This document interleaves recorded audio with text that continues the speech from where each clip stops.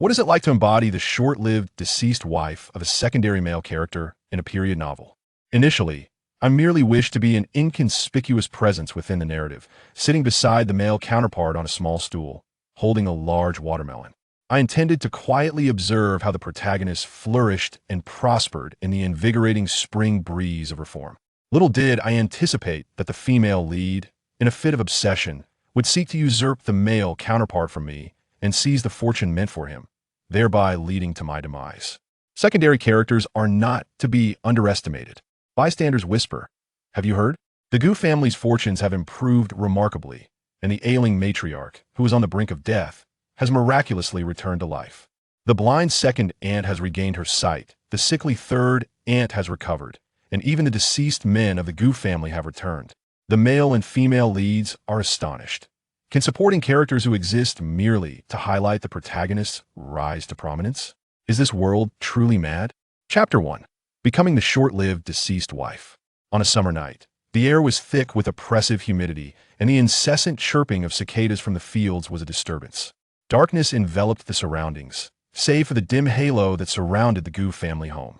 Lying on a wooden bed, Xiao Xingmian felt drowsy, her body aching, while a sharp voice occasionally pierced her ears. Xiao Yu, if it weren't for second aunt's blindness, she would not have hastily agreed to this marriage in the first place. You cannot fathom how unflattering the rumors outside are. Is cavorting in a cornfield truly the act of a respectable young lady? If life becomes unbearable, simply tell us. There are myriad solutions, so why resort to jumping into the river to seek death? Shortly thereafter, a heartbreaking, feeble cough resonated beside her. Second sister-in-law, please calm down. It is partly my fault for wanting Xiao Yu to settle down quickly without considering the consequences.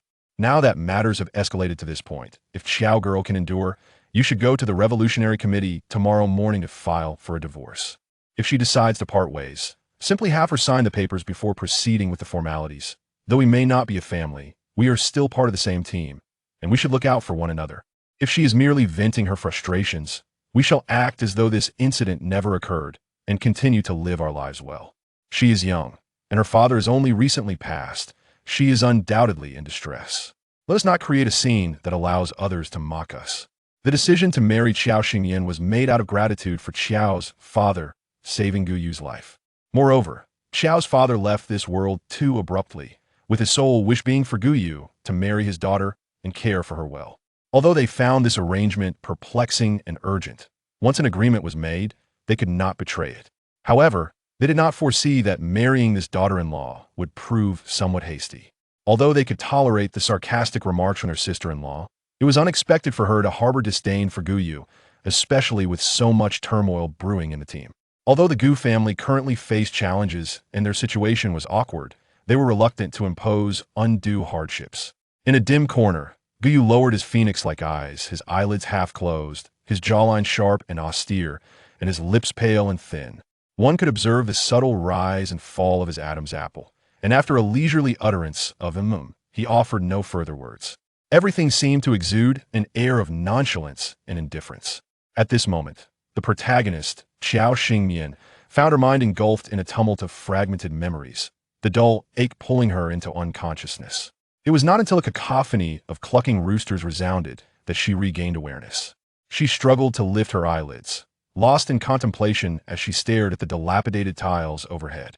It appeared that she had somehow traversed into the very era of the novel she had just finished reading, where the male and female leads were both part of the same cohort of youthful intellectuals sent to the countryside and shared a childhood bond. Yet, the female lead displayed a modicum of interest toward Gu Yu, the pitiable yet resolute rural man, offering him a plain bun during his most trying times. Gu Yu etched this act of kindness into his heart. Naturally, the male lead, who had grown up alongside her, felt a twinge of jealousy. He presented a facade of amiability while covertly undermining Gu Yu. Though Gu Yu did not meet her gaze with the same coldness he reserved for others, he remained reticent in her presence. Before long, the female lead realized her futile affection for him, particularly upon hearing of his deceased wife, which extinguished her hopes. She turned her attention back to the male lead, and once the policy was enacted for the youth to return to the city, they married upon their return, while Gu's family followed suit 6 months later. At that time, the male lead fell victim to a conspiracy, and in her moment of desperation, The female lead fortuitously encountered Guyu, only to realize the magnitude of the loss she had suffered. She shamelessly approached Guyu, hoping he would extend a hand of nostalgia. Once the troubles were resolved, the female lead leveraged Guyu's influence, navigating her way through society with ease, garnering envy and admiration from others, who dared not act rashly thereafter. Thereafter, the author ceased to elaborate on Guyu. Upon reaching this juncture, she felt utterly repulsed by the actions of the leads and abandoned the narrative.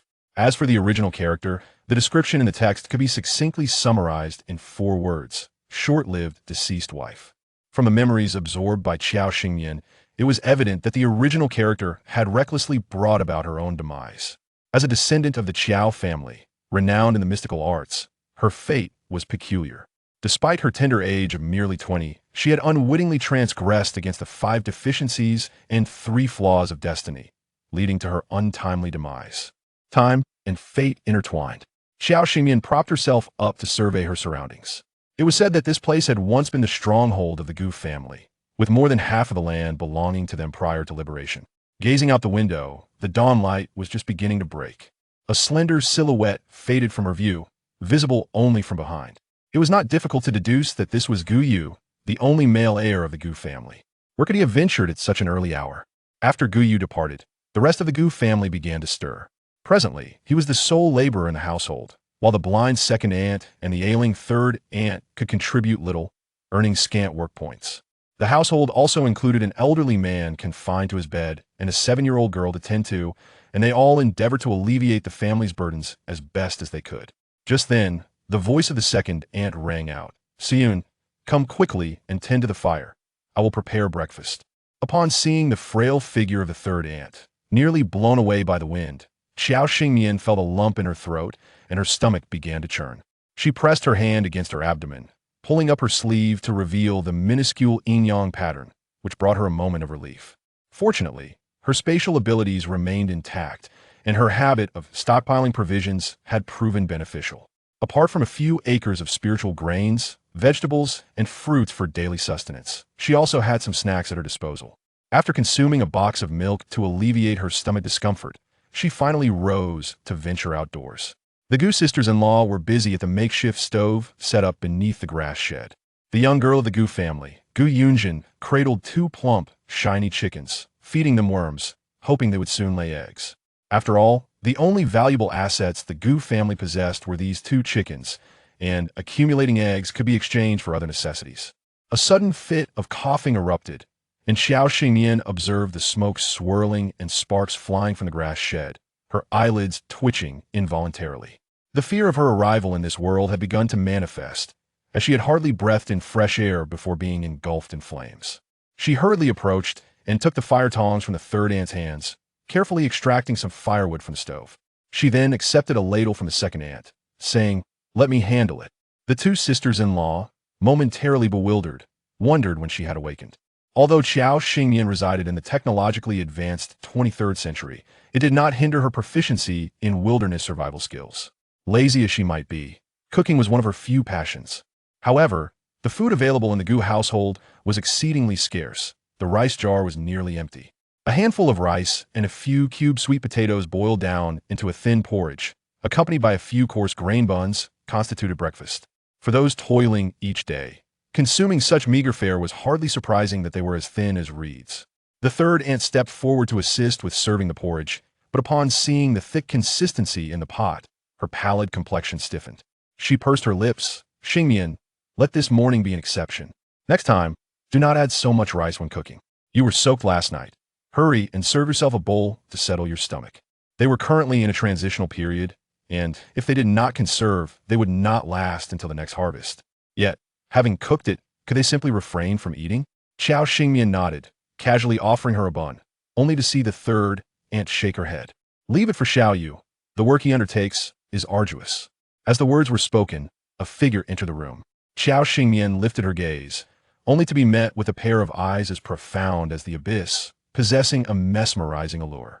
She followed the line of sight downward, noting the prominent nose, full and unblemished, a sign of a prosperous spouse. The corners of the eyes were well-rounded, devoid of any flaws, indicative of unwavering loyalty. The unmistakable violet aura between the brows startled Qiao Xingyan, causing her hands to tremble slightly. According to the records of the Qiao family, only a ZY noble can alter the fate of the Qiao clan. This implies that her arrival in this world was a stroke of fortune bestowed by the heavenly decree. She recalled Gu Yu from the book, who had been marked for life by a mere white steamed bun given by the female protagonist. Therefore, with Gu Yu as the noble destined to change her fate, she must nurture him to be robust and healthy, considering that it would still be half a month before the male and female leads would arrive in the countryside to volunteer. In her heart, Qiao Xingyan's mind was racing with calculations. Better to live on than to die. She resolutely refused to become the short-lived wife of the male antagonist. First, she would conquer his stomach, then his heart, after which she could ensure her own longevity. Gu Yu regarded the woman before him, her complexion pale, her gaze direct and fervent, her expression inscrutable. He tightened his jaw, his eyes growing slightly cold as he handed her the document in his hand, speaking slowly. Divorce application. Still immersed in joy, Qiao Xingyan felt as if a bucket of cold water had been thrown over her, awakening her from bliss. Panic surged within her, yet her exterior remained as steady as a seasoned veteran. Glancing at the application before her, she shook her head and cleared her throat to mask her embarrassment, saying, "I won't sign." Nearby, Aunt Gu Air pursed her lips, preparing to speak, only to be restrained by Aunt Gu San. Had it not been for the cloth bandaging her eyes, she might have delivered a couple of sharp slaps to the girl's backside, treating it all as a jest. It was indeed the first time Gu Yu formally directed his gaze at Qiao Xingyan, his expression calm and unperturbed, devoid of any emotion. What's your reason?" Chapter 2. I will no longer seek a divorce. Qiao Xingyan's gaze flickered, momentarily rendered hesitant to meet Gu Yu's eyes. Could it be that she was about to confess her desire for him? If so, she would undoubtedly be dismissed as a lunatic in an instant. She needed a strategy to stabilize the current situation before contemplating the future. Her doe-like eyes fixated on Gu Yu, swirling with uncertainty, while her delicate, radiant face puffed up slightly. Regardless of whether he believed her, the rumors circulating within the squad, those about her cavorting in cornfields and engaging in illicit affairs, were nothing but slander.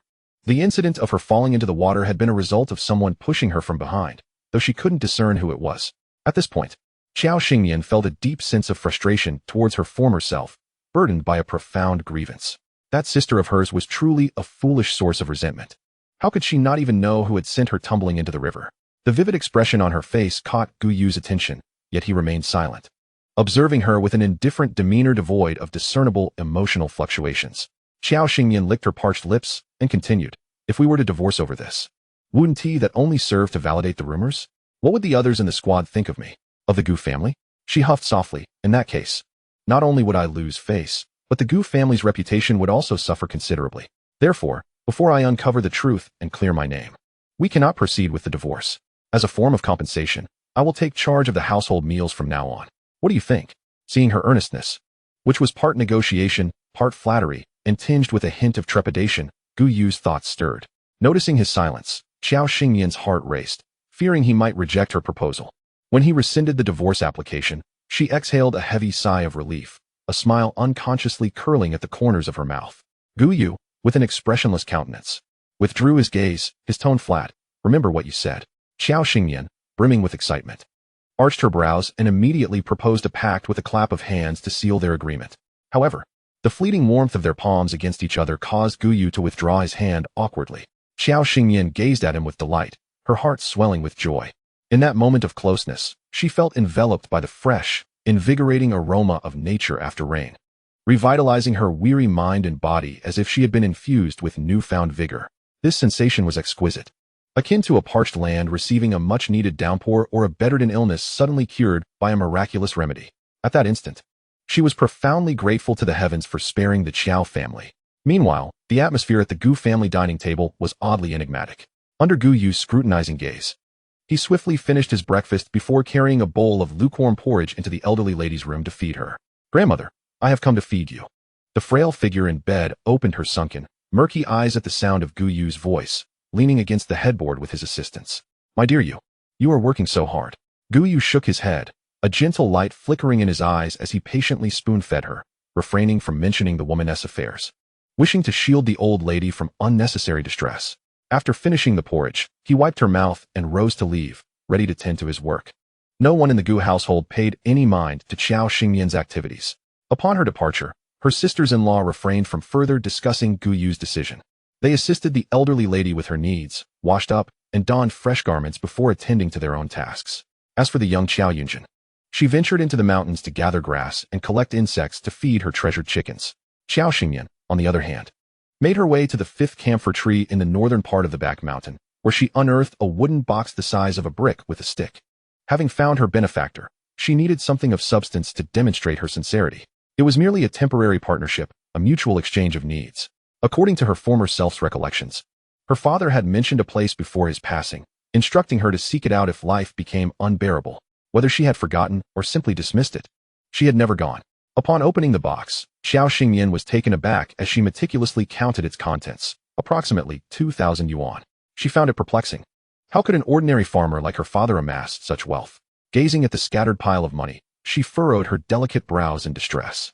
In the era she inhabited, it seemed that purchasing goods required both money and coupons, both of which were indispensable. The spiritual rice stored in her space could not be taken out casually, as it would draw too much attention, although it bore no difference from the rice of the time. The spiritual energy imbued within it was palpable to anyone who consumed it, unlike ordinary rice. She recalled mentions of the black market in books, wondering if she could exchange some for grain coupons.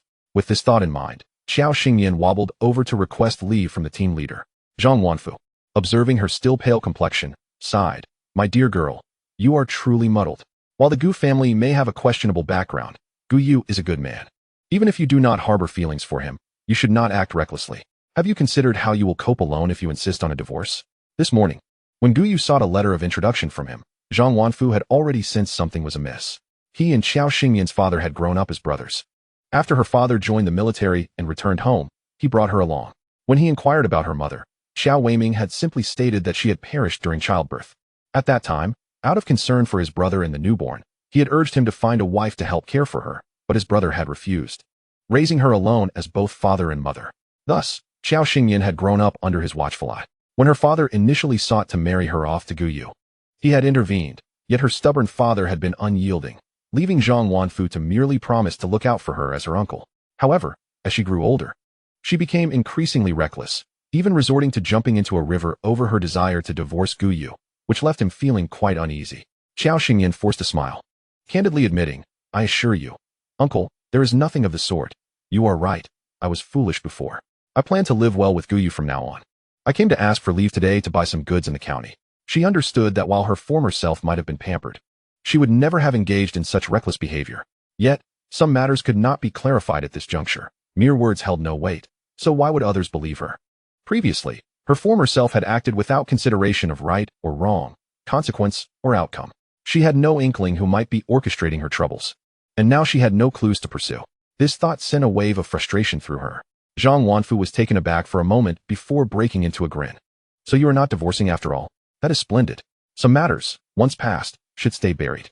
From now on, you two should live harmoniously and perhaps even welcome a chubby baby into the world. Your father would surely be pleased from beyond." Knowing her late father had shared a brotherly bond with Zhang Wanfu, she responded with a grateful smile, "Understood, uncle. I will take my leave now." After departing from the team leader, the workers in the fields regarded her with a mix of curiosity and gossip. Some even bluntly inquired, "Qiao girl, we heard you were divorcing Gu Yu?" Qiao Xingyan chuckled and shook her head, her gaze landing on a farmer's wife who bore a hint of delight, her lips curling mysteriously. "Aunt Wei, where did you hear that? Why would we divorce when everything is fine? Or do you wish for me to divorce?" Aunt Wei was momentarily taken aback by Qiao Xingyan's barrage of questions, unable to meet her gaze. "No, staying married is quite good." Chapter 3, With Money in Hand. One feels no anxiety.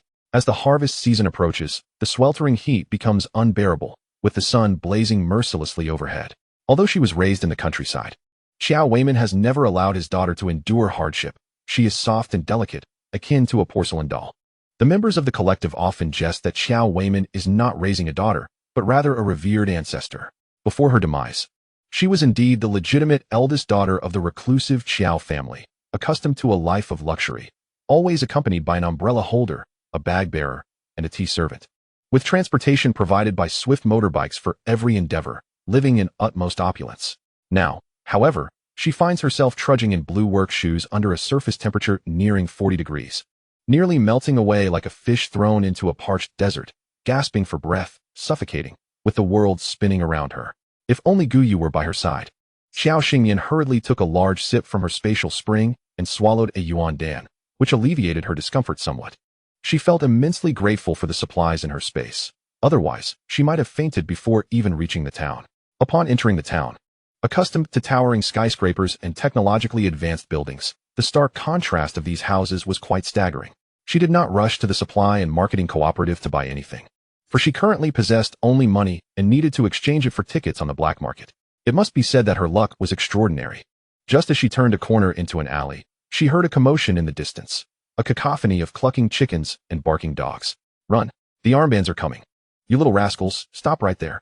Who allowed you to engage in private transactions? As she saw figures rushing in her direction, Xiao Xingyan blinked and stepped aside. When she looked up again, several young men had darted away like the wind, pursued by a few individuals wearing red armbands. Her eyes flickered with understanding. Without further ado, she lifted her sore and aching feet and followed suit. The alley was a labyrinth of twists and turns, showcasing the agility and stamina of the youths, particularly those who had long frequented such places to earn a living. It was no less demanding than parkour, and even Xiao Xingyan found herself in awe. Had she not taken the effort to affix a talisman for enhancement, her frail body would not have been able to keep pace with the group. Once they had shaken off their pursuers, the young men leaned against a wall, panting heavily, nearly drowning in their own sweat. All right, let us take a breather. They shouldn't be able to catch up now. Brother Nian, the location has been discovered again today. If we go back next time, there will surely be many people lying in wait. What should we do? The young man addressed as Brother Nian regained his composure. Leaning against the wall as he pondered this dilemma, only to unexpectedly meet the gaze of a girl whose expression was both teasing and serene. Startled, he took a step back, realizing that the newcomer was merely a fairy-like maiden, and he breathed a sigh of relief. The fierce look on his face unintentionally turned slightly bashful. Where did you come from? You need to leave quickly. This place is not for you. The two young men accompanying him glanced at Xiao Xingyan, somewhat stunned.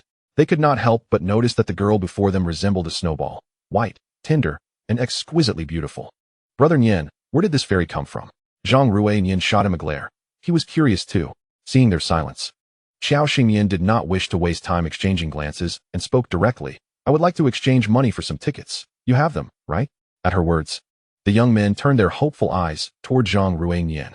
It seemed they had just been chased by the armbands in the alley and were now discovered by this girl. He decided not to play coy, as it was foolish to turn down money. What tickets do you need, and how many? Xiao Xingyan considered for a moment and boldly stated, whatever you can procure. Just exchange for as many as possible. Upon hearing this, the pupils of the three young men widened in shock. Where had this seemingly ethereal little tycoon come from? One of the youths nudged the middle one and whispered, Brother Nian, do you think she is trying to fool us? She looks good, but her clothes are just patches upon patches. If she truly had money, she wouldn't be in such a state, would she? Xiao Xingyan was aware of their skepticism, so she opened her small cloth bag, revealing a stack of rolled-up money in front of them. Zhang Rui Nian and his companions were taken aback. She was indeed serious. Let us be clear, if we're exchanging for food tickets, it must follow the black market rules, calculated at double the market price. He knew that in coastal areas, the black market often charged 2 to 3 times the price. Thus, doubling it in Suzhou was not unreasonable. Xiao Xingyan anticipated this outcome. It was expected, and there was little to argue about. Under the guidance of the three young men, they wound through several alleys before stopping. Zhang Rui Nian instructed her to wait outside while he and his two companions entered a courtyard. Fortunately, she did not have to wait long, as he soon emerged, clutching a stack of colorful tickets. Currently, we can only give you 30 pounds of meat tickets, 20 pounds each of grain and flour tickets, along with some oil, sugar, pastry tickets, and industrial coupons. The first-grade meat price at the food station is 80 cents per pound, so at double the price, that's $1.60. Meaning 30 pounds equals 48 yuan. The rice at the grain store is 14 cents per pound, and for flour, I'll price it at 16 cents per pound for you. Calculating at double the price, that makes rice 28 cents and flour 32 cents. 20 pounds of each comes to 12 yuan. As for the other miscellaneous ticket prices, it's hard to calculate, but I won't cheat you. I'll just round it to 10 yuan. Altogether, that's 80 yuan. Xiao Xingyan took the stack of tickets and examined them, feeling a mix of curiosity and gratitude for the current prices. Little did she know that the amount she was casually exchanging was equivalent to 2 months' wages for a decent factory worker. After handing Zhang Rui Nian 8 large bills, the transaction was successfully concluded. With money and tickets in hand, she felt neither anxious nor shaky. After a moment of contemplation, she turned to Zhang Rui Nian and inquired, Is there any meat available? Zhang Rui Nian shook his head. Fresh meat is generally supplied only in the evenings. If you want some, come back later. Once Qiao Xingyan exited the alley, she glanced at the sun and made her way towards her destination. After inquiring around, she found herself in front of a supply and marketing cooperative that exuded a strong sense of nostalgia. She curiously surveyed her surroundings, which, to the sales clerk behind the counter, appeared as though a country bumpkin had ventured into the city, inevitably eliciting disdain. After surveying the area, her initial curiosity waned, and she approached the food counter. Eyeing the candies and various traditional pastries inside, she decided to purchase a few items for the elderly and children at home. Noticing her extravagant selection, the sales clerk displayed a hint of impatience. Do you think you can afford all that? Qiao Xingyan raised her eyes to meet hers. Excuse me? Your attitude is somewhat classist, and that is unacceptable. Although I may not be as clean and tidy as you, nor do I enjoy the same comfort in your workplace. Every grain of rice and every morsel of food you consume is born from the hard work of the collective members below. If you have the ability, you can choose not to eat it. You should conduct yourself appropriately in your position. How is it that you fail to see the Serve the People banner above your head? At this hour, the supply and marketing cooperative was not particularly crowded, but there were enough people present. At this moment, everyone harbored a dream of becoming a salesperson at the cooperative, shielded from the wind and rain, earning a salary higher than that of ordinary workers. And even when in a bad mood, one could shout at them and still be given some leeway. This was the first time they had encountered someone from the countryside standing up to them. Witnessing the vendor's humiliation, an undeniable flicker of secret pleasure coursed through her heart. However, the disparity between the two parties was so vast that one couldn't help but feel that Qiao Xingyan, this exquisite young lady, was somewhat overstepping her bounds. It is worth noting that the candy and pastry counter, though neither too large nor too small, displayed an assortment of scales within its transparent case, showcasing at least a dozen different varieties. Candies required candy tickets, and pastries necessitated pastry tickets. Even the townsfolk could scarcely possess such a plethora of tickets, let alone someone from the countryside. Thus, it is evident that every era has its share of onlookers who revel in the spectacle of others' misfortune. A kind-hearted elderly woman, unable to bear the scene any longer, approached and gently patted Qiao Xingyan's arm, whispering, "My dear, this may be your first time purchasing items, isn't it? Candy tickets are rather scarce these days. Sometimes, city workers must save for 2 months just to acquire a pound of sugar tickets. Why not select just 2 of your favorite sweets? If you truly wish to try them all, you can always return another time to exchange for more, lest you become the subject of ridicule." Qiao Xingyan furrowed her brow. Prior to this, the original owner had never ventured out alone to make purchases.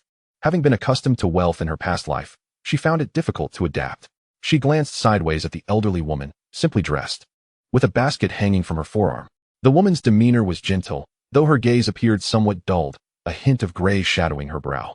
After a moment of hesitation, Qiao Xingyan leaned closer and muttered something, then resumed her shopping amidst the elder's astonishment. This time, she bought a pound of chocolate-filled candies for 2 tickets and 65 cents, along with half a pound of milk candies. With her arms laden with goods, she decided to purchase a backpack, paid for her items, and turned towards the food stall. In this era, people favored rich, fatty meats, yet she harbored no such inclination. However, since fatty meat could be rendered into lard, adding a touch of it to stir-fried dishes was undeniably fragrant. Plus, she could enjoy the crispy bits of lard, so she bought 3 pounds. Glancing at the nearby pig intestines and trotters, she noted that most people shied away from such pungent and bony fare, which made them quite affordable. Pig intestines for 20 cents and trotters for 10. Qiao Xingyan decided to buy a portion, intending to stir-fry the intestines, while she planned to acquire some spices to prepare the trotters. After purchasing rice, flour, oil, and some spices at the grain store, Qiao Xingyan returned home, her arms filled with provisions. As she approached, she took a small path at the village entrance, finding her burdens heavy enough to store in her space. She greeted her sisters-in-law outside, saying, "Aunt Air, Aunt San, I'm back. Thank you for your hard work." Aunt Gu Air nodded politely, continuing to work alongside Aunt Gu San, using a chaff cutter to chop the collected wheat straw, sorghum stalks, and sweet potato vines into small pieces for feeding livestock. Gu Yunjin, however, was preoccupied, muttering to herself in the chicken coop while feeding 2 chickens, occasionally pulling out a clump of intertwined worms from a bamboo tube to offer to them. Despite the silence, Qiao Xingyan sensed a bitterness and numbness lingering in the air. Sighing inwardly, she tightened the strap of her backpack and walked towards Gu Yunjin. The little girl squatted on the ground, instinctively looking up as a shadow loomed over her. Qiao Xingyan unwrapped a piece of fruit candy and held it to Gu Yunjin's small mouth, the sweet aroma wafting directly to her nostrils. No child can resist the allure of candy, and Gu Yunjin was no exception. The tangy sweetness filled her mouth, and her large, expressive eyes narrowed in delight. However, upon catching a glimpse of Qiao Xingyan's smiling eyes, her lips pursed. She huffed, "Don't think a single candy can win me over. I don't like my big brother, and I don't like this woman either." Qiao Xingyan merely chuckled, pulling out a handful of candies from her pocket and stuffing them into the girl's hands before turning towards the stove. One candy wouldn't suffice, so a handful would do. The little girl beamed as if walking on clouds, her small hands quickly tearing open the wrappers to offer one to Aunt Gu Air and another to Aunt Gu San. The unexpected sweetness enveloped her mouth, sweeping away the bitterness of life, making everything seem bearable. In the dimly lit room, Gu Yunjin neatly placed the remaining candies in a row along the edge of the elderly woman's bed, smiling broadly. "Granny, the remaining 6 candies are for you. You must get better soon." The elderly woman, having been bedridden for years, moved as slowly as a tortoise. Once vibrant in her youth during the Republic era, she now faced a desolate twilight after losing her husband and children. Her cloudy eyes, shrouded in a veil of gloom, flickered with emotion upon hearing her granddaughter's words. "I won't eat them. They're all for my precious Shinur. I indulged too much in my youth and ruined my teeth," the grandmother replied. Gu Yunjin pouted, tearing open a candy, and, with the same assertiveness she used with the ants, thrust it towards her grandmother's mouth. "But I want you to have it. Life is too bitter. You need something sweet." The elderly woman accepted the candy, asking, "Who gave you this?" Gu Yunjin pointed outside. "Sister-in-law gave them to me."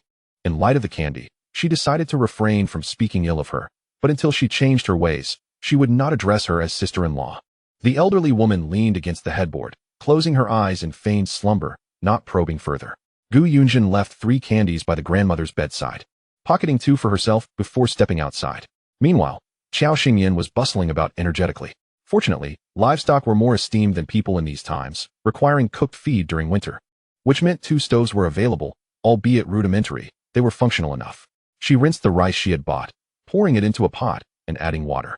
Nearby was a pile of firewood, including corn cobs and branches. With the rice steaming, she began preparing the pig trotters. After thoroughly cleaning the trotters, she made a cut along the back to enhance the flavor absorption, then placed them in cold water with ginger and scallions to blanch. Once blanched, she set the trotters aside and began caramelizing sugar, pouring in oil and adding the rock sugar over low heat until it melted to a tempting caramel hue. Once it reached the desired color, she added a pot of boiling water to dissolve it, setting it aside for later use. Next, she sautéed spices. Though lacking a complete set, she made do with commonly used Sichuan peppercorns, bay leaves, cinnamon, and star anise. Once the spices were fragrant, Qiao Xingyan poured in a ladle of water, added the previously caramelized sugar, and mixed in soy sauce for color before placing the trotters into the pot and covering it, leaving the rest to time. In the meantime, she wasn't idle. The pig intestines she purchased still required cleaning. Truth be told, she relished eating them but detested the preparation process. However, in an effort to redeem her previous negative impression in the Gu household and in Gu Yu's eyes, Qiao Xingyan steeled herself, tears welling in her heart, but determined to persevere. She placed the raw intestines in a wooden basin, added salt, and then flour when a hurried voice interrupted her. "Stop. That's premium flour. How can you use that to clean pig entrails? You're wasting such a good thing." It was Aunt Gu San, who had just finished chopping the feed, rushing over to intervene upon witnessing Qiao Xingyan's extravagant behavior. "What? Using premium flour to clean pig entrails? How could that be?" Aunt Gu Air, who was blind, reacted to Aunt Gu San's words with dismay, jumping in place in frustration. In their eyes, premium flour represented wealth, while pig entrails were akin to foul refuse. If one used it to make pancakes, wouldn't it be delicious? Qiao Xingyan looked at the intestines coated in flour, blinking her large eyes in an attempt to explain. "Aunt Air and Aunt San, I haven't used much of this. If the pig entrails are not washed in this manner, they won't be clean. Trust me, the flavor will undoubtedly surpass your expectations." In her later life, she always prepared dishes according to her whims. When it came to cleaning offal, she would simply mix some flour with salt whenever there was flour at home and wash it thoroughly. As for the 2 sisters-in-law of the Gu family, what delicacies have they not tasted since marrying into the Gu household? Life may be arduous now, yet they never anticipated they would one day consume pig intestines, leaving their feelings rather complex. Aunt Air said with an exasperated tone, "Let's consider this a one-time occurrence. It shall not happen again." Although they felt a pang at the thought of wasting flour, it had already been sprinkled over the pig intestines, so what could they do? Aunt Sin stepped forward after washing her hands and suggested, "Next time, we can just sprinkle some plant ash while cleaning. Whatever needs to be done. I'll lend a hand. It's quicker with 2 people." With assistance offered, Qiao Xingyan readily accepted and swiftly cleaned the pig intestines. while the fragrant rice was almost cooked. As soon as the work bell rang, Xiao Xingyan retrieved the braised pig trotters to cool. Initially, the pot lid was on, struggling to contain the wafting aroma of meat. Now, with the lid lifted, steam billowed forth, and the savory scent intertwined with unique spices filled the entire Gu household. In the courtyard, the sisters-in-law and Gu Yunjin gazed longingly at the glossy, caramel-colored pig trotters, their mouths watering. Unable to contain herself, Aunt Air had to divert her attention. Leaning closer to Aunt San, she whispered, "Could it be that this pampered Xiao girl truly knows how to cook?" This left Aunt San perplexed as well. Xiao Xingyan had been in the Gu household for 2 months, doing little to contribute, and sometimes Aunt San even helped wash her clothes. What she could actually do remained a mystery, but one would hope she had learned something by now.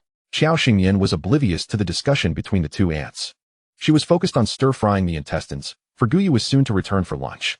With a hot pan and cold oil, she added ginger and scallions to eliminate the fishy smell, then tossed in a spoonful of dabanjiang, stirring it evenly before adding the cleaned intestines, which sizzled delightfully in the oil. Before Guyu even stepped through the door, the enticing aroma rushed to greet him. Pushing the door open, he beheld a woman at the stove, wielding a spatula with an air of authority. His gaze shifted to a brand-new backpack nearby, and a shadow of something peeking out caught his attention, stirring a deeper emotion within him. Gu Yunjin, with sharp eyes, spotted him and called out, "Big brother's back." Guyu inhaled deeply. "It smells so good. I want to eat." Xiao Xingyan teased, "Oh, you think I can't handle you?" Chapter 5. Such a modest noble.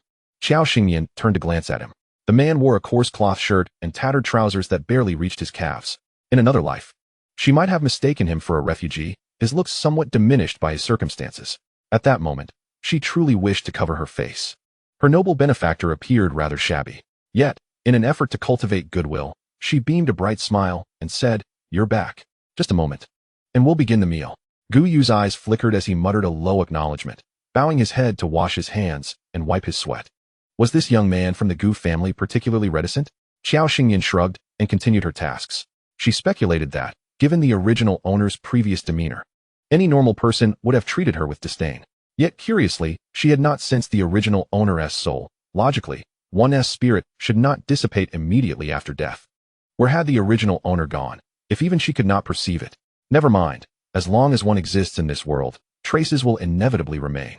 She would deal with Guyu.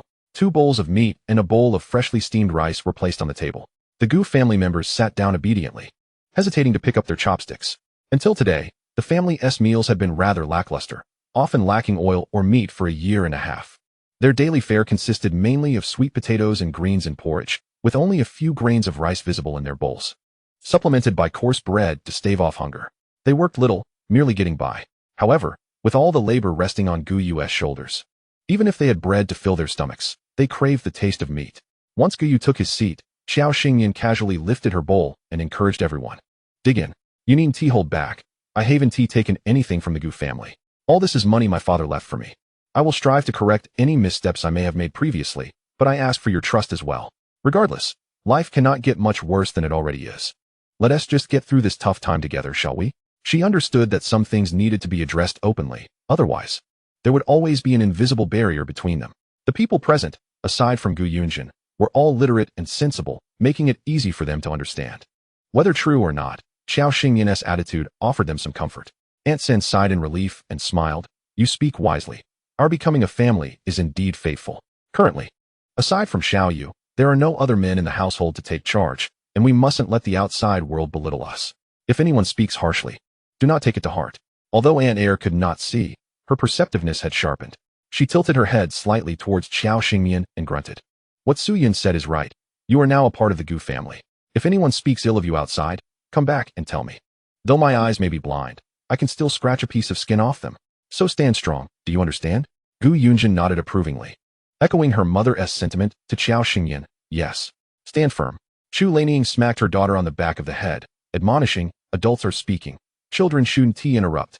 What nonsense are you spouting?" Xiao Xingyan nodded, casting a discreet glance at Guyu.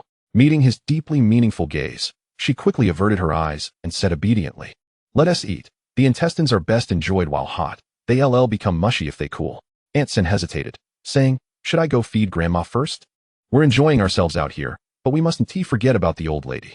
Xiao Xingyan quickly pressed her to sit down, saying, "Grandma has trouble with her teeth and can't eat hard food. I didn't save any intestines for her." I've set aside some tender meat from the trotters to cook in her rice. By the time we finish eating, it should be ready." The people present were momentarily stunned, unable to articulate their feelings, only sensing a bittersweet pang in their hearts. They hoped that their choices would prove right this time. As it was their first time eating this dish, the sisters-in-law hesitated to pick up their chopsticks. However, Gu Yunjin, being a child oblivious to such concerns, simply knew it was fragrant meat and eagerly grabbed a piece to eat. The pig intestines, stir-fried to a crisp exterior yet tender inside, burst with flavor upon chewing. The little girl's eyes squinted in delight, overwhelmed by the deliciousness. Gu Yu, equally unpretentious, realized that no one had eaten this before, perhaps due to ignorance or improper preparation. Observing Gu Yunjin's raptured expression, he understood the taste must be delightful. One bite led to another, and the unique texture of the pig entrails shattered the Gu family's preconceived notions. Even the two sisters-in-law, who had earlier sworn they would never touch such a dish, now ate with fervor, savoring it more than anyone else. "Look at that, this is truly delicious." The soft, chewy pig trotters left them utterly enchanted, bringing them to the brink of tears from joy. The rapid sounds of chewing mingled with the clattering of chopsticks against rice, as the Gu family members, engrossed in their meal, neglected conversation, fearing that speaking would cause the meat to vanish and the delightful flavors in their mouths to dissipate. Only Qiao Xingyan, observing their hearty appetites, leisurely savored her rice with a contented expression. Suddenly, a piece of pig's trotters was tossed into her bowl, prompting her to follow the retreating chopsticks with her gaze, landing on the ruggedly handsome face of the man responsible. His phoenix-like eyes bore no extraneous emotions, yet she sensed a hint of softness emanating from him. She then glanced at the meat platter on the table, now completely emptied, with even the sauce being utilized by the others to mix with their rice, all of them appearing thoroughly satisfied. A smile involuntarily curved her lips, yielding a delightful effect. Was it not? Once they finished their meal, the group leaned back on their bamboo chairs, smacking their lips in reminiscence of the exquisite flavors. Gu Yunjin, the young girl, felt slightly uncomfortable from overeating, unable to suppress a series of hiccups. She covered her mouth in frustration, lamenting that the aroma of meat had escaped her lips. Aunt Guer rose to take on the household chores. "Today, Xingyan worked hard cooking, and Xiao Yu toiled as well. Allow me to wash this bowl. You need not quarrel, I still have hands to see with. And Su Yun, please go inside to feed your mother." Jiang Su Yun was the given name of Aunt Gu San, but unfortunately, her luck was rather poor, having just married into the Gu family. She found herself returning to her hometown without experiencing much joy. Nodding, she ladled pig's trotters and shredded meat porridge into a bowl and went into the room to feed the elderly matriarch. Leaning against the head of the bed, the matriarch let out a cold hum. Outrageous. Jiang Su Yun smiled, scooping up a mouthful of rice mixed with tender meat shreds, blowing on it gently before saying, "Thanks to Xingyan's efforts, our family has enjoyed a splendid meal today." The appropriately warm rice enveloped the delicate meat shreds, and the fragrance of the marinade melded beautifully with the rice. The elderly lady ate with great comfort, finding relief from the chronic spasms that had long plagued her stomach. And she lifted her eyelids to inquire, "What do you think of that girl?" Jiang Su Yun lowered her gaze at the food in the bowl, feeding with diligence, and after a moment's contemplation, replied, "I cannot fathom her." She too harbored some doubts. Could it be that nearly drowning had granted the girl profound enlightenment? The matriarch sighed contentedly. "Let us observe for now." With little to do during the midday heat, everyone essentially retired for a nap at home, awaiting work. In a few days, it would be time for the double harvest, and one must conserve their energy. Qiao Xingyan surveyed the meager furnishings of the room, a single bed, a camphor-wood chest, and a square table with a missing leg, feeling an urge to let out a cry to the heavens. After tidying up the cramped quarters, she settled cross-legged on the bed to meditate. An hour slipped by without a hint of spiritual energy. Just as the work bell rang, she abruptly opened her eyes, her face contorted in frustration. Was the spiritual energy in this world truly so scarce? Indeed, at this time, even the temples had been dismantled, and the three realms had lost their faith. How could one expect to find spiritual energy? Alas, she would seek another solution. In her despondent mood, she rose and approached the stove, pulling out the flour to start making dumplings. She then retrieved half of the pork bought that morning, trimming off the fat to render lard, while reserving the rest for a stir-fry later in the evening. Gu Yu rose, carelessly splashing water on his face, glancing towards the grass shed before retreating back indoors. Qiao Xingyan, engrossed in her tasks at the stove, was oblivious to Gu Yu's movements. When she entered the room, she was met with the sight of a large, unifying symbol pressed under an enamel jar on her rickety table, leaving her both amused and exasperated. Was this to prevent her from suffering a loss? Had the Gu family entrusted her with their scant possessions? TSK men, so clear-cut in their division. She was curious to see what he would offer to repay her in the future. Later, Gu Yu clutched Xiao Xingyan's clothing, looking pitiful. "Wife, I give you my all. My life." Xiao Xingyan proudly patted his head. Gu Yu replied, "Woof." Chapter 6, A Brawl Disturbance. In the afternoon, the sun blazed high in the sky. Everyone toiled under the sweltering heat in the fields. With his belly full of hearty food, Gu Yu worked even harder, swiftly digging up stubborn thorns and weeds. The best land in the village was not assigned to him, yet he bore no grievances. However, a few vulgar remarks drifted into his ears from nearby. Gu Yu's thick brows furrowed as he cast a fierce glare towards the source of the voices, his deep voice laced with warning. "Shut it." The group, seemingly oblivious to his warning, only grew more provocative. "Oh, can't we speak now? Your wife is out there with another man in the cornfield, and you still have the heart to work?" Indeed, he had heard this morning that he had gone to the Revolutionary Committee to file for divorce. That girl Xiao was beautiful, but clearly, she was not one to be tamed. Who knew what kind of fate awaited her with that scoundrel? It had long been said that the Gu family was a house of widows, although the blind Chuan Lanying and the frail Jiang Su-yun were not physically robust. They were still quite charming. If Gu Yu were to divorce, would the young and impetuous man be able to withstand such a blow? The laughter that had once filled the air among the group swiftly turned to outrage. "Damn you, Gu Yu. How dare you lay a hand on someone?" The nearby workers rushed over to intervene, pulling the antagonists apart. Gu Yunjin, her eyes brimming with tears, quickly scurried over to Xiao Xingyan with her short legs. "Sister-in-law, please go check on my brother. He has lost so much blood." Xiao Xingyan hastily set down the dough and sprinted outside. Arriving at Gu Yu's worksite, she found a crowd gathered. Her heart sank as she saw Gu Yu sprawled on the ground, his blood congealed. Taking a deep breath, she forced herself to remain calm. Just then, Zhang Wanfeng rushed over, wiping the sweat from his brow. Make way, make way. I've brought the ox cart. We need to get Gu Yu to the county hospital." Xiao Xingyan stepped forward to stop him, quickly assessing Gu Yu's injuries.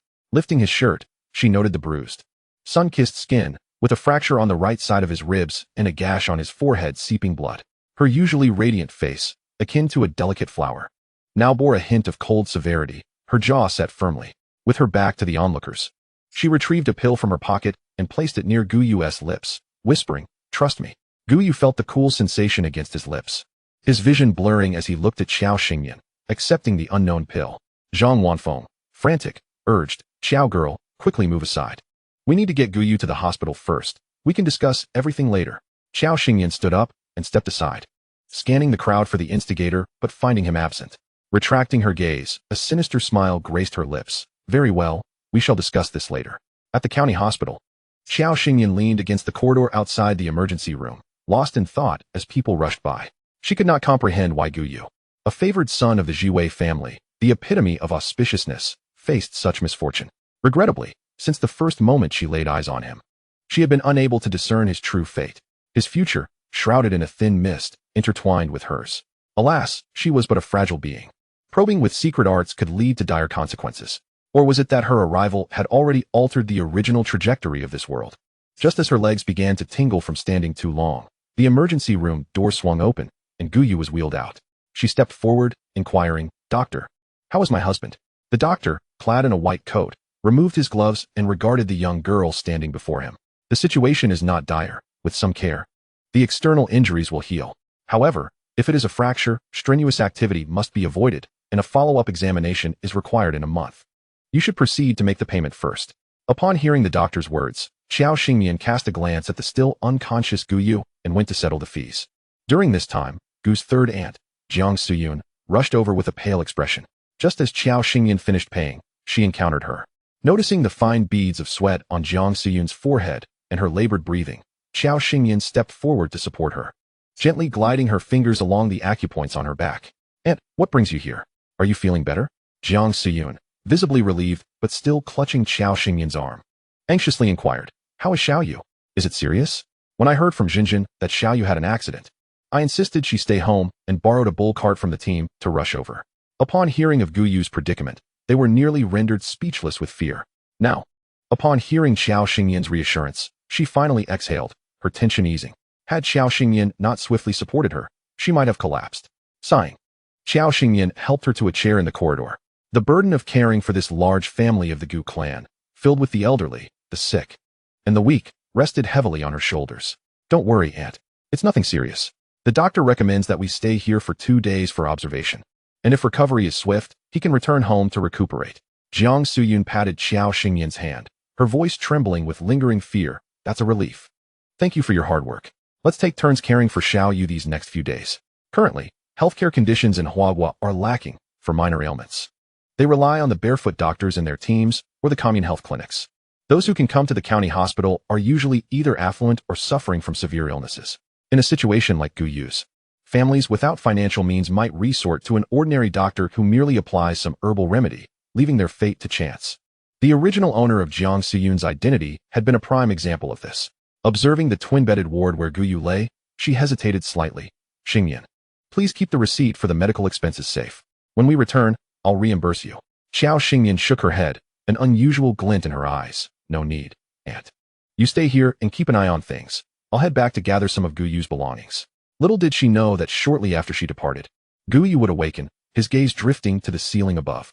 As he attempted to rise, the intense pain coursing through his body halted him. The elderly man in the adjacent bed turned to look at him. Young man, take it easy. You've just had surgery. Jiang Suyun returned with water just in time to see Gu Yu awake and hurriedly placed the water jug down to inquire. Xiao Yu, how are you feeling? Gu Yu looked at Jiang Suyun and shook his head. I'm fine, aunt. What brings you here? Only then did Jiang Suyun explain the circumstances following his accident. Seeing him silent and brooding, she sighed. You certainly frightened both me and your second aunt. When I first heard, my mind went completely blank. It was only after regaining my composure that I learned Xingyan had been running around helping. You must treat her well in the future, do you hear me? She observed how earnestly that child wished to lead a good life. If so, they should all coexist harmoniously as a family. With united effort, even the most challenging days could be endured. Jiang Siyun and the others could see Gu Yu's struggles and felt the pain in their hearts, hoping he would have someone who understood and cared for him during this time. After all, who truly enjoys solitude? Lying on the hospital bed, Gu Yu closed his eyes. His usually sharp and fierce brows softened slightly due to his weakened state, and he uttered a faint, though it was the same word. Jiang Siyun inexplicably sensed a different tone. She watched as Gu Yu appeared to drift off again, smiling gently in silence. Some matters are simply ineffable. Well, Gu Yu may be fierce, but he cannot protect the Gu family alone. Chapter 7. So what if they bully the widows of the Gu family? Xiao Xingyan hurried back, and the first thing she did was seek out Zhang Wanfeng. Placing the receipt from the hospital on his desk, she stated, Uncle, there's just one thing. Find those who assaulted Gu Yu earlier. If they are willing to apologize, compensate, and promise never to do it again, we can let this matter slide. However, if they refuse to admit guilt before I return with Gu Yu's belongings, I will pay them a visit one by one, and they must bear the consequences. With that, Xiao Xingyan turned and rushed back to the Gu residence. She still had dumplings to make. Zhang Wanfeng, unable to speak, watched her hasty retreat, shaking his head with a sigh. This girl, having nearly drowned once, certainly seemed different from before. Glancing at the receipt on the table, he furrowed his brow. This was no small matter. He quickly activated the loudspeaker. Hello, this is Zhang Wanfeng.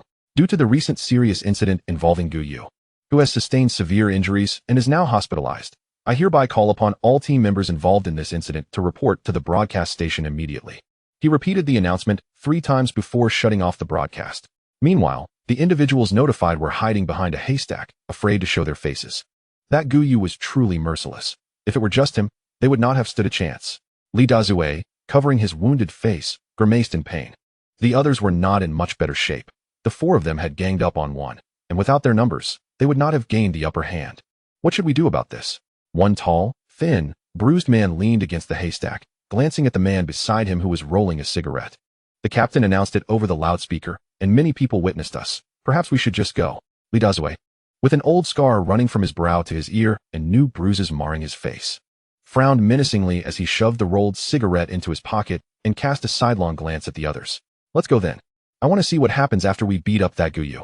At this moment, in the Gu residence, Gu's second aunt, unable to see, was too anxious to go anywhere, pacing back and forth in the courtyard. Hearing some noise, she cautiously peered towards the front gate. Who is it? It's me, second aunt. Xiao Xingyan called out. Gu's second aunt hurried toward her, speaking fervently. I heard the broadcast just now. Those scoundrels should meet a terrible end for injuring Xiao Yu and putting him in the hospital.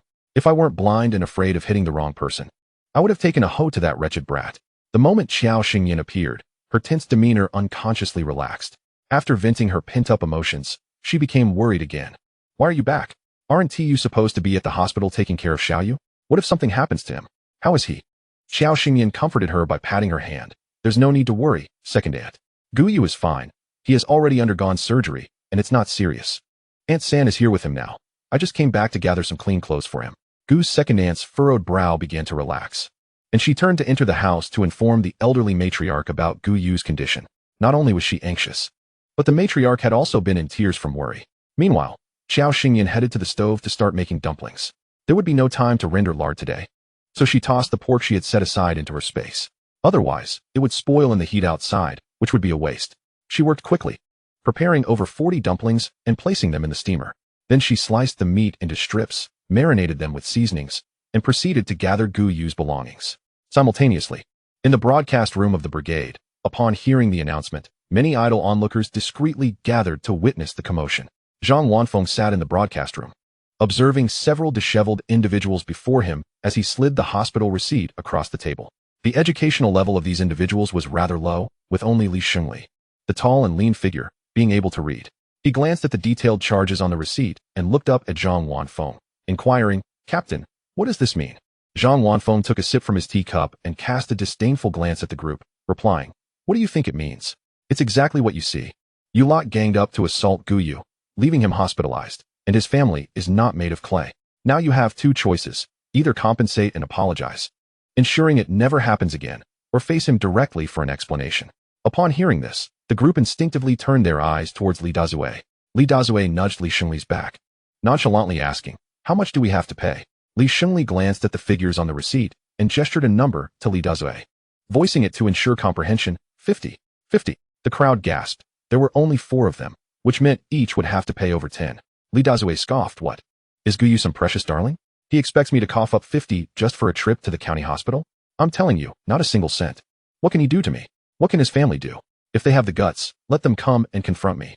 Everyone knows the Gu family. Aside from Gu Yu being somewhat normal, the rest are just a bunch of frail widows. Oh, and let's not forget that delicate little flower. So what if they bullied him? Seeking compensation? Ridiculous." Zhang Wanfeng's hands trembled with anger. Had he known the brigade harbored such scoundrels, he would never have anticipated their audacity reaching this level. "Li Dazue, stand still. Do you have any idea what nonsense you're spewing? What kind of mindset is this? You lot recklessly provoked Gu Yu, causing him injury and hospitalization, and you dare to be so brazenly unrepentant? Isn't it only right for him to seek compensation for medical expenses? Blood debts must be repaid in blood. I'm not saying you should each pay 50. If it's shared among 4, it's only 12.5. Or do you insist on escalating this to the police station?" The 2 individuals flanking Li Dazue shrank back, yet they had no money. It should be understood that workers in the county earned only 20 or 30 a month, and as ordinary farmers, they could barely afford to eat, let alone pay. Furthermore, they were already indebted to the brigade for grain. Even 2 yuan felt like a burden. "Captain, I didn't intend to hit anyone. I just lent Li Dazue a hand. It was mainly him who struck hard. Isn't it unfair for the 2 of us to share 12 yuan? Li Dazue spun around sharply, glaring at the 2. "You Zoergu. I didn't ask you to help me back then. Now that someone else in the hospital and we have to pay, you're trying to shift the blame onto me? I may not be educated, but even I know you were involved. You're just as guilty." In response, the 2 wore expressions of despair. Just as Zhang Wanfeng was about to say something, a small figure suddenly dashed forward, launching punches and kicks at Li Dazue. You bad person, you put my brother in the hospital. I'll beat you to death." Gu Yunjin's tiny arms and legs struck Li Dazue like a gentle tickle. He grabbed her and scoffed at her disheveled appearance, saying, "So you're Gu Yu's little sister? You think you can come here to avenge him looking like a little chick?" He prepared to toss her aside. Zhang Wanfeng's brow twitched as he shouted, "Put her down. What kind of adult bullies a child?" He stepped forward to intervene. This rogue was infuriating him. As Gu Yunjin was about to be thrown out, she instinctively curled into a ball to minimize impact. However, instead of the anticipated pain, she was enveloped in warmth. Lifting her gaze, she saw a smooth, delicate chin and, in a moment of relief, exclaimed, "Sister-in-law." Chapter 8. To beat a dog, use a dog stick. At this moment, the sun had shifted, casting a less scorching light than at noon. Half of it illuminated Xiao Xingyan, revealing a hint of coldness on her beautiful face. She squeezed Gu Yunjin's small arms and legs, finding no abnormalities, and set her down. "I heard you chose the latter, so I came. I suspect the captain may not have conveyed the seriousness of the family's demands to you." Li Dazue stared at the frail Xiao Xingyan, appearing utterly unrepentant. "How serious can it be?" Xiao Xingyan surveyed the surroundings, locating a bamboo pole in the corner of the yard. It may not have been sturdy, but it was sufficient for her purpose. She intended to return the favor with their own method. In an instant, Cries of anguish erupted from outside the broadcast station. Many villagers who had been slacking off at work felt goosebumps at the sight. Was this truly the same Qiao girl who struggled to carry a bucket of water? They found these ruffians more detestable than Gu Yu, as they idled about, slacking off at work, and frequently bullied others in the brigade. However, they were unruly and unmanageable. It was a case of the more ferocious countering the lesser. Over time, no one dared to provoke them. Xiao Xingyan's actions served as a form of retribution. As she wielded the bamboo pole with vigor, the expressions of the two spectators varied. Gu Yunjin, now in a safe corner, watched with wide eyes, sparkling with admiration and a hint of pride. This was her sister-in-law. Zhang Wanfeng's eyes twitched. This girl, who usually appeared delicate, was truly fierce when provoked. He found himself thinking there was indeed something to the saying a tiger's daughter is not a dog. Observing the ruffians attempt to flee, the bamboo pole seemed to possess a mind of its own, tripping them up and delivering a few additional blows. The message was clear: keep talking, and it would truly break your legs. The burly men were utterly powerless against Xiao Xingyan's assault. They had already sustained injuries from their previous fight with Gu Yu, and this only exacerbated their pain. Yet, they dared not utter a word, with only Li Daze stubbornly curled on the ground, howling in agony. You shameless woman, Xiao Xingyan. If you have the ability, kill me. Otherwise, it would be strange if I don't take you down with me. Damn it, it hurts. Xiao Xingyan glanced at him dismissively, increasing the force of her strikes, deliberately targeting his pressure points. I said, if I come personally to demand an explanation, then you'll face the consequences. The conflict between you and Gu Yu is your own affair. What? Unable to handle it alone, you sought backup, and a group of you wielding tools assaulted Gu Yu, leaving him severely injured? That was self-defense. You must understand. You were armed while I have grounds to sue for bias. As for the charges, let me think. It should be either inciting trouble or intentional injury, right? Regardless of which, you won't come out unscathed. But just now, I reconsidered. My brother Gu Yu has suffered so much in the hospital. Letting you all, who have no ailments or pains, languish in prison doesn't sit right with me. Beside him, Zhang Wanfeng felt a headache. No wonder it has been said since time immemorial that only women and scoundrels are difficult to manage. However, these young rascals indeed deserved it. Xiao Xingyan, cease this at once. If you continue, my ergo will be beaten to death by you. Several women hurriedly approached. Upon closer inspection, Xiao Xingyan realized, they have come to intervene after the younger ones have been beaten?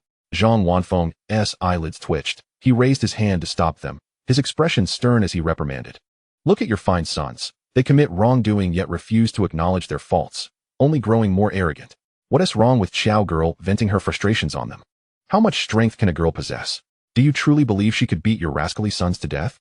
Now, you have a choice. Either compensate for the damages, or we will take your sons to the police station. Choose wisely. The women glanced at their sons, who were howling in pain like dogs, and their hearts softened a bit. Fine, fine. Captain, we will compensate. How much is it? Zhang Wanfeng scrutinized them. A total of 50. That's $12.50 per family. One plump woman exclaimed sharply, what 50? $12.50? Why don't you go rob someone instead? It shouldn't cost more than a few bucks to see a doctor. Why is it so exorbitant? You aren't trying to swindle us, are you? Zhang Wanfeng nearly laughed in anger. He tossed the receipt at her, sneering, take a look for yourself. Your sons couldn't behave. They gathered to fight, breaking Gu Yu's ribs and fracturing his hand, requiring surgery at the county hospital and a stay for observation. Tell me, which of these doesn't incur costs? Although he too found the charges somewhat outrageous, the hospital's receipt, printed in black and white, left him with little to rebut. The woman clutched the receipt, glancing at it. She could hardly read, but she recognized the 50. With a hint of defeat in her voice, she murmured, but we don't have that much money. The other women looked equally distressed. Mom, please save me. It hurts so much, don't hit me anymore. Upon hearing her son's cries, the plump woman rushed forward to intercept Xiao Xingyan, only to be dodged as Xiao took a step back, a smile playing on her lips.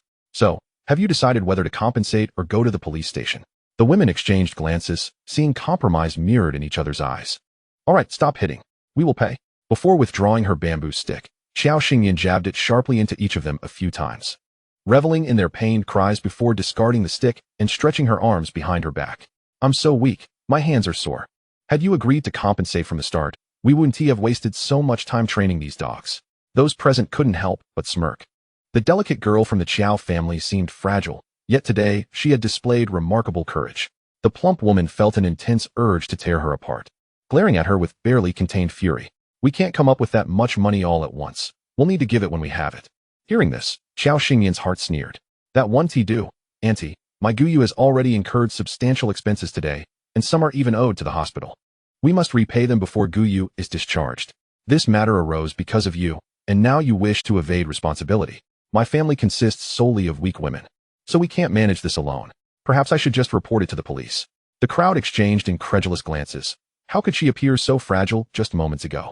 At the mention of the police, the women became agitated. If they were to go to the police station, their sons' futures would be ruined. The plump woman bit her lip, her heart seething with resentment at Xiao Xingyan's smug demeanor. Fine, we'll do it as quickly as we can. Xiao Xingyan nodded obediently, turning to Zhang Wanfeng. Uncle, could you please write an IOU for these ants? A 3-day deadline should suffice. 3 days. This is robbery. How can we gather that much in such a short time? Seeing the plump woman fuming, Xiao Xingyan blinked innocently, responding.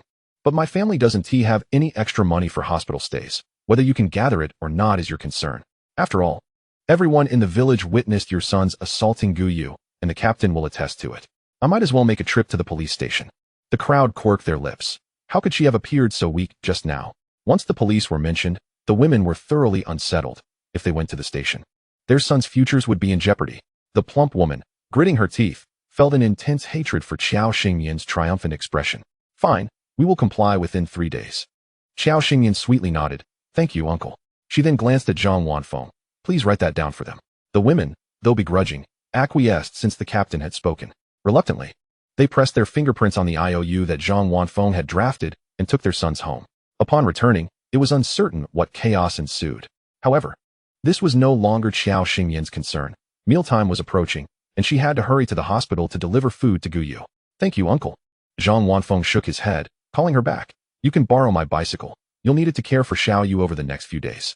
Riding the ox cart back and forth would be too slow. Xiao Xingyan nodded, dragging along Gu Yunjin, who looked at her with adoring eyes as if she were a celebrity, back to the Gu household. Chapter 9, A Fateful Encounter. As soon as they entered the house, the enticing aroma of meat buns enveloped them. She pulled Gu Yunjin to wash their hands, lifted the pot lid, and beheld the plump meat buns inside, which looked simply delectable.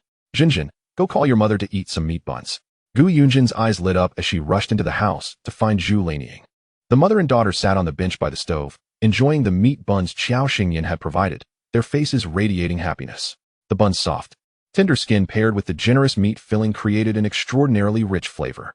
After swallowing the final bite of her bun, Xiao Xingyan reminded the duo, Auntie, Jinjin, I'll stir-fry a dish shortly, and then head to deliver food to Guyu and Annie-san. You both stay here and eat. If Annie sent tea around, you'll have to feed Grandma for dinner. Auntie Gu licked her lips, somewhat unsatisfied. Don't worry, I'm not helpless. Hurry and finish up to head to the county hospital. She grumbled, delaying her bun eating. Xiao Xingyan had discovered Auntie Gu's love for food. With a gentle smile, she stood up and retrieved the marinated shredded meat. Heating oil in the pan, she added ginger, scallions, and bean paste, followed by the meat and a quick stir-fry. The aroma of the meat melded with the spices and scallions, swiftly wafting through the Gu household. Thankfully, there weren't many neighbors nearby. Otherwise, gossip would surely arise. Without a thermos at home, and having forgotten to buy one, she simply grabbed a large basin to hold the dishes and 2 empty bowls. After packing 10 large meat buns, she went to borrow the bicycle from Zhang Wanfeng. It must be said, she was fortunate that her father had a close relationship with Zhang Wanfeng, allowing her to frequently borrow his bike. Otherwise, she would have been embarrassed if she couldn't ride it properly. After pedaling for nearly an hour, Xiao Xingyan arrived at the hospital, drenched in sweat. She found Guyu resting with his eyes closed in the ward, while the old man beside him was reading a newspaper. Upon seeing her enter with her belongings, his eyes brightened. It was his first time encountering such a beautiful young lady. Xiao Xingyan politely nodded to the old man and walked towards Guyu. Is this your wife, Gu? Hearing the commotion, Guyu opened his eyes and saw Xiao Xingyan placing his belongings neatly. A pair of doe-like, shimmering eyes gazed upon the old gentleman. Grandfather, your discernment is truly remarkable. The elderly man chuckled, appreciating not only the girl's beauty but also her delightful disposition. Xiao Xingyan set the dishes upon the bedside table and inquired, where's third aunt? Guyu glanced at the absent thermos on the table and replied, she has gone to fetch water. Just then, third aunt Gu entered, carrying a water jug. Upon seeing Xiao Xingyan, she smiled. Xingyan, is that you? Have you eaten yet? Xiao Xingyan accepted the water jug and poured herself a cup, then replied, not yet. I came right after the food was ready. I steamed some buns and cooked a dish. Let us eat first, third aunt. Guyu observed the cup Xiao Xingyan had just sipped from, discreetly averting his gaze. The freshly presented buns, exuding an enticing aroma, assailed his senses, causing his throat to involuntarily constrict. He raised his uninjured right hand to accept a bun and devoured it eagerly. Qiao Xingyan frowned slightly and handed him the water cup. If you're injured, there's no need to rush. Take your time, there's plenty. Glancing at the cup, Gu Yu, who previously thought the buns would not be difficult to swallow, suddenly felt parched when confronted with her large, glistening eyes. He hoarsely uttered, "Thank you," with Gu Yu's response. Qiao Xingyan suppressed her burgeoning happiness and continued to dine alongside third Aunt Gu. The old gentleman on the nearby hospital bed, however, was tormented by the tantalizing scent of the meat. Qiao Xingyan subtly glanced at the old gentleman, having noticed earlier that a faint golden hue graced his head, albeit mingled with a hint of gray. Considering that they would be sharing a hospital room for the next few days, she approached him with 2 meat buns in hand. "Old sir, it seems fateful that we share a hospital room. I'm unsure if you've eaten yet, but I've brought extra buns. And we 3 have plenty of food. Please, try these." The old gentleman, who could hardly resist the allure of the food, accepted the buns with a smile, taking a bite that awakened his senses with the burst of flavors. The more he ate, the hungrier he became, unable to stop himself. After finishing one, he gave Qiao Xingyan a thumbs up. "Girl, where did your family get these buns? They are delicious and generously filled. Tomorrow, I shall have my wife buy some." Qiao Xingyan replied with a smile, "I made these myself." Just as the old gentleman was about to say more, the door to the hospital room swung open. An elderly lady entered, carrying a thermos. Noticing the remnants of oil at the corner of her husband's mouth, she glowered. "I can hear you planning a feast behind my back. What is that delightful aroma? So, you, Zhou Goen, have been sneaking treats." Fearing his wife's ire, the old gentleman gestured towards Qiao Xingyan and explained, "I wouldn't dare steal food behind your back. It was the family of the patient in the adjacent bed who, seeing this old man, kindly offered me 2 buns. By the way, why are you so late today?" Jiang Xiumin followed her husband's gaze and, momentarily taken aback, quickly approached Qiao Xingyan, exclaiming, "What a coincidence to see you here. Truly fate."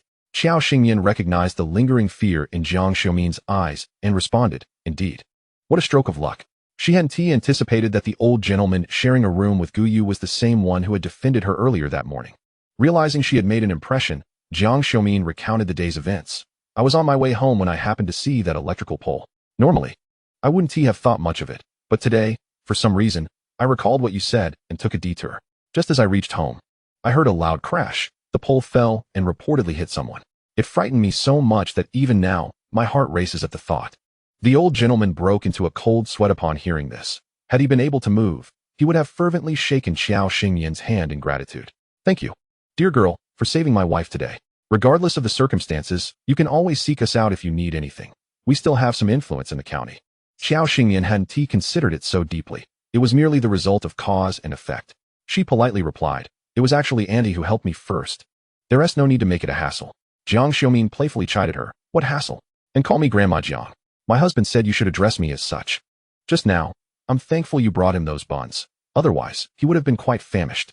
While they might not be able to assist with major issues, there were small favors they could help with.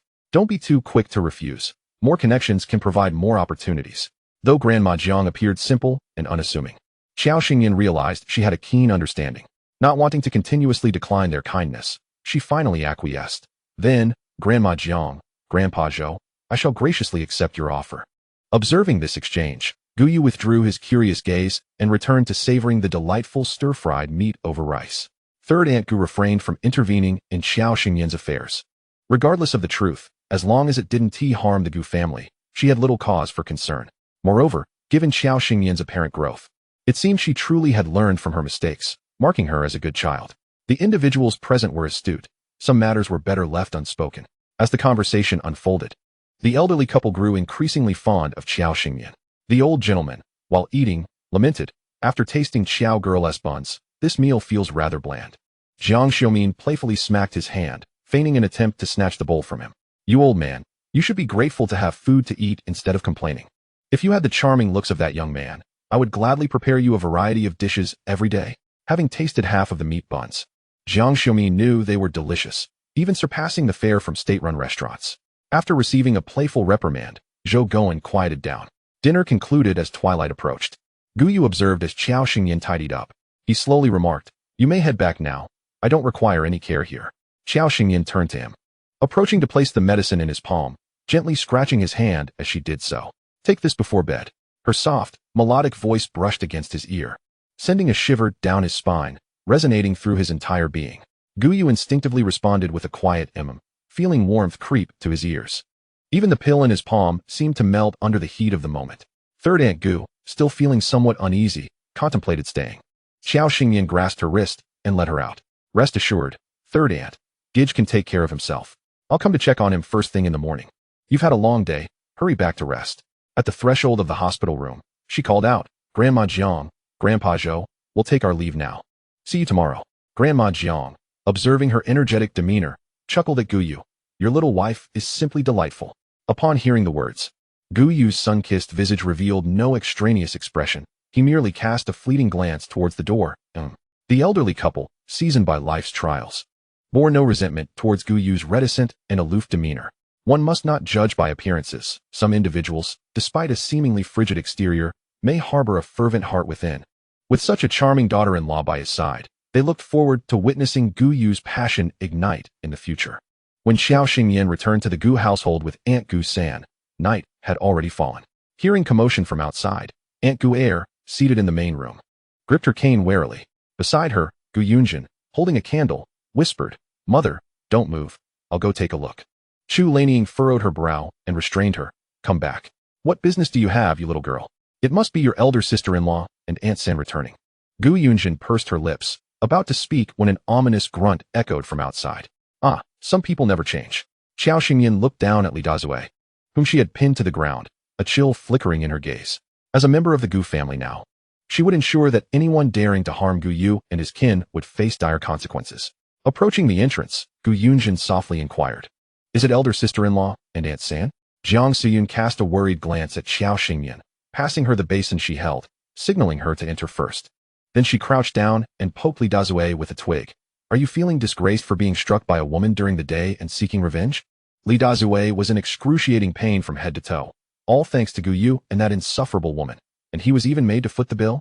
He had never encountered anyone as audacious in his 20 years at the revival team. That insufferable woman. I warned you that if you didn't kill me, the Gu family wouldn't know a peaceful day. Gu Yu, that coward, has a wife to protect him. Today, I'll deal with you one by one. Xiao Xingyan's stick momentarily halted, her eyes turning icy. Her previously gentle voice became frigid. Then perhaps I should just end you myself. In the terrified gaze of Li Dazue, the stick in Xiao Xingyan's hand, imbued with unyielding force, punctured his cheek, emerging on the other side. At that moment, Li Dazue's senses were heightened to an extreme. Yet Xiao Xingyan had previously sealed his voice, leaving him only to emit muffled cries. He could never have imagined that the once frail and spoiled girl from the team had transformed into a different being since her near drowning. The stick that pierced his flesh was no mere act of humanity. It was the work of a devil. The more he contemplated, the more he felt that Xiao Xingyan was possessed, reduced to tears of regret and pleading for mercy, hoping she might spare him for the sake of their shared village. Gazing at Li Dazue, writhing like a maggot on the ground, Xiao Xingyan's complexion paled. She was devoid of spiritual energy. Even exerting her internal strength felt laborious. Turning her back to him, she retrieved a medicinal pill from her space and consumed it. Today's dosage was indeed excessive. She then disregarded him, kicking pebbles in the courtyard of the Gu residence. So much had transpired today. Had it not been for Li Dazue's audacity to approach under the cover of darkness, she might have overlooked it. The Gu family now resembled a fragile eggshell, precariously situated at the foot of the mountain. Not to mention the wild beasts in the mountains. Should any ill-intentioned individuals infiltrate, with no man in the household, it could lead to irreparable consequences. Therefore, she must first establish a rudimentary protective formation to ensure the safety of the entire Gu family. This was all she could do for now, with plans for gradual enhancement later. Having set up the formation, Xiao Xingyan staggered back into the Gu household. She found Aunt Gu San and Aunt Gu Er huddled together, softly weeping, and sighed. What was there to cry about? Was everyone not fine? Aunt Gu San, filled with guilt, spoke. It's my fault for not returning sooner. Had anything happened, I would never forgive myself. Had she and Xiao Xingyan not returned in time, the household would have been left vulnerable with only 3 defenseless women and children, susceptible to untold humiliation. Jiang Siyun could scarcely bear to imagine. Aunt Gu Er grasped her hand tightly. Siyun, do not weep. What is there to feel guilty about? Marrying into the Gu family is both a blessing and a curse. Had the men not died early, we wouldn't have been subjected to such bullying. Thankfully, we still have Xiao Yu. Once Xiao Girl and Xiao Yu have children, our family will not be without hope. Please stop crying. Your health is already fragile. and further tears might blind you like me. Indeed. It was then that Xiao Xingyan recalled the tales circulating in the village. The Gu family had originally returned to their ancestral home with the elder patriarch, but alas, he had not survived those years. Gu Yu's elder parents perished in a maritime disaster, and his biological mother abandoned him and the family for another. The second son was killed in battle, while the third and youngest had gone missing, with rumors of their demise. The matriarch could not withstand such grievous blows and fell ill, while Aunt Gu Er had wept herself blind, and Aunt Gu Sin suffered from chronic insomnia. Her health deteriorating under the weight of despair. The family had endured year after year of numbing suffering, raising 2 children in the process, without needing to think. Xiao Xingyan understood the depth of their despair and oppression. The thought of facing such a reality herself was unbearable. Observing the faces of her sisters-in-law, they did not seem fated for widowhood. She hesitated for a moment, retracting her gaze, wary of speaking too freely.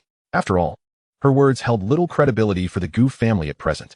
To voice optimism without evidence would only kindle hope followed by despair. Any person would lose their mind under such circumstances. It would be wiser to confide in Gu Yu privately first, and gauge his reaction before deciding. Gu Yu had stated, "Your stance is my stance." Chapter 11, An Unexpected Encounter in the Black Market. Having consoled the 2 aunts, and with the household now asleep, Xiao Xingyan's figure appeared outside the Gu family's courtyard. Li Dazue was pinned against the ground by a slender wooden stick, his hands and feet bound by invisible restraints. Despite writhing in pain on the ground for what felt like an eternity, he found himself trapped in a cycle of futility, accompanied by the night breeze. The bamboo grove rustled ominously behind him, as if taunting Li Dazue's psychological endurance. Upon seeing Xiao Xingyan, he felt a blend of fear and urgency. His bloodied face rendered him a pitiful sight. Please, let me go."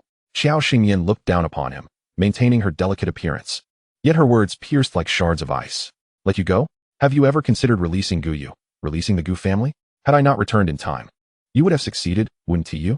Even if the Gu family raised an outcry in the village, you would merely position yourself as the victim, claiming that the widow of the Gu family shamelessly seduced you, right? Regardless of the era, malice towards women has never waned. Even in later generations, some individuals, perched on their moral high ground, critique women without acknowledging the true culprits behind such injustices. Li Dazue dared not meet Xiao Xingyan's gaze, which seemed to penetrate his very soul, hastily withdrawing his eyes and whimpering softly, "I will never dare again." Alas, he had run out of chances. Remember, your injuries are the result of your own foolishness while wandering at night. She is indeed an exemplary young person, always turning to the police for assistance when needed. Xiao Xingyan, in a moment of chaotic spirits, tethered him to a bicycle as one would a lifeless dog, expending considerable effort to hurl him at the entrance of the police station. Casually, she tossed a letter of accusation atop him, intending to retreat.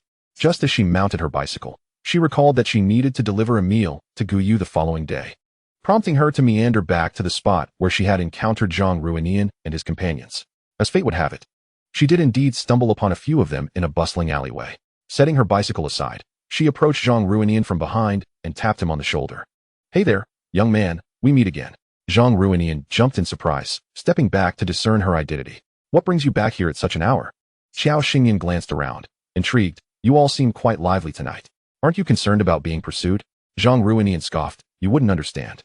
This year is considerably more lenient compared to previous ones, and it's already past midnight. Tomorrow is Saturday. So many people take this opportunity to conduct their transactions." He then turned to her. "By the way, what are you doing here?"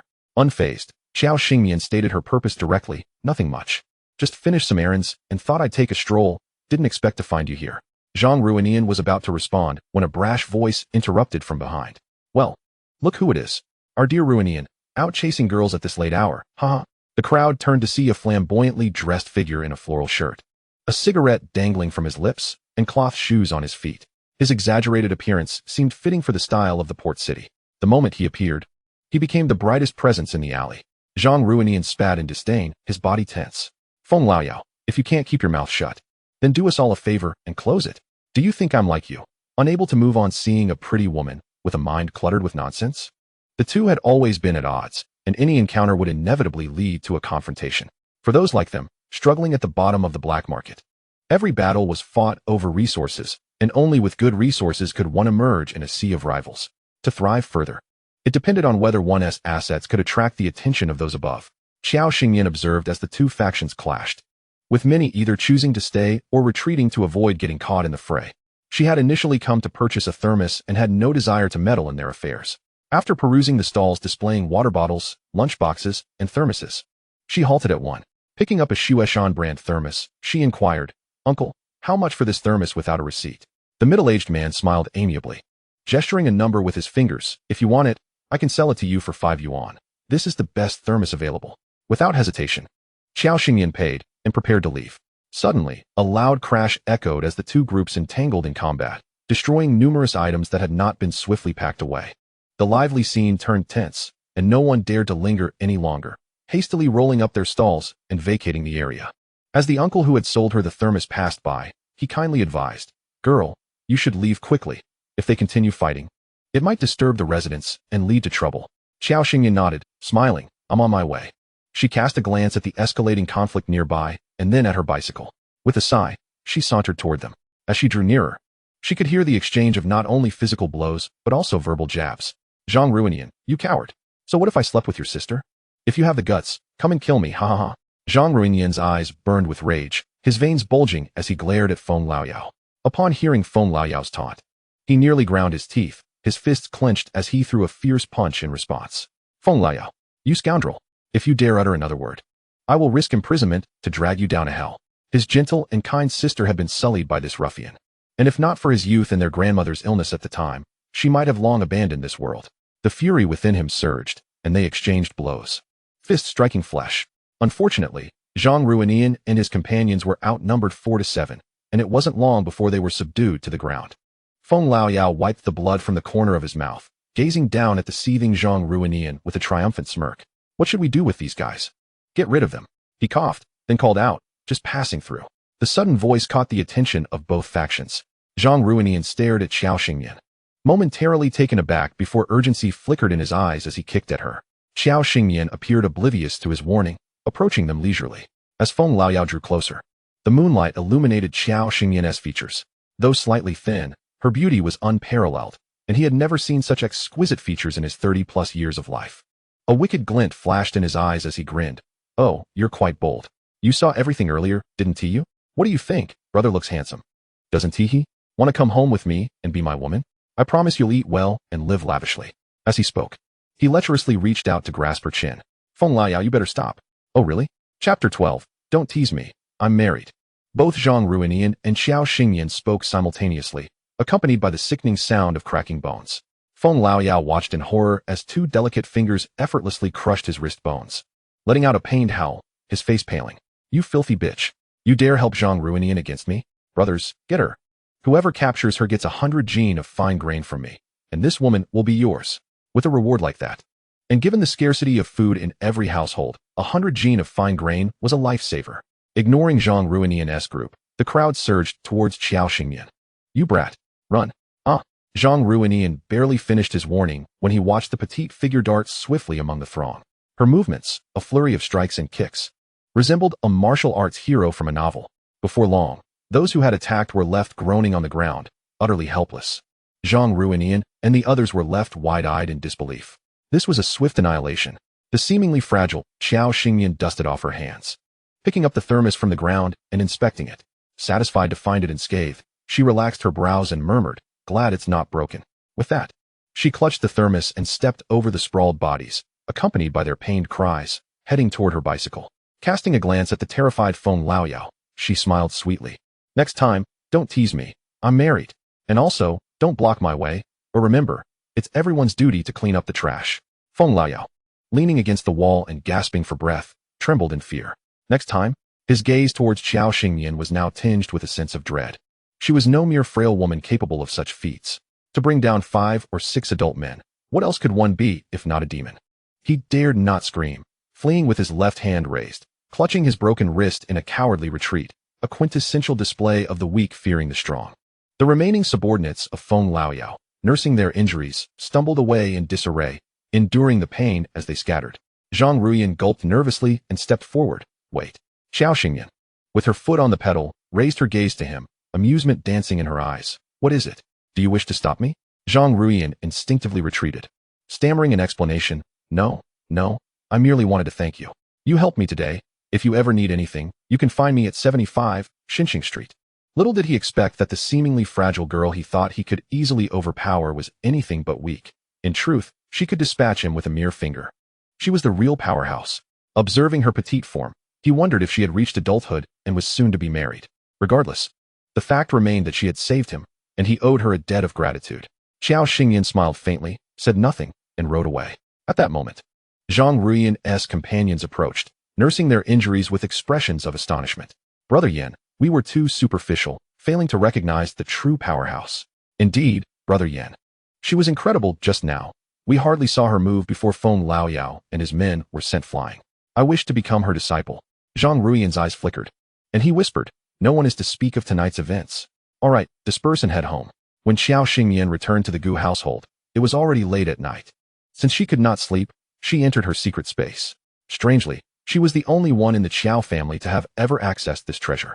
In a world that had become so convenient, she rarely utilized this space. She stored away the spiritual rice and vegetables, touching the surrounding white mist that felt like a barrier.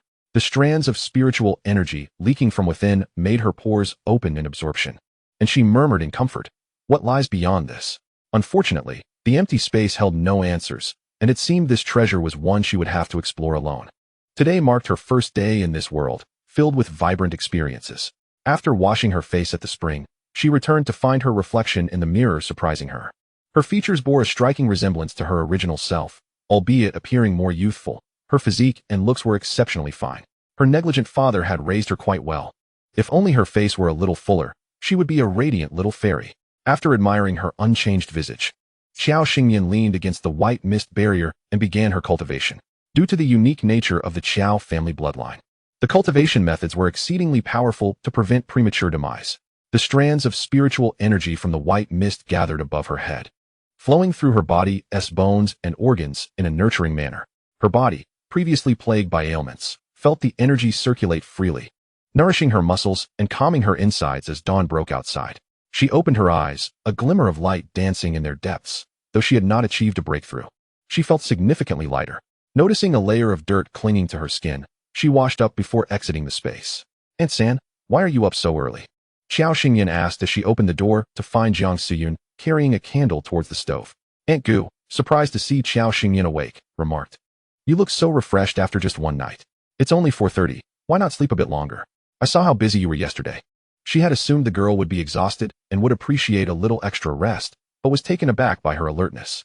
Xiao Xingyan shook her head. Those who sleep early rise early. I'll prepare breakfast and then head to the county to buy a chicken for Guyu to make soup. Considering the era, it was only natural to rise with the crowing of roosters to have breakfast and then head to work as soon as it was light. Jiang Suyun paused, not saying much more, but she pulled out a handful of money from her faded pocket and handed it to her. Xingyan, take this, it's all I have. Thank you for your care for little you. The money was all saved by her, and she felt no hesitation in giving it to Xiao Xingyan. Take it all for little U's nourishment, and don't be stingy with yourself, she added. Both women turned to see Aunt Guer, who was approaching with her walking stick. When she extended a hand with a few crumpled bills, Xiao Xingyan couldn't help but feel amused. Although the Gu family's circumstances were not ideal, the genuine affection they shared warmed her heart. She took both women's contributions, neatly folded them, and tucked them into her pocket, assuring them, don't worry, I'll make sure Guyu will be back on his feet in 3 days. Aunt Guer scoffed lightly. You're quite bold for someone so young. Do you think you're a deity? Aware it was meant in jest, Aunt Gusen's eyes glinted with something more. Xiao Xingyan smiled quietly and moved towards the stove to prepare breakfast. With around 20 buns left from yesterday, she planned to steam them all and also cook a pot of sweet potato porridge. Breakfast was simple. She devoured a couple of hearty meat buns, grabbed her thermos, and rode her bicycle to the county. Upon arriving at the hospital, Guyu was already awake, chatting with old Master Zhou. The moment he spotted Xiao Xingyan, his face lit up with a broader smile. Here comes Miss Qiao to bring breakfast for your little you. Youth is indeed wonderful, unlike my wife, who never serves meals on time. Xiao Xingyan chuckled. It's still early, and I brought plenty.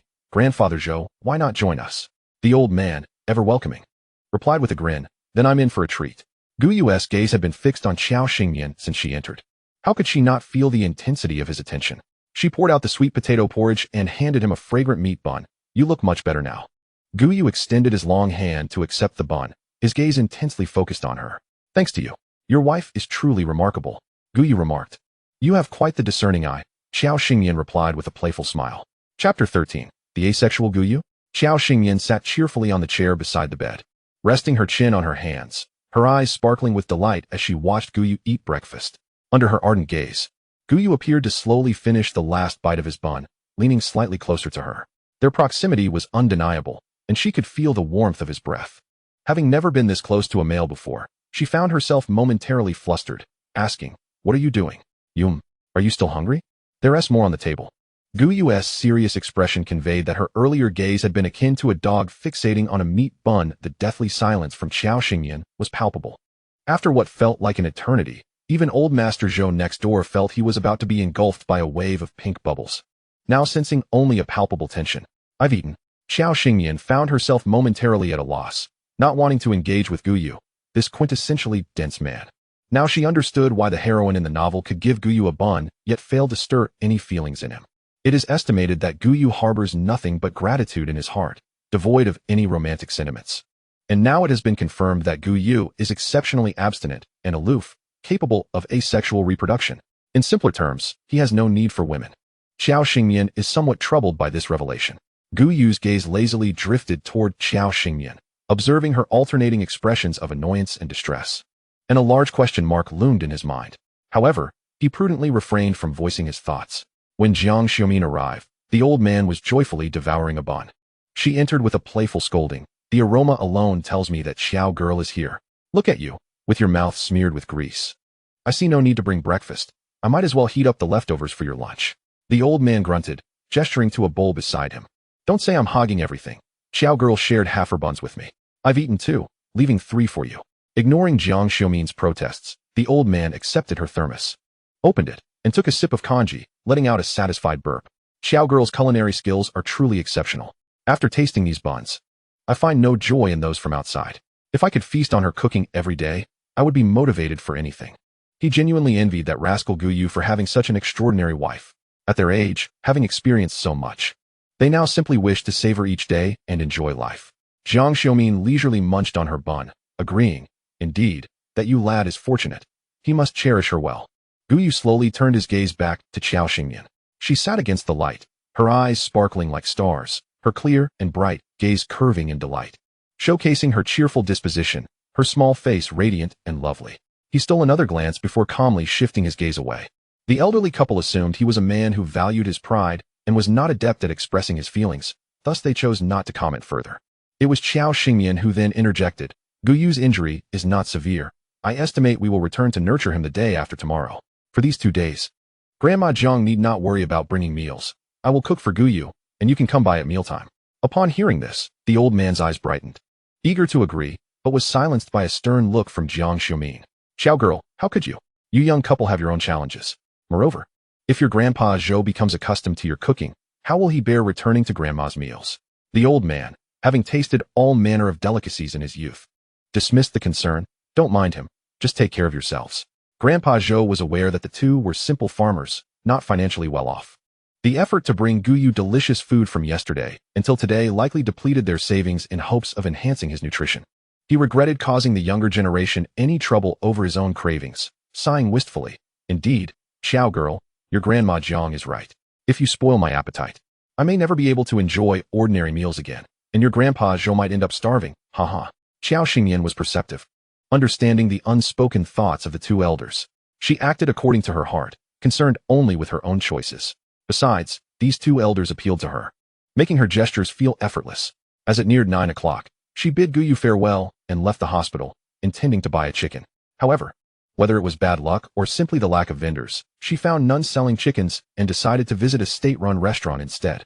There, she spent 7 yuan and 80 cents to purchase an entire old hen, then picked up some red dates and angelica to nourish the blood before returning to the hospital. She inquired at the hospital cafeteria, where they were beginning to prepare ingredients for lunch. Xiao Xingyan approached and knocked on the cafeteria window. A lady in a white apron leaned forward, asking, "What can I do for you, dear?"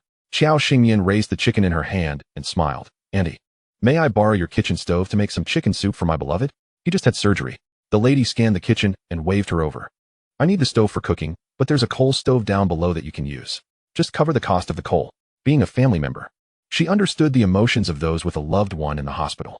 Lending the stove would not inconvenience anyone, and the lady, thinking she could help, readily agreed. During this era, Most people were kind-hearted and genuine. With a smile, Xiao Xingyan replied, "Of course. I won't use public property without compensating. I'll do what is right." The chicken was already prepared. Xiao Xingyan only needed to wash it and borrow a large pot to stew it. Hoping for Gu Yu's swift recovery, she discreetly replaced the tap water with spring water from her space. As the chicken simmered, the enticing aroma wafted through the air. "Wow, the cafeteria smells wonderful today. What are you cooking?" A robust male voice jolted her awake as a man entered, carrying a large basket of meat and vegetables. Clearly, he was addressing the lady. "Back already? What do you think I'm cooking? Look, that young girl is making chicken soup for her husband to help him regain strength after surgery." The middle-aged man's square face broke into a smile as he praised, "What a good girl. I've worked in this hospital cafeteria with Chunlan for over a decade, and you're the first to borrow the stove to cook for your husband." Yao Chunlan had prepared the meat and vegetables, leaving the cooking to the man. Xiao Xingyan replied, "I must say, I've never seen such a capable couple before." She spoke truthfully. In her future life, she had seen couples turn into adversaries, with fewer people choosing marriage. Witnessing such simple affection brought her joy. As time passed swiftly with their light-hearted conversation, Xiao Xingyan checked the chicken. It was already tender. The broth, infused with spring water and herbs, exuded a mouth-watering aroma. After pouring half into a thermos, she tapped on the glass window and placed 50 cents down. "Uncle, Auntie, I've left the money here. There's some left in the pot for you as well." "Thank you." The couple watched as Xiao Xingyan hurriedly left the cafeteria with her thermos. Collecting the money and glancing at the pot, Yao Chunlan brought the items into the kitchen, calling out, "Old Li, look at how sincere this girl is. She even left half for us. You couldn't make something this flavorful, could you?" Li Zhaizhong poured the dishes from the pot into a serving plate, and, after tasting the chicken soup that Yao Chunlan had offered him, his eyes lit up. "This girl's cooking skills are truly remarkable. I know few who can compare. Next time Xiao girl comes to borrow the stove, let's not charge her." Chapter 14. Xiao Xingyan is quite formidable. Upon returning to the ward, Xiao Xingyan poured the chicken soup into a bowl, and a rich aroma instantly filled the entire room. Grandpa Zhou, in pain, lay on his side, trying to avoid the enticing scent wafting into his nostrils. Xiao Xingyan smiled, preparing Gu Yu's serving before pouring the remaining soup into a white bowl on his table. "Grandpa Zhou, I've prepared a bowl for you, but keep it a secret. I won't tell Grandma Jiang." The old man stirred, his eyes darting around. He turned to see a bowl of golden, fragrant chicken soup, its surface glistening with oil, causing him to swallow hard. He grumbled, "You insisted I eat it. I never asked for it." As he spoke, the fine lines at the corners of his eyes danced with a hint of mischievous delight, and he eagerly gulped down his meal. Xiao Xingyan, seated on a stool, observed this scene and couldn't help but find the old gentleman rather endearing. Indeed, as the saying goes, an elder in the family is akin to a treasure. It is no mere jest. When Grandma Jiang arrived shortly thereafter and caught sight of the old man reclining contentedly, a look of satisfaction graced her face. However, her smile faltered as her gaze swept across the bowl on the table, which bore a faint ring of grease. She had come to realize that her old man was one way in front of her and another behind her back. With a thud, she placed the thermos on the table, causing the old gentleman in bed to jolt slightly. Jiang Xiumin, uninterested in engaging with him, strode directly towards the two onlookers, retrieving 5 yuan from her pocket and slipping it into Xiao Xingyan's hand. "Child," she said, "I'm straightforward. My old man is quite the glutton. Before you leave the hospital, could you kindly prepare an extra portion for Xiao Yu when you cook?" She knew she couldn't control him, so what else was there to do? After all, she was well aware of her husband's temperament. Xiao Xingyan felt a poignant resonance with Jiang Xiumin's indulgent attitude. The sincerity and simplicity of emotions in this era were indeed enviable. Thus, she accepted the money with a smile, nodding, "Of course, Grandma Jiang." She chose to accept both the money from the Gu family and that from Jiang Xiumin, as there was no point in refusing. Such insincere politeness only served to elevate oneself falsely. Accepting it would bring them peace of mind. The money from the Gu family was off limits, for they were family. As for Jiang Xiumin's offering, she would use it to procure some fine treats for the old gentleman to satisfy his cravings. Gu Yu, on the other hand, had little opinion on the matter. With a free afternoon, she went to the food store to buy some pork and marrow bones. Upon arriving at the entrance of the commune, she found a crowd gathered, vehemently arguing with Zhang Wanfeng. "Captain, please help my Dezue. He hasn't done anything wrong. So why is he being detained by the police? If they hadn't arrived, I wouldn't even know where Dezue had gone." The sun blazed overhead, and Zhang Wanfeng was left with a headache from the commotion. "You saw it for yourself. The police came to conduct a routine inquiry regarding your family. If Dezue is being detained, it must be due to some wrongdoing on his part. Didn't the officers mention he would undergo ideological education?" He was incredulous, thinking, "What makes you think I have the power to rescue him?" Do you expect the police to be as oblivious as I am? Yet the woman persisted, her voice shrill. Then tell me why Dazue is at the police station. Why did the officers say there was a report made against him? Do you know if it was someone from the Gu family who reported him? Are you covering for those ruffians from the Gu family? If you won't confront them, I will go seek an explanation myself. Just as her words hung in the air, a gentle yet firm voice emerged from behind the crowd. Oh? What explanation do you seek from the Gu family? The woman, who had been so vociferous moments ago, turned to find Qiao Xingyan wearing a smile that was both enigmatic and knowing, causing her to instinctively shrink back. The memory of her fierce demeanor from yesterday lingered vividly in her mind.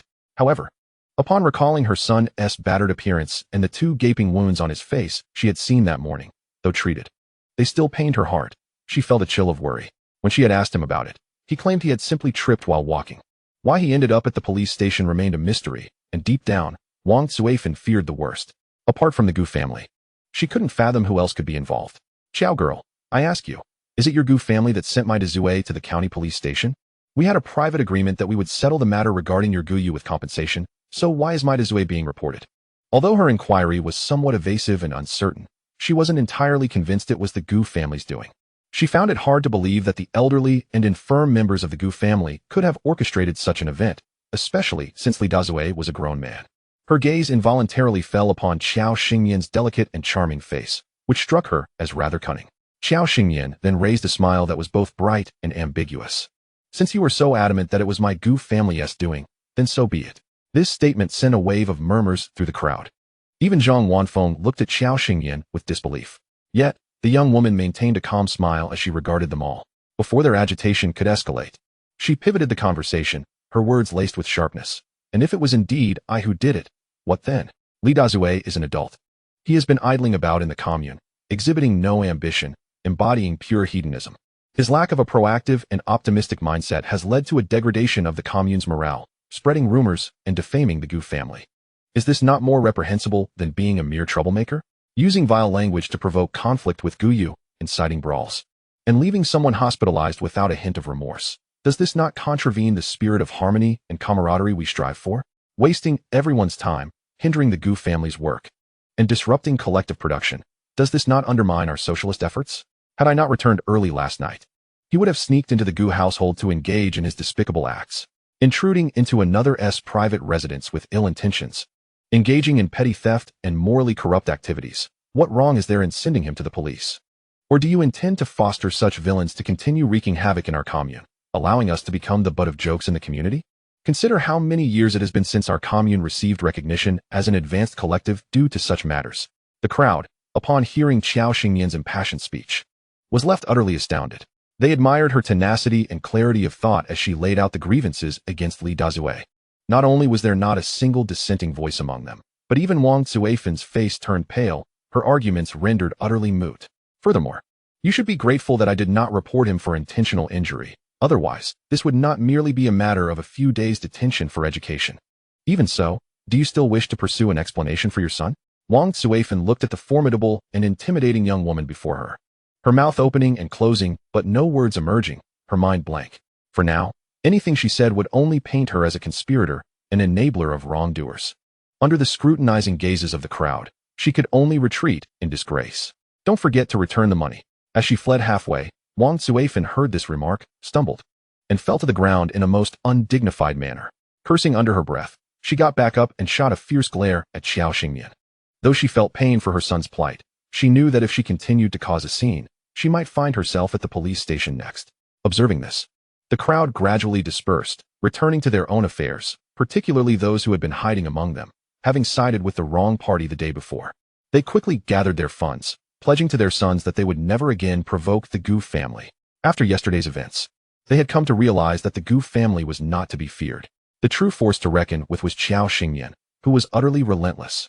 Qiao Xingyan mused, a woman must be fierce, otherwise, her position is precarious. Guyu replied, you speak the truth. Chapter 15. Following my sister-in-law, there's meat to eat. Qiao Xingyan had little time to ponder over matters. Upon returning to the Gu household, she set about preparing a meal. Jinjin, where are your mother and Aunt San? Gu Yunjin, bored and squatting on the ground counting ants, looked up at Qiao Xingyan's voice and replied, they're out back, tending to the compost.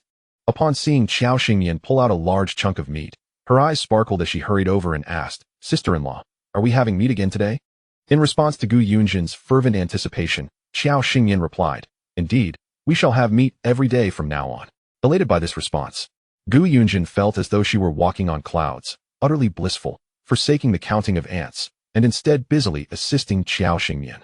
Though young, they were all children raised in the countryside, accustomed to a myriad of tasks. She helped Xiao Xingyan rinse the rice until it was clean, pouring it into the pot and adding water to steam it. Xiao Xingyan took the purchased pork bones, washed them thoroughly, and placed them in cold water with scallions and ginger to blanch them. The preparation of the bone broth required time. In the meantime, she skillfully handled the slab of pork belly, cutting it into pieces for a delightful braised dish. Around 5:30, Gu Yunjin's sisters-in-law returned home, one after the other. Aunt Gusen glanced at the stove and chuckled. I knew it. The aroma wafting from afar could only mean that girl Xiao has returned. Aunt Gu Air, with her sister's assistance, tidied herself up and sniffed the air, inquiring, what delectable dish is being prepared? Sitting around the stove, Gu Yunjin, upon hearing her mother's question, grinned widely. Elder sister-in-law said that elder brother has injured his bones, so she bought pig bones to make soup, for what one eats is what one supplements. And she also bought pork belly to make braised meat. At this moment, in the young girl's mind, Xiao Xingyan's status was soaring. Just yesterday, she had insisted on not calling her elder sister-in-law, yet now, not long after, she was joyfully addressing her as elder sister-in-law with great delight. The little one had already grasped a profound truth. Being with elder sister-in-law means there would be meat to eat. Xiao Xingyan affectionately ruffled her hair, feeding her a piece of creamy white rabbit candy, the sweet flavor enveloping her taste buds, causing Gu Yunjin to beam with delight. I heard from elder sister-in-law when we returned that you had a conflict with Li Dazue's mother at the village entrance. Aunt Gusen pulled a stool closer and inquired. Xiao Xingyan, adjusting the firewood with her tongs, smiled. There was no conflict. I merely heard upon my return that she intended to stir trouble for our family. So I resolved the matter. We have privately reconciled with the families involved in yesterday's brawl. As for Li Dazue, his previous actions will likely result in a detention of 10 to 15 days at the police station, followed by some ideological education and a written self-reflection as a reprimand. If he dares to bully our Gu family again, I possess ample means to ensure that he lives a life worse than death. To her, serving time in detention was hardly a punishment. They were provided with food, drink, and a roof over their heads, with the only deprivation being their freedom. If she were to take action, it would be nothing short of catastrophic. The sisters-in-law understood Xiao Xingyan's seemingly fierce yet endearing words. At least for now, it was clear that she was astute and would not allow anyone to bully her. As they engaged in light conversation, time slipped by. Lifting the pot lid, the rich aroma of the simmering broth filled the air, enticing them. Even though Aunt Guer could not see, her keen senses did not fail her. It smells wonderful. I wonder what spices Xiao girl has used. Xiao Xingyan ladled out bowls of broth for everyone to taste, careful not to mention the spring water from her space. The water, imbued with a certain vitality, frequently consumed, undoubtedly contributed to enhancing one's physical well-being. It was merely common seasoning, albeit one they were unaccustomed to. Hence it seems so fragrant. Indeed, since their arrival at the Fuxing Brigade nearly 7 years ago, the occasions on which they had eaten meat were few and far between. In the past, with others to tend to them, there was little need for them to cook. Even when the brigade provided meat, they would simply boil it with water and salt, and it was still savored. They truly lacked the skills to prepare dishes like Xiao Xingyan. Unaware of her sisters-in-law's thoughts, Xiao Xingyan began preparing the pork belly, with caramelizing sugar as the first step. The process was much akin to the previous day's preparation of braised pig's trotters. Once the braising sauce was ready, she poured it out, added oil to sauté the spices, and then tossed in the pork belly to stir-fry. The sizzling sound of the oil accompanied the fragrant aroma of the meat as she poured the prepared sauce into the pot, adding soy sauce and fragrant vinegar for seasoning. Then enough water to cover the meat and simmer it on low heat. All right, in about 40 minutes, it should be just right. Aunt Gusan, assisting by clearing away unused bowls, glanced at the pot of meat and asked, "Why are you making so much today? Even with little you. We want to finish this in one meal, and with the weather so hot, it might spoil by tomorrow." After tidying up the cluttered stove, Xiao Xingyan wiped her hands and informed them of the situation regarding old man Zhou and his wife. Aunt Gusen nodded in understanding. Though it has been arduous for you, it is ultimately for the best. Almost as soon as Xiao Xingyan spoke, Aunt Gusen grasped the underlying reasoning. From the attitude of old Lady Jiang yesterday, it was evident that she held Xiao Xingyan in high regard, as she had said. Who doesn't have their own matters for which they require assistance? Moreover, those two elderly individuals appeared to be kind-hearted. Xiao Xingyan glanced at the pork bone soup and the steaming braised meat, smiling nonchalantly. It's all part of the job, After all, it's just cooking. And there's no real difference. By the way, Aunt San, do we have any vegetables at home? Although the meat is delicious, eating it at every meal would soon become tiresome. Besides, a diet devoid of vegetables can lead to constipation. To ensure a more balanced nutrition, I must encourage Gu Yu and the rest of the Gu family to supplement their intake of vitamins. Aunt Gu-san nodded. Come with me. We have some in our garden. Following Aunt Gu-san around the back of the old house, Xiao Xingyan finally spotted the Gu family's garden. Each person was allotted 3/10 of an acre, and the Gu family had 2 acres. Unfortunately, their family's status dictated that they were given the most barren land. The produce was either wilted or lacking in nutrition, just like the small portion of vegetables they had. Xiao Xingyan sighed, picking the fresh and edible ones. It was better than having none at all. By the time the braised meat was ready, it was nearly 5 o'clock. The lengthy process of making the broth had consumed much time. It seemed she would need to acquire a dedicated pot for soup in the future. Lifting the lid, she beheld the bubbling braised meat and added a bit of firewood to the stove, bringing the sauce to a boil before serving it with a sprinkle of chopped scallions. As the pieces of meat jostled against one another, the sight of the shimmering, succulent braised pork, glistening with thick sauce, beckoned to them. With a soft gulp, it was uncertain who had swallowed in anticipation. Aunt Gu-san cast a sidelong glance at Aunt Gu-air, elegantly tugging at her lips. How had she never noticed her sister-in-law's hidden appetite before? Yet, it must be said, Xiao Xingyan's culinary skills were such that not even Aunt Gu-air, who typically did not indulge in culinary pleasures, could resist the temptation. Xiao Xingyan, in a delightful mood, smiled knowingly. This was only the beginning. Once she gathered all the ingredients, she would prepare an array of delectable dishes for them each day. Tossing the cleaned greens into the pot, she quickly stir-fried them. Fortunately, she had discreetly retrieved some vegetables from her space while the others were distracted. Otherwise, the meager harvest from the garden would scarcely have amounted to a fistful. As Xiao Xingyan placed the vegetables on the table, she noticed the 3 individuals who appeared ready to devour the meal. She brought out the insulated container and began serving rice. Aunt San, you go ahead and eat. Today's dishes are quite tender, so I didn't prepare anything separately for Grandma. I'll head to the hospital to bring food for Gu Yu. With a rumbling stomach, Gu Yu exclaimed, finally. My wife remembers me. Xiao Xingyan retorted. Have I been tormenting you? Chapter 16. One cannot say men are incompetent. Throughout their journey, Xiao Xingyan, fearing the food would grow cold, stowed it away in her spatial compartment, only retrieving it in a secluded corner of the hospital. Upon entering the ward, old Master Zhou's face instantly brightened with a smile. At last, I have been eagerly awaiting your arrival. The highlight of my day is your bringing of meals. In the afternoon, with nothing to occupy their time, the two chatted amiably in the ward, devoid of any entertainment. Old Master Zhou had a long-standing ailment, but it was only this time that the pain had intensified enough to warrant hospitalization. He couldn't help but envy Gu Yu, who had just undergone surgery yet was already able to rise from his bed. Youth certainly had its advantages. Xiao Xingyan placed the thermos at the bedside and served him a bowl of rice. Rest assured, I shall not disappoint. After ensuring the old gentleman was comfortable, she returned to Gu Yu's side. She noticed he had already arranged everything and had not touched his chopsticks, seemingly waiting for her to join him for the meal. With a gentle smile, Xiao Xingyan ladled a bowl of fragrant bone soup for him. Drink this first. I specially bought it for you on my way back today. Gu Yu accepted the delicious pork bone soup, appearing leisurely yet finishing it in just a few mouthfuls. He stared at the empty bowl in contemplation. Xiao Xingyan seized the bowl from him and filled it with rice. If you drink too much, you won't have room for the rice. Make sure to enjoy the braised pork I prepared today. At her words, Gu Yu's dark, profound eyes flickered with interest as he gazed at the braised pork rice, his throat moving slightly. However, his gaze then shifted to the 2 green vegetables beside it, discreetly pushing them aside before contentedly beginning to eat. Unbeknownst to him, Xiao Xingyan was too preoccupied with her own meal, reveling in her culinary prowess. Ah, my cooking is simply exquisite. This is pure bliss. Old Master Zhou, munching away beside them, nodded vigorously. Indeed, this braised pork would reach perfection paired with a couple of raw garlic cloves. Xiao Xingyan replied, we shall try that next time. Under Xiao Xingyan's almost nurturing feeding, Gu Yu, with the doctor's approval, was soon able to return home for recuperation.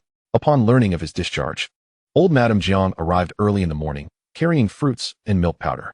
My dear, I know you'll soon be busy with farming, and after his surgery, this lad mustn't overexert himself, even if he is recovering well. Thank you for your efforts these past few days. Do visit me and your grandfather Zhou whenever you have time. Receiving the items from old Madame Jiang, Xiao Xingyan smiled and nodded. I certainly will. Old Master Zhou gazed at Xiao Xingyan with a sorrowful expression, clearly reluctant to part with her. Had it not been for his frail condition, he would have insisted on accompanying her. Xiao Xingyan pulled a small medicine bottle from her pocket and handed it to Jiang Xiumin. If you trust me, Madame Jiang, have Grandfather Zhou take one of these pills daily. It will alleviate his condition. Jiang Xiumin, holding the bottle, looked at her with surprise. Did you study medicine, Xingyan? Xiao Xingyan shook her head. Not formally. I learned from my mentor. She offered no further explanation, and Jiang Xiumin did not press. As she watched the young couple depart, Jiang Xiumin handed the medication to old Master Zhou, her expression a mix of concern. Shall I have this medicine checked first? It was not that she doubted Xiao Xingyan's character, but rather that one should not take medication lightly. Moreover, Xiao had just mentioned she had not formally studied medicine, only learning from her mentor, which suggested she might be a local barefoot doctor. It wasn't that she doubted the girl's ability. It was just that she felt uncertain. After all, her grandfather's frail body could not withstand any undue strain. Old Master Zhou understood Jiang Xiumin's apprehension. He took the bottle, retrieved a pill, and swallowed it. No need. I trust Xiao girl. He knew more than Jiang Xiumin about certain matters, and he would remain silent until they were validated. Meanwhile, Xiao Xingyan and Gu Yu were locked in a silent stare. I know you feel that having a woman carry you may bruise your pride as a man. But you've just had surgery and are already able to ride a bicycle while carrying someone. Others might think we are trying to swindle them for compensation. Although it was said that one should rest for 100 days after a serious injury, with Xiao Xingyan as his formidable ally, Gu Yu wouldn't need to recuperate for that long. Yet, a semblance of recovery was necessary. Gu Yu's sharp, slanted eyes bore into her, dark pupils betraying a hint of indifference. Seeing her unwavering determination, he slowly averted his gaze, shifting his weight to sit behind her on the bicycle, his eyes downcast to his long legs planted firmly on the ground. With an air of regal defiance, Xiao Xingyan swung her leg over the bicycle, eager to surge forward, only to realize after 2 attempts that she could not move it. She turned to glance at Gu Yu's long legs, taking a deep breath in annoyance. Sir, would you kindly lift your legs? Gu Yu complied, retracting his legs, allowing Xiao Xingyan to pedal vigorously as they sped off. As they passed through the county town, curious glances were cast their way. However, upon noticing the man seated behind her with a splint on his left arm, bandaged and secured around his neck, the disdainful looks quickly faded. The county town was quite a distance from the Fuxing Brigade, and despite Xiao Xingyan's efforts the night before, she struggled under the weight of the 10-kilogram items in front and the 100-kilogram man behind her, all while braving the blazing sun. Not long after, she found a shaded spot beneath a tree and halted. I can't go on. I need a break. Gu Yu lazily glanced at her flushed face, drenched in sweat, and handed her the water bottle. Drink. Without hesitation, Xiao Xingyan took it and gulped down the water until she felt rejuvenated. Then waved to Gu Yu. Let us hurry back. It's too hot. She longed for her red flag bicycle, missing the days spent in air-conditioned comfort, sipping cold drinks, snacking, and binge-watching shows. A palpable sense of grievance emanated from her, which even Gu Yu could sense. He released his left hand from the neck strap, swung his leg over the bicycle, and gestured to the back seat. Hop on. I'll take you. Xiao Xingyan glanced at his hand, tilting her face up to meet his gaze. Is that feasible? Though she had confidence in the medicine she prepared, she was still apprehensive about Gu Yu. Gu Yu's slanted eyes narrowed slightly, his dark pupils deepening, his voice cool. I'm more capable than you are. Xiao Xingyan paused, as if struck by a thought, and touched her nose. After all, men were not supposed to be incapable. Then why didn't you say so at the hospital? A calm yet teasing voice chimed in from in front of her. I saw you so radiant and confident that I thought you could manage. Xiao Xingyan felt a pang of frustration. Curse you. Gu Yu, where's my knife? Her waist was tightly gripped by a small hand. Yet despite Gu Yu's lean frame, he was all sinew and strength. Her feeble attempts to exert pressure on him were inconsequential. His taut physique seemed to mock her audacity, and she bit her lip in vexation, a glint of mischief crossing her eyes. Little you are. You better ride well, and not throw me off. Gu Yu glanced down at her hand wrapped around his waist, a jolt coursing through him, leaving him tense. Blood surged from his chest to his head, causing his sun-kissed skin to flush a deep crimson, even his arms tingling with warmth. Suddenly, the bicycle swerved sharply, nearly sending them both tumbling into a ditch. From Xiao Xingyan's perspective, she could see the tips of his ears turning red. An involuntary joy surged within her, her lips curving upwards, her eyes sparkling with delight. Humph, I'll show you that I can handle it. Gu Yu's face flushed. Whenever my wife touches me, I become all flustered. Xiao Xingyan stifled a laugh. On the surface, he's proud and strong-willed, yet in reality, he's nothing but a paper tiger. A mere touch shatters his defenses. Chapter 17, The Matriarch of the Gu Family. After a brief loss of composure, Gu Yu resumed his steady cycling towards the Xingfu Brigade. Appearing unfazed, Xiao Xingyan wrapped her arm around his slender waist, her heart brimming with joy. This intimate proximity made her feel as if even her breath had become easier. She wished she could nestle herself entirely within his embrace. Upon reaching the village entrance, she tugged at Gu Yu's shirt. "Stop, let's walk in like this. I need to return the bike to the brigade leader." Gu Yu calmly dismounted, his hands at his waist falling away. Without a hint of emotion, he redirected his gaze, using his uninjured hand to push the bike, while the other pretended to tuck the strap around his neck. As the pair stepped into the brigade, they drew the attention of those working in the fields. "Oh, is he all right now? Didn't they say he had fractures in both his hand and rib? He looks perfectly fine to me. What do you know? It's not like he hurt his legs. The double harvest is fast approaching. If he doesn't return soon, what will they eat when it's time for rations?" They paid little heed to the idle gossip, considering it trivial.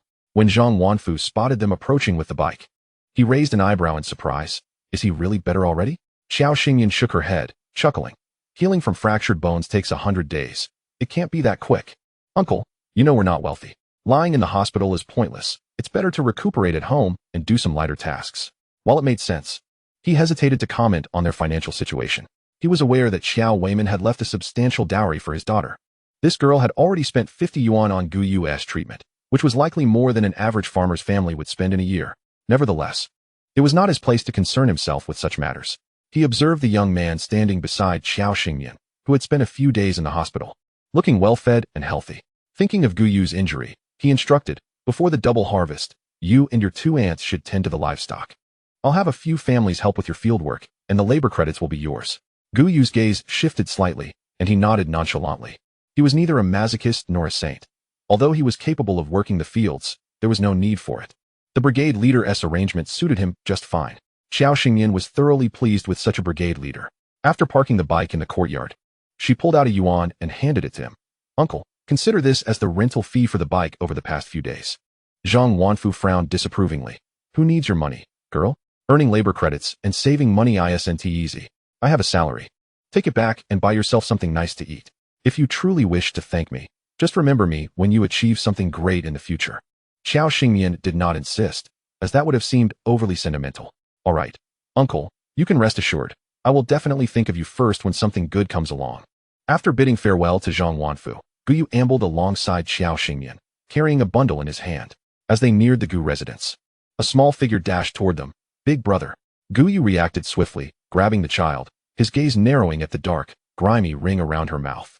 With a quick motion, he turned Gu Yunjin upside down and gave her a gentle shake. Gu Yunjin flailed her arms helplessly as she let out a wail. Hearing the commotion, Gu San Aunt and Gu Air Aunt rushed out, alarmed. "Xiao Yu, what is happening?" "Put Jinjin down." Gu Yu's expression hardened, yet his actions continued. "Eating dirt? Is that something one can consume?"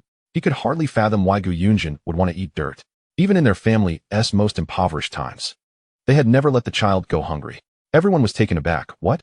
Eating dirt?" Gu San Aunt and Gu Air Aunt stared in disbelief. Xiao Xingyan hurried forward to liberate the snotty, teary Gu Yunjin from Gu Yu's grip. Upon closer inspection of the smudge around her mouth and the frightened little girl, her lips twitched in amusement. "She didn't eat dirt. Those are the chocolate-covered liqueurs I bought a few days ago." The 2 Gu aunts, returning to their senses, burst into laughter. Gu Yu stood there, speechless. Gu Yunjin, sniffling, wiped her tears and pouted. "Bad big brother. Stinky big brother. I won't talk to you anymore." Realizing his fault, Gu Yu maintained a stern expression as he entered the Gu household. Gu San Aunt chuckled heartily behind him. Such a little Xiao Yu is indeed a rare sight. Xiao Xingyan nodded in agreement, finding him utterly adorable. It was noon, and the sun blazed overhead. A heart-wrenching cry echoed from within the house, prompting the group in the courtyard to rush inside. "Grandma, what has happened?" In the dimly lit room, a frail elder lay on the bed, weeping bitterly. Upon hearing the noise, Grandma glanced at the crowd gathered at the door, her irritation evident as she barked, "Get out!" Gu San Aunt quickly ushered everyone outside, shutting the door behind them. This was the first time Xiao Xingyan had seen Grandma Gu since her marriage, albeit only briefly. However, the indifferent gaze directed at her suggested that she was likely aware of Xiao Xingyan's previous indiscretions. Gu Yu gently patted Grandma's hunched, frail back, murmuring, "Grandma, I'm still here, it's all right." Overcome with sorrow, Grandma tightly grasped Gu Yu's uninjured finger, sobbing softly, "It's all my fault, my poor Yugo." Gu Yu could only comfort her softly, waiting until her emotions had settled before wiping her tears. "Grandma, it's fine, don't cry." Gradually regaining her composure, Grandma Gu used Guyu's support to sit up slowly, reaching out to touch his face. After venting her emotions, she collected herself. Go and call your wife in. Startled at being summoned, Xiao Xingyan hesitated but eventually stepped inside. Upon entering, she caught a cold huff from Grandma, who tossed a crumpled piece of paper at her without acknowledging her presence, turning her head away to close her eyes. Understanding the elder's fragile state after such an emotional upheaval, Xiao Xingyan remained silent, clutching the paper ball as she exited. Jiang Suyun, filled with concern, inquired, "Did she make things difficult for you?" This time, she sincerely appreciated how Xiao Xingyan had preserved the last shred of dignity for the Gu family. Otherwise, they would have been too ashamed to face their husbands after death. Xiao Xingyan shook her head, waving the crumpled paper in her hand with a smile. Not at all. She just tossed a piece of paper at me. Jiang Suyun sighed with relief. Mother doesn't harbor ill intentions. She has just fallen from a life of comfort to one of hardship, with the Gu family's young men dying one after another. She harbors resentment. But it isn't directed at you. Perhaps this incident with you Gu has triggered her feelings. Xingyan, please bear with it. Though she couldn't fully empathize with Grandma Gu's plight, she expressed her understanding. "Aunt, I understand." Glancing at the time, Xiao Xingyan realized it was time to prepare lunch, tucking the paper away. She made her way to the stove, with Guyu silently following her. Chu Lanying turned slightly to ask, "What are we having for lunch?" Jiang Suyun sorted through the items Guyu had brought back, checking which needed washing. Hearing her question, Jiang Suyun chuckled lightly. "I don't know. We'll eat whatever Qiao girl decides to make. We can't let the second sister-in-law go hungry, can we?" Chu Lanying nodded in agreement. Xiao Xingyan glanced at the man beside her, who stood like a wooden post, and turned to him. "Why aren't you resting? What are you following me for?" Guyu cast a languid gaze upon her, to lend a hand. Xiao Xingyan chuckled, her eyes sparkling like a starry sky. "Very well. Then you can help me by tending the fire." Having grown accustomed to agricultural chores, chopping wood and stoking the fire were trifling matters for Guyu. However, when it came to cooking, the Gu family seemed to lack that particular talent. Under Guyu's skilled supervision as a first-rate firekeeper, the meal Xiao Xingyan prepared for lunch today was exceptionally fragrant. Guyu remarked, "Me? A fireman?" Xiao Xingyan responded, "Perfectly suitable." Chapter 18 Guyu, this precious gem, belongs to her. His return felt like a soothing balm for the women of the Gu family. Jiang Suyun, after finishing her meal, set her utensils down and looked at Guyu. "How is your recovery going? Xingyan has been taking care of you in the hospital these past few days." Guyu, holding his bowl, appeared to eat gracefully and slowly, yet his pace was anything but leisurely. His gaze fell on Xiao Xingyan, who was daintily chewing her food, and he replied in a languid manner, "Not bad." Jiang Suyun nodded knowingly, recounting the trivial matters of the household to him. Upon hearing about Li Dazue sneaking into the Gu household at midnight, a flicker of ferocity flashed through his half-lidded phoenix eyes. His grip on the chopsticks tightened instinctively, and if not for his self-control, he might have snapped them in two. When he learned that Xiao Xingyan had sent the man to the police station and demanded medical fees from those families, his eyelids lifted. His beautiful eyes fixated intently on Xiao Xingyan. The dark whirlpool within them seemed poised to engulf her entirely. The intensity of his gaze compelled Xiao Xingyan to meet his eyes. Her large eyes curved into crescent shapes, their outer corners rising in a lovely arc, filled with countless stars that lightly settled upon his heart. Guyu forced himself to withdraw his gaze, but the sudden thump of his heart reminded him that he was not so composed after all. Finally, Jiang Suyun patted Guyu's shoulder, regardless of anything. "Xingyan is a good girl. You must not let her down. In matters of love, there is much to be said for marrying first and loving later. That is your advantage." Beside her, Chu Lanying nodded in rare agreement. "That girl used to be quite annoying, but given her exceptional cooking skills, Xiaoyu, you must hold on to her tightly." Gu Yunjin leaned against her mother's shoulder and coldly huffed at Guyu, emphasizing, "You must not let her go. Where else will I find a sister-in-law who cooks so well?" For the first time, the Gu family united in a singular thought. Even more surprisingly, Guyu did not voice any objections. Xiao Xingyan's spirits lifted as she smiled slightly. Today's meal was particularly sweet and fragrant. With little to do in the afternoon, Guyu intended to join his aunts at work, but was stopped. "You just got back. Take a good rest and go tomorrow instead." Guyu nodded and, after organizing his belongings, sauntered into the main room. His gaze swept across, pinpointing the location where the pastries and candies were displayed. Eyeing the colorful wrappers, he lowered his long, feathery lashes and slowly unwrapped each one. After sampling a few tangy sweet candies, his phoenix eyes narrowed comfortably. It wasn't until he bit into a liqueur chocolate that caused him to chuckle that his eyes suddenly brightened. The exterior bore a hint of bitterness from the chocolate, while the interior carried a sweet, alcoholic flavor. This delightful mingling of taste was utterly addictive.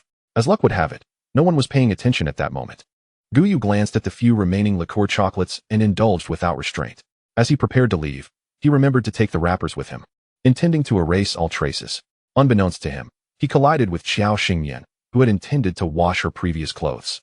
To her surprise, she discovered another side of Guyu that was rarely seen. She could distinctly smell the sweet chocolate mingled with a hint of alcohol emanating from him, and her gaze held a hint of mischief. Guyu was caught. He leisurely rubbed the pile of candy wrappers in his hand and glanced at Xiao Xingyan. They're all gone. If you want some, there aren't any left. So don't look at me like that. Xiao Xingyan approached him, observing the inexplicable emotions in his eyes. The corners of her bright eyes lifted, and she handed him the clothes in her hand. I've been running around for you these past few days, making your meals. Is it too much to ask you to wash my clothes? Guyu lowered his gaze to her face, which radiated a peculiar charm. After staring for a while, he murmured, my hands hurt. Xiao Xingyan expressed her disappointment. Oh, I see. I had planned to make you some spicy pork cracklings and pork bone noodles tonight. Just as she was about to retrieve her clothes, she was halted by a force. Guyu rolled the clothes into his arms without a hint of complaint and strode forward. Washing clothes, eating pork cracklings and pork bone noodles. As she followed Guyu, she observed his tall figure, her lips curving upward. From behind, he appeared exceptionally tall, at least 185 centimeters, while her height barely reached his chin. Seeing him deftly pour water into the wooden basin and begin to scrub laboriously, Xiao Xingyan felt a twinge of embarrassment. After all, he was still recovering. Just as she contemplated stepping forward to offer her help, she saw Guyu pull out a small vest that she hadn't had the chance to wash yet. Xiao Xingyan stood there, both flustered and blushing, her mind racing with the dilemma of whether to intervene. Should she, or should she not? However, seeing Guyu handling the fabric with an air of nonchalance, she surrendered to her decision. To him, it likely felt no different from washing ordinary clothes. Her stepping in would only create discomfort for both, increasing the awkwardness. Blushing, Xiao Xingyan feigned calmness and walked towards the stove to render lard. With previous matters piling up, she hadn't had the time until now. In the modest courtyard, while each was busy with their own tasks, a sense of harmony and tranquility enveloped them. Gu Yunjin, having woken from her afternoon nap and washed her face, dashed over to her elder brother, who was squatting and washing clothes. Big brother, you're still not fully recovered. How can you wash clothes? After all, the sight of Gu Yu, covered in blood that day, had frightened the little girl terribly. Gu Yunjin rubbed her rosy cheeks. Big brother, why is sister-in-law even washing your intimate clothing? Though young, she was quite perceptive. It was unheard of for the men in their household to assist in washing such personal garments. Did her brother even understand? Having finished washing, Gu Yu wrung out Xiao Xingyan's clothes one by one. As he looked at the thin, small vest, his actions faltered. The phrase intimate clothing seemed to echo in his mind like a spell, suddenly causing his fingertips to feel warm. His ears, kissed by the sunlight, flushed crimson as his gaze drifted toward Xiao Xingyan, who was stirring a pot over the iron stove. For reasons unknown, he recalled the warmth of her waist and abdomen from that morning. Retrieving his gaze, he feigned calmness as he meticulously hung the clothes. Then, he ruffled the little girl's hair and pulled a piece of candy from his pocket to give her. It's nothing. Seeing her brother's reassurance, Gu Yunjin dismissed her concerns. After all, they were husband and wife. What did it matter? Thrilled, she tore open the wrapper and popped it into her mouth. She only hopes that her wonderful elder brother will not allow that woman to act foolishly as she did before. Jiang Xingyan, who had been discreetly eavesdropping on the conversation between the siblings, finally let out a sigh of relief upon hearing Gu Yu assure her that everything was fine. Her heart had been racing wildly just moments ago, and now, in retrospect, she felt an overwhelming sense of embarrassment. However, the earnest expression Gu Yu wore while helping her with the laundry had undeniably struck a chord within her. Alas, the heroine in the book was indeed blind to the blessings she had received. Gu Yu, her precious treasure, would henceforth belong to her, entirely hers. How delightful. Gu Yu, what is wrong with washing my wife's intimate garments? I willingly do so. Jiang Xingyan, little you wear is truly remarkable, moi. Chapter 19. Treasures hidden in the mountains. After a long day of labor, the sisters-in-law of the Gu family returned home, their weary footsteps heavy with fatigue. An enticing aroma wafted through the air, awakening the senses. The Gu family had been enjoying a rather sumptuous diet lately, no longer experiencing that dizzying hunger that often struck midway through their workday. Jiang Suyun washed her hands and approached Jiang Xingyan, who was busily tending to the stove. Need any assistance? She inquired. Jiang Xingyan wiped the sweat from her brow with her sleeve and shook her head. No need, third aunt. You all sit and rest. Dinner will be ready shortly. After washing the clothes, Gu Yu had not been idle either. He took Gu Yuzhin to the back mountain to chop wood and hunt for insects. Just as the meal was served, the siblings returned. Gu Yuzhen set down her plump bamboo tube, her sweat-soaked body racing to the table. Upon seeing a large basin of fragrant noodles, garnished with crispy pork cracklings sprinkled with pepper and salt, her eyes sparkled like little lanterns as she swallowed hard. Mother, brother, third aunt. We're having noodles with pork cracklings tonight. Chu Lanying reached out to tousle her damp hair, disapprovingly tugging at her. Quickly wash your hands and wipe off your sweat, otherwise you shall not eat. Having never tasted such delicacies before, Gu Yuzhen had now grown accustomed to eagerly anticipating her 3 daily meals. The thought of missing out felt like a death sentence. Thus, her mother, well aware of this reality, had her firmly in check. Jiang Siyun, observing the scene, couldn't he help but smile. The Gu family had once been a place of repression and tension. When had they truly begun to embrace the warmth and vitality of life? She cast her gaze toward the figure busy at the stove, a sense of relief washing over her. Dinner is served.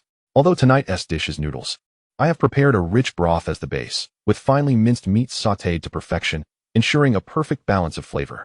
I saved half of the pork cracklings for tomorrow to make dumplings. Otherwise, it would be too greasy to eat too much tonight.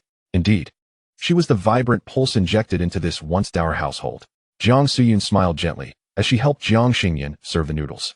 The steaming strands, laden with rich broth, released a heavenly aroma, while morsels of meat, coated in thick sauce, playfully leapt from the chopsticks into the bowls. As everyone watched eagerly, the large basin was distributed evenly among them. Yet, one little girl could not resist the temptation and stealthily snatched a piece of the crispy pork crackling to savor. The delightful combination of peppery flavor and crispy texture brought forth an overwhelming sense of happiness. When everyone had received their share, it was finally Gu Yu's turn. Despite his lean frame, he had quite the appetite. Jiang Xingyan mused that if it weren't for her, others might not be able to afford to raise this Gu pig. All right, let us eat first. I will boil some broth for Grandma later. Otherwise, the noodles will become clumpy and unappetizing. After all, eating noodles wouldn't take long, especially since Gu Yu could devour them in mere moments, equivalent to her 3 bites. As Gu Yu slurped his noodles, his gaze shifted to the side, where a teasingly smiling face met his. His movement faltered, and he subconsciously slowed down. Jiang Xingyan, beaming, offered him a pair of chopsticks filled with greens. Little Yuer, don't just focus on the meat, you must eat your vegetables too. Looking at the verdant leafy greens in his bowl, Gu Yu felt a tinge of green himself. He initially intended to push the vegetables aside, but upon meeting her enchanting gaze, his chopsticks turned and obediently delivered the greens to his mouth. Gu Yu, however, the sight of her expressive eyes filled with joy made him swallow the few strands of greens with a slight hesitation. Satisfied, Jiang Xingyan returned her focus to her meal. Later that evening, after everyone had retired for the night, Jiang Xingyan rose to prepare to venture out. A dark figure loomed over her. She lifted her gaze to meet his, the cool moonlight casting a silvery glow across the land, yet her eyes sparkled with countless stars. Ah, what a coincidence! Gu Yu's intense gaze bore into her depths as he spoke languidly. Not a coincidence. I was waiting for you. Jiang Xingyan understood and playfully replied. Since you know, let us go. Under the hawthorn tree on the shady slope of Nyobe Mountain, I suspect Grandma may have hidden a stash of treasures. Perhaps it was due to Gu Yu's recent injury that had truly shaken her. Otherwise, she wouldn't have been so curious about Grandma's secrets. Fearing they might be buried with time, glancing at the paper note, Gu Yu said nothing, grabbed his tools, and took the lantern as they stepped outside. They walked in tandem, Gu Yu leading with the lantern while Jiang Xingyan followed closely behind. Noticing the silhouette of the man ahead, Jiang Xingyan exclaimed, "Oh!" Gu Yu turned, shaking the lantern in his hand. Seeing her squatting on the ground, he blinked in confusion. What's wrong? Jiang Xingyan hesitated. Although her precious brother was indeed wonderful, he lacked a sense of romance. Stretching out her hand toward Gu Yu, she spoke in a soft, sweet tone. It's too dark, and the path is difficult to navigate. Before she could finish, Gu Yu approached her, extending his hand. Jiang Xingyan was taken aback. What are you doing? Gu Yu looked down at her, speaking slowly. I'm offering you the lantern to light your way. Jiang Xingyan stared at the lantern thrust before her. She tilted her head back, pouting slightly as she reproached him. Brother Yu, not only does my ankle hurt, but my heart also aches. How could you be so heartless? Her sweet, melodious words floated into Gu Yu's ears, igniting a flicker of unusual emotion within him. He lowered his gaze, his narrow, phoenix-like eyes filled with a multitude of complex feelings. Jiang Xingyan found herself momentarily lost, sighing inwardly. Perhaps she was too hasty. The little Yuer in the book had always maintained a distance from the opposite sex. Just as she was about to rise, a warm, dry hand enveloped hers, and a soft, resigned voice echoed above her. So delicate. Jiang Xingyan leaned closer, buoyed by his support, uplifting her spirits. However, as she glanced down at his slender, rough hand gently clasping her wrist, a hint of frustration surfaced. Why was it so difficult to flirt with a man? The man ahead held the lantern with his right hand, too cautious to exert any pressure on her delicate wrist. She was both fragile and petite. Suddenly, her hand was released, and his left hand entwined with her soft, tender one. In the dim light, he turned to look at her, only to see her pouting in a somewhat petulant manner. That way, I feel uncomfortable. Guyu, holding her soft hand like Play-Doh, felt a stiffness in his demeanor as he silently turned away, continuing forward. The two walked for nearly half an hour, their hands growing sweaty and sticky from the warmth. Jiang Xingmian withdrew her hand, and Guyu, in perfect timing, released it as they reached the spot indicated on Grandma's note. She lifted her gaze toward the large hawthorn tree. This must be the place. Let us dig. Guyu handed her the lantern to illuminate their surroundings, while he himself wielded a shovel and began to dig. Xiao Xingyan, concerned for his still-healing injury, wished to take over and let him rest. But Guyu paid her no heed, his focus unwavering as he continued to excavate the earth. Before long, his shovel struck something solid, rendering further digging impossible. Guyu tapped the object with his shovel, producing a dull thud from below. Xiao Xingyan's eyes sparkled with excitement. Quickly, let us see what treasures your grandmother has hidden away. As Guyu unearthed the object, it revealed a wooden box, roughly the size of a blue brick, exuding a faint fragrance mingled with the earthy scent of soil after years underground. This rosewood was a material typically reserved for the affluent. The box was adorned with a delicate, intricate copper lock, which, without a key, seemed impossible to open without resorting to brute force, something Guyu was reluctant to do. Yet, in a moment of decisive action, he struck the lock with his shovel, and it sprang open. Xiao Xingyan couldn't suppress a smirk as she observed his indifference. Now this is merely a burden. Indeed, it was such matters that had led the Gu family to its current plight. Upon opening the box, she discovered it lined with crimson velvet, cradling a few gold bracelets and rings. Though the items were few in number, their significance was clear to her. It was her grandmother's way of conveying a message. Guyu, these treasures are for you, to cherish and care for him. Understood, she replied enthusiastically. Chapter 20. The second and third uncles are still alive. She closed the box and handed it back to Guyu, explaining, your grandmother heard the broadcast from the team and believed your injury was severe, but the family lacked funds for treatment. Hence, she has sent me to dig for gold, to pay for your medical care, and to procure nourishing food for your recovery. The seemingly cold and somewhat eccentric old woman was, in fact, brimming with concern for her beloved grandson. Xiao Xingyan couldn't help but feel envious. The Qiao family had a peculiar fate. Her father passed away when she was merely 6, and her mother succumbed to despair soon thereafter, leaving behind immense wealth that could not replace the warmth of family. Guyu knelt before Xiao Xingyan, not reaching out for the box, but instead filling in the hole he had dug. Take it, it's yours. Xiao Xingyan was taken aback. The gold inside could fetch a considerable sum at the bank. Are you truly willing to part with it? Guyu lowered his gaze, observing her startled expression, and calmly replied, my hand hurts. I crave pig trotters and steamed ribs. Regaining her composure, Xiao Xingyan tucked the box into her coat and grinned at him. All right. Young master, I shall now serve as your family's little caretaker. After a moment of silence, Guyu slowly responded, not quite. Xiao Xingyan tilted her head, perplexed. Not quite what? With a sigh, Guyu picked up his tools, grasping the lantern as he walked ahead. Confounded, Xiao Xingyan scratched her face and followed closely, her small hand tightly clutching his shirt. As she gazed at his retreating figure, she hesitated before tentatively asking, Guyu, I was wondering, if your second and third uncles are indeed alive, what will you do? Guyu's form stiffened, his voice devoid of emotion as he replied, there are no ifs. But your second and third uncles are truly alive, she insisted. Thud. Xiao Xingyan unexpectedly collided with a wall of flesh, the impact causing her nose to sting and her eyes to well with tears. What are you doing? She complained, her voice tinged with a small nasal tone. Guyu noticed the redness in her eyes and the brightness in her gaze, which did not suggest deceit. His grip on the lantern tightened, his throat feeling constricted.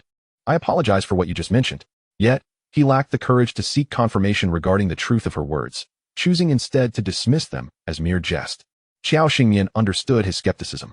She couldn't possibly divulge the intricacies of her knowledge in such an informal manner, fearing he might deem her insane. The thought alone sent a shiver down her spine. After deliberation, she bit her lip and asked, what are your second uncle's birth details? Guyu cast her a side glance, his expression inscrutable. He was born on February 12, 1944. Nodding, Xiao Xingyan retrieved 3 coins from her pocket and handed them to him, her tone earnest. Shake them 6 times, repeating your thoughts and wishes. Guyu raised an eyebrow. sensing the peculiarity in her demeanor as he accepted the coins, following her instructions and shaking them 6 times. Observing him pocket the coins, he inquired languidly, "And then?" Xiao Xingyan turned to him, her confidence shining through as she delved into her expertise. Gu Changfeng, born in the year of the monkey, is a man of integrity, destined for prosperity, yet his fate indicates delays in family matters. He should have been blessed with happiness, but do you know what this divination suggests? Gu Yu, intrigued by her unwavering composure, played along. What does it indicate? Xiao Xingyan licked her parched lips, lowering her gaze as she murmured. The hexagram you drew is one of misfortune, indicating oppression in the southwestern border. Although his life is not in immediate danger, the situation is far from ideal. She raised her eyebrows, translating bluntly, your second uncle is stationed at the southwestern border, facing suppression and deceit. While he may not be in peril, it is not a good sign. Before she could finish, a pair of powerful hands gripped her shoulders. And Gu Yu's usually impassive eyes flickered with fervent hope and anticipation, the corners glistening with unshed tears. Realizing he had tightened his hold too much, he softened his grip, yet did not release her, his lips pressed into a thin line. Is what you said true? What about my third uncle and younger uncle? Are they also still alive? Xiao Xingyan nodded firmly. I assure you, it is the truth, backed by the credibility of my Qiao family. Your second uncle is a soldier of the nation. If he had truly perished in battle, why has no compensation or support been sent to the Gu family? Why merely relay messages back? Have you never considered the oddities in this situation? Furthermore, your third uncle is alive, though the status of your younger uncle remains uncertain. If your family possesses any of his personal belongings, we might be able to ascertain his condition. After all, your younger uncle has yet to marry, making it difficult to discern anything from his appearance. Gu Yu's long eyelashes fluttered as he loosened his grip, lowering his head, appearing somewhat despondent. The series of blows that had befallen the Gu family had left little room for such contemplations. As a child, he had not comprehended the gravity of their circumstances. And as he grew older, he had gradually accepted them, solely focused on providing for himself and his family. Hearing her speak of it now felt disconcerting. Xiao Xingyan, witnessing his vulnerable demeanor, found it unbearable. When had she ever encountered such a pitiable and fragile Gu Yu? He was fierce and relentless like a wolf dog in a fight.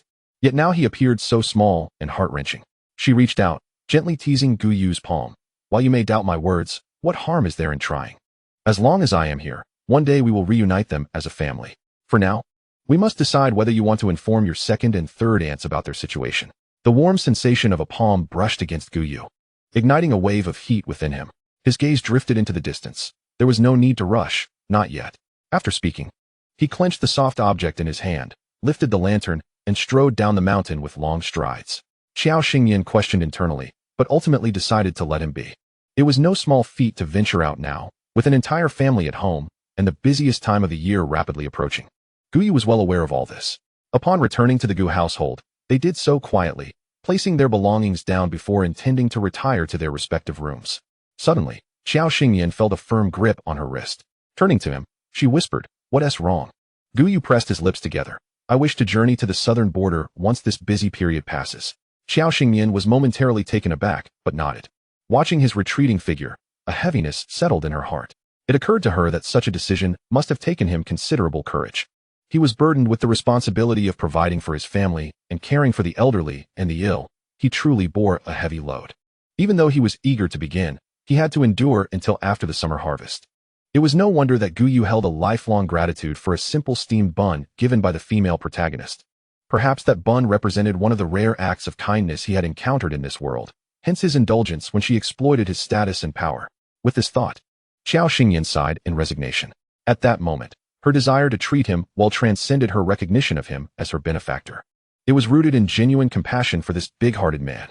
Upon returning to her room, she refrained from sleep, bolting the door before entering her space. Meanwhile, Gu Yu lay in bed, wide awake, his mind consumed by Xiao Xingyan's words. Sleep eluded him entirely. Chapter 21. Is Gu Yu really this flirtatious?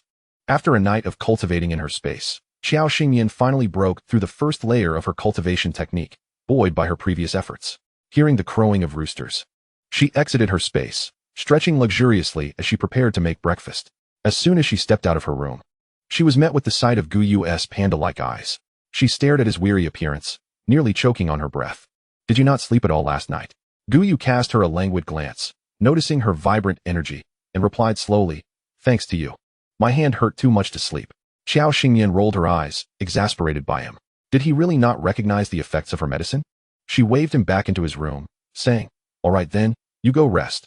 I'll prepare breakfast and call you when it's ready." Gu Yu leaned against the doorframe, looking at her with a hint of longing. "Make 3 fried eggs." One cannot deny that during this period, under Qiao Xingmian's attentive care, the Gu family had not only gained weight, but appeared more vibrant and lively. The food and water they consumed were infused with the spiritual essence from her space, visibly improving their well-being. After breakfast, each member of the Gu family set off to work. With the double harvest season approaching, they would need to shed some layers to lose several pounds. Qiao Xingmian held the 50 yuan she had collected for medical expenses, preparing to head to the county town for supplies. Just as she locked the courtyard gate, Gu Yu appeared behind her. "Where are you headed?" Clearing her throat, Qiao Xingmian replied, "I'm going to the county town to buy some rice and flour." To avoid revealing her secret, she mixed the rations from the grain station with those from her space, as the jar of rice was nearly empty. Gu Yu emptied the straw from his backpack and reloaded it. "Let us go. I'll accompany you." Initially intending to exchange food coupons in the black market, Qiao Xingmian reconsidered, remembering she still had some left from her previous trip. With a cheerful grin, she approached Zhang Wanfeng. "Uncle, I need to take a leave of absence to take Gu Yu for a hospital checkup. If all goes well, he'll be able to work in the fields." Zhang Wanfeng glanced at Gu Yu, a smile spreading across his face. "Well, it seems you've been well fed at home. You look much sturdier and healthier than before." As the caretaker, Qiao Xingmian felt an immense pride swell within her. Borrowing Zhang Wanfeng's bicycle, Gu Yu instinctively hopped onto the pedals without her prompting. As they rode into the breeze, surrounded by the fragrant waves of wheat and rice, Qiao Xingmian refrained from clinging tightly to him as she had before, for the heat was unbearable. The thought of them pressed closely together on such a hot day made her uncomfortable. Halfway through their ride, Gu Yu's expression grew slightly clouded as he pedaled with increased vigor. Startled, Qiao Xingmian instinctively tightened her grip around his waist. Her voice laced with anxiety. "What are you doing?" Accustomed to riding fast bicycles, she felt somewhat insecure on this traditional pedal bike. Had Gu Yu not been by her side, she likely wouldn't have dared to engage in such a risky endeavor. Fearing her life was still too fragile to take such chances. Feeling her delicate hands encircle him, a flicker of delight danced in Gu Yu's striking eyes. "Oh, I didn't notice the stone," he muttered. Qiao Xingmian lifted her chin to glance at his back, her gaze falling upon his flushed ears. She nearly burst into laughter, realizing just how flirtatious Gu Yu could be. If he wanted her to hold him, then she would indulge him. Her mischievous smile blooming as her soft fingertips grazed over his abdomen. The tingling sensation seeped through his shirt, reaching deep into his heart. She playfully nuzzled her cheek against his back. In the sweltering summer heat, even though Qiao Xingmian appeared petite, she was not lacking in softness where it counted. The gentle pressure of her body against him made Gu Yu tense up entirely. On such a hot day, it felt as if a small furnace were pressed against his back. The heat radiated through him, causing sweat to trickle down his sharp jawline. She chuckled quietly behind him, her fingers teasingly playing with his belt buckle, playfully declaring, "All right then, I'll hold on tight to you, Gu Gu. We wouldn't want any more little stones, would we?" This seemingly sweet, yet torturous game continued until Gu Yu finally reached the county town, his back drenched in sweat. Fortunate that Qiao Xingmian did not mind. In her eyes, the heat was indeed oppressive, yet Gu Yu's comforting scent enveloped her, making her feel as if she were a fish in water, alleviating her discomfort. It seemed she was truly enamored with Gu Yu. As the small furnace behind him disappeared, Gu Yu's heat gradually subsided. The two walked side by side toward the grain station, where Qiao Xingmian used the remaining 10 pounds of grain and flour coupons. Gu Yu had initially considered suggesting they could buy a less expensive flour, but Qiao Xingmian firmly rejected the idea. She insisted, "Why not enjoy the luxury when we can? Should we indulge in delicious, soft, high-quality flour while you settle for coarse bread and watery porridge alone?" Gu Yu was left speechless. Especially after experiencing Qiao Xingmian's culinary skills, the thought of reverting to coarse food was unbearable. He resolved that if he had not savored such exquisite pleasure, he would not have yearned for it so. Now that he had tasted it, Gu Yu knew he needed to consider how to earn money in the future. After purchasing the rice and flour, Qiao Xingmian gathered some spices, bought 2 glass jars for a pound of soy sauce and vinegar, and picked up some pastries and candies. She pondered that it was time for her and the Gu family to refresh their wardrobes as well. Glancing at the array of fabrics displayed on the counter, she noted the presence of cotton, khaki, and work cloth, yet none of exceptional quality. Perhaps it was due to the remote location of this small county town, as the colors were predominantly muted shades of black, blue, and gray. Qiao Xingmian cast her eyes upon the fabric ticket in her hand, ordering 20 feet of material. Cotton and khaki were relatively inexpensive, while the work cloth cost $1 per foot, amounting to nearly 50 yuan in total. Were it not for the presence of Gu Yu, this little laborer, she would not have indulged in such a purchase. Seizing the opportunity while the sales clerk was preoccupied with counting, she nudged Guyu. I cannot sew garments. Surely, second aunt and third aunt can, right? Guyu glanced at her with an air of indifference. If you cannot do it, why would you assume that second aunt or third aunt can? Xiao Xingyan. Oh, indeed. Prior to coming to the revival brigade, the Gu family was quite well off, with dedicated servants for all their needs. She could not even cook, let alone sew clothing. Moreover, with one being blind and the other weak, her assumptions were rather naive. Very well, then.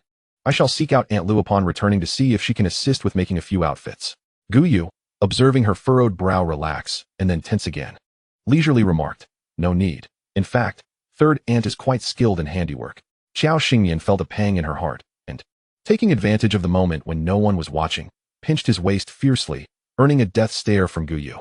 After they paid and placed the items into a bulging backpack, it was filled to the brim, weighing at least several dozen pounds. Noticing Guyu voluntarily shouldering the burden, she kindly inquired, is it heavy? Guyu nodded seriously. Indeed, would you like to help carry it? Xiao Xingyan smiled and shook her head. No, I was merely asking. Guyu, I thought you might want to share the load. Xiao Xingyan, you are overthinking it. I often say such things. Chapter 22, not extravagant, just a bit capable of spending. In truth, this weight posed no challenge to Guyu, who was accustomed to farm work. Coupled with the nurturing from the spiritual spring water and the essence-boosting pills he had absorbed, Guyu's strength and physical condition had undoubtedly reached a remarkable level compared to before. Why not exchange the gold? My father left me a substantial sum. There is no need for concern. Regardless, it will all be utilized. Once the money runs out, I shall exchange the gold at the bank. Do you think I am extravagant? Upon hearing this, Guyu paused to regard her.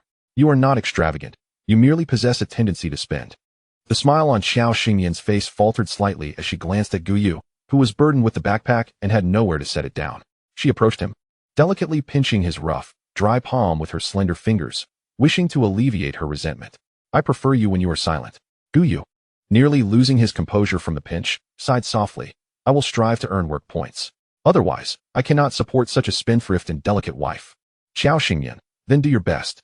The pair had originally intended to visit the elderly couple, Mr. and Mrs. Zhou Goen, but unexpectedly encountered Zhang Ruinian and his three companions along the way. Guyu, observing the quartet, subtly positioned himself in front of Xiao Xingyan, shielding her. His narrow phoenix eyes narrowed slightly, his voice laced with a hint of coldness. What do you want? Zhang Ruinian scrutinized Guyu closely. After a moment, an unusual glimmer ignited in his eyes. Benefactor, it's me. Do you remember, in this very alley, you saved my sister before? Initially filled with joy at the sight of the man's back, Xiao Xingyan's lips pursed in displeasure upon hearing his words. Him? Are you saving someone? He must be a paragon of virtue. As the man tugged at the strap of his backpack, recalling the incident, he stated in a low voice, I do not remember. That group trampled my oranges, which prompted my intervention.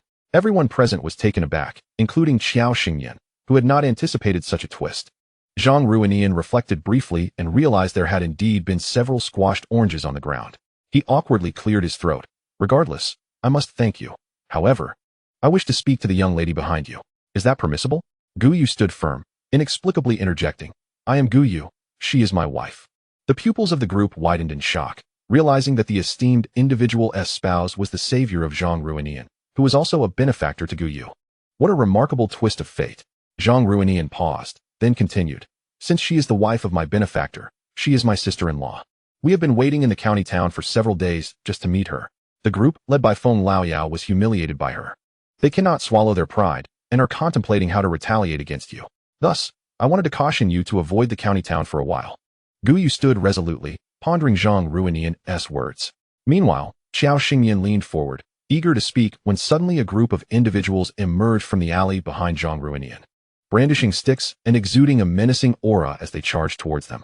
With both exits blocked, Xiao Xingyan and her companions found themselves encircled, and from the throng stepped a man with an arm in a sling, Feng Laoyao, who sought vengeance against Xiao Xingyan. His gaze fell upon Xiao Xingyan, a mixture of astonishment and fear in his eyes, yet emboldened by the numbers at his disposal. What a stroke of fortune! If it weren't for Zhang Ruinian and his companions, it would have been quite a challenge to wait for your appearance. Zhang Ruinian's face flushed with anger at the sight of Feng Laoyao confronting them. You shameless scoundrel! He had anticipated that Feng Laoyao, given his nature, would not easily relent, yet he was taken aback to find him waiting here. Visibly agitated, Zhang Ruinian turned to Qiao Xingyan and Gu Yu, shaking his head in explanation. It was not me. Feng Laoyao sneered. You foolish lad, go study more. Don't you know that experience trumps youth? Qiao Xingyan pressed Gu Yu's hand away as he shielded her, smiling as she inquired. Ah, so you seek revenge? What do you intend to do? Gazing at Qiao Xingyan's delicate visage, Feng Laoyao's lascivious desires began to stir. That night, he had not clearly seen her appearance or figure due to the darkness. But now, in broad daylight, her form was unmistakable. Though clad in coarse cloth, it did not detract from her alluring silhouette. Her bosom was ample, and her curves were more pronounced than most. He gazed with an increasingly lustful glint in his eyes, a fervent smile curling at the corners of his lips. Suddenly, darkness enveloped him, followed by a resounding thud. Witnesses saw a figure darting swiftly to Feng Laoyao's side, pinning him to the ground and striking him. Damn, where did this little brat come from? Someone pull him off. As the group brandished sticks and charged toward Gu Yu, Qiao Xingyan's expression sharpened, and she maneuvered through the crowd. Zhang Ruinian and his companions rushed to assist. This time, their numbers were double that of the previous encounter. Gu Yu unleashed a flurry of punches on Feng Laoyao's face, leaving him bruised and bloodied. Feng Laoyao, with swollen eyes, gazed into Gu Yu's icy demeanor, feeling a shiver of fear run through him. Ah, please, no more. I was wrong. Gu Yu seemed to lose control, normally mild-mannered in front of Qiao Xingyan, yet mercilessly relentless in his assault, unleashing a fury that seemed intent on annihilating his opponent. In the chaos, the narrow alley erupted into a cacophony of cries and lamentations. As Qiao Xingyan resolved the immediate obstacles before her, she glanced towards Gu Yu and noticed a shadow behind him, brandishing a stick poised to strike. You go. A loud thud resounded as Gu Yu deftly sidestepped, yet his forearm was still grazed by the spiked club, leaving a crimson trail that dripped to the ground, stirring up a cloud of dust. With a swift kick, Qiao Xingyan sent the assailant sprawling, her entire demeanor emanating a chilling aura. She tenderly cradled his injured arm, relieved to find the wound shallow, and retrieved some medicinal powder from her pocket to sprinkle upon the affected area. The commotion attracted the attention of patrolling officers, and a whistle pierced the air. In an instant, the combatants abandoned their weapons in a frenzy, seeking escape. Yet Qiao Xingyan would not allow their flight. Not a single one of you will get away today. She seized the discarded clubs, seemingly haphazardly tossing them, yet each strike landed precisely on their pressure points. Upon witnessing the officer's approach, her eyes brimmed with tears as she cried out, "Help! There's been a murder!" Just as her wail subsided, another group appeared, led by an officer and accompanied by a cadre of police. What has transpired here?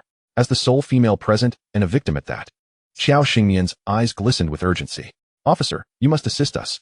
My husband and I merely ventured to the county to procure some household necessities, only to be accosted by this gang who sought to rob us. When we resisted, that man insisted on taking me and resorted to violence." She gestured to Gu Yu's injured arm. "Look at the state of my husband's arm. We are but farmers, and if his hand is permanently damaged, how will he work? Woe is me." The bystanders were moved to tears by her plight, empathizing with the couple who had merely sought a simple outing, only to be ensnared in such a distressing ordeal. The officers, fueled by a sense of justice, comforted her. "Rest assured, comrade, as long as your account holds truth, we shall ensure you receive justice. We kindly ask you to accompany us to the station to record your statement." With that, they turned their fierce gazes upon Feng Laoyao and his accomplices, commanding, "Take them away." Feng Laoyao, sporting a face battered like that of a swollen pig, protested. "I am the victim here." Qiao Xingyan retorted, "What a coincidence. I have also studied the art of tea." Chapter 23. The protagonists make their entrance. The performance commences. At the county police station, the couple presented the introduction letter from their unit, completed their statements, and were instructed to return home and await further news. As they passed by Zhang Ruinian and his companions, they were met with eager gazes. Qiao Xingyan kindly explained to the officers, "Comrades, those young men are not bad people. When we were confronted by the robbers, they bravely came to our aid." The officer nodded in acknowledgement. With grateful expressions from the group, Qiao Xingyan and Gu Yu departed. Shortly thereafter, Zhang Ruinian and his companions were released. When she received news again, she learned that Feng Laoyao was sentenced to 20 years for his involvement in speculation and intentional harm, while the others were sent to a farm for rehabilitation. With a light heart, Qiao Xingyan needed dough at home when a little girl rushed in, excitedly exclaiming, "Sister-in-law, I heard that the new educated youth are arriving soon. Would you like to go see them?" She paused her actions, recalling the plot from her book, where the arrival of this batch of youth coincided with the busy farming season.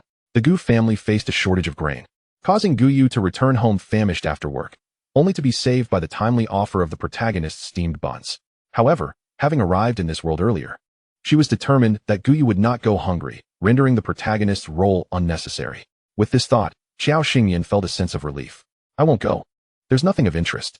I'm busy preparing buns to send to your brother. Due to her father's connections, Zhang Wanfu had not assigned her any burdensome tasks. She could not be given rice fields, lest others gossip, nor dry land, as she was not a criminal.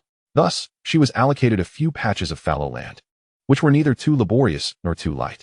However, with the responsibility of cooking for the family, she returned home early, and Guyu would assist in finishing the remaining tasks.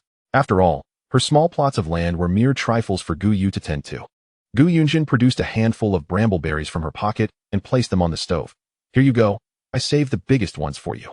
If Xiao Xingyan's hands weren't flour-laden, she would have playfully ruffled the girl's hair.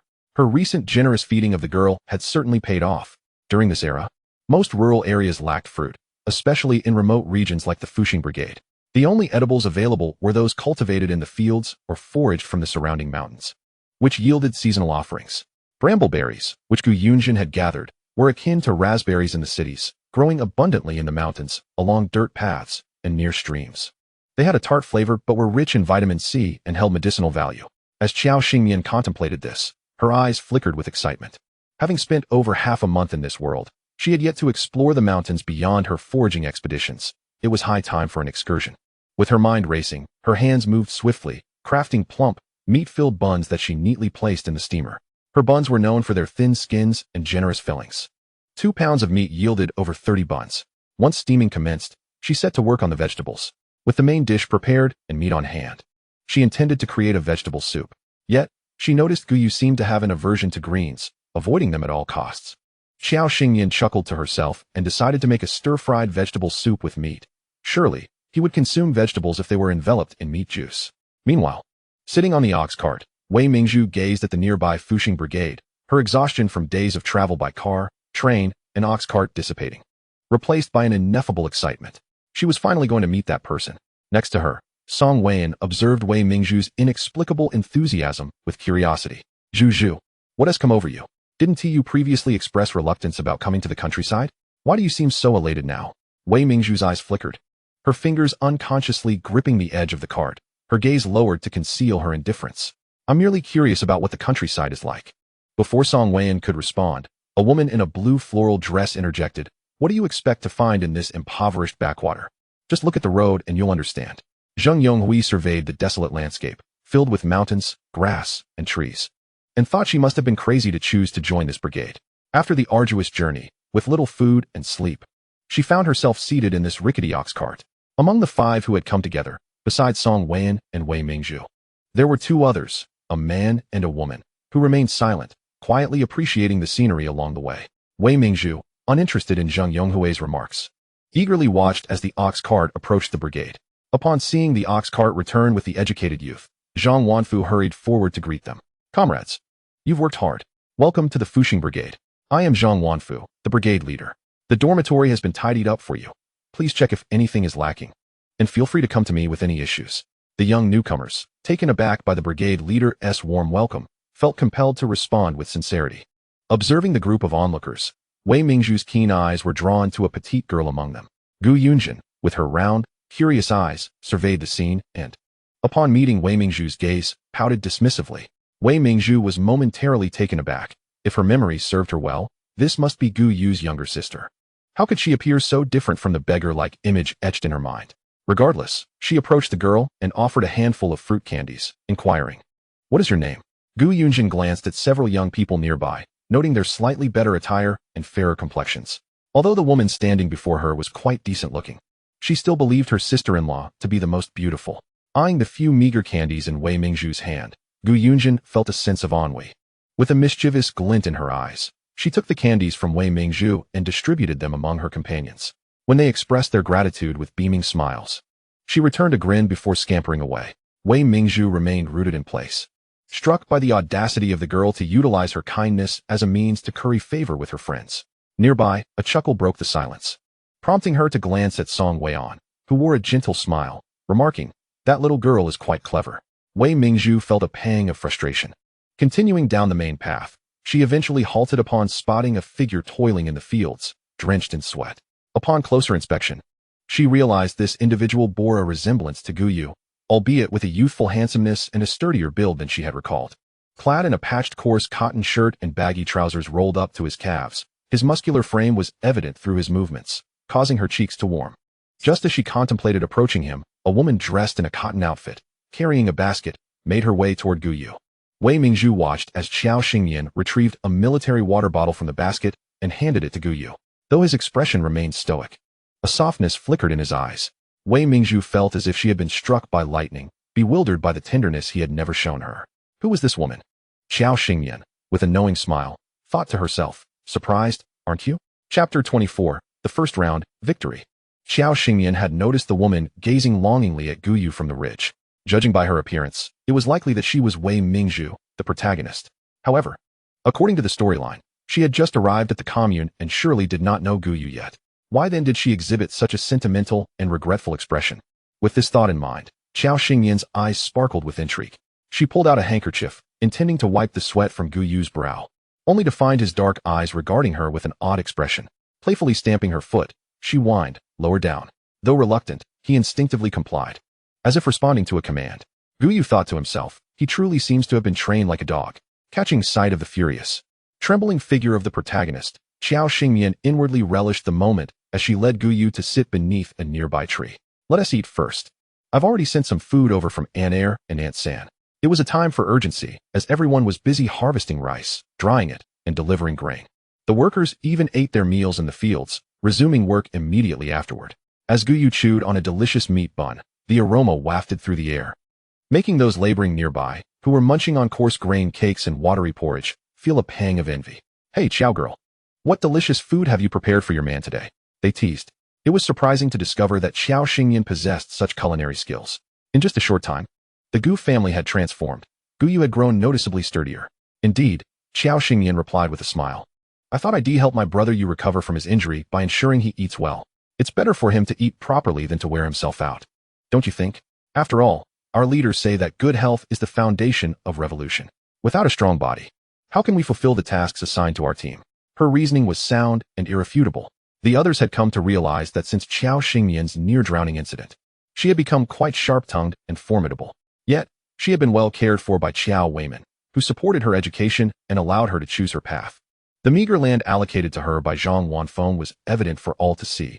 Most of the labor was performed by Qiao Weiman himself, who seemed more like a servant than a father, having never married and dedicating his life to his daughter. It was rumored that he left a considerable dowry for her before his passing.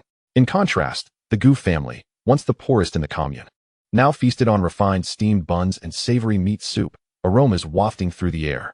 The more she thought about it, the heavier her heart felt. Meanwhile, Gu Yu felt as though each mention of my brother you echoed in his heart like a tolling bell. Mingzhu, what are you staring at? Come over for dinner. Having returned to the youth point, Song Weian turned to find Wei Mingzhu missing and quickly set out to search for her. He found her fixated on a particular site, and upon following her gaze, he discerned a young couple sharing a meal. In this era, public displays of affection were frowned upon, and the two sitting intimately together would surely face gossip and scorn. Wei Mingzhu withdrew her gaze, suppressing her feelings of discontent and confusion, casting a glance at Song Weian. Let us go? She needed this moment to collect her thoughts. As the two departed, Qiao Xingyan couldn't help but smile. After devouring 2 hearty meat buns and a bowl of soup, she found herself unable to eat more. Gu Yu, however, selflessly finished the remainder. Post-meal, Qiao Xingyan changed into work attire, donned a straw hat and gloves, and filled a flask with water, ready to commence her labor. Despite being a woman, her half-day of work still contributed to the household. The entire commune was bustling in the rice fields, swiftly harvesting with scythes, stacking the cut rice into neat piles. Walking along the ridge, Qiao Xingyan spotted Zhang Wanfeng approaching with several individuals. Here in our commune, this is the situation. Since you've just arrived and endured a long journey, I'll have Qiao Xingyan guide you in your work. You're all young, so it's a chance for mutual supervision and growth. In Zhang Wanfeng's eyes, the educated youth were no different from the laborers, apart from their slightly higher education and better living conditions. Ultimately, without the toil of the farmers, what would they eat? Thus, since they had come, they might as well embrace the re-education process among the impoverished farmers. Handing the group over to Qiao Xingyan, Zhang Wanfeng departed. As the temporary leader, Qiao Xingyan surveyed the newcomers. Aside from the 3 young women who donned hats and gloves, the male protagonist and another young man were unprotected.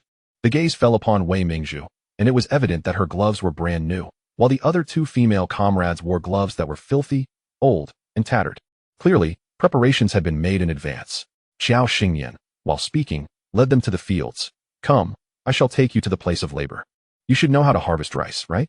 I just saw the team leader give you a tour. Really, it's not difficult at all. Just a matter of swinging the sickle. Just be careful with your hands. People from the city are precious, and if anything happens, it would take a long time for us to reach the county. Song Weian and the two male comrades, joining the revolutionary work for the first time, were filled with enthusiasm. Qiao Xingyan observed them, resembling two fervent youths in their prime. The two female comrades beside them were distinctly different. One was indifferent, while the other was diligently learning and working hard. Only Wei Mingzhu appeared distracted, silently scrutinizing Qiao Xingyan. During lunch, she had discovered that this was, in fact, Gu Yu's late wife. She had nearly knocked over her bowl in shock. Why was someone who should have long been gone still alive? Could it be that her existence had created a butterfly effect? Lost in thought, her sickle, sharp as it was, inadvertently cut through her glove, leaving a deep gash on her finger. Ah, I'm bleeding. The smile on Song Weian's face instantly turned to one of worry and urgency. Zhu, are you okay?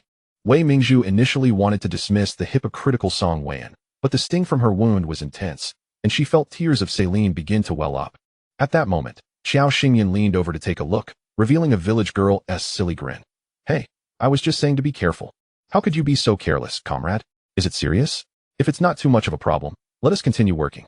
You are just too delicate and cannot endure hardship. A little wound like this, with the glove as a barrier. Who doesn't have 4 or 5 cuts after a day of harvesting rice?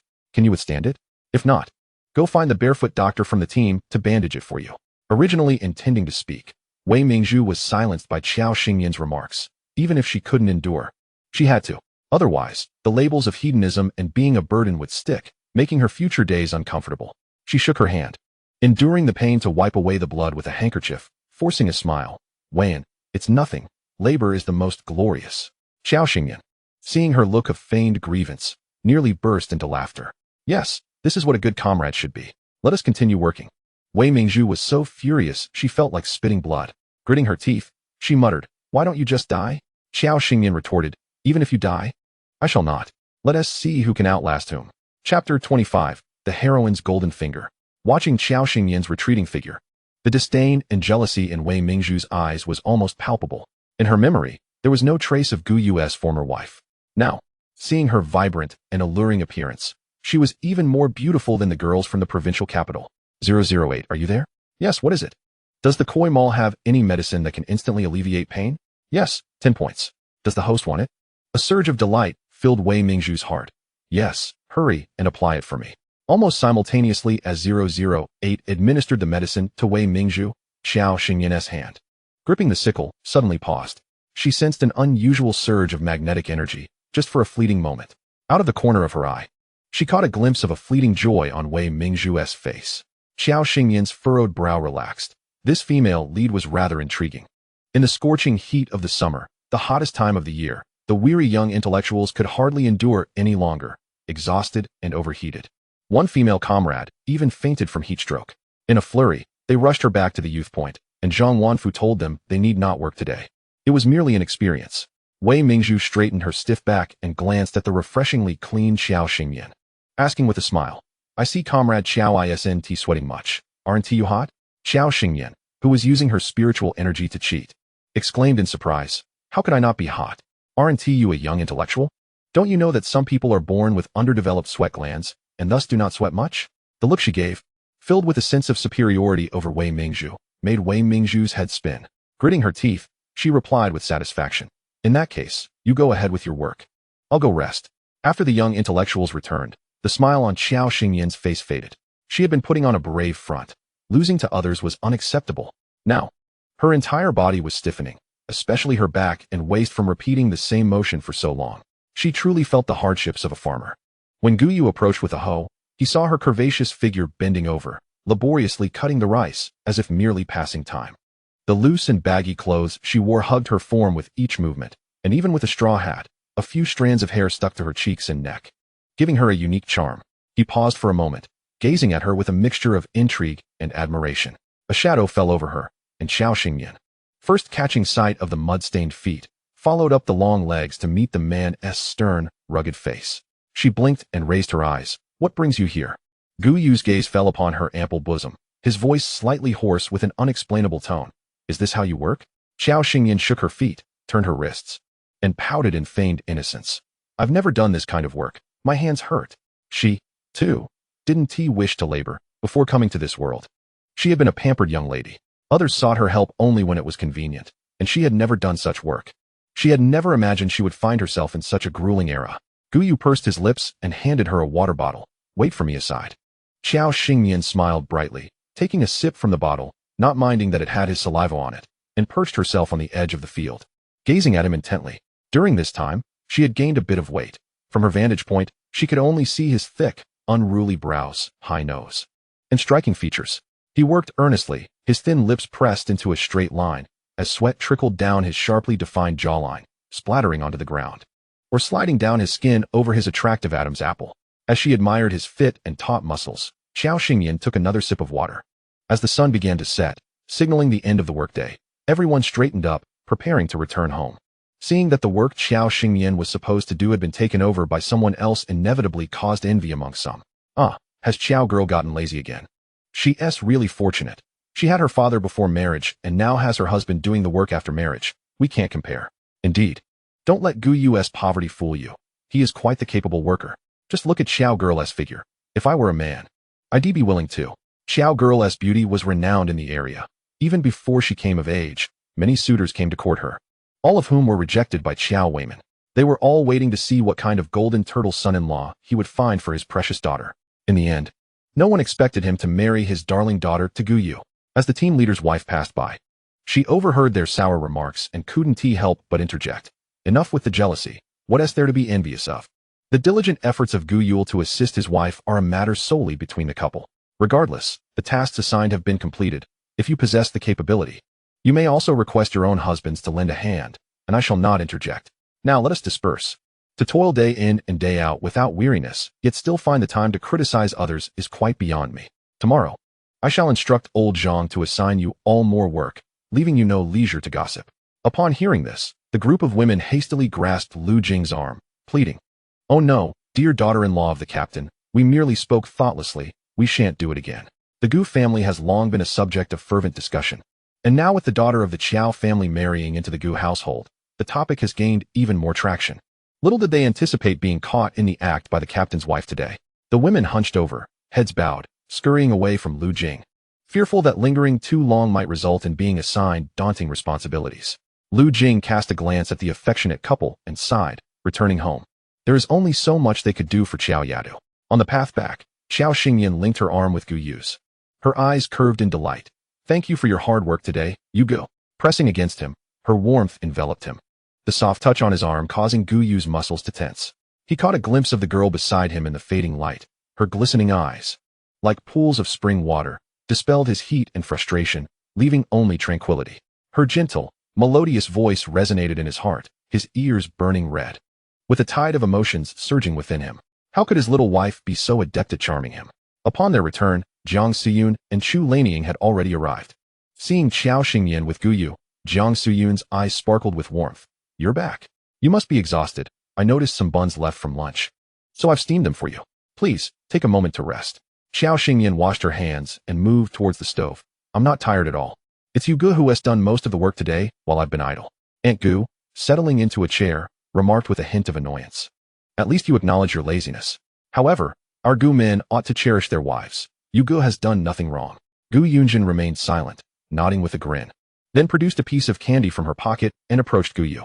Brother, this is a reward for you. Keep it up. Seeing Gu Yu unceremoniously tear open the candy and pop it into his mouth filled Xiao Xingyan's heart with warmth. Chapter 26. Fantasies of Infatuation. The Gu household radiated warmth, while the atmosphere at the educated youth station felt somewhat oppressive. Originally, they resided in a house specially vacated by the village, consisting of merely 3 rooms. Naturally, the 2 male comrades shared one room, leading to disputes among the 3 female comrades over who would claim the solitary room. Zheng Yonghui leaned against the door frame with her arms crossed, looking disdainfully at Wei Mingzhu. Do you not understand the principle of first come, first served? When I returned in the afternoon, I placed my belongings in this room while you dilly-dallied behind, oblivious to what you were doing. Now that you see I have a room to myself, you come seeking it. Why didn't you act sooner? Trying to take advantage of me? Wei Mingzhu fumed at her words, about to retort when Song Weian restrained her. Mingzhu, let it go, sharing a room with comrade Fan Shuzhen isn't bad arrangement. Better to avoid conflict. Wei Mingzhu was indignant. She is only pretending to be ill to claim the room. Why can't I? Zheng Yonghui raised an eyebrow. Wei Mingzhu, even your childhood friend is more sensible than you. Do not engage in actions that disrupt our collective unity. Angered, Wei Mingzhu shoved Song Weian's hand away and retreated to the adjacent room, choosing to avoid her. Fan Shuzhen, who shared the room with her, was a rather inconspicuous presence. Wei Mingzhu cast her a glance, but felt no desire to converse. Lying on her bed, she sought to untangle her chaotic thoughts and contemplate her next steps. She recalled how in her previous life, she had devoted herself entirely to him, only to see him transform into a scoundrel once fortune smiled upon him. It wasn't until her daughter was on the brink of adulthood that she discovered Song Weian had an illegitimate son and daughter, both older than her own. When she confronted Song Weian, he shockingly admitted to it. At that moment, her heart sank into despair. Little did she know that after a slumber, she would be reborn. This time, she vowed to distance herself from the unworthy Song Weian and cling to the formidable Gu Yu. She understood that next year the college entrance exams would resume, and the following year, the Gu family would return to the capital. By then, Gu Yu would be in control of the entire Gu household. However, the only complication remained: Gu Yu's deceased wife. Why was she still alive? Frowning, she called out to 008. 008. Do you think it's because of my rebirth that a butterfly effect has occurred, allowing Gu Yu's wife, who was meant to perish early, to still be alive? That situation cannot be ruled out. Then how can we revert to the original trajectory? Since she should have passed away, yet remains inexplicably alive. She must have acquired some significant fortune. Simply stripping her of that luck will restore the original course. Wei Mingzhu's eyes brightened. Her thoughts aligned perfectly with 008's. Feeling reassured, she planned to exchange for a charm of affection. 008. Remind me, I currently have only 18 points. And a charm of affection costs 30. I lack the points. Wei Mingzhu was unwilling to concede. She intended to use the charm on her first encounter with Gu Yu, ensuring he fell for her at first sight, thus leading to a divorce from that village girl. Could I possibly defer payment? Once I reclaim some fortune, I can repay you. No, the koi system does not allow for credit. However, what? The koi system has a backup rule. The host may exchange 1 year of life for 100 points. Consider this carefully. Wei Mingzhu bit her lip, grappling with the dilemma. Yet, when she contemplated the immense power Gu Yu would wield in 2 years, and the thought of not being the woman by his side, she realized her rebirth would hold no significance. With a resolute mind, she closed her eyes, gritted her teeth, and made the exchange. After all, she was only 19. With a long life ahead, trading a year for a lifetime with Gu Yu was worth it. Exchange successful. Host now has 88 points remaining. Wei Mingzhu gazed at the charm of affection displayed in the system's inventory, feeling a sense of satisfaction as she drifted into slumber. The next morning, the members of the Fuxing Brigade had breakfast, and as they stepped out into the morning dew, they resumed their labor.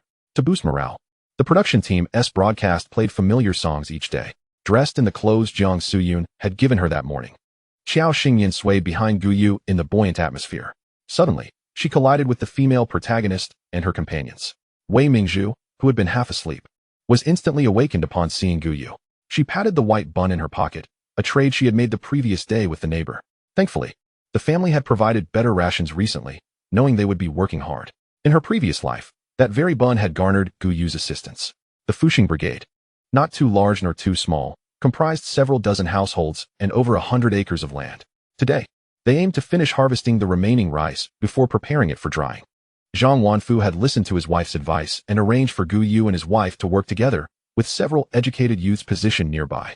His meaning was clear. Gu Yu was indeed a diligent worker among the younger members of our team, and observing him while learning would certainly expedite your progress. Before leaving, he reminded Gu Yu to take good care of them.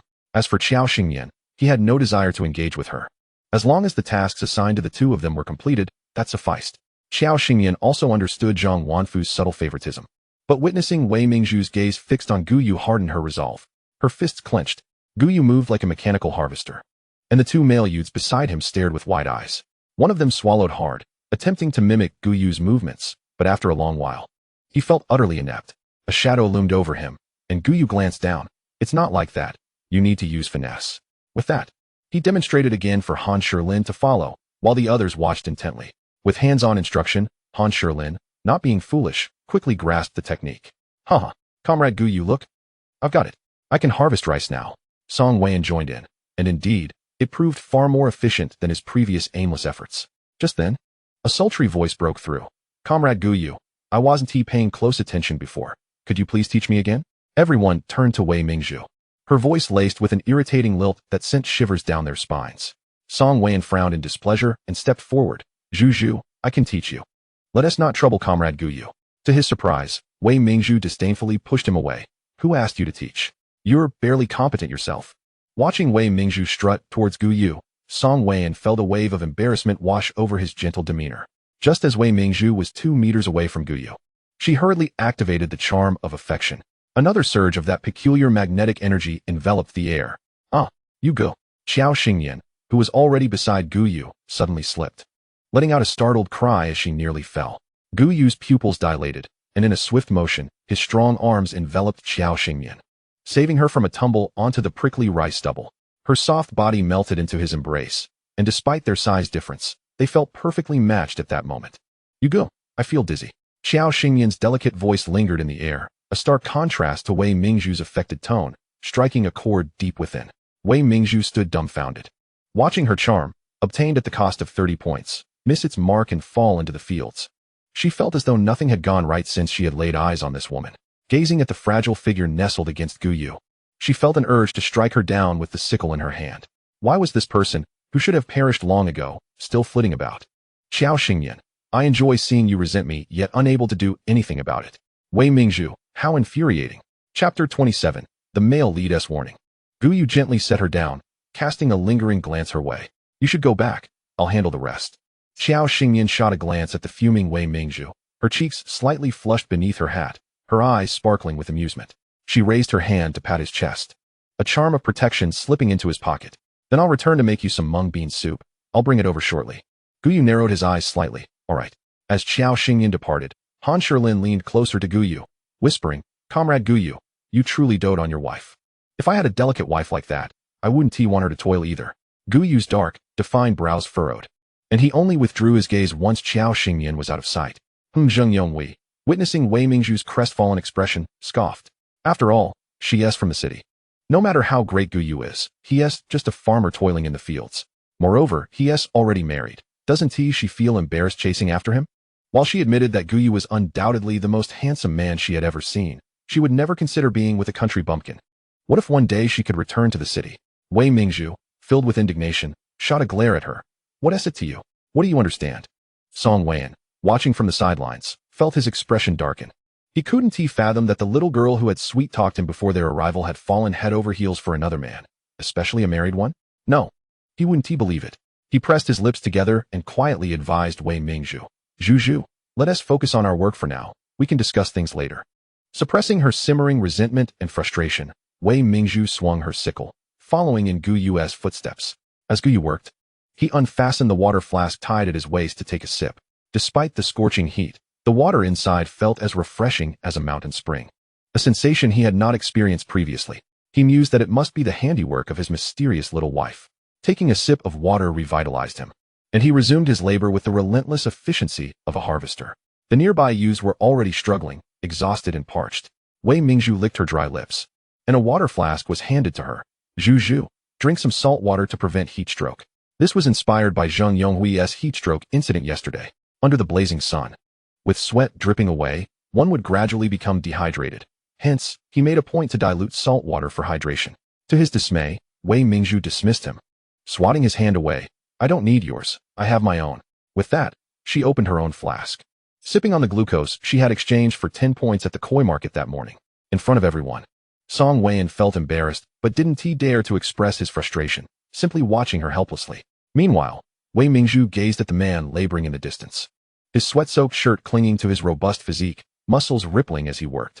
Unconsciously, she licked her dry lips. Gu Yu's physique was far more impressive than Song Weian's feeble, pretentious demeanor, radiating an abundance of masculinity.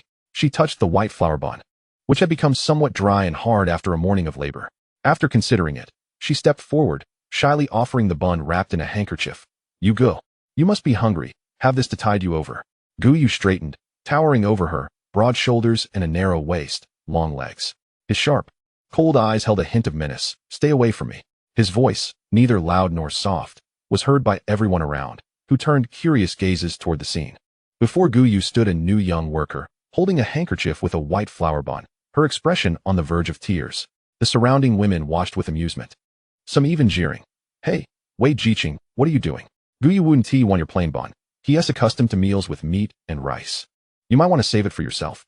They likely had never toiled in the fields, unaware of the exhaustion of harvesting rice. Offering him a bun now might leave her hungry when she truly needed sustenance. Others nearby chimed in with playful jibes. Indeed, though the words of her companions were laced with both jest and earnestness, Wei Mingzhu felt an overwhelming sorrow that brought her to the brink of tears. She grappled with the reasons behind her distress. Was it solely due to the presence of that woman? With a mix of indignation and grievance, she bit her lip and withdrew her white steamed bun, conceding, "All right, I understand. Thank you all." Reflecting on the previous day when she had only observed from a distance and had not seen what Guyu had consumed, she found it difficult to fully trust the words of her teammates. In her recollection, Guyu's family had struggled due to their social standing. Otherwise, he wouldn't have nearly fainted from exhaustion during the harvest. It wasn't until Qiao Xingyan brought lunch that she inhaled a fragrance more enticing than that from the state-run restaurant in the county. She beheld the generous portions of sauced ribs alongside fragrant white rice, left momentarily dumbfounded, unsure of how to respond. Unfazed, Qiao Xingyan cheerfully took Guyu's hand and led him to a shady spot beside a stack of rice, where she commenced feeding him.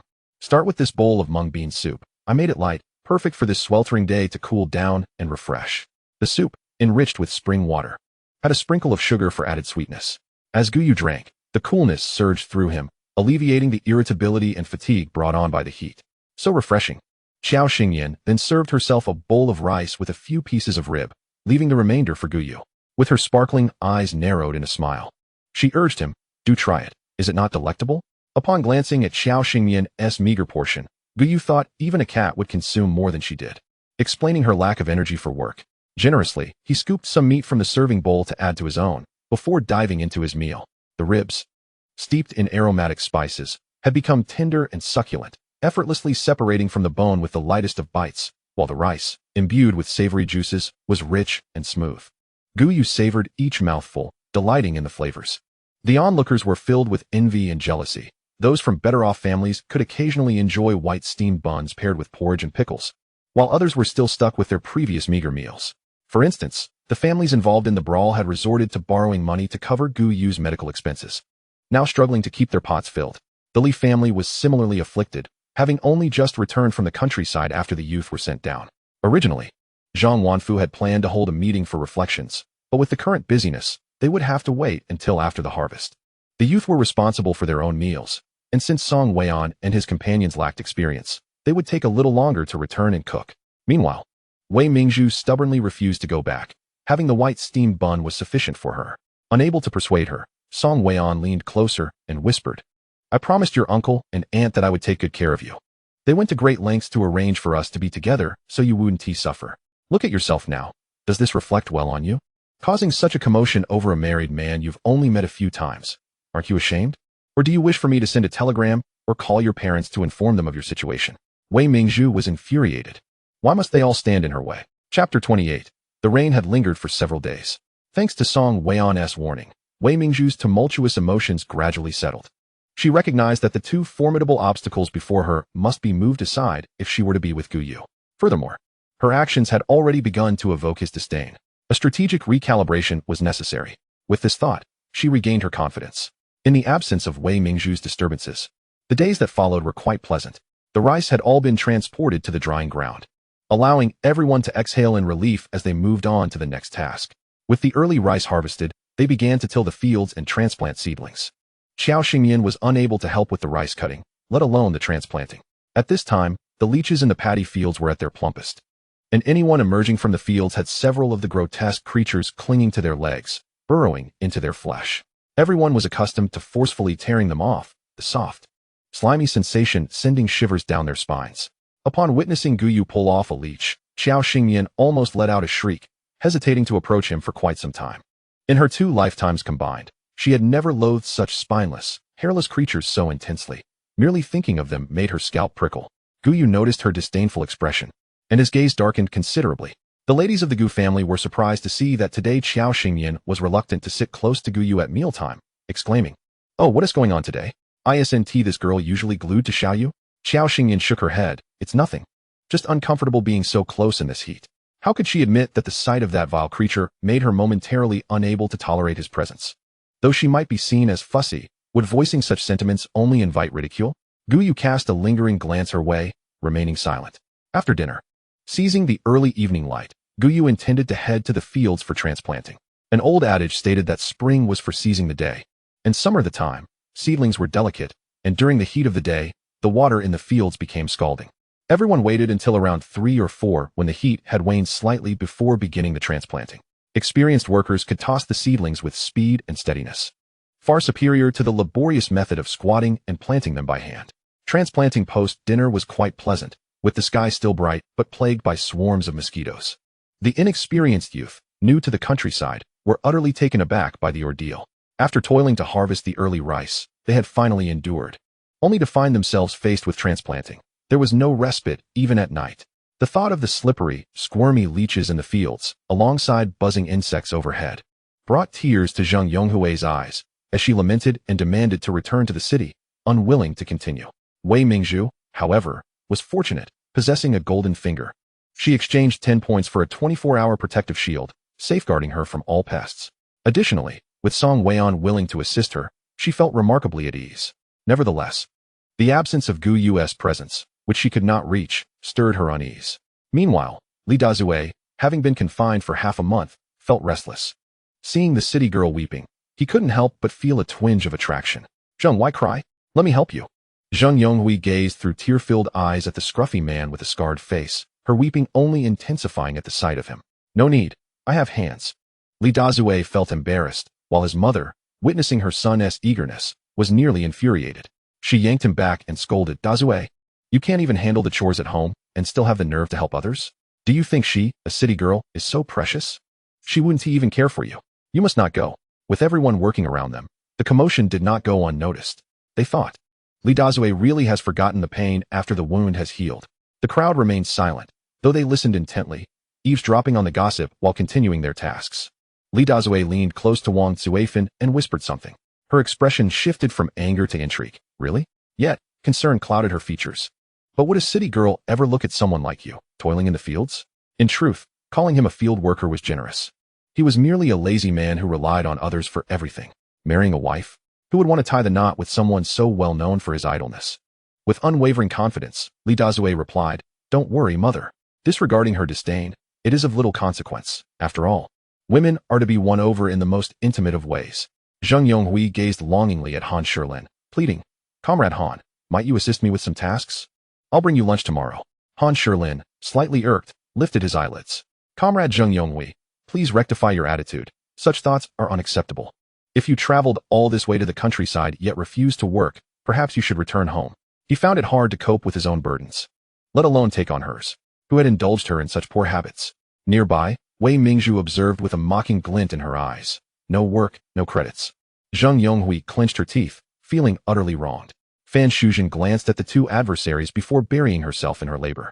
Over the next couple of days, under Li Dazue's relentless pursuit and excessive flattery, Zheng Yonghui grew wiser. Why not let someone else do the work for her? There was no need to suffer unnecessarily. The entire brigade buzzed with activity, laughter, and joy filling the air. Xiao Xingyan, with a basket in tow, found Gu Yu, waving at him like a vibrant flower. "Brother Yu, come eat."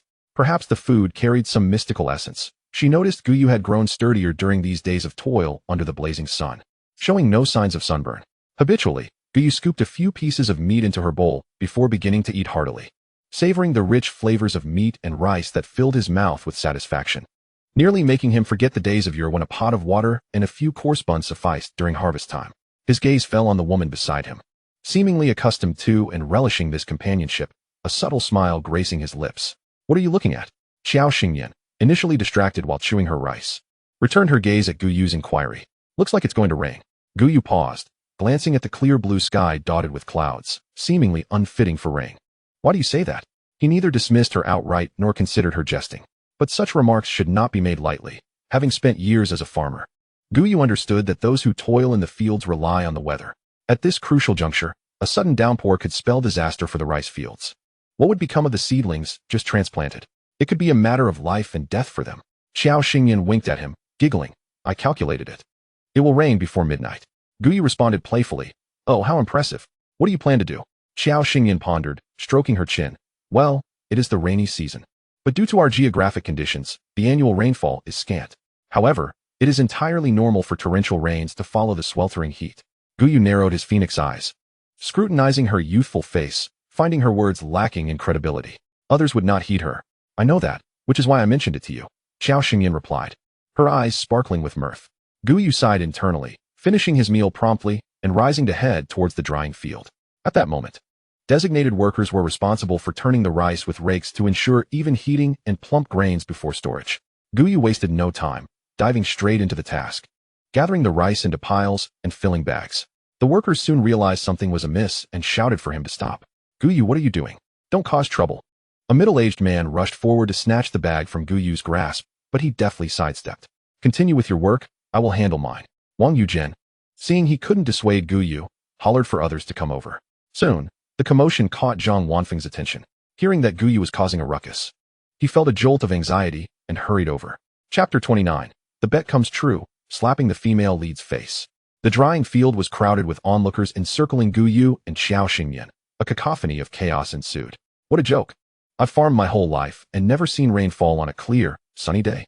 Indeed, Xiao girl, Gu lad, cease this nonsense and get back to work.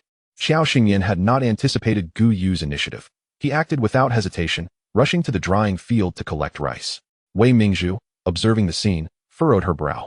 Remembering the plot from the book, she knew rain was not part of it.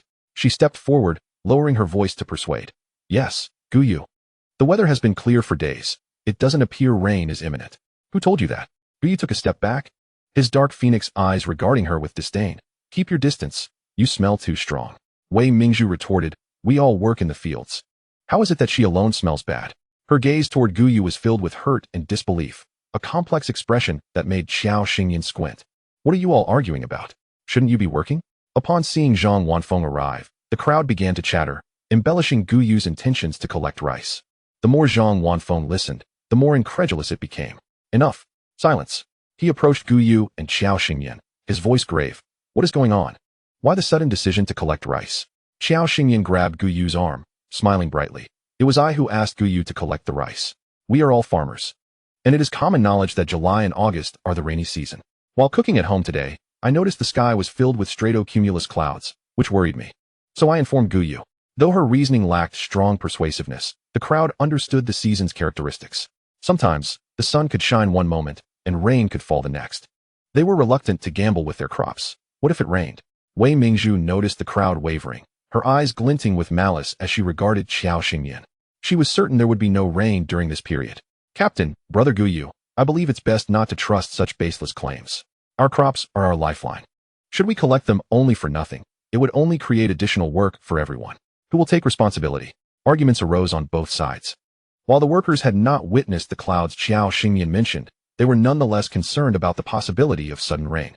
If it did not rain, the labor involved in collecting and then spreading the rice would be an unnecessary burden. Zhang Wanfeng frowned, caught in a dilemma. Yet Xiao Xingyan gazed intently at Wei Mingzhu. A sly smile on her face. Since I proposed it, I will take responsibility. But if you choose not to believe me, that is your concern. Or shall we make a wager? If it rains tonight, you must grant me a favor. If it does not rain, I will agree to whatever you propose. Wei Mingzhu, possessing a golden touch, was confident in her family's ability to predict weather changes. She felt a tinge of doubt that required validation. No problem. It won't rain tonight. Nor will it rain until the grain is harvested. After all, she was someone with a golden touch. Why would she fear her? Zhang Wanfeng's expression darkened upon hearing the two girls making bets. This is ridiculous. Such a significant matter concerning our crops cannot be left to the whims of two young girls. Not to mention, the authorities have not reported any impending rain. He paused, meeting Xiao Xingyan's gaze, and involuntarily softened his tone. However, just to be cautious, I intend to organize everyone to collect half, while the other half will remain drying. Regardless of the rain or shine, the intention was never to overexert anyone. In the event of rain, nimbleness would allow for timely action. Yet this time, the team faced a significant setback. While half of the members toiled in the fields, the other half harvested grain.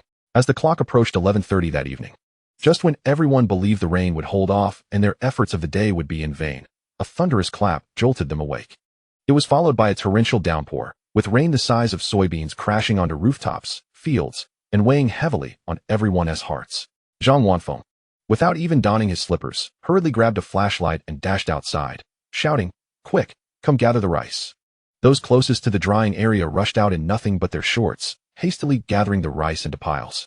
The rain came down with ferocity, as if the heavens had been pierced, pouring forth relentlessly. Despite their swift actions, half of them still found themselves drenched. All members of the team sprang into action, while Wei Mingzhu stood under the eaves, lost in thought as the rain cascaded around her. How could this happen? It shouldn't be raining. What was the reason behind it? Song Weian, soaked to the bone from helping with the rice, passed by and overheard her murmuring to herself. His expression was complex. "Zhu, I've long wanted to ask you, why were you so resistant to going to the countryside? Why did you agree so readily when it was about joining the Fuxing Brigade? Why do you treat Guyu so well? Do you know him? How could you be so certain when you made that bet with Qiao Xingyan at the drying area? You were so convinced it wouldn't rain." But the reality struck her like a harsh slap. A barrage of whys bombarded Wei Mingzhu. With a manic grin, she turned to Song Weian. "Why? I want to know why too. Who can tell me?" She then mockingly added, "Yes, I've known Guyu for quite a while, so don't flatter yourself. Song Weian, I don't like you, and I want to marry you in the future, do you understand?" Watching Wei Mingzhu disappear into the curtain of rain, Song Weian felt compelled to chase after her, yet her words clung to him like a strong adhesive, rendering him unable to move. For a fleeting moment, he pondered, did he actually like Wei Mingzhu? No, he did not. They had grown up together, far too familiar with each other. Their parents had merely bound them together against their wishes. "Comrade Song, are you all right?" A voice came from behind, drawing his attention. "Comrade Fan, what's the matter?" Song Weian was surprised to find someone standing behind him. Fan Shuzhen shook her head, smiling gently. "I hope you don't mind that I overheard your conversation with Comrade Wei." Song Weian had never paid much attention to the often silent Fan Shuzhen, but her understanding demeanor and candid nature now garnered him a newfound appreciation. "It's all right. Zhu is just throwing a tantrum. Since you live in the same house, be more accommodating." Fan Shuzhen had always been as gentle as a flower to Song Weian. "Okay, I understand." Zhang Wanfeng wiped the rain from his face, looking at the storeroom filled with bags of rice, a mix of relief and worry in his heart. Fortunately, they hadn't outright rejected Qiao Xingyan's words during the day, managing to bring in half the harvest. Otherwise, failing to meet even the mandated quotas would have resulted in tears and wails of despair. He turned to the damp crowd behind him, fatigue evident in his voice. "Thank you all for your hard work tonight. Let a few of you stay behind to guard the storeroom, while the others go back, wash up, and get some rest. Don't fall ill again." The rain poured down as if the heavens were spilling out, and the group trudged through the slippery mud back to their homes, sleep eluding them. Zhang Wanfeng looked at the two lingering under the eaves. "Why haven't you left yet?" Guyu held an umbrella, most of it tilted toward Qiao Xingyan, leaving him drenched. Qiao Xingyan turned to Zhang Wanfeng, her tone heavy. "This rain may continue for several days. Uncle, be prepared." Zhang Wanfeng stood there, momentarily stunned, his lips trembling in disbelief. "What do you mean? You're saying it will rain like this for several days?" Qiao Xingyan nodded. "This appears to be a widespread, sustained rainfall. We can't hide the situation in our team. Although it wasn't a catastrophic disaster, it posed a devastating blow to the farmers." Chapter 30. Jiang Siyun falls ill. Zhang Wanfeng had been sitting at his doorstep since early morning. Taking a drag from an old cigarette, he stared blankly at the relentless rain. He had been shocked by Qiao Xingyan's sudden news yesterday, but had forgotten to ask her how she knew. Now, there was no need to inquire, as the unyielding rain had already provided him with the answer. Lu Jing had just finished cooking a bowl of noodles when she saw her husband sitting by the door, his face etched with worry. She approached and gently pushed his back. "What's wrong? You look so lost. What is going on?" Zhang Wanfeng exhaled a puff of smoke that obscured his troubled expression. "This rain will last for several days. What will happen to the rice that got soaked? What about the seedlings in the fields? What will become of this year's harvest?" Though he didn't voice his concerns, Lu Jing's smile faltered, disbelief washing over her face. "What do you mean several days? You must be joking." Zhang Wanfeng fell silent, unsure of how to explain, and knowing that his wife might not believe him anyway. He wished fervently that this was merely a jest from the heavens. However, the truth became evident on the third day of the downpour. The seedlings in the fields had rotted, and the youth station in the brigade had collapsed. A cacophony of wails filled the air, chaos ensued, and cries of despair echoed through the brigade. Jiang Suyun from the Gu family had succumbed to the relentless rain, her coughs resonating intermittently. Gu Er's Hang, Shu Lanying, wore a worried expression, but her blindness left her helpless, merely sitting idly by. Sometimes she despised her inability to see, feeling she had caused so much trouble for others. If it weren't for her blindness, She could have gone out to feed the livestock despite the slippery roads and rain. Now, Jiang Suyun, already frail, was forced to brave the storm and work for two. In that moment, her heartache peaked. Even the thought of seeking a doctor for her was impossible. Jiang Suyun's illness struck fiercely, leaving her feeling as if she were a burning coal, weakly calling out for Chongyun. Chongyun. Chu Lanying reached out to hold her hand, softly weeping. Suyun. It's my fault, I'm sorry. You must get better soon.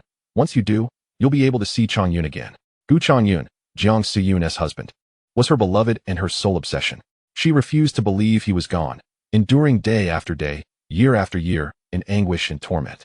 Yet now, she felt as though she could not bear it any longer. Chongyun, when will you return? Meanwhile, in the adjacent room, Xiao Xingyan was holding her breath, focused on drawing talismans. Jiang Suyun's condition was dire, and the rain had triggered her illness. Had it not been for the consumption of spiritually imbued foods, this illness might have claimed her life. As she had only just begun her practice, she was uncertain whether the incantation would work, having already ruined 2 talismans. When Guyu arrived with Dr. Yang, Jiang Suyun was coughing up blood, her condition seemingly critical. Yang Miqing shook his head without even checking her pulse. No need to check, there is no saving her. Prepare for the aftermath. Upon hearing the news, Chu Lanying felt as though the world were spinning around her, her head pounding as if struck by a hammer, leaving her in a daze. She staggered forward, attempting to grasp Yang Miqing, her voice hoarse as she shouted, "Quack! You charlatan! You didn't even check Su Yun's pulse before declaring her beyond saving. What has become of your medical ethics? I won't accept this. You must come and examine her. She is still alive. There is hope. I implore you, Dr. Yang." Chu Lanying, proud and headstrong all her life, found herself crying uncontrollably at the news of her husband's death, and in this moment, Gu Yu's eyes were clouded with a tempest of emotions as he pulled Yang Miqing before Jiang Suyun, his tone icy. "Save her." Yang Miqing, trembling, reluctantly took her pulse. With a sorrowful expression, he shook his head in the depths of Gu Yu's dark gaze, declaring, "She is truly beyond salvation, unless a miracle occurs." Both were momentarily stunned, and even Gu Yunjin, who had remained silent, began to weep.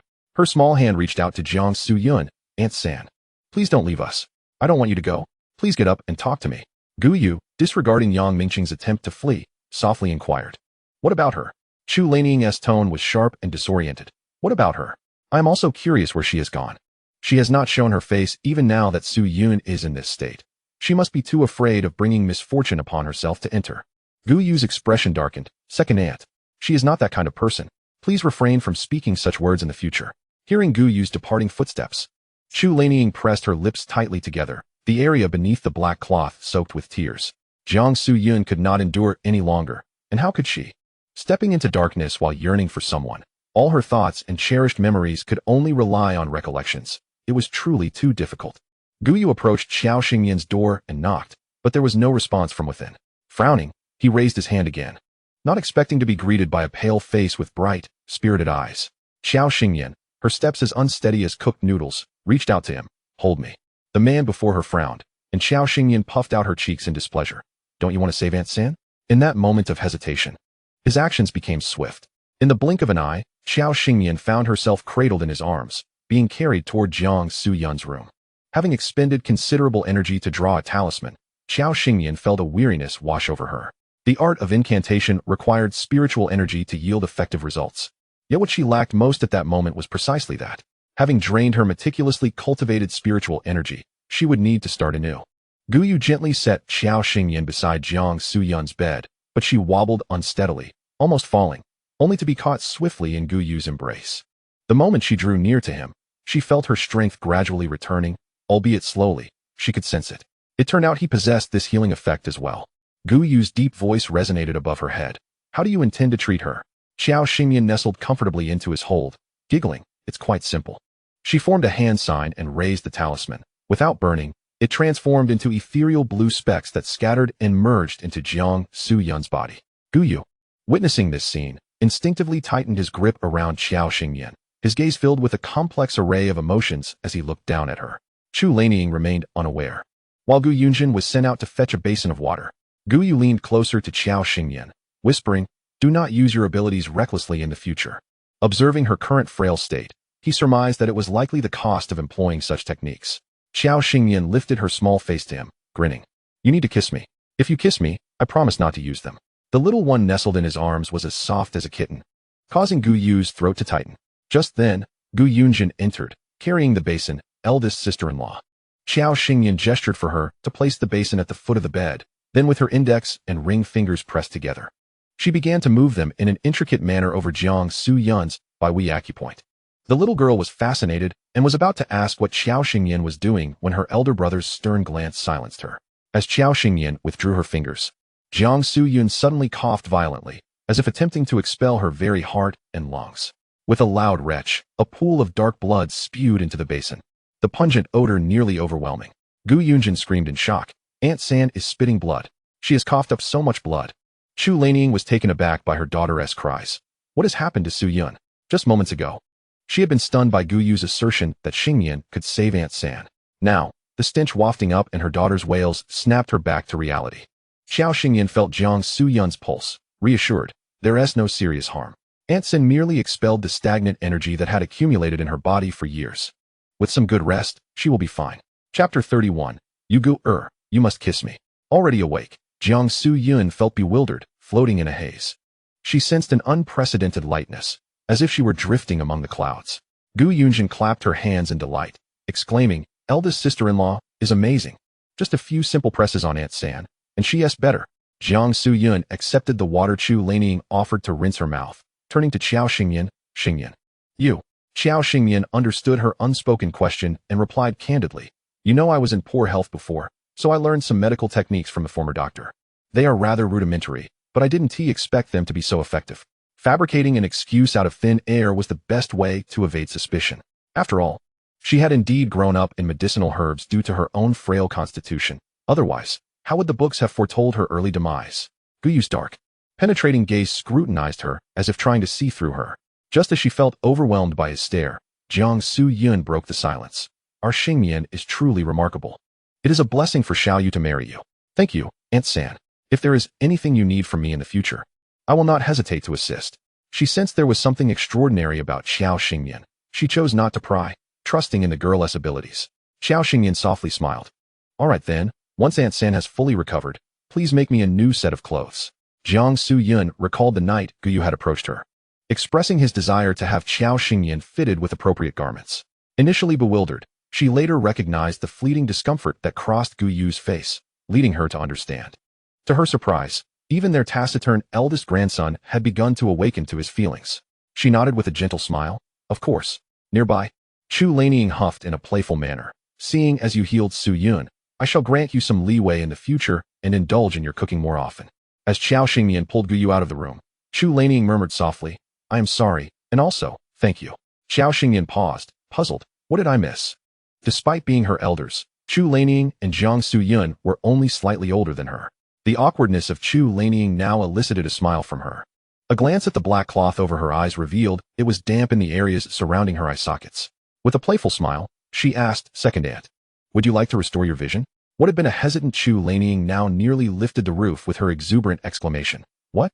Is it really possible?" Xiao Xingyan winced at the sudden volume, her ears buzzing. It seemed Chu Lanying truly had the potential for a soprano voice. Rubbing her ears, she replied, "Yes. But I will need some time to recover before I can assess your condition and formulate a treatment plan." Perhaps with Jiang Su Yun's recovery, Chu Lanying, who had initially given up hope of ever regaining her sight, felt a flicker of anticipation.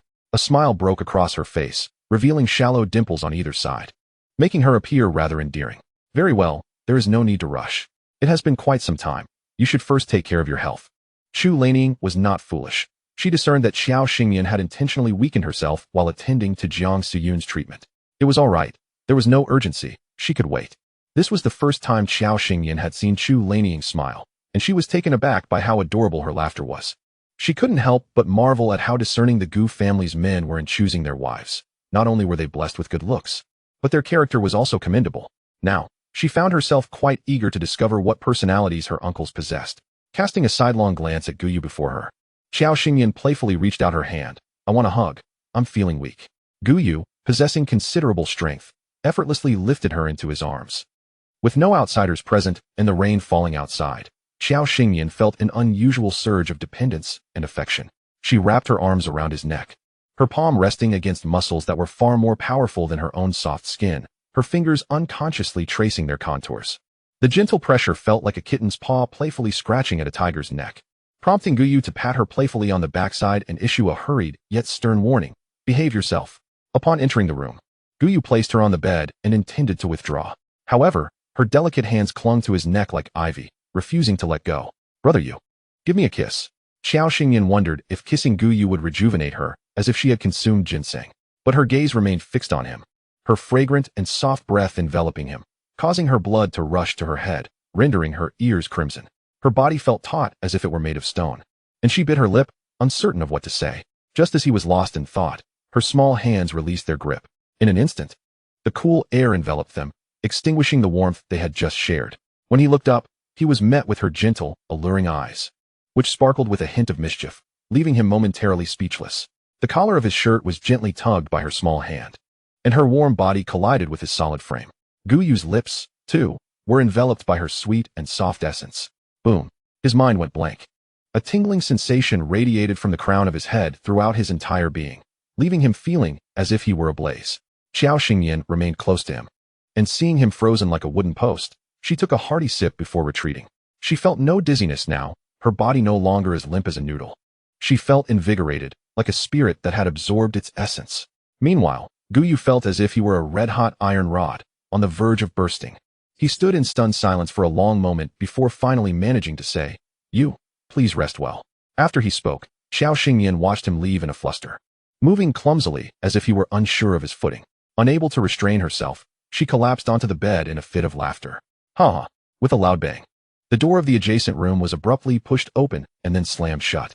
In a room with only a small bed, Guyu leaned against the door, listening to the silence, broken only by the pounding of his own heart. He felt a mix of emotions within him, akin to the taste of a sugar orange, sweet, sour, bitter, and overwhelming.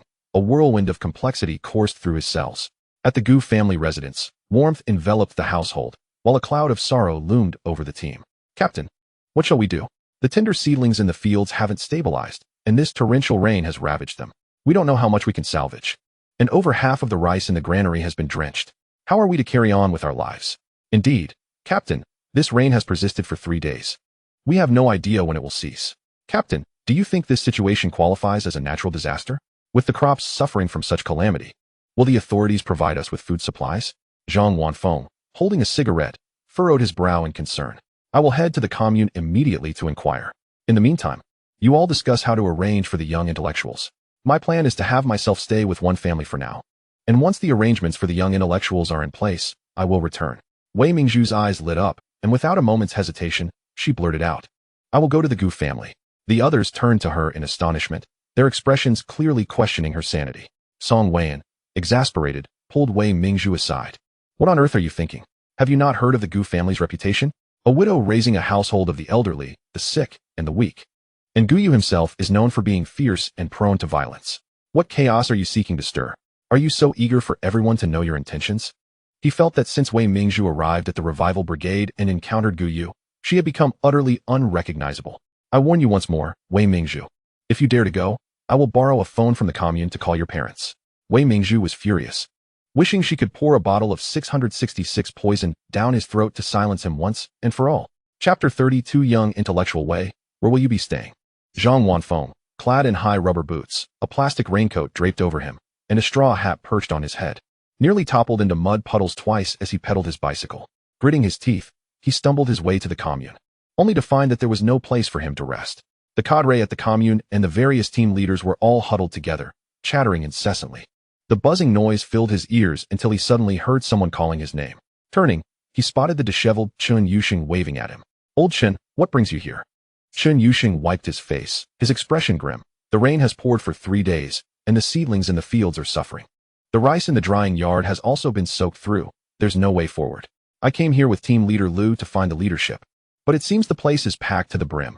Other teams must be in the same boat. Zhang Wanfeng, contemplating the situation in his own team, cautiously inquired. Team leader Lu, have other production teams been affected as well? Lu Guangren paused and nodded. Zhang Wanfeng, unwilling to accept the grim news, pressed further. Not a single grain has been salvaged? Lu Guangren's brows knitted in frustration. What exactly are you trying to say? His team comprised 4 production units, Haishi, Shangba, and Zhongba, all situated closely together, while the revival team lay somewhat further afield.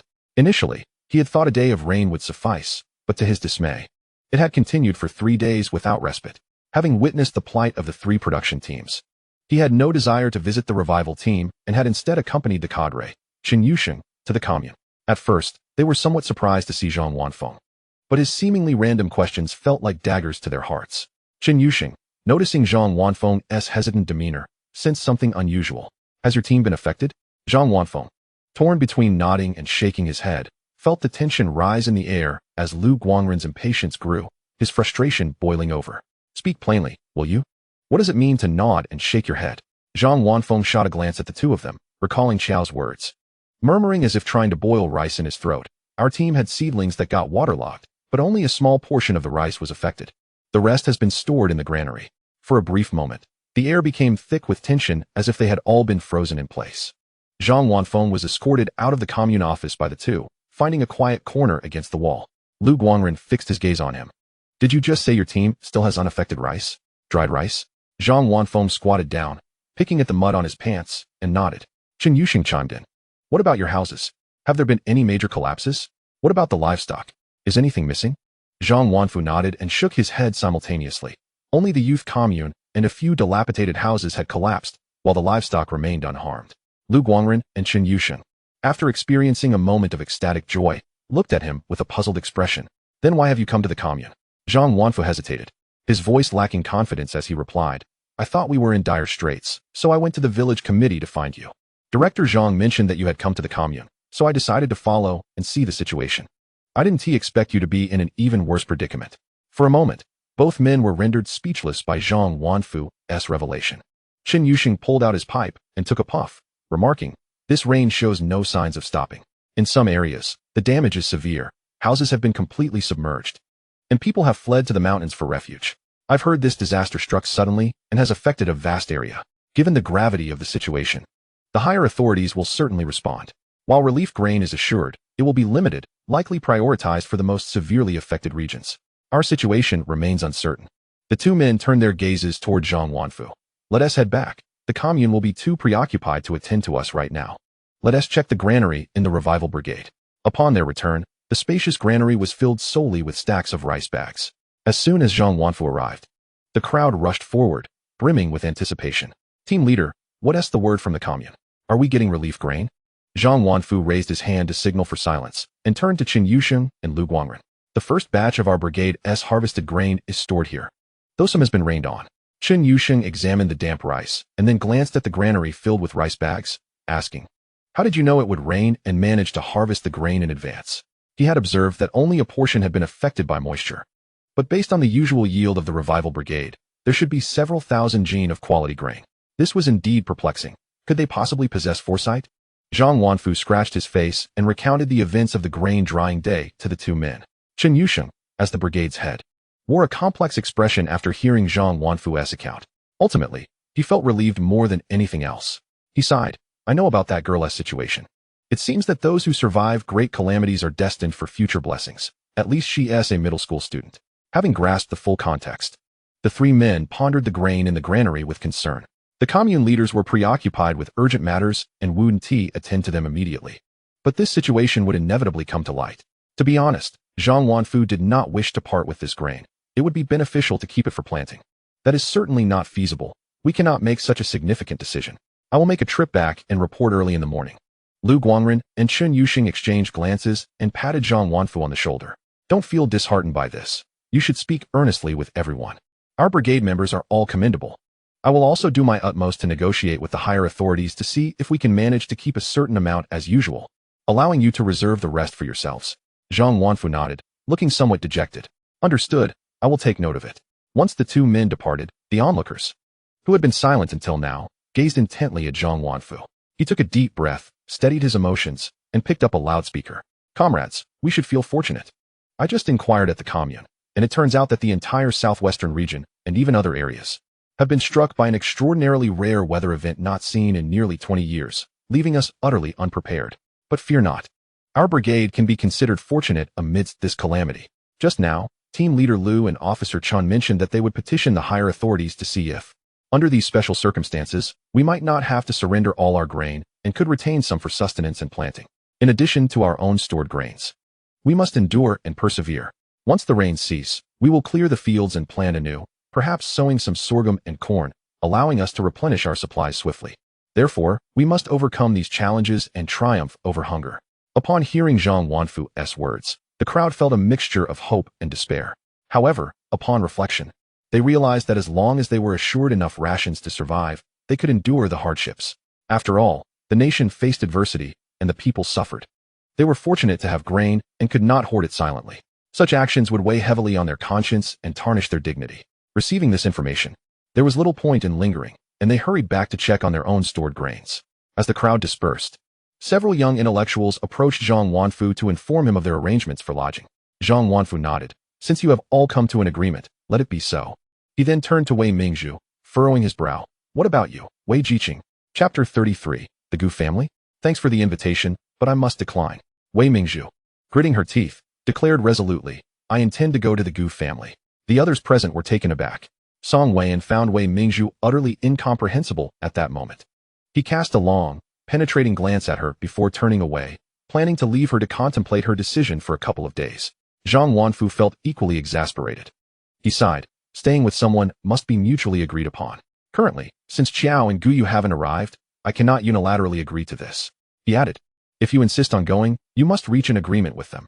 If that doesn't work, you might have to find another place." Wei Mingzhu felt a surge of joy, grateful as she sent Zhang Wanfu off. She had heard about the situation with Guyu's aunt, and, considering her options, decided to take the milk powder and a bag of yellow sugar she had brought from the city. On her way, she also used 20 points to exchange for a bottle of vitality liquid, bolstering her confidence as she walked toward the Gu family, umbrella in hand. Once she settled in with the Gu family, she was determined to find a way to win over Guyu. Meanwhile, Qiao Xingyan, having felt drained after Guyu's departure, retreated into her space to take advantage of the differing time flows between her realm and the outside world, seizing the opportunity to resume her cultivation. Wei Mingzhu arrived at the Gu family's home, tapping lightly on the door. "Who is it?" a youthful voice responded. Hearing this familiar tone, Wei Mingzhu recalled how, just a few days prior, she had been tricked by the mischievous Gu Yunjin. She composed her emotions and replied, "It's me, Wei Mingzhu from the youth commune." With a creak, the wooden door opened just a crack, revealing Gu Yunjin's little head. She peered at Wei Mingzhu, tilting her head in curiosity. "Wei Jiqing, what brings you to our house?" Wei Mingzhu forced a smile, speaking gently. "I heard that your aunt is unwell, so I brought some things to check on her and also wanted to discuss something with your brother. May I come in?" Gu Yunjin glanced at the items in Wei Mingzhu's bag, pouted, and called out, "Big brother, Wei Jiqing is here." Inside, the wives exchanged glances, frowning at the unexpected visitor. As Guyu was tending to the fire and boiling ginger syrup, he set down the tongs and strode over, pushing Gu Yunjin aside. Perhaps due to the continuous rain, the weather had turned cooler, prompting Guyu to wear long sleeves and trousers. The well-washed, brushed cotton white shirt paired with army green pants gave him a clean and proper appearance. With his sleeves rolled up, the subtle outline of his muscular arms was visible. When Guyu noticed her silence and the way she was staring at him, he started to feel uncomfortable and raised his hand to shut the door. Realizing what was happening, Wei Mingzhu quickly thrust her wrist out to block it. With a sudden creak, her wrist got caught between the door, and tears welled up in her eyes as she looked at him, a mix of grievance and playful reproach in her gaze. "That hurts." Guyu's scalp tingled as he took a step back, his expression icy as he declared, "I did not bump into you. So do not even think about playing the victim." Wei Mingzhu, imitating Qiao Xingyan's usual playful demeanor with Guyu, pouted and said, "Brother Guyu, I heard that Aunt San is ill, and I specifically came to check on her and discuss the possibility of staying at your home." Bang! The wooden door abruptly slammed shut in front of her, the forceful closing creating a gust of air that struck her face, leaving Wei Mingzhu momentarily stunned. Undeterred, she stepped forward to knock on the door, exclaiming, "Brother Guyu, open the door. I still have things for Aunt San." Guyu chose to ignore her entirely, treating her as if she were merely a figment of the air. Thus, Wei Mingzhu knocked until her hands were sore, yet no one came to answer. Meanwhile, Gu Yunjin, ever the gossip, rushed inside to vividly recount her brother's cold and heartless demeanor to the sisters-in-law. Sitting at the bedside, Chu Lanying pinched her daughter's cheek and scolded. "You mischievous girl, instead of learning something good, you've only learned to scheme against your brother." Gu Yunjin made a face at her mother, knowing she couldn't see it. However, Jiang Siyun, sitting beside the bed, observed Gu Yunjin's spirited antics with a hint of regret. If only the second sister-in-law could see this. After all, Jinjia had turned 7, and she likely had no idea how much she resembled her second brother. Perhaps it was for the best. Seeing that face would only deepen her sorrow. With a gentle smile, she tapped Gu Yunjin's little nose and remarked, "The men of the Gu family are only kind to their wives. Your brother is no exception.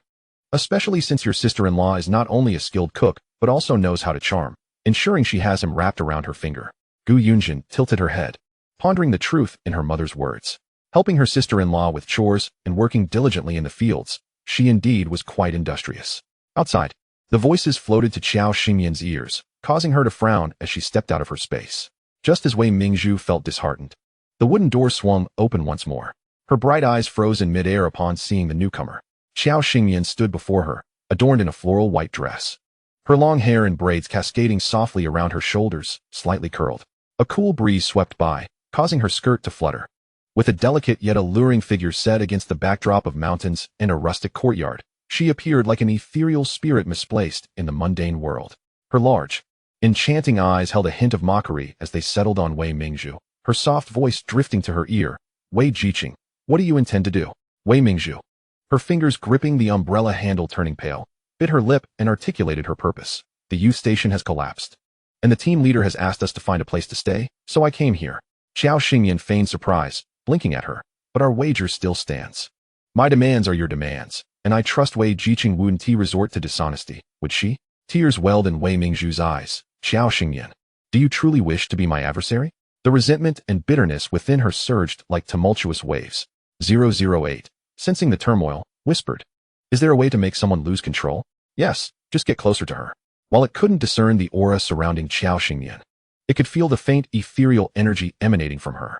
If it could penetrate her mental realm and claim it as its own, it surmised that even a fragment of its residual soul could be nourished. Wei Mingzhu, upon hearing this, adopted a seemingly harmless demeanor and advanced step by step. Just a little closer, and she would ensure that this accursed woman would face her demise once more. As Qiao Xingyan instinctively retreated, Wei Mingzhu halted just a step away. "Fine, I agree to your terms. I will seek lodging elsewhere. Here are the items I brought for Aunt Gu. Please accept them on her behalf." Qiao Xingyan cast a sidelong glance at her, ready to refuse, but an unusual surge of energy enveloped them. Her eyes narrowed in suspicion as she regarded Wei Mingzhu. Perceiving the madness burning within her bloodshot gaze, a sharp sensation approached her, compelling Qiao Xingyan to channel her powers for defense. At that moment of contact, a sardonic smile graced her lips. So, this was the extent of Wei Mingzhu's so-called advantage? 008, initially brimming with anticipation at the prospect of consuming spiritual energy, suddenly found itself ensnared by a more formidable mental pressure. It hastily activated the countermeasure within the Koi system to withdraw. Had it not previously siphoned a significant amount of points from this foolish woman, it would have faced dire consequences today. Qiao Xingyan sensed a mysterious force obstructing her, allowing that entity to escape, and she could not help but pout in disappointment. At that moment, 008 was in a frenzy within Wei Mingzhu's mind. "You fool. Hurry and leave. Never provoke that woman again."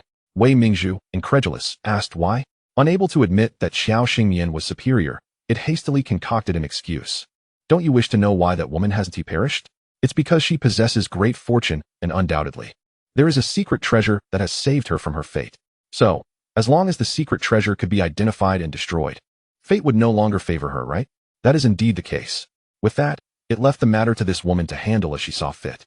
It was determined not to recklessly abandon its host to engage in foolishness. Upon hearing this, Qiao Xingyan cast a meaningful glance at Wei Mingzhu. "Go back. These matters are best left for Wei Jiqing to ponder." Chapter 34, Seeking Shelter at the Wei Family. After absorbing 008's words, Wei Mingzhu realized that not only had heaven granted her a chance for rebirth, but it had also bestowed Qiao Xingyan with an opportunity to survive. Understanding the reasoning made subsequent actions easier. A low smile crept across her face, as if the earlier display of emotion had not originated from her. "In that case, I want to press further. I will return when Aunt San is better. I apologize for the disturbance." Watching Wei Mingzhu depart, Qiao Xingyan rubbed her chin. "Aren't you cold?" Gu Yu, noticing her standing at the door with rain seeping in and dampening her dress, wore an expression of displeasure mixed with resignation. Qiao Xingyan, aware of his presence behind her, felt the dim light of the overcast day accentuate his stern tone, which held a hint of softness. She knew he had heard her. With a dreamy smile, she tiptoed into his embrace, snuggling against him. Her cool face pressed against his warm chest. She could hear the steady beat of his heart. Softly, she murmured, "Brother Yu, I really like you." Upon Gu Yu's tender belly lay a small, delicate Xiao Xiaomao, who boldly declared her affection for him with unabashed fervor, igniting a fiery warmth deep within him. In that moment, the long-standing fortress of ice surrounding Gu Yu's heart cracked ever so slightly, threatening to collapse entirely. Yet, the incessant nuzzling from the little cat stirred a primal fire within him.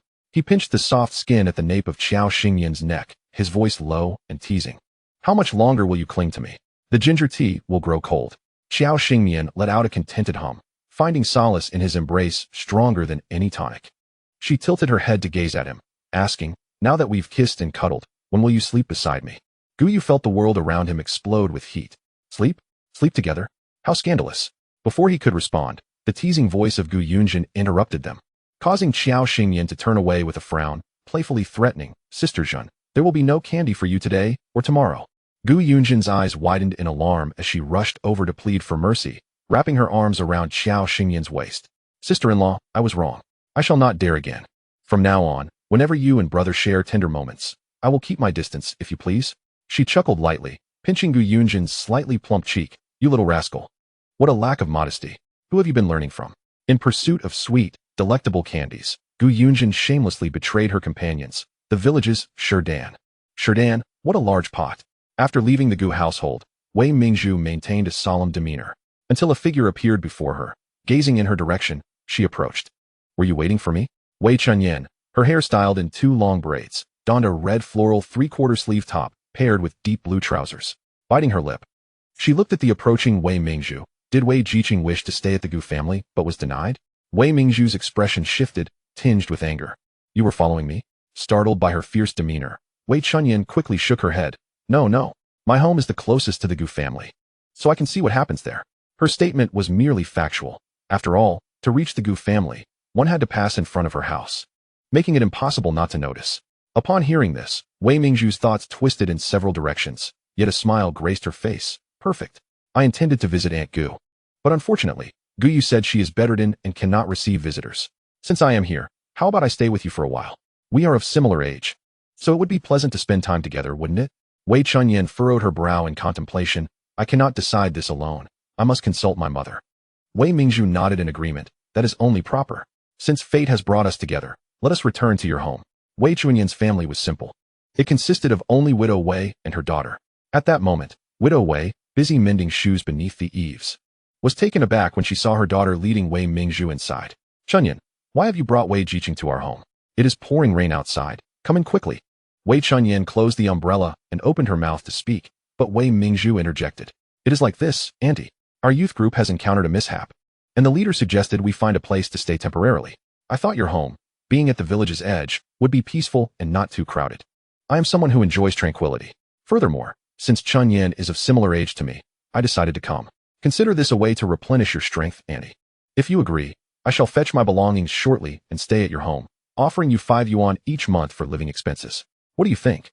Widow Wei's eyes gleamed at the sight of the precious items in the net, and Wei Mingzhu's offer of 5 yuan monthly struck a chord in her heart.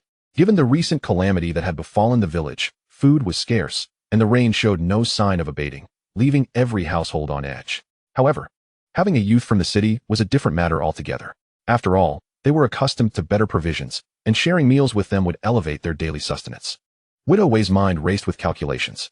She smiled broadly and accepted, saying, "What is there to disagree about?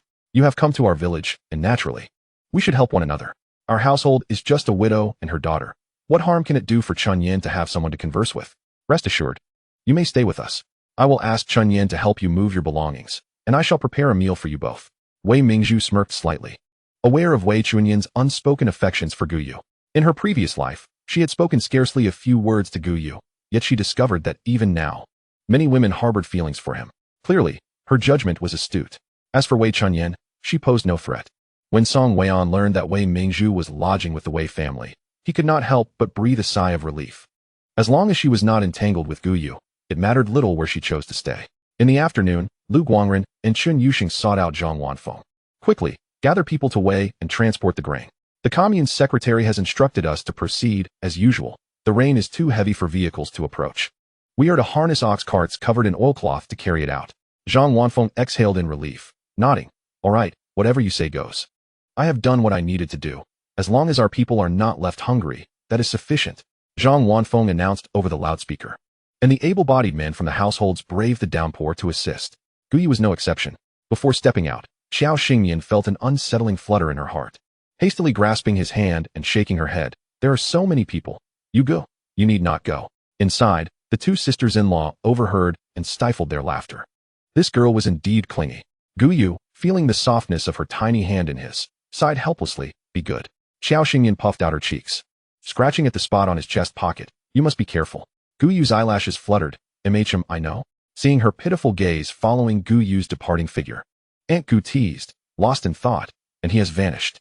Xiao Xingyan reluctantly withdrew her gaze, feeling a tumult of emotions within. Chapter 35, Landslide. Zhang Wanfeng stood before the granary, holding a loudspeaker. "Comrades, the leaders have permitted us to reserve some grain. Now, everyone, quickly help transport the grain onto the trucks outside the village." The crowd collectively sighed in relief and began working. As for how this batch of grain was allocated, that was beyond their concern. They borrowed ox carts from the neighboring production team, and a dozen carts carried the rice bags wrapped in oilcloth towards the larger vehicles. The chilly rain drizzled down, sometimes obscuring their vision, making it difficult to see the road. The Fuxing team was built against the mountains. A narrow dirt path was now drenched and slippery. Each stretch of the journey threatened to mire the wheels in mud, requiring considerable effort to extract them, meaning they would likely toil until dusk to finish. The leader of the first ox cart called out to boost morale, "Comrades, the victory of our revolution is within reach. This is the final journey. Let us rally together, and upon completion, we can return to enjoy a warm bath, a delicious meal, and snuggle with our soft, loving wives for a good night's sleep." The weary crowd, already fatigued, found encouragement in these words. Their spirits lifted at the thought. Escorting the ox carts became invigorating, each person shouting and cheering as if they had been invigorated by a surge of energy, whether it was their boisterous voices or sheer enthusiasm. A few pebbles tumbled down from the mountainside beside them. "Ouch! Who threw stones at me? Haha, Zoergu, are you daft? Those fell from the mountain. They have nothing to do with us." Zoergu looked up at the mountain above, the dim light rendering it impossible to discern much. He spat, muttering, "What awful luck. Of all people, to be struck." As he spoke, more soil and stones cascaded down from the mountainside, prompting the crowd to halt. "What is happening? Is the mountain about to collapse?" "Pa, don't speak such ill omens." Song Weian had never endured such discomfort in the rain before and felt somewhat weak as he wiped the rain from his face. "Do not worry. These continuous rains may cause some unstable rocks and soil to tumble down, but it is not a significant issue. Let us get back to work." Upon hearing these words, the crowd instinctively patted their chests in relief. "That's good. Thank goodness Song Jiqing is well read. Otherwise, we would be too terrified to proceed." Guyu, walking ahead of Song Weian, furrowed his brow as a sense of unease crept into his heart. However, upon seeing that the majority of the ox carts had safely passed, he relaxed his tense expression. As the last cart of grain was loaded onto the truck, the men in the team erupted into jubilant revelry. Oh, time to go home, take a bath, eat, and sleep with our wives." Some young men, unmarried and without partners, felt their faces flush at the raucous banter. Moo, moo. Just as the merriment escalated, the oxen pulling the carts began to moo incessantly. What was going on? Were the oxen refusing to move? The elders had often spoken of the spirits residing in all things. Could it be that something truly had occurred ahead? Song Weian scoffed internally. Yet, he maintained a facade of calmness, exuding an air of tranquility. "This is a new era. I am a staunch materialist. The leaders have proclaimed that feudal superstitions are unacceptable." Han Sherlin pursed his lips, increasingly convinced that this Song Jiqing was peculiar. While feudal superstitions should indeed be dismissed, there was always a kernel of truth in the wisdom passed down from our ancestors. Why don't we wait a bit longer? After all, we've come this far. Song Weian's smile faltered slightly. Han Sherlin's words were rather irritating. He clenched his fists at his sides and remarked, "Everyone is already exhausted. Continuing to stand out in the rain may easily lead to illness. Furthermore, as night falls, our families will worry if we do not return. Since you are apprehensive, I shall take the lead. Those willing to follow may do so, while those who wish to stay may wait until later." One could not deny that Song Weian's words struck a chord with the others. Getting soaked was one thing, but falling ill due to it would be another matter entirely. Not only would one incur medical expenses, but how could one work in poor health? In an instant, the majority of the group began to move forward with Song Weian. Han Sherlin nudged Guyu. "Comrade Gu, what are your thoughts?" Guyu glanced at the mooing oxen and shook his head. "I will wait a while longer." He had often felt that he was overthinking things, but now, seeing the oxen's reluctance to move, he was even more hesitant. As a child, He had heard his grandmother tell tales of pregnant deer kneeling in gratitude to hunters who spared them, and he believed in the spirits of all beings. While Song Wan led most of the group forward, laughter and chatter echoed from a distance. However, joy can swiftly turn to sorrow in an instant. Boom. It was as if the mountain above them had been provoked, shaking the earth and sending boulders tumbling down. The torrent of mud and stone poured forth like a famished tiger pouncing on its prey, coming on with tremendous force. The cacophony of voices filled Gu Yu's ears. But the most prominent was the urgent cry to run. They appeared so insignificant beneath the grandeur of nature. Those in front sprinted with all their might. For to stop meant certain death. Meanwhile, those behind were paralyzed with fear. In a mere moment, the mountain path, still a distance from the village entrance, became largely obscured by mud and debris. Some escaped unharmed, while others were buried beneath the rubble. Gu Yu dashed forward, his long legs propelling him as he shouted to the stunned individuals behind him. Quick! Save the others! Gu Yu, save me! Song Wan, lacking physical fitness, was struck by a rolling stone from the mountain but, by some stroke of fate, was pushed to the edge by the torrent of mud. Yet, driven by an instinct for survival, he called out desperately for Gu Yu. Perhaps the intensity of his voice pierced through the chaos, reaching Gu Yu's ears. His gaze fell upon the relatively safe Song Wan, and he frowned, initially reluctant to respond. However, his peripheral vision caught sight of a boulder hurtling toward Han Shilin, who was engaged in a rescue attempt. In a flash, he moved like lightning, akin to a swift cheetah, leaping to push Han Shilin aside. Gu Yu, get out of the way! Han Shilin shouted in a panic, and the crowd watched in horror as the massive boulder barreled toward Gu Yu. The ground beneath him was soft mud, and the boulder was descending rapidly. At that moment, Gu Yu's mind was blank, consumed entirely by the image of Song Wan's radiant face. Suddenly, his chest felt a searing heat, as if an invisible force had stopped the boulder in its tracks. Gu Yu was momentarily stunned but instinctively rolled to the side. With no obstruction, the boulder continued on its original course, rolling away into the distance. The crowd stood in shock, staring at Gu Yu, who remained upright. Was this a manifestation of the mountain spirit? Chapter 36, I Want to Hold You. The commotion stirred the entire group. Lu Guangren shouted anxiously, Hurry! Hurry! Everyone move! We need to save people. Every member of the production team, carrying lanterns or flashlights, rushed into the pouring rain to assist in the rescue efforts. Nearly 1,000 people from Xiao Shi's brigade mobilized. Gu Yu's third aunt, frail and unable to travel, was in a state of panic, wanting to accompany Chu Lanying, but was stopped. Second aunt, third aunt, don't worry. Everything will be fine. Just wait at home. I promise I will bring Gu Yu back safely. When Xiao Xingyan arrived, the area outside the village was teeming with people. Her eyes scanned the crowd like a radar, searching for Gu Yu's whereabouts. Xiao girl, what are you doing here? Zhang Wanfeng, clad in a raincoat, recognized a familiar figure and shone his flashlight in her direction. Xiao Xingyan raised her hand. The educated youth have come. I'm here as well. More hands mean more strength. Originally, Zhang Wanfeng intended to tell her to go back, but the words stuck in his throat. He wiped the rain from his face and instructed, You stay here and help count the injured. Don't get involved too much. Understood? The accident had come suddenly, with a long stretch of road ahead blocked, leaving uncertainty about who might be trapped inside. As the team leader, Lu Guangren had to stay behind to coordinate the rescue. Chen Yuxing rode his bicycle towards the commune. It's all your fault. Damn educated youth from the city. Even the oxen sensed danger and refused to move. And yet you, Song Wan, led everyone forward. Get out of our revitalization team. We don't welcome you here. Many from the revitalization team, having heard that Song Wan had led everyone into danger, vented their frustrations at him. Ah, you Song Wan, you owe me my husband back. How dare you show your face here? They say that oxen have spirits. How can the wisdom passed down through generations be dismissed as superstition by you? I'll strangle you, you good-for-nothing city dweller. You owe me my son.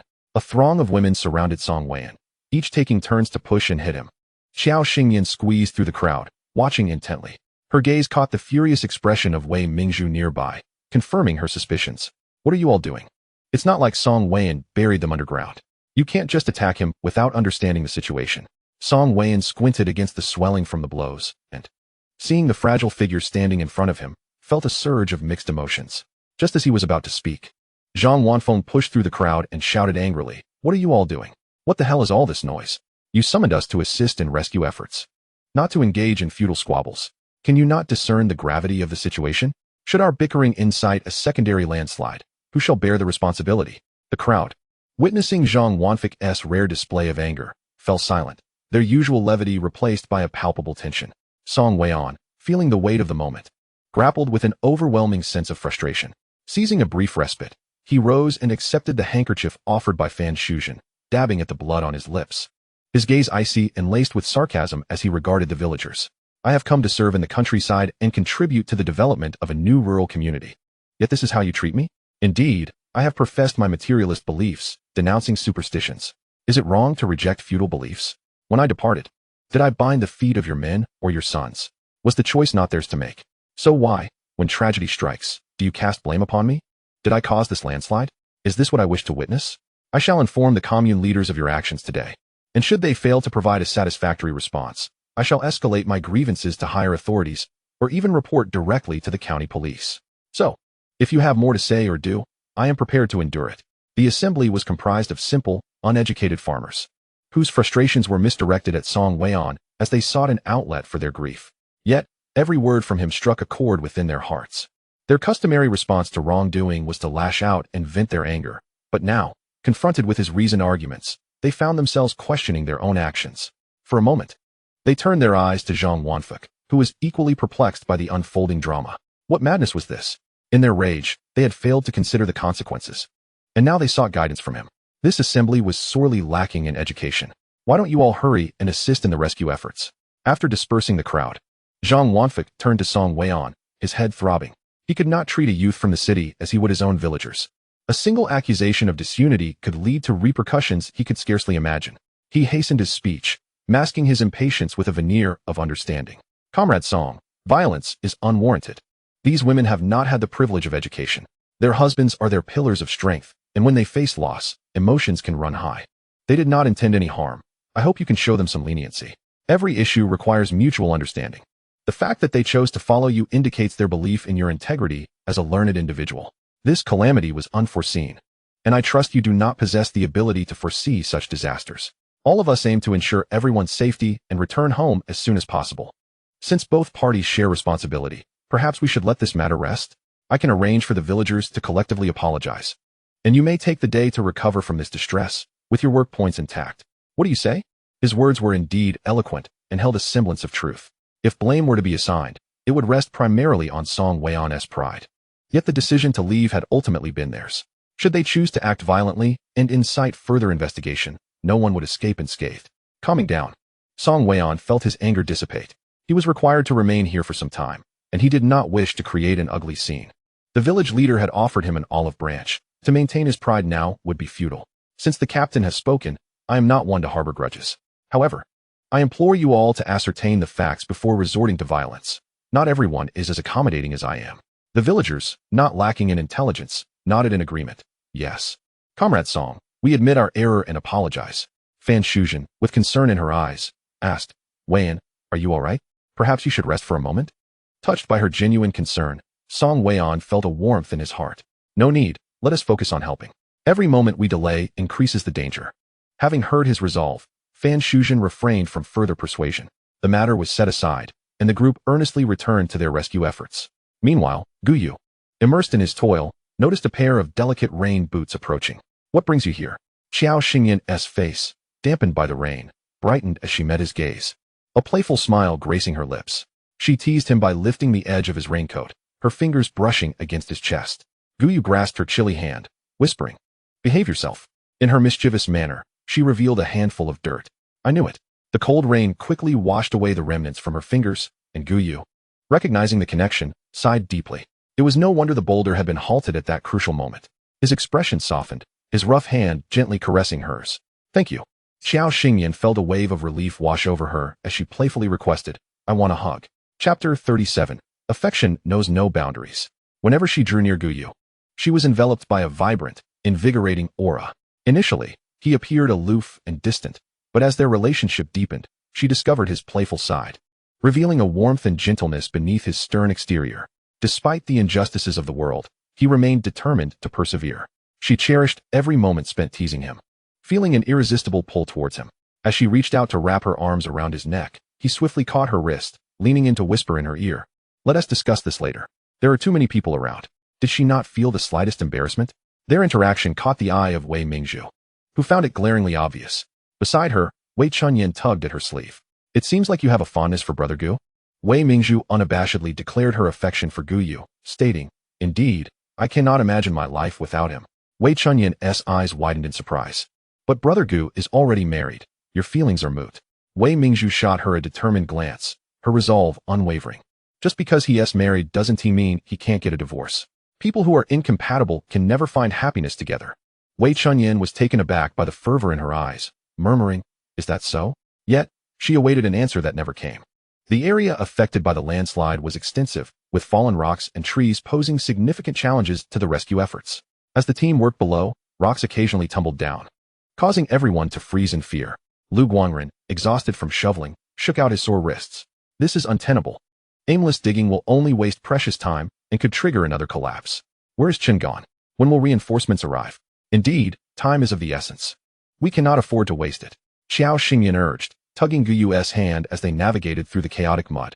He, tall and formidable, could not fathom the purpose of his petite wife. As she paused at a certain spot, pointing to the ground, she commanded, "Dig." Gu Yu blinked in surprise. Here? Xiao Xingyan nodded earnestly. Well then, he decided to indulge himself in the thought that his wife possessed extraordinary luck, and he would simply lend his strength.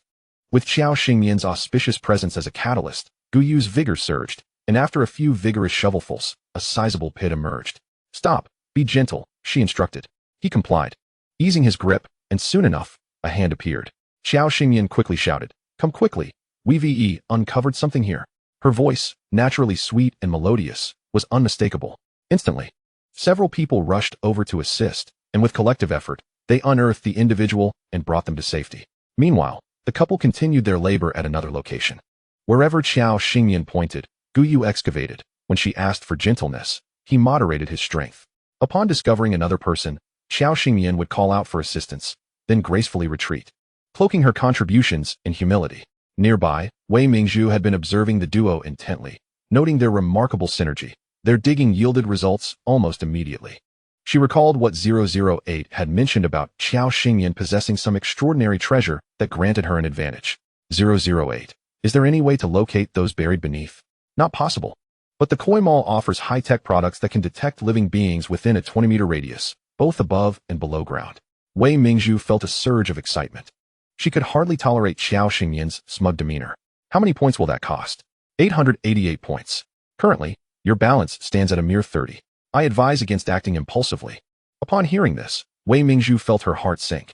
If 100 points cost her a year of life, then 888 points would demand 9 years. Was she truly willing to squander her lifespan to assert her superiority and rescue some inconsequential individuals? Every single point was precious and must be spent wisely. Thus, when reinforcements from the county arrived, the couple was at their final excavation site. Xiao Xingyan, her eyes sparkling with excitement, urged, "Hurry and dig. Once you're done, you can hold me." Gu Yu was taken aback. Was her elaborate scheme to drag him around to rescue others simply to have him free his hands to embrace her? He couldn't quite articulate the tumult of emotions swelling within him. Sweet and sour sensations enveloped his chest, and he yearned to gather her into his arms and shower her with affection.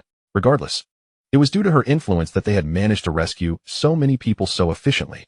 Gu Yu pondered that sacrificing a little to hold this endearing little kitten wouldn't be too much to ask.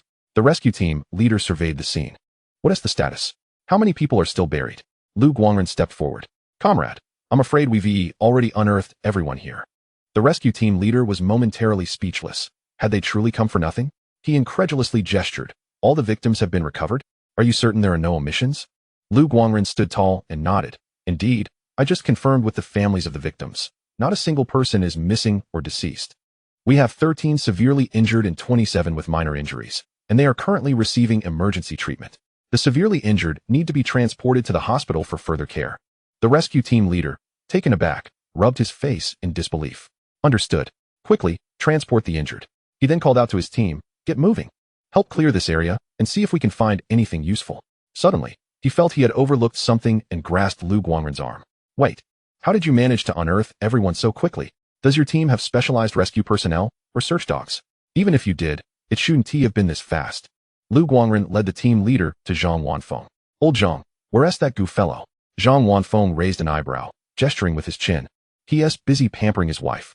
The rescue team leader followed Zhang Wanfeng's gaze and spotted the lean figure of a man. One arm holding an umbrella and the other cradling a young woman in his embrace. Though her face was obscured, it was evident she nestled closely against his neck, as if drawn by something particularly enticing there. The rescue team leader averted his gaze, his face flushing in embarrassment. This is utterly inappropriate. A couple should be affectionate at home, not in the midst of a disaster. Zhang Wanfeng paused his actions to clarify. Guyu's wife may be a bit delicate, but she is also cultured and capable. If it weren't for her diligent assistance this evening, we wouldn't have managed to rescue everyone in such a short time. Besides, she has always been frail, and after being drenched in rain and exhausting herself, it's only natural she seeks comfort from her husband. So while she may be a bit demanding, her contributions in saving so many lives cannot be overlooked. Lu Guangren kindly added, I've heard that this girl has been coddled since childhood. Perhaps heaven has bestowed upon her exceptional hearing, allowing her to discern the faintest breaths from those buried beneath. That is how we managed to rescue them. This explanation was one Xiao Xingyan had already devised, for as a cultivator with acute senses and mental prowess, she could certainly detect those buried not too deeply. It was simply a more acceptable narrative for the masses, as there were indeed individuals with innate abilities in this world. Chapter 38, Xiao's Deception. The rescue team leader regarded Xiao Xingyan with newfound admiration. If they could recruit such an individual with extraordinary hearing into their team, their future rescue missions would undoubtedly be enhanced. Clearing his throat, Gu Yu, who had been momentarily lost in thought, while Xiao Xingyan playfully nibbled at his neck, tensed at the sight of the newcomer. His jaw tightened, and Xiao Xingyan, like a little kitten, murmured, You're so stiff. He swallowed hard, glancing at the approaching man, and slightly turned his head away from her. The rescue team leader, noticing him holding Xiao Xingyan, wasted no time in stating his purpose. Hello, Comrade Gu. I am Su Jigang from the County's Armed Rescue Team. I heard about your and your wife's endeavors, and I was wondering if she might consider joining our rescue team. We offer compensation commensurate with her exceptional talents. What do you think? Xiao Xingyan, drowsy and nasally, interjected. I want to go. Find someone else. The rescue team leader replied. If I could find someone else, I wouldn't be asking you. Right now, we are in dire need of individuals with special abilities. Su Jigang, unwilling to concede, pressed on. We offer excellent compensation for specialized talents. Currently, a secondary worker at the factory earns only 385. Think about it, 50 yuan a month, plus 50 jin of national ration tickets. This is a dream opportunity for ordinary people. Not only did he want this opportunity, those around them were also eager to hear more. How could such fortune not have fallen to them? Surely, Xiao Xingyan was no ordinary child of fate. Su Jigang believed that the conditions he offered were irresistible in this impoverished village. Indeed, any reasonable person would accept. Yet, Xiao Xingyan was anything but ordinary. Even Gu Yu could not help but interject. Why don't you? His words were interrupted by a sudden hiss.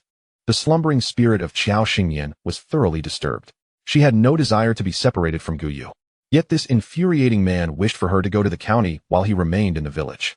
Would they not be torn apart, potentially for an extended duration? Just the thought of it shattered her heart. She tugged at his earlobe and turned to Su Jigang, her tone laced with a simmering resentment. Can you bring family members to assist you? Su Jigang was taken aback and shook his head. Will you be able to return home daily? He shook his head in astonishment. Typically, we train in the team and seldom go out. We only have 2 days off each week to arrange as we please. So, will there be meat every day? Su Jigang twitched his lips and shook his head. He himself wished for meat daily. While we do not consume meat every day, we manage to have it every few days, which is considered quite decent. Xiao Xingyan let out a light snort. My health is frail. I cannot participate in training. I need to sleep until I wake naturally, cannot perform labor, tire easily after a few steps, and must drink spring water from the mountains after boiling it. I require meat, vegetables, and rice daily, a balance of meat and vegetables for better health. Most importantly, I cannot be apart from Gu Yu. If I go to your place and cannot return home, with only 2 days off each week, what will become of us? We have just married. If we are apart for too long, feelings may fade. I would be a lonely soul, and what if Gu Yu no longer loves me and decides to divorce? What if he is seduced by some other vixen? To sacrifice my revolutionary partner for your cause is too great a burden for a mere village woman like me. So I must respectfully decline. The crowd responded, a vixen? How aware are you of your own self-worth? It is unlikely to find another like Xiao Xingyan, a true enchantress.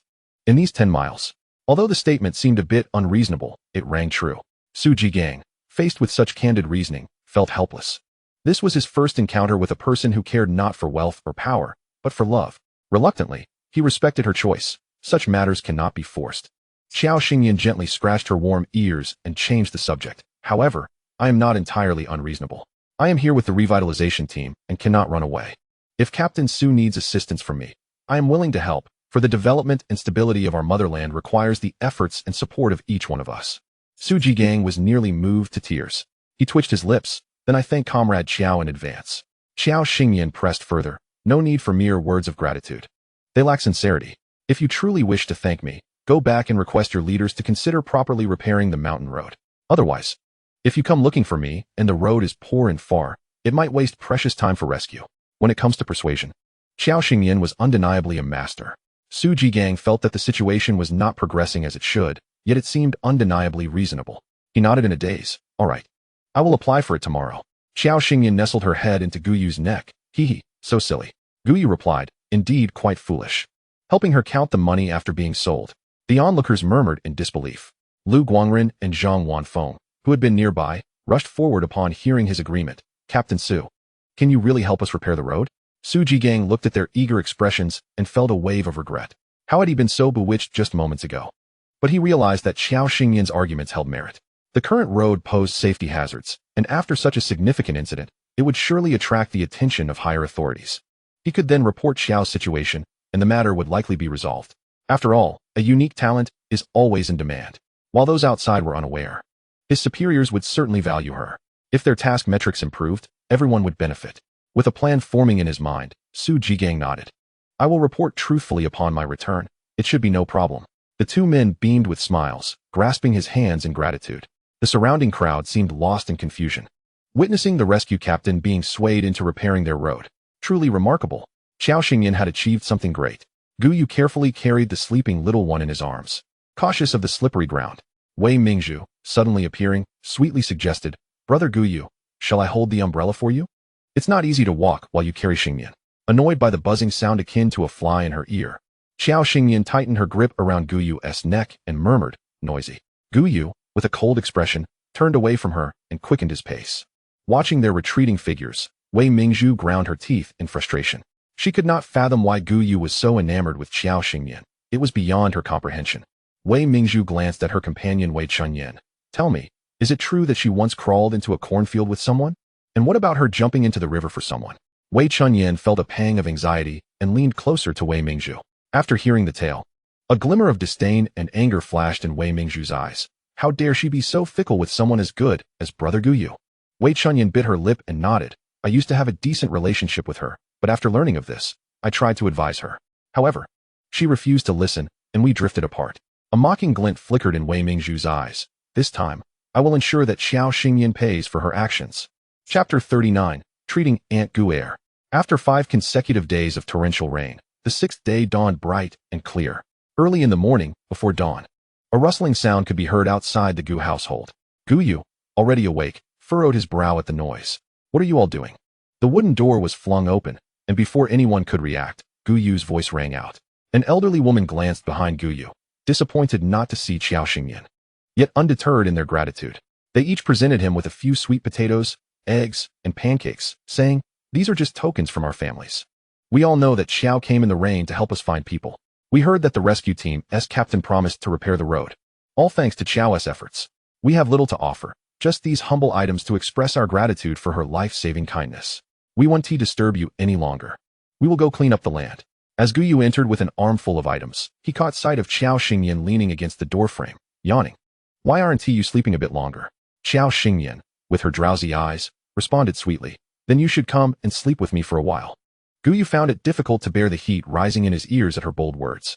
Maintaining a composed demeanor, he set down the items and slowly pointed out. This pile is from the team members as a token of gratitude for you. Qiao Xingyan bent down to inspect, finding only eggs and pancakes, with the rest being shriveled sweet potatoes, common rations. Shall we have egg noodles for breakfast? Guyu's eyes brightened. Sounds good. With Guyu around, Qiao Xingyan felt she could simply be the carefree mistress of the house. Propped up on her elbows, she sat not far from him, tending to the fire in the stove while admiring his deftness in butchering meat. The sensation enveloped her like a warm embrace, permeating her limbs and filling her with exquisite comfort. Guyu's strength and endurance allowed him to swiftly chop a sizable piece of meat into fine mince. Qiao Xingyan entrusted him with the task of controlling the heat. With the pan heated and the oil cold, she added scallions, ginger, and spices, sautéing them until fragrant before introducing the minced meat, stirring it vigorously. The meat adhered to the ideal ratio of 70% fat to 30% lean, and as the fat rendered during cooking, its aroma wafted enticingly, awakening the slumbering household. once she deemed the meat adequately cooked. Xiao Xingyan transferred it into a bowl and proceeded to fry several eggs in the remaining oil. With 6 individuals present, each would have 2 golden fried eggs, a culinary delight. After a couple of days of treatment and the herbal pills Xiao Xingyan had insisted she take, Jiang Xian finally felt her body regain vitality, shaking off the previous lethargy. Seeing the two busy at the stove lifted her spirits considerably. Xingyan, what are you up to? You've already enchanted us with such delightful aromas so early in the morning. Xiao Xingyan, bubbling with joy, replied sweetly, Good morning, third aunt. I'm making meat sauce and fried eggs for us to enjoy with noodles. Jiang Xian nodded appreciatively. Xingyan, I'm feeling much better now. You shouldn't always cook alone. Teach me, and I'll help you. Xiao Xingyan, who had previously reveled in her carefree life, felt her eyes light up with excitement at the prospect of teaching her third aunt how to cook. Absolutely. Gu Yu shot a skeptical glance at his third aunt, but wisely chose to remain silent. From a young age, he had learned a valuable lesson. Never attempt to decipher a woman's thoughts, for they remain ever elusive. The Gu family savored a delightful breakfast before Gu Yu and his third aunt headed to the fields to work. They needed to quickly clear the land and plant a new crop, otherwise they would face a barren harvest in the latter half of the year. Xiao Xingyan promised to treat Chu Laniying's eyes. Second aunt, please remove your shoes and socks. Chu Lanying felt a slight blush but complied. Knowing she was in good hands, Gu Yunjin obediently observed from the side, taking her mother's socks and placing them aside. Upon seeing the long needle in Xiao Xingyan's hands, she froze in apprehension. Jingzhun, go outside or to the inner room to keep grandma company. Don't disturb your sister while she treats your mother.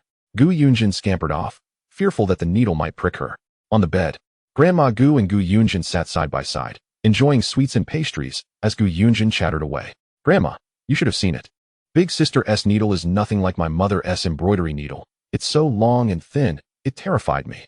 Intrigued, Grandma Gu asked, Has your third aunt recovered? Did you see how your sister treated her? Leaning against the elderly lady, Gu Yunjin shook her head. No, I went to fetch the basin for third aunt. When I returned, it looked like sister was giving her a massage, and then third aunt spat out a mouthful of blood. I was so frightened. Sister said it was some kind of stagnant energy, and once it was expelled, she would feel better. Indeed, after lying in bed for 2 days, third aunt seems much better this morning. Her complexion has improved significantly. Grandma, don't you think sister is remarkable? She even said she would teach third aunt how to cook, but third aunt is as clumsy as my mother in the kitchen. Can she really make edible meals? I still prefer sister's cooking. It's absolutely delicious. What do you think, Grandma? A flicker of brilliance crossed Grandma Gu's murky eyes as her frail hand gently patted Gu Yunjin's head. Your sister is truly exceptional. She is a blessing for your brother and for our Gu family. Things will only get better from here. The little girl pouted at her grandmother's somewhat cryptic response. Hearing Xiao Xingyan call for her from outside, she immediately replied, Coming. Gu Yunjin hopped off the bed, patted Grandma Gu's hand, and smiled brightly. Grandma, rest well. When you're better, I'll take you up the mountain for a day of fun. The elderly lady nodded. Go ahead. Sister, why did you call for me? Did you already cure my mother so quickly? It's only been about 10 minutes. Xiao Xingyan tidied up her instruments and handed Chu Lanying a cup filled with a potion she had prepared. Did you expect it to take longer? After today's treatment, combined with the medicine, we'll see how she recovers by tomorrow. If all goes well, she should regain her sight completely within 2 to 3 days. Now, you must accompany me to the back mountain. Let us see if we can find any mushrooms. After several days of heavy rain, the team was busy repairing chicken coops and pig pens, rebuilding walls, and fixing roofs. Naturally, those with a keen mind were foraging for wild fruits, vegetables, and mushrooms in the mountains. Given the current situation, with everyone's food supplies running low, who wouldn't want to gather whatever was edible? Thus, as the two set off with their baskets, they encountered many others along the way. Wei Mingzhu and several other young women were also foraging for wild vegetables. Their eyes locked, and sparks flew as they prepared for a showdown. Xiao Xingyan smirked. Oh Wei, what a coincidence. You're out gathering wild vegetables too? Seeing her smug expression, Wei Mingzhu felt a strong urge to scratch her face. Beside her, Wei Chunyan quietly reminded her, Sister Mingzhu, didn't you say you were well prepared? Chapter 40. Xiao's retort activation. After the rain, a variety of wild mushrooms sprouted in the mountains, located at the intersection of 2 provinces in southern Sichuan. This area was rich in natural treasures. Sister, look at all these mushrooms. Gu Yunjin exclaimed, excitedly clutching her small basket as she embarked on her mushroom-picking adventure. Xiao Xingyan followed closely behind, glancing disinterestedly at the common varieties, beefsteak and chicken fat mushrooms. With so many people around, how much could anyone gather? Her goal lay deeper in the mountains, a veritable treasure trove of exquisite delicacies. as Qiao Xingyan sifted through the underbrush, moving further inward. Wei Mingzhu's lips curled into a smug smile. She glanced at Wei Chunyan. When I give the signal, gather everyone over here, understood? Wei Chunyan nodded, her eyes glinting with understanding. Wei Mingzhu kept a safe distance behind Qiao Xingyan, watching as they strayed further from the crowd. She paused, her mind racing. 008. Where's the bee powder I exchanged for this morning? You can simply lock onto the target and deploy it directly. Qiao Xingyan was known for her penchant for charming men. Watching the foolish man blocking her path, his eyes glazed with infatuation, filled her with an inexplicable thrill. Wife. He. I want a wife. Let us have children together. The fool, seemingly entranced, lunged at Qiao Xingyan, his eyes ablaze. You are my wife. Don't reject me. Let us have children. With a thud, Qiao Xingyan shoved him aside. Wei Mingzhu let out a shriek. Comrade Qiao, what are you doing? Qiao Xingyan turned her head to look at her and chuckled. Wei Jiqing, why are you shouting so loudly? If one didn't know any better, they might think you were caught in the act. What connection does this fool have with you? Wei Mingzhu, hearing the commotion behind her, felt a swell of indignation welling up in her eyes. Comrade Qiao, how can you say such a thing about me? I am a pure and innocent girl, and I would never engage in secret rendezvous with a man in the mountains. I was simply taken aback. What? Who dares to behave so outrageously? Cavorting in broad daylight? Wei Mingzhu glanced innocently towards Qiao Xingyan, her lips poised to speak but hesitating. The onlookers, observing her expression, quickly grasped the situation. Aunt Wei, her eyes glinting with mischief, smacked her thigh, exclaiming, Oh my heavens! Qiao girl, just what have you been up to? How can you provoke that idiot in the team? What will your man think? Truly a sin indeed. Is it possible that your man Guyu has wronged you in some way, compelling you to associate with this fool? Was he the one accompanying you in the cornfield before? Come now, Qiao girl, speak the truth to Auntie. What on earth is going on? Indeed, Qiao girl. Auntie also cannot believe you are that sort of person. Please clarify this matter. Huh, just look at her sly appearance. Is there any need to question? She cannot live without a man. The more heated the gossip became, the more smug Wei Mingzhu felt inside. Even though a few families remembered Qiao Xingyan's past kindness in saving their men and spoke favorably of her, witnessing her silent acquiescence dampened their spirits. Gu Yunjin was foraging for mushrooms, and upon hearing Wei Chunyan's panicked shout about Qiao girl being caught in the mountains, she nearly dropped her basket and dashed toward the commotion. Seeing the crowd attacking her sister-in-law with accusations, Gu Yunjin squeezed through to stand in front of Qiao Xingyan. Her brows furrowed in anger. Sister-in-law, you haven't done anything to hurt my brother, have you? They are slandering you, aren't they? The little girl, with her fierce demeanor, bore a striking resemblance to Gu Yu, like a wolf cub following a big wolf. Qiao Xingyan chuckled as she affectionately ruffled her hair, maintaining an air of calm. You will know soon enough. Gu Yunjin bit her lip nervously, pressing close to Qiao Xingyan while glaring at the women hurling insults at them. She intended to remember their venomous faces, ensuring that no one would seek favor with her family in the future. The young girl, though not of age, possessed a fiery temper and a memory that held grudges. She remembered those who treated her well and equally retained the names of those who wronged her. Wei Chunyan, panting as she arrived with Lu Jing, called out, Captain's wife, it's over here. Just look. Before Lu Jing could approach, she overheard a slew of unsavory words and frowned as she pushed through the crowd. What is happening? Her gaze swept the area, observing that most faces were suffused with righteous indignation while a few were silently conflicted. Captain's wife, look at Qiao girl.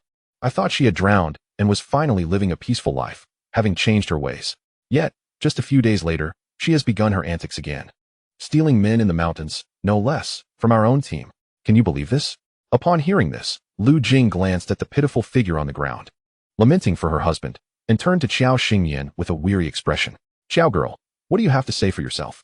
Before Qiao Xingyan could respond, Gu Yunjin stepped forward, a fierce protector. Auntie, they are the ones in the wrong. My sister-in-law has not done anything as they claim. My brother is so handsome and caring. Why would my sister-in-law go mad or be foolish enough to associate with this fool? The crowd rolled their eyes in response, as if to say, you know this, do they not? But isn't this a case of seeing is believing? Qiao Xingyan twitched her lips, suppressing her amusement as she held back Gu Yunjin. You can praise your brother to the heavens, but there is no need to drag her down in the process. Her gaze swept over to Wei Mingzhu, who was lurking nearby, anticipating her misfortune, and she chuckled inwardly. She had thought Wei Mingzhu possessed some clever tricks, but this pathetic attempt at entrapment was nothing short of clumsy. Then she turned her attention to Wei Chunyan beside Lu Jing, realizing she had overlooked this person. Once a friend, their relationship had soured when she decided to marry Gu Yu. Initially, she had believed Wei Chunyan's objections stemmed from concern about marrying into the Gu family, but it seemed her understanding had been misguided. As events unfolded, things became increasingly entertaining. Xiao Xingyan raised her chin, scoffing. To be honest, I believe you all must have had your brains soaked by the recent downpours. Did you not witness me ascending the mountain with Xinjin? Who among you has seen me seeking out this fool, or witnessed any intimate behavior between us? My Guyu is handsome and cherishes his wife. I must have lost my wits to even consider cavorting with an imbecile. Moreover, during these recent reigns, I have remained at home. Not only could I not have arranged anything with this fool, but even if I had, would he remember it? Do you understand what that means? Thus I say, one must not overindulge in their meals or allow themselves too much leisure. Do you know why Granny Lee from the team lives so long? It is because she never meddles in others' affairs. Unlike you, who neglect your own matters to concern yourselves with others, you ought to speak and act with evidence. Those words you just uttered are more foul than the stench of a latrine. I can hardly believe they came from human mouths. Use your brains. Do not take everything at face value. They say that Aunt Zhang is involved with a widower, and Aunt Wang, you have birthed a pearl from an old clam. Are you not ashamed? Do you wish for death? Xiao Dui. You wish to engage in a verbal duel with me? When I am fully unleashed, even the King of Heaven would kneel and beg for mercy. The crowd responded, Indeed, we have witnessed your prowess. She retorted tenfold for every single remark thrown at her. Chapter 41. The fool is no longer a fool. Public execution. Lu Jing remarked, Enough, she has wasted her breath. Xiao Girl's tongue was like a machine gun, firing relentlessly and burying them in their own words. Finally, having vented her pent-up frustration, Xiao Xingyan felt a sense of relief. She gazed at the crowd with a leisurely air. I wish to know who has spread this rumor. I hope they will confront me openly. I cannot bear to suffer so much unjust treatment while the rumor-monger enjoys themselves. Such matters can escalate or be trivialized. Those with strong psychological resilience, like myself, can defend themselves, but those lacking such fortitude could be driven to despair or worse by your attacks. Each of you present is a potential murderer. The crowd, momentarily entranced by her convoluted reasoning, began to ponder its validity. As she had stated, if one were falsely accused of something they had not done, it could lead to a divorce or utter despair. The atmosphere grew palpably tense. Lu Jing, displeased, glared at Wei Chunyan and frowned. Chunyan, you were the one who called for me. What is the meaning of this? Wei Chunyan's face turned pale with fear as she vigorously shook her head. No, it wasn't me. I was originally with Wei Jiqing to gather wild vegetables.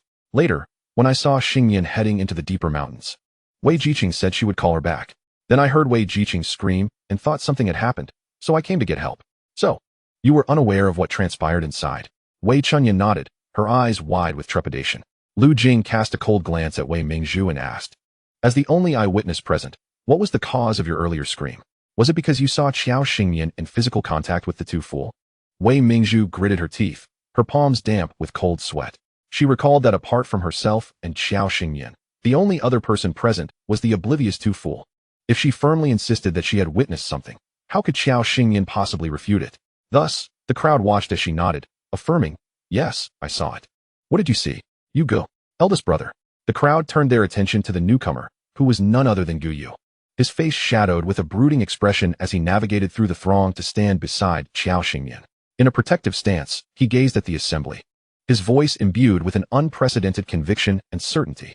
Whatever the matter, if she says it didn't happen, then it certainly did not. Xiao Xingyan looked up at Guyu, her eyes sparkling with joy as she clasped his large hand with her delicate, pale fingers. Feeling a warm surge of affection swelling within her, she felt as if she could float or fly, like she was expanding, with a radiant smile that exuded confidence. She addressed the crowd. If that is the case, let us allow the third party involved to enlighten everyone regarding the situation.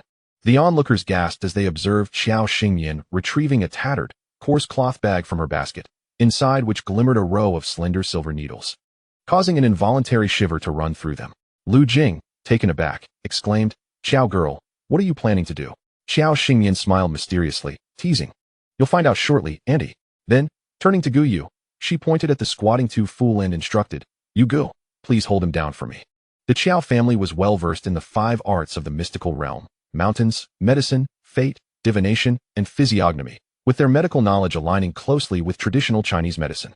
However, referring to it as spiritual medicine was more fitting, as it encompassed herbal remedies, meridian therapy, prescriptions, acupuncture, acupoints, and special treatment methods like incantations, all of which were essential studies.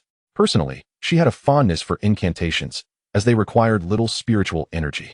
But with so many eyes upon her, she could only employ the methods of a rural doctor to administer a couple of acupuncture needles to the two fool.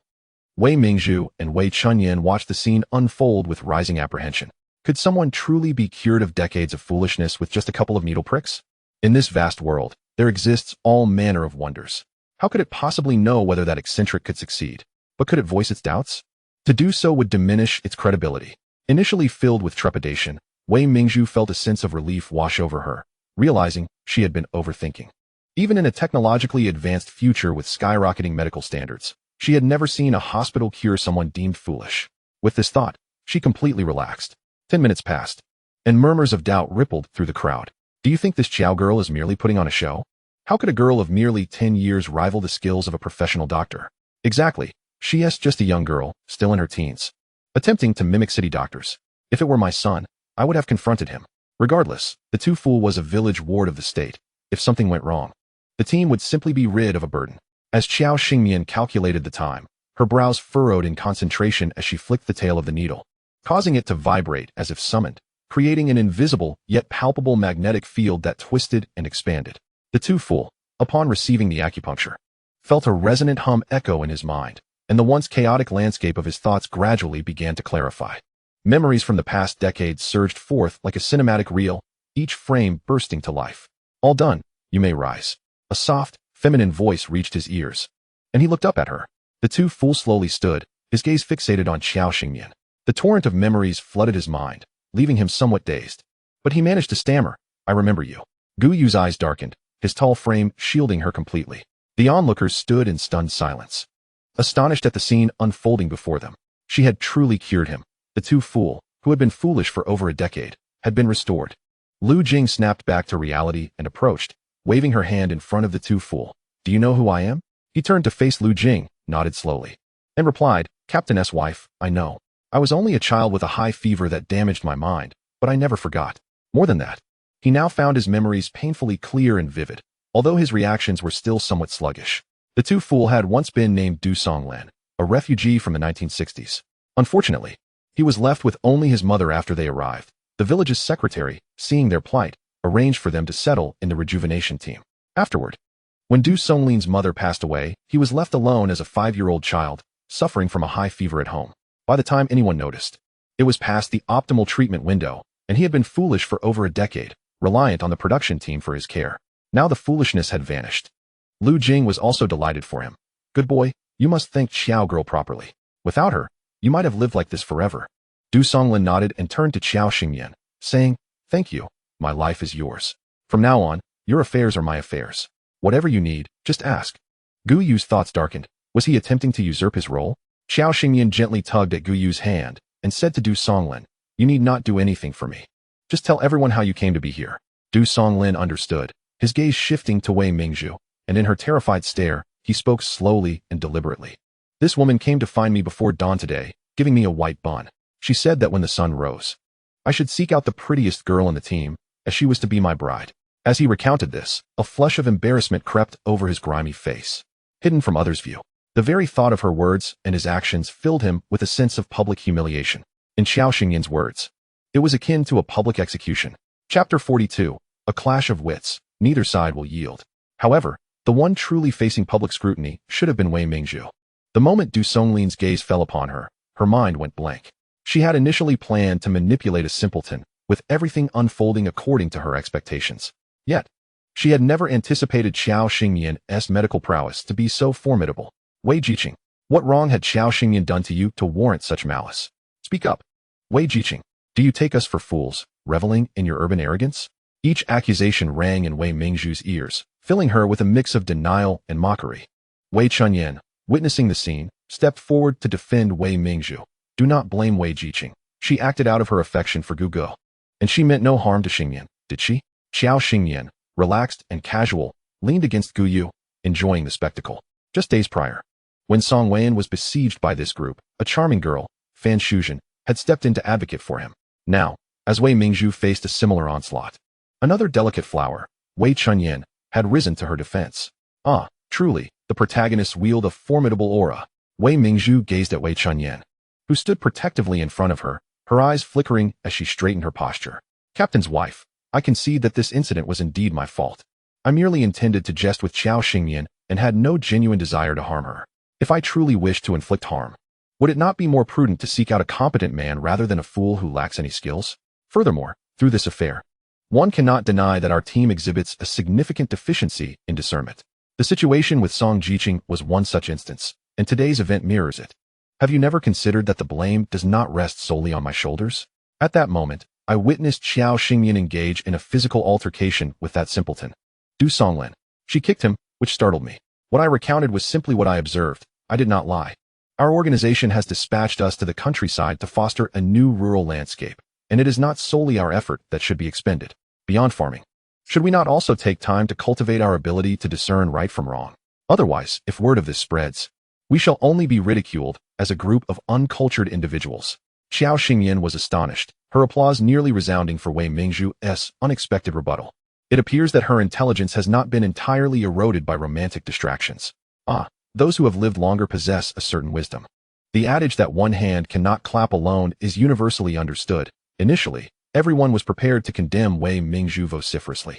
Yet, she suddenly displayed her acumen by graciously acknowledging her mistake, reducing what was initially a malicious intent born from jealousy to mere jest. She deftly redirected the conversation to the collective awareness of the group, asserting that had there not been a deficiency in thought, one would not be so easily swayed by others' opinions. How splendid! Xiao Xingyan lazily interjected, while I believe Wei Jiqing has a point. Had I not fortuitously employed acupuncture to alleviate Du Songlin's condition, how would you justify tarnishing my reputation? If I have suffered no tangible harm, should I not be held accountable for what I say? Listening to their veiled exchanges, Lu Jing suddenly comprehended the headache her husband often spoke of. Taking a deep breath, she surveyed the crowd. Today's issue, as Wei Jiqing rightly stated, cannot be denied. Since we all acknowledge this, starting tomorrow, after work and meals, we shall organize literacy classes. As our nation grows and flourishes, even as farmers, we must aspire to be cultured individuals. Regarding the matter of Wei Jiqing leading the group astray, let her apologize to Qiao for all to hear and assure us it will not happen again. This matter shall be laid to rest. The crowd's expressions reflected a mix of laughter and tears. Who is to blame? The fault lies either in their own lack of foresight or in Wei Jiqing's adeptness. Those who have been educated are indeed different. Observing Wei Mingzhu's seemingly unfazed demeanor, Lu Jing quietly cautioned, Wei Jiqing, you are, after all, a knowledgeable urbanite sent to this rural area. I believe it is wise not to place personal desires above all else, for one day, when policies change, you may return. Wei Mingzhu's eyes glimmered with deeper meaning. Nodding in agreement, I understand, Auntie. I shall be more mindful in the future. Lu Jing sighed, feeling utterly exhausted. Why must such trivial matters arise within their team? Comrade Xiao, I apologize. This incident was my oversight, and I assure you I will not make such jokes again, with everyone as my witness. Let us hope so. Wei Jiqing, Wei Mingzhu regarded Xiao Xingyan with a deep-seated determination. Their rivalry was far from over. It was a matter of life and death. Xiao Xingyan provocatively curved her lips, flicking a finger in Wei Mingzhu's direction as if casting an ill omen. As the group descended the mountain, a sudden gasp echoed. Wei Mingzhu tumbled down the slope, her body bruised and her clothing torn by stones, revealing her pale skin, causing the male onlookers to gawk in astonishment. Those with wives present spat in disdain, dragging their husbands away in a huff. To call others indecent while Wei Mingzhu is the epitome of disgrace. Once the crowd dispersed, Xiao Xingyan turned to Du Songlin. Why are you still here? Du Songlin blinked, seemingly slow to react, and replied, that Wei Chunyan. Be cautious of her. Watching his retreating figure, Xiao Xingyan pondered. A soft voice chimed in nearby. Is it beautiful? Xiao Xingyan tilted her head, smiling brightly. You Guer are the most handsome. The two clasped hands, a couple united in their domestic endeavors. A short companion hurried behind, sister-in-law. Aren't we going to pick mushrooms? Xiao Xingyan called back. What is the rush? We have plenty of time. At noon, Jiang Suyun gazed at everyone with eager anticipation. So, how was the lunch prepared under Qiao's direction? Chu Lanying sampled a bite. Not bad, quite edible. Gu Yu immersed himself in his meal, nodding under the keen gaze of Aunt Gu San. Aunt, you've made great progress. Young Gu Yunjin, with modest expectations, was content with any food, as long as there was meat and rice. Moreover, the water used for cooking was the magical spring water that Xiao Xingyan had cleverly substituted. However, when old Madame Gu tasted the first bite, she sensed something was amiss. Slowly swallowing her food, she glanced at Jiang Suyun. Suyun, is everything all right? Jiang Suyun looked up. Mother, what's wrong? The old lady hesitated to discourage her, but could not suppress her thoughts. I imagine cooking must be quite laborious. You did well, but perhaps next time, refrain from doing so. Jiang Suyun. It's not inedible, just lacking that warm, nostalgic sweetness that brings happiness. From then on, Xiao Xingyan continued to take charge of the cooking, but aside from that task, she had little else to occupy her time. In the afternoon, Gu Yu went out to work while Xiao Xingyan took Gu Yunjin into the mountains. The little girl had been longing to return for more fun after their previous outing. This time, there were fewer people than in the morning, and most were children.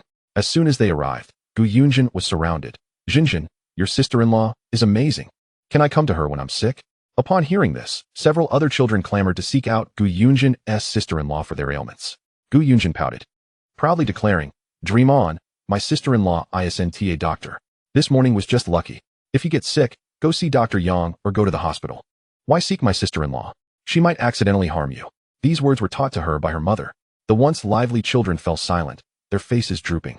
Some had witnessed Xiao Xingyan's prowess that morning, while others had merely heard of her capabilities. Yet, none considered that she was merely a girl, not a professional doctor. And without a medical qualification, who would take responsibility if something went wrong? Chapter 43, a half-day excursion in the deep mountains. Wealth and danger go hand in hand. Jinjin, let us go? Hearing her sister-in-law's call, Gu Yunjin held her head high as she left behind a group of envious friends. Sister-in-law, this place is deep in the mountains and quite dangerous. Shall we just stroll outside? Seeing her sister-in-law meandering deeper into the mountains, the 7-year-old Gu Yunjin felt a weight of worry. Sometimes, she believed she was more sensible than her sister-in-law.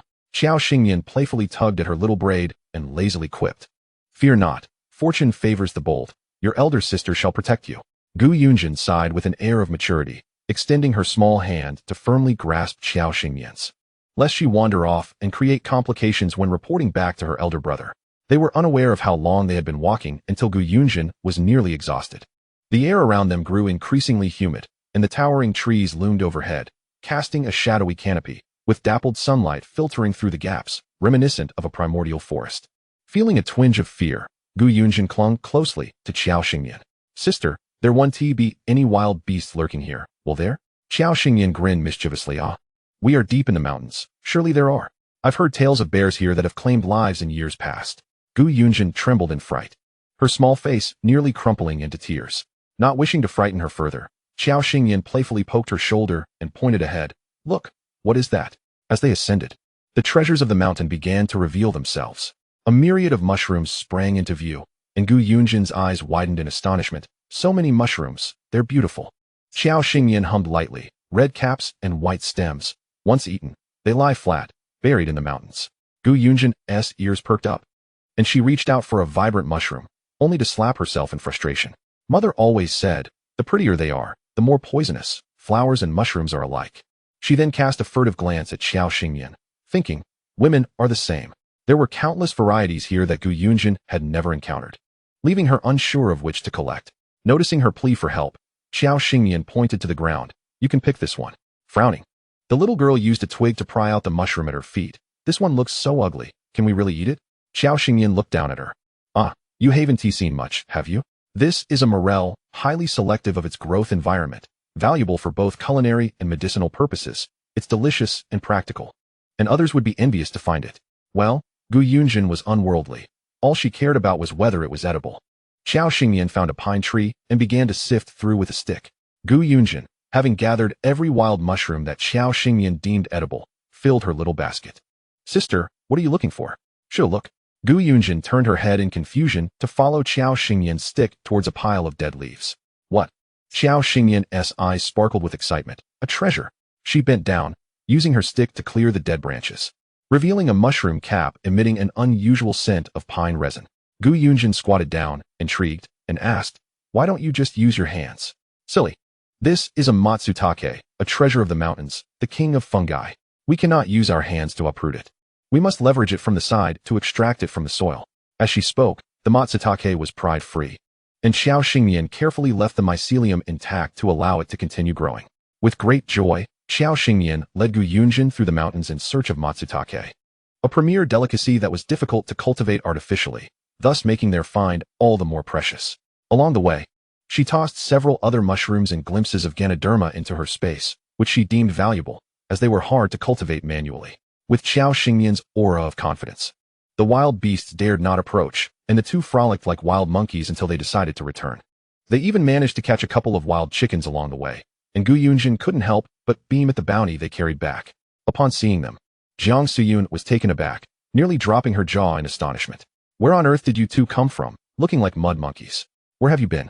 Chu Lanying followed Jiang Suyun's gaze towards the door, her vision slightly blurred, akin to myopia. As she approached for a closer look, she chuckled, "Yugur, come see. Your wife has turned into a mud monkey, haha?" Gu Yucai had just returned from the fields, and upon hearing that his two beloved family members had ventured into the mountains, he first tidied himself up. Just as he donned fresh clothes, he heard the boisterous laughter of his aunt. Spotting the pair with their baskets and wild chickens, covered in dirt and with twigs and leaves in their hair, he stepped forward with a smile and took Xiao Xingyan's basket. "You've worked hard." Gu Yunjin, with a knowing glance at her elder brother and sister-in-law, wisely placed her own small basket down and approached Chu Lanying to boast about their achievements. Upon hearing that they had ventured deep into the mountains, the expressions of the three present shifted dramatically. Chu Lanying, in particular, immediately grabbed Gu Yunjin and swatted her bottom a few times. "You little brat. Who told you to go into the deep mountains? We have plenty of food at home. I wouldn't let you starve. Do you have any idea how dangerous it is out there? The old hunter from years ago, and your uncle, he went into the mountains and never returned. Everyone says he was eaten by the wild beasts. You disobedient little girl, if anything were to happen to you, what would your mother do?" As she spoke, Chu Lanying began to weep. Having already lost her husband, she could not bear to lose her daughter as well. Otherwise, she truly could not go on living. Jiang Siyun had initially assumed the two were merely mushroom foraging in their usual area. But who would have thought they had dared to venture into the depths of the mountains? Noticing Gu Yucai silently approaching the hearth to stoke the fire, Xiao Xingyan felt a wave of melancholy wash over her, emanating an aura that suggested she was not to be approached.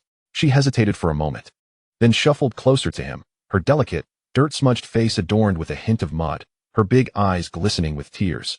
As if to say, "If you keep that cold demeanor, I shall cry for you." Her expression was so pitiful that even a man would feel compelled to embrace her, showering her with affection. Gu Yucai's tension eased. He sighed deeply and poked her cheek gently. "I know you are quite capable, but your second and third aunts don't realize that. If anything were to happen to you and Jinjin in the mountains, they would be unable to face themselves, let alone me. So please inform me beforehand next time you plan to go out, all right?" He himself was unsure how he had come to encounter such a delicate creature, strong-willed at times, yet utterly endearing at others. He sighed internally 100 times, thinking he should pamper her, cherish her, and comfort her. Xiao Xingyan, feeling utterly wronged, pressed herself closer to him, knowing he was shy. Being so near made her feel at ease. "Understood, I will report my outings next time. Do you think we should tell Second Aunt about Uncle S' fate? Aside from the old master and Gu Yucai's biological father, the other uncles are still alive. We should probably inform the family first, right?" Gu Yucai replied. "You're such a troublemaker." Xiao Xingyan teased. "A kiss from you, Yugur." Chapter 44, Delicacies of the Mountains. The two huddled together, whispering secrets. Gu Yunjin had grown resilient over the years in the village. Despite having been scolded, she didn't cry. Instead, her mother wailed and sought her comfort. Eventually, it was Xiao Xingyan who approached to console her. "Second aunt, I was wrong this time. I promise to inform you before I go out next time. Please don't cry, your eyes will get worse, and we can't have you crying blind." Seeing her words had an effect, Chu Lanying indeed wiped away her tears. Xiao Xingyan continued, "Let us first partake in our meal, and once we have dined, we shall convene a small family meeting." The two had gathered an abundance of wild produce from the mountains today, with the Gu family members collaborating harmoniously. Guyi was tasked with preparing the mountain chickens, while the sisters-in-law were responsible for meticulously cleaning and drying the various types of mushrooms they had collected. The little girl flitted about, attending to whatever tasks were needed. Xiao Xingmian was the first to clean half of the matsutake mushrooms, preparing to concoct a delectable matsutake chicken soup. After all, the combination of fresh matsutake and wild mountain chicken is a true culinary treasure. The more precious the ingredients, the simpler the preparation should be. By 8 o'clock in the evening, a tantalizing and aromatic fragrance wafted through the air above the Gu household, enhanced by the addition of spring water and some lingzi mushrooms. The aroma was intoxicating, as if all weariness and fatigue had been instantly dispelled. Chu Lanying licked her lips and involuntarily swallowed, exclaiming, "This fragrance is simply outrageous. Just by inhaling it, I feel as if I'm floating." "Su Yun, do you think if we take another bite, we might ascend to immortality?" Jiang Xiyun wanted to laugh at her lack of composure, yet the allure of the aroma rendered such thoughts trivial. The rice was steamed and set aside, the pot scrubbed clean, a drizzle of oil added, and the diced pork belly tossed into sauté until fragrant. Once the pork was nearly ready, the prepared matsutake were added, quickly stir-fried over high heat, their savory essence blending harmoniously with the meat's aroma, captivating everyone present. Indeed, the meal prepared by the Gu family that evening could only be described as a fragrant feast wafting for miles, no exaggeration. The closest household, the Wei family, pondered why the Gu family had yet to dine so late, and what could be causing such an enticing scent. Wei Mingzhu stood in her courtyard gazing towards the Gu residence, her expression inscrutable. At last, the various dishes created with matsutake were served on the table amidst the rumbling of hungry stomachs. Xiao Xingyan joyfully announced, matsutake stewed with mountain chicken, matsutake stir-fried with pork, and matsutake scrambled eggs. Such exquisite delicacies are best enjoyed while hot. Dig in, comrades. She had gathered quite a bounty of matsutake, using a third of it for the meal, with the remainder designated to be sent to Zhang Wanfu later, while the rest would be savored by her family. Xiao Xingyan had finally grasped the truth of relying on the mountains for sustenance. What a delight! During this meal, the members of the Gu family were rendered speechless, their senses overwhelmed by the unique tenderness and springy texture of the matsutake, which melded perfectly in their mouths. A bite of meat, be it chicken or pork, sent flavors soaring. This meal was not merely fit for mortals. They deemed it a celestial feast. Especially the sensation of these dishes sliding down their throats into their bellies felt akin to consuming a panacea, warming their bodies and lifting their spirits. A truly addictive experience. Grandma Gu, relishing the fragrant dishes, had light in her eyes that had not been seen in some time. The nourishment and care she had received lately had revitalized her. She no longer lay languishing in bed and could eat without assistance. After tonight's feast, she felt rejuvenated. Su Yun, you needn't bring me meals anymore. Jiang Xiyun was taken aback, looking at the elderly woman in alarm. Mother, what do you mean? Grandma Gu shot her a sidelong glance. What are you so anxious about? Don't you think it's better that I can eat on my own? I shouldn't always have to burden you all while you enjoy your meals together. Humph. Those rascals gather around joyfully at the table, while she, a solitary figure, endures the silence. The little maid from the Qiao family seemed delicate and soft, yet her cunning was undeniable. Thankfully, she was now the granddaughter-in-law of the Gu family. With this thought, a hint of pride and satisfaction crossed the old woman's face. Jiang Xiyun emerged from the old lady's room, still in a daze. Gu Yunjin glanced at her, frowning slightly. Third aunt, are you becoming immortal? You seem to be floating. Jiang Xiyun returned to her senses and nodded. Indeed, it seems so. Mother says she will join us for meals from now on. Chu Lanying expressed her delight. Really? Mother is feeling better? Xiao Xingyan proudly tilted her chin towards Gu Yu, her large eyes brimming with a plea for praise. This made him chuckle, and he reached out, playfully scratching her soft chin like one would a kitten. Xiao, the little kitty, comfortably squinted her eyes, radiating contentment. Grandma Gu had been deeply hurt by the recent trials, compromising her spirit and health. Yet, the two sisters-in-law of the Gu family had similarly endured challenges, though manifested differently in each person.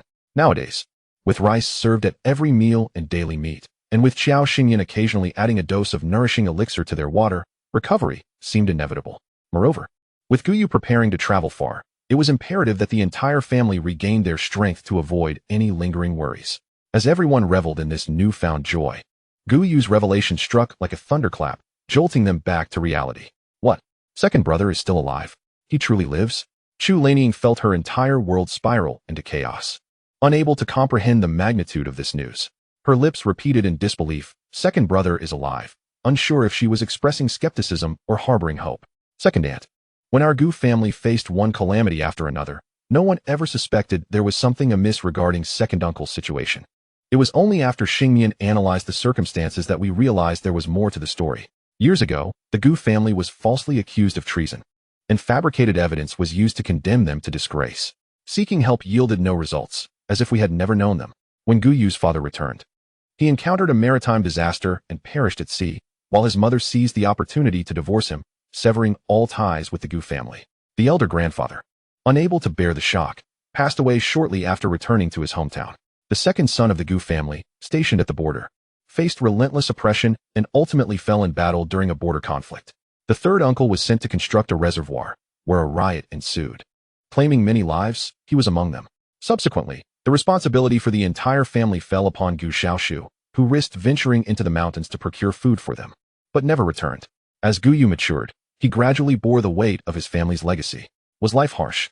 Those who have not endured it cannot truly convey the experience. Their outlook on life has largely been one of survival and numbness, as Qiao Xingyan had once observed. Thus, at this moment, when she told them that her husband was still alive, second brother, third brother, and even the youngest might still be alive.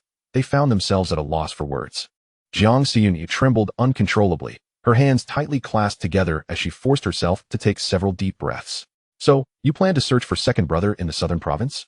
Xiao Xingyan nodded, looking at her. If there are any old belongings of third uncle or Uncle Xiaoshu that were frequently used, perhaps we can discern their whereabouts. We cannot ascertain precisely, but we can at least determine a general direction. After years have passed, the essence of the owner has faded from those items. With an approximate location, our search will not be aimless. Chapter 45. Through life and death, we are family. Jiang Xiyun retrieved the clothing previously worn by Gu Changyun, caressing it tenderly as if it were her beloved. This is what I hand-stitched for him when we first met. Back then, all our belongings were destroyed, leaving nothing behind.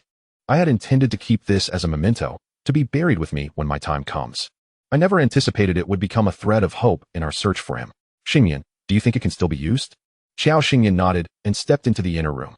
The Qiao family possesses its own unique secret techniques. Indeed, the trace of Gu Changyun's essence on the garments is now almost negligible, yet it is better than nothing. She enveloped this faint essence with spiritual energy and sealed it within a talisman, ensuring that as long as she remained within 100 meters of Gu Changfeng, she could sense it. Outside, the sisters-in-law sat in silence, seemingly attempting to digest this astonishing revelation. Gu Yu pressed his lips together and said, "Second aunt, third aunt. Xingyan merely possesses some special abilities. Please do not regard her as an anomaly." Jiang Xiyun cast a gentle glance at Gu Yu, her anxiety somewhat alleviated by his words. With a light smile, she teased, "Our sisterhood has barely begun, and already you are defending her, you Gu-er? I used to think you were rather taciturn and lacking in humor. I feared that once you married, your stern demeanor would frighten your wife to tears." Which worried both me and second aunt. But it seems we have misjudged you. Your affection for others surpasses even that of your uncle. Rest assured, I and your second aunt are not those who lack understanding. We have encountered various phenomena. The world is full of wonders, and extraordinary individuals exist. Though they seldom appear before the common eye, I still remember what Xingyan said about marrying into the Gu family. Once you are part of the Gu family, you share in both its glory and its misfortunes. With Jiang Xiyun's declaration, Chu Lanying was quick to follow suit.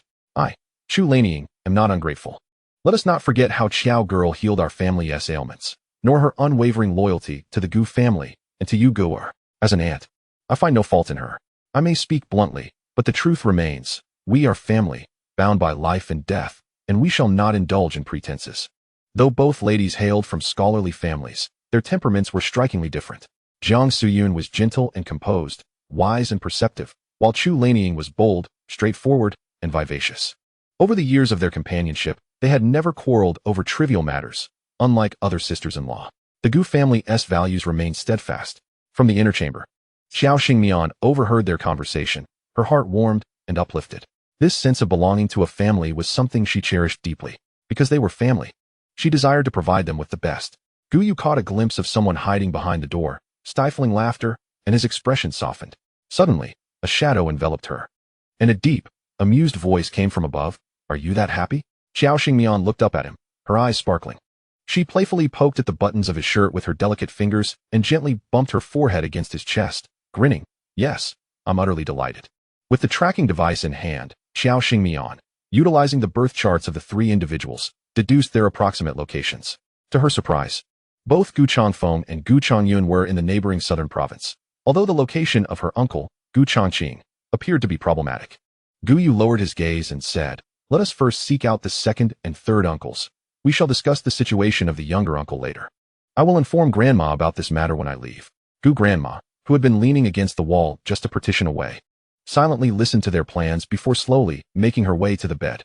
Lying quietly, tears glistened in her eyes, and her face wore a rare expression of relaxation. Living was truly wonderful.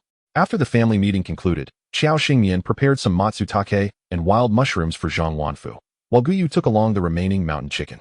The two walked beneath the moonlight along a countryside path. It was only 9 o'clock, while the nightlife in the modern world was just beginning. Here, the lights had long been extinguished, and people were already asleep. Xiao Xingmian, her fingers intertwined with Gu Yu's, playfully shook their clasped hands and glanced at him. "Don't you want me to accompany you?" Gu Yu replied slowly. "But you can't handle it alone. The situations concerning your second and third uncles are not as favorable as you think. Are you sure you don't want to bring along such a capable wife?" He sighed, somewhat frustrated. "The outside world is harsh and exhausting. Stay at home and wait for my news." I'll send you a telegram as soon as I discover the locations of your second and third uncles. Xiao Xingyan shook her head, smiling sweetly. That won't do. Being with you makes me fearless. I can protect you and efficiently locate them without alarming anyone. If you refuse again, it will lose its charm, you Gu-er. At that moment, Gu thought to himself, what kind of wife have I married? This delicate little creature, when she acts spoiled, weaves her arguments with such logic and charm, akin to the melodious chirping of a warbler, nestling in my ears and making my heart melt. He gazed down at her, the soft moonlight illuminating her exquisite features as she leaned against him, smiling radiantly in response to his gaze. In that instant, the world seemed to brighten. He sighed, thinking, I would give you anything. Please stop being so adorable, or I truly cannot bear it.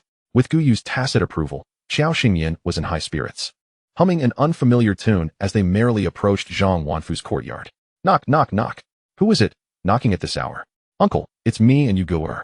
Zhang Wanfu, clad in cloth shoes, opened the latch. What brings you two here? Xiao Xingyan grinned, pointing at the items in Guyu's hands. We found some delightful treasures in the mountains today, and we came to present them to you. Zhang Wanfu chuckled and waved them in. You little rascal, come inside. Hearing the commotion, Lu Jing emerged with a lantern, and upon seeing Xiao Xingyan and Guyu, her eyes widened in surprise at the bounty they had brought. Did you two venture deep into the mountains? These assorted items are not found in the surrounding hills. I can't recognize them all.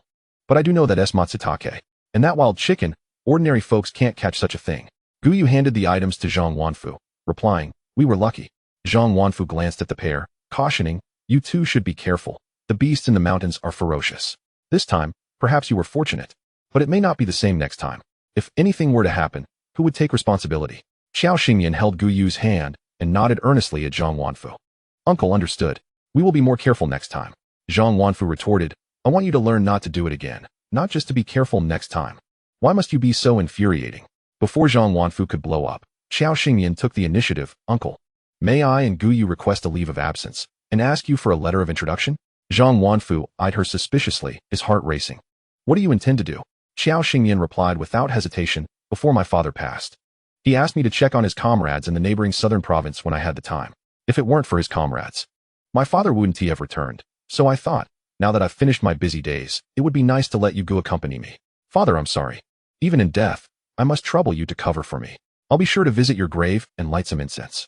Chapter 46, setting off to the southern province to seek out individuals. Zhang Wanfu twitched his lips, momentarily unable to discern her sincerity from jest. He rubbed his temples, feeling a headache coming on. All right, I understand. You may go back now. In the days that followed, Xiao Xingyan busily prepared her family's provisions like a frantic little hamster. The various mushrooms she had stored in her space were now planted in a newly discovered patch of land. Although she hadn't yet figured out the underlying principles, she decided to leave it be for the time being. On the eve of their departure, Guyu visited Gu Grandma's room to give her a massage.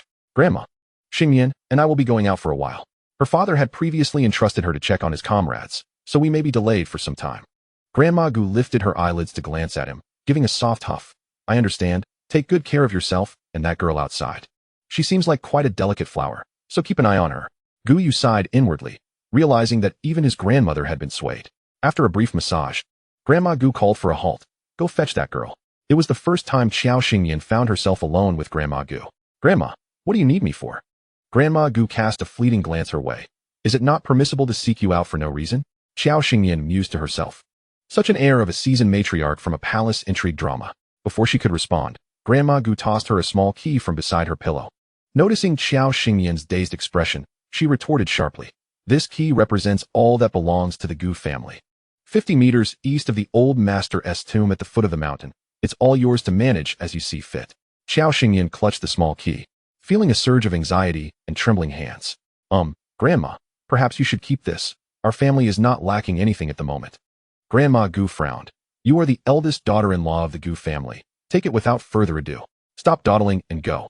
Xiao Xingyan nodded, a sorrowful expression on her face as she rushed toward Guyu, who stood at the door. Woo, I don't want to take charge. I just want to be a carefree fish. Guyu chuckled, ruffling her hair, yet the little one in his arms insisted on hugs and being lifted high. He returned her to her room as if presenting an offering. Xiao Xingyan, discontented, bit her small quilt. When would she be able to fall asleep beside Gugur? It was imperative to reclaim her second and third uncles. The urgency was palpable.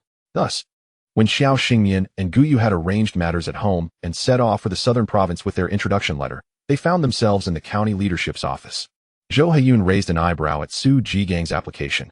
Xiao Xingyin from the Shi Commune's revival production team, a special talent with an acute ear, managed to rescue all individuals from the accident site, yet declined your invitation, requesting merely a road for the villagers? Su Jigang nodded regretfully. Indeed, Secretary Zhou. What do you think of this matter? Zhou Haiyun, fiddling with the cap of his pen, recalled the time he had picked up the old man from the hospital. When the elder couple had praised Xiao Xingyin to the skies, insisting that if she needed assistance, he should provide it without disrupting the larger picture. Having heard Su Jigang's report today, it seemed that Xiao Xingyin was indeed a capable individual. It would be an honor for Changrong County. After signing his name on the document, Zhou Haiyun handed it to Su Jigang. I will draft an application report to the higher-ups. Once verified, there should be no issues. Take this approval document and proceed with your affairs. Watching Su Jigang's departing figure, Zhou Haiyun's gaze grew profound. Surely, the girl's capabilities extended beyond what they had witnessed thus far. Otherwise, how could the rice from their revival production team have been harvested so timely? They were likely only privy to what she wished them to see. As for the deeper aspects, she would not reveal them easily. As the two sat aboard the train to the southern province, Xiao Xingyin felt utterly drained. With only standing tickets, there was no alternative. Compared to the comfortable, ergonomically designed trains of her past life, this one featured rows of rigid wooden benches with unyielding backs. Guyu, carrying a satchel, guided Xiao Xingyin to their seats. Surrounding them were passengers in ethnic attire speaking in dialects they could not comprehend. After securing their belongings, Guyu poured her a cup of water from her small water jug and took a generous sip from the thermos himself.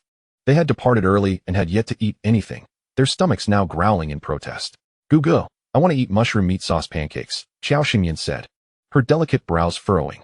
Guyu retrieved several pancakes he had prepared that morning and spread a generous spoonful of mushroom meat sauce evenly over one before rolling it up and handing it to her. Eat up.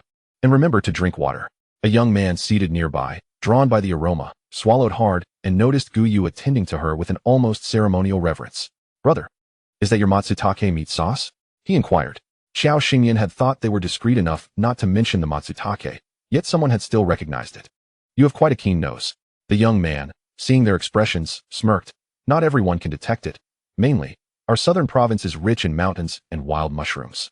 Those of us who have spent our lives in the hills can usually tell, so it's no big deal, don't be nervous. Guyu nodded and returned to preparing his own pancake, while Xiao Xingyin leaned closer, intrigued. I've heard that your southern province has the most ethnic minorities. Where are they mainly located? Are you from a minority as well? The young man's smile faltered momentarily as he replied, I don't count. As for distribution, the Dai and Zhuang people mainly inhabit the river valleys, while others are scattered on hillsides, high mountains, or plains. I'm not quite sure. Are you here for leisure or to visit relatives? Xiao Xingyin nodded in realization. Oh, I see. We're here for leisure. Upon hearing this, the young man became more talkative, chattering away as Xiao Xingyan enjoyed her pancake. Halfway through, she drank half a cup of water and found she could eat no more. Guyu glanced at her and naturally took over to finish it, while Xiao Xingyan playfully grazed his waist with her hand. Noticing Guyu stiffen, she laughed and relented. As for the young man, they listened to him out of curiosity, though they were not genuinely here for tourism. Xiao Xingyan asked, What about you? Did you return from elsewhere to visit family? The young man replied casually, I don't have any family. Given his response, they felt it inappropriate to pry further. As they were still strangers, Xiao Xingyan leaned comfortably against Guyu and dozed off, only to be awakened by Guyu as dusk approached. She glanced outside and mumbled, Have we arrived? Guyu nodded, and they followed the crowd off the train. The young man, noticing their paths diverged, waved. Brother, sister, may our paths cross again. Chapter 47. Haojia Village, encountering Gaodao again. Upon exiting the train station, the pair sought the nearest guest house to check in, to avoid any suspicion of being vagrants. The staff required their introduction letters and identification. Since accommodations were quite full during this period, only one room remained available. Is that acceptable? Xiao Xingyan's eyes lit up as she nodded. One room is perfect. This arrangement was indeed to her liking. The staff facilitated their check-in, providing 2 thermoses of warm water before departing. Xiao Xingyan gazed at the 2 small beds with disappointment, wondering why it couldn't have been a double room. Unaware of her thoughts, Guyu placed their belongings down, at a loss for what to do next.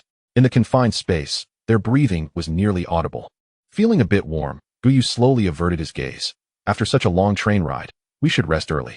Xiao Xingyan looked at him with a forlorn expression, contemplating the journey ahead, and squeezed into his embrace, seeking comfort. The person nestled in his embrace felt as if she were boneless. clinging to his body and wrapping her fragrant presence around him. Gu Yu, already youthful and passionate, found himself even more stirred by her teasing, every cell within him in a state of fervor. The restraint he practiced was a torment, and as he pinched Xiao Xingyan's nape, his voice grew husky. Be good. Don't make trouble. Xiao Xingyan pulled her head from the crook of his neck, her eyes shimmering as she gazed at him. Then kiss me.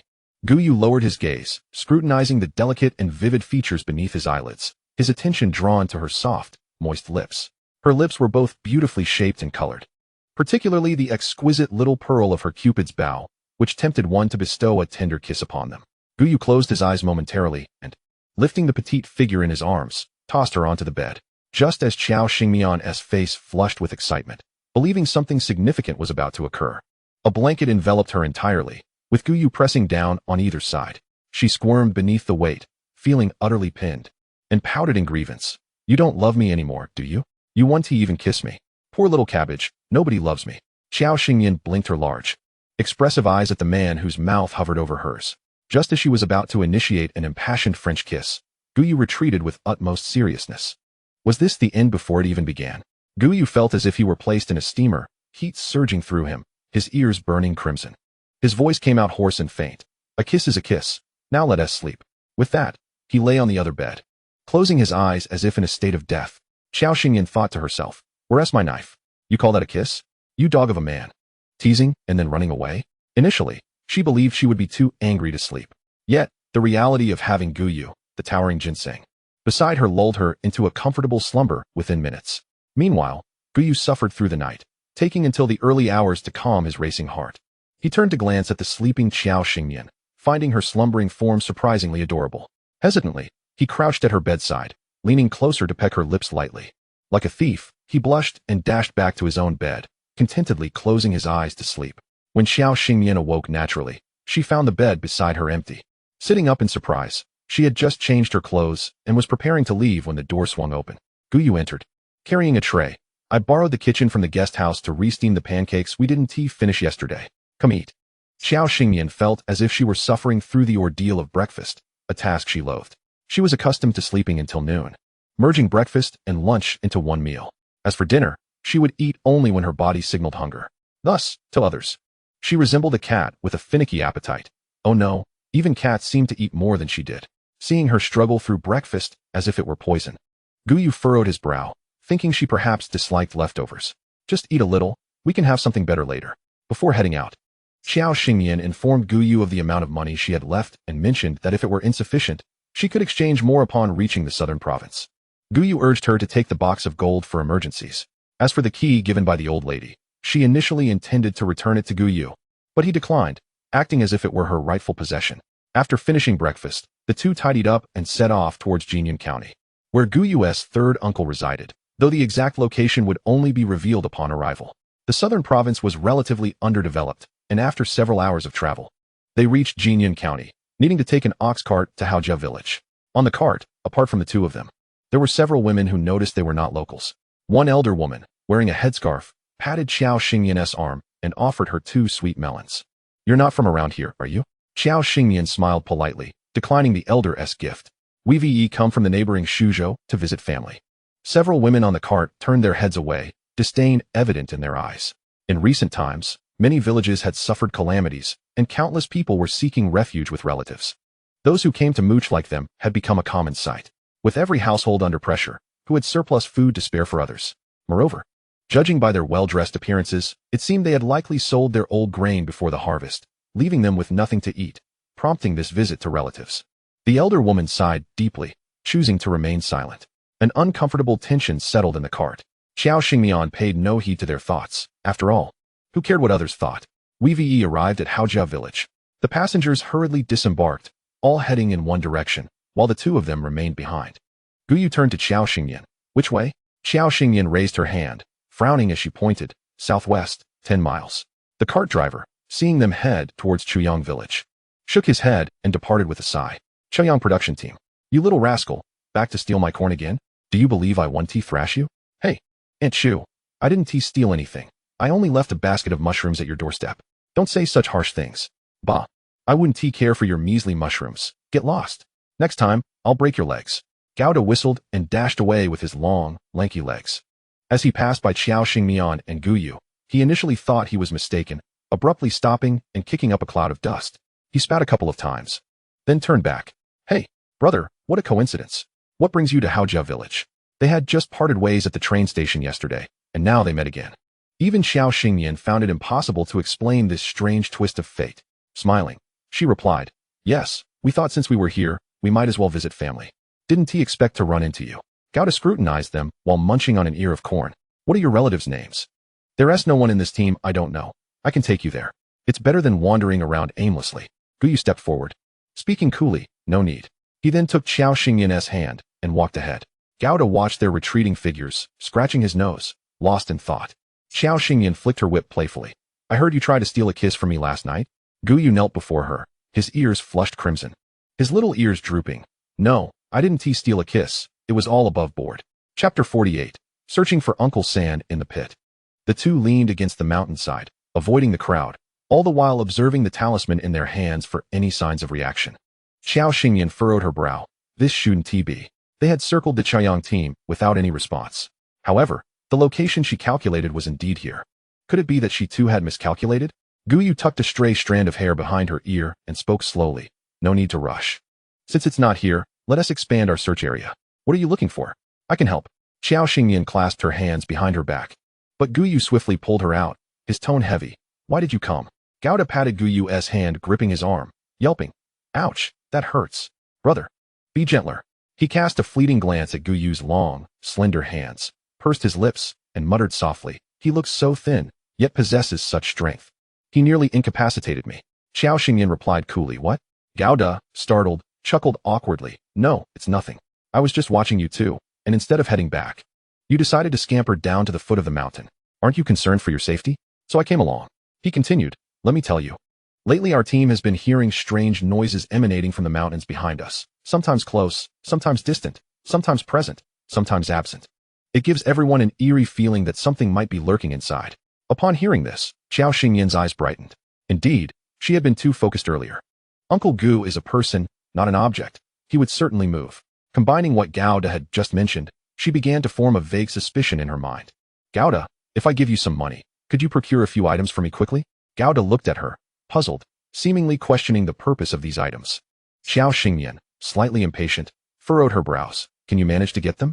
Gao nodded. Ropes and flashlights won't cost much. I have plenty of those. Clutching the money, he grinned broadly. All right then, you two wait here. I'll be back shortly. Watching his somewhat foolish demeanor, Qiao Xingyan felt speechless.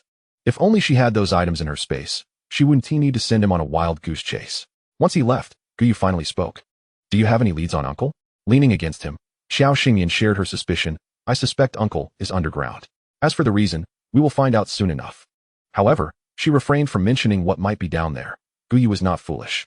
Did the family believe he was dead, while he was actually here digging for treasures? Gao returned swiftly, shouldering a large sack and panting as he wiped the sweat from his brow. I had to enlist my brother's help to get these. I wasn't sure what kind of rope you needed, so I bought the sturdiest and longest one available, and I even saved a few coins. Qiao Xingyan didn't mind as long as it was usable. Observing the crumpled pile of money in Gao's hands, she remarked, here you go. From this moment on, we are your relatives, understand? Huh.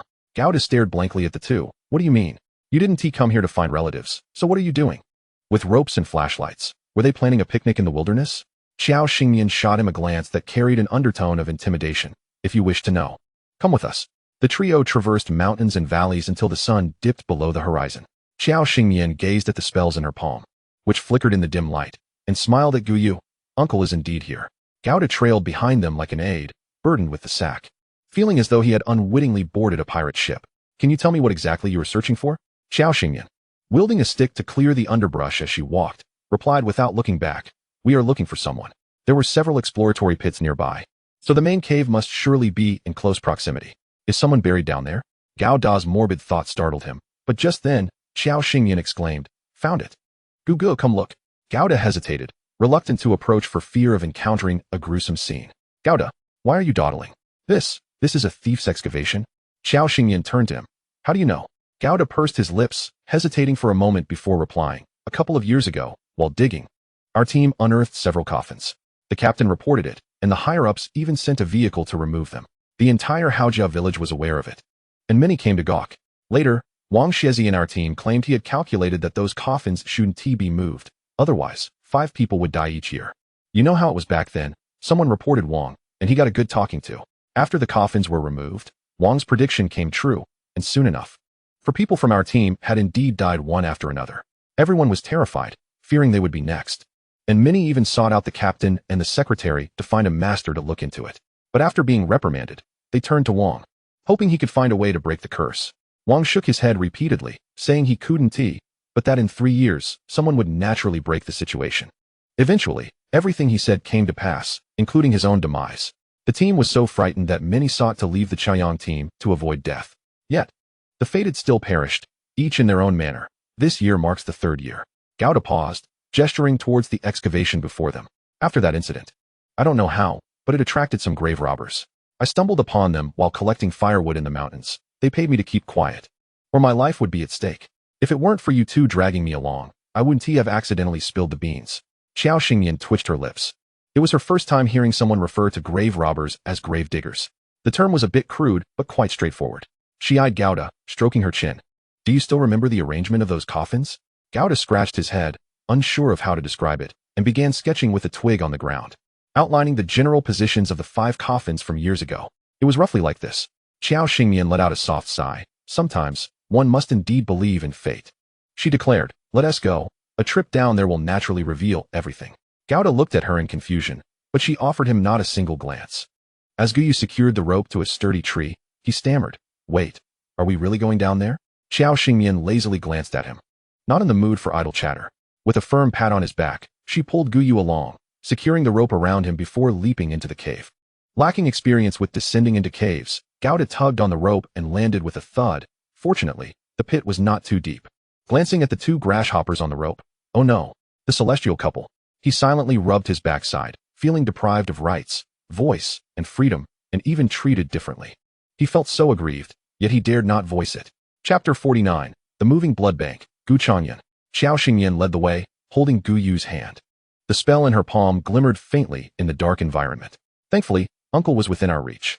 Gu Yu, wielding a flashlight in one hand, followed closely beside her and asked, why did you say that upon our return, the peculiarities of the Chaoyang team would be resolved? Turning her head to look at him, Qiao Xingyan spoke with unusual seriousness. I suspect that Wang Xiezi forbade people from moving those coffins because he perceived something. Based on Gao Da's depiction of their arrangement, it seems to form a 5-coffin lotus formation, which suppresses the malevolent energy beneath.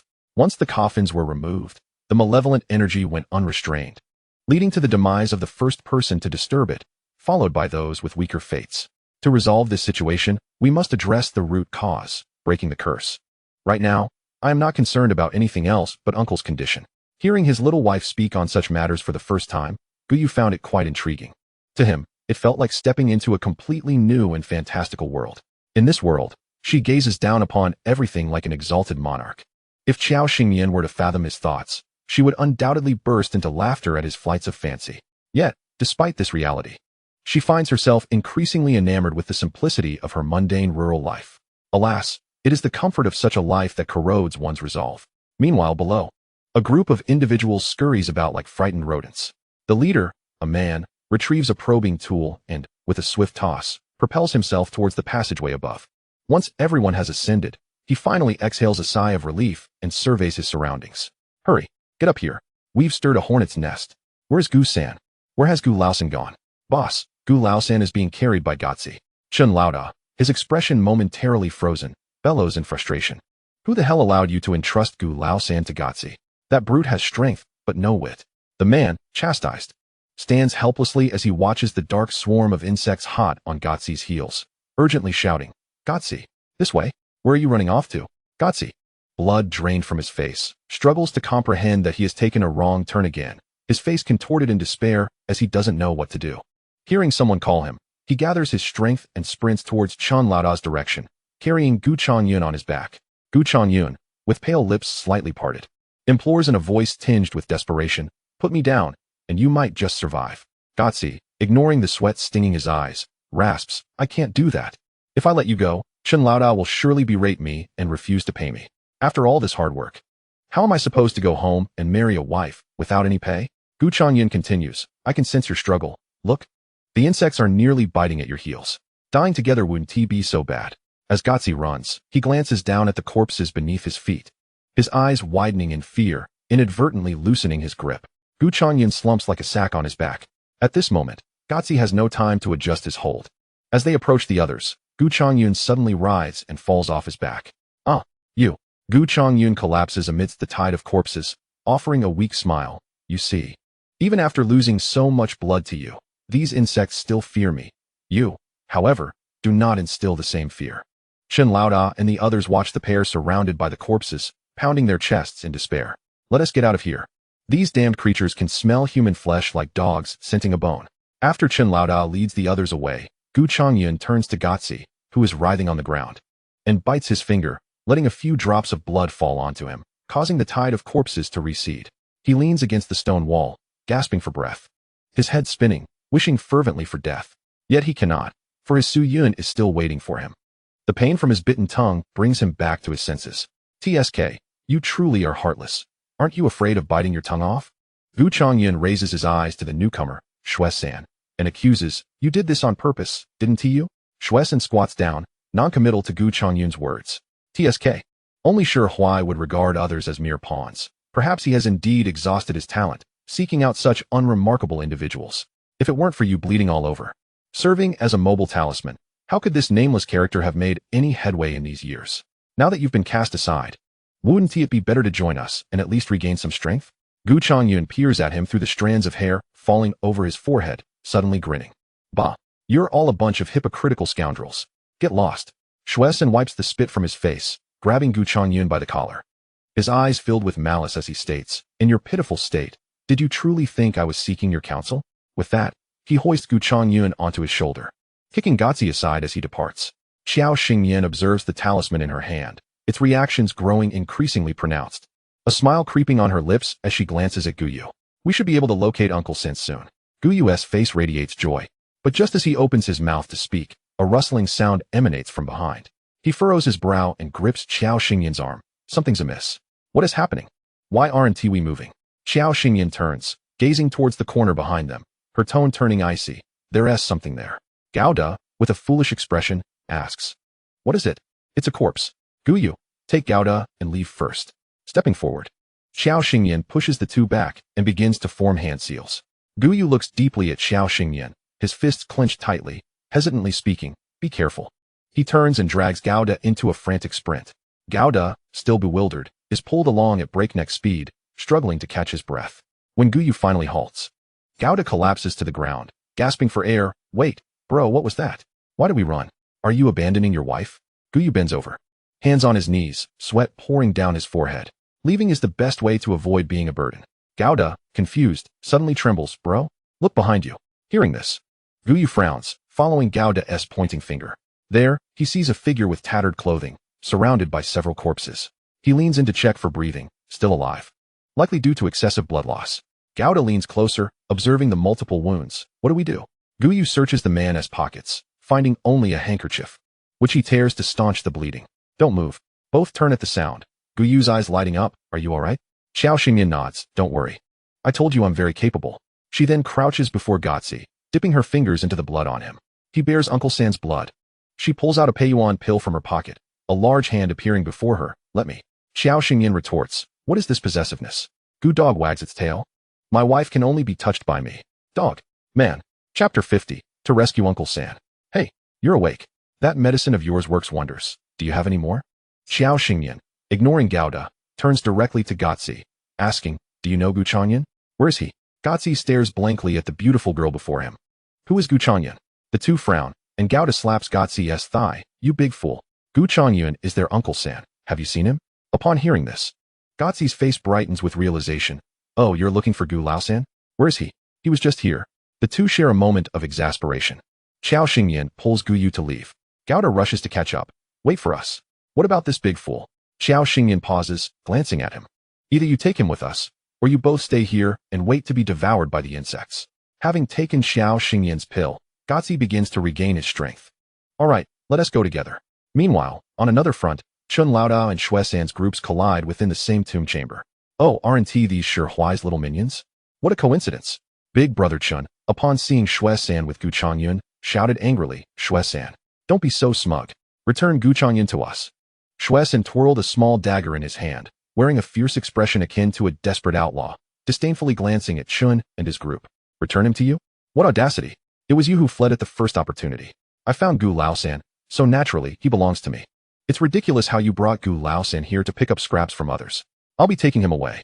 As he spoke, he made a move to act. Suddenly, there was a loud cry, and everyone turned their gaze in unison. Big Brother Chun, infuriated, slapped the round head of Bald Zhang. Have you lost your senses? Why are you shouting like that? Bald Zhang rubbed his head, looking aggrieved. Boss, something bit me just now. Big Brother Chun shot him a disdainful glance. Why would it bite you, and not anyone else? Bald Zhang hastily shook his legs, trying to dislodge whatever had bitten him. But upon seeing it, he nearly jumped 3 feet in the air. No, boss, look. Boss, save me. What was happening? The group stared in horror at the black worms that suddenly surged into the tomb, sending chills down their spines. Without caring for the writhing figure on the ground, Big Brother Chin shouted, grab your weapons. What are you standing there for? The terrified crowd pulled out their weapons from their waists and began hacking at the ground, even preparing bug repellent powder. However, the powder seemed to have little effect on these already mutated creatures. They watched as the man who had been bitten was now merely a desiccated corpse, with something akin to 1,000 horses galloping beneath his skin. Big Brother Chen's heart tightened, and with a stern gaze, he commanded, step back, everyone, step back. No sooner had he spoken than the corpse exploded with a loud bang. Countless worms joining the fray and charging towards them. BB boss, what on earth is this? Are you blind? Can't you see it's a centipede? The group was nearly crying in fear. First, it was a corpse, now this monstrous worm. How had their luck turned so dire? They recognized it was indeed a centipede. Yet they sought an answer. After all these years following Master Shi and Big Brother Chin across the land, they had never encountered a centipede of such grotesque proportions. Shuai-san, standing beside them, sneered, I forgot to tell you, many nameless tombs in the southern province are quite sinister. Who knows how many people have perished here before? Feeding this centipede to such a plump state. Today, not only have you picked up nothing, but you may also become their next meal. Big Brother Chun, brandishing a torch to fend off the centipede, shot a furious glance at Shuai-san, his eyes aflame with anger. You bastard, Shuai-san. If we die, your group won't survive either. What kind of mockery is this? Shuai-san grinned wickedly. Tisk, I have Gu Chongyun as my talisman. What do I have to fear? You, however, wielding a torch to drive away the insects. Are you eager to meet your demise? He then aimed to cut Gu Chongyun's fingertip with his knife, intending to draw blood to protect their retreat. With a whoosh, a small stone flew through the air, striking Shuai-san's wrist and splattering blood. He bared his teeth in a snarl. Who? Your ancestor. The crowd turned towards the newcomer. There stood Qiao Xingyan with Gu Yu, flanked by 2 followers, boldly appearing before them. Gu Yu, upon seeing the person slung across their backs, felt a flicker of darkness in his eyes. It was his third uncle. Despite Gu Chongyun's disheveled and unkempt appearance, Gu Yu recognized him immediately. Qiao Xingyan noticed Gu Yu's tense demeanor and comforted him with a gentle squeeze of his palm. Don't worry, it's nothing serious. Big Brother Chun, astonished at the sight of Gaz, exclaimed, Gaz, you're still alive? Gaz scratched his face, nodding with relief. Yes. These 2 brothers saved me. Big Brother Chun, let's call it a day. I don't want any payment. We should leave quickly. Qiao Xingyan chuckled, wondering if Gaz was foolish or simply naive. Big Brother Chun was caught in a moment of indecision, glancing at Qiao Xingyan and her companion. Since we are fortunate to meet you here, why not join forces? We can split the treasures equally. Qiao Xingyan scoffed, shaking her head. No. The treasures in this tomb are best left for you to enjoy while you still breathe. With that, she took the rope slung across Gao Da's shoulder, channeling her internal energy, and wielded it like a whip to clear a path for Gu Yu. You go rescue your third uncle. The couple charged towards Shuai-san and his group, leaving Gao Da gaping in astonishment from afar. Who are these 2? That girl is incredibly skilled. Seeing their prowess, Shuai-san drew his dagger, licking his lips, his gaze filled with malice. If you want to take someone, you'll have to ask if I, Shuai Lao-san, agree. Qiao Xingyan's charming face turned cold, all softness vanishing. The rope seemingly had a mind of its own, knocking the dagger from Shuai-san's grip, then coiling around his waist to slam him to the ground. The sickening sound of bursting filled the air, releasing a nauseating stench that polluted the already stale atmosphere, making it nearly unbearable. The sounds of retching echoed around. Gaz, pale as a ghost, clutched Gao Da's pant leg, bewildered. Aren't you feeling sick? Gao Da looked at him, puzzled. What do I have to feel sick about? I don't smell anything. Unbeknownst to him, a talisman radiating golden light was affixed to his right shoulder. It was the protective charm Qiao Xingyan had placed on both him and Gu Yu as they entered the tomb, guarding them against any unclean entities below. Gaz, hearing this, was rendered speechless. The scene descended into utter chaos. Seizing the moment, Gu Yu helped Gu Chanyun to his feet, anxiously asking, "Third uncle, how are you?" Gu Chanyun, weakly half closing his eyes, gazed at the familiar face before him, managing a faint smile. "Ah, it's little you. You've grown so tall and handsome. Even your third uncle can barely recognize you. You shouldn't have come here. Third uncle, you should speak less and conserve your strength," Gu Yu urged. Qiao Xingyan approached, placing a pill in Gu Yu's hand, her eyes sparkling as she smiled at Gu Chanyun. Gu Chanyun, looking at the charming young girl before him, couldn't help but feel her words were rather piercing. Qiao Xingyan quipped, "Because right now, you are quite the eyesore." "Is it my fault?" Gu Chanyun retorted. Chapter 51. Come out, call the police. He turned his gaze towards Gu Yu, his eyes questioning her. Gu Yu opened his mouth and seamlessly pushed the pill into Gu Chanyun's mouth, saying, "She is. I am his wife, Qiao Xingyan. Third uncle, it's a pleasure to meet you. But you look rather worse for wear. If you Gu and I had arrived a moment later, you might have truly become a corpse." Gu Chanyun choked on the pill lodged in his throat. Cough, cough, cough. He accepted the water flask from Gu Yu, gulping down a few mouthfuls before finally catching his breath, glancing at Qiao Xingyan with a twitch of his lips. "Dear niece-in-law, it is a pleasure to meet you. But you nearly choked me to death." Gu Yu hurriedly patted his back to help him breathe, keeping his gaze lowered in silence. Qiao Xingyan waved her hand dismissively. "All right. Now is not the time for that. Let's discuss this later." Suddenly, a cry rang out. "The corpse is rising. Run." Everyone turned to see the stone coffin in the center had inexplicably opened, emitting eerie hissing sounds. Big Brother Chen pulled out a black donkey hoof, yanking Bald Zhang back with a furious roar. "You fool. What the hell did you do? Who told you to touch that coffin?"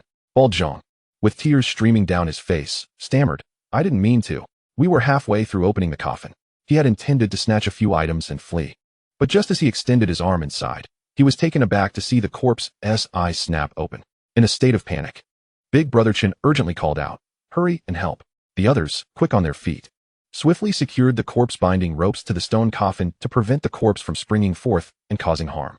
Once the bindings were secured, Big Brother Chen let out a sigh of relief, his gaze fixed on the struggling corpse within, which had likely been reanimated by the residual yang energy from Bald Zhang's foolishness.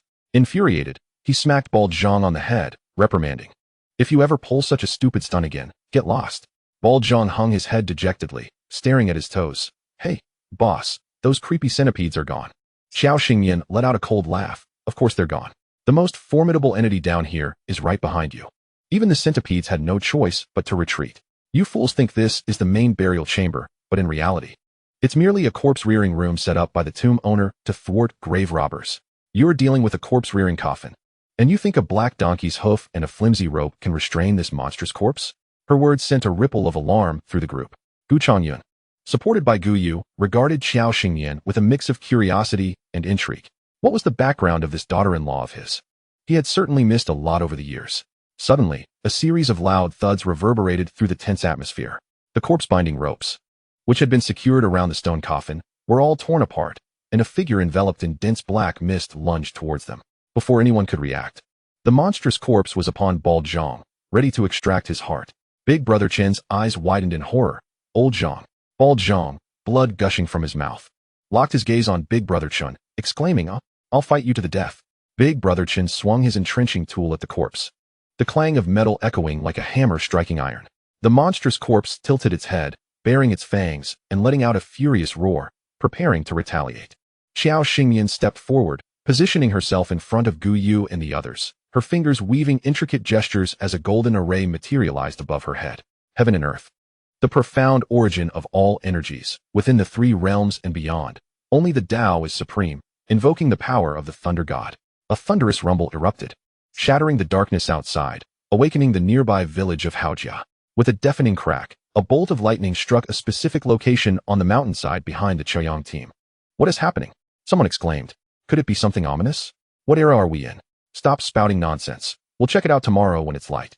Inside the tomb, the group observed the monstrous corpse, which had only just appeared moments ago, now reduced to charred fragments. As the array dissipated, Qiao Xingyan looked at the gathered individuals, a mischievous smile curling at her lips. "If anyone breathes a word of this, the next one to be struck by lightning will be you." As her words hung in the air, the booming thunder continued to resonate overhead as a warning.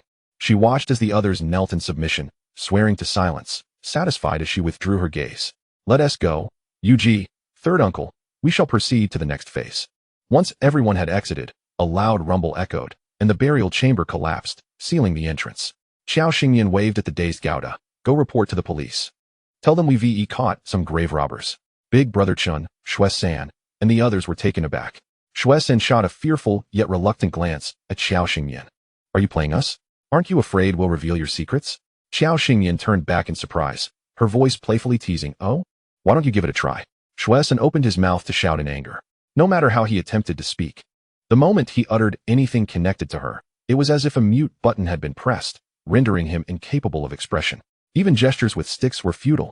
The group stifled their fears, refraining from speaking out, until Gouda arrived with the police to escort everyone away. Gouda questioned her. Since we're going to the police station anyway, why send me? You all could have just gone together.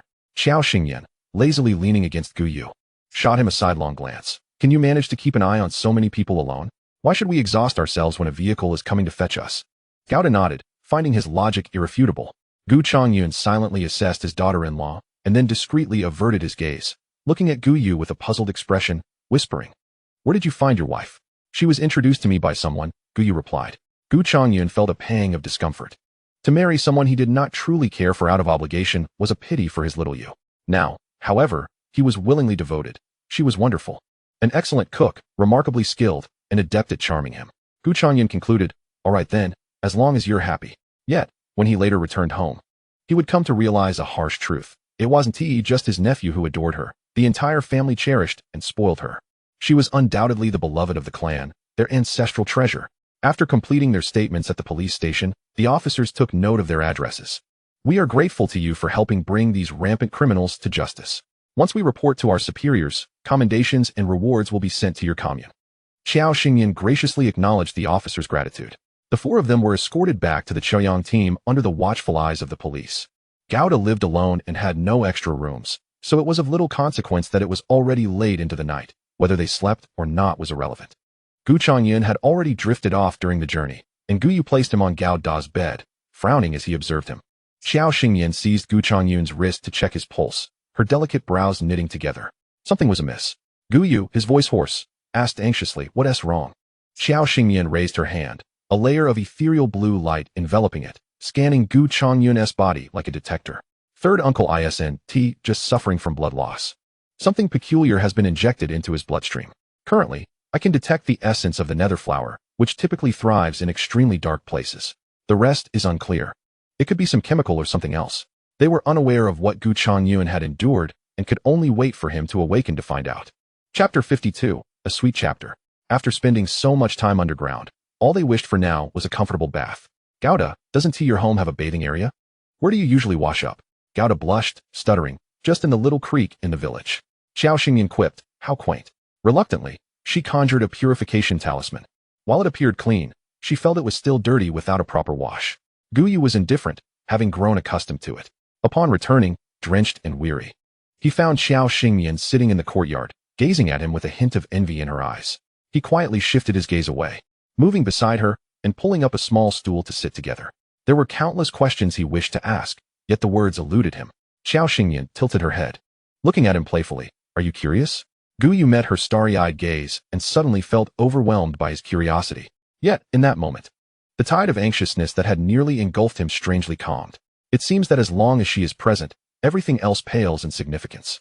Xiao Xingyan leaned closer to him, resting her head on his shoulder, gazing at the star-studded sky while playfully fiddling with his large hand. As for me, in my childhood, I was like a medicine cabinet, often falling ill for extended periods. You know how it goes. One becomes adept at medicine after enduring prolonged illness. Gu Yu cast a silent glance at the shadowy, fluffy head beside him. Regardless, he was oblivious, merely responding with a nonchalant hum as she rambled on. Suddenly, as if struck by a thought, she asked softly, it will always be you in the future, right? Xiao Xingyan paused, lifted her head to gaze at his chin, faintly shadowed with stubble, and playfully nibbled on it, her voice bright and teasing. Yes, it will always be me, now and forever. Gu Yu's lips curled in satisfaction as he pressed a gentle kiss to her forehead, and then withdrew. Xiao Xingyan pouted in discontent, her eyes glinting mischievously at his prominent Adam's apple.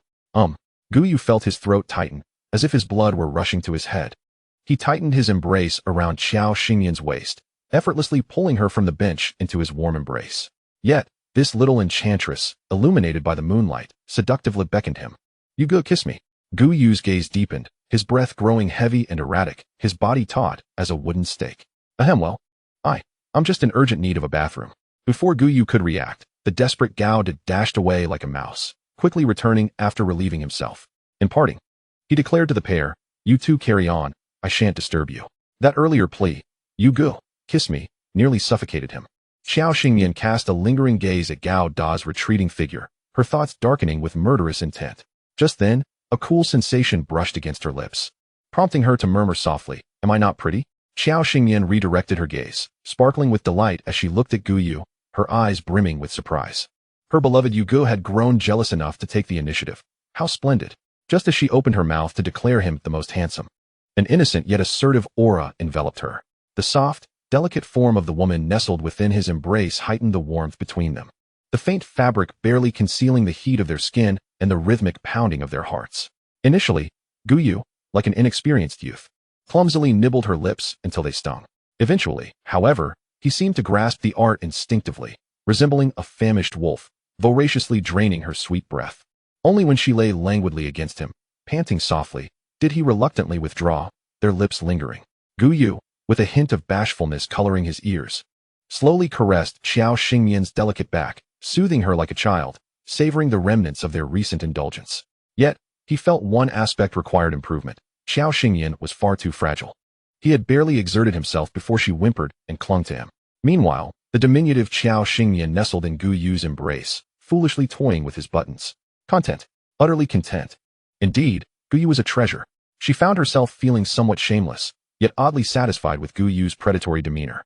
Qiao Xingyan reveled in the warmth radiating from him, and with a large hand cradling her back in a gentle pat, she drifted into a peaceful slumber. It wasn't until the rooster crowed that she jolted awake. Her eyes fluttering open, she glanced at Gu Yu, who was dozing against the chair, and, attempting to rise quietly, inadvertently stirred him awake. "Awake?" Qiao Xingyan nodded, cradling his face and cheerfully planting a kiss on his lips. "You've worked hard, my Yu Gu. Your feet must be numb and your hands sore. Let me give you a massage." He wanted to mention that he hadn't washed his face, but seeing her carefree expression, he swallowed his words and luxuriated in the massage from his little wife. Gauda and Gu Changyun shared a room, and after dozing at the table for a while, he stretched his aching back. Spotting a young master and a maid in the courtyard, he hesitated, unsure if he should step outside. After some contemplation, he decided to embrace the role of the villain. "So, what are your plans moving forward? And by the way, has that curse in our village truly been lifted? People won't be dying anymore?" Qiao Xingyan stood, stretching her limbs, before responding, "If you don't believe it, time will reveal the truth." She then turned to Gu Yu. "Uncle San, do you want us to take you back first before searching for Uncle Air, or do you have another plan?" Gu Yu furrowed his brow. Their journey had not been easy, and returning Uncle San first would incur significant costs. However, given Uncle San's current condition, they had little choice. "You needn't worry about me. Do what you must." He understood that his current state rendered him a burden wherever he went. Qiao Xingyan glanced at Gu Yu, saw him nod, and opted not to press further. After a day of labor and little food, both Gu Yu and Qiao Xingyan felt hunger pangs. "Gauda, do you have anything to eat at home? Any eggs?" Gauda scratched his face, awkwardly shaking his head. "No, my family currently only has sweet potatoes and old rice." Qiao Xingyan. Ultimately, they had no choice but to have Gauda take Gu Yu to the supply and marketing cooperative to buy some food. Along the way, they encountered members of the Chiryong team, who inquired, "Dazi, is this your relative? The young man looks quite handsome, buying so much good food." The fine flour, eggs, and a large bag of fatty pork made everyone envious. Why had they never heard of Gauda having relatives before? Wasn't he an orphan? Gauda smiled sheepishly. Hee. "Yes, my relative has come from neighboring Shuzhou. It was quite a task to get in touch." Some matronly figures, noticing Gu Yu's handsome appearance and fine physique, hastily asked, "Is your relative from the city or the countryside? And is he married? Perhaps my daughter would suit him?" "Oh, yes, my daughter Xiaodi is quite nice. Indeed, my San and I is also a good match. Or this young man could come to our home as a guest and see which girl he fancies. My 5 daughters are all lovely." Gauda was utterly stunned, watching Gu Yu's darkened expression, and he shouted, "My relative is already married. Don't get any ideas." Chapter 53, A Good Man Among Many Seeking. As the two rushed home, they finally breathed a sigh of relief. Gauda awkwardly patted Gu Yu's shoulder. "Brother, don't be angry. They're just some unsophisticated village women. Gu Yu shrugged off his hand, striding inside with the groceries.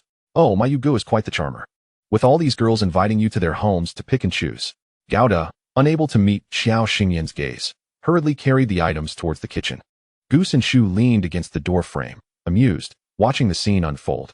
Gu Yu stood before her, gazing intently, and spoke slowly, no. Xiao Xingyan, standing on the eaves and still shorter than him, playfully tugged at his hair, as if petting a dog. No is the best. Mine.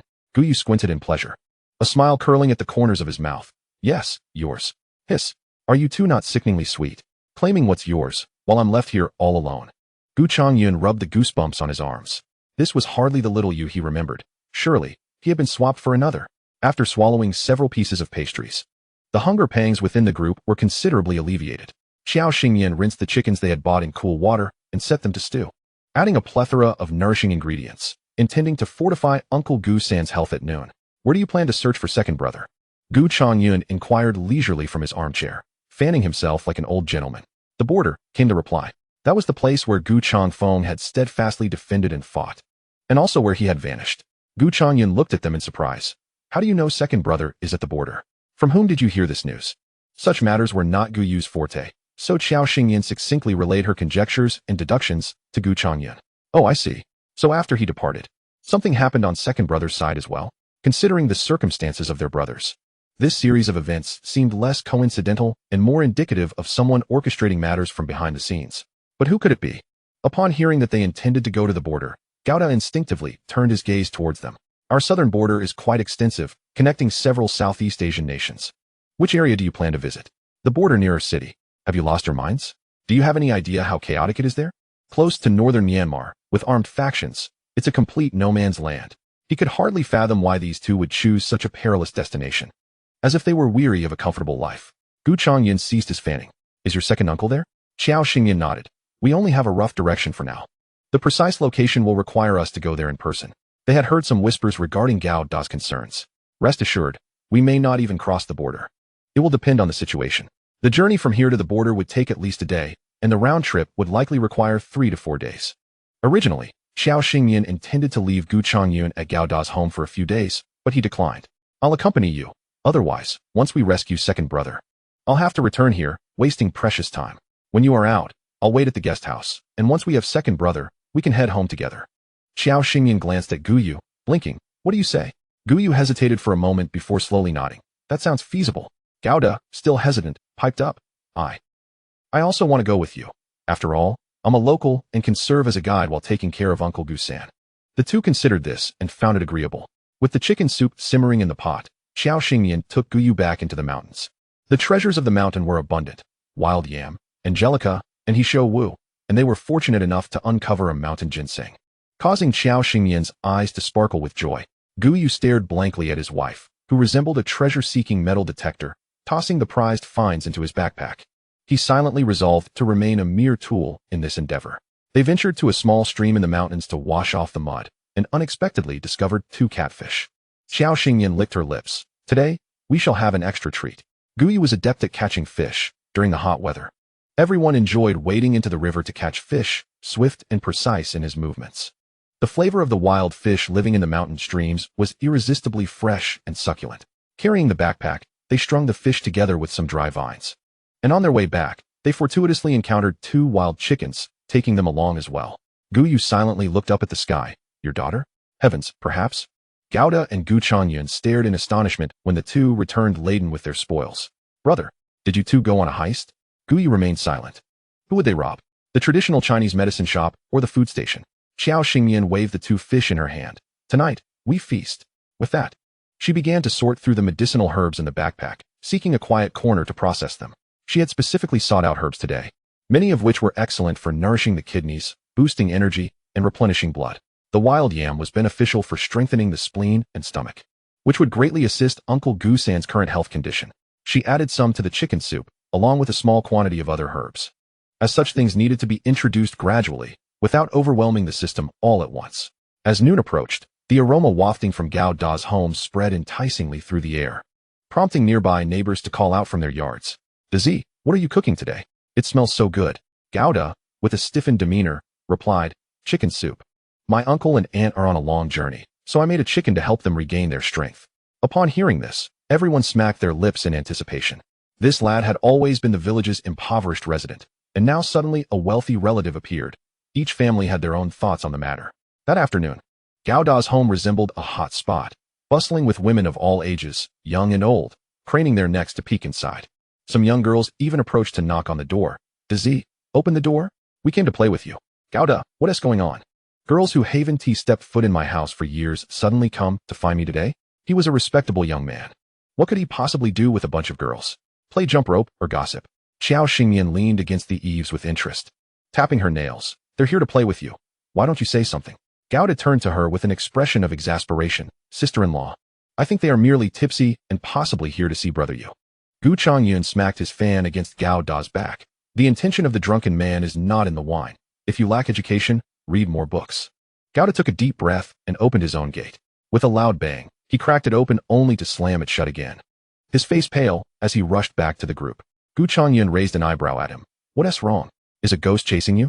Gao Da, still trembling, glanced at everyone and nodded with difficulty. "More terrifying than a ghost. We have women in our team from 80 years old down to 3-year-olds who can walk and breathe. All standing out there. If someone didn't know better, they might think it's a selection for a harem." Before these few people arrived, his home was so quiet that not even a ghost would dare to visit. He boldly speculated, "It could be that what I mentioned to you yesterday is true. They probably don't know that the matter in our village has already been resolved. So upon seeing outsiders, especially someone as handsome and wealthy as Brother Yu, they can't help but rush over like dogs to a bone. There's an old saying, isn't there? Good women are sought after by many families. And the same principle applies to good men." Gu Chongyun glanced at his handsome nephew's face, which was both stylish and dapper, and he let out a sigh of relief. Thankfully, his disheveled state had kept him from making an appearance outside. Chapter 54. Searching for Uncle Guerre at the border. Leaning back in his chair, Gao Da waved his hand dismissively. "It's fine. No need to worry about it. You won't be here long. Once you leave, they'll settle down." Thus, to escape this awkward situation as swiftly as possible, the four of them departed from Chaoyang team early the next morning.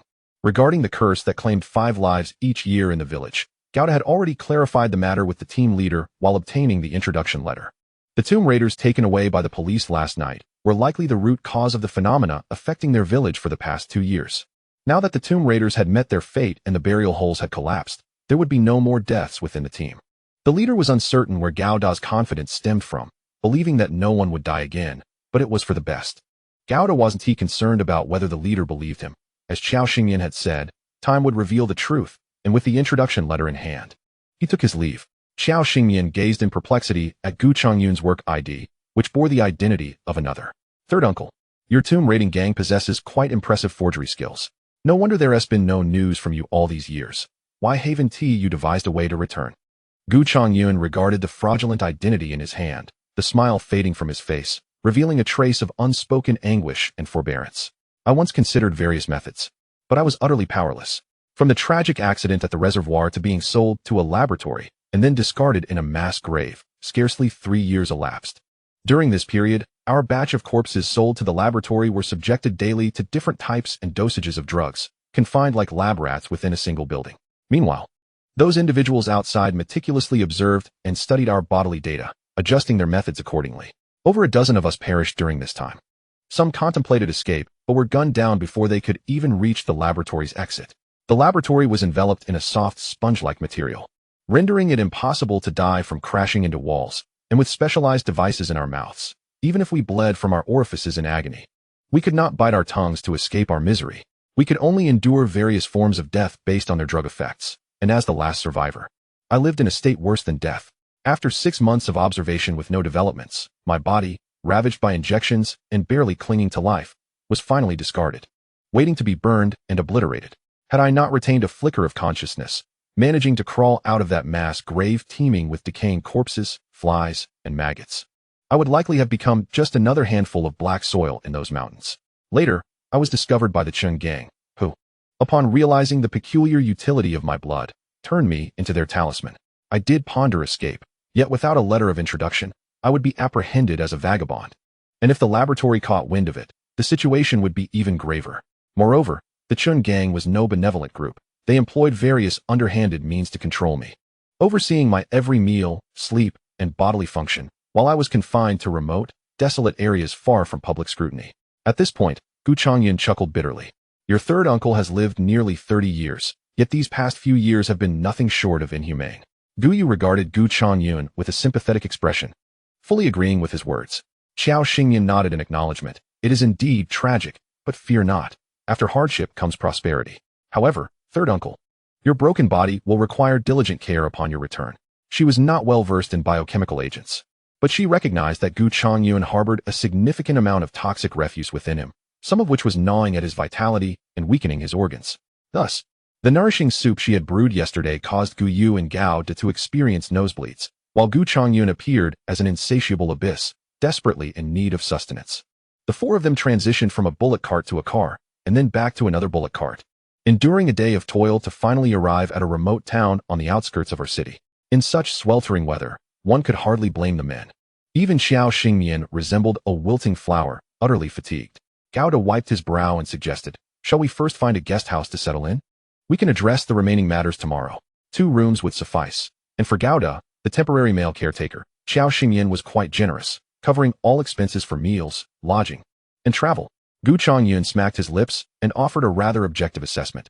Xingyan's cooking is delightful. Xiao Xingyan silently scoffed at this, pondering the quality of the ingredients she had used. Before parting ways, she called to the 2 men, tomorrow, my brother Yu and I will set out early. Third uncle will be in your care. Gao nodded affirmatively, rest assured. The following day, the 2 women prepared themselves and stepped out. Along the way, they passed several villages, yet the talismans in their possession showed no signs of activation. Xiao Xingyan scrutinized the undulating mountains ahead, rubbing her face in frustration. Could it be hidden within the mountains again? After a moment of calculation, she confirmed that they were indeed heading in the right direction. Gu Yu glanced at her. Shall I carry you? Xiao Xingyan looked up at him, her eyes brimming with concern. She could still utilize her techniques to alleviate her physical burden. But Gu Yu had no such skills, relying solely on his robust physique developed over time. Noticing her gaze fixed intently upon him, as if to ask, can you manage? He decided to demonstrate his resolve. He crouched before Xiao Xingyan and playfully tugged at her calf. Get on. Xiao Xingyan stroked her chin, a flicker of contemplation crossing her features, before obediently climbing onto his back, wrapping her slender arms around his neck. As the sun climbed higher, they traversed deeper into the mountains. Observing the beads of sweat forming on Gu Yu's neck and forehead, Xiao Xingyan leaned closer to his ear. Do you wish to learn martial arts, Yuji? Gu Yu paused in his stride. Seizing the moment, Xiao Xingyan leaped off his back, her clothing dampened by his perspiration. He averted his gaze, landing on her smiling countenance. Is it still possible for me? Xiao Xingyan concentrated her energy, and the dampened area of her clothing instantly dried. Gu Yu's pupils dilated, his eyes shimmering with excitement and longing. Wasn't he this akin to the heroes from the novels he adored as a child? Every boy harbored dreams of scaling rooftops and upholding justice.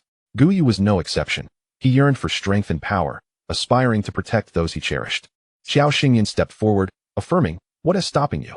After consuming so much of my spiritual energy, and with the purifying spring water cleansing you day and night, it would be a waste not to practice martial arts. You cannot learn the unique arts of the Qiao family, but as my husband, you are considered part of the Qiao clan, and thus the martial arts and techniques are naturally accessible to you. With that, she raised her hand to caress his brow. Do not resist my power. These abilities will manifest in your mind, and how much you learn depends on your own effort. Lacking spiritual power, Gu Yu could not follow her path, but he could embark on the martial way, honing his skills to the level of a master, making him a formidable opponent. In his mind, a 3-dimensional figure demonstrated martial techniques clearly before him. He merely needed to mimic the movements and, with diligent practice, cultivating internal energy would merely be a matter of time. With Xiao Xingyan's guidance, they transformed the deep mountains into a natural training ground. One instructing and the other striving to improve, both thoroughly enjoying the process. After scaling numerous peaks, Xiao Xingyan squinted into the distance. Wait. Gu Yu halted beside her, following her gaze. This did not appear to be an ordinary village. There were sentries and patrolling individuals. Xiao Xingyan nodded in agreement. Let us investigate further. Chapter 55. The village deep in the mountains. The night and the forest provided excellent cover. The 2 concealed themselves behind a massive tree that would require both arms to encircle, observing the faintly glowing talismans in their hands. It seemed they had arrived. Xiao Xingyan leaned closer to Gu Yu and whispered, I'll distract the patrollers. You take the opportunity to slip inside. We'll signal each other when the time comes. Gu Yu glanced at his wife, who darted out like a monkey. Upon recalling the secret signal she had just mentioned, A subtle smirk tugged at the corners of her mouth. Did this world no longer hold any significance for her? Must she drag him down with her? With a resounding thud, a small stone clattered conspicuously in front of the patrol team. The 5 members immediately turned their wary gazes towards the dark forest. Who goes there? Meow? The leading woman exhaled in relief. It's just a cat. Pay it no mind, continued the patrol. As she watched the squad turn away, Xiao Xingyan swiftly advanced, incapacitating the last member with a single blow. Following suit, she dispatched the second to last, who, upon opening her mouth to utter a sound, was swiftly silenced by an acupoint strike. The remaining 3, turning around, barely had time to speak before a shadow darted past them, binding them together in a tight embrace. Xiao Xingyan drew a dagger from their midst, lightly tapping the face of the squad leader, her smile sinister as she inquired, "Can anyone tell me where we are? Is there someone named Gu Changfeng here? Whoever speaks the truth shall be allowed to leave, but should you remain silent, you may well become nourishment for these flowers and trees." The squad leader attempted to speak, but only incoherent sounds escaped her lips. Xiao Xingyan released the acupoint, and the woman began shouting frantically towards the village, her words incomprehensible to Xiao Xingyan. Frustrated, Xiao Xingyan plunged the dagger into her thigh, silencing her, before slipping away. The squad leader, gazing at her bleeding thigh with the dagger still lodged within, was paralyzed by fear, her pants dampening as the metallic scent filled the air, causing the others to avert their eyes. Murder was out of the question. After all, she did not wish to accumulate further karmic debt. The squad leader's earlier scream had set the entire village on high alert. The beams from the lookout's floodlights swept over the area, making it all too easy for them to be discovered. Uncertain of Gu Yu's whereabouts, Xiao Xingyan refrained from making any rash sounds. She glanced at the distance of the floodlights while clutching a few small stones. Swish! Bang! The stones sliced through the air, accompanied by the sound of the floodlight shattering. A smirk played on her lips, almost tempting her to whistle in a cheeky manner. Seizing the moment of chaos within the village, Xiao Xingyan stealthily slipped in, glancing around while playfully mimicking a cat's meow. Upon hearing distant barking, she stifled a laugh, gliding toward the location of Gu Dog.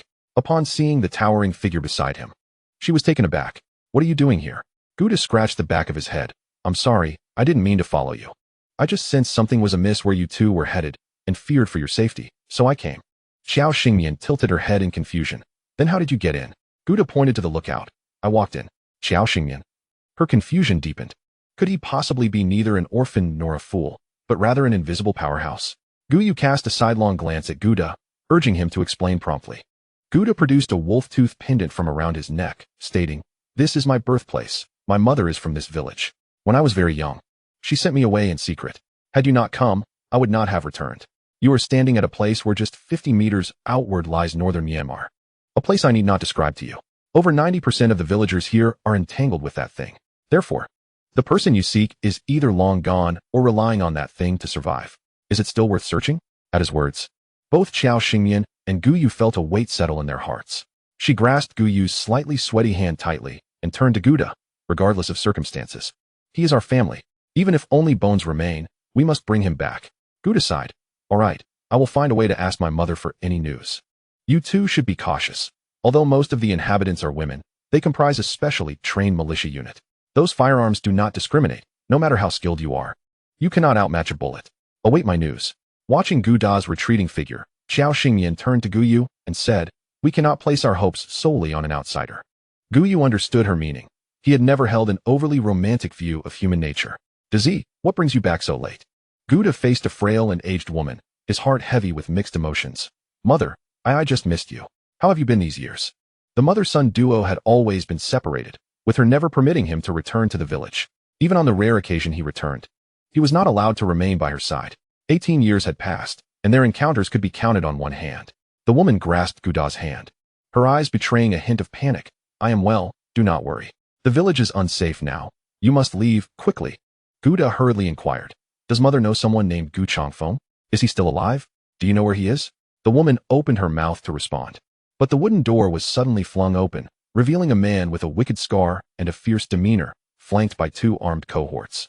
The man surveyed Guda and his mother, loosening his wrist gloves before delivering a resounding slap to Guda's mother's face. "So this is the son you raised outside? He looks like a prime specimen. Send him to northern Myanmar for training, and he might still be useful." Ignoring the swelling pain in her face, Guda's mother instinctively shielded her son. She did not understand why Digu had suddenly come to their village, but Guda must not be taken away. "Digu. No, my son is only 18. He is just a boy and cannot handle such things. Please, spare him. The man known as Diga kicked Guda's mother aside. With tears in his eyes, Guda charged forward, fists clenched. Young man, with that little strength, you dare to challenge me? You are still too green.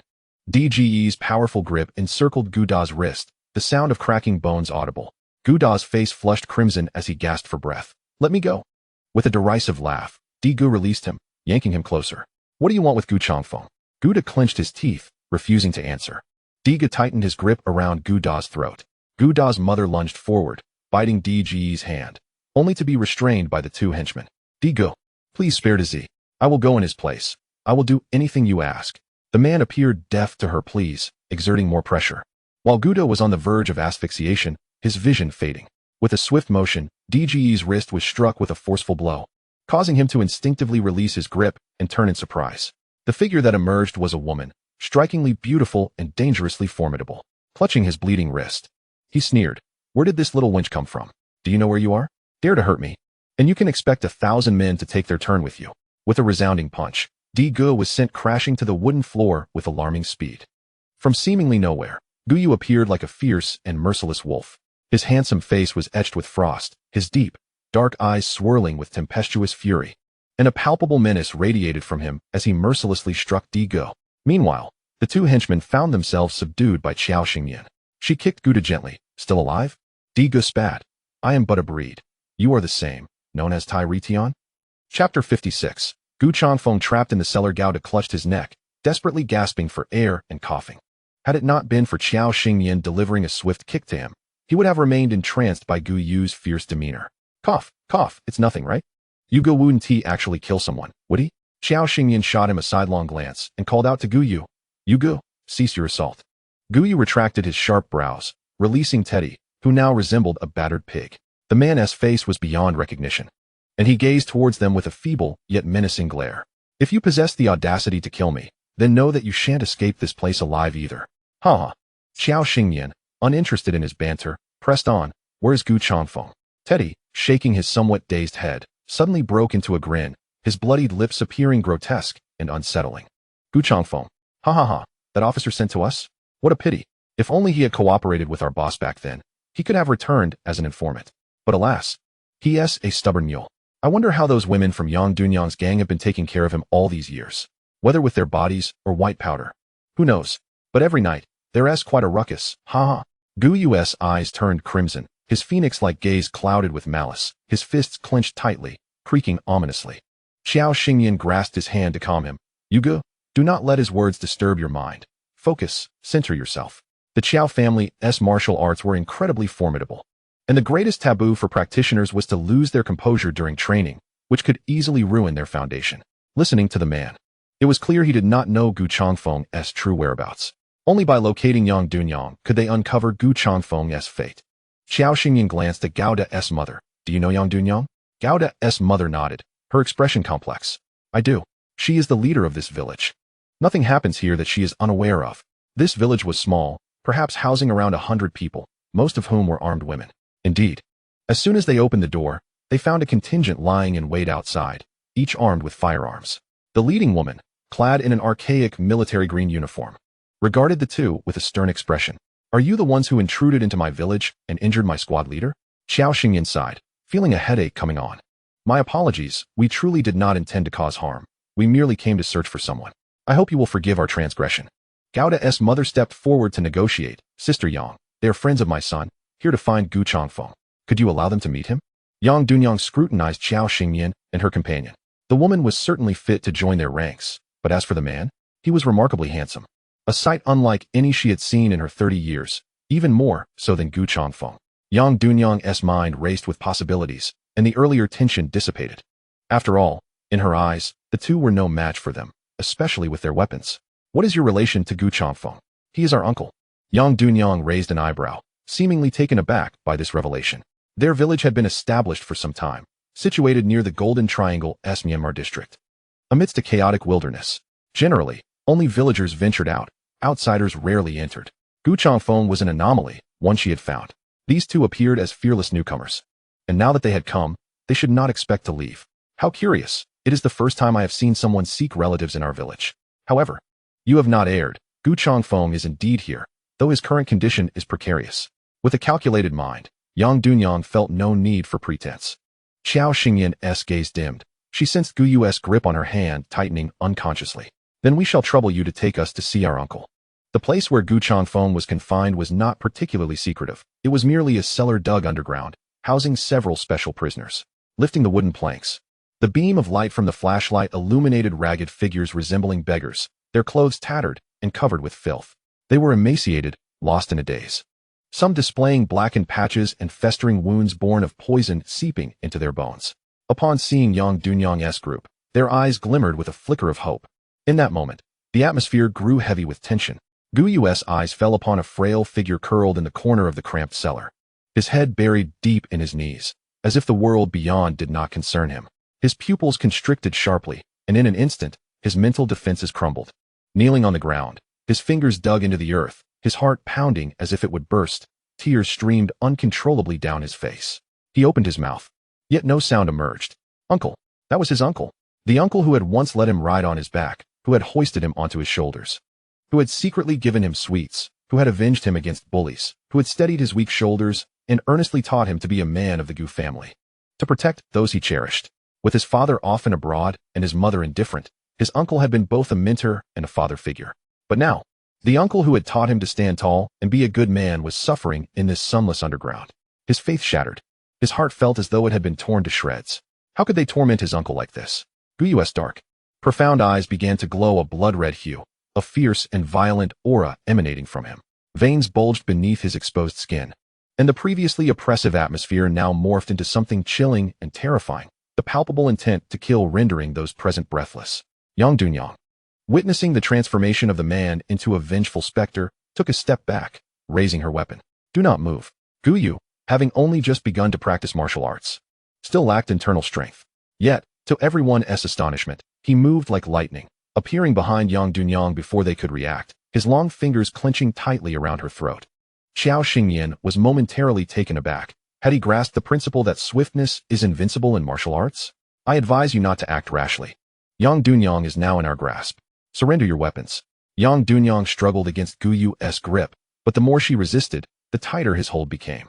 He resembled a vicious wolf, ready to pounce on its prey. With a mere flick of his sharp claws, the captive would meet their demise. Qiao Xingyan leaped into the cellar, the air thick with a nauseating stench. As she landed, filthy hands reached out to seize her. Up close, she saw the decades-old grime lodged beneath their fingernails, and with swift resolve, she struck them unconscious. Approaching Gu Chongfeng, she scrutinized him closely. She reached out to grasp his arm, only to be met with a sudden forceful resistance that sent her staggering back a few steps. Second uncle, I am Gu Yu's wife. Do not resist, we are here to take you away. Upon hearing the name Gu Yu, Gu Chongfeng's disheveled eyes momentarily focused. His cracked lips parted slightly, and his parched throat felt as though it were being wrenched apart by a saw as he murmured, Little Yu? No, that can't be right. Who is Little Yu? How could he possibly be here? Chapter 57, Rescue, The Poison Strikes. Qiao Xingyan noticed something was amiss with him. His memories seemed muddled, and he appeared dazed. She furrowed her brow and tentatively asked, Does second uncle still remember your wife, Chu Laniang? You have a clever and adorable daughter named Gu Yunjin. Gu Chongfeng abruptly turned to Qiao Xingyan, his eyes wide with realization. Laniang, daughter, Jinjin, where are they? Where are they? Qiao Xingyan breathed a sigh of relief. He had not entirely succumbed to the poison's corruption. Although the forthcoming ordeal would be painful, Gu Chongfeng must endure. She extended her hand to him. Come with me. I will take you home, where your wife, your daughter, and your elderly mother, who constantly thinks of you, await. Along with your nephew whom you have always regarded as your son. Gu Chongfeng, feeling somewhat disoriented, began to search his memory for the familiar faces as Qiao Xingyan spoke. After a moment's hesitation, he trembled and grasped her hand. She seized his shoulder, and in an instant, they found themselves outside. Gu Yu, seeing Gu Chongfeng so close, felt a pang in his chest, his throat tightening. He nearly released his grip on Yang Dunyang, but reason reminded him of the perilous situation they were in. Qiao Xingyan steadied Gu Chongfeng, and with a talisman in hand, she directed it toward Yang Dunyang, commanding, Everyone retreat and let us pass. As if receiving a signal from her master, Yang Dunyang's gaze turned blank, and she instructed the group of women warriors, step back and disperse. The crowd, confused by Yang Dunyang's sudden compliance, hesitated but ultimately obeyed the command. Qiao Xingyan instructed Gu Yu to carry Gu Chongfeng, and they prepared to leave. After all, They were outnumbered and armed with firearms. Qiao Xingyan's current skills were insufficient to withstand gunfire, while her talismans could only last for a night before dissipating. Having witnessed the events of the night, she had gained a clearer understanding of this world, which, despite its facade of tranquility, concealed turbulent undercurrents. It seemed imperative to advance to the 5th level of her abilities. The sensation of being held at gunpoint was far from pleasant. As they passed Gao Da, who was helping his mother, he declared, "I will go with you."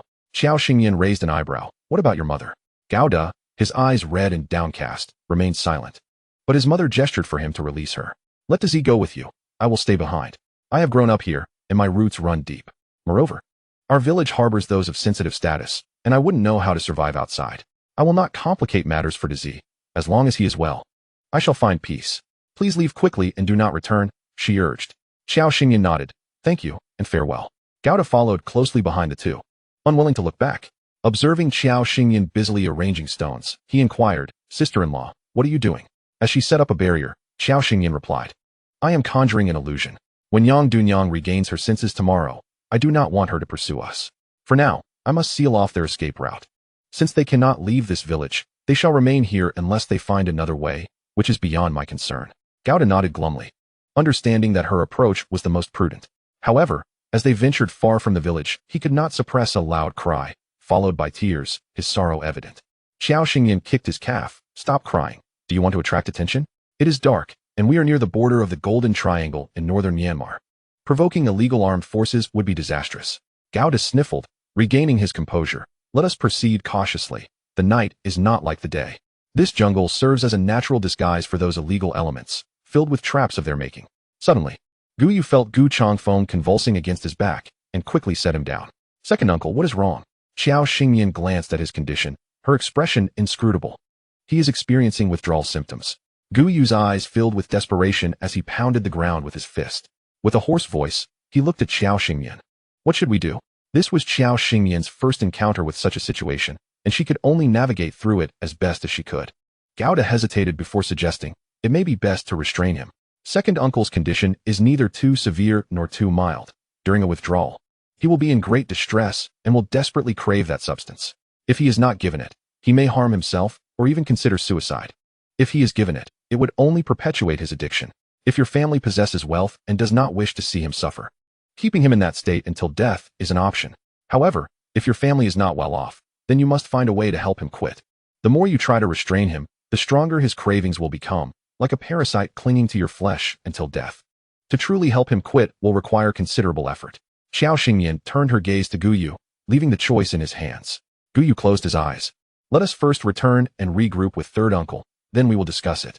Qiao Xingyan used a talisman to seal Gu Changfeng's senses and supplemented it with a calming charm to induce deep sleep. Gu Yu carried him, and the group cautiously made their way through the forest.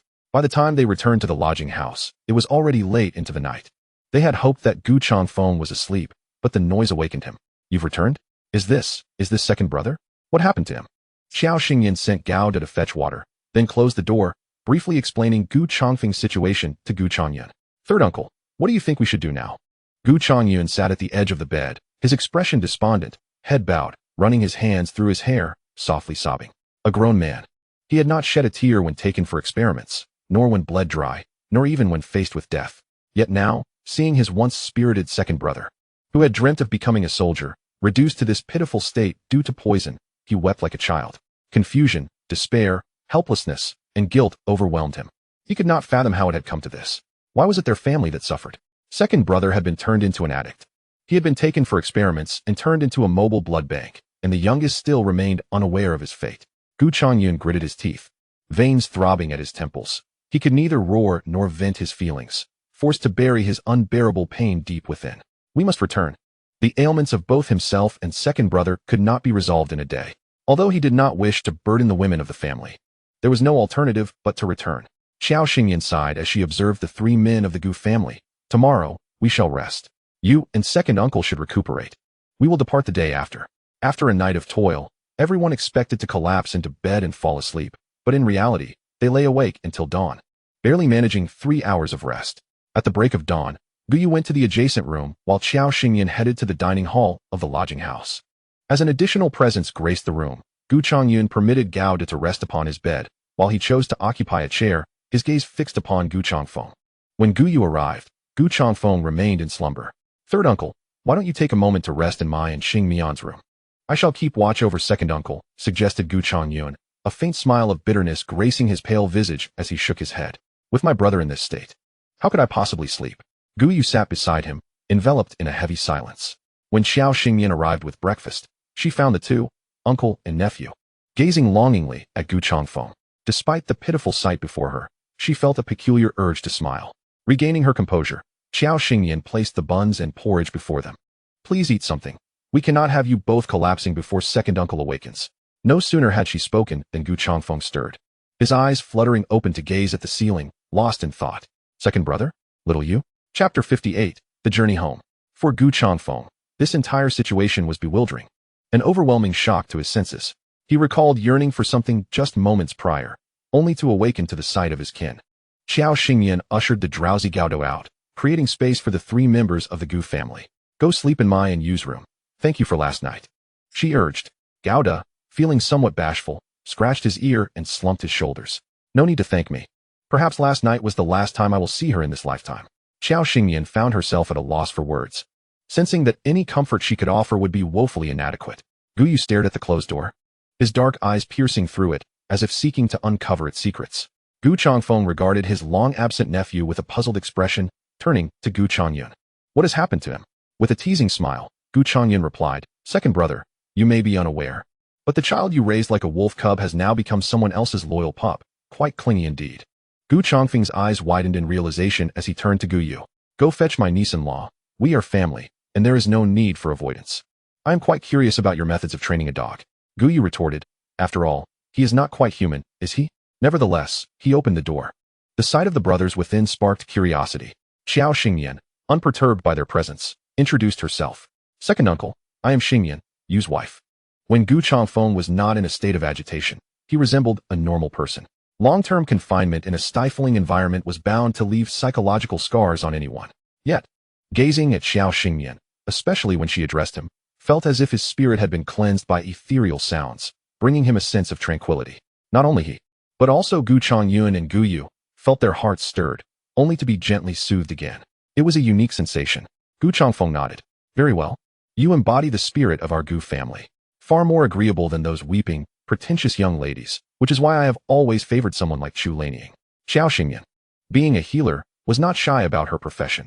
She took each brother's pulse, meticulously examining their conditions to find an effective and safe remedy. However, it became evident that while solutions existed, their current states could not endure them. They first needed to regain their strength. After all, employing the techniques of a spiritual healer to expel toxins was no simple task. Gu Changyun, filled with gratitude, nodded. As long as you can alleviate second brother's crisis, Xingyan, you shall be our Gu family's greatest benefactor. From now on, whatever you say, third uncle will stand by your side. If little you dares to bully you, I shall intervene. Xiao Xingyan rolled her eyes. Oh no, third uncle, my assistance is solely because you are Yu's family and within my capacity. I do not wish to see him upset. He would never bully me. She was accustomed to teasing him, though she kept this sentiment to herself, as it was part of their playful dynamic. Gu Changyun and Gu Changfeng exchanged glances before they could utter another word. This girl had already taken on the protective role like a devoted wife. Surely, if their elder brother were aware, he would be at peace. The following morning, Xiao Xingyan and her companions bid farewell to Gao Yu, sister-in-law. It has been a pleasure. Do visit us in the South Province when you can. After a brief hesitation, he added, I advise you to keep second uncle and third uncle out of sight for the time being. The methods employed by those individuals are not to be trifled with. Regardless, he hoped they would take heed of his warning. Gu Yu nodded, refraining from further words. Fate would allow them to meet again. Upon their return to the revival team with Gu Changfeng and Gu Changyun, the entire production team erupted in chaos. Zhang Wanfu, bewildered, wondered how the Gu brothers had returned so swiftly. Hadn't this girl claimed she was visiting her father's comrade? Did she leave only after discovering leads about these brothers? He was filled with questions, awaiting Xiao Xingyan's explanations. Xiao Xingyan introduced the brothers. Second uncle, third uncle, this is our production team's leader, Zhang Wanfu, and his wife. The brothers politely extended their hands. Greetings, leader, greetings, leader's wife. With a cheerful smile, Xiao Xingyan said to Zhang Wanfu, we shall take our leave for now and report back to you tomorrow. As the four departed, gossip began to circulate among the crowd. Didn't Gu Er die on the battlefield? And Gu Sin claim to have perished during the reservoir construction? What on earth is happening? The sudden appearance of individuals thought to be dead for years was indeed shocking. Wei Mingzhu and others stood amidst the crowd, listening to the discussions. Meanwhile, Gu Chongyun and Gu Chongfeng stood before their home, feeling a mix of nostalgia and trepidation. Both looked increasingly disheveled, uncertain whether their spouses and mothers would recognize them. Chu Lanying, having just finished feeding the livestock, spotted several familiar figures in the distance and rubbed her eyes. As the scene grew clearer, it aligned with the faces etched in her memory. The basin in her hand fell to the ground, splattering remnants everywhere. Su Yun, quickly come out and see. Am I still dreaming, or are second brother and third brother truly here? Jiang Su Yun staggered at her words. Yet, upon seeing Gu Chongyun standing alive and well before her, she felt her eyes welling with tears, utterly flustered. Gu Chongyun stepped forward, enveloping her in a tight embrace. Su Yun, it is I?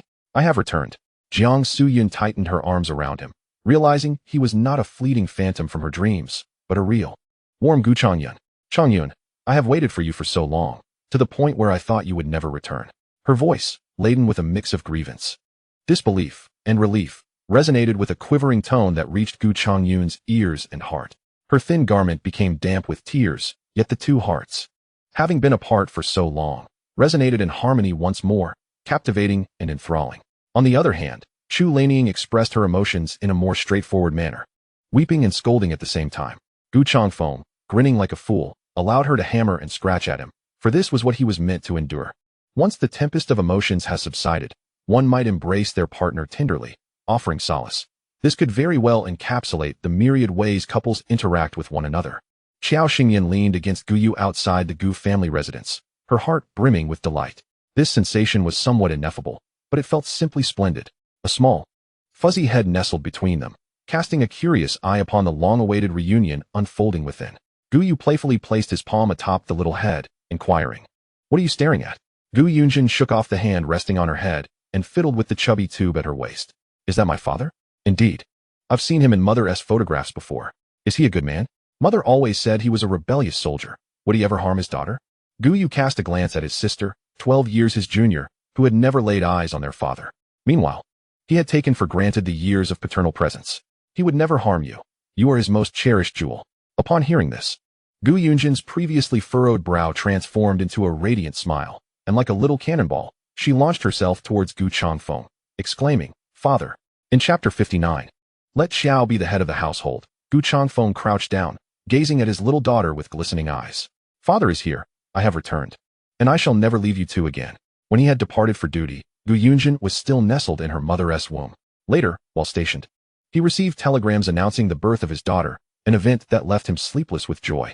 On her first-month celebration, he listened to her soft coos over the phone, melting his heart. He had intended to submit a report to return home by year-end, but his family urged him to remain with his unit. Instead of good news, he was met with a series of tragic announcements. The Gu family faced persecution. His elder brother perished at sea, and their father did not survive either. Unable to wait any longer, he sought leave to return home, only to be hindered by an unforeseen assignment, which delayed his return for years, resulting in a world irrevocably changed. Cradled in Gu Chongfeng's embrace, Gu Yunjin felt akin to a fledgling bird returning to the safety of her father's wings. She nuzzled against his neck, realizing this was the essence of fatherly affection, a warmth surpassing that of her mother's embrace, a solidity offering a different kind of security. Meanwhile, inside, the elderly matriarch wept softly at the sight of her two living sons. "Mother, Chongfeng has been unfilial. I have caused you worry and suffering," he lamented. "Mother, Chongyun has been unfilial as well. I shall not wander anymore. I will stay and take care of Su Yun and you." No one could fathom the burdens the matriarch had borne over the years, the loss of her spouse, the disappearance of her sons, and the shadow of death hanging over her family, nearly crushing her spirit. Were it not for the hope of guiding Ugur and witnessing his growth into a stalwart man, she might have followed her late husband long ago. Now, with her sons returned and the family's fortunes improving, her heart felt a sense of completion. Wiping her tears with a handkerchief, she observed her sons' smiling faces and declared, "Call Xingyan in. I have matters to discuss." As Xiao Xingyan and Gu Yu entered the matriarch's room, the modest space felt overwhelmingly crowded. "Grandmother, did you call for me?" Gu's matriarch sat upright at the edge of the bed and announced, "The return of Chongfeng and Chongyun is due to Xingyan's efforts. Laning and Su Yun's recovery is also attributed to her. The current state of our family is a testament to her contributions. I have entrusted all that our ancestors have amassed into her hands. for I am aging and no longer capable. Henceforth, the Gu family shall be guided by Xingyan, our eldest daughter-in-law. Do you have any objections? Xiao Xingyan, taken aback by the matriarch's gesture of relinquishing authority, felt unworthy of such a significant responsibility. Grandmother, I must speak. The matriarch fixed a stern gaze upon her. Speak. Well, grandmother, let us consider the present era. Such traditions are no longer in vogue. After all, we Haven Tea split the family, and we live together. You cannot place such responsibilities on a younger generation. What of second aunt and third aunt? I would be overstepping my bounds. Please do not impose such pressure upon me. The matriarch regarded her with mild disdain, pursing her lips. Look at you, lacking ambition. When I married your grandfather at 16, I managed a whole household. You are simply too lazy. Yet, she acknowledged that it was time for her to adapt. Unbeknownst to Xiao Xingyan, the matriarch was contemplating her, as she nodded in agreement. Yes, I truly am a lazy, unambitious fish. The matriarch sighed. Our family's circumstances have eased somewhat, but the outside world remains uncertain. Since you have spoken so, you shall henceforth oversee our household supplies, a task you are undoubtedly capable of. Leave the rest to me. Observe and learn. You too, do you have any objections? The sisters-in-law expressed no dissent, eagerly welcoming the arrangement. There was no need for contention. Everyone should contribute according to their abilities. Most importantly, a harmonious, healthy family was paramount. Xiao Xingyan accepted her role, recognizing it as merely managing household provisions. This was something she excelled at. What woman does not relish the joy of shopping? Whether in grand department stores or local supply shops, the thrill of spending freely brought her immense delight. She nudged Guyu beside her and winked. Guyu, understanding her cue, pressed his lips together, contemplating his words. He cleared his throat softly, prompting the attention of those present. Guyu succinctly summarized the current situations of Gu Changfeng and Gu Changyun, as well as the challenges ahead, taking 5 minutes to relay the necessary information. Afterward, he quietly returned to Xiao Xingyan's side, allowing them to process the news at their own pace. The matriarch, gripping the edge of the bed tightly, revealed her inner turmoil through the slight bulging veins in her hands. She fixed a piercing gaze upon Xiao Xingyan. Do you possess any confidence, child? Xiao Xingyan raised her chin slightly. If second uncle and third uncle cooperate fully, I am 80% confident. Upon hearing this, the matriarch relaxed, and even the sisters-in-law who had been tense slowly eased their worries. The two brothers were indeed unfortunate, having returned in such a state. Brought back by their niece and her husband, it was a disgrace to the Gu family. Were they to refuse treatment? The matriarch vowed to be the first to break their legs and cast them out. Gu Lauer and Gu Laos exchanged glances, silently acknowledging their mother's disdain. As they exited the matriarch's room, Gu Changyun observed his calm and composed wife and quietly inquired, Aren't you worried about me? Jiang Suyin turned to him. Puzzled, worried about what? Your survival means more than anything. Besides, didn't Ti Xingyan say she would ensure proper treatment for you and second brother? What is there to worry about? Once you both recover, you can strive to serve the women of our Gu family. Gu Changyun chuckled. Is it truly that simple? He and his brother had returned with trepidation, fearing their women would be unable to bear the emotional turmoil. Yet, it seemed they had overthought the matter. The years had been arduous for them all. The two sisters-in-law exchanged glances at their respective husbands, signaling for them to leave. With the return of the men from the Gu family, it was destined to be a night of peaceful slumber. Xiao Xingyan stood before Guyu's door, her petite hand giving a gentle pat. Open the door. Inside, Guyu remained ensconced, addressing the door with a hint of trepidation. It's late. You should rest early. You've worked hard during this period. He dared not open the door, knowing that once he did, this little enchantress would not let him off easily. The house lacked soundproofing, and should she truly cling to him, he would undoubtedly succumb to temptation, leading to an awkward situation not only for the family, but also for himself. Once this busy period passed, he planned to exchange some money to demolish and rebuild this structure, and then Guyu found himself lost in thought, his heart racing as he felt the warmth rise to his ears. Xiao Xingyan, pouting, gazed at the tightly shut door. You Gu, you've grown quite bold. Haven to you? Do you really think this flimsy door can keep me out? Noticing the fallen latch on the ground, Guyu sighed in resignation. He had been careless. His voice came out slightly hoarse, tinged with embarrassment. What do you want? Xiao Xingyan approached him with a mischievous smile, resembling a playful little bride. With each step she took forward, he retreated until he found himself cornered against a small bed. A seemingly soft hand pushed him down, causing the wooden boards to tremble slightly. Accompanied by her sweet yet mischievous voice, she declared, I'm going to have my way with you. Dear little bride, don't come any closer. Let us talk this through. Xiao, the audacious rogue, retorted. The more you say, the more mistakes you make. Less talk, more action. Chapter 60. Conversations in the Gu family at night. Gu Yu looked at her in horror, nearly choking on his own saliva. He coughed, his lips trembling as he replied, "No, no, you're a girl. It's best not to say such things." Could these really be words for a girl? Was she stealing his lines? If anything, he should be the one saying it. Qiao Xingyan tugged at his flushed ears, turning him to face her. "We are husband and wife, and I shall only say this to you." Just as Gu Yu opened his mouth to respond, a warm sensation suddenly graced his lips, rendering him momentarily speechless. Qiao Xingyan teased, "I can't hear you, so stop your nonsense." She pulled back slightly to gauge his reaction. "Do you dislike it?" With his ears burning, he resembled a modest lady being teased. Yet he still yielded to the whims of Qiao Xingyan, shaking his head in denial. Her eyes sparkled with mischief as she moved closer, her soft, damp touch accompanied by faint, almost imperceptible breaths, dismantling his defenses entirely. Her delicate form pressed against his robust chest, igniting a heat within him that spread from his neck to his face, sending tingling sensations coursing through him. He captured her hands, binding them behind her, the soft touch drawing her closer, as if she sought to meld into his embrace. "Xingyan, please, stop tempting me. I truly cannot withstand it." Seeing his expression of reluctant endurance, she shifted her petite frame, eliciting a muffled groan from him. "Why resist? We are married. We can do as we please. Aren't you just inviting your own suffering? Isn't it better to indulge in the moment?" Gu Yu lowered his gaze to Qiao Xingyan, his long lashes fluttering slightly, his typically indifferent dark eyes now focused and earnest. I wish to tear down these shabby rooms by the end of the year and rebuild them." She had already been quite wronged marrying him. He did not want their first time to occur in such a humble, privacy-lacking abode. Sighing inwardly, Qiao Xingyan understood his pride and persistence. She beckoned for him to release her, and once liberated, she wrapped her arms tightly around his neck, planting a fervent kiss on his lips. "All right, I promise you." Her Gu dog must be pampered. With a playful plop, she settled onto his sturdy thigh, a smile frozen on her face. Gu Yu stifled a groan, beads of sweat glistening on his forehead as his warm, large hand firmly held her waist, preventing any erratic movements. In such sweltering weather, she wore little, and through the thin layers of fabric, Qiao Xingyan could feel the contours and warmth of his body. Feeling timid, she nestled against his shoulder, her delicate face nearly flushed to the point of bloodshed. After a while, Gu Yu sensed he had regained some composure and gently lifted Qiao Xingyan from his lap, placing her beside him. He looked at her slowly. "Warning, do not lightly provoke a man in his prime. Qiao Xingyan, I won't dare next time, but I might." After retreating to her own room, Gu Yu stepped outside for a cold shower to regain his calm before returning to sleep.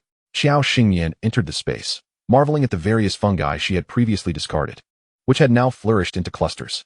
She also noticed the medicinal herbs she had casually tossed and had grown significantly during this time, suffused with a hint of spiritual energy. Previously, she had planted spiritual rice in the limited space she had, believing it sufficient. However, she had anticipated that bringing in these aged medicinal herbs could expand the initial state of the space. Did this mean that the more she planted, the larger the space would gradually become? With the essentials for sustenance well accounted for, she only needed some lively creatures. Perhaps she would catch a couple of wild chickens tomorrow. After a comfortable wash, she settled into a meditative position to cultivate her spirit. In the Gu family's third residence, Gu Changyun and Jiang Suyun lay in bed. Perhaps the sudden presence of another person made Jiang Suyun feel strange and unfamiliar.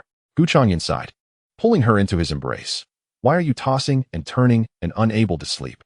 Jiang Suyun rested her head on his chest. "Changyun, you've lost weight." Gu Changyun stared at the bed curtains, a lump forming in his throat. "Soon, these past years have been hard, haven't they? Little you mentioned that my marriage with my second brother had a significant impact on you." Second sister-in-law cried her eyes out. "And you've been reduced to a frail state. It's my fault. We had only been married for half a year when I burdened you with so much. If I had never returned or truly disappeared from this world, I would rather you remarry than endure such suffering." Jiang Suyun gently caressed his chest, feeling the heartbeat beneath her palm, and unexpectedly began to chuckle softly. "What foolishness are you spouting? Once I married you, Gu Changyun, I am destined to be your wife and the daughter-in-law of the Gu family for life. If you never return, I'll just wait for you, even if it means wearing myself out to reunite with you sooner. Changyun, the greatest pain in this world is the separation of life and death, never to meet again. Once is enough. Thus, you must cooperate well with Xingyun's treatment. Once you recover, we can have a child, all right?" Gu Changyun sighed, tightening his embrace, a smile in his eyes. "All right." Meanwhile, in the Gu Changfeng family of three, Gu Yunjin found her new father to be quite the curiosity. But let me clarify. It was a freshly minted father. "Papa, Can you climb trees and fetch bird nests? Oh, that is something I played around with as a child. Papa, can you catch fish in the river or fight well? Walking is all you need to do. No child in the courtyard could outdo your father. Then, Papa. With a loud smack, Chu Lanying delivered a swat to Gu Yunjin's backside. You're a girl. It's best you refrain from such antics in the future. Gu Yunjin pouted and leaned closer to Gu Changfeng, whispering, in the past, when my mother was blind, the children in the village would throw small stones at me, calling me a little dog, a troublemaker, saying I was a bastard with no father, and that my mother was a blind woman, while my aunt was a sickly creature. The women of the Gu family were said to bring misfortune to their husbands. When I was younger, I couldn't stand up to them, but as I grew older, I fought back. I am no less capable than you. Tears streamed down Chu Lanying's face. She recalled how, when she was unable to see, she would sometimes bathe the girl, who would squirm like a worm. Later, as Gu Yunjin grew older, she no longer allowed her to help with bathing. And now it all made sense. This wretched girl, who taught her to fight like a wild monkey. She pulled Gu Yunjin into her embrace, sobbing softly. Gu Yunjin, seemingly unconcerned, patted her reassuringly, saying, Mother, please don't cry. I didn't mean to upset you. I just wanted to prove I am strong. I can handle this without telling elder brother. Gu Yu was not oblivious. He had often seen Gu Yunjin fighting and had taught her many ways to deal with trouble. He insisted that the children of the Gu family must be brave and protect the women at home. Gu Yunjin truly was a little wolf cub raised by Gu Yu. Gu Changfeng's heart felt as if it were sizzling in hot oil. He reached out and embraced his wife and child together. Lanying, you have suffered these years. No one will dare to look down on you or bully you again. Gu Changfeng then saluted Gu Yunjin with impeccable formality. Comrade Gu Yunjin, you have fulfilled your duty to protect your mother excellently over the years. I hereby bestow upon you the honorary title of Little Standard Bearer. May you continue to excel. Yes, I promise to fulfill my duties. Gu Changfeng's warm, dry hand rested on Gu Yunjin's head as he proudly declared, no wonder you are my offspring. Splendid. In the future, I will teach you even more formidable techniques. Gu Yunjin grinned widely, full of pride, of course. But first, you should help big sister with her illness. She was aware that both her father and third uncle were unwell and would require a long time to recover. Yet, she was not dismissive of her father's strength. She still wished to learn from her sister-in-law. Gu Yunjin drifted into a deep slumber, immersed in her dreams of becoming a heroic figure. Chapter 61, Building a New House. Receiving commendation. As the rooster crowed, Xiao Xingyan opened her eyes. Her cultivation had not yet broken through the third layer, indicating that more time was needed. After a visit to the kitchen, she checked the food supplies. There were still 20 pounds of rice left at home, a little less than half a bag of flour, and plenty of various seasonings, but no meat. It was to be expected. In such heat, meat would spoil if not consumed, and the family had no refrigerator. She added some spiritual rice into the rice jar, changed the water in the water tank, and began to prepare breakfast. Despite her efforts to be quiet, she still woke the Gu family. Aside from Gu Yunjin, who had insisted on sleeping with her parents last night and was still snoring like a little pig, the others had already risen. Gu Changfeng nudged his wife and gestured towards the stove. Does that girl Xingmian always wake up this early? Chu Lanying, having dressed and tied up her hair, shot him a glance. Xiao girl is the one who holds the household's life and death in her hands. If you want to live well, you should speak less and do more. Gu Changfeng. Was he being put on alert already? Fine, he understood. He got up, dressed, and exchanged knowing glances with his good brother across the way, both of them silently acknowledging the situation. After a fragrant breakfast was consumed, the two brothers slumped contentedly in their chairs, finally grasping the meaning of holding life and death in their hands. Xiao Xingyan typically took charge of cooking, while the chores of cleaning the kitchen and washing the pots and dishes were shared between the sisters-in-law. Now that the Gu family had returned with two able-bodied individuals, the task naturally fell to them. The two brothers of the Gu family busily cleaned the stove while the sisters-in-law supervised leisurely. Little brother, are you still alive? I miss you. They joked, but both were serious about their work. After breakfast, the Gu family members went off to their tasks. Just as Xiao Xingyan was about to leave, she bumped into Zhang Wanfeng coming in. She greeted him with a smile. Uncle. Zhang Wanfeng glanced at her, his expression one of hesitation. Let us talk inside. Xiao Xingyan poured him a glass of water and spoke first. I was astonished when I returned yesterday. The higher-ups truly agreed to let us repair the road. Zhang Wanfeng nodded, his gaze towards Xiao Xingyan somewhat peculiar. You two went out for a couple of days. Was it for a family reunion or to save the world? Just days after your departure. The higher-ups issued a red-headed document commending our production team for its astute and decisive action in harvesting rice before the torrential rains, securing a certain amount of grain for the farmers. They praised our brave and fearless actions during the rain-induced landslides, which protected the lives of the people. The commune officials personally sent someone to convey the notice. Since you weren't around at that time, they said you should go to the commune to receive the commendation upon your return. Shortly after, we received a call from the police station in the neighboring Jinyun County thanking us for our assistance in dismantling a gang of tomb raiders, which also resulted in a commendation. With such a series of accolades, how could they not agree to repair the road?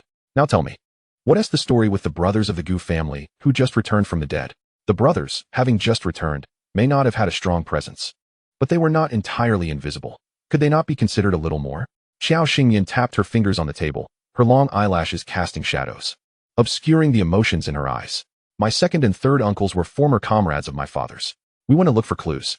My third uncle did not die unexpectedly, but was severely injured and rescued by kind-hearted people. My second uncle was on a secret mission from above, barely escaping with his life. Though she was fabricating, there was a touch of truth in it, and Zhang Wanfeng had no choice but to believe her. He felt something was amiss but couldn't articulate it, sighing. Now that both your second and third uncles are back, your family has gained labor strength, and life will surely improve. Xiao Xingyan cheerfully replied, Captain, my second and third uncles are seriously injured and cannot do heavy labor for now. Could you assign them lighter tasks for the time being? Once they recover, we can redistribute the work, all right? Zhang Wanfeng shot her an exasperated glare and turned to the two men. Starting tomorrow, you'll be cleaning the pigsty and the cattle pen at the team. Coincidentally, the sisters-in-law are responsible for feeding the livestock, one handling the front and the other the back. A couple working together makes the task easier. Before leaving, Zhang Wanfeng added, By the way, our team's pigs have given birth. We want to have enough space to keep them all. I plan to distribute this batch of piglets as rewards to the members of the production team, and your family will certainly receive a share.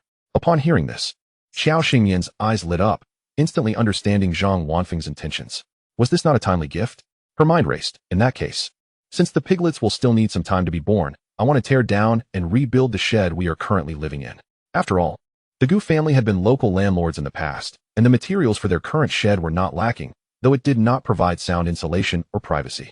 She and Gu Yu must have a private room, with the addition of the second and third rooms, and if the younger uncle returns, that would amount to 4 rooms. Furthermore, with the elderly lady, at the very least, 5 rooms are necessary. Zhang Wanfeng inquired, How do you wish to construct it? Xiao Xingyan pondered for a moment before replying, Let us continue to utilize the bricks and tiles that are salvageable and build 5 rooms along with a pigsty. In due course, I will trouble my uncle to arrange for someone to assist in purchasing additional bricks and tiles. I do not want earthen houses. For those who work at our home, I propose a compensation of 1 dime and 5 cents per day, including a meal. My only condition is that none of the families who once bullied Gu Yu shall be involved. Hearing her words, Zhang Wanfeng chuckled. You truly are both generous and vengeful. Even with the existing materials for the brick house, you will still need to pay for additional materials and labor from the brick factory, which will undoubtedly cost 2 or 300. And 1 dime and 5 cents per day? There are people here who can barely earn even a dime for a day's work. You not only provide payment, but also cover meals. I reckon it should be about 1 dime a day. After considering his remarks, Xiao Xingyan realized her lack of knowledge in this area. Since Zhang Wanfeng had said so, it must be reasonable. No one's money comes easily. Therefore, it is prudent to save where possible. Upon seeing her agreement, Zhang Wanfeng waved his hand. All right. No need to see me off. I will return and make arrangements for you. I also need to report this matter to the higher-ups. After sending Zhang Wanfeng away, Xiao Xingyan intended to return indoors to concoct medicine for the Gu brothers. Noticing the two standing in the hall, she remarked, Second uncle, third uncle. If you have nothing to do, you may go help second aunt and third aunt and have a chat, but it is best to avoid lingering in public. Especially Gu Changfeng. He is currently a dangerous element. If anyone discovers he is a drug addict, it would truly cast us into the depths of despair, Xiao Xingyan declared. Building houses, taking naps. Gu Yu replied, Aye aye. Chapter 62, The Scheming Xiao Xingyan. The next time Xiao Xingyan encountered Wei Mingzhu was after the commendation ceremony held by the commune. Early in the morning, the Gu household was bustling with excitement. The elderly lady, clad in a new outfit, sat in the hall, her eyes brimming with pride as she gazed at her grandson and granddaughter-in-law, who were also dressed in fresh attire. However, the old lady's frail constitution could not withstand the outing, so she hurriedly took her leave. Gu Changfeng and his wife stayed behind to care for the elderly lady, while Gu Changyun and Jiang Xiyun, accompanied by the eager Gu Yunjin, followed the couple to the event. Such a momentous occasion could not be complete without the presence of Zhang Wanfeng and the cadre from the Chao Creek production team. Outside, road construction was still underway, and many workers greeted them with smiles upon their exit. Oh, are you off to the county to receive an award? Zhang Wanfeng stood tall and proud, exclaiming, Zhou Gong, I shall treat you to a meal upon our return. Your efforts are much appreciated. As they made their way to the commune, numerous commune officials expressed curiosity about the heroes who had achieved miraculous feats recently. On such an important day, Jiang Xiyun had crafted a long cotton dress for Qiao Xingyan in a simple and understated color, adorned only with a delicate lace trim at the neckline and sleeve hems, paired with a deep blue fabric shoe, exuding an air of elegance without being ostentatious. Qiao Xingyan's long, dark hair cascaded partially down her back, with two braids neatly secured at the back of her head, framing her radiant and enchanting face, making her appear almost ethereal. Standing beside her was Gu Yu, dressed in a white shirt and black trousers. His tall, straight stature and long legs added an aura of reserved allure to his already indifferent demeanor, leaving the surrounding young women in a flurry of admiration. Qiao Xingyan glanced at him, her tightly drawn jawline resembling a sword sheathed at the mountaintop, its sharpness concealed. Reminiscent of their first encounter, gone was the nervous, blushing demeanor of the past. He seemed to have grown a little taller. You're well fed, Qiao Xingyan thought contentedly. Returning her gaze, Zhang Wanfeng, observing the commune leaders, rubbed his hands together nervously. Director, this is our Qiao Xingyan and Gu Yu. These two beside them are their third uncle, third aunt, and sister. Upon hearing his introduction, the director clapped his hands in delight. Excellent. Truly commendable. Young and accomplished. You are all exemplary comrades of our commune. The county is aware of your achievements and has dispatched individuals to deliver your rewards. Secretary Zhou from the county even made a special call, urging us to commend you properly so that it may inspire our commune comrades to emulate your exemplary behavior and engage in positive endeavors. After exchanging a few polite words, the director summoned someone to bring forth their rewards, and after taking some photographs, the proceedings came to a close. There was little left to discuss. All pertinent information had been shared, while any sensitive matters would remain undisclosed by the county. After receiving their rewards, Zhang Wanfeng and the team leaders were asked to stay. The county rewards included $200, 30 pounds of grain tickets, 10 pounds of meat tickets, 2 thermoses, and 2 large porcelain basins. The rewards from the neighboring Jingyan County were also $200, 20 pounds of grain tickets, 10 pounds of meat tickets, a large bag of brown sugar, 10 pounds of cotton, and several towels. The commune's reward totaled $100 and a bag of candy. In total, that amounted to $500. 50 pounds of grain tickets, and 20 pounds of meat tickets. The candy was given to Gu Yunjin, while the other items were distributed among the group. Qiao Xingyan, clutching a thick wad of cash, joyfully led everyone to the supply and marketing cooperative to purchase necessities. After all, the family needed to replenish their supplies, especially with 2 additional mouths to feed. Gu Changyun, carrying a newly purchased backpack filled with the rewards, wandered alongside Jiang Xiyun, who was similarly laden with cotton. Is it really wise for our daughter-in-law to spend so extravagantly? Jiang Xiyun questioned, turning to him. What problem could there be? You men never understand the household's expenses. Our consumption is significant now, and since we have extra money at hand, I see no issue in ensuring everyone's quality of life. Gu Changyun nodded in agreement. Although he was not well versed in household matters, he understood his wife's reasoning. Qiao Xingyan purchased everything imaginable for the household, from needles and soap to pots and pans, and then visited the grain management office to utilize all her grain tickets. On the way back, she made a stop at the food station to buy 10 pounds of pork belly, and only then did the group head homeward. As soon as they entered the village, the team members greeted them with cheerful shouts. Oh, the heroes have returned. We're basking in your glory, being part of the same team. Goodness, you've brought back so many items. Are they all from the county and commune rewards? The Gu family had made quite an impression before the leaders, which was remarkable indeed. Wei Mingzhu and the other intellectual youths looked on with envy, lamenting their lack of Qiao Xingyan's capabilities. Watching the two nearby, laughing and chatting, she felt her grip on the hoe tighten, nearly crushing it in her hand. Here she was, toiling away with watering and weeding, while someone else did everything for her without a second thought. How could that be fair? 008. Can I use the super affection symbol I exchanged? You're still too close to them. You should maintain at least 10 meters of distance. Wei Mingzhu's eyes flickered as she set down her hoe and walked towards Qiao Xingyan. Upon seeing the leading lady, Qiao Xingyan was entirely unperturbed. Wei Mingzhu, it has been a while since we last met. It seems this rural experience has been beneficial for you, making you even more radiant. Just mentioning it made Wei Mingzhu feel as if she might spit blood. The beauty elixir she exchanged for 100 points was only effective for a month. Yesterday, I exchanged a super affection charm for 100 points. According to 008, its efficacy far surpasses that of the basic version, boasting a remarkable success rate. This super affection charm represents a year of her life, and it must succeed. As she observed the target within range, Wei Mingzhu refrained from any confrontation. knowing full well that Guyu would soon be hers. When I arrived, I brought a considerable number of items from the city, and after finishing my tasks, I always had to pamper myself. Congratulations to you, becoming the heroine of our commune. Everyone is basking in your glory.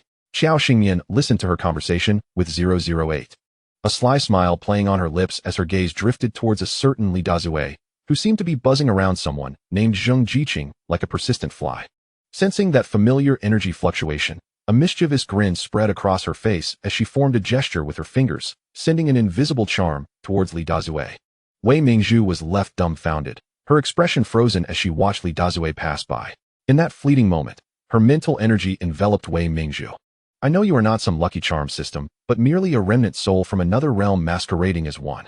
You may hide behind her like a timid turtle, but I advise you not to flaunt yourself before me or plot against my Gu family, lest I reduce your remnant soul to nothingness.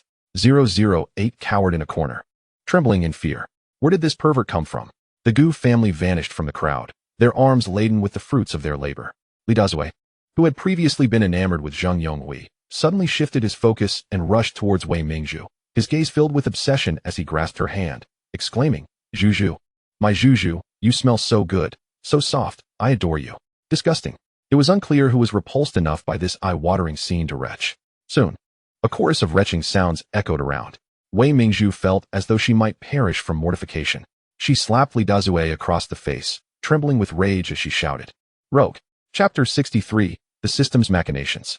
After Wei Mingzhu's departure, rumors swiftly circulated among the revival team. Li Dazue was entangled in a scandal with the city girl, Wei Jiqing. Zheng Yonghui observed the unfolding scene, feeling a sense of relief, though uncertain as to why. At last, the insufferable Li Dazue would no longer pester her. Nearby, Fan Shuzhen quipped, "Without Li Dazue to do your bidding, Yonghui, you'll have to fend for yourself." Zheng Yonghui shot a glance at Fan Shuzhen, scoffing. "If I have to do it myself, then so be it. It's that pesky fly buzzing around that truly irks me." Wei Mingzhu is so eager to stick to any man. Now, heaven has given her one on a silver platter. And you, having snatched someone else's childhood sweetheart. Do you feel triumphant? I initially thought you were just a meek little nobody, but it seems you are a spider lying in wait to strike. Fan Shuzhen tucked a stray lock of hair behind her ear and smiled lightly. What are you saying, Yonghui? We are all city girls here, eventually. We will return to the city. Seeking partners in the countryside is impractical. By the time we go back, who would want us if we're older? Besides, Wei Yin and Wei Mingzhu share a friendship from childhood, but there is no rule that states childhood sweethearts must become spouses. The essence of a relationship lies in emotional compatibility. Just look at the way Wei Mingzhu has treated her childhood sweetheart since she arrived in the countryside. She shamelessly clings to a man who is already committed. Don't you think that tarnishes our reputation as educated youth? While Fan Shuzhen articulated her points eloquently, the veracity of her words remained questionable. Zheng Yonghui was no fool. She shot a glare at Fan Shuzhen, her words infuriatingly hypocritical. How brazen to steal someone else's sweetheart while feigning innocence. As Fan Shuzhen watched Zheng Yonghui's retreating figure, her fists clenched, her chest heaving with emotion, evidently provoked by Zheng Yonghui's remarks. "Shuzhen, what's wrong?" When Song Weian returned from fetching water, he found Fan Shuzhen squatting on the ground in tears. He frowned and set the water bucket down. Fan Shuzhen wiped her tears, her eyes slightly red, forcing a smile as she said, "It's nothing, Weian. You should go back to your work." Song Weian pulled her up, asking, "Did someone bully you?" Fan Shuzhen shook her head, dismissively responding, "It's nothing serious. I just saw Li Dazue, who has been pestering Yonghui, suddenly act crazily towards Comrade Wei. I asked a few questions, but it's nothing major. My feelings for you are my own business. I don't care what others say. Look at her." That is the true art of conversation, shifting the focus while still underscoring the point, making it seem as though she is the one wronged. Hence, Song Weian, with a complex expression mingled with concern, comforted her, "Shuzhen, don't be like that. We are all here to help out. We can deal with everything later. When it comes to Mingzhu, you should persuade her more. You are both city girls and can relate." But then realizing they no longer shared the same youth commune, he changed the subject. "If you're busy, don't worry about it. You don't have to be too concerned about what they say. Have you finished your work? If not, I can help you after I pour this bucket of water." Fan Shuzhen raised a bright smile and confidently replied, "I understand, Weian, no rush. You go ahead and work." Watching Song Weian's retreating figure, Fan Shuzhen smirked. This was already quite satisfactory, was it not?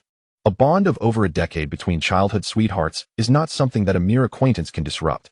Yet, as long as she wields her hoe skillfully, there is no wall that cannot be breached. That fickle Wei Mingzhu, her eyes sparkling like light bulbs whenever she sees Gu Yu. What place does Song Weian have in her heart? She gazed down at the hoe in her hand, smiling as she caressed it, her eyes shimmering with ulterior motives.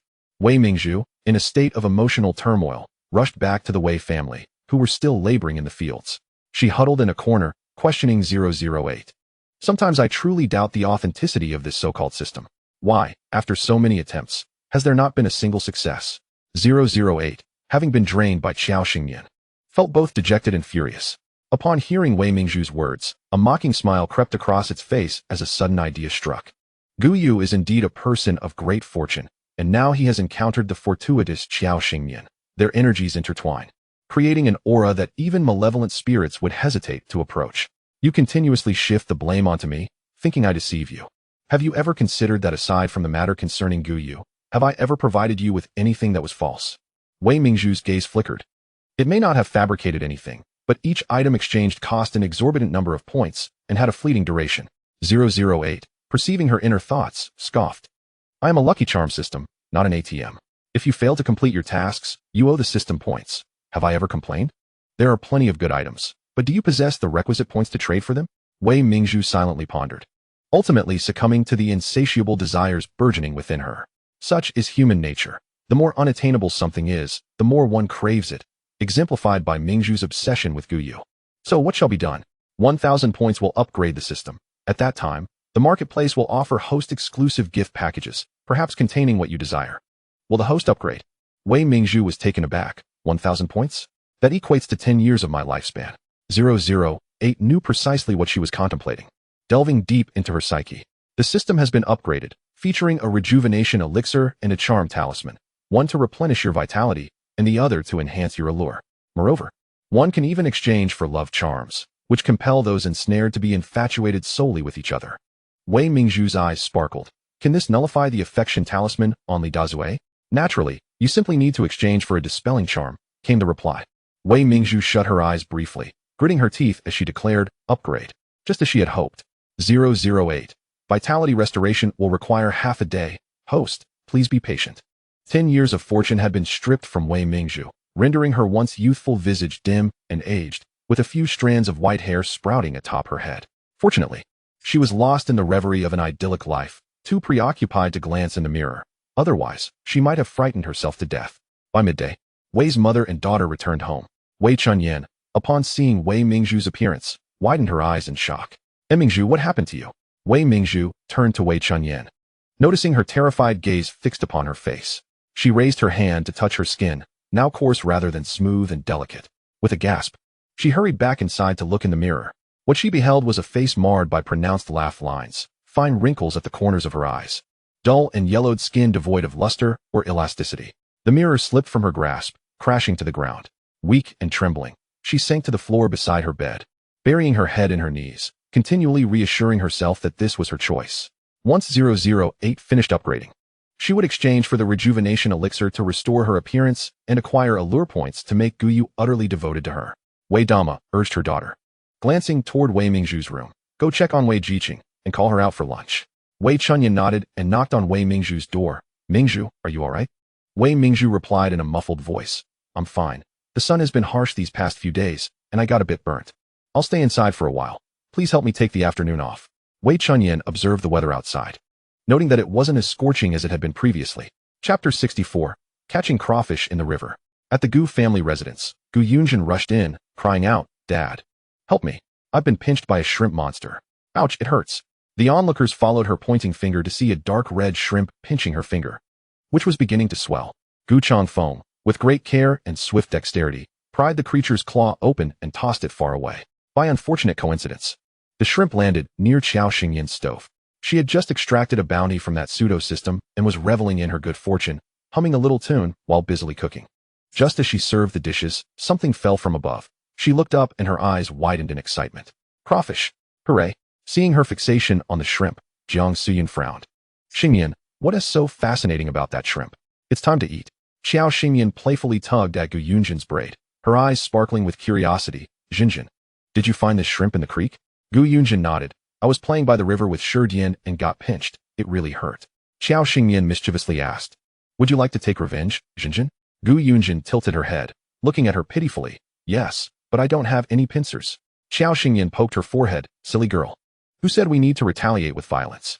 The best way to get back at it is to eat it all up. Gu Yunjin paused for a moment before running off in terror, exclaiming, sister-in-law is terrifying. She wants to eat the shrimp monster. Brother, you need to control your wife. Gu Yu approached Xiao Xingyan, noticing her handling the shrimp, and asked slowly, can we eat it? Xiao Xingyan's eyes sparkled, absolutely. Spicy crawfish, garlic crawfish, 13-spice crawfish, steamed crawfish, all are delicious and bursting with flavor. Now is the perfect time to catch them while they're plump. The more he listened, the more intrigued Gu Yu became. Nodding in agreement, when are we eating? Xiao Xingyan glanced at him, appreciating his enthusiasm. After lunch, we'll head to the creek to catch them. Gu Yunjin watched Xiao Xingyan while eating, her little eyes expressing something she couldn't quite articulate. Chu Lanying served her a helping of vegetables, scolding, eat more veggies and less meat, or you'll turn into a little chubby girl. Gu Yunjin's body tensed as she looked at her mother, but brother, dad, and Uncle San eat so much meat, and they're not fat. Chu Lanying shot her a glance. Your brother works hard all day. How can he have strength without meat? Your father and Uncle San have suffered and fallen ill, growing thin. Just look at yourself. Your face is round. With a huff, Gu Yunjin stuffed the greens into her mouth, making a silly face at her mother. Gu Changfeng sat quietly eating, observing the playful banter between the two. Just days ago, Gu Yunjin had complained about being unable to poop, and now it was clear she was lacking in greens, leading to poor nutrition. Children must not be picky eaters. Since Grandma Gu had been able to get out of bed, and with her two sons back, she relished the lively atmosphere of everyone gathering around the table for a meal. Satisfied, she set down her bowl and turned to Xiao Xingyan. Are you all going to catch that shrimp monster this afternoon? Xiao Xingyan swallowed the red braised pork that Gu Yu had served her, nodding. Actually, it's called crawfish. My dad mentioned that his comrades eat it, with many cooking methods, and it's quite tasty, so I thought I'd try to catch some. When it came to food, Xiao Xingyan was an expert. Whatever she deemed edible turned out delicious in the end. Gu Changfeng felt indifferent, during missions or field training. Anything non-toxic was fair game to fill their stomachs. After lunch, Xiao Xingyan organized everyone to catch crawfish. Gu Yu and Gu Changfeng were tasked with digging for worms to serve as bait, while Xiao Xingyan led her sisters-in-law in weaving bamboo traps. This was a common fishing tool in the village. Once completed, they would place the worms inside to attract the crawfish with their scent. They crafted 3 to test their efficacy, placing one in the creek and the other 2 in the irrigation ditches. Then built a small dam with mud or stones to hold them in place. With their tools ready, they kept busy. The 2 sisters-in-law, gazing at the pincered creatures that danced and waved, felt a flicker of doubt. Could these things even be eaten? How would one go about it? Gu Yunjin, having just been pinched, was unwilling to touch them and opted to observe from a distance. Rather than catching, Xiao Xingyan was more inclined to collect. She was unsure if people in this era consumed crawfish, but seeing the Gu family members' reluctant and doubtful expressions, she guessed that while they might be edible, not many would dare to try, leaving plenty for her, perhaps due to the pleasant weather and comfortable surroundings. She could almost see the clear bottom of the water where the crawfish lay still. Especially when she parted the water grass, it revealed a gathering of crawfish, waiting for her to haul them away in a pot. At this time, few ventured outside, but Wei Mingzhu, noticing the Gu family mobilizing, called out, Chunyan, come here for a moment. Wei Chunyan, sewing under the eaves, heard Wei Mingzhu calling and approached the door. Mingzhu, what's up? Did the Gu family just pass by? Did you see which direction they went, or what they were up to? Wei Chunyan furrowed her brow. She had seen the Gu family pass by her doorstep. But given that both families lived at the edge of the village, how could she possibly know their destination? Exercising patience, she suggested, shall I go and check for you? Wei Mingzhu, in a state of urgency, urged her to hurry. Her tone was reminiscent of commanding a household servant. Lowering her gaze, Wei Chunyan set down the clothes and needle she held and proceeded in the direction of the Gu family's group. Not far along, she spotted them stopping by the village's small creek. After observing them from a distance for a while, she intended to return. However, she unexpectedly bumped into Fan Shuzhen, who appeared slightly taken aback. Fan Zinking, is there something you need? She inquired. Fan Shuzhen replied with a faint smile, nothing in particular. I initially intended to visit your home, but fortuitously encountered you on the way. I merely wanted to ask how Mingzhu has been faring at your place. Wei Chunyan scrutinized Fan Shuzhen, cautiously voicing, did Song Zinking send you to inquire? There were only a handful of youths in this batch, and apart from Song Weian and Wei Mingzhu, who were childhood companions, she doubted the others would concern themselves so deeply over a few days of shared living. Fan Shuzhen's smile faded as she stepped closer to Wei Chunyan. Have you received an education? You are quite an intelligent girl. However, I must clarify that I did not come for her, but rather for you. It is apparent that you harbor feelings for Comrade Gu Yu. Am I correct? Growing up in the same village and living so close, I often see you watching him from a distance, filled with admiration. Do you not feel a pang of jealousy knowing that his heart belongs to his wife? Have you never entertained the notion of taking her place? Wei Chuanyan's pupils constricted in alarm as she raised her gaze to the woman before her, hastily shaking her head. No, you are mistaken. I have no such feelings. My relationship with Comrade Guyu is merely that of neighbors, nothing more. Fan Shuzhen chuckled lightly and patted her shoulder, jesting, do not be so tense. I was merely teasing you. After all, Comrade Guyu is already married, and we must refrain from actions that might disrupt our collective harmony. Nonetheless, I do envy Mingzhu for her boldness and love and her fearless pursuit of her desires. It is truly admirable. Before departing, she added with a smile. Please convey a message for me. Song Weian cares for her. She understood that Wei Mingzhu might have mentioned something to Song Weian, but that was of little consequence. Her message was not intended for Wei Mingzhu. Wei Chunyan watched as Fan Shuzhen, having spoken her piece, walked away, her eyes reflecting a profound depth. Then the question arose, how do you prefer to eat crayfish? Chapter 65, an observer of the drama unfolding. Throughout her journey home, her thoughts were a whirlwind of complexity. It was only upon seeing Wei Mingzhu that a sudden clarity struck her. Sister Mingzhu, they are by the creek. Wei Mingzhu, who had been lingering inside, paused in surprise. What are they doing by the creek? Wei Chunyan seated herself at the eaves and resumed mending her clothes. I do not know. You will find out if you go and take a look. Wei Mingzhu touched her face, hesitating momentarily. How could she show herself in her current state? As the System 008, which had just absorbed 10 years of Wei Mingzhu's vitality, felt itself rejuvenated, it announced, Host, upgrade complete. Wei Mingzhu, filled with excitement, sprang to her feet, trembling with anticipation. What does this upgrade entail? Where is my reward? The rejuvenation elixir? The system reward package includes a spinning wheel with 10 points. Would you like to proceed? With 1,000 points already spent, 10 points seemed trifling to Wei Mingzhu. Let us spin the wheel. As she watched the wheel spin in her mind, her heart raced until it slowly came to a halt, landing on the first reward package. With trembling fingers, she clicked to reveal its contents. 1 rejuvenation elixir, 1 charm talisman, 1 portion of fine grains, a serving of pork, 1 fragrance, and 1 Laogan Ma hot sauce. Her eyes glistened at the sight of the rejuvenation elixir, and she could hardly contain her eagerness to consume it. After swallowing it down, she picked up a shattered mirror to inspect her reflection. Though she had not returned to her former beauty, the fine lines on her face had vanished, and her skin felt significantly improved. Hastily, she donned a hat and covered her face with a towel before stepping outside. Upon seeing Wei Mingzhu's unusual appearance, Wei Chunyan felt a twinge of strangeness emanating from her. Sister Mingzhu, what are you wearing? Wei Mingzhu, her mind solely focused on the creek, paid little attention to Wei Chunyan, lowering her hat and hastily departing. Madame Wei emerged, catching only a glimpse of Wei Mingzhu's retreating figure. Leaning against the doorframe, she muttered, This Wei Xingqing is becoming increasingly outrageous. How can a girl from the city be so shameless? While she is preoccupied with Comrade Guyu, she is also entangled with the local rascals. If someone reports her for improper conduct, it could lead to serious trouble. Wei Chunyan paused mid-stitch, teasingly remarking, Mother, do not speak carelessly. If she gets the chance, she will return to the city. My clothes are almost finished. Please help me with the thread. And I will go check on Sister Mingzhu.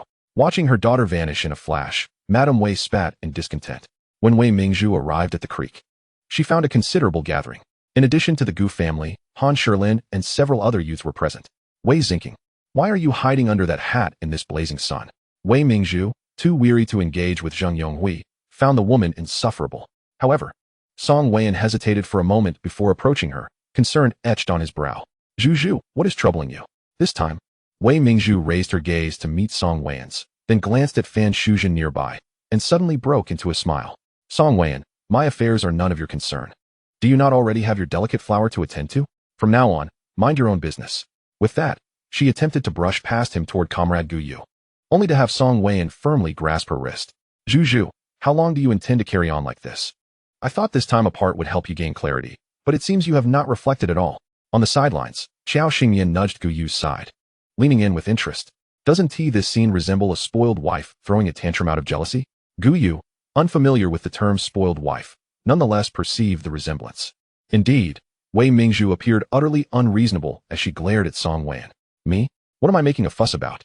Yes, we are childhood friends and grew up together. But so what? As she spoke, memories of her past life flooded her mind, of the heartfelt devotion she had shown to Song Weian, only to be met with betrayal and infidelity.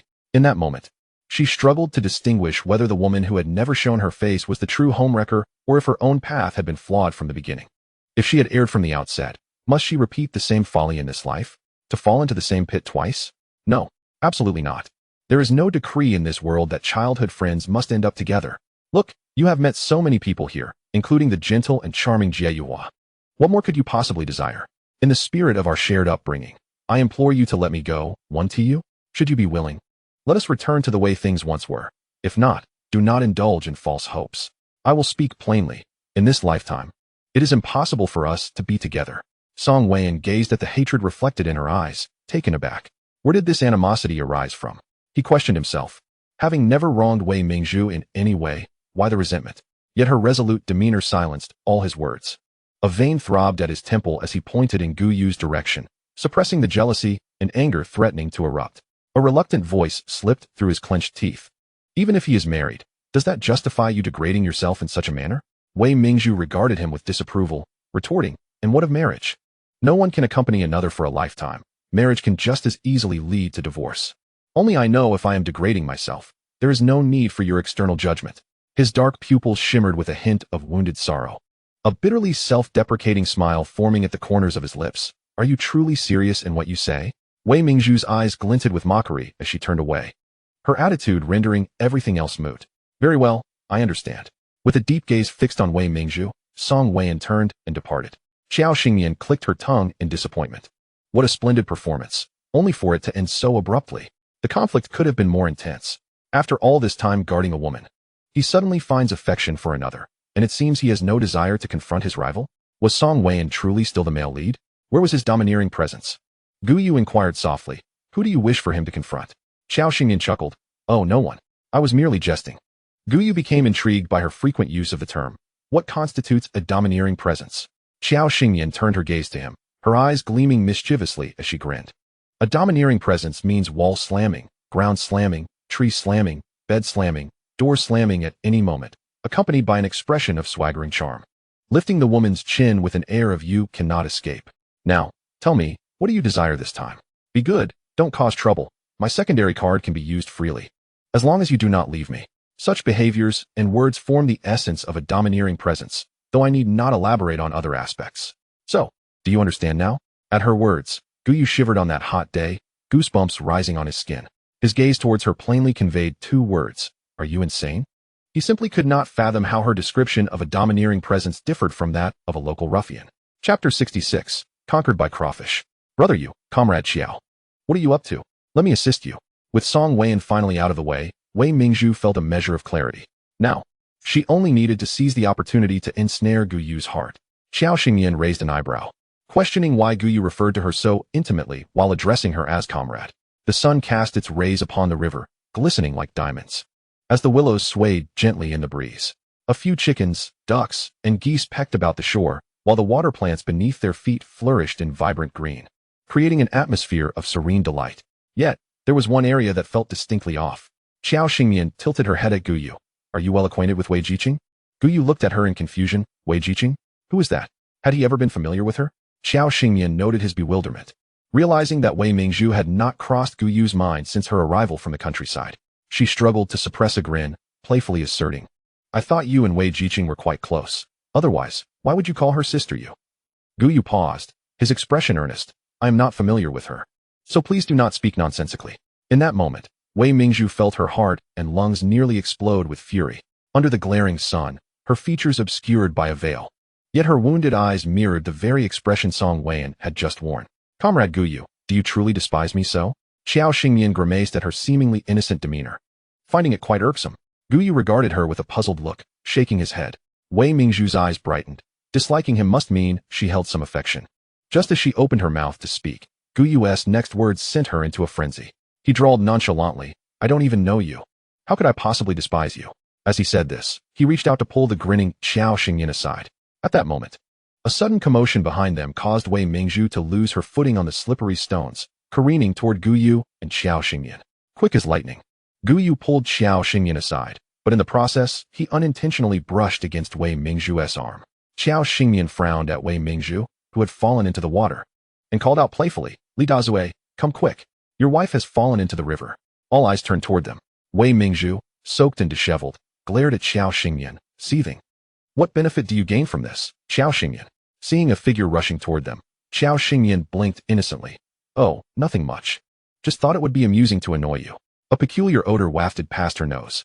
She scrutinized Wei Mingzhu closely, an expression of mockery flitting across her eyes. Wei Jiqing, let me offer you a piece of advice. Those who engage in wrongdoing will ultimately meet their demise. If I were you, I would distance myself significantly. After all, a man's life is far more valuable than anything else. What exactly are you trying to say, Xiao Xingyan? Wei Mingzhu asked, frustration boiling within her. What I wish to convey has become irrelevant. Enjoy your fleeting moments of happiness while they last. With that, she turned away, dragging Gu Yu along towards Uncle Gu's direction.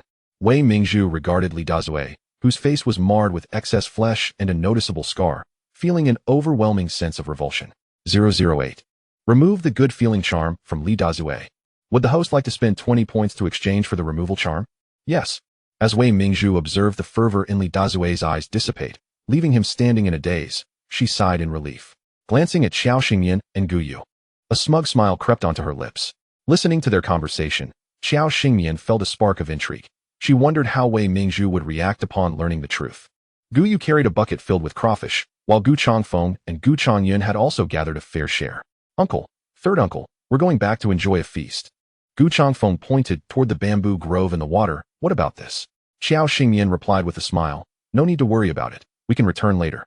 And who knows, we might have a bountiful harvest. The crawfish in the river were untouched, practically her personal domain. She could indulge as she pleased. Pairing them with chilled watermelon and beer would create an exquisite feast. Their barehanded catch of crawfish must have totaled around 11 or 12 pounds. Upon returning to the Gu household, the matriarch was taken aback by their haul and asked, "Why did you bring back so many? How do you plan to eat them?" Xiao Xingyan rallied everyone to prepare the crawfish, instructing them on how to remove the heads and veins, while assuring the matriarch, "You will see shortly." She retrieved a bounty of supplies from the 008 pseudo-system, including hot pot base, planning to enjoy a hot pot meal at the right moment. The system store was indeed a treasure. Despite being ensnared by an outsider, all the points swindled from the female lead were conveniently hers, chuckling to herself. With the seasoning ready, she awaited the production line team from the Gu household to deliver the processed crawfish. Chef Chow ignited the stove, while comrade Gu Yunjin followed orders to manage the heat. The first batch of crawfish, delivered by Gu Changfeng, weighed in at a considerable 5 to 6 pounds. As the oil hissed and bubbled, the small lobsters tumbled and transformed in the frying pan, their vibrant hues changing under the heat. Chef Chow deftly retrieved them, allowing the excess oil to drain, and soon the second batch of lobsters joined the fray, sizzling until they turned a striking crimson. It took 2 rounds to prepare the 10-odd pounds of lobsters, but the collective effort of 5 or 6 nimble comrades working seamlessly together resulted in an extraordinary efficiency. Chef Chow planned to season half of the lobsters with a spicy mix and the other half with garlic, releasing an enticing aroma that wafted through the air. After a careful period of cooking, the spicy lobsters were ready to be served, a large bowl brimming with their red, fragrant allure was garnished with a sprinkle of chopped scallions and cilantro, imbuing the dish with a sense of ceremony. The garlic lobsters followed suit, emerging from the kitchen under Chef Chow's meticulous care. With the oil from the fried lobsters, a small dish of greens and stir-fried meat was also prepared, signaling that it was time to feast. The Gu family gazed hungrily at the 2 large bowls of lobsters, their anticipation palpable. It was amusing to reflect on how the once-avoided crustaceans had transformed into their delectable meal, yet the mere aroma was enough to elicit involuntary salivation. Xiao Xingyan picked up a lobster to demonstrate. Twist off the head like this, savor the tender white meat of the tail, and don't forget the head, which holds a rich, flavorful paste brimming with nutrients. In her future life, she would never have indulged in lobster heads, concerned about heavy metal contamination and various pollutants. In contrast, these fresh, untainted lobsters were simply divine. The moment she bit into the succulent white-tail meat, her audience's eyes widened in rapture, their mouths watering in eager anticipation. As she savored the lobster head, the crowd could no longer restrain themselves. Oh, it's so spicy and fragrant. This flavor is absolutely exquisite. The spicy, savory taste burst forth, with the crunchy, bouncy lobster meat exploding in their mouths, rendering them unable to resist another bite. The elderly lady, slower in her movements, was thoughtfully served a small bowl of garlic lobsters along with a few spicy ones. The fresh, fiery aroma traveled down their throats, up to their noses, and into their eyes, leaving them in a state of blissful confusion. The Gu family, unaccustomed to such spiciness, found their faces flushed tears brimming in their eyes, and noses tinged with moisture. "Isn't this delightful? How does it taste?" Qiao Xingyan inquired with a smile. Gu Changfeng, seasoned by years on the southern border, managed to cope with the heat. "I dare say, this flavor surpasses that of any state-run restaurant. It's delicious. A bit of wine would make it perfect." Hearing her husband's praise, Chu Lanying nodded enthusiastically. Gu Yunjin, unable to handle the spice, relished the garlic lobsters, while Gu Changyun and Jiang Shuyan struggled, needing several gulps of water to cope with the heat. "Delicious as it is, it's overwhelmingly spicy. My throat feels like it's on fire," they exclaimed, eventually retreating to the milder garlic lobsters. Qiao Xingyan turned her attention to Gu Yu, observing his long fingers expertly manipulating the lobsters, his pace matching his appetite. Aside from her, he had accumulated the most lobster shells in front of him, initially intending to ask if he found it too spicy. She noticed the beads of sweat forming on his brow and realized he was holding back. "Gu Yu, you should drink some water," she chuckled. He shook his head slowly, oil coating his hands. "Why drink water during a meal? If I fill up on water, how much can I eat?" Chapter 67. Wei Mingzhu Faces Consequences. As the sumptuous dinner concluded, Qiao Xingyan turned her back to the group at the stove, retrieving a few apples from the basket. She presented the sliced apples at the table, a refreshing post-meal treat to aid digestion. These apples were imbued with vitality, offering considerable benefits even to ordinary folk, particularly to the brothers who were greatly depleted. Gu Changfeng smacked his lips and inquired, "When did Xingyan procure these delightful fruits? They are exceptionally sweet and crisp." With a smile, Qiao Xingyan replied, "These aren't bought. They are wild apples from the mountains." Gu Yu chewed on the apple, its sweetness mingling with a hint of tartness, sending a refreshing sensation coursing through him. At that moment, an uncontrollable urge surged within him. "Go, get outside." Gu Yu slammed his fist on the table, his head pounding. The Gu family looked on in confusion as he abruptly stood to leave. The elderly lady furrowed her brow. "Gu Yu, where are you going?" Qiao Xingyan paused, quickly stepping in front of him as he took a few strides forward. Raising her hand to grasp his arm, she was forcefully brushed aside. "Step aside." The family sensed the shift in atmosphere. When had Gu Yu ever spoken to his wife in such a tone? Fixing her gaze on him, Qiao Xingyan's eyes glinted with a hint of coldness. "What if I refuse?" Gu Yu's eyes darkened, a fierce struggle evident within as he fought against an overpowering force. He yearned to regain control of his body, but the will within him was too potent for an ordinary person to withstand. Seeing his pained expression, blood began to seep from his orifices, and Qiao Xingyan's demeanor shifted. Swiftly, she moved to seal his meridians, and he staggered, nearly collapsing. "Little Yu." Qiao Xingyan reacted swiftly, stabilizing him. Gu Changfeng and his brother rushed over, concern etched on their faces. "Xingyan, what is happening to little Yu?" They helped him to a chair, and Qiao Xingyan felt his pulse, frowning slightly. "Uncle, please assist Gu Yu to the room." Gu Changfeng complied, leaving the rest of the family anxiously watching, hesitant to interrupt her. Once inside, Gu Changfeng stepped back while several heads peered curiously from outside the door. Gu Yu sat on the edge of the bed, staring intently at Qiao Xingyan, his emotions a tumultuous sea, sweat beading on his forehead. Rationality urged him to remember she was his wife, someone he could not betray, yet a powerful force in his mind insisted that his true love was Wei Mingzhu. Qiao Xingyan regarded Gu Yu with an expression devoid of warmth, starkly contrasting her usual playful demeanor. She lowered her gaze, concealing her emotions, and began to unfasten his clothing. The onlookers gasped. Qiao Xingyan turned to see several heads peeking through the doorframe, her lips twitching slightly. "What are you all doing?" "We're watching you," they replied, unabashed. Qiao Xingyan looked back at Gu Yu, her hand gently caressing his strong, vibrant chest under the scrutiny of their audience. Gu Yu reddened, the heat rising from his neck to his face, his ears burning with embarrassment. Beneath her palm, his heart raced with vitality, pulsating with life. She could feel the intense energy coursing through her hand, radiating outward. In an unseen dimension, golden energy pulsed from her palm, rippling from Gu Yu's heart. After a moment, as the tension in the room reached its peak, she suddenly spoke in a sweet, cool voice. "What follows may be somewhat unpleasant. Those who cannot bear it should turn away." The crowd remained bewildered. Before them stood Qiao Xingyan, her back turned, fingers forming intricate seals, her index and middle fingers converging upon Gu Yu's chest. A glimmering light emanated from her fingertips, traversing from his chest towards his arm. She observed the small pulsating point beneath Gu Yu's skin, an enigmatic smile gracing her lips. "Wei Mingzhu, how audacious of you to attempt to ensnare Gu Yu with a curse. Were it not for her remaining culinary skills, she might have found herself in dire straits this time."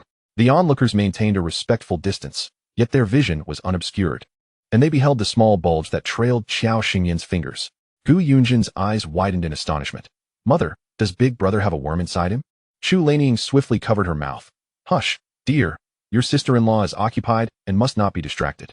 As Qiao Xingmian pressed the creature towards her fingertip, she made a decisive cut, a seemingly inconspicuous action that nevertheless pierced Gu Yu's skin, forcing the worm to emerge, writhing and twisting, enveloped in Qiao Xingmian's spiritual energy. The crowd shuddered at the sight of the rice-sized worm, repulsed by the thought that it had been extracted from a human body. What is this? Qiao Xingmian explained, placing the worm into a small bamboo tube. This is a love worm, commonly utilized in the southern provinces or in Miao territory. Gu Yu has been afflicted with a love curse, typically employed by Miao women to bind their husbands, preventing them from wandering astray. However, it could also be used by someone with ulterior motives to control their beloved. With her explanation, the assembly grasped the gravity of the situation. Indeed, this world harbors such peculiarities. Jiang Suyun inquired. Was it that Wei Jiqing who cast it on Xiaoyu during our riverside encounter this afternoon? Qiao Xingmian raised an eyebrow. Who else would be so scheming? In that moment, the crowd found themselves at a loss regarding their sentiments towards the city-born Wei Jiqing. In days past, she would have undoubtedly faced confinement in a dark room for her misdeeds, perhaps even worse. Chu Laniying rolled up her sleeves. Ready to confront the situation, what a shameless wretch. I must see for myself what sort of person she truly is. Gu Changfeng reached out, attempting to restrain his wife from acting impulsively, but his anger-fueled spouse was not to be deterred. Little Gu Yunjin tugged at her sleeve, her face aflame with indignation. Following her mother with the fierce determination of one ready to engage in battle, Jiang Xiyun sighed, fully aware that her sister-in-law was a woman of sharp tongue and an even softer heart, prone to fierce protectiveness when angered. What do you plan to do? Qiao Xingyan pondered, twirling the bamboo tube in her hand, releasing the pressure points on Gu Yu's body and administering a newly refined vitality pill. Of course, one must return tenfold when wronged. If Wei Mingzhu would simply maintain her role as a proper daughter of the city and cherish her bond with the male lead, all would be well. Yet fate has granted her a second chance, and in this increasingly twisted narrative, who truly plays the role of cannon fodder? Wei Jiqing, Wei Mingzhu. Step forward. The Wei family resided in close proximity to the Gu household, and Chu Laniying approached the Wei residence, knocking vigorously on the door. Who is making such a ruckus at my door? Came the languid reply of Wei Dama. It is I, Chu Laniying, the second daughter-in-law of the Gu family. Wei Dama opened the door, casting a curious glance over Chu Laniying, and chuckled. What brings the esteemed second lady of the Gu family to my humble abode today? Chu Laniying shot her a glare. Cease your sarcastic remarks. Do you not fear that I might report you? Wei Dama was momentarily silenced, muttering resentfully. What do you want? Chu Laniying's eyes blazed with fire. Call Wei Mingzhu out. A girl from the city ought to possess some self-respect. Today, I intend to have a word with her about her incessant pursuit of another woman's man.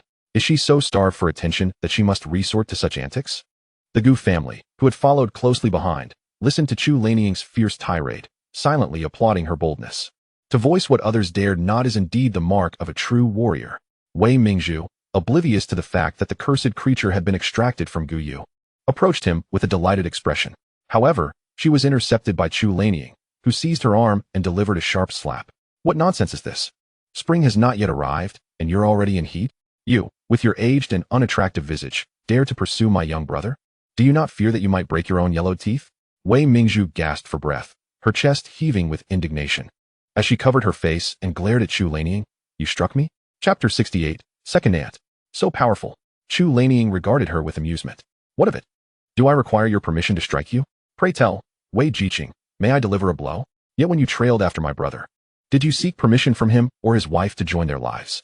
One must seize the opportunity while it is ripe. I need not ask you. If I were Xingyan, I would have ripped your hair out and marred your face, ensuring you would never again dare to show your face outside. Gu Changfeng, standing beside her, swallowed hard, grateful to be on her side. He could hardly bear the thought of the consequences otherwise. Yet, such comments should be reserved for private discourse within their household, as voicing them publicly could harm the reputation of the couple. He subtly tugged at his wife's sleeve, whispering, Dear, perhaps it would be wise to temper your words. Let us not draw attention. Chu Laniying brushed him aside, her confidence soaring, glaring at Gu Changfeng. Silence. Did I grant you permission to speak? And what of it? If Wei Mingzhu dares to engage in such behavior, should we not call her out? What a promising future lay ahead for a city girl, yet she chooses to pursue such disgrace. Gu Changfeng and the others behind him were left speechless. How curious it was to feel a sense of satisfaction witnessing Chu Laniying confront and reprimand others. She tugged at Jiang Siyun's sleeve, asking with intrigue, Is your second aunt always like this? Jiang Suyin chuckled, replying, "Your second aunt is a woman of passion. During your initial days here, her vision was clouded, and with your second uncle absent, she bore her burdens in silence. Now, with her sight restored and her husband returned, her true nature is inevitably unleashed." Xiao Xingyan nodded, as if to affirm this revelation. She patted Gu Yunjin on the head, handing her the small bamboo tube. Whispering a few words into her ear, Gu Yunjin thumped her chest, declaring, "I promise to complete the task," and dashed away with the tube in hand. The commotion they stirred soon caught the attention of Zhang Wanfeng and Lu Jing. "What is happening?" Wei Mingzhu, covering her face, pointed at Chu Lanying, sobbing, "Captain, you must arbitrate. The Gu family is bullying me. My second aunt accuses me of being improper, yet I ask, when did she witness such behavior? With no evidence. She defames me, tarnishing my reputation. I could very well report you to the authorities." Zhang Wanfeng turned to Chu Lanying. "What transpired here?" Chu Lanying pursed her lips. Addressing Zhang Wanfeng, "What is there to explain? I merely came to remind Wei Jiqing that my brother is married now. It would be prudent for her to consider her actions. Fixating on another woman's man is hardly appropriate. Does she truly believe herself to be a flower? My brother has no interest in such folly."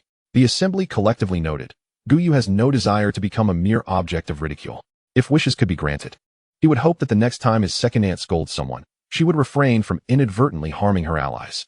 Xiao Xingyan, hiding behind Guyu, trembled with laughter. Apologetic, yet nearly losing her composure. Majestic. Second aunt. As for the matter of Xiao Xingyan extracting the bug from Xiao Yu's body, Chu Lanying dared not speak of it. She was no fool. The Gu family had witnessed everything firsthand, but outsiders were oblivious. Zhang Wanfeng first twitched his lips, then furrowed his brows and asked in a deep voice, "So, this cannot serve as a justification for the Gu family to bully others, can it?" Xiao Xingyan glanced at Wei Mingzhu, a smirk playing on her lips as she replied, "Captain, what jest is this? Was it not always the case that others bullied the Gu family? Furthermore, my second aunt would never strike Wei Jiqing without cause. Why not inquire what she did to provoke such ire from my second aunt?" Wei Mingzhu saw Xiao Xingyan deftly pass the ball back to her, and her gaze was filled with a desire to devour her whole. Could she even disclose what she had done? Moreover, Guyu appeared utterly unaffected, as though he had evaded the charms of the love curse. This made no sense, if he were not under its influence. Why was there such a commotion from the Gu family and second aunt? Zhang Wanfeng noticed Wei Mingzhu's confusion and hesitance, his brow knitting together in concern. Lu Jing stepped forward, patting his shoulder, casting an irritated glance at the two families, and said, "You two should calm down. If there is nothing to discuss, we shall take our leave. The sun is setting, behave yourselves." Xiao Xingyan obediently nodded in agreement. They would indeed keep the peace. However, after tonight, Wei Mingzhu would no longer remain tranquil. After ushering the Gu family away from the Wei residence, Xiao Xingyan lingered at the back, noticing a small figure running towards her. "Sister-in-law, mission accomplished. Do not forget your promise." She playfully ruffled Gu Yunjin's hair, her spirits high. "Isn't it just martial arts training? I'll ensure you become a heroine." Gu Yunjin took her hand, the pair walking forward, heads held high and strides confident. Just as they approached the entrance, Guyu extended his arm, blocking her path, and asked in a low tone, "What mischief have you been up to?" Gu Yunjin looked up at her elder brother, her sister-in-law, her round eyes darting before she slipped under Guyu's outstretched arm. Before departing, she turned back, casting a knowing glance at Xiao Xingyan. "You handle your man." Xiao Xingyan exclaimed, "You little rascal. So sharp-witted."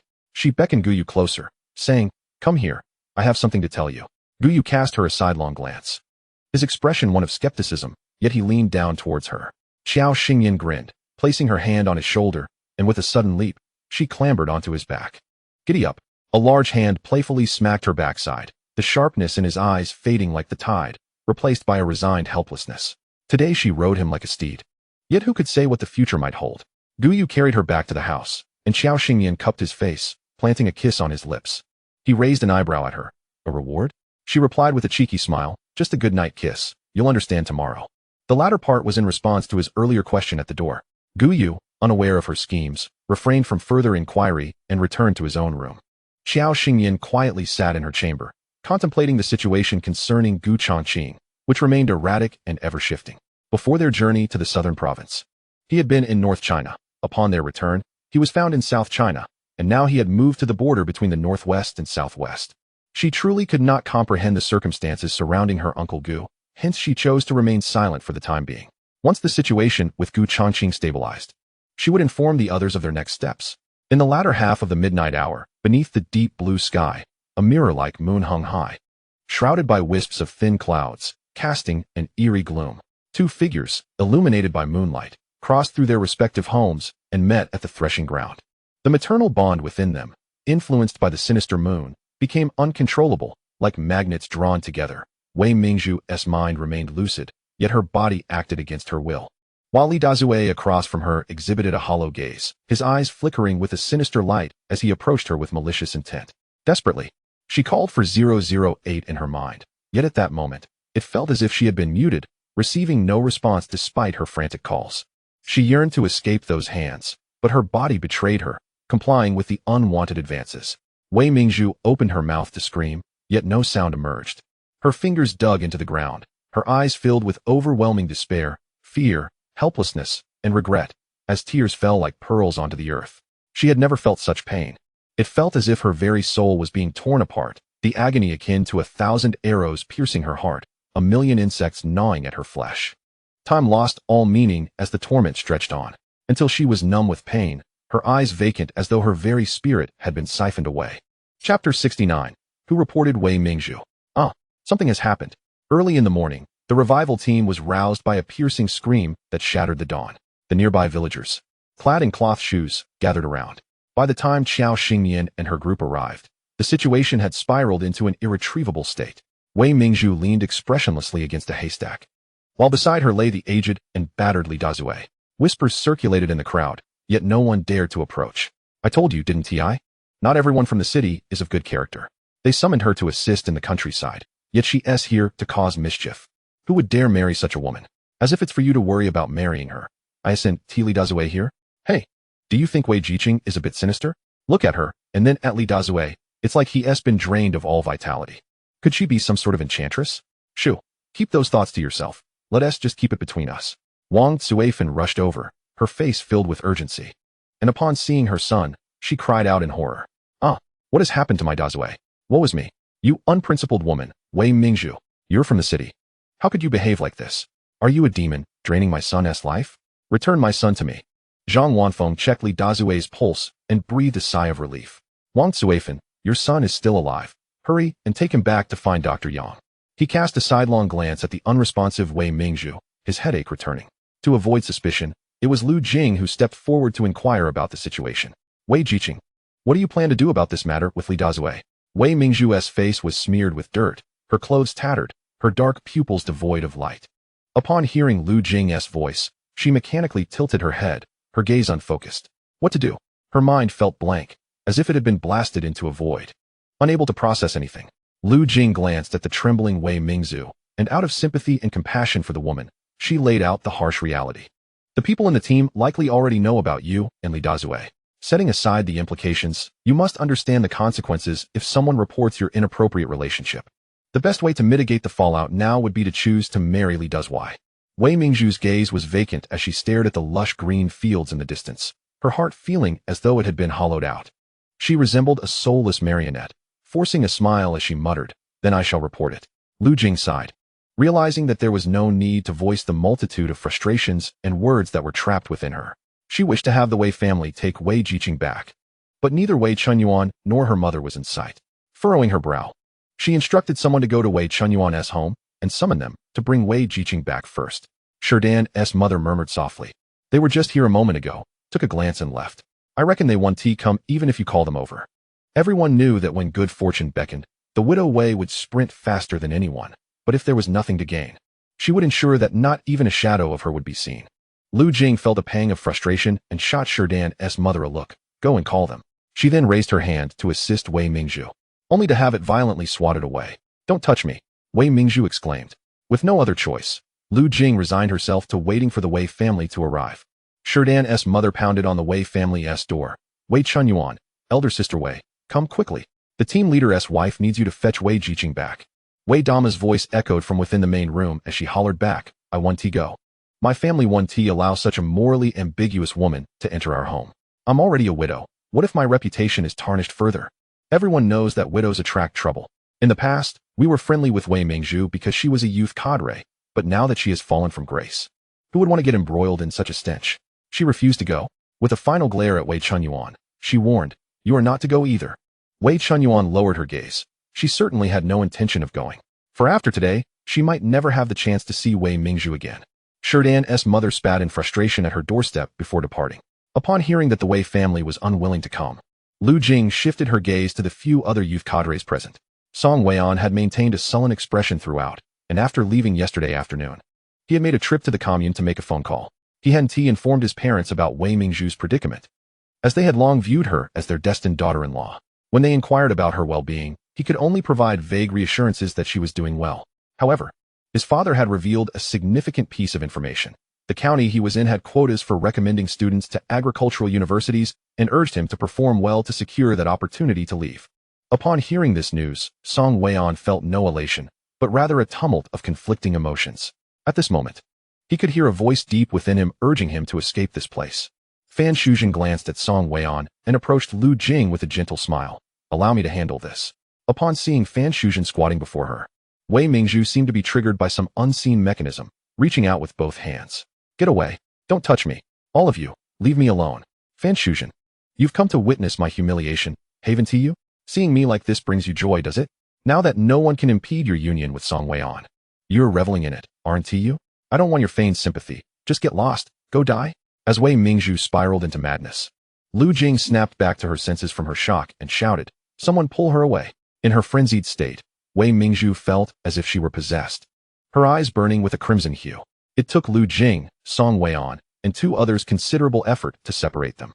Song Weian looked at Fan Shuzhen, whose face bore several scratches, and felt a twinge of concern. "Does it hurt?" he asked. Tears streamed down Fan Shuzhen's cheeks as she replied, "I'm sorry. I'm so sorry. I just wanted to help her." He gently patted her shoulder, reassuringly saying, "It's all right. No one blames you." Zheng Yonghui and Han Sherlin observed from the sidelines, feeling utterly at a loss. They had never anticipated that their visit would culminate in such chaos. Who is Wei Mingzhu?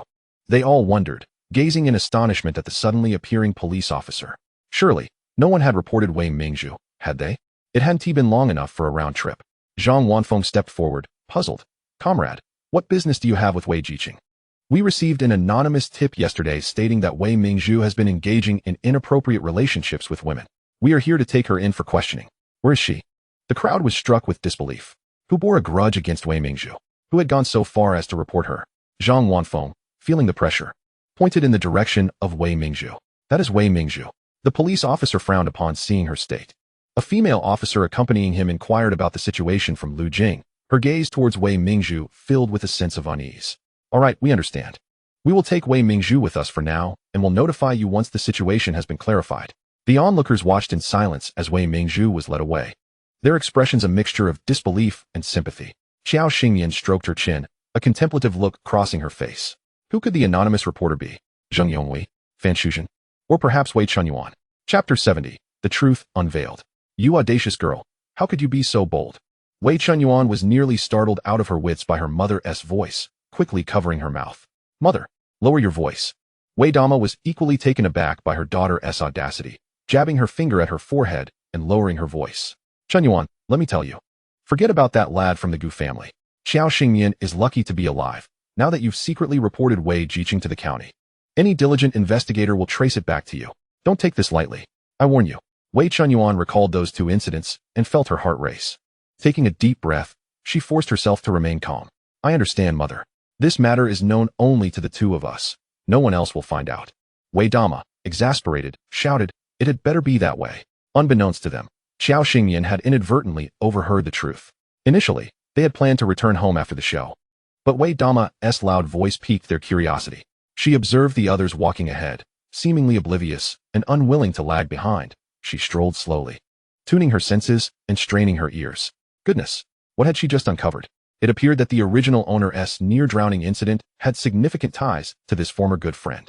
TSK, she had concealed her true nature well. Who would have thought she was such a formidable character? With her hands clasped behind her back, a malicious curse materialized out of thin air. "Go, my dear friend. Don't thank me too much." That afternoon, Wei Chunyuan, the widow's daughter, inexplicably fell into the manure pit used for composting. When Zhang Wanfeng received the news, he genuinely felt that the revitalization team was undergoing a tumultuous phase, burdened with too many troubles. He contemplated whether to pay a visit to his ancestor's grave on a moonless night to seek protection. As the group worked together to pull Wei Chunyuan out, She babbled incoherently, as if possessed, exclaiming, "Don't grab me. I didn't mean to. It was you who fell in. It has nothing to do with me." Then, with her eyes closed, she began to weep, exclaiming, "I'm sorry, Wei Jiqing. I never wanted this. If it weren't for you and Xiao Xingyan trying to steal you good from me, I would never have reported you. You deserve it. You deserve it." Ha ha. The onlookers were rendered speechless by her maniacal demeanor. If, indeed, what she uttered held truth, then the act of reporting Wei Jiqing was her doing. The previous incident of falling, where did it happen? Who fell? The answer was now glaringly obvious. Zhang Wanfu's complexion darkened considerably. Upon learning that her daughter had fallen into a dung pit, Wei Dama almost fainted. All she could hear was her daughter's incessant rambling, now more foul than the refuse in the latrine, and utterly unrestrained. She felt that merely fainting would not suffice. Death seemed the only escape from the daggers of judgment from those present. Wei Dama thought to herself, "What a fine daughter you have raised. I once thought you and Xiao were such good friends. How did it come to this? You both grew up together in the same team. There is no shame in vying for someone you like. But upon witnessing someone's marriage, good friends should simply offer blessings and suppress any unworthy thoughts. Not plot harm against one another. Is it not true? I've said it before, Xiao, while you may appear a bit sickly and delicate, you're not foolish enough to wade into cornfields with someone. Wasn't this something your family privately spread?" Wei Dama, lacking both reason and strength, retorted defensively, "Nonsense. My Chunyan is not in her right mind. She is talking nonsense. You dare to speak ill of her without evidence? My Chunyan is not that kind of person. TCH. We don't need you to tell us what kind of person she is. We've seen it for ourselves." Zhang Wanfu weakly pinched the bridge of his nose, sighing internally. Truly, just as one wave recedes, another rises. "Old Zhang, what do you intend to do about this?" Upon hearing Lu Jing's inquiry, Zhang Wanfu waved his hand dismissively. "Whatever happens, happens. After today, the people from the commune will know what they need to know. My reputation is already in tatters. When Wei Chunyan wakes up, I'll ask her if she was the one who pushed Xiao into the river, and if so, I'll send her to the police station. I can't manage this anymore. Let it be." Wei Dama, seeing her daughter still muttering nonsense, steeled herself, gritted her teeth, and delivered a resounding slap. Observing from the side, Xiao Xingyan clicked her tongue, remarking, "That was quite a blow. One might think she was striking a mistress." Having unwittingly witnessed two scenes, Guyu suddenly understood the implications of her words from the night before.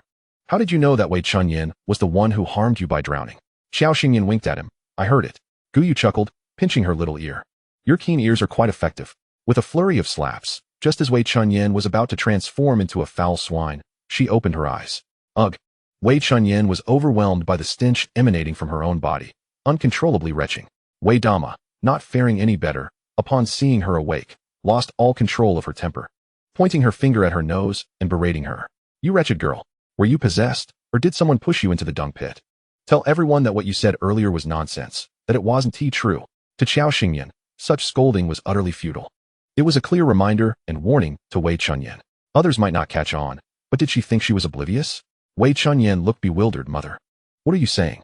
Falling into the dung pit was indeed due to her slipping, but what had she done or said afterward? Why couldn't she remember? Most of those present were women, each eager for gossip and drama. "Xiao, you tell us. Was it Wei Chunyan who pushed you into the river?" At this, Wei Chunyan felt as though struck by lightning. Her lips trembled as she stared blankly at Xiao Xingyan, her eyes filled with doubt and disbelief. It seemed she could not fathom how Xiao and the others knew, especially since she had been alone during that incident. There was no third party. Xiao Xingyan smirked, leaning closer to Guyu and timidly biting her lip. I'm not too sure either. It was too dark, and I was facing away from that person. So I truly didn't see who it was. But I do remember that day at noon, after lunch. Wei Chunyan came to find me and suggested we go fish at the small river after dinner. Then she never showed up, and you all know what happened next. Wei Chunyan gaped at Xiao Xingyan, her mouth agape. "How can you lie?" Guyu quickly shielded Xiao Xingyan. "I will ensure justice for Xingyan, whether true or false. We will discuss it at the police station." Behind her, Xiao Xingyan grinned, playfully drawing a little heart on Guyu's straight back. Unfortunately, our emotionally naive and inexperienced Guyu could not fully grasp the meaning of this special symbol.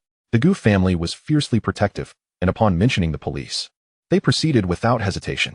The police officer who had come to the revitalized team for the second time wore a peculiar expression, causing Zhang Wanfu to feel embarrassed. After completing the formalities, Zhang Wanfu finally felt as if he had deflated, his entire being slackening. As the day came to a close, he had done nothing but watch the drama unfold and report the incident. It was more exhausting than if he had been in a gunfight, and his heart felt even heavier. The performance at the revitalized team concluded, while the show at the county police station was just beginning. Chapter 71, Dogs Bite Dogs. All fur and no bite. At the police station, when Wei Mingzhu emerged from the interrogation room, she noticed a group entering through the main door. Wrapping her blanket tighter around herself, she raised an eyebrow, completely devoid of the wild demeanor she had exhibited earlier that morning. What brings you here? Xiao Xingyan appraised her from head to toe, her gaze drifting toward Wei Chunyan, and replied nonchalantly, "Oh, it seems I've recalled that the one who pushed me into the river was a former close friend. I'm quite shocked. Thus, I'm here to cooperate with the police investigation. Oh, by the way, I heard you had an incident this morning. It turns out someone reported you beforehand. What a coincidence. Just a few simple words, yet they carried substantial weight." Wei Mingzhu's gaze fell upon Wei Chunyan, who had her head bowed. And a flash of realization crossed her mind. Yes, she vaguely remembered Wei Chunyan returning very late last night, thinking she had gone to collect herbs. Now it seemed, the one who reported her might very well be Wei Chunyan. Wei Mingzhu struggled to contain herself, her body trembling with rage as she stormed toward Wei Chunyan, seizing her hair and delivering a fierce slap. The sound echoed, stunning not only Wei Chunyan but also the police officers present. Gripping Wei Chunyan's hair, her eyes ablaze with rage, she resembled a vengeful spirit seeking retribution. "Wei Chunyan, tell me why you did this to me. What wrong have I done to you?" Wei Chunyan pushed Wei Mingzhu away. The strength of a girl accustomed to hard labor in the countryside far surpassed that of a city girl. However, in a fit of rage, Wei Mingzhu was pushed back, leaving Wei Chunyan with a handful of hair, some of which was now stained with blood. Tears streamed down her face from the pain, and any lingering feelings of guilt she had towards Wei Mingzhu evaporated with that clump of hair. In a flash, Wei Chunyan lunged at Wei Mingzhu, and a fierce struggle ensued. "You scratch my face, I'll claw at your chest. You pull my hair, I'll pinch your mouth." The brawl between the two women unfolded with unrestrained ferocity, each exhibiting a determination to annihilate the other, rendering the two young police officers nearby utterly helpless. Fortunately, the arrival of two additional officers provided the necessary assistance to separate the combatants. Even after being parted, their legs still yearned to lash out at one another, driven by an insatiable thirst for vengeance. Wei Chunyan, filled with resentment, shouted, "Yes, you are a youth from the city, but what does that matter? Does that elevate you above me? By what right do you command and treat me like a servant? Since you moved into my home, I have washed your clothes and toiled in your fields. True, you provide my family with a monthly stipend of 5 yuan. Yet you feast on meat daily and dine on white rice at every meal. I have said nothing about your capitalist indulgences, so why can't I expose you?"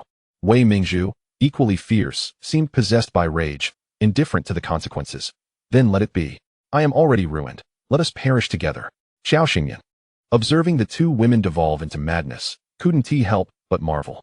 After a brief blink, she suppressed her emotions and continued to stoke the flames of conflict. "Oh?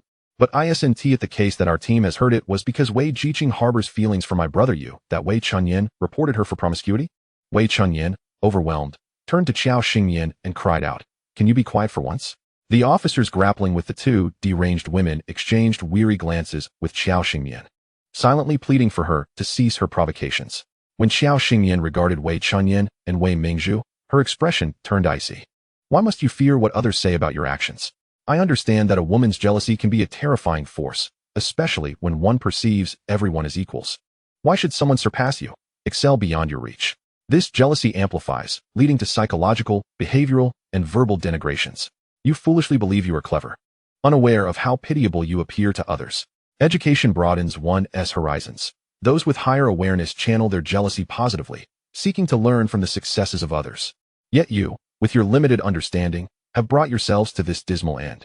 I share this not to impart wisdom, but to illustrate that ignorance, when unrecognized, can lead to one's own downfall.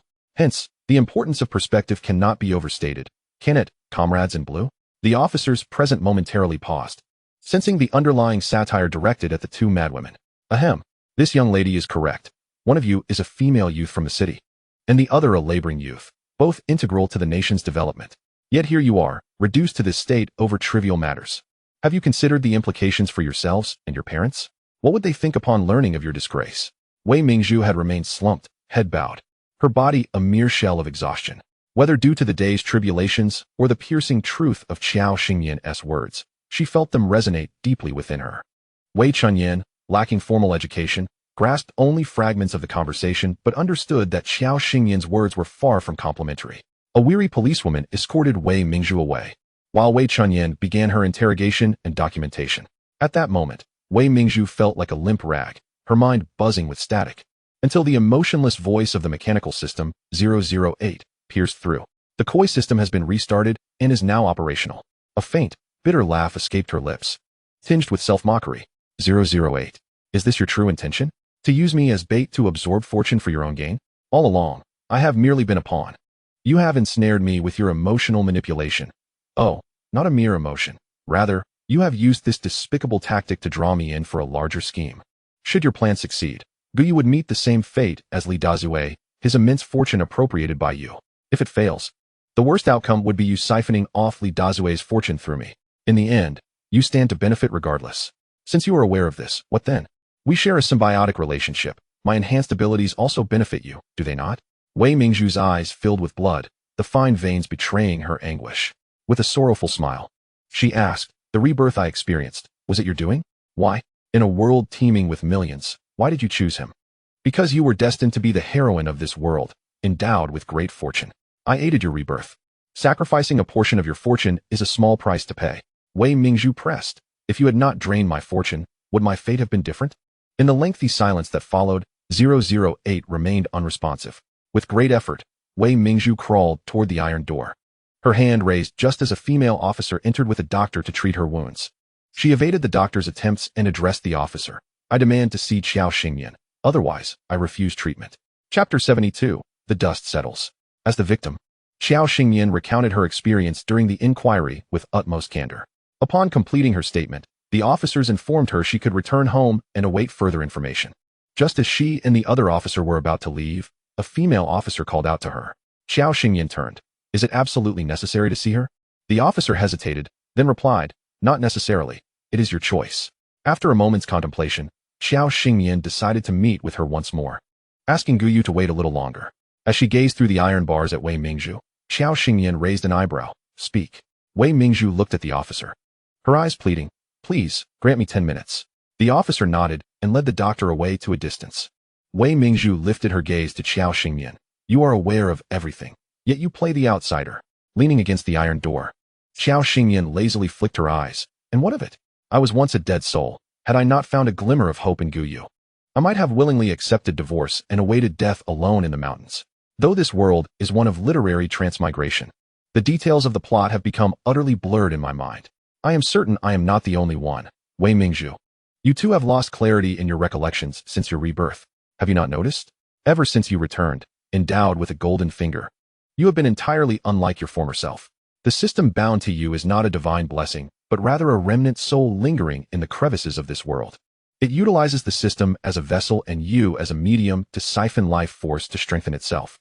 Had it not drained your fortune, you should have had a brand new life upon your rebirth, rather than this dismal fate.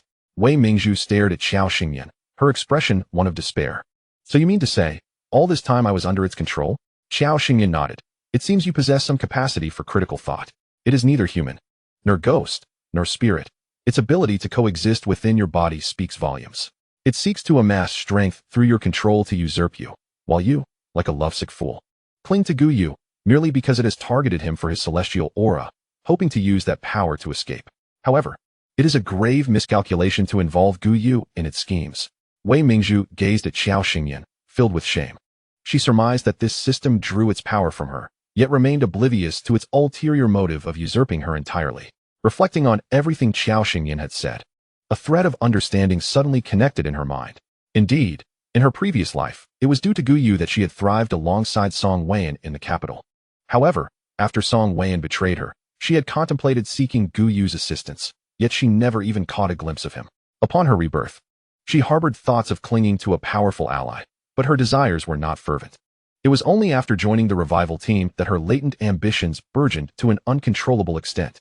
At this moment, she grasped that this so-called koi system was the source of her tribulations. By the time she had this epiphany, her life had already been irrevocably ruined. Since you were aware of my system, why did you not intervene earlier and expose this thing?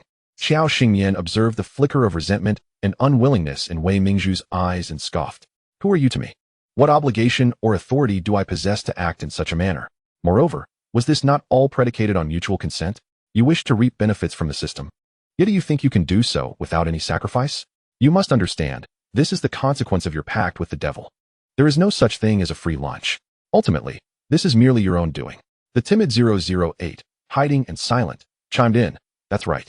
Wei Mingzhu pressed her lips together, realizing that any further words would be futile. She looked up at Xiao Xingyan with a mixture of desperation and longing. I beg you, help me rid myself of this thing. Xiao Xingyan raised an eyebrow. You wish to be rid of it? Then you must consult 008. For attempting to expel it unilaterally may not be agreeable to it. She could indeed exert her mental prowess to control 008 and forcibly expel it. However, doing so would condemn Wei Mingzhu to a grim fate, a consequence she neither could nor wished to bear. Listening to the exchange between Wei Mingzhu and 008, Xiao Xingyan felt a sense of inevitability. Observing Wei Mingzhu's despondent expression, she spoke softly. Take care of yourself. As long as you remain resolute and unyielding to its influence, your life can continue as before. As she turned to leave, Wei Mingzhu huddled in the corner, feeling helpless and lost, clutching herself tightly. Upon stepping outside, Xiao Xingyan caught sight of Guyu. The warm orange hues of the sunset framed him, the outer glow enveloping him in a layer of dark gold, saturating the surrounding clouds with a warm palette that blurred the distant horizon. Guyu beckoned her. Let's go? Xiao Xingyan trotted over and grasped his large hand, tilting her delicate face up to him. Brother Yu, shall we buy a bicycle when we have the chance? Guyu held her soft hand, letting out a non-committal and said no more. Yet, it was evident that the coldness in his brows softened with a trace of warmth. A week later, Wei Mingzhu and Li Dazue were sentenced to 10 years in prison for their chaotic romantic entanglements. Although Wei Chunyin had intentionally harmed someone, investigations revealed that her actions posed only a minor threat, resulting in her being sent to a farm for education and labor reform for a year. Unbeknownst to them, Wei Mingzhu would soon meet an untimely demise in prison, the cause remaining a mystery. Life in the revival team returned to its usual tranquility, with the members resuming their routine. During this time, Gu Changfeng experienced an episode, having only recently recovered from a mild episode in the village. This time it was far more intense. The family had never witnessed the turmoil of a drug addict's breakdown. The women in the household were terrified. Xiao Xingyan furrowed her brow, covering Gu Yunjin's eyes as she instructed, first, bind second uncle, and use a clean towel to gag him to prevent him from biting his tongue in despair. Gu Yu, with his considerable strength, firmly restrained the frenzied Gu Changfeng, who was attempting to bash his head against the wall, while Gu Changyun swiftly tied him to a chair. Watching Gu Changfeng tremble uncontrollably, his eyes fierce and wild, with veins bulging on his forehead, neck, and hands, Chu Lanying felt helpless, unsure of what to do, and could only silently shed tears nearby. Gu Changfeng was utterly consumed by his uncontrollable urges, his mind clouded with cravings. Xiao Xingyan approached, rolling up his sleeves and pant legs to inspect the toxic markings on his skin. It had been a week since his return, and this was his first episode. The elixirs she had prepared were gradually restoring his vitality, yet they also risked triggering his addiction. However, now was not the time for detoxification. Doing so would not save him, but rather endanger him. Do not fret, second uncle's condition is considerably better than that of other addicts. Having endured such an environment for years, he must understand the dangers of this substance. So under his limited circumstances, he has managed to control his usage quite well. Yet, he remains inherently affected by it, and detoxification is a long and agonizing process.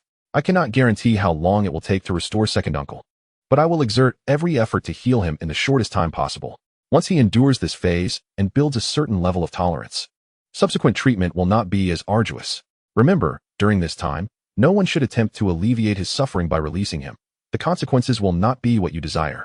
Detoxification is akin to a torturous ordeal, one that few can endure.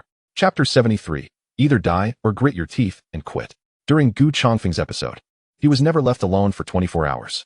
Beads of sweat dotted his forehead, his lips turned pale, and his eyes were filled with the agony of enduring. He wished for death, yet felt unable to part with life. However, the excruciating sensation of ants gnawing at him overwhelmed him once more. Bang, bang, bang. Gu Changyun kept vigil, seated beside Gu Changfeng in a chair. As the night wore on, fatigue began to take its toll, and he found himself dozing off while watching his obediently bound older brother slumber. The sound of movement jolted him awake. To his astonishment, Gu Changfeng was attempting to move the chair, swaying from side to side in a desperate bid for freedom. Gu Changyun hurried over to steady him, looking directly into his eyes. Second brother, what are you doing? I know you are suffering immensely, but please, for second sister-in-law and Jinjin, you must endure. Gu Changfeng's gaze was unfocused as he lifted his chin slightly, whimpering. Gu Changyun, unable to comprehend his brother's intentions, tentatively asked, Do you want water or need to use the restroom? Water. This time he understood. Gu Changyin reasoned that his brother had hardly eaten all day, so drinking water should pose no problem. He removed the cloth that had been gagging Gu Changfeng and held the water jug to his lips, watching as his brother eagerly drank. Slow down, second brother. Take your time. There's no rush. After finishing the water, Gu Changfeng leaned back against the chair, weakly smiling as he asked, "Were you scared today?" Once, when he was gravely injured on a mission, he had feared he might not survive. However, he had not anticipated being rescued by Yang Dunyang, who brought him to her den of vice, demanding he act as an informant for the border garrison. He had sworn to resist, only to be injected with these substances. Initially, he believed he could overcome it with sheer willpower. The reality was that once ensnared, there was no escaping. It was either death or a miserable existence. When he was cast into the cellar, they would periodically provide the occupants with these substances. He witnessed these individuals gradually descending into the depths of addiction, stripped of their human rights and dignity. And soon, he would become one of them. He was determined not to succumb to being a beast devoid of humanity and reason, controlled by others. With each distribution of the narcotic packages, he chose to take the last and the least, desperately clinging to a flicker of humanity within his heart. He had experienced the torment of withdrawal before, but relief soon followed with the antidote. Those who had not yet exhausted their potential would not be permitted to perish easily. Yet this time, Gu Changfeng was truly confronted with the excruciating agony of addiction. "Changyun, I am in pain. This suffering is far worse than being shot with a gun. I wish to endure for Lanying and Jinjin, but the pain is unbearable. Can you tell Ergo what I should do? They say that a man rarely sheds tears unless he has reached the depths of sorrow." Gu Changyun, witnessing the tears welling in Gu Changfeng's eyes, could not hold back his own emotions. "Ergo, do not say such things, it will get better. Xingyan said that if you endure this ordeal, you will gradually recover." Gu Changfeng closed his eyes as the searing pain spread from his bones throughout his entire being. "Changfeng, I can scarcely hold on any longer. If it becomes unbearable, just knock me out." He understood that even if he lost consciousness, the torment that eroded one's will would not dissipate. Yet, he did not want them to witness his distress. Gu Changyun bit his lip, hesitant to act. "Let me handle it." Just then, he was relieved to see Qiao Xingyan enter the room, her presence a beacon of hope. She approached Gu Changfeng and, lowering her gaze, said, "Shu, I am sorry. I cannot alleviate your suffering, but this is a trial you must endure. There is no remedy for such afflictions in this world. Many have given up halfway, unable to bear the pain and choosing to end their lives to spare their families. Even though I am a spiritual healer capable of extraordinary methods to treat you, you must first withstand this pain on your own. Once your body remembers this agony, it will warn you never to touch this substance again. Otherwise, you will suffer even more. Only by overcoming this psychological and physiological barrier can my future treatments proceed smoothly. In essence, this is a lesson. Either you survive or you quit." She recalled watching documentaries in her past life that explored this very topic. Observing Gu Changfeng, who had succumbed to slumber yet still bore the grimace of pain, Qiao Xingyan sighed and exited the room. "San, go in. He won't awaken until dawn." Chu Lanying gazed at Gu Changfeng, gently smoothing the furrowed brow that was knotted with distress, as tears from her eyes fell onto his face. "Changfeng, you will surely recover." After uttering these words, she remembered how much he disliked weeping women and wiped her tears, whispering in a tone he would recognize, "Gu Changfeng, I warn you. If you can't endure, no, you must endure. Once you overcome this hurdle, I will wash your stinky socks and undergarments for the rest of your life. Do you hear me?" Gu Changfeng, straining to bear the pain, was uncertain if he had absorbed her words, yet for a fleeting moment, the tension in his brow relaxed. The following day, as dawn broke, the Gu family stirred. Qiao Xingyan observed Gu Senshu busily boiling water at the stove, while Gu Changyin chopped wood nearby. "You haven't slept?" Jiang Suyun rubbed her forehead and shook her head. With their go like this, who could possibly sleep?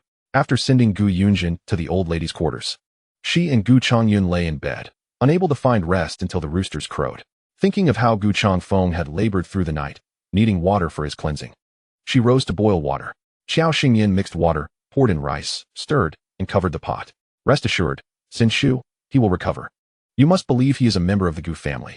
Indeed, as Qiao Xingyan had predicted, Gu Changfeng was now awake. "Changfeng, Gu Lao are you still alive? How are you?" Gu Changfeng's complexion was pale as he glanced at his wife, managing a weak smile. "Reporting, leader. I have fulfilled my duty." He had endured.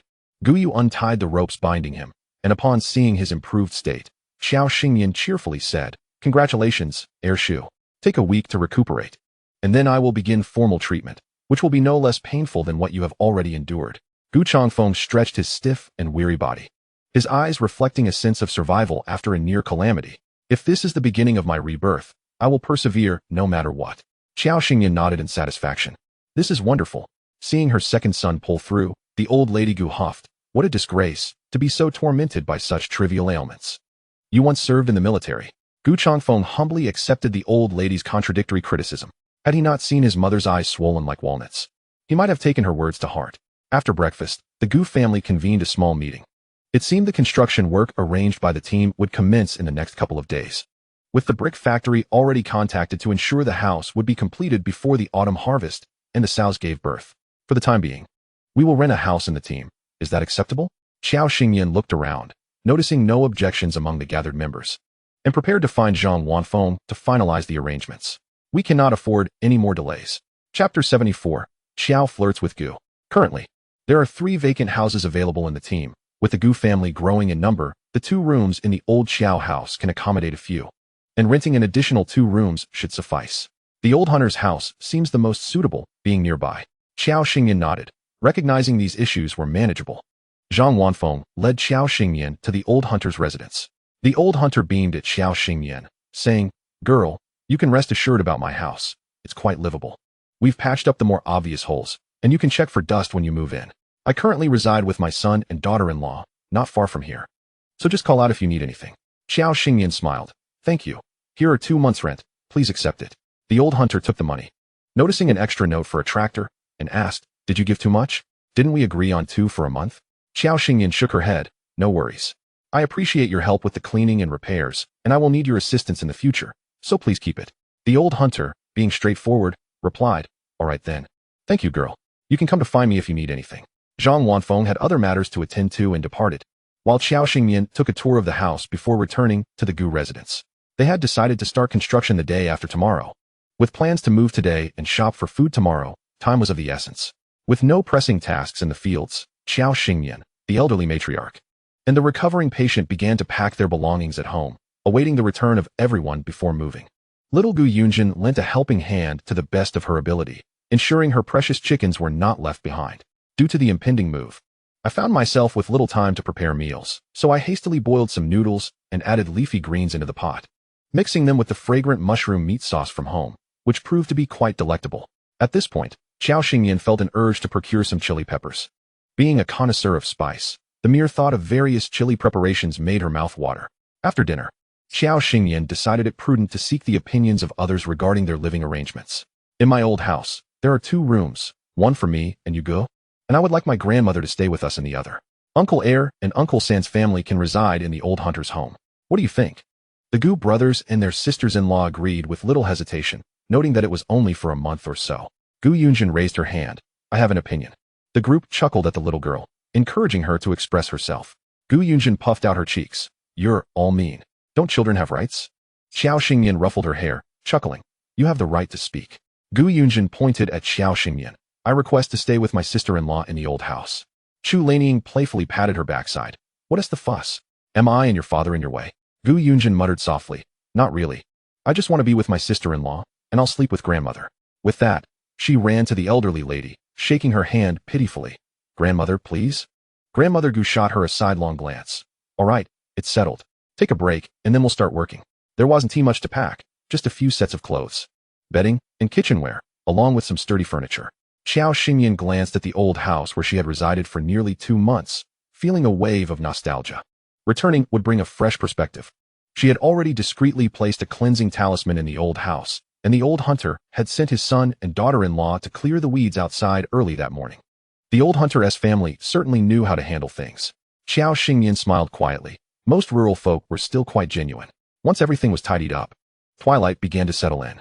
There was no need to light a fire at the 2nd and 3rd houses. They would automatically come over when it was time to eat. The sisters-in-law assisted in preparing ingredients, washing and chopping, while Chef Xiao took charge of the cooking.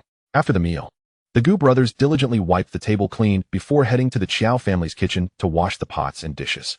Xiao Xingyan was quite satisfied with such cooperative division of labor. Everyone had their roles, preventing any discord over who did more or less. She observed everyone resting, still serving up some fresh fruit after dinner. "Tomorrow morning and noon, I may trouble Aunt Air and Aunt San to cook, as I plan to venture into the mountains with you go." The others looked at Xiao Xingyan, seemingly inquiring about her purpose for going into the mountains. She shared her intentions, causing the Gu brothers to fall into a brief silence. Gu Changfeng glanced at Xiao Xingyan. Let me and Changyun join. It's safer in numbers. Xiao Xingyan shook her head with a smile. No need. You two should rest at home. Once you're better, you will inevitably tire yourselves out. Seeing her insistence, the brothers refrained from further discussion. After chatting for a while, the family returned to their respective quarters for rest. Xiao Xingyan's gaze lingered on Guyu, who's unabashed. Fervent emotions struck a chord deep within him, making Guyu feel somewhat uneasy as he curled his fingers. You go rest in your room. Guyu glanced at her, quickly averting his gaze, and replied slowly, I'll go wash up. Xiao Xingyan watched him retreating, chuckling to herself as she returned to her room. After waiting for a considerable time with no sign of him, just as drowsiness began to take hold, a figure cautiously entered with a damp aura. Leaning against the headboard, she caught sight of the silhouette by the door. Stifling her laughter and feigning a pout, Are you feeling wrong to sleep with me? Guyu, unable to bear her distress, approached the bed and softly replied, Not at all. Seizing the opportunity, Xiao Xingyan leaped at him, her delicate arms wrapping around his lean waist, her fingers mischievously exploring. Oh, all that training hasn't gone to waste. Guyu stiffened under her touch, and when her disobedient hands attempted to sneak beneath his shirt, a rough, heated hand pressed down to stop her. No, don't touch.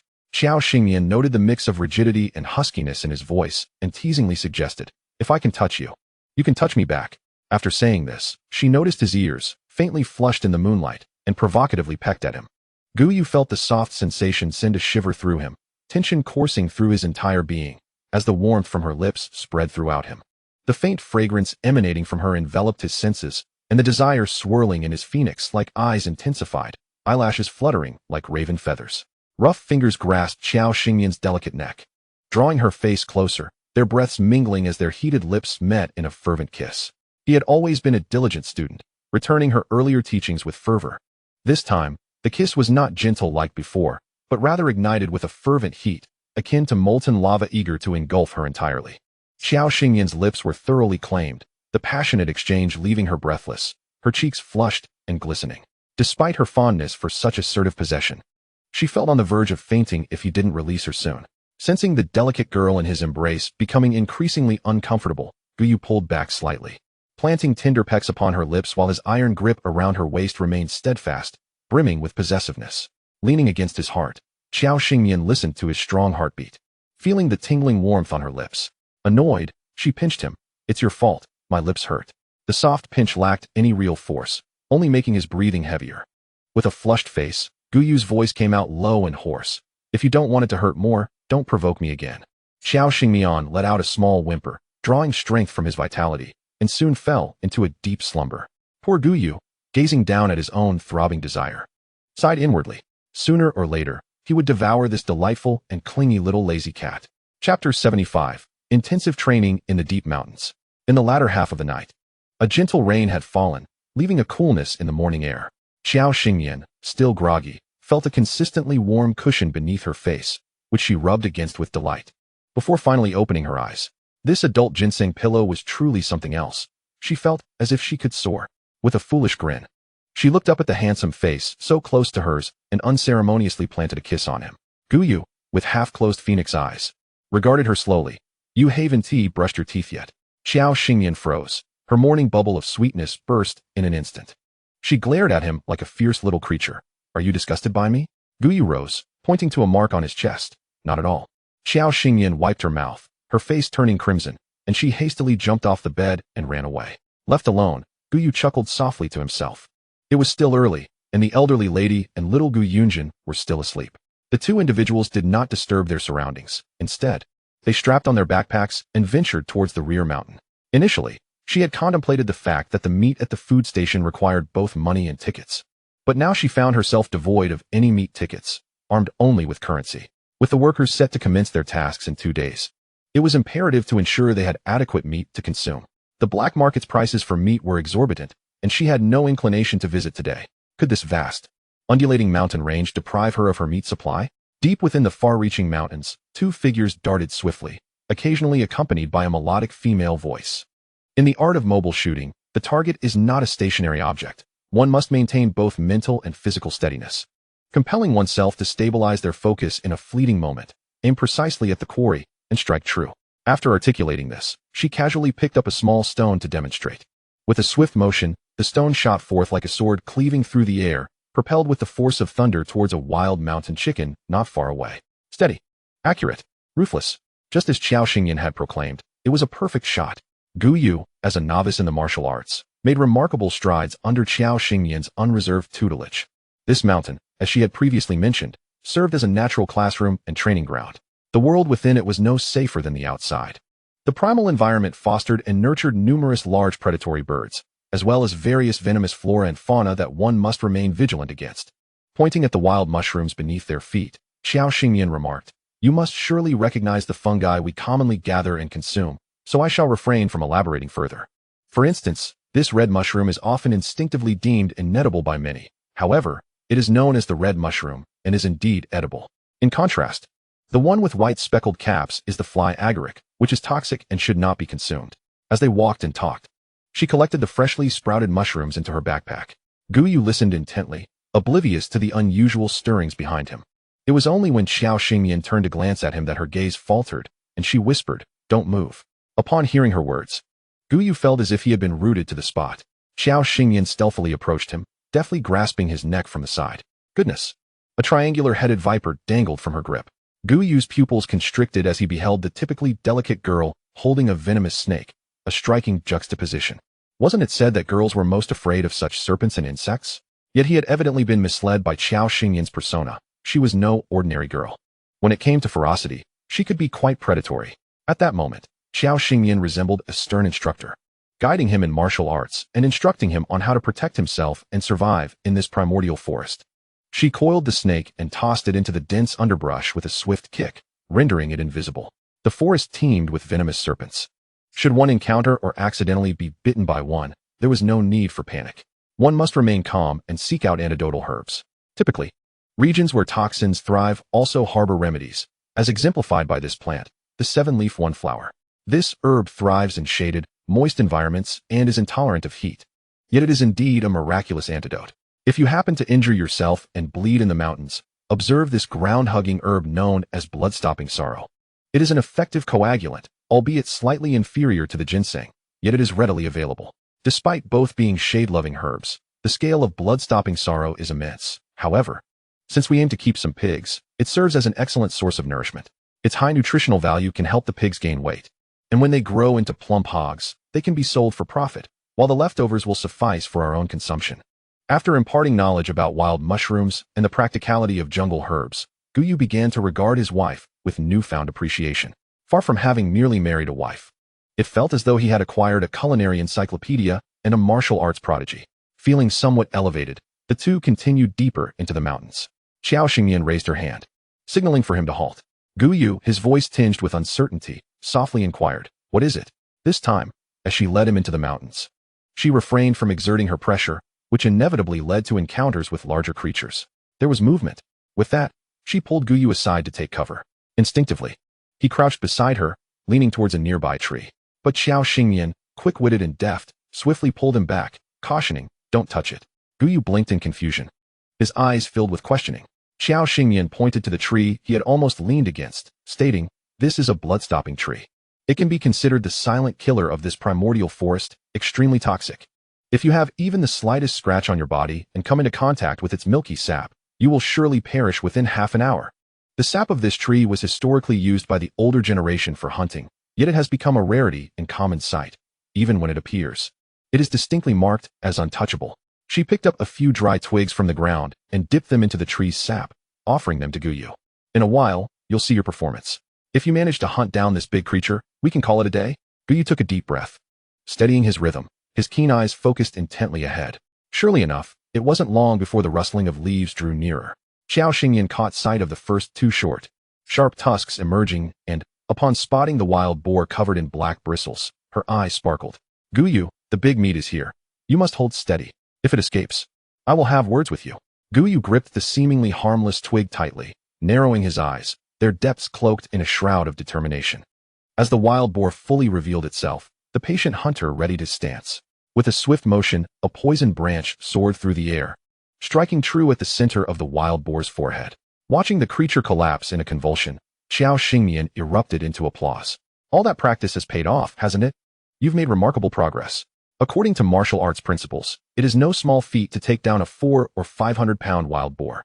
However, Gu Yu's innate strength, combined with the guidance of his exceptional mentor, who had provided him with numerous shortcuts, made the task less daunting. He smirked slightly, murmuring, "I owe it all to your excellent teaching."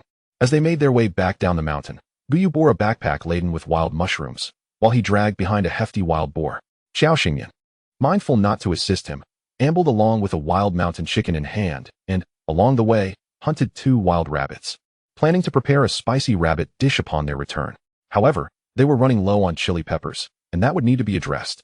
Just before exiting the dense woods, she turned to ask him, "Are you tired?" Gu Yu, panting heavily under the weight of his burdens, admitted that this training was indeed exhausting. Xiao Xingyan smirked, unfastening her small water bottle and handing it to him. "Take 5 minutes to rest." Ever since she had glimpsed the uncertain future of Gu Yu, she had harbored the desire to train him. Especially after their recent outing, this notion had intensified. Let us not forget that her life was intricately tied to Gu Yu's, albeit unilaterally. However, following the series of events that had befallen the Gu family and the current unstable whereabouts of Gu's uncle, she sensed that the formidable forces lurking behind the Gu family were shrouded in deep secrecy, revealing not a single clue to date. Thus, it was imperative that Gu Yu's combat prowess be elevated. Had these events not transpired, the Gu family would undoubtedly have held a prominent position in Kyoto. Gu Yu was destined to embark on a military career, although the present remained uncertain. Possessing the ability for self-preservation was undeniably prudent. The elders of the Gu family treated her well. While Aunt Gu Air had a penchant for criticism, her heart was kind, and she was fiercely protective. Aunt Gu-san, gentle and composed, would often mend her clothes at night, selecting the finest items to bring back for her. As for the matriarch of the Gu family, her wisdom and acumen were beyond question. She observed everything with keen insight. She consistently respected her decisions and refrained from interfering in her actions, which was already a considerable blessing. In her previous life, she lost her parents at a tender age and had no trustworthy relatives. Sometimes, she felt envious of other children who had parents to pick them up, attend parent-teacher meetings, and participate in school activities. In contrast, she had only a steward to fill the role of guardian throughout her upbringing. Thus, she harbored an aversion to school life. Graduating early to live independently through her own efforts, a water bottle was extended towards her. Xiao Xingmian withdrew her thoughts and glanced at him. "Have you rested well?" Gu Yu's profile, strikingly handsome, was serious as he responded with a slow, drawn-out He then reached out to her, his sun-kissed skin, with fingers long and slender, bore the roughness of calluses earned from years of labor. She gently brushed her delicate fingers against his for a moment before withdrawing her hand, her eyes sparkling with mischief as she teasingly remarked, "Stinky." Gu Yu observed her charming silhouette, walking ahead without a backward glance, his dark, expressive eyes harboring a hint of unnoticeable amusement. "TSK, how petty." Upon reaching the foot of the mountain, Xiao Xingyan instructed Gu Yu to halt. "I shall fetch Uncle Air and Uncle San to help carry it back for processing." When Gu Changfeng and Gu Changyan arrived, they were taken aback by the sight of the robust wild boar. "Goodness, this boar must weigh 400 to 500 pounds. Xiao Xingyan nodded about that. "Once others arrive to repair our house, we'll save on meat expenses." The 3 of them took turns hoisting the wild boar towards the old Xiao residence, drawing envious glances from passers-by. Incredible! The Gu family has caught a massive wild boar. Upon hearing the commotion, many rushed over to watch. At this time, the community had not yet fully transitioned from the collective era, and with such a shout, Zhang Wanfeng had no choice but to join in. He looked at Xiao Xingmian with a complex expression. "What do you plan to do with it?" Xiao Xingmian replied cheerfully, "First, let us weigh the boar." Zhang Wanfeng sent someone to bring the scale over. "Captain, it weighs 473 pounds. He gestured towards Xiao Xingmian, who declared, "This boar was caught by Yugo, and it's Uncle Air and Uncle San who carried it. We'll take 300 pounds and leave the remainder for you." With a total of about 100 people in the revitalization team, everyone could indeed receive a share. However, some greedy individuals murmured beneath their breaths. With such a large wild boar, the Gu family has only a few members. Surely, 300 pounds would go to waste. Xiao Xingmian raised an eyebrow. "Since you're concerned that we might not finish it, why don't we take 400 pounds? The rest can be divided among you. But you must witness how we finish it." "Oh, and these 2 wild chickens and hares were collected by our little Jinjin. You wouldn't dare claim a child's belongings, would you?" "Captain, let us find someone to help us butcher the pig. Since it's still early, we can divide the meat and still enjoy a meal." Everyone, if it were according to her original thoughts, why should they give away their hunted game for free? This damned backdrop of a great era. Thankfully, it was nearing its end. She could endure a bit longer. Zhang Wanfeng, familiar with her temperament, shot a fierce glare at Wei Dama, who had drawn the ire of the crowd. Foolish woman. Though Wei Dama felt the weight of everyone's disdain, she dared not voice her complaints. The team's Master Liu, who had previously worked in the Collective Era's canteen, was adept at butchering pigs. With swift, precise movements, he drained the blood, skinned the animal, and sliced the meat into chunks for the large basin. Do you want the pig's head? This wild boar was killed using the tree sap poison that Yuga utilized. Upon hearing that Xiao Xingyan did not want the head, some expressed interest. No problem. The pig's head is edible. The older hunters in our team use that type of tree sap for hunting, and cooking it at home is perfectly fine. She understood this principle, as many in the distant jungles of Africa survived through similar methods of hunting. The meat was undoubtedly consumable. She merely had a personal aversion to it. Wild boar meat lacked the aroma of domesticated pork, being leaner with lower fat content, less desirable for the palate of people in this era, who preferred meat with a bit of fat. Despite the generous use of spices, a lingering gamey taste remained, and the texture was slightly tough. However, having meat to eat was a blessing in itself. With preparations complete, the Gu family commenced the demolition of the house. Those who came to work were personally selected by the captain. After all, Xiao Xingyan had previously advised him against employing unscrupulous individuals, insisting on maintaining high standards akin to a military selection for the construction of a house. Upon hearing that working for the Gu family offered a daily wage of 10 cents plus a meal, many rushed to sign up, nearly trampling Zhang Wanfeng's doorstep. Lu Jing mocked him, saying he had never seen so many people vying for a daughter's hand in marriage. In the end, he selected around 10 honest individuals based on his own judgment. Just then, Du Songlin approached, expressing his desire to join the team to repair the Gu family house. Stating he would work for food alone, Zhang Wanfeng pondered for a moment and added Du Songlin to the list. On the day work commenced. As the team began to dismantle the house and remove the beams, the weather suddenly changed. Initially, it had been a clear, sunny day, but dark clouds swiftly gathered, signaling an impending storm. Captain, Xiao girl, should we continue? Xiao Xingyan furrowed her brow. There shouldn't have been thunder or rain today. Moreover, she had calculated that the day was suitable for construction. The Gu family members turned their attention to Xiao Xingyan, silently seeking her guidance.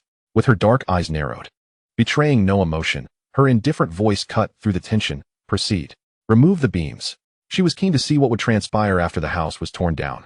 Chapter 77. Suspicion and Clues. As the workers continued to dismantle the house and remove the beams, a light drizzle began to fall from the sky. Xiao Xingyan instructed them to set the beams aside and approached for inspection. Her keen eyes scrutinized the beam, but as they swept across the middle section, they narrowed in alarm. Frowning, she crouched down to touch the area and extracted a wooden object concealed within a circular hole. Hiss! Upon witnessing this, everyone gasped in shock, a chilling sense of malice shooting up their spines. Not only were the Gu family members frozen in place, but the workers and Zhang Wanfeng were equally stupefied. Who could be deliberately targeting the Gu family by placing such a sinister object within their beam? Xiao Xingyan wrapped the cursed wooden doll, which bore a talisman, in a cloth. Captain, please keep an eye on this. We will head back to prepare lunch for everyone. Zhang Wanfeng hesitated for a moment, concern etched on his face. Is that thing safe? Xiao Xingyan smiled and shook her head, saying, what era are we in? Such things are utterly untrustworthy. I shall simply discard it into the stove when I return, to serve as firewood. The others, upon hearing this, felt a shiver of trepidation. It was their first encounter witnessing someone engaging in such clandestine actions within another's abode. Long ago, they had heard tales from the elders in their group, warning that should one offend a carpenter, especially a petty and vindictive one, mischief would ensue during the construction of their home. Having heard of such things in the past, they now stood in the face of the unknown, harboring an undeniable fear of these sinister omens. Xiao Xingyan brought the object home, laying it before the Gu family. This item had been unearthed from the beams of the house during their recent inspection, and she had been pondering what grievances the late patriarch might have incurred to plunge the Gu family into such irreversible despair. Grandmother, please reflect carefully and see if anything comes to mind. Moreover, this object was not placed here later. It must have been inserted during the initial construction of the cattle shed and horse stable, lingering for at least several decades. It is even conceivable that it was present in the Gu family's former estate, only to have been forgotten after its destruction. Grandmother Gu's seemingly murky yet insightful eyes momentarily sank into a whirlpool of memories. When I married the late patriarch, I was merely 16. His family was affluent, with vast estates, while mine operated a fabric shop. In those early days, there was a farm where, during harvest time, the Gu family would send representatives to stay for a few days. However, That place was destroyed over a decade ago, and all the valuables were taken away. At that time, we were still in the capital, and none of us anticipated our eventual return. Though the Gu family was wealthy before the liberation, they were always benevolent toward their tenants. In many cases, it was common for tenants to protest against their landlords, but not with the Gu family. I remember a year when natural disasters struck, leading to poor harvests. The Gu family not only opened their granaries to aid the victims, but also signed agreements allowing tenants to postpone their rent or exempting those in dire situations from payment, promising not to lease their lands to others. In the ensuing turmoil our country faced, the Gu family donated the majority of their wealth and grain, even dispersing their household servants. Gu Shangqing, your grandfather, joined the fight against the enemy during that time. Our family decided to head north, while those unwilling to leave stayed in Suzhou, dividing what little family assets remained to ensure their safety. Therefore, if you are inquiring about past grievances, my memory does not recall any. It was only later, after we achieved victory, that Gu Shangqing returned, adorned with honors.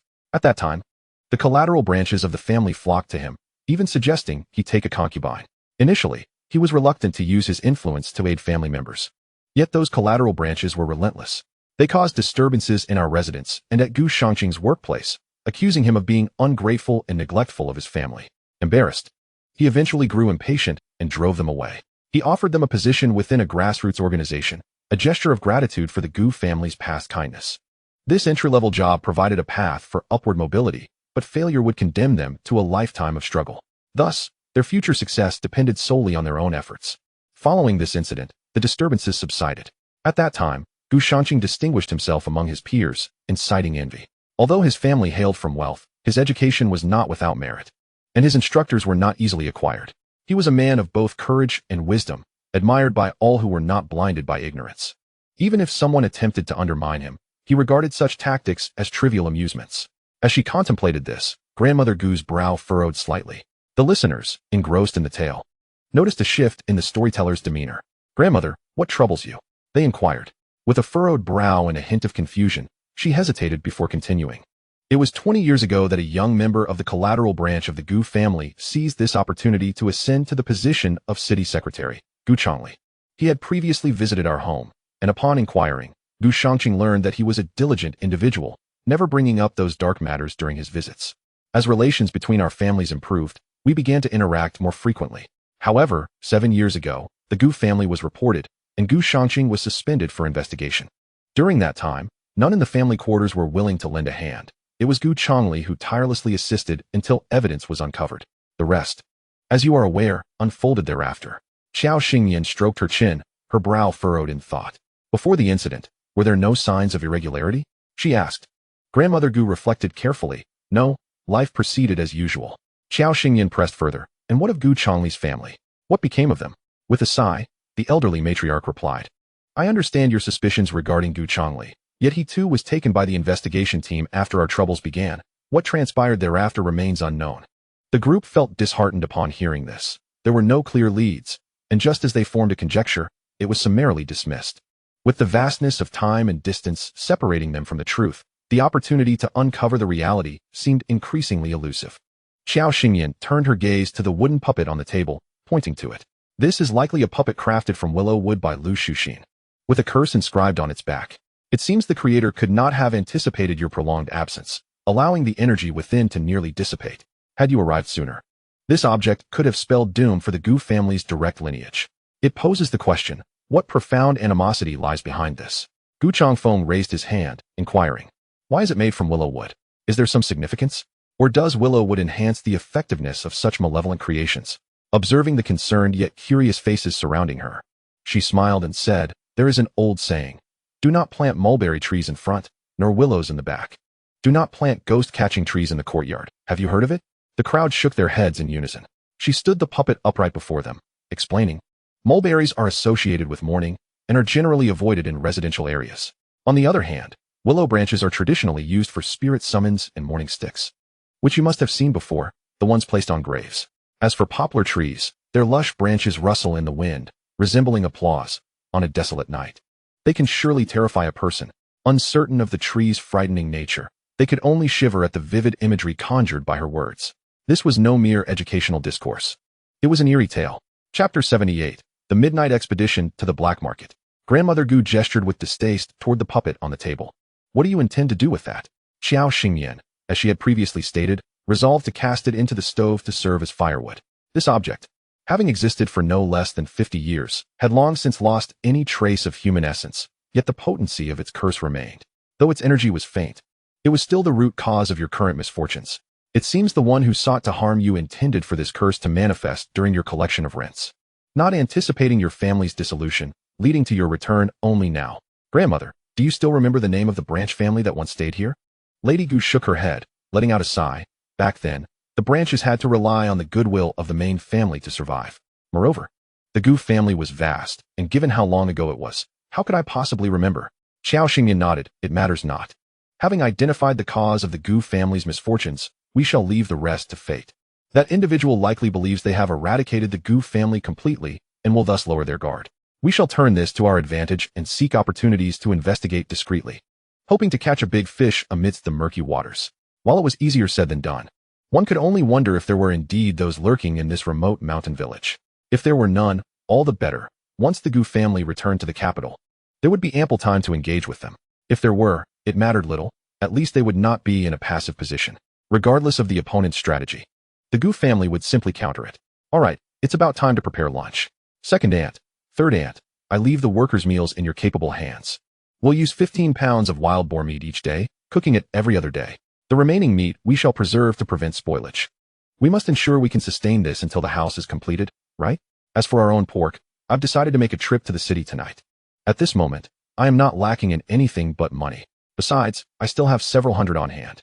And I have yet to touch the key to the small Gu family storeroom given to me by the elder lady. I shall save those items for future generations to multiply, for money earned through my own efforts is far more gratifying, given the number of diners.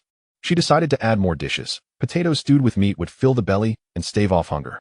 As Guyu helped deliver the food, he noticed that when it was Du Songlin's turn, there was hardly any meat left. He asked in a low voice, "What brings you here?" Du Songlin was momentarily taken aback, but then grinned sheepishly. "I came to help you all. I told the leader that I don't need any pay. Just a meal a day will suffice." Previously, he had relied on the village's collective support, but now that he had regained his senses, the team would no longer provide assistance. Like everyone else, he would work for his share of the labor points. However, after the last disaster, every household was now anxious. He was without stored grain, and at times, he would go hungry for an entire day, scouring for food in the mountains and rivers, but those morsels were hardly filling. Upon hearing that the Gu family was going to rebuild their house, with money and meals provided, he decided to come. His motives were twofold. First, for the food, and second, to express his gratitude to Xiao Xingyan for helping him see clearly. Guyu furrowed his brows. "You only eat once a day?" Du Songlin shook his head while scraping his rice. "I eat in the evening too, just some river fish, and sometimes if I'm lucky, I can find some wild eggs in the mountains. I'm no longer foolish. With hands and feet, I one tea let myself starve." After pondering for a moment, Guyu's eyes glimmered with a hint of inspiration as he said, "There are 6 plots of land in Wangxianshan that belong to Xingyan. I usually take care of them. Once you finish your work here, if you are willing, you can take care of that piece of land. The Gu family will provide you with 1 meal a day until the autumn harvest when we distribute the grain. Once you have your own food, we can end that arrangement, depending on your wishes." The land assigned to Xiao Xingyan by Zhang Wanfeng was not labor-intensive, but it was somewhat far from where Du Songlin worked. Conveniently, it was quite close to Du Songlin's home. If he agreed, he would receive a meal and assist Xiao Xingyan in managing that plot, with the labor points still going to her. It was a win-win situation. This way, he could save time and practice martial arts in the back mountain. After Guyu discussed this with Xiao Xingyan, she expressed no objections.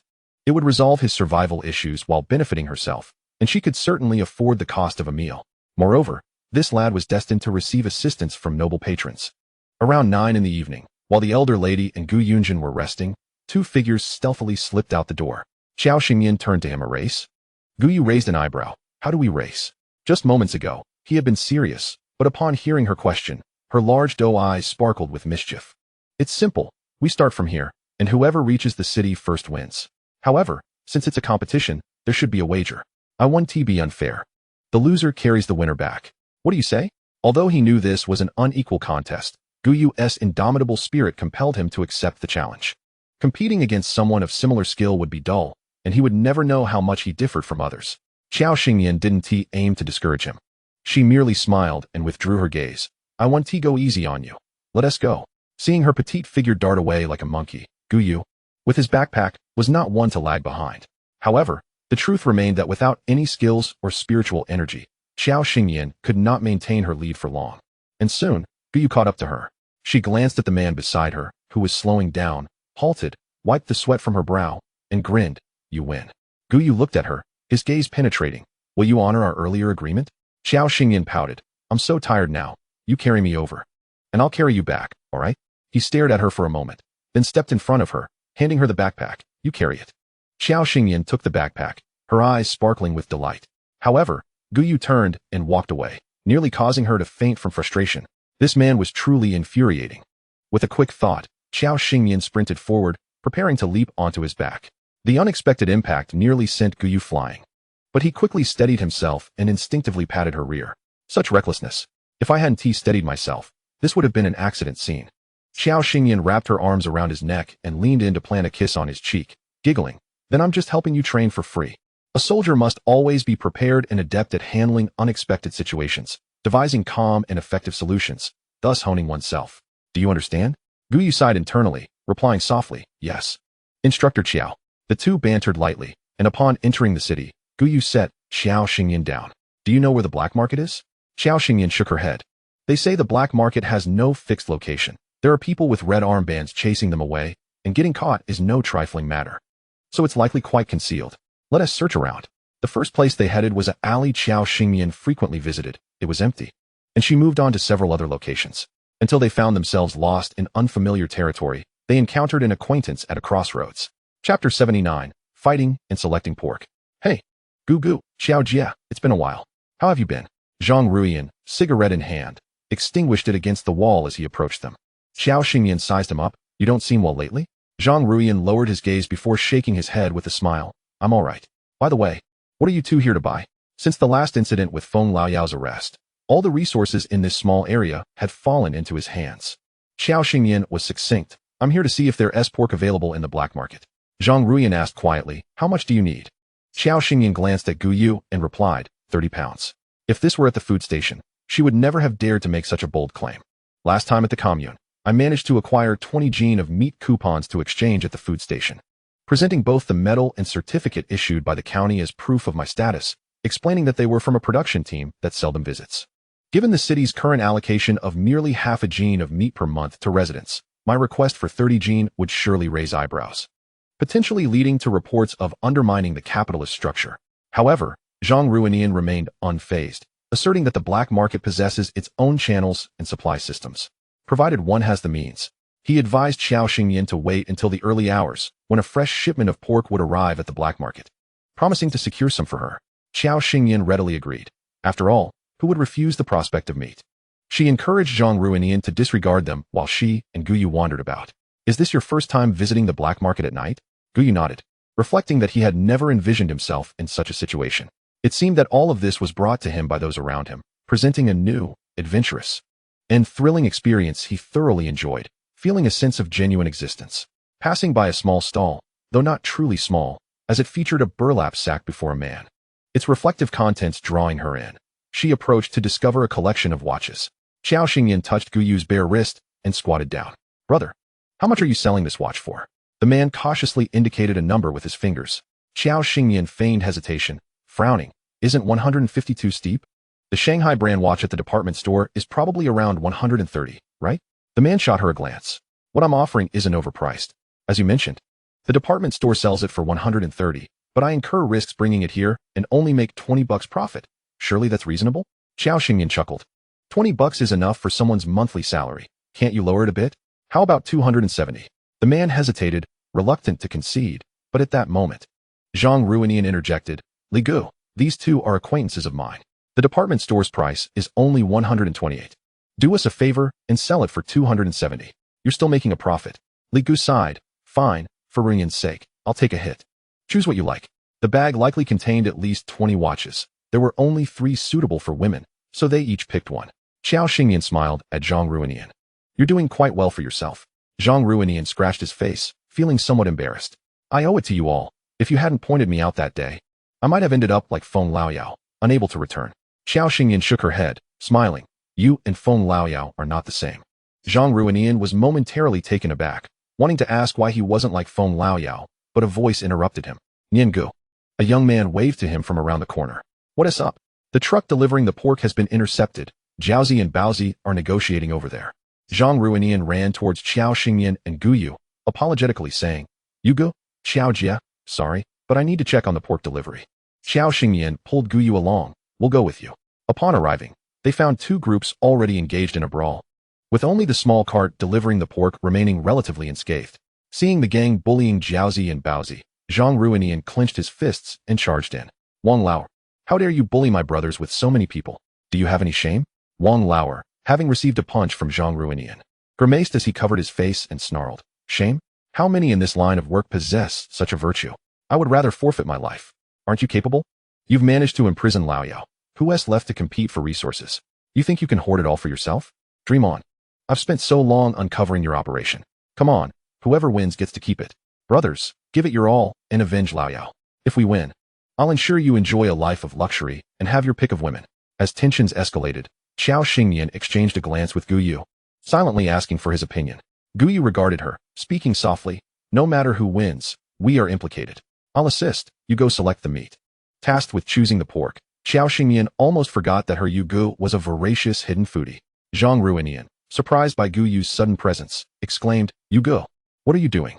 Get out of the way, these thugs won't show mercy. Guyu glanced back at him. If we win, can we get an extra 20 gene? We can bring it home, cure it, and savor it slowly. Zhang Ruinian smirked. That is possible. We're not at the food station with strict quotas. As long as one has the means, it's all fair game. But Yugu, you're not planning on taking them on one-on-one, are you? Guyu considered this, feeling the need for a real combat experience after tiring of striking tree trunks in the mountains. Wang Lao scoffed at the audacity of the youth, warning him, Boy, don't say I didn't warn you. If anything goes awry, I won't have the funds to treat you. Guyu met his gaze with an air of indifference, unperturbed. Wang Lao seethed, dismissing further conversation and rallied his brothers to attack, brandishing weapons. 9 or 10 men surrounded Guyu, igniting Zhang Ruinian and his companion's ire, fearing that a stray blow might land on him. With a swift sidestep, he evaded an incoming strike, using the momentum from the wooden stick to trap one assailant with his elbow, then delivering a fierce blow to 2 others. Navigating through the encirclement with ease, Zhang Ruinian and the others were left in awe. Go, Yugu. Watch your left. Yugu. Right side, right side. Qiao Xingyan approached the pork delivery personnel, lifting a corner of the oilcloth to inspect the meat under the moonlight. Goodness. This quality is no worse than what we see at the food station. She asked the man, Is this from your own slaughterhouse? Startled by the question, he nodded, Yes. Qiao Xingyan smiled. So there is a slaughterhouse nearby? The man stiffened, his expression hardening. Little girl, some things are better left unasked. Before she could respond, Guyu arrived, confidently stating, 50 gene, as promised earlier. She turned slightly, glancing at Wang Lao and his gang, now writhing on the ground in agony, and inquired, How was the feel of the human punching bags? Guyu thoughtfully recalled, Humans are quite fragile. I could feel their skin's warmth, the hardness of their bones, and the tremors within. Qiao Xingyan nodded, her radiant face displaying a hint of calmness as she remarked, For a first experience, there are minor shortcomings. If your movements were swifter, we wouldn't have wasted so much time. Such opportunities are rare. Next time, it'll be left to fate. Now, hurry and choose the pork. Guyu pressed his lips together and obediently lifted the oilcloth to select the meat. He favored the rear round, tender and succulent, 30 gene.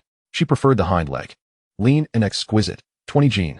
Guyu exclaimed, So much meat. I could consider working at the slaughterhouse. Qiao Xingyan replied, That is a possibility. Chapter 80. Zhang Ruinian's request. In truth, according to the black market prices, this pork should have been sold for at least $1.74 per pound. Yet, Qiao Xingyan managed to acquire it for a mere $50. Indeed, it could be considered quite a bargain for her. Zhang Ruinian instructed the dumpling and bun vendors, along with the person transporting the pork, to leave first, as he had a couple of matters to discuss. Observing his hesitant demeanor, Qiao Xingyan inquired, Speak your mind. This indecisiveness is uncharacteristic of you. With a firm resolve, Zhang Ruinian implored, I have a request. May I learn martial arts from you? Qiao Xingyan found his flushed face and strained expression somewhat amusing. Mastering martial arts is not merely a matter of fleeting enthusiasm or affection, and at your age, the optimal time for learning has already passed. I understand, he replied. I do not aspire to become a heroic figure capable of leaping rooftops or vanquishing 10 foes with a single blow as depicted in stories. I merely wish to possess a modicum of martial skill to secure my place in this black market and prevent being bullied. Shaking her head at the hopeful glint in his eyes, Xiao Xingmian observed his gradual despondency. She glanced at Guyu beside her and raised an eyebrow, saying, "Our martial arts cannot be disseminated. However, if you simply wish to acquire some basic skills, you may inquire with Brother Yu." Zhang Ruiyan's eyes brightened, and he clasped his hands together, exclaiming, "Brother Yu, Master, I implore you." Guyu tilted his head, glancing at Xiao Xingmian before approaching Zhang Ruiyan and posing a question he had pondered for some time. "How are the conditions at the slaughterhouse?" Zhang Ruiyan's expression froze. Disbelief etched on his face as he asked, "Brother Yu, what do you mean?" Guyu inquired somberly, "If you wish to learn, please speak honestly." Zhang Ruiyan swallowed hard. "An apprentice earns $20 a month, assisting the master.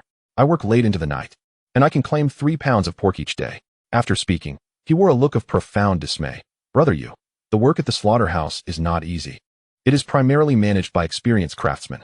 I have only witnessed the butchering process once, and even as a grown man, I still feel a lingering dread when I think back on it." Guyu nodded slowly, replying, "I will teach you self-defense and provide the address of the slaughterhouse." Zhang Ruiyan turned his gaze toward Xiao Xingmian, noting her resigned shrug, which indicated that there was no alternative. "Tomorrow at midnight, we shall meet here, and I will take you there." After reaching an agreement, Zhang Ruiyan left with a heavy heart. Xiao Xingmian poked Guyu. "You really don't have to go." Guyu shot her a sidelong glance and replied nonchalantly, "I must go." Xiao Xingmian nestled into his embrace, gazing up at him, and sweetly remarked, "Why are you so wonderful?" This was Guyu's choice, and she could not voice any opposition. She understood that he was a man of considerable pride. Previously, he had preferred to deplete his own resources rather than accept her kindness without cause, secretly sending her $10. During this time, he had realized that all household expenses were solely her responsibility, and he had not converted any of his gifts into money. Now, he feared that relying on her alone to support the family would weigh heavily on his conscience. Yet, this man was exceedingly good at bottling up his feelings, keeping everything to himself. Guyu remained silent, absent-mindedly caressing the nape of her neck, his touch smooth and tender. He knew she had not endured much hardship. Before marrying into the Gu family, Xiao's father had taken excellent care of her. Thus, he felt compelled to strive harder, to earn the right to possess someone as remarkable as her. After a while in each other's embrace, they finally released one another. The stars twinkled brightly in the night sky, and the silvery moonlight bathed the earth, casting elongated shadows of the two. Guyu took her hand, a playful smile gracing his lips. "In light of your gift of the watch, I one tea make you carry me back." Xiao Xingmian retorted, "You dog of a man. One moment you are tender, and the next I could almost strangle you." The following morning, the elderly lady expressed mild surprise at the addition of several dozen pounds of meat to their home, but did not inquire further. At her age, if she wished to live long, she had learned to mind her own business and remain untroubled by the affairs of others. However, she turned to Xiao Xingmian and asked, "How do you plan to prepare this meat?" Though autumn has just begun, the weather won't hold for long. Seated on a low stool with her chin resting in her hands, Xiao Xingmian pondered, "Will Grandma make sausages?" The elderly lady hesitated. "I can make them. I have seen others do it. First, the meat is seasoned and then stuffed into casings, which can be air-dried or smoked, preserving it for quite some time. It's quite a good method. Since their family could not consume all 50 pounds of meat, it would be wiser to turn it into cured sausage to enjoy gradually." After breakfast, Xiao Xingmian sought out the team leader to obtain some chili seeds, intending to plant them in her family's plot of land. She soaked the seeds in diluted spring water, hoping to give them an advantage right from the start for a bountiful harvest. Of course, while the spring water was beneficial, it was not a panacea. Once the seedlings sprouted, Guyu transferred them into the ground.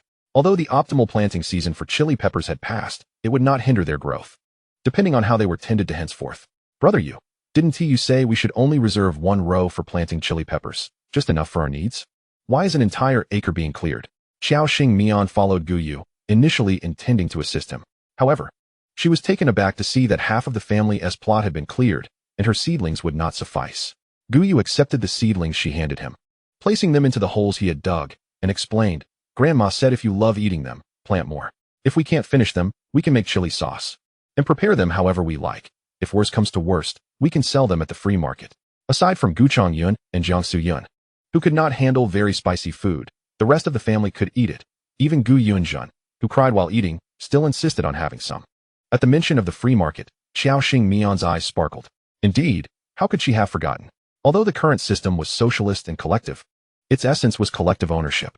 However, it was also designed to encourage farmers to remain proactive in production, promoting overall productivity, thus allowing farmers to engage in side enterprises. Aside from encouraging everyone to raise livestock to achieve the ultimate goal of improving fertilizers and increasing agricultural yields, small-scale self-sufficient farming was also permitted. This constituted a small degree of freedom within the larger collective framework. Hence, the establishment of the free market allowed farmers with surplus vegetables and fruits to trade using their self-produced sales certificates, since their area was remote. With dry weather and insufficient soil fertility, especially the land allocated to the Gu family, which was primarily dry land reclaimed, the few small vegetables she previously planted had wilted significantly. Eventually, she had to ask Gu's aunt to water them with diluted spring water to barely revive them. Unfamiliar with farming, Qiao Xingmian followed Gu Yu as he transplanted, watering the newly planted chili seedlings behind him. The few chili seeds Zhang Wanfu had previously given her were not all used up. She could plant more to finish the remaining space. After laboring for most of the day, the two finally wrapped up and returned home. In the afternoon, with little to do, Gu Changfeng and Gu Changyun took turns supervising the house repairs, while the sisters-in-law busied themselves tidying up and mending. Qiao Xingmian indulged in a lazy nap and found herself increasingly reluctant to rise. Lazing under the eaves of her home, she waved to Gu Yunjun, who was diligently practicing writing characters under Grandma's guidance, beckoning her to come over. Oblivious, Gu Yunjun obediently approached her. Qiao Xingmian playfully pinched and poked her little arms and legs, saying, "Not too shabby." Gu Yunjun gazed at her in bewilderment. "Sister-in-law, what do you mean by not bad?" Qiao Xingyan playfully pinched her cheek, chuckling. "I'm saying you're a little rascal, tough as nails. Don't you wish to learn martial arts? Starting from now, rise every morning at 6, circle around our team. First run 3 laps, then hold a horse stance for half an hour. After that, join Grandma in studying academic subjects. Post-lunch, take a nap, and at 2 o'clock, commence your martial arts lessons. Comrade Gu Yunjin, do you have any objections?" Gu Yunjin's eyes sparkled, and she saluted her with precision, reporting to sister-in-law, "No objections." Chapter 81. Gu Yu's application to become a butcher. Regarding Gu Yunjin's arrangement, the entire family expressed their agreement, even raising both hands in approval. Particularly, Chu Lanying was eager to channel Gu Yunjin's exuberant energy into something productive. When she was pregnant, she had wondered if this girl was mistakenly born as a girl. Even in the womb, she was flipping and tumbling. And once she could run and jump, she seemed destined to soar, brawling with the boys in the team with no restraint. The phrase "a tiger father does not breed a dog daughter" was an understatement. Although the old lady hailed from a feudal background, her mindset was quite progressive. She hoped her grandchildren would be well-rounded in both literature and martial prowess. In just a month, Yunjin would be starting school, and she aimed to ensure her martial practice and studies did not falter during this time, so she wouldn't be bullied once she arrived at school. She should have started school much earlier, but circumstances within the Gu family had delayed her enrollment until the age of 7. Thankfully, this girl was clever during this period. Grandma Gu had been teaching her, and she was learning quite well. Upon hearing this, Gu Yunjin nodded vigorously at Qiao Xingyan. The small revival team was no longer sufficient to satiate her ambitions. Her goal was to conquer that group of little brats at school. Later that evening, as the night deepened, Gu Yu opened his eyes to find Qiao Xingyan still sound asleep beside him.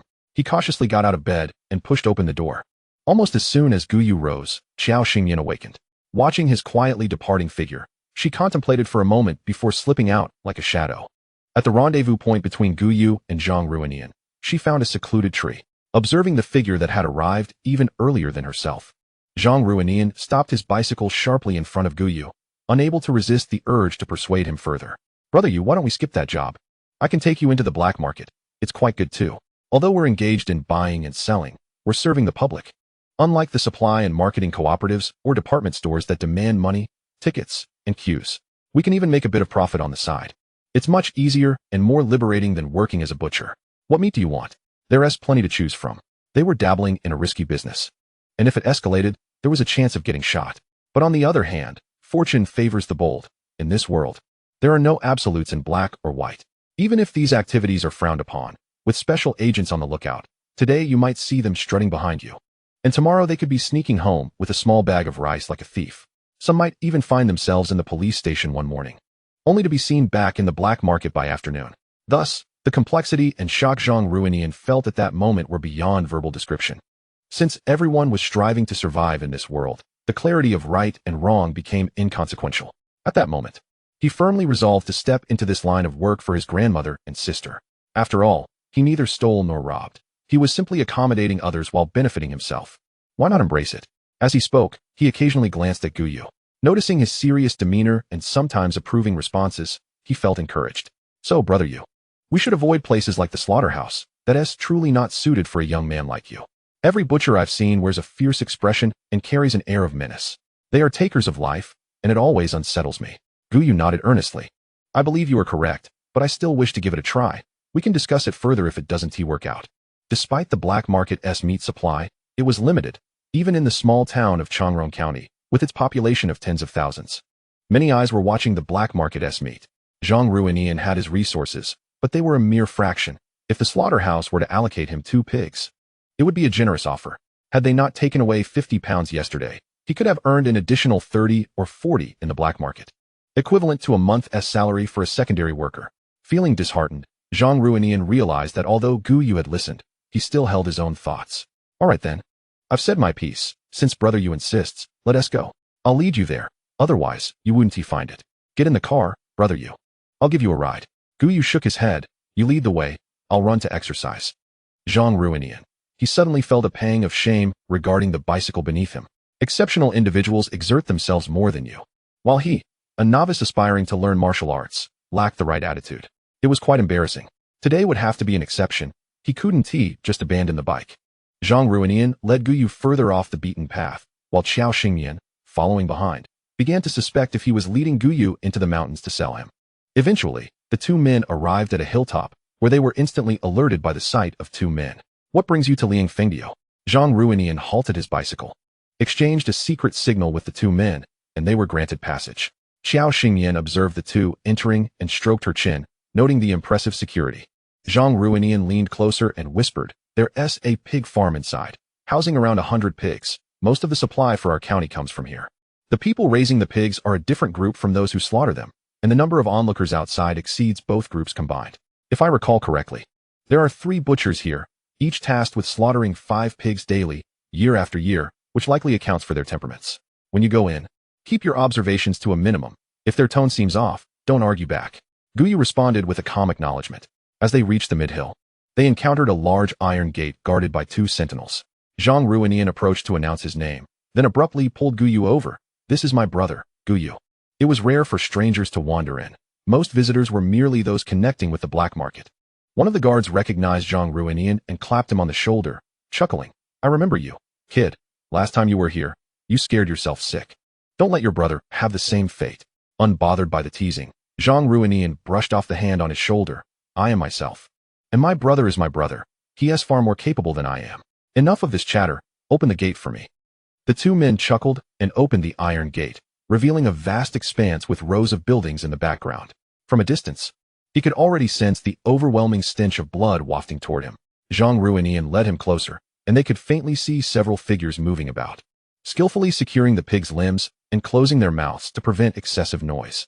Yet, even so, the pigs emitted urgent grunts from their nostrils, as the butcher, with a heart devoid of mercy, wielded his tools without hesitation.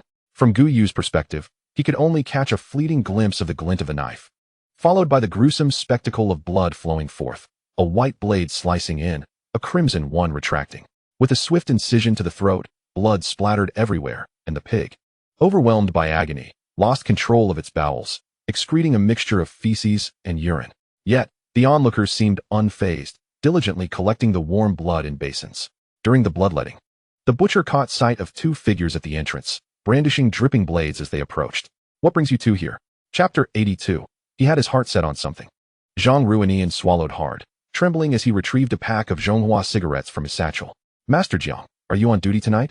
Well, my friend here is just trying to make a living. He is quite strong. Perhaps you could let him lend a hand? Master Jiang casually slammed the knife onto the wooden table, its sharp edge embedding into the surface, and wiped his hands on the dark plastic apron before taking the cigarette. Upon seeing it, he smiled broadly. Goodness, a whole pack of Zhonghua. This must be worth a month's wages for someone around here. You're quite generous with your brother. Zhang Ruinian chuckled in response. Of course, I'm counting on my brother to improve our family's circumstances. Save up some money to have a healthy child with my sister-in-law next year. Master Jiang scrutinized Guyu, then opened the cigarette box to pull out a stick and light it. Such a handsome lad is hard to find in these parts. And you're already married at such a young age. A commendable young man, indeed, coming here to work for his family. But you look rather frail. Digging in the fields might suit you, but can you handle slaughtering pigs? To Master Jiang, with his robust build, Guyu's lean frame appeared almost skeletal. Through the haze of smoke, Guyu regarded Master Jiang with an air of nonchalance, his tone steady. Shall I give it a try? Master Jiang savored a puff of his cigarette and gestured nonchalantly, just in time. Having just bled the pig, do you know how to separate the bones from the meat? Guyu sought guidance. How do I do that?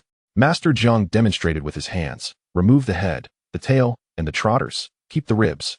And separate the rest into bones and meat. That is how you do it.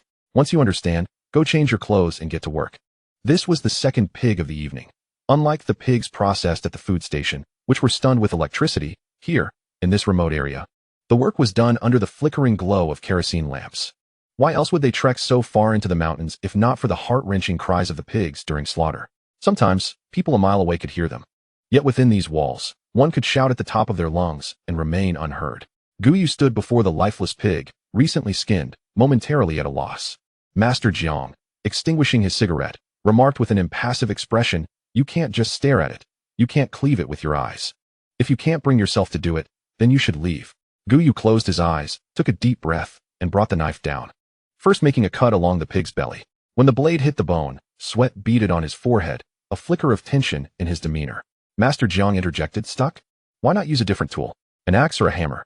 With this advice, Guyu found his rhythm, following Master Jiang's instructions to remove the head, tail, and trotters, carefully separating the ribs while ensuring the rest was distinctly categorized into bones and meat. By the time he finished, he felt as if he had just emerged from the depths of water, his dark clothing drenched in sweat, clinging to his body. Even though he wore protective gear for butchering, bits of bone and blood had splattered onto him, and sweat dripped from his nose, mixing with the blood on his face, creating streaks of crimson. His hands were sticky with the rich scent of blood, presenting a scene both disheveled and grim. Zhang Ruinian, watching from the side, felt a pang of discomfort in his heart. Outside, Qiao Xingyan perched on a tree branch, observing everything from a distance, inadvertently biting her lip, struggling to suppress the sting in her nose and eyes, fighting back tears. After inspecting Guyu's work, Master Jiang offered a commendation. "Aside from your initial awkwardness, you adapted quite quickly. With that cleverness of yours, you could excel at anything, yet you chose to butcher pigs. Since you're here now, I'll leave the remaining 3 to you." Zhang Ruinian stepped forward anxiously. "Master Jiang, my brother just arrived. Let him take it slow today." Master Jiang shot a glance at Zhang Ruinian before turning to Guyu. "What do you think?" Guyu lowered his gaze, wiping the blood and sweat from his face with a cloth. "Now that I'm here, I might as well continue." His feelings ran deep, unspoken yet profound. All his burdens were sweetened by his dedication. Zhang Ruinian gasped, nearly choking on his words. "Brother, I know you're capable, but there are still 3 pigs left. Take it easy." Guyu ignored him, resuming his task. "Thank you for today. You can head back now. I'll find you every Monday, Wednesday, Friday, and Sunday before 6 in the morning." Zhang Ruinian realized he could not sway him, sighed, and departed. However, just as he began descending the mountain, a small stone struck him. "Sister-in-law, what brings you here?" Qiao Xingyan, with slightly red-rimmed eyes, smiled faintly. "I just came to see how my brother Yu is faring at work." She wished she hadn't looked, for the sight of him pained her heart. Zhang Ruinian scratched his head, feeling somewhat distressed. "Yes, our brother Yu looks like such a dashing young man. If it were a while ago, wouldn't he have been the son of a wealthy family? Yet here he is, working as a butcher. I wonder what possessed me to agree to this." Qiao Xingyan gazed toward Guyu's location, thinking that had it been a time of war, Guyu might have walked a path of bloodshed. As they walked back, nearing a fork in the road, Zhang Ruinian suddenly said, "Sister-in-law, it's late. Should I escort you home?" Qiao Xingyan shook her head. "You should worry about yourself more than me. I can manage walking home at night." With that, she swayed away, leaving Zhang Ruinian in a daze. Guyu's work concluded around 3 in the morning. He set down his tools and went to the water basin to clean himself up. Master Jiang handed him a fine cut of meat, 7 parts fat to 3 parts lean, with an appealing appearance, an ideal choice for any consumer. Guyu did not take it, asking, "Could I exchange it for some lean meat? If you don't need the pig offal and intestines, may I take those?" Master Jiang chuckled, shaking his head. "You, my boy, why pass up good meat for the unwanted scraps? This cut of meat I'm giving you is top-notch. You could sell it for a premium." Guyu crouched down to pick through the pig offal, knowing it was his wife's favorite. After sorting through, Master Jiang added a few pounds of hind leg meat to the already substantial cut of fat. Those of us in this trade aren't any better off than those in the city hustling for a living. Fundamentally, there's no difference. We all toil hard. From now on, you'll come here every night to butcher 4 pigs. This is the standard. The offal and bones aren't worth much. So take as much as you like. Just handle it as you see fit. Now, it's getting late. You should head home. Guyu, carrying a large bag of meat, felt a surge of exhilaration as he walked briskly, treating it as weight training. The thought of Qiao Xingyan's bright eyes upon seeing his spoils filled him with vigor. However, as he stealthily approached the door, thinking himself as light as a feather, he intended to sneak into the kitchen. Upon catching sight of a certain someone leaning against the doorframe, yawning and appearing rather drowsy, I was startled enough that the meat in my hand nearly slipped from my grasp. He stood there like a student caught in wrongdoing, upright and proper, clutching a bag of fertilizer, cautiously stealing glances at Qiao Xingyan. Noticing her unwavering gaze upon him, he hesitated, shifting his feet as if to approach. Yet an inexplicable sense of guilt and nervousness seized him. Are you still awake? Chapter 83, Brother Yu's Insecurity. Qiao Xingyan languidly assessed him, beckoning him with a gesture. Guyu hesitated for a moment, standing a meter away with the meat bag in hand. Seemingly dissatisfied with this distance, she advanced a step closer, prompting him to instinctively retreat. Why are you backing away? I smell bad and am dirty. Qiao Xingyan, clutching a handkerchief, approached him, and upon noticing his desire to evade her again, she fiercely threatened, if you dare to move another step, you'll spend the night here feeding the mosquitoes. The alarm bells rang in Guyu's mind, and he prudently remained still, casting her a mournful glance, silent. As she drew near, an elusive fragrance enveloped him, soothing and relaxing, despite his exertions from practicing martial arts, having just slaughtered 4 pigs. The sensation of life slipping through his fingers, only to be dismembered thereafter, left him trembling at the thought. In that moment, he felt disheveled and filthy, akin to a pest rolling in the muck, filled with insecurity and embarrassment. Yet she resembled a pristine cloud drifting in the distant sky, free and unrestrained. It was in that instant that he grasped the true essence of the chasm between cloud and mud. Fortunately, she did not witness such a scene. Brother Yu, perhaps you should. I know what you're about to say. Let me work for a while. Once the house is built, I won't go anymore. Although he was engaged in the labor of slaughtering pigs, it essentially bore resemblance to speculation and trade. They merely acted as suppliers. While Zhang Ruinian was akin to the market runner, the work with fresh meat was arduous. Yet at least he could take home over 10 pounds of meat and pig offal each day, earning 20 yuan monthly, a rather commendable benefit. After all, city dwellers barely managed half a pound of meat for their monthly allowances, and the fresh meat trade constituted one of the black market's most significant economic sources and supports. Many individuals from various establishments would occasionally patronize the black market merely for a bite of meat. That night, taking away 50 pounds of meat from Zhang Ruinian was an exception. They could not persist in such practices long term. It was likely that Zhang Ruinian remained oblivious to the true circumstances of the butchers. Qiao Xingyan had always recognized that Guyu appeared indifferent to everything, exuding an air of nonchalance. However, once he resolved to undertake a task, no amount of persuasion from others would sway him. His inherent resilience, unafraid of hardship or toil, captivated her, filling her with a subtle sense of pride. All right, go put things away and freshen up. Guyu nodded, depositing the items in the kitchen before sprinting towards the riverbank. With the soap that Qiao Xingyan had handed him, he washed vigorously in the river, also taking the opportunity to clean his soiled clothes. He was unsure of where his wife had procured such soap, but the once foul-smelling garments were now imbued with a delightful fragrance. When Guyu returned, Qiao Xingyan had already settled down, yet a peculiar scent lingered in the air. He quietly pushed the door open and lay down in his designated spot beside the bed, only to have a pair of arms wrap around him, accompanied by a fuzzy head nestled into the crook of his neck. A soft, muffled voice drifted to his ears. Thank you for your hard work, my brother Yu. Guyu lifted his arm, drawing her closer, the sharp contours of his face softening. Content, he nuzzled the top of her head with his chin, drifting into a deep slumber. When Qiao Xingyan awoke, Guyu remained in a profound sleep. The slight rustle as she extricated herself from beside him stirred him awake, revealing the efficacy of last night's calming incense. Outside, the roosters had crowed twice. She noticed his brow slightly furrowed, and with a swift motion, she pressed a talisman onto his forehead to allow him a bit more rest. Glancing at her wristwatch, it was just past 5. She rose and made her way to the kitchen. Taking out the pork he had brought back the previous night, she weighed the 10-pound slab of pork belly. Casting a glance at the slightly smaller lean meat and a heap of intestines, her heart swelling with warmth and sweetness. Her brother Yu, how wonderfully kind he was. Reflecting on how he had tried to keep her at bay, fearing she would disdain the odor of his work and the filth, made her wish to embrace him and take a bite. With effective methods to eliminate odors, she had plenty of tricks up her sleeve. After washing the pig intestines in warm water, she planned to retrieve some wood ash from the stove for cleaning. It was only after using flour to wash the pig intestines last time that she realized the usefulness of wood ash. Chopping small pieces of pork belly and placing them in the pot to render some fat, The plump meat crackled and sizzled in the large iron pot. The rich flavor of the meat was a testament to the quality of the pigs raised here.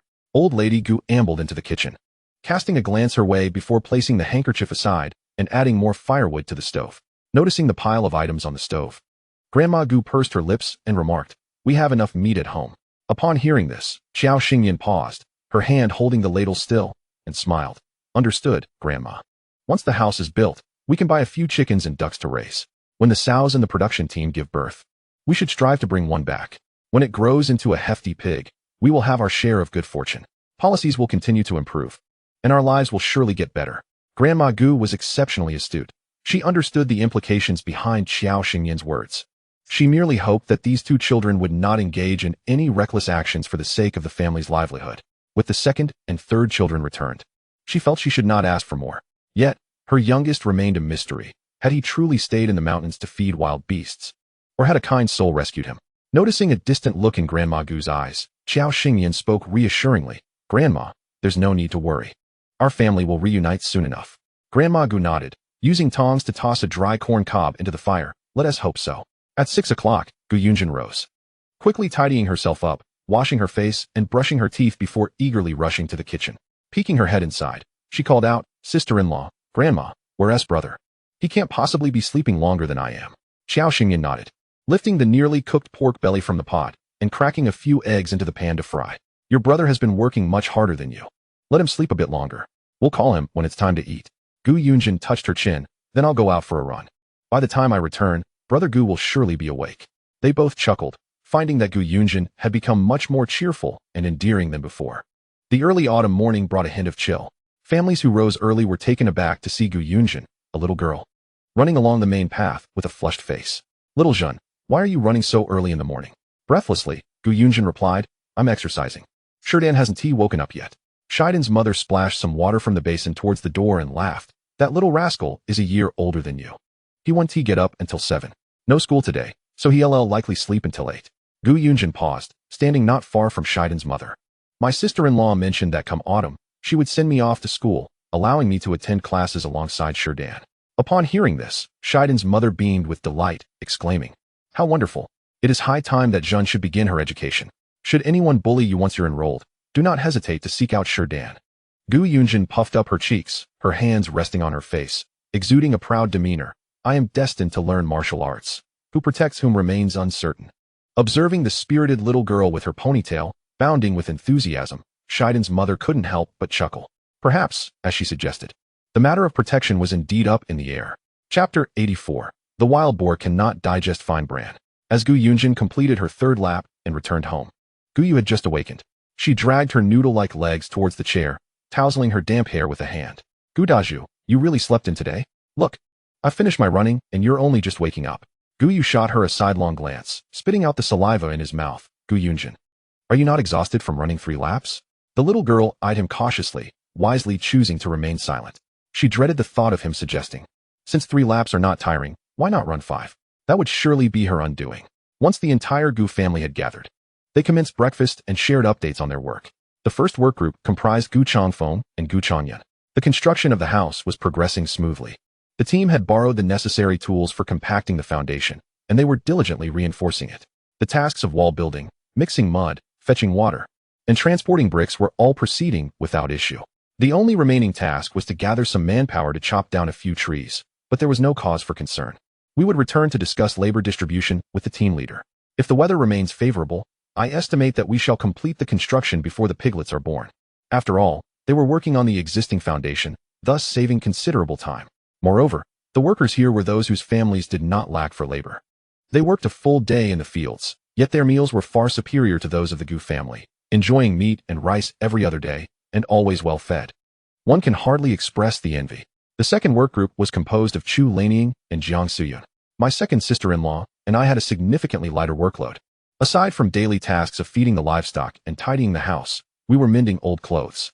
With the weather soon to cool, we still had some fabric left over from the last haul that could be fashioned into something useful. Speaking of the impending chill, Xiao Xingyan furrowed her brow. Cotton is a precious commodity. Although winters in the south are not as harsh as in the north, the northern region has the advantage of Kang's heated beds. In the south, one merely emerges from their blankets, feeling as if they have ventured into the Antarctic. She harbored an immature notion, but the timing was not yet ripe. The cotton remained in the fields. Young Gu Yunjin, not forgetting her duties, raised her small hand to report her work progress. She clearly outlined her schedule, when she rose to eat, when she studied, when she trained in martial arts, and what she accomplished throughout the day. Xiao Xingyan, wishing to reward her, decided to prepare a dish of chicken stew with mushrooms for lunch. After the work reports were concluded, the members of the Gu family dispersed to attend to their respective tasks. Gu Yu, having swiftly completed his chores, raced off into the mountains.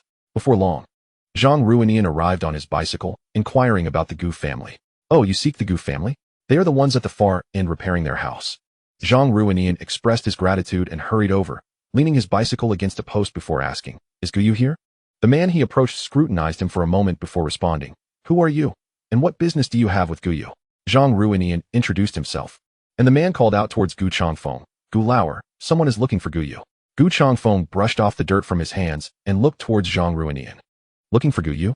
Head to the back mountain." Following the direction indicated by Gu Changfeng, Zhang Ruinian jogged towards the back mountain and soon spotted Gu Yu, who was performing push-ups. "You go. I have arrived." Gu Yu, his coarse clothing slightly damp with sweat, completed his final push-up and stood up. "Actually, I have little to teach you. Simply following my lead will suffice." Zhang Ruinian quipped. "So, before even being formally introduced, I must rely on my own efforts to learn. Is that it?" Xiao Xingyan, observing the two of them earnestly practicing their moves, strapped on her backpack and prepared to venture deeper into the mountains. Gu Yu cast a fleeting glance in her direction before returning his focus. Once they were alone, Xiao Xingyan dashed through the forest with abandon. She foraged for wild mushrooms, gathering a bountiful harvest, and with a stroke of luck, even stumbled upon a large Lingji mushroom. Her keen eyes caught sight of a small cluster of bright red ginseng berries, and in a rush, she dashed back, her mind illuminated with excitement. Wild ginseng, a true treasure. Carefully, she excavated the soil around the roots to reveal the precious ginseng. As Xiao Xingyan meticulously unearthed the wild ginseng, she felt a twinge of disappointment.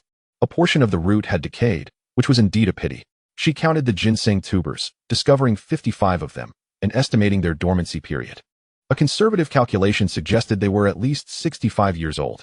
She swiftly plucked the red berries nearby and stashed them in her space. These vibrant seeds, when planted in her spiritual soil and watered with spiritual spring water, would yield medicinal herbs. The prospect of harvesting a bounty of ginseng in the near future filled her heart with joy. Slowing her pace, she continued to gather treasures, placing the less-than-perfect wild ginseng in her backpack.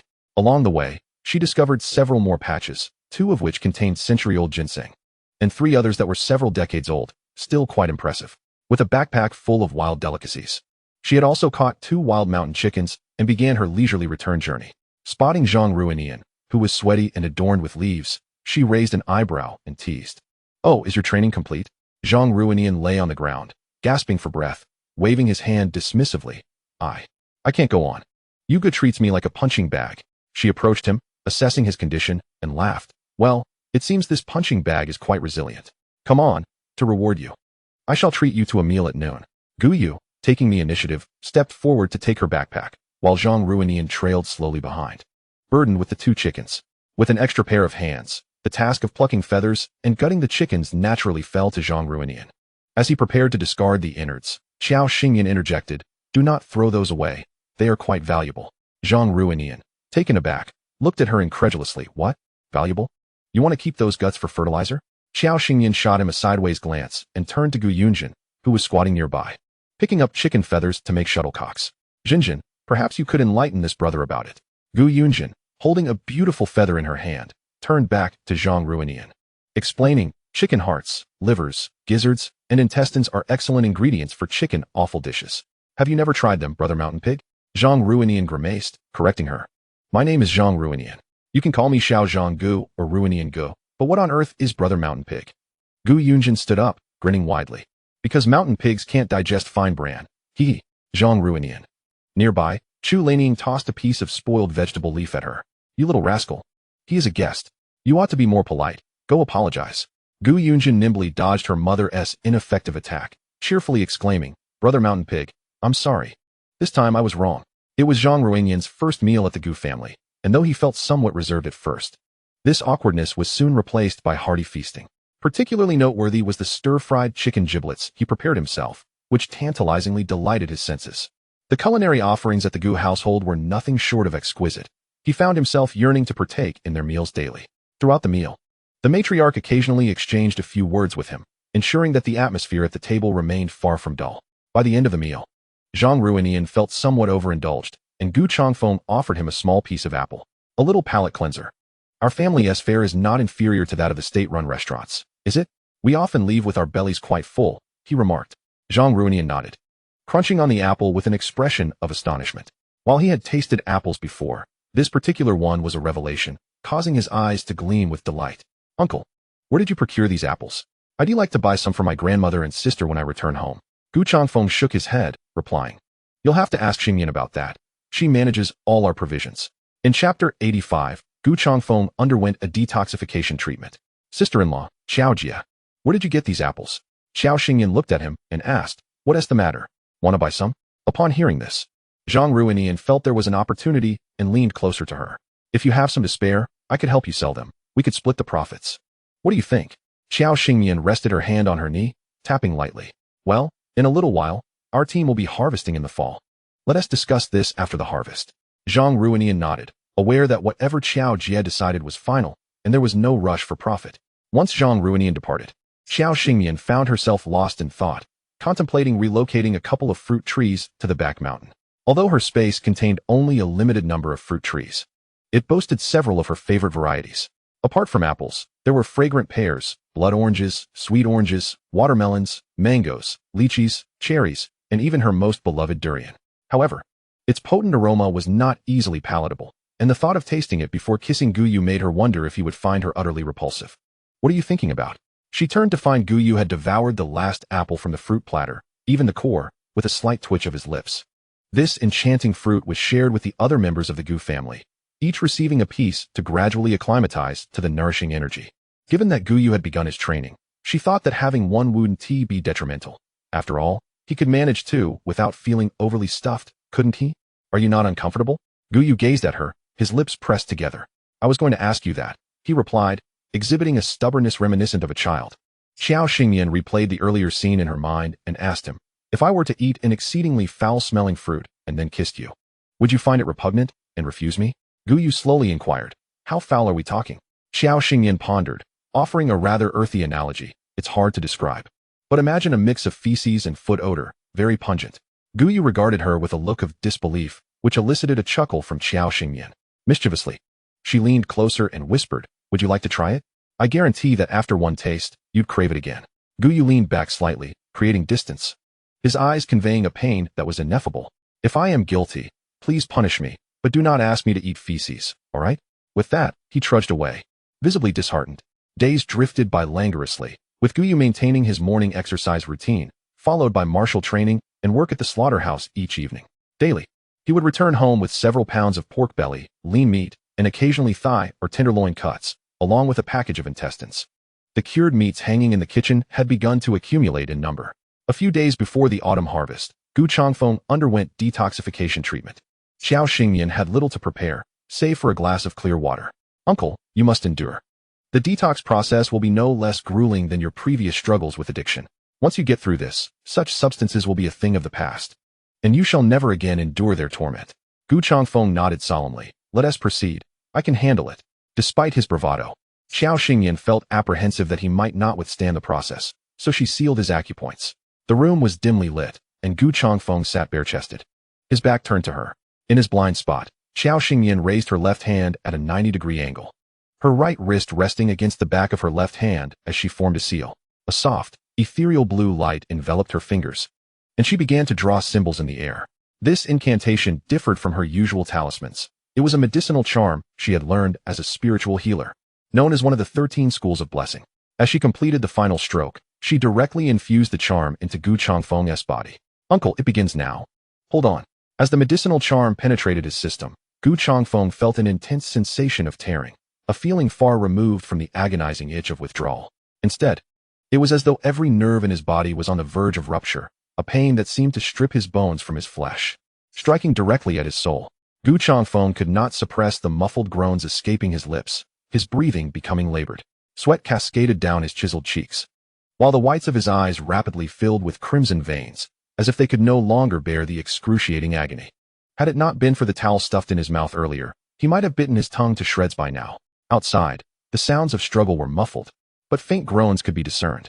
Gu Changfeng felt as though his soul had separated from his body, trapped in a constricted space, unable to move. With the sensation of his bones fracturing and muscles tearing vividly clear and intense. As time dragged on, both those inside and outside felt as if they were enduring an eternity. Xiao Xingmian's complexion paled slightly as she quickened the flow of her spiritual energy. Uncle, just a little longer, we are almost there. Her energy, imbued with purifying power, penetrated Gu Changfeng's tainted skin and blood, seeping into every corrupted bone, gradually expelling the toxic darkness that clung to him like a festering wound. This was no easy task. After more than an hour, she finally withdrew her hands. Feeling somewhat fatigued, she propped herself against the table and flicked a pill into a teacup, smiling as she said, "Uncle, congratulations." She then called out towards the door. "Come in." Chu Lanying pushed the door open, and a figure rushed towards Xiao Xingmian. Upon noticing her pale complexion, his tone was tinged with worry. "Are you all right?" Xiao Xingmian reached out her hand, her voice soft and almost childlike. "Give me a hug." Without hesitation, Gu Yu scooped her up in his arms. Chu Lanying cast a glance at her still-living husband before turning her concerned gaze back to Xiao Xingmian. "Girl, are you okay?" Xiao Xingmian replied weakly, "I'm fine. Annie, please take care of Uncle. Feed him that cup of water on the table. We can discuss everything tomorrow." She felt a wave of drowsiness wash over her, especially after depleting much of her spiritual energy, nestling into Gu Yu's embrace. The vibrant life force radiating from him began to nourish her. Unbidden, a thought crossed her mind. Could it be that her family's Gu Yu was akin to a reservoir of vitality, able to digest all things infused with spiritual energy, which then returned to sustain her? Thus, were they not a match made in heaven? With this realization, she couldn't help but giggle. Gu Yu lowered his gaze and swept a glance across her face. "Have you regained your strength?" Xiao Xingyan instantly tightened her arms around his neck, nuzzling into the crook of his neck. "Not yet. Hold me a little longer. Ideally, don't let go until tomorrow morning." Upon hearing this, his lips curled into a playful smirk. Such a little rascal.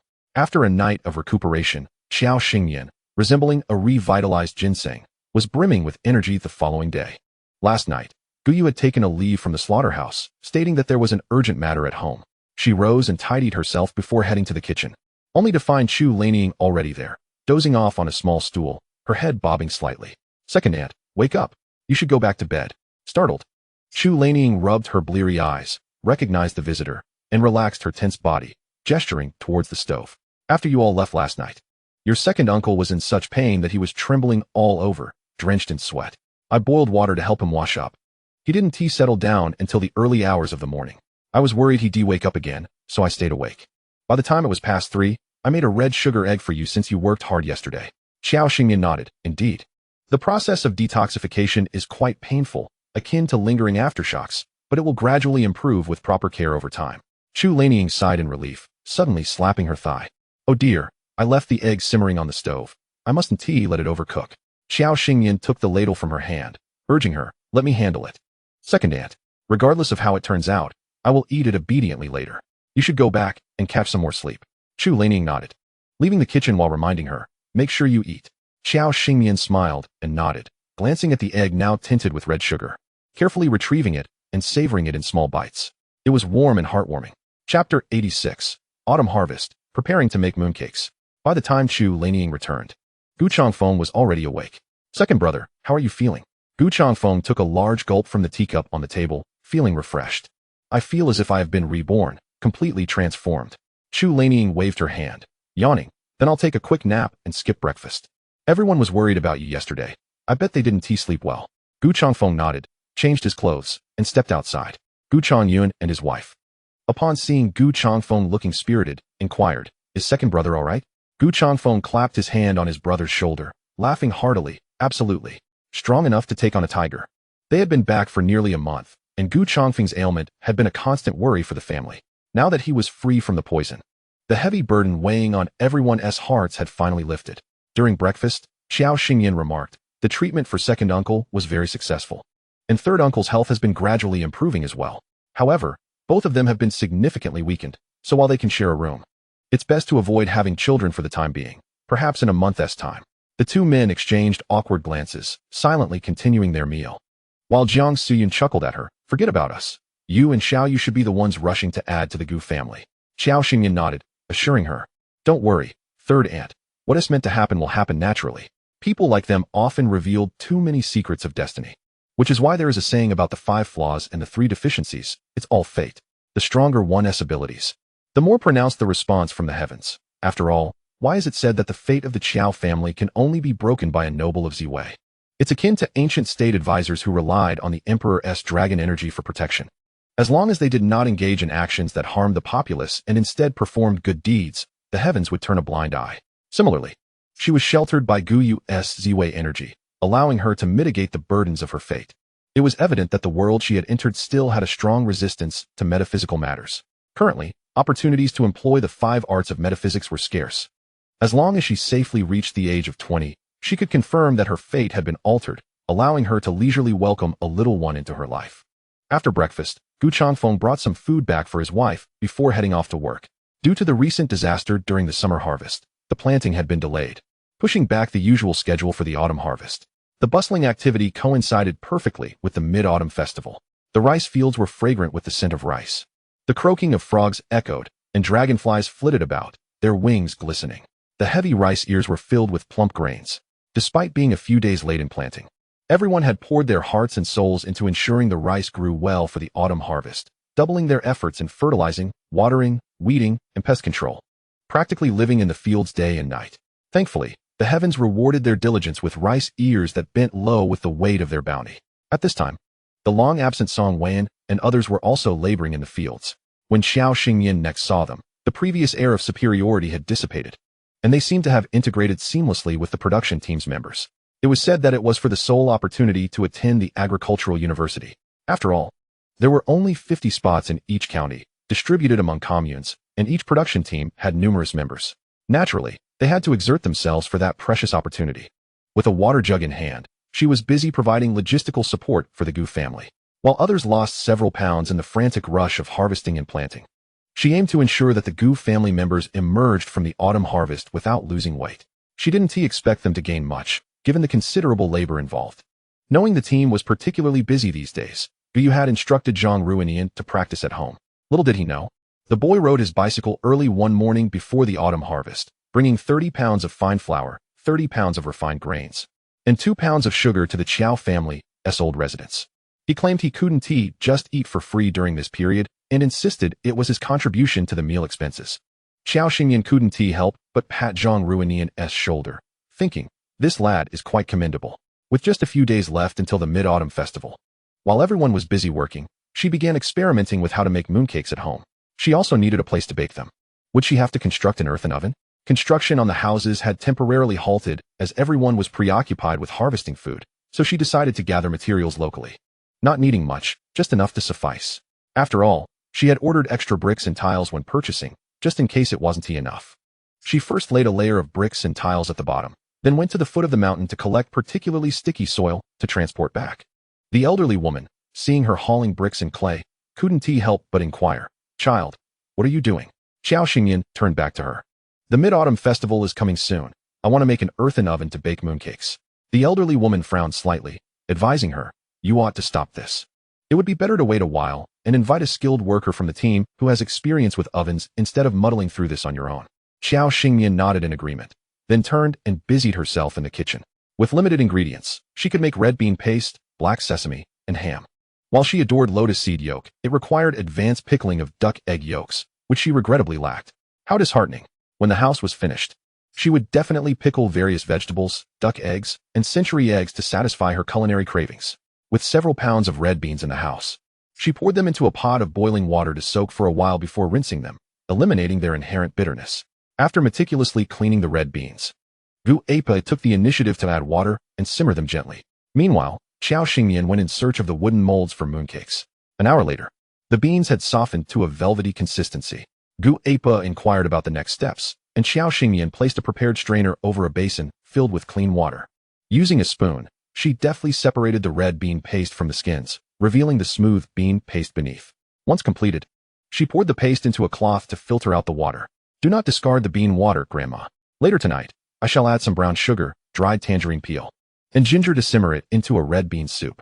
It is beneficial for digestion and helps prevent constipation, she explained.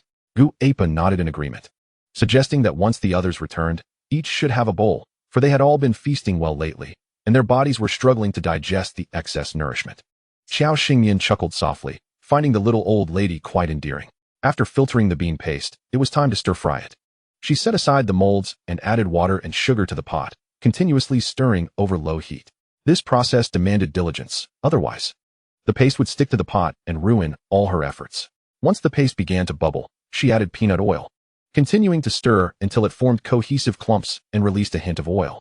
She turned off the heat, allowing the residual warmth to finish cooking it before setting it aside to cool. As for the ham filling, it was considerably easier to prepare, given the absence of an authentic, long-dried ham. Instead, she opted for some back leg meat that had been smoked for a fortnight, complemented by a bit of fatty pork belly to test its efficacy. She recalled that the Yuntue mooncake filling she had tasted previously contained sugar, but all the sugar had been incorporated into the bean paste, leaving none to spare. Xiao Xingyan stroked her chin thoughtfully, contemplating a trip to the black market later that evening.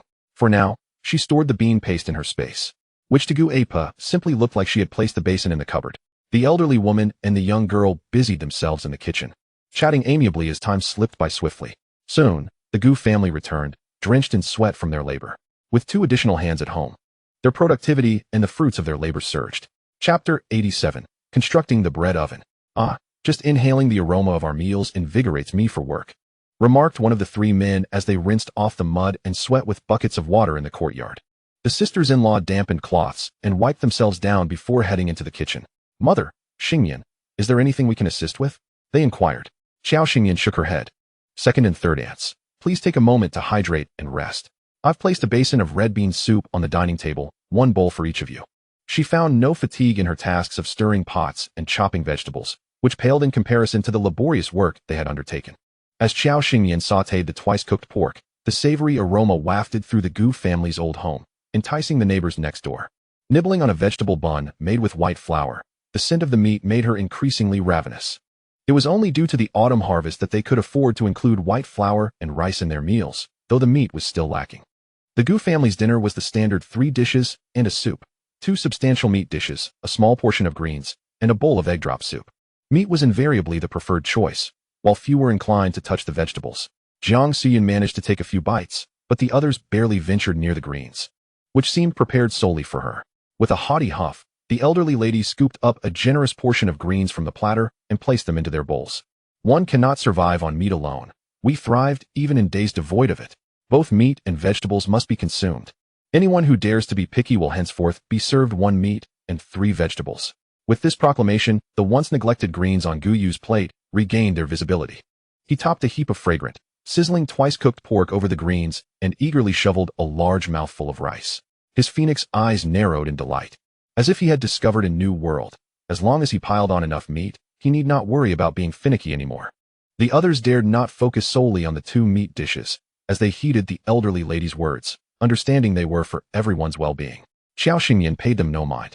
Indulging in meat was merely a matter of personal preference, and there was no harm in satisfying one's desires when circumstances permitted.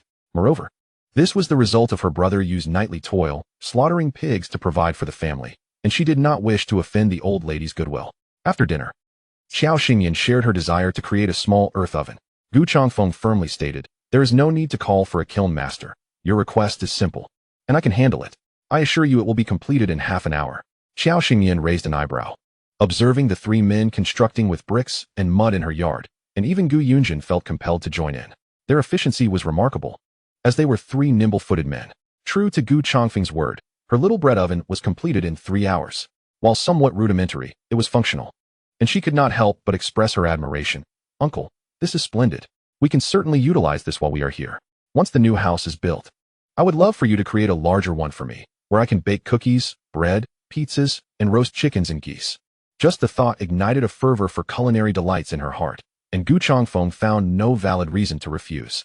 Once everyone departed, Xiao Xingyan and Gu Yu made another trip to the black market to find Zhang Ruinian. "Well, what brings you 2 here today?" he greeted. Xiao Xingyan shot him a glance, uninterested in idle chatter. "We're here to support your black market business, looking to buy some white sugar. If possible, brown sugar and rock sugar would be welcome as well." Zhang Ruinian grimaced, "My dear sister, the 2 pounds of white sugar I delivered to you the other day were hard won.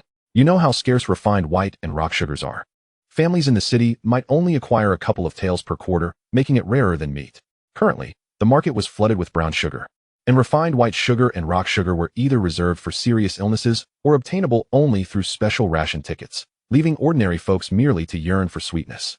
Xiao Xingyan sighed, feeling a pang of sympathy for the scarcity of resources in this era, a reality unimaginable in her own time. She sighed and asked, well, how much can you still procure? Zhang Ruinian shook his head. I have none left, but I can inquire around. Perhaps someone else might have a bit in stock, though prices will likely be steep. After inquiring here and there, he managed to gather 2.5 pounds for a price of $1 per pound. Xiao Xingyan, feeling resigned, carried the sugar and strolled through the black market, purchasing some essential items before deciding to return with Guyu. Just before leaving, she called out to Zhang Ruinian, come by the afternoon of the Mid-Autumn Festival. When he asked why, she merely replied that he would find out when he arrived. As they hurried home, Xiao Xingyan turned to Guyu and asked, Isn't there sugarcane grown in the neighboring county?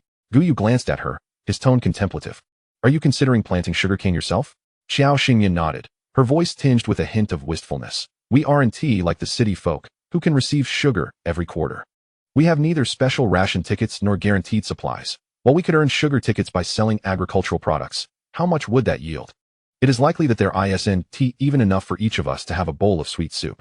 Which is why I pondered that if we were to cultivate our own sugarcane, we could produce sugar ourselves, thus ensuring that our household would never be in want of this essential commodity. Guyu's gaze flickered as he regarded the audacious woman beside him. Are you truly certain about embarking on such an endeavor, akin to the illicit trade of selling raw meat? Xiao Xingyan patted his shoulder, a mysterious smile gracing her lips. You need not worry about that. I assure you, the location of our cultivation will remain a secret known only to me. Guyu looked at her with an enigmatic expression, the depths of his eyes hinting at unspoken thoughts, yet he opted against probing further. Very well, after the autumn harvest, I shall accompany you on your venture. However, Xiao Xingyan shook her head in refusal. There is no need. It is not far, at most. It would take me half a day to go and return alone. As for the tender stalks of sugarcane, I shall bring them back and plant them in my space, patiently awaiting their growth until they flourish into a field of sugarcane, surpassing even the finest available in the market. If only I could procure some beets as well. Though regrettably, they are seldom found in the south, being more common in the north. After Xiao Xingyan drifted into slumber, at the stroke of midnight, Guyu quietly slipped away, preparing for his night shift. Upon his departure, Xiao Xingyan awakened, casting a glance at the spot where he had vanished. Her heart letting out a faint sigh. My determined Yugo. He toils so hard during the day for the autumn harvest, and then works at the slaughterhouse at night. Although he has become quite adept at his tasks, completing them within 2 hours, he is left with only 3 to 4 hours of sleep before his day begins anew at 6 with a morning run up the back mountain, followed by a quick breakfast before heading off to work. Alas, Xiao Xingyan found herself unable to sleep as well, so she entered her space to commence her cultivation. Chapter 88. Yuga says, I cherish you. At the slaughterhouse, Guyu had been working for half a month, his skills becoming increasingly refined. Master Jiang, taking a moment to rest, offered him a cigarette. Guyu declined with a shake of his head. Thank you, but I do not smoke. Master Jiang chuckled, chiding him. You little rascal, you neither smoke nor drink nor indulge in women, yet you remain devoted to your beautiful wife at home? When shall you bring her around for us all to meet? The moment he uttered those words, several younger men chimed in with playful banter. Indeed, bring your sister-in-law along. What if we encounter her someday? It would be rather awkward to be strangers. Though their words bore a hint of frivolity and no malice. Guyu's dark eyes grew colder. The person he cherished with utmost care, even a mere step into this place made his heart ache. Hearing their banter, he executed his tasks with precise efficiency, quickly and expertly disassembling a pig and neatly stacking the parts beside him. I am finished for today. I shall take my leave now. With that, he removed his blood-free plastic apron, washed his hands with Xiao Xingyan's beloved little soap, and departed. Once he had left, several young men couldn't help but voice their opinions. Master Jiang, look at how proud Guyu has become. If it weren't for your guidance back then, would he have developed such skill? We were merely joking around, yet he gives us such cold treatment. Master Jiang took a puff from his cigarette, glancing at them. Enough. Enough. You lot have no sense of discretion. It is often said that a teacher opens the door, but it is the student who must walk through it. That newcomer has only been here for half a month, yet he already surpasses you who have been here for over half a year. Just look at his deft and agile movements, even more seasoned than us old hands. After 20 years of butchering, I still cannot manage to do so without a trace of blood or bone fragments. That lad is a tough one. And you fresh-faced youths have the audacity to criticize him? You should all take a leaf out of his book. Do not think that having a bit of money gives you the liberty to chase after women. You might just find yourselves ensnared one day. Little did he realize that his offhand remarks would soon come to fruition. Gu Yu, carrying a bag of meat, made his way to the riverbank to clean himself up under the stars. Upon returning to the old Xiao residence, he placed the pork in the kitchen and, satisfied that he bore no strange odors, entered the house. However, unlike any other night, he found no trace of Qiao Xingyan upon the bed. He searched every corner of the room, yet found nothing. Furrowing his brow in confusion, his once indifferent gaze now appeared slightly forlorn and helpless. Where could his Mianyan have gone? He could not find her. Meanwhile, within her space, Qiao Xingyan was at a critical juncture, striving to break through to the third tier of her cultivation technique. Although she could sense Gu Yu's presence, she was unable to leave, as doing so would result in a catastrophic backlash. The moonlight poured gently onto the ground, a silvery glow illuminating the surroundings, where the only sounds that disturbed the stillness were the incessant chirping of cicadas and the whispering night winds. Gu Yu traversed the paths through the fields, the foot of the back mountain, the drying yard, and the cool riverbank, exploring every possible location she might have gone. Though winter had yet to arrive, he felt as though the cool breeze that brushed against him pierced through to his very soul, wrapping him in a bone-chilling cold that left his hands trembling uncontrollably. He stood in silence for an extended period, speaking to himself. Where have you gone? Are you playing hide and seek with me? I have searched for you for so long. Mian Mian, come out. It is time to go to sleep.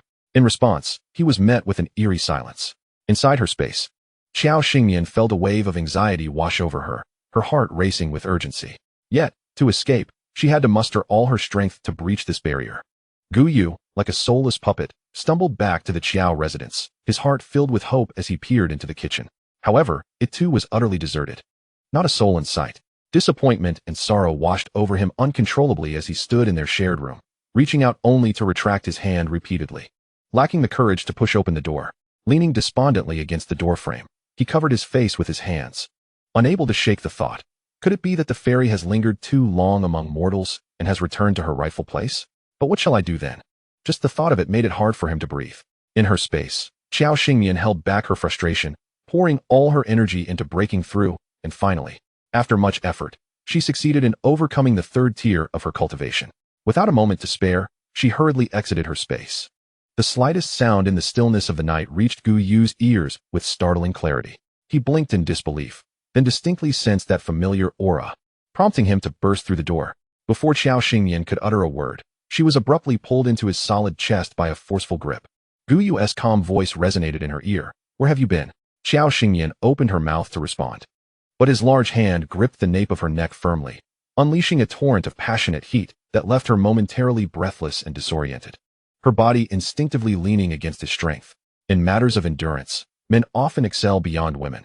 As Gu Yu kissed her, she felt as though she might suffocate, prompting her to squirm slightly in resistance. Gu Yu pulled back just enough to remain close to her lips. Hush, do not speak, just listen. Qiao Xingyan, gasping for air, felt her porcelain-like cheeks flush crimson, her eyes glistening with moisture. She raised her hand to grasp his arm, struggling weakly to explain. Yu Gu. Regrettably, her Yu Gu resembled a startled wild beast tonight, allowing no room for her, the delicate prey, to exhibit even the slightest hint of resistance. His cool lips delicately sampled every sweet and tender spot, and perhaps he was indeed startled by her this evening, for Gu Yu unexpectedly lost his composure. A chill coursed across her unshielded skin, sending tremors through its delicate and smooth surface. In that moment, she felt enveloped by a searing magma, melting away, as if they were destined to become one. Gu Yu exerted considerable strength. Despite his own discomfort, he paused at the critical juncture. The assailant halted suddenly, leaving the guardian of the fortress dazed, staring at the man before her, whose brow glistened with fine beads of sweat, his expression a mask of restraint. Yu Gu Yu. Even though Gu Yu yearned to delve deeper, reason prevailed and urged him to halt. He held her tightly against him, cherishing her presence, stubbornly unwilling to release her, fearing that if he did, she might vanish once more. For a moment, the atmosphere grew thick with an almost tangible silence. She let out a rare sigh, about to speak, when a low, pitiful plea reached her ears. I cherish you, therefore I beg of you. Gu Yu, with his pitifully drooping ears, implored, Mian Mian, I cherish you. Please don't leave. Xiao Xing Mian's heart softened like mush. Where would I go? My life is in your hands. Chapter 89, The Feverish Yu Gu. His demeanor was one of humility and desperation, his tone laced with a subtle fragility. She understood that Gu Yu, though appearing aloof and reclusive, was profoundly sensitive within, shaped by the tribulations of his youth. She had gleaned only fragments of this from Chu Lanying and Jiang Siyun, but one day, while chatting with Gu's grandmother in the kitchen, she had learned more. Gu Yu's parents had never shared an emotional bond. His father was an accomplished researcher, while his mother, though akin to his two aunts, was distinctly different. It was said that Gu Changze and Zhang Rulin were united by the decisions made during the elder's lifetime. However, due to work commitments, Gu Changze seldom returned home. During their marriage, he had only received a month-long leave. Just halfway through his vacation, the workplace summoned him back urgently for a significant project launch. In their line of work, once entered into the laboratory, one could be absent for no less than half a year. It was only after Gu Yu's birth that Gu Changze managed to return home. Yet, not long after, he returned to the base. Those were the years following liberation. A time of rebuilding, especially in fields like Gu Changze's research, which was pivotal to the nation's standing in the international arena. As time passed, Gu Yu learned to speak and walk, yet he seldom uttered a word, his disposition becoming increasingly morose. Observing her son, who mirrored Gu Changze in every way yet bore a gloomy disposition, Zhang Rulin gradually nurtured feelings of resentment and regret. The joy that once filled her heart upon marrying Gu Changze had transformed into profound remorse. When Gu Yu fell ill, she refrained from taking him to the hospital, wishing to see if Gu Changze would return. Alas, her hopes were dashed. Gu Changze was acutely aware of his neglect towards his wife and child, and whenever he found the time, especially when emerging from the laboratory at night, he would call home. This became one of the few instances where Gu Yu spoke at length. He never broached the subject of his mother during their conversations, be it illness or punishment. Nor did he mention the frivolous purchases he made with Gu Changze's monthly salary. Early on, he had heard from his grandmother that his father's work was to ensure their protection from external harm, and he refrained from discussing such matters that would burden his father. The elder had once advised Zhang Rulin regarding her behavior, but she remained obstinate and unruly. On one occasion, she locked Gu Yu in a dark room for an entire day and night without food or water. It was Gu Changyun who learned of this and forcefully kicked the door open, rescuing the fainted young Gu Yu. From that day forth, the elder decreed that upon Gu Changze's return, he would divorce Zhang Rulin and take Gu Yu to raise him himself, insisting that she return to her family, as the eldest grandson of the Gu family would not be subjected to the whims of a woman. Later, Zhang Rulin did come to the estate to plead her case, claiming she had erred, but the elder resolutely forbade her from seeing Gu Yu. He did not trust her. Such behavior could not be overlooked, as it had occurred time and again. When Gu Changze, studying abroad, received the news, he planned to return home to file for divorce, but tragically, he encountered a maritime disaster. Xiao Xingmian listened to the tale with a mix of sympathy and sorrow for her Yugo. The shadows of his childhood lingered as he grew, manifesting in the flaws of his character.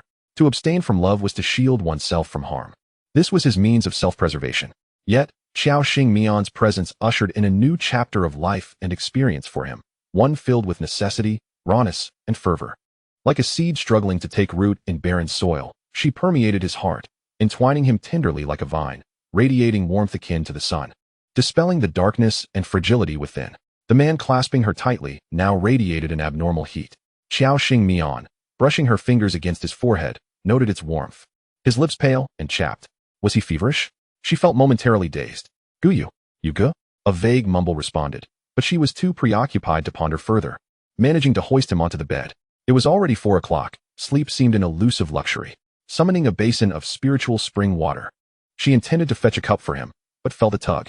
Observing the large hand gripping her garment tightly, like a wolf dog unwilling to relinquish its prey, she grasped that hand and shook it gently. Let go. I'll get you some water. The familiar voice, the comforting presence, and the sensation evoked a rush of familiarity. Gu Yu reversed his grip, enclosing her soft hand within his feverish palm enveloping her, sending a shiver through her heart. Seeing his pitiful state, how could she refuse? She nestled beside him, slipping her finger into his mouth, allowing the cool water from her fingertip to flow into his throat. Gu Yu, muddled by his fever, felt a refreshing sensation wash over him, accompanied by a familiar sweetness, instinctively licking at it. Startled, Xiao Xingmian withdrew her finger, noticing the displeased furrow of his brow. She poked his cheek, muttering, even in a daze from fever, you still try to take advantage of me. Leaning closer, she scrutinized Gu Yu's features, marveling at his striking beauty. From the very first glance, she had found him captivating, but now, due to his training and consumption of spiritual sustenance, he appeared even more refined, his complexion fairer. Enraptured, she leaned in and pecked him on the lips. Then, like a mischievous kitten that had successfully snatched a treat, nestled her head against his chest, gently patting him while whispering, I want to leave. As long as you're here, I want to go anywhere. Uncertain if Gu Yu had absorbed her words, the tension in his brow eased slightly. Listening to the steady rhythm of his heart, Xiao Xingmian succumbed to sleep, her eyelids growing heavy. When they awoke, the sun had already risen. She sensed a searing gaze upon her from above and looked up to find him. Not feeling unwell anymore, Gu Yu murmured a low acknowledgement. Perhaps it is the chill of the weather, the immersion in cold waters, and the gusts of biting winds that have led to such tumultuous fluctuations in my emotions, coupled with the undeniable fatigue of recent days. It is no wonder that I have suddenly succumbed to a fever. Fortunately, my constitution is robust, allowing this spike in temperature to be as fleeting as it was sudden. Glancing at her watch, Xiao Xingyan realized it was already 8 o'clock. She was left wondering how breakfast had been managed without her presence.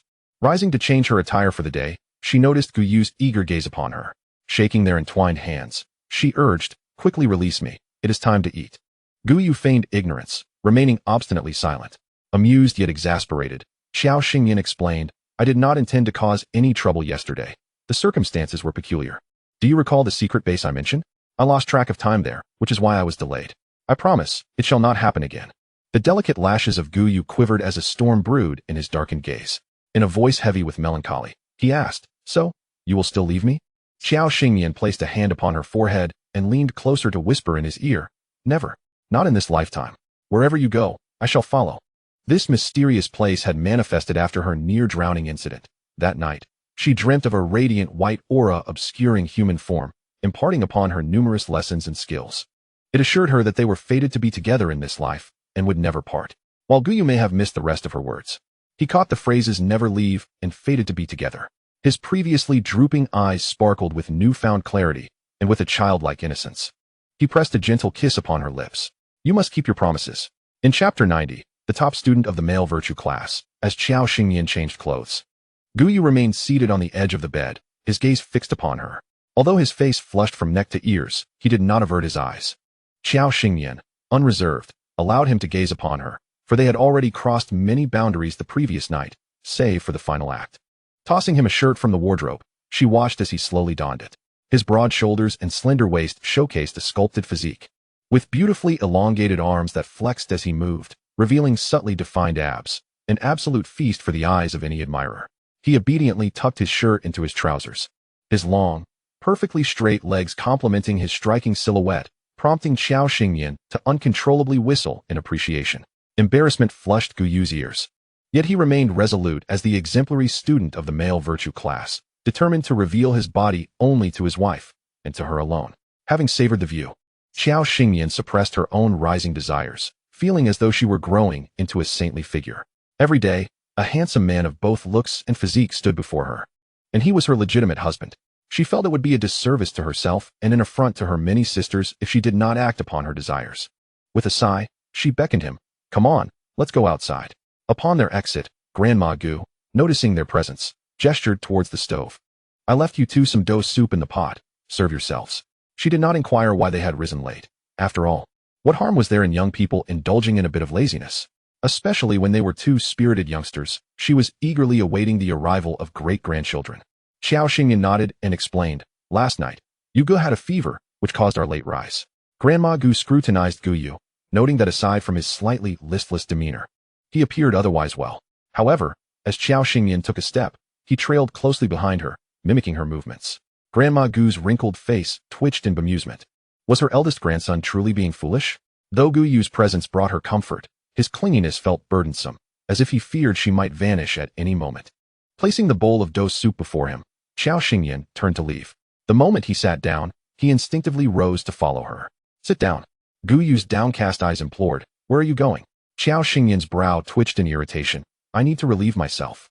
Do you wish to accompany me?" Gu Yu pondered. "Well, that might not be out of the question." Ultimately, after Xiao Xingyan playfully chastised him, she felt a wave of relaxation wash over her, akin to a prisoner granted a reprieve. Grandma Gu, observing silently, remarked, "Dear, the tighter you hold on, the more likely she will slip away. You must allow some slack, like flying a kite, to keep her firmly in your grasp." Gu Yu listened intently, his phoenix eyes narrowing in contemplation, lost in thought. Grandma Gu shook her head in resignation. Though he shared his father's temperament, their methods were worlds apart. She could only hope that Xiao Xingyan's companionship would help dispel the shadows of his youth and guide him toward the light. After breakfast, Guyu regained his vitality. Though he did not follow Qiao Xingyan as closely as before, his eyes remained fixed upon her, as if glued. Grandma Gu averted her gaze from her foolish grandson, dismissing her earlier words as mere musings. Every couple had their unique way of relating to one another, and perhaps her views were outdated. Having mentioned the previous day that they would venture to the neighboring county to procure some sugarcane, Qiao Xingyan filled Guyu's army green water bottle with pure spring water and prepared to depart. Guyu obediently accepted the bottle, which was adorned with a miniature water tank, designated for Qiao Xingyan's use. She disliked carrying items on her person, so when she felt parched, Guyu would pour water from her small tea tank for her. Unbeknownst to him, he had grown to relish the presence of her belongings around him, and it filled him with warmth and motivation. As Guyu watched Qiao Xingyan leave, he plodded off to resume his chores. With no one else around, Qiao Xingyan found herself disinclined to purchase a bus ticket. The cramped, stifling atmosphere, rife with mingled odors, was utterly unbearable. It would take over 2 hours by bus, but she preferred to utilize her talisman for a faster journey, especially since she had just broken through to the 3rd level. Upon arriving in the neighboring county, she inquired and quickly learned where sugarcane could be found. As this region was known for its abundant production, the county town housed a specialized sugar factory, catering to the production and processing of sugarcane. Qiao Xingyan didn't need to venture far. A quick stroll around the outskirts would yield abundant sugarcane. As she entered the sugarcane grove, she noted that it was only mid-September. While sugarcane typically matured by late September or October, she required only a few stalks. Given the growth rate within her spatial realm, she cut a segment of sugarcane, burying it in the soil to allow it to flourish. In a month, she would reap a bountiful harvest. And thus the cycle would continue until she had an ample supply. After placing the sugarcane into her spatial realm, she left 10 yuan in the ground, weighing it down with stones. While her actions were not commendable, 1 yuan per stalk was more than sufficient compensation. Upon her return to the revitalized village, it was still shy of 10 o'clock. Back home, she resumed her preparations for mooncakes. The red bean paste and molds were already prepared, adorned with designs symbolizing family reunion and prosperity, alongside charming patterns of little rabbits. This would be her first time celebrating a festival in this world with so many family members, and she found herself quite looking forward to it. She retrieved the previous day's red bean paste, portioning it into small balls, and heated some cornstarch in a pan until it turned a light golden hue, ready to be mixed into the dough. The outer layer is crafted from fine flour, sugar, egg liquid, and corn oil, kneaded into a dough which is then divided into small portions. These portions should be slightly larger than red bean paste balls. Those who prefer thicker skins should opt for less filling, while those who favor thinner skins may do the opposite, depending on personal taste. Regardless, she intends to sample both, as opinions vary widely. The filled mooncake dough is then pressed into molds, producing a delightful pop as they take shape. The elderly lady observed the entire process with amusement and decided to join in. As the bread outside preheated, the red bean paste mooncakes were completed. Qiao Xingyan gazed at her round mooncake with immense satisfaction. Unable to gauge the time precisely for her homemade bread, she placed a few inside to test. After 15 minutes, she opened the oven to check. They needed a bit more time, so back they went. 10 minutes later, the gentle aroma of red beans mingled with the fragrance of the baked crust wafted through the air. Surely they were ready. Grandma, come taste our homemade mooncakes and see how they turned out. The freshly baked mooncakes, with their flaky, crispy texture, crumbled deliciously with each bite, harmonizing the sweetness of the red bean paste with a subtle fragrance, yielding a rich yet tender mouthfeel that was neither dry nor cloying. Grandma Gu offered her honest appraisal. Delicious. Far superior to those from the supply store. She spoke the truth. After all, city dwellers had monthly mooncake vouchers, where one ticket could procure 4 mooncakes, provided one braved the queues. Given their scarcity, as soon as the factory produced them, they were dispatched to the supply store for sale. It is easy to imagine how many lined up only to find them sold out by the time their turn arrived, making tickets worthless. Moreover, due to limited resources, the factory surely did not use as generous a filling as Qiao Xingyan did, resulting in a distinctly inferior flavor. In Chapter 91, the mooncake-inspired skirmish unfolds. With one successful endeavor behind her, Qiao Xingyan began experimenting with ham and black sesame fillings. By midday, as the Gu family returned from work, the air around the Qiao family's old house was permeated with the enticing aroma of baked pastries, sweet and fragrant, tempting many passers-by. Guyu promptly cleaned himself up and headed to the kitchen, where Qiao Xingyan was cheerfully humming a tune while wielding her utensils. Without even looking, he could feel the unique presence and intense gaze of his brother Yu. Welcome back, you've worked hard. Guyu grunted in acknowledgement, settling by the stove to tend to the fire while listening to her chatter. Qiao Xingyan informed him of her success in making mooncakes, declaring that their family would no longer covet those from the city this year. Guyu listened intently as she ladled the final dish from the pot, instructing him to extinguish the fire. Dinner is served. The family gazed longingly at the mooncakes laid out in the hall, smacking their lips in anticipation. Xingyan, your mooncakes are truly delectable, even better than those we've had in previous years. Indeed, eating your mooncake has redefined the experience for me. Back in the army, we also received mooncakes during the Mid-Autumn Festival. Each mooncake was halved, allowing everyone a taste, but they were subpar, dry and hard. This is what pastries should truly taste like. Xiao Xingyan smiled. I've only made the red bean paste ones so far. The black sesame and ham fillings will be ready this afternoon. You should take a couple with you to work for a snack during your break. After a delightful lunch, everyone set about their chores, washing dishes, clearing refuse. Others assisted Xiao Xingyan in filling and shaping the mooncakes using molds. Gu Yunjin particularly adored the bunny-shaped mooncakes, praising her sister-in-law for her impressive culinary skills that produced both delicious and visually appealing treats. As they gathered wheat ears in the afternoon, the little girl tucked 2 palm-sized mooncakes into her pocket. Jinjin, what are you eating? It smells so good. A group of small children surrounded her, licking their lips in anticipation as they eyed the mooncakes. Sherdan exclaimed brightly, that's a mooncake. I saw someone eating one at school before. Jinjin, let me have a taste. And I'll trade you this bag of wheat ears. Gu Yunjin glanced at the handful of wheat ears in Shiden's pocket, wrinkling her nose. She broke off a small piece from the edge of her mooncake, offering it to him. Since you're my good friend, I'll share this with you, but from now on, you must listen to me and call me Big Sister. I'll bring you a little something whenever I have delicious food. Sherdan, feeling quite pleased, readily agreed. All right, Big Sister. Chewing on the sweet and soft mooncake, Sherdan felt as though his 8 years of life had reached a new pinnacle.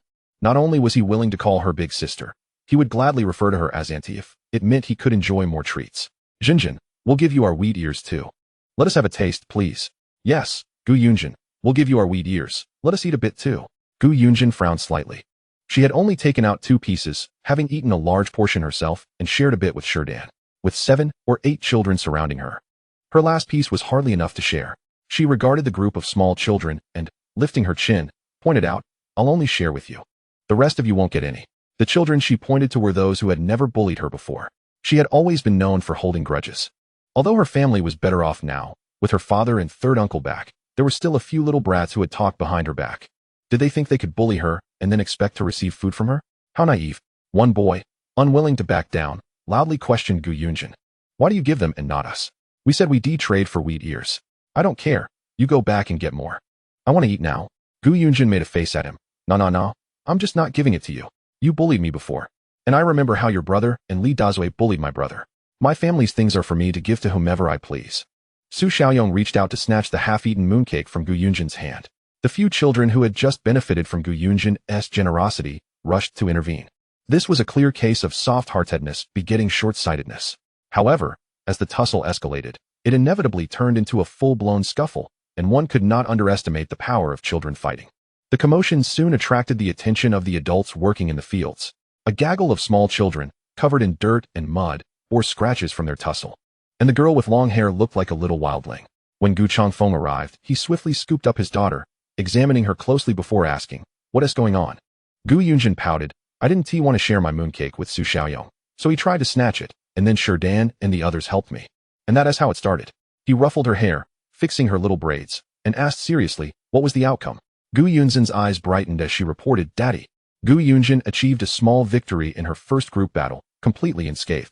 Chuliangying, who had just arrived, couldn't help but twitch her lips. This girl was indeed putting her lessons to good use. The idioms taught by her grandmother and the martial arts skills imparted by her sister-in-law were all being applied to tussles with children. Before long, she would become the village bully. She recalled that she hadn't instructed her children in this manner. Her gaze shifted to Gu Changfeng, realizing that ever since he returned, he had been indulging their daughter without restraint. As he gave a thumbs up to Gu Yunjin, Chu Lanying delivered a sharp slap to his shoulder, exclaiming with irritation, Gu Changfeng, I warn you, if you continue to indulge her like this, your daughter will inevitably become so spoiled that she won't be able to find a husband, leaving you to fret for the rest of your life. Gu Yunjin nestled beside Gu Changfeng, idly kicking at small pebbles, her gaze fixed on the opposite Su Xiaoyong. His mother was gripping his ear, utterly exasperated. I've worked hard in the fields, and what do? You leave the wheat in the field and engage in a brawl over what? Have I deprived you of food or left you hungry? The thought of the fragrant mooncakes he had just smelled, along with the blissful expressions of those indulging in them, made him yearn for mooncakes. To the point of throwing a tantrum on the ground. I want to eat. Go quickly and ask Gu Yunjin for a piece. No, 5 pieces. If you don't, I'll tell Grandma. Su Xiaoyong's mother felt as if she were being driven mad by the men in her household.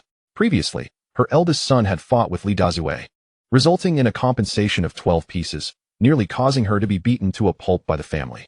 From now on, she would avoid the Gu family at all costs. Yet now her youngest son had chosen to quarrel with the Gu girl over a mere bite to eat. What sin had she committed, with one after another coming to collect debts? The work in the fields was far from complete, and she could not neglect her son, while the man in the house had always been indifferent to such matters. Reluctantly, she turned to Gu Chongfeng's wife, Gu Lauer's family. Do you have any of those mooncakes left? I'd like to buy a couple for my Xiaoyong. Chu Lanying shot her a glance and replied, Our family doesn't sell mooncakes. If you want them, you can buy your own.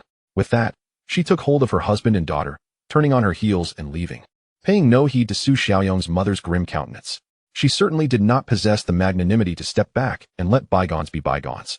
Believing that kindness would lead to future encounters, having bullied her Gu family, did she expect to be treated favorably?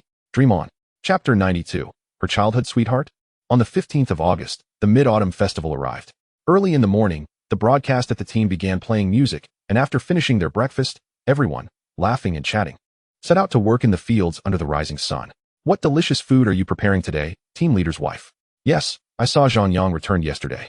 Working at the factory must be good, enjoying the monthly supplies, with rice and meat. He must have brought back mooncakes this time, right? Lu Jing bent down, swinging her sickle, and upon hearing others mention her son, she straightened up to stretch her back. Yes, they gave him a day off at the factory. The workload is usually heavy, and he hasn't returned home in over 6 months. Just as they were speaking of him, Zhang Yang appeared, clad in a coarse cotton shirt, his hair cut short, with well-defined features. His smile revealed 8 gleaming teeth, exuding a bright and outgoing personality. Mom, let me do the work. You take a break over there. Lu Jing gladly accepted his help, enjoying the leisure. The surrounding wives looked on with envy. However, despite their envy, they continued to gossip. Team leader's wife, your Yangzi is 21 this year, right? When do you plan to arrange a marriage for him? Some boys his age in our team are already fathers. Indeed, Yangzi is handsome, and now with a city household registration, it would be good for him to marry early. My daughter has just come of age. I think they would make a perfect match. What do you say, team leader's wife? Uft, spare me. Your daughter is as silent as a clam. She can't even utter a word in half a day. If she weren't someone we watched grow up, I would have thought she was mute. My Sanya is quite the catch, lively and beautiful. There aren't many girls in Xiao Shi Brigade who can compare to her. Huh, Wang Ernyang, you're blind. That Xiao girl is recognized as a beauty throughout the region, but sadly, she is frail. Who knows how long she will survive after marrying Guyu. She's doing well now. Do you think she needs you nosy women to gossip about her? Haven't you seen how much Guyu dotes on his wife? Originally focused on his work, Zhang Yang listened dismissively to the women's chatter. However, when he heard that Xiao Xingyan was married, he paused his task. He looked up at his mother and asked, Xingyan is married? Lu Jing nodded. At the end of March, your uncle Xiao passed away, and he entrusted Xingyan to Guyu. Your uncle and I couldn't dissuade him. We initially suggested bringing Xiao girl to our home, but your uncle insisted on marrying her to Guyu, claiming it would ensure her safety. But looking at her now, she seems healthier than before, no longer looking like she would collapse at the slightest breeze. Zhang Yang tightened his grip on the hoe. Why didn't you tell me? Lu Jing cast a glance at her son, sighing. I know you and Xiao girl have been close since childhood, but things will remain as they have. Let us not complicate matters for both families. She's doing quite well. Guyu is a caring young man. Anyway, your household registration is in the city now. Whether you wish to find someone in the city or the village is up to you. Your father and I won't interfere, as long as she is a good girl without any bad habits. Seeing the confusion on his face, she took the hoe from him and pointed in a direction. Stubborn child, I dare you to go see for yourself and tell me if I've lied. Zhang Yang turned and dashed towards the direction she pointed. In the golden rice fields, Guyu worked swiftly, his sickle moving so quickly that it appeared as a blur. Xiao Xingyan trailed behind him, gathering the cut rice stalks into neat piles for easier collection later. The efficiency with which Guyu worked, comparable to a harvesting machine, had become a common sight for everyone. What they did not know was that Xiao Xingyan had come to work with him at his request the previous night. She had already prepared the mooncake fillings, leaving only a few finishing touches for Grandma Gu to handle. After all, she was older and had little to occupy her time. Baking mooncakes at home was hardly boring. Once Guyu finished this plot, he turned back to find her, removing the water bottle slung across his shoulder and pouring a cup of water into her tiny teacup before gulping down water himself. Out of the corner of his eye, he noticed someone standing not far away, intently gazing in their direction, specifically at his wife. Gu Yu subtly shifted his position, squatting in front of Qiao Xingyan, gazing up at her with an affectionate expression. Recognizing his silent display of affection, Qiao Xingyan pulled out a handkerchief, dampened it, and wiped his face and neck. Gu Yu contentedly squinted his eyes and met her slightly downcast gaze, raising his eyebrows nonchalantly. "Zhangyang, long time no see." Her soft voice rang in Gu Yu's ears, causing the corners of his lips to involuntarily turn down as he cast a protective glare at Zhang Yang. Zhang Yang approached the two, scrutinizing Gu Yu from a close distance. Over this period, Qiao Xingyan had nurtured him well. He had grown taller, now standing at around 186 centimeters. With an upright and sturdy frame, even clothed, one could easily discern the hint of well-defined muscles beneath. In terms of appearance, they seemed quite compatible. While Zhang Yang assessed Gu Yu returned the scrutiny, noting that he was shorter, thinner, and less attractive. His wife preferred handsome men with abs. He had everything Zhang Yang lacked, and thus, the threat level was reduced. Zhang Yang chuckled softly and remarked, "I thought that during my absence these past 6 months, it was once again Uncle Qiao who took you out for treatment. Little did I expect so much to have transpired in my absence. By the time I return, you are already wed. After all, we have shared a childhood bond. A little notice would have sufficed." Childhood bond. Gu Yu's expression faltered momentarily. Indeed, although he had been with the team for nearly 7 years and was aware that the Qiao girl was frail, they had scarcely met. Ultimately, he could not outweigh the depth of their 10+ years of friendship. A twinge of jealousy, subtle yet undeniable, emanated from her side. It was clear who was feeling envious. Qiao Xingyan's large eyes crinkled with warmth as she spoke softly. "At the time, I hadn't even come to terms with it myself when my father hastily arranged my marriage. There was no time to inform anyone." She recalled her father's last words urging her to live well, along with the box she had unearthed, but beyond that, he offered no further sentiments. Moreover, the original persona had been quite resistant to the idea of marrying Gu Yu, leading others to mistakenly believe she was merely grieving her father's death. Yet, from the original memories, it was evident that while Qiao's father had cared for her, their relationship lacked the warmth typically found between a father and daughter, always tinged with a faint barrier, an intricate feeling indeed. Thus, while there was sorrow over her father's passing, it was overshadowed by her trepidation regarding the marriage to Gu Yu. Consequently, when rumors circulated in the team about her sneaking off into cornfields or engaging in scandalous affairs, she never felt the need to defend herself, secretly hoping for a divorce from Gu Yu. Upon reflection, Qiao Xingyan vaguely sensed something amiss, a peculiar feeling that left her momentarily perplexed. Zhang Yang observed her improved complexion, no longer pale and lacking vitality, and commented, "You appear much better now." Qiao Xingyan withdrew her thoughts and playfully shook Gu Yu's hand, saying, "Yes, I am doing quite well now. However, Zhang Yang, you are not getting any younger. It is high time you found yourself a wife." Initially, he had harbored a grudge upon visiting to ascertain whether Gu Yu was truly as admirable as his mother claimed. Yet, seeing her bright smile suddenly lifted his spirits. "All right, I understand now. Young girls worry too much." He handed her 2 mooncakes. "These are from the factory. Though not many, take them home for everyone to sample. I must be off now."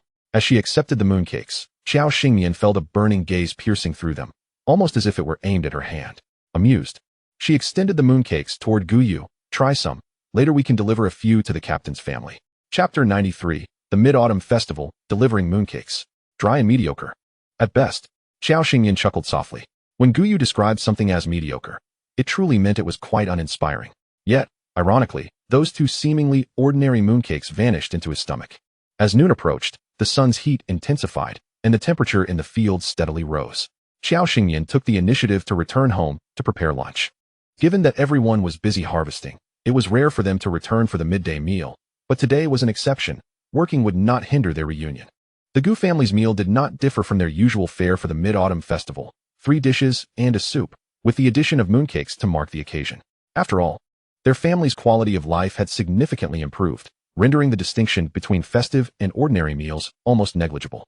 Whenever passers-by or neighboring families inquired about her culinary delights, Qiao Xingyan would casually mention that they had been using lard rendered from their own pigs for cooking. Ultimately, whether they believed her was their concern.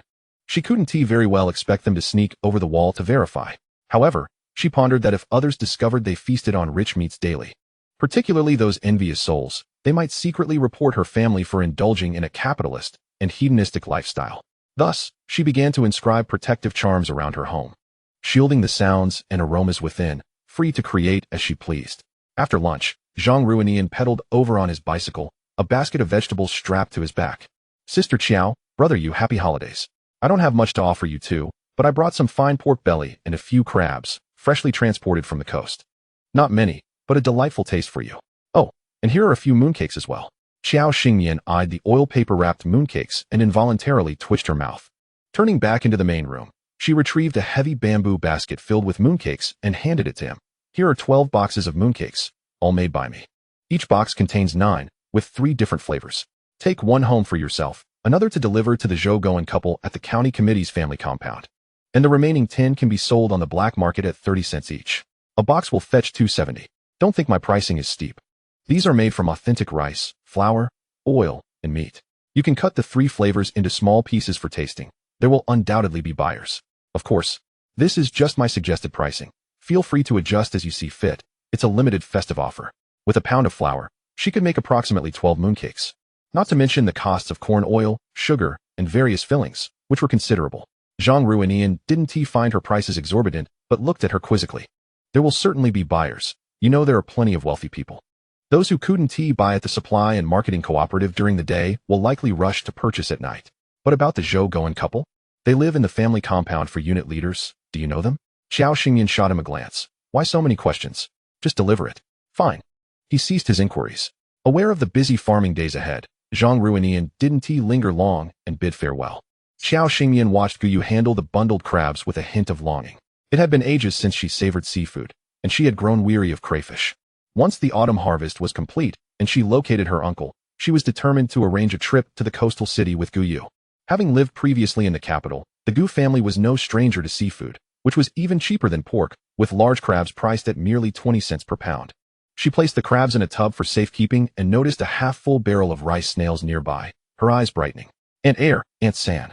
Did you bring these rice snails back? Chu Lanian glanced over and nodded. Yes, what of it? Xiao Xingyan stirred the snails with a small stick and asked Guyu to fetch a bucket of water from the tank to pour into the barrel. These delicacies were no less appetizing than crayfish and made for excellent snacks. March snails are plump, and autumn snails are at their most succulent. Now was the perfect time to indulge. The others, upon hearing this, nearly dropped their jaws in astonishment. Chu Lanian pointed at the barrel of snails soaking in fresh water, blinking in disbelief. But we usually crush these to feed the chickens and ducks. Gu Yunjin patted her stomach and, rather unladylike, burped. Mother, are you foolish? Didn't sister-in-law say that those weird foods are indeed edible and quite delicious? I'm now a fervent fan of sister-in-law. Whatever she says is good, must be good. Trusting sister-in-law brings eternal life. Chu Lanian shot her daughter an exasperated glance and playfully smacked the back of her head. This girl would undoubtedly eat anything if Xiao Xingyan claimed it was edible. But one cannot deny that Aunt Air was indeed enlightened afterward. Xiao Xingyan offered everyone a reassuring glance, saying, in a couple of days, you will understand. The river snails still needed to expel sand and clean water for 2 more days. No matter how pristine and untainted, they were still products of the earth and waterways.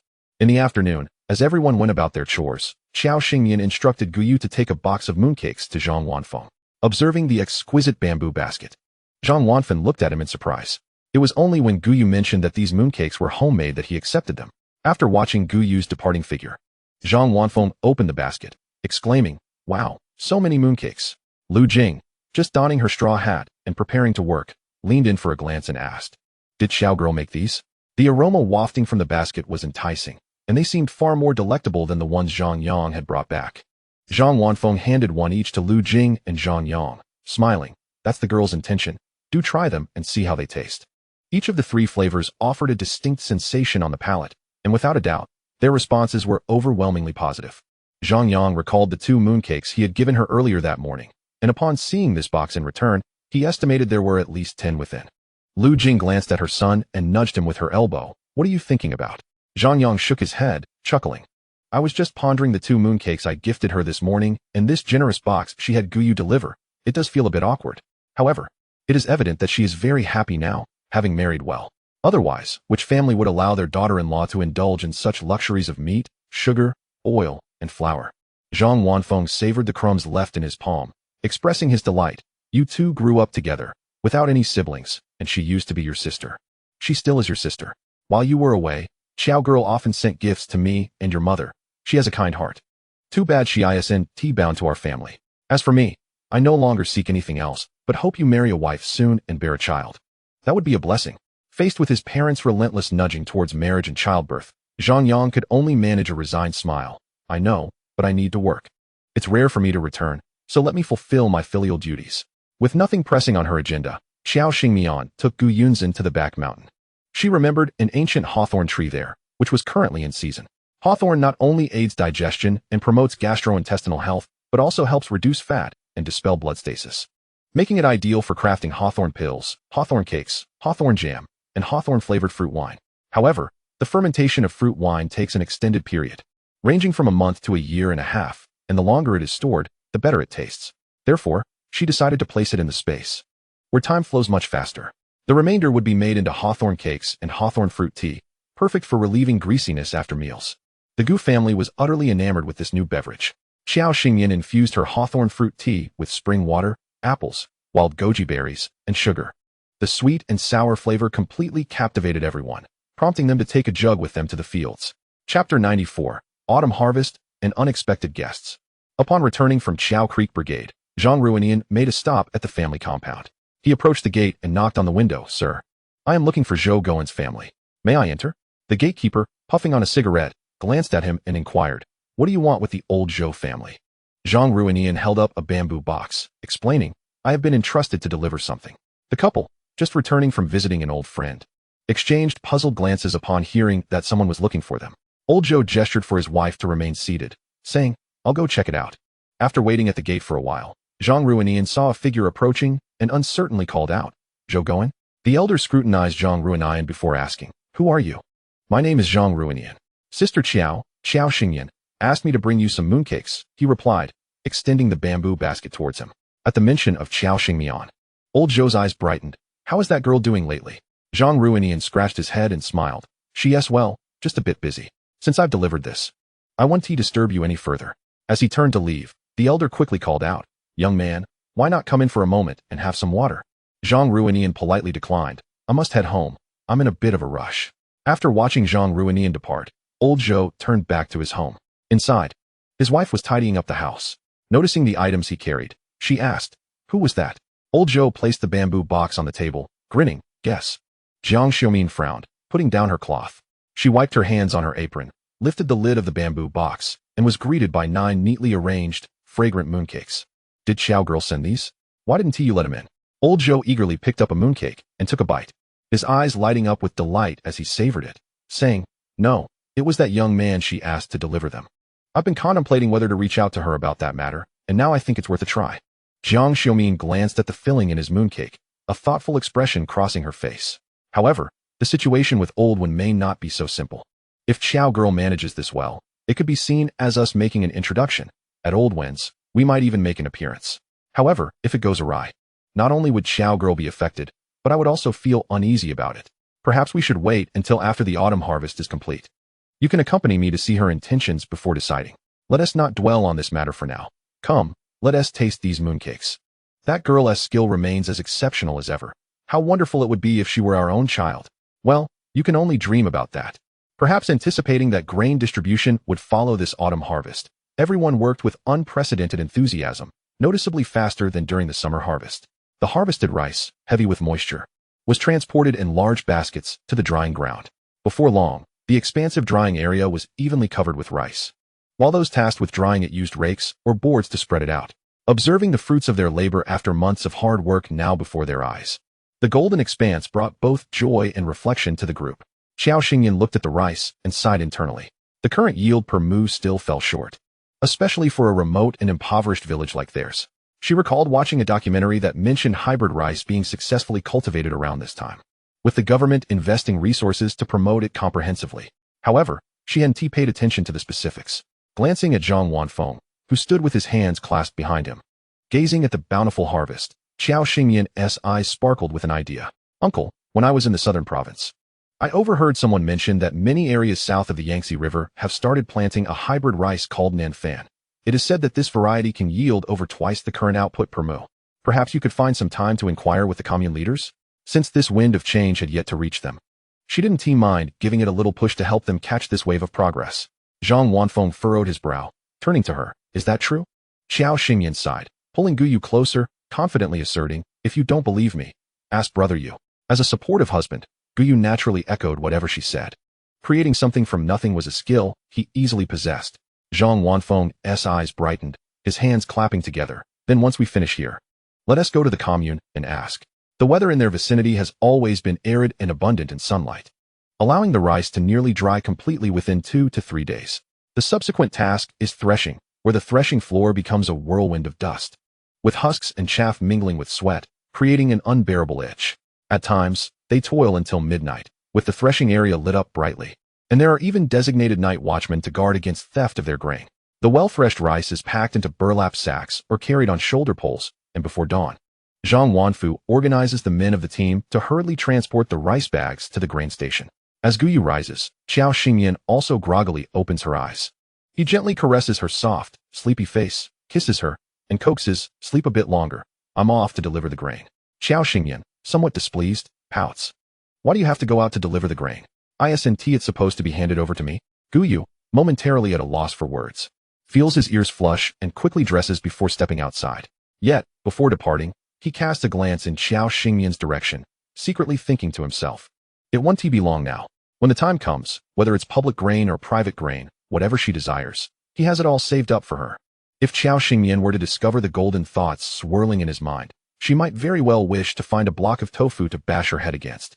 Externally innocent as a blank sheet, yet internally as carnal as a beast. The epitome of repressed desire, brother Yu. As Zhang Wanfu and the others set off, a significant number of people from surrounding villages have gathered, forming an endless line ahead, departing around 3 or 4 in the morning and returning home only when dusk falls. Guyu is fortunate to have brought his own provisions and water, otherwise he would surely have succumbed to hunger. Their team's yield is around 400 jin per mu, not particularly good but not bad either, merely average. Each laborer earns a mere 2 dimes.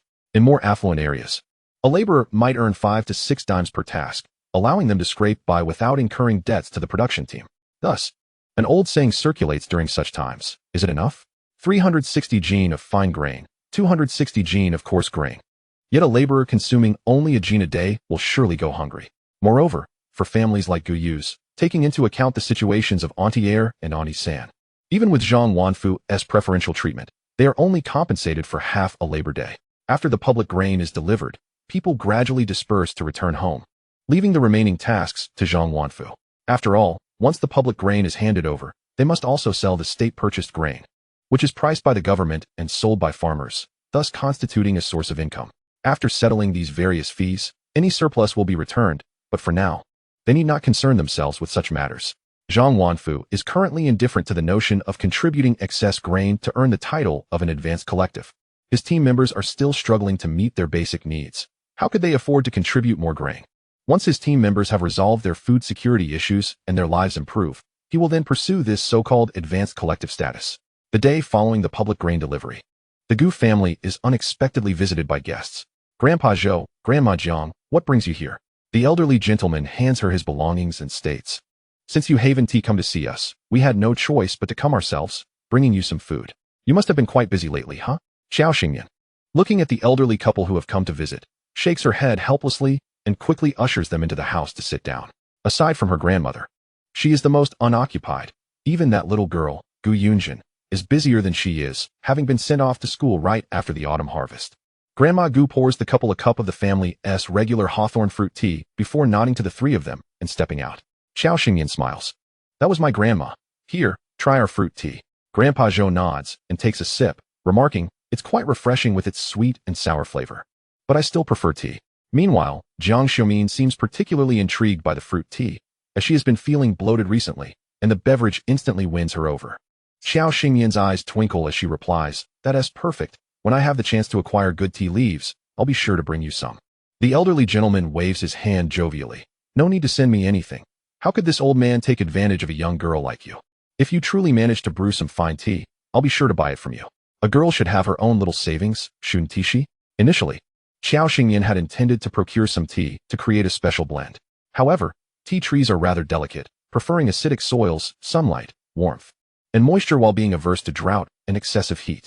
Their land is unsuitable. The summer temperatures can soar to 38 degrees, and when the surface temperature rises, it can scorch the roots of the tea trees. She would need to head to the southern provinces or enlist someone to procure tea trees or seeds to cultivate in her space. Or perhaps find a suitable plot in the deep mountains to nurture them. Who knows? This could potentially be another source of economic income for her in the future.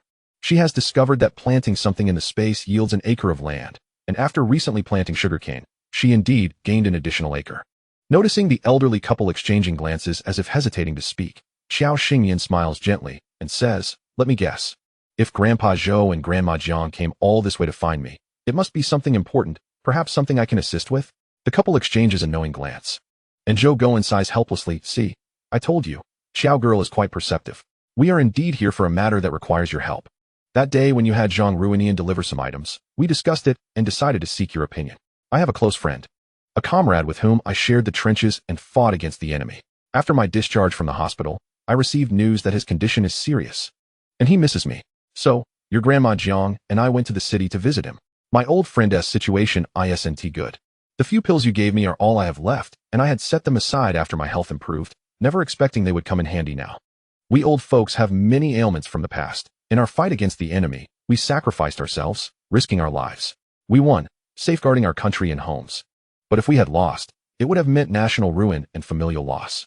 As he speaks, Zhou Guan's voice chokes, and his aged eyes glisten with tears, seemingly recalling the harrowing times of war. Back then, the enemy's weapons were far more advanced than theirs. When they ran out of guns and ammunition, they fought with mere sabers, surrounded by a sea of corpses and blood. Just yesterday, they were laughing and joking with one another, and today, they fell before him without even a chance to catch their breath. It is no small feat for anyone to have survived that era. Jiang Xiaomin's eyes moisten as she gently pats Zhou Guan's hand in comfort. It's all in the past. She then turns to Xiao Xingyan and continues. "We came today hoping you could take a look at my old friend. His condition is more complicated than old Zhou's. There's a small shrapnel piece less than 2 centimeters from his heart. By some twist of fate, he survived back then, but it has become a significant risk, causing him immense pain. Although old Zhou's pills can alleviate it slightly, they are not a permanent solution. The municipal hospital recommends conservative treatment. The elderly gentleman is advanced in age, and his family is unable to accept the risks associated with uncertain outcomes. They believe he can manage for a bit longer. But if the surgery fails, he could lose his life. Therefore, my old friend's family, seeing old Zhou's recovery and good spirits, inquired where he had found the miraculous physician and whether he could visit to examine him. At that time, we were hesitant to make any promises. So we agreed to return and ask you." Xiao Xingyan nodded, her fingers tapping rhythmically on the table, producing a slow, deliberate sound. Extracting the shrapnel should prove significantly easier than the arduous task of detoxifying Guershu. The poison that had seeped into his bones and mingled with his blood had consumed considerable time and energy to purge. This particular spot, while situated near the heart, was not fatal, as evidenced by the old man's continued vitality. It merely caused excruciating pain. Having grasped this, she decided to investigate further. The elderly couple breathed a sigh of relief, pondering whether treatment would be feasible. If so, it would be advantageous. For the eldest son of the Old One family was far more accomplished than their own rebellious offspring. In the future, should any issues arise, her family would provide protection in the county, while the city's Old One owed her a favor, making any matter easier to negotiate. Just the other day, hadn't the commune been inquiring about hybrid rice? Perfect timing to seek clarity in the city. Xiao Xingyan understood the couple's sentiments, and it warmed her heart. Regardless of the time or place, connections hold immense importance. Setting aside the utility of these connections, it was far superior to being a headless chicken in a crisis, flailing about without a way in. Hence the saying, at home, rely on family, outside, rely on friends. She nodded, smiling, understood. Since you've made the trip, let us enjoy a meal together at home today. Old Zhou's eyes sparkled with delight as he exclaimed, "What a treat! I've longed for this." After spending a while chatting with them, Xiao Xingyan prepared to cook. The elderly couple had brought along 10 pounds of rice and flour, 2 pounds of pork belly, 2 cans of milk powder, and a bag of apples. It was fortunate they were the parents of county leaders. Ordinary families wouldn't dare to casually present such gifts. Today's lunch promised to be lavish. The rice snails soaked during the Mid-Autumn Festival had finally been cleaned of soil and grit.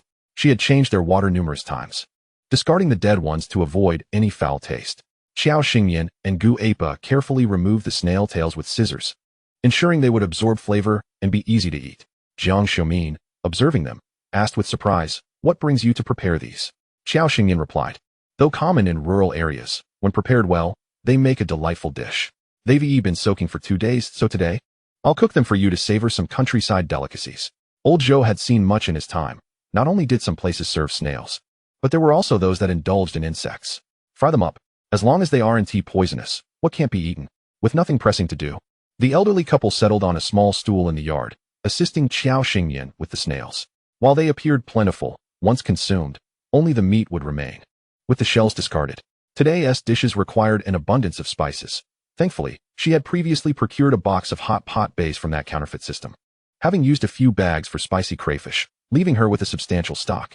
The aroma wafting through the Qiao household was concentrated in that small space, tantalizingly absent from the outside, nearly overwhelming those within. Chapter 96. The Protector, Qiao Xingyan. The first to return from the Gu household was Gu Yunjin.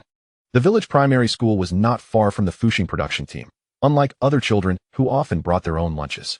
As soon as school was out, she rushed home, albeit feeling somewhat awkward with the presence of two guests. You must be Xinjin, my dear. Gu Yunjin glanced between the old woman and her sister-in-law, noticing they were too occupied to pay her any mind, and thus approached Jiang Xiumin. The old lady offered her 2 large white rabbit milk candies, smiling. I'm surnamed Jiang, and this gentleman is surnamed Zhou. We are acquaintances of your sister-in-law, here to visit your family today. With the sweet, rich taste of the candy melting in her mouth, Gu Yunjin squinted her eyes in satisfaction. Although she had consumed plenty lately, she could not resist the allure of such sugary treats. Welcome, Grandma Jiang and Grandpa Zhou, to my home. My sister-in-law's cooking is delicious. You must eat heartily. The elderly woman delighted in the child's exuberance. Her own grandson was rather somber, devoid of the lively spirit typical of children. She couldn't fathom who he took after. Xinjin, I have an older brother at my house, 2 years your senior. When you come to the county, I'll have him take you out to play, all right? Gu Yunjin nodded eagerly. She was open to playing with anyone. As she was in a hurry to get to school, she ate alone. The primary school commenced at 7 in the morning, dismissed at 10, resumed at noon, and finally let out around 2:40 in the afternoon. The local primary schools were run by the production teams, resulting in subpar educational environments and quality. After school, the children returned home to assist with chores, and most teachers were members of the production team. Gu Yunjin picked up a snail and inquired of Qiao Xingyan, sister-in-law. How do you eat this? Qiao Xingyan demonstrated, and she quickly caught on. The little girl finished her meal in a few bites, tearing a piece of grass paper to wrap some snails inside before heading to school. Just as Gu Yunjin departed, the others returned. Wow, what is that delightful aroma? What has Xingyan cooked up this time? Can you keep it down? Can't you see we have guests? Gu Yu washed his hands and approached the elderly couple. What brings you two here? Old Zhou snorted, sizing him up. It's been a while. You've grown taller and sturdier, haven't you? We've come to mooch a meal. Are we not welcome? Gu Yu shook his head. Of course, you're welcome. Old Zhou retorted, is that all? Jiang Xiumin shot her husband a glare. Enough from you. You took every opportunity to tease them while in the hospital. Now you're on their turf. Be wary that Xiao girl doesn't refuse you food.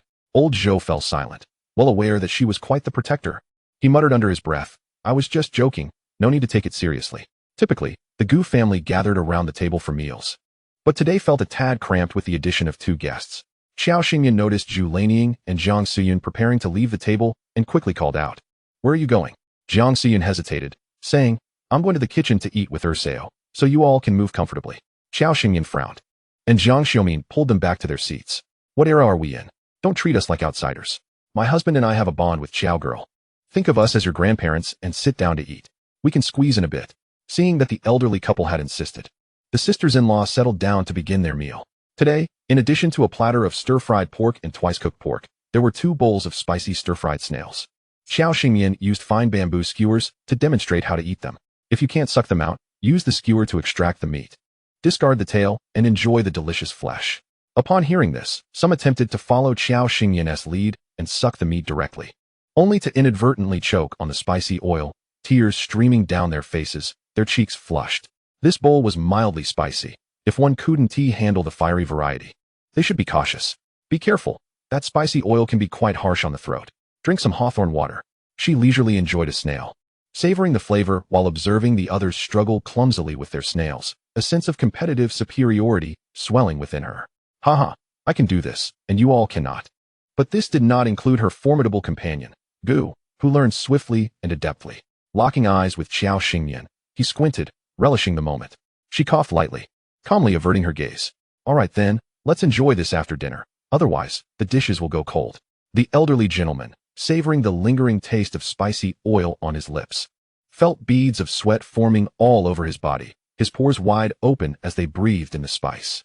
Yet, he relished this sensation immensely, addictively so, as each bite only intensified his craving. If only he could have a plate of this delicacy more often, accompanied by a glass of fine liquor. Oh, their essay saying, isn't there? In this life, one should savor the pleasures of wine and meat. Xiao Xingyan chuckled. It's a pity you didn't get to taste the spicy crayfish. Its flavor is on par with that of these stir-fried snails. The old man's eyes sparkled with interest. Is it still possible to have some now? If so, I could have dinner and then go. Xiao Xingyan nodded. Certainly.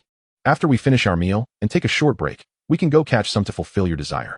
Observing the seamless rapport between the old and the young, Jiang Xiumin shook her head helplessly, already aware of her father's inclinations.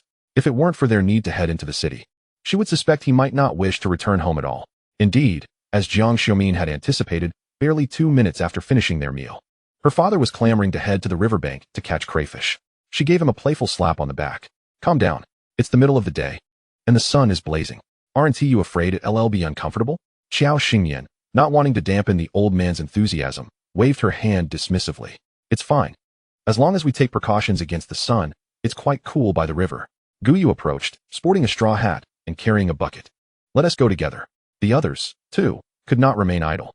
With only 2 elderly ladies left at home, everyone hurried to the riverbank. Passing a few households, they were greeted with curious inquiries. Young lady, why aren't you all staying indoors at this hour? What are you up to? Xiao Xingyan replied with a smile. We're off to the little creek to catch some fish and shrimp for a feast. Crayfish are not as easily caught as snails. They tend to burrow into their holes. However, being wild and untamed, they are far more abundant than the artificially bred varieties that would later flood the market. By the time they gathered a large bucketful, it was when Gu Yuzhen returned from school. The little girl, frolicking with her friends, spotted some familiar figures and dashed toward them, followed closely by the other children. Sister-in-law, are you catching crayfish or snails? Xiao Xingyan pointed to the bucket Guyu had set by the shore. Why don't you take a look for yourself? Gu Yuzhen peered into the bucket, her eyes widening at the sight of the clawing crayfish, feeling both apprehensive and enticed. Her friends, Shurdan and a few others, gathered around. Jinjin, why is your family catching these? Last time, you took home quite a few strange shrimps. Gu Yuzhen, with a flourish, twirled the crayfish's antennae before them. Have you ever tasted these strange shrimps? They are absolutely delicious, and their meat too. There was a brief moment of silence, quickly filled with a chorus of questions. What do they taste like? Are they good? But they look really scary.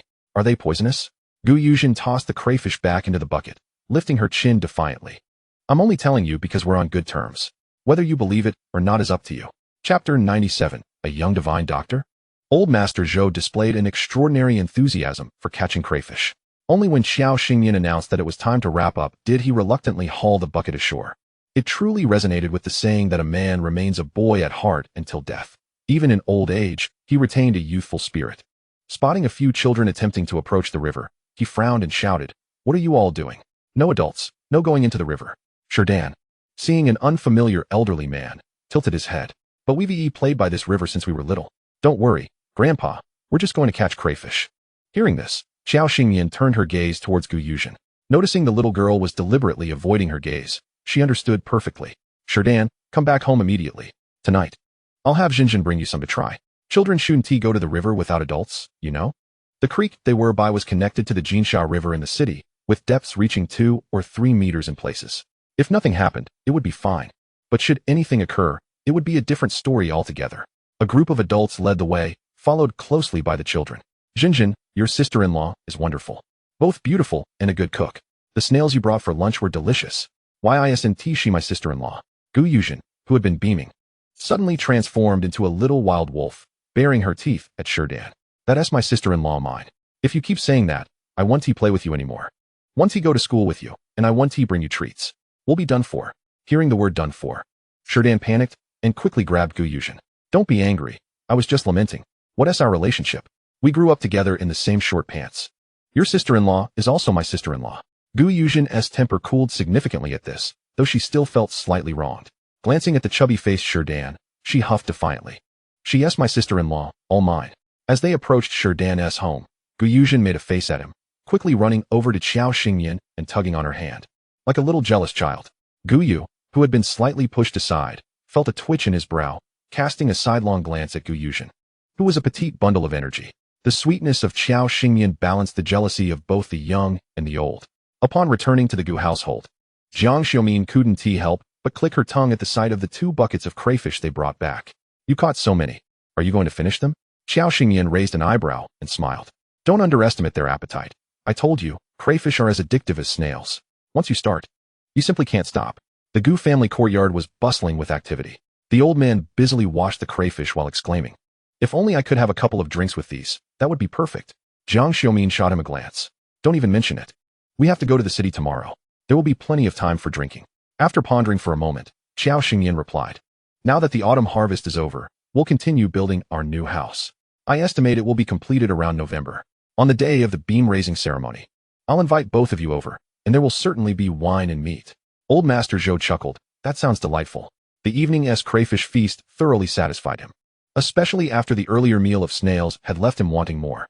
He even made sure to pack some to take home for his wayward son as a late-night snack.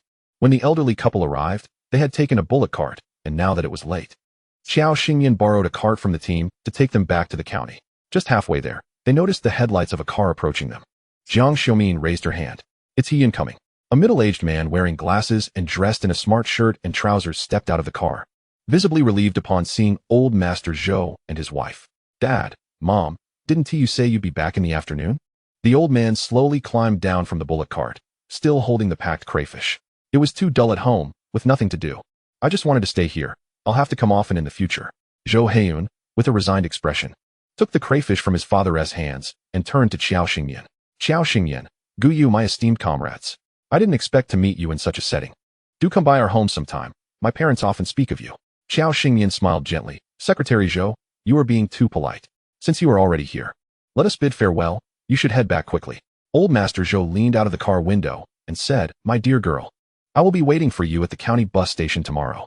Qiao Xingyan nodded, watching the car drive away into the distance. The figure beside her spoke up. "Where are you going tomorrow?" Qiao Xingyan turned to Gu Yu, her clear, luminous eyes narrowing into crescents as she smiled. "Guess." Gu Yu pressed his lips together, taking hold of her soft, delicate hand, gazing at her with a profound look. "You'll find out tomorrow," she teased, laughter bubbling forth. The next day, before dawn broke, Qiao Xingyan slipped out of Gu Yu's embrace and rose to her feet. Unbeknownst to her, she roused Gu Yu from his slumber as well. She whispered, "Why not sleep a little longer?" Gu Yu rubbed his eyes and shook his head. "I will accompany you." The two washed up with cold water and made their way to the kitchen. The savory mushroom meat sauce they had prepared earlier was all gone, so they decided to whip up another batch while it was still early. Making a few egg pancakes wrapped in the mushroom meat sauce for breakfast sounded delightful. Tomorrow, she must find time to buy some beef. Using beef for the mushroom sauce would elevate the flavor. She could also prepare tomato beef brisket, braised beef, and stir-fried beef with bell peppers. She couldn't help but let her thoughts wander, losing control at the mere consideration. By the time they finished their preparations, it was nearly 6 o'clock. She left breakfast for the Gu family, and after the two shared a light meal, they set out. Upon returning yesterday, she had sought out Zhang Wanfin for a letter of introduction and informed her family of her departure. However, Gu Yunjin's face fell immediately. With her sister-in-law gone, the family would be reduced to eating boiled vegetables. Clinging to Qiao Xingyan's thigh, she tearfully implored, "Sister-in-law, you must come back quickly." Qiao Xingyan gently ruffled her hair, reassuring her, "Don't worry, I will be back soon. There's a new batch of mushroom meat sauce at home, perfect for pairing with rice." Upon hearing this, Gu Yunjin's eyes sparkled. She could eat mushroom meat sauce for eternity. It was the best accompaniment for rice. When they arrived at the county bus station, old Master Zhou was seated on a bench, waiting for them. "Grandpa Zhou, sorry for the wait. Have you had breakfast? Why didn't Grandma Jiang come with you?" Zhou Goen nodded. "Your Grandma Jiang rose early to cook noodles. Today, I'm accompanying you, so she chose not to travel, claiming it makes her uncomfortable." Qiao Xingyan nodded, and the three climbed aboard the bus. The journey from Changrong County to the city would take at least 3 hours. By the time they arrived, it was nearly 11 o'clock. Old Master Zhou took them directly to the city hospital, where his second son, Wenzi, was in the ward. Upon seeing Zhou Goen, Wenzi's weary expression brightened, and he stepped forward, greeting, "Uncle Zhou, how is it? Have you found the miracle doctor?" Noticing the dark circles under his eyes and the red veins in his whites, Zhou Goen nodded. "Yes, but Z, let me be frank.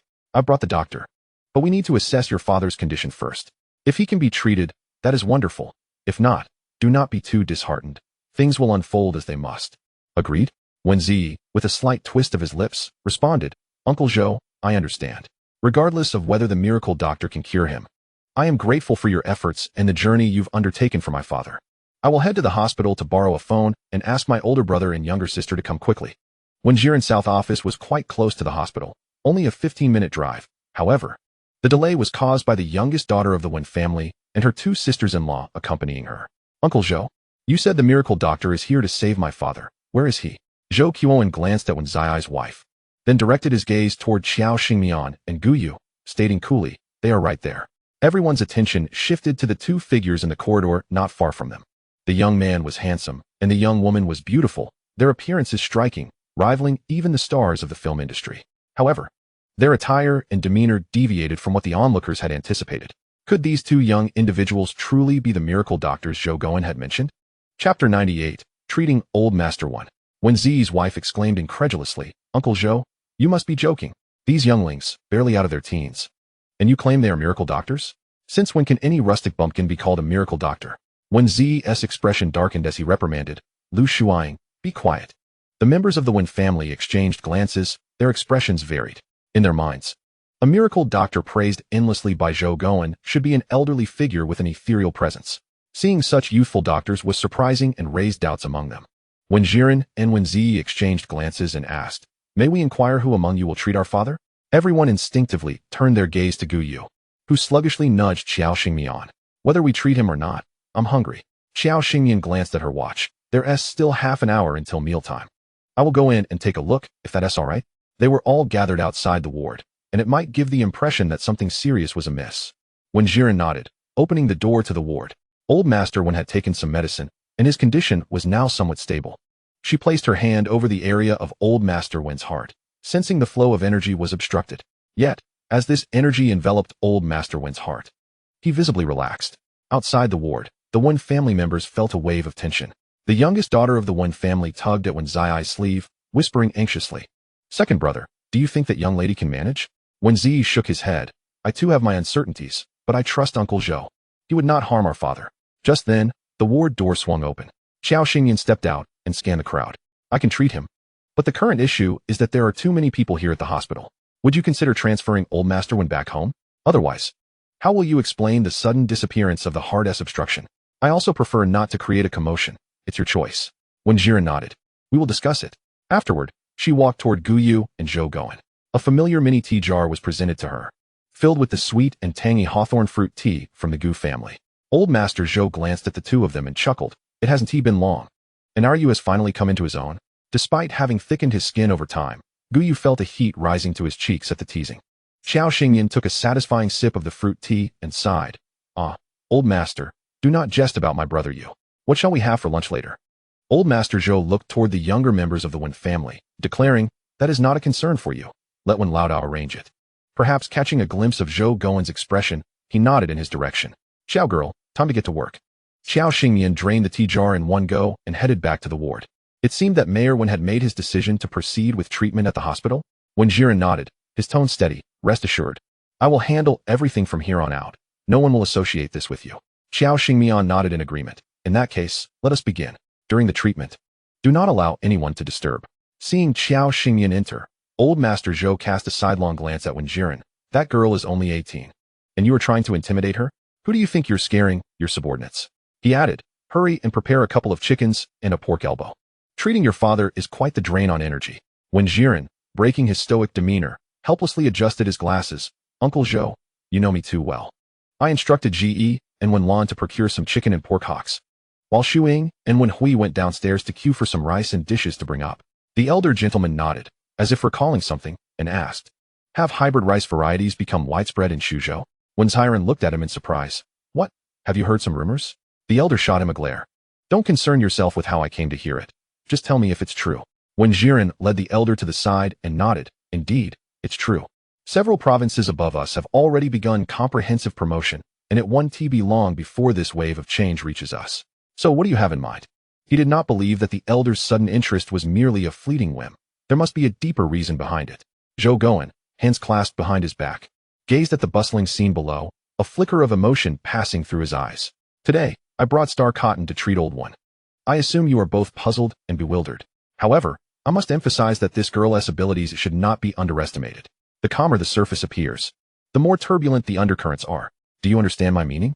Upon hearing this, when Jiren's expression froze, the pupils behind his glasses deepening. I understand your implication. Having reached my current position, I possess a certain sensitivity to matters.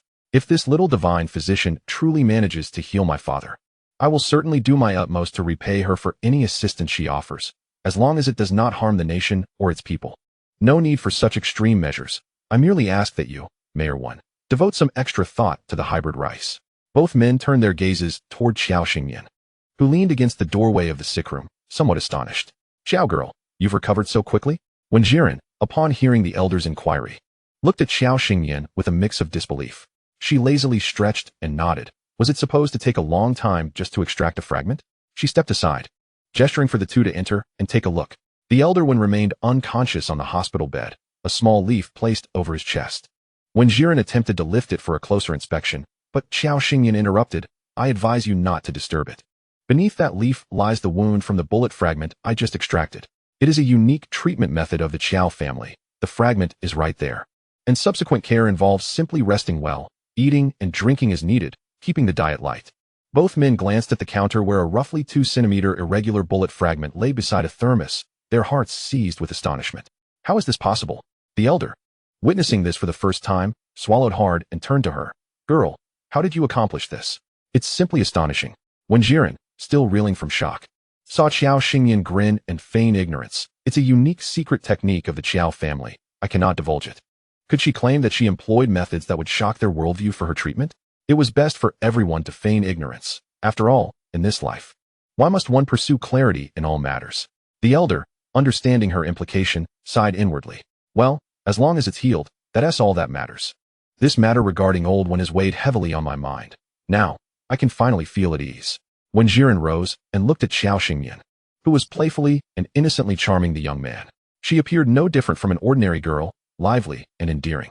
Yet beneath such a facade lay an enigmatic talent.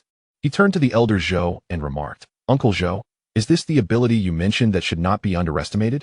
As the Wen family returned from buying meat, they beheld the strikingly attractive young couple seated on a bench in the corridor, seemingly engrossed in light-hearted conversation. When Jiren's younger brother approached, glancing at his elder brother and then at Xiao Xingyan. How's it going? When Jiren regarded him, nodding, let us eat first, we'll talk later. The elder one occupied a VIP room on the top floor, so it was inappropriate for the entire group to crowd into the sick room. The two comrades were compelled to dine in the corridor. Xiao Xingyan waved her hand dismissively. It's merely a meal. It matters not where we eat. During busy farming seasons, we often ate in the fields. Noticing that only the three of them were enjoying their meal, while the Wen family members remained idle, Xiao Xingyan inquired, aren't you going to eat? When Jiren shook his head, this was meant for you. I appreciate your company with Uncle Zhou. I wonder when my father will awaken. Chewing on a piece of spicy chicken, Xiao Xingyan's eyes lit up with delight. You go. This is delicious. You should try it. She reached out to serve a piece to Guyu. The younger brother's wife frowned in discontent. Hey, my elder brother is asking you a question. Didn't you hear? Xiao Xingyan, savoring the flavors, squinted her eyes, her tone languid yet laced with an imperceptible chill. One should not speak while eating or sleeping. I hadn't even begun to respond before you interrupted. Have you forgotten your manners, Madam Wen? Lu Shuang's expression shifted, her voice sharp. You little bumpkin.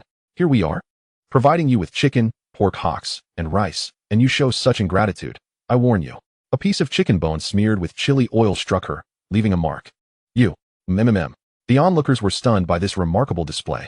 A mere chicken bone left the elder Wen's second daughter-in-law at a loss for words. Lu Shuang, both shocked and frightened, rushed to Xiao Xingyan, gesturing wildly and pointing to her mouth, indicating for her to release the control. Xiao Xingyan and Guyu continued their meal, while the elder Zhou remained contemplative. Xiao girl, how does the meat and vegetables in the city compare to those in the county? Xiao Xingyan sincerely nodded. I find this spicy chicken more delicious than the roasted chicken. The freshness of the Sichuan peppercorn combined with the fragrant spiciness of the chili oil is delightful. Moreover, their homemade marinade and seasonings create a refreshing taste without greasiness. I think I shall explore this further when I return. The elder Zhou laughed. That sounds splendid. Research well. And if you need anything, come find me in the county. I'll do my best to help you gather supplies. By then, I want to savor the spicy chicken you prepare, and oh, don't forget the wine. The two of them discussed what materials to prepare for their return. Noting that their team had no shortage of Sichuan pepper trees, she envisioned raising a few chickens, ducks, and geese, and later setting up a multifunctional oven in her new house, capable of baking bread as well as roasting chickens and ducks. The more she contemplated, the more hopeful she felt about the future. The three of them finished their lunch, each with their own thoughts. Lu Shuing continued to shake Wen Ji, urging him to come up with a solution. Wen Ji rubbed his forehead, becoming irritated by the commotion. Can't you be quiet for a moment? I see that the little divine physician is right. You've grown accustomed to others catering to your whims, indulging your ridiculous vanity and competitive spirit. Don't forget, we are merely one part of Shuzhou. Compared to the provincial capital, we are insignificant. Starting today, if you do not rein in your behavior, you can go live with your Lu family, and only return when you realize your mistakes. The prospect of being sent back to her family home loomed over her, rendering even the gravest matters trivial. After being reprimanded by her husband, Lu Shuang stood to the side, feeling wronged and silent. Xiao Xingmian and the others contentedly set down their bowls and chopsticks. When Jiren stepped forward, his tone imbued with a newfound reverence. It was my sister-in-law's fault earlier. Please do not take offense, esteemed young physician. I heard you were seeking tea trees? Xiao Xingmian nodded, regarding him intently. Indeed, does Mayor Wen have a solution? When Jiren smiled, I have a friend in the Pure region of South Province who possesses some connections. Xiao Xingmian raised an eyebrow, having anticipated this subtle shift in Wen Jiren's demeanor. Thank you in advance, then. Your elder's condition is not severe, if all goes well. He should regain consciousness by this afternoon. The years have drained some of his vitality due to the ailment, so he will require a period of recuperation. As for the leaves I provided, there is no need for you to concern yourselves. They will absorb naturally as the wound heals. Each of her words was attentively noted by Wen Jiren. At last, he inquired, might I ask if the pills Uncle Zhou administered to my father are still available? Esteemed young physician? Xiao Xingmian replied with a playful smile. Consider the consultation fee as a token from Mayor Wen for leaving us a trial opportunity for our revitalization team. I still have those pills, and I assure you, their efficacy surpasses any tonic available in the market. However, I have never sold them to anyone before. What price do you intend to offer? When Jiren pondered for a moment and declared, since they have garnered Uncle Zhou's approval, they must be remarkable. I shall offer 50 yuan per pill. Is that agreeable? Wen Zi tugged at his elder brother, whispering that 50 yuan per pill seemed rather excessive. Not only did he find it pricey, but the entire Wen family present shared his sentiment. Had Lu Shuang been able to voice her thoughts, it would likely have resulted in a cacophony of protests. After all, that amount could purchase a small ginseng root. And consuming a single pill hardly seemed capable of bestowing immortality. At an opportune moment, Old Master Zhou interjected, the combined salaries of the three of you must amount to 600 yuan monthly, not accounting for Wen Hui and Lu Shuang's contributions. I, too, purchased these pills for 100 yuan each. You've seen my condition before and can now observe my vitality, comparable to that of a vigorous man in his 30s. Were it not for Xingyan, how much longer could your father have endured? When Jiren shot a glance at Wen Zi, signaling him to remain silent. With Old Master Zhou's endorsement, the Wen family could certainly afford this price. After all, no sum could compare to the value of a life. As long as my father recovers, we shall procure the pills at 100 yuan each. Xiao Xingyan glanced towards Old Master Zhou, who winked at her, conveying approval for his actions. She lowered her gaze, concealing a smile. She had never anticipated that Old Master Zhou would turn the tables on his old friend. Could this be what they referred to as a fateful brotherhood? Unwittingly ensnaring his own friend. However, it was evident that the salary of a city chief was substantial, likely around 200 yuan. Investing 100 yuan for a pill that revitalizes one's energy and restores health was indeed a worthy expenditure. She produced a miniature gourd, handing it to him. Inside are 5 pills, 1 per week. You will soon discover this is truly a remarkable value. Oh, and by the way, if taken long-term, this medicine can extend your lifespan. 5 pills amount to 500 yuan. But when Jiren had no such sum on him and sent his wife to the bank for funds, after a moment's thought, he handed over all the currency he had available. In total, 500 yuan, along with 10 jin of grain coupons, 3 jin of meat coupons, a watch, and a bicycle, as well as some miscellaneous coupons. While this may not be much, it serves as a token of gratitude for your arduous journey to heal my father. The weather was gradually turning cooler. She could use some yarn to knit herself a garment, considering it part of the medical and treatment fees. The Wen family would always remember the life-saving grace. If the esteemed young physician ever needed assistance in the future, she could directly contact my office or home. Upon seeing Xiao Xingyan nod in acknowledgement, he turned his gaze to Zhou Goen. Shall we rest for the night before returning? Old Master Zhou looked at Xiao Xingyan, and upon seeing their nods, he consented. Chapter 100, Shopping at the Department Store. With some time on her hands, Xiao Xingyan took stock of her modest treasury. The 2,000 yuan she had unearthed from the back mountain had dwindled to around 1,700 after her return from South Province, complemented by a 500 yuan reward from the commune. Thus, her 2,000 had seen little expenditure. Aside from purchasing 2 watches and covering the expenses for home repairs, her spending had primarily been on meat, rice, flour, and household necessities, leaving her with relatively few expenses. adding the 500 yuan for treating Old Master 1. She now had over 2,070 yuan remaining. She was confident that her investments would yield returns in due time. Once these 2 years had passed, life would certainly become more manageable. Before long, Wen Jiren's wife returned, handing the money to Qiao Xingmian. Wen Jiren smiled. My sister-in-law humbly asks the esteemed young physician to show her mercy. Qiao Xingmian raised an eyebrow, replying with ease, lightly tapping Lu Shuing's acupoint. She finally found her voice after a long silence, yet now hesitated to speak. Qiao Xingmian, uninterested in her irrelevant presence, nudged Gu Yu. Since we're in the city, shall we go for a stroll? Gu Yu nodded, and the two bid farewell to old Master Zhou before departing. Meanwhile, Wen Jiren cast a glance at his younger siblings. Warning, once father awakens, I will bring him back home. If anyone dares to reveal anything about the esteemed young physician, the Wen family will no longer recognize you. Do you all understand? Clearly, as the eldest son of the Wen family, Wen Jiren's words carried considerable weight, especially in front of his younger siblings, let alone their wives. Wen Jiren's wife was not particularly talkative, and Wen Zi's wife, while prone to coveting wealth and status, was easily manageable. It was evident that she had absorbed Wen Zi's earlier warning. This was their first venture into the city, and they had only learned of the department store's location from old Master Zhou. Shopping, a delightful activity, was one that no woman could resist. Qiao Xingmian glanced at the fabric counter, noting the vast array of types and colors available, far surpassing what she had encountered in the county.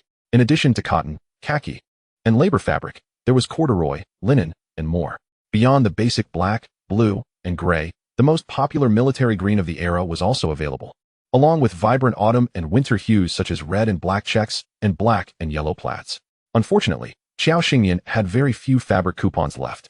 She decided to purchase 20 feet of corduroy, which cost significantly more than the 60 cents per foot for cotton fabric. As for the most expensive woolen fabric, she had no immediate plans. In a few days, she would visit Beijiang with Gu Yu, where the cotton would be ready for harvest. The saleswoman, noticing the two, enthusiastically offered, "Comrades, how about some yarn? The weather is getting cooler. A bit of yarn to knit something warm for winter would be delightful." Qiao Xingmian turned to Gu Yu. "Does anyone in your family know how to knit?" Gu Yu pondered for a moment and replied slowly, "I think only Grandma does." Qiao Xingmian nodded. "Then let's get some yarn for Grandma to knit us both a piece." The saleswoman, preparing the invoice, added, "You've come at just the right time. Although it is mid-September now, if you wait another week, all these goods will likely be snatched up immediately. In the past 2 years of selling here, I've noticed that this year is significantly better than previous ones. In the past, whenever anyone had a little money in hand, they would go to great lengths to procure food, indifferent to their attire, as long as they didn't starve or freeze to death. Now, there are rumors that the authorities intend to fully promote hybrid rice, suggesting that the lives of common folk will improve in the future." Qiao Xingyan looked at her in astonishment. "Even you are aware of this, elder sister?" The saleswoman leaned slightly forward. "I am acquainted with the second lady of Mayor Wen's household. Just a few days ago, she mentioned it while purchasing fabric." As she spoke, the saleswoman deftly clipped the ticket onto a wire above her head. Not long after, the wire was pulled back, revealing the change and receipt atop it. This method was a novel sight for Qiao Xingyan, who found it quite intriguing. She had purchased 6 pounds of wool tickets, acquiring 20 yuan per pound for wool yarn, which should suffice for both the elderly and the young in her household. While passing the watch counter, she was surprised to find international brands, which would still be recognizable in future generations. Among these, Omega and Roma were notable, but her gaze was transfixed on a particular men's watch, a 17 steel diamond-encrusted, waterproof, shockproof automatic chronograph with a golden bezel. She couldn't tear her eyes away. Approaching the counter, she inquired, "How much for this watch?" The saleswoman, taken aback by the inquiry for an imported watch, momentarily hesitated before glancing at the Rolex on display. "This piece is considered the most exquisite and luxurious in our collection, and it is the only one in the entire city, retailing at 817. Qiao Xingyan felt a shiver run down her spine, her heart sinking with a mix of awe and disbelief. Such a price for a Rolex in this era? If one earned like Wen Jiren, it might take just a few months to acquire one. Yet for the average family, with a typical wage of 20 to 30 yuan, it would take nearly 3 years of deprivation." Observing Qiao Xingyan's dazed expression, the saleswoman asked, "Comrade, would you like to purchase this watch?" Qiao Xingyan shook her head. "Thank you, not for now." The saleswoman, unfazed, understood that in these times, few could afford imported watches. Domestic and Soviet brands were far more popular.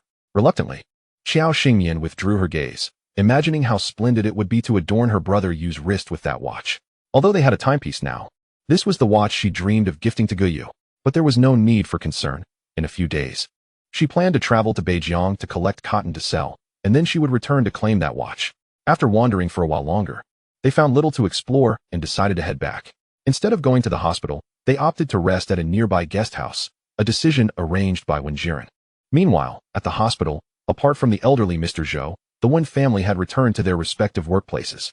When Wen Shirshu awoke, he felt a tingling sensation in his heart, devoid of the excruciating pain he had previously endured. As he surveyed his surroundings, he spotted a familiar old man lounging on the couch. Old Zhou, wake up. Oh, you're awake? Wen Shirshu remarked, why are you here? Haven't you gone back? The elderly Zhou stretched, twisting his back, and sighed, why would I go back? Are you out of your mind? No, wait. You're all better now, just a bit muddled from sleep. How do you feel? The more he listened, the more perplexed Wen Shirshu became. I feel great, no pain. And I have more energy. Old Zhou approached and patted his arm. Well, no pain is good. It means my old bones haven't endured this for nothing. You might not know, but just after I got home a few days ago, I sought out a miraculous doctor for you. If you're awake today, it's all thanks to that doctor. Did you think you'd just woken up by yourself? Mr. Wen raised his hand, attempting to touch his heart.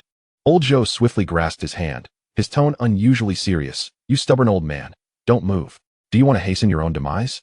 They just removed the fragment lodged in your heart at noon. The doctor said that as your wound heals, the essence will be gradually absorbed to nourish it.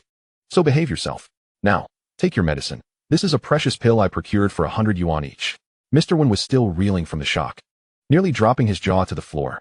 My eldest son hasn't he been swindled, has he? This little black thing costs 100 each. Will it make me immortal, or turn me into an old turtle? Chapter 101. The matter settled, return to the village. 1,000-year-old turtle, not bad, huh? Old Zhou shoved the pill into his mouth and continued. You looked like you were on the brink of death. It was only because of the secret stash of pills I had that you managed to hold on until the doctor arrived. Otherwise, our brotherhood would have come to an end. Mr. Wen grimaced, smacking his lips. It has no flavor. It just slipped down like watery rice porridge.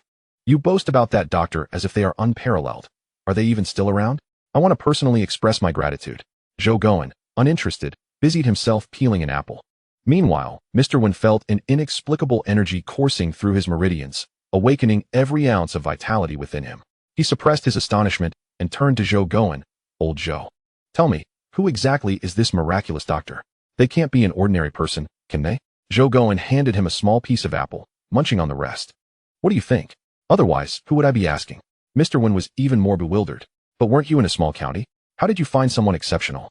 Zhou Goen shot him a glance. Have you forgotten your youth? During the war, you've seen extraordinary people, haven't you? There are those beyond our ken. Mr. Wen couldn't dismiss the memories of those tumultuous times, the nation in turmoil, the fight for survival, where some remarkable individuals rose to the occasion, even using temples as secret meeting points for warriors. Among those who joined the resistance, some had since taken up positions in Jinzhou. The tales of the Three Pure Ones and the legendary figures of Buddhism during times of chaos were well known, albeit shrouded in folklore. Of course, the miraculous doctor had not been conscripted by the authorities. Their medical prowess must surely benefit the nation, right? Zhou Goen shook his head. That girl isn't seeking such things. From what I've gathered over time, she desires a quiet life, and as for what comes next, who can say? Mr. Wen's expression shifted. A girl? You mean a young lady? Oh, you didn't know? Yes, she is from our county's Chaoshi Commune's revitalization production team. Mr. Wen was taken aback, his mind spinning. He never anticipated the miraculous doctor would be a young woman. He found himself in a daze. What is her situation? Surely you know something about her affairs in your territory? Zhou Goen shot him a disgruntled look. What do I know? This is all from the information my eldest has. Previously, this girl had been in poor health, claiming that her long illness had made her knowledgeable in medicine. How could we be privy to all these matters? Mr. Wen stammered. Then may I request to meet this girl? Is that possible, old Zhou? Seeing his earnestness, Zhou Goen frowned. What do you intend to do? Mr. Wen, unusually flustered, prompted Zhou Goen's irritation. What is the matter with you? You seem as tongue-tied as a bashful maiden before me. Speak your mind, let it out quickly. The elder one lay on the sickbed, turning his head to glance at him, his voice barely above a whisper. I merely wish to inquire if this miraculous physician could perhaps discern the true cause of Ming Qing's demise. Zhou Goen's expression darkened, his voice tinged with barely suppressed anger. Wen Shirshu, have you lost your senses? I am aware of your lingering obsession with Ming Qing's death, but the laboratory has already provided an explanation. She merely ingested some unknown lethal plant. What more do you seek? This matter is classified. You cannot involve an ordinary person in it. Upon hearing this, the elder one appeared somewhat disheartened. Yet, The deceased Ming Qing resembled his late partner in some ways, yet distinctly unlike her in others. After spending nearly a lifetime together, how could one fail to recognize their own spouse? Observing his despondence, Zhou Gowen spoke in a low, firm tone. As long as the higher-ups do not reopen the investigation, we must refrain from mentioning it again.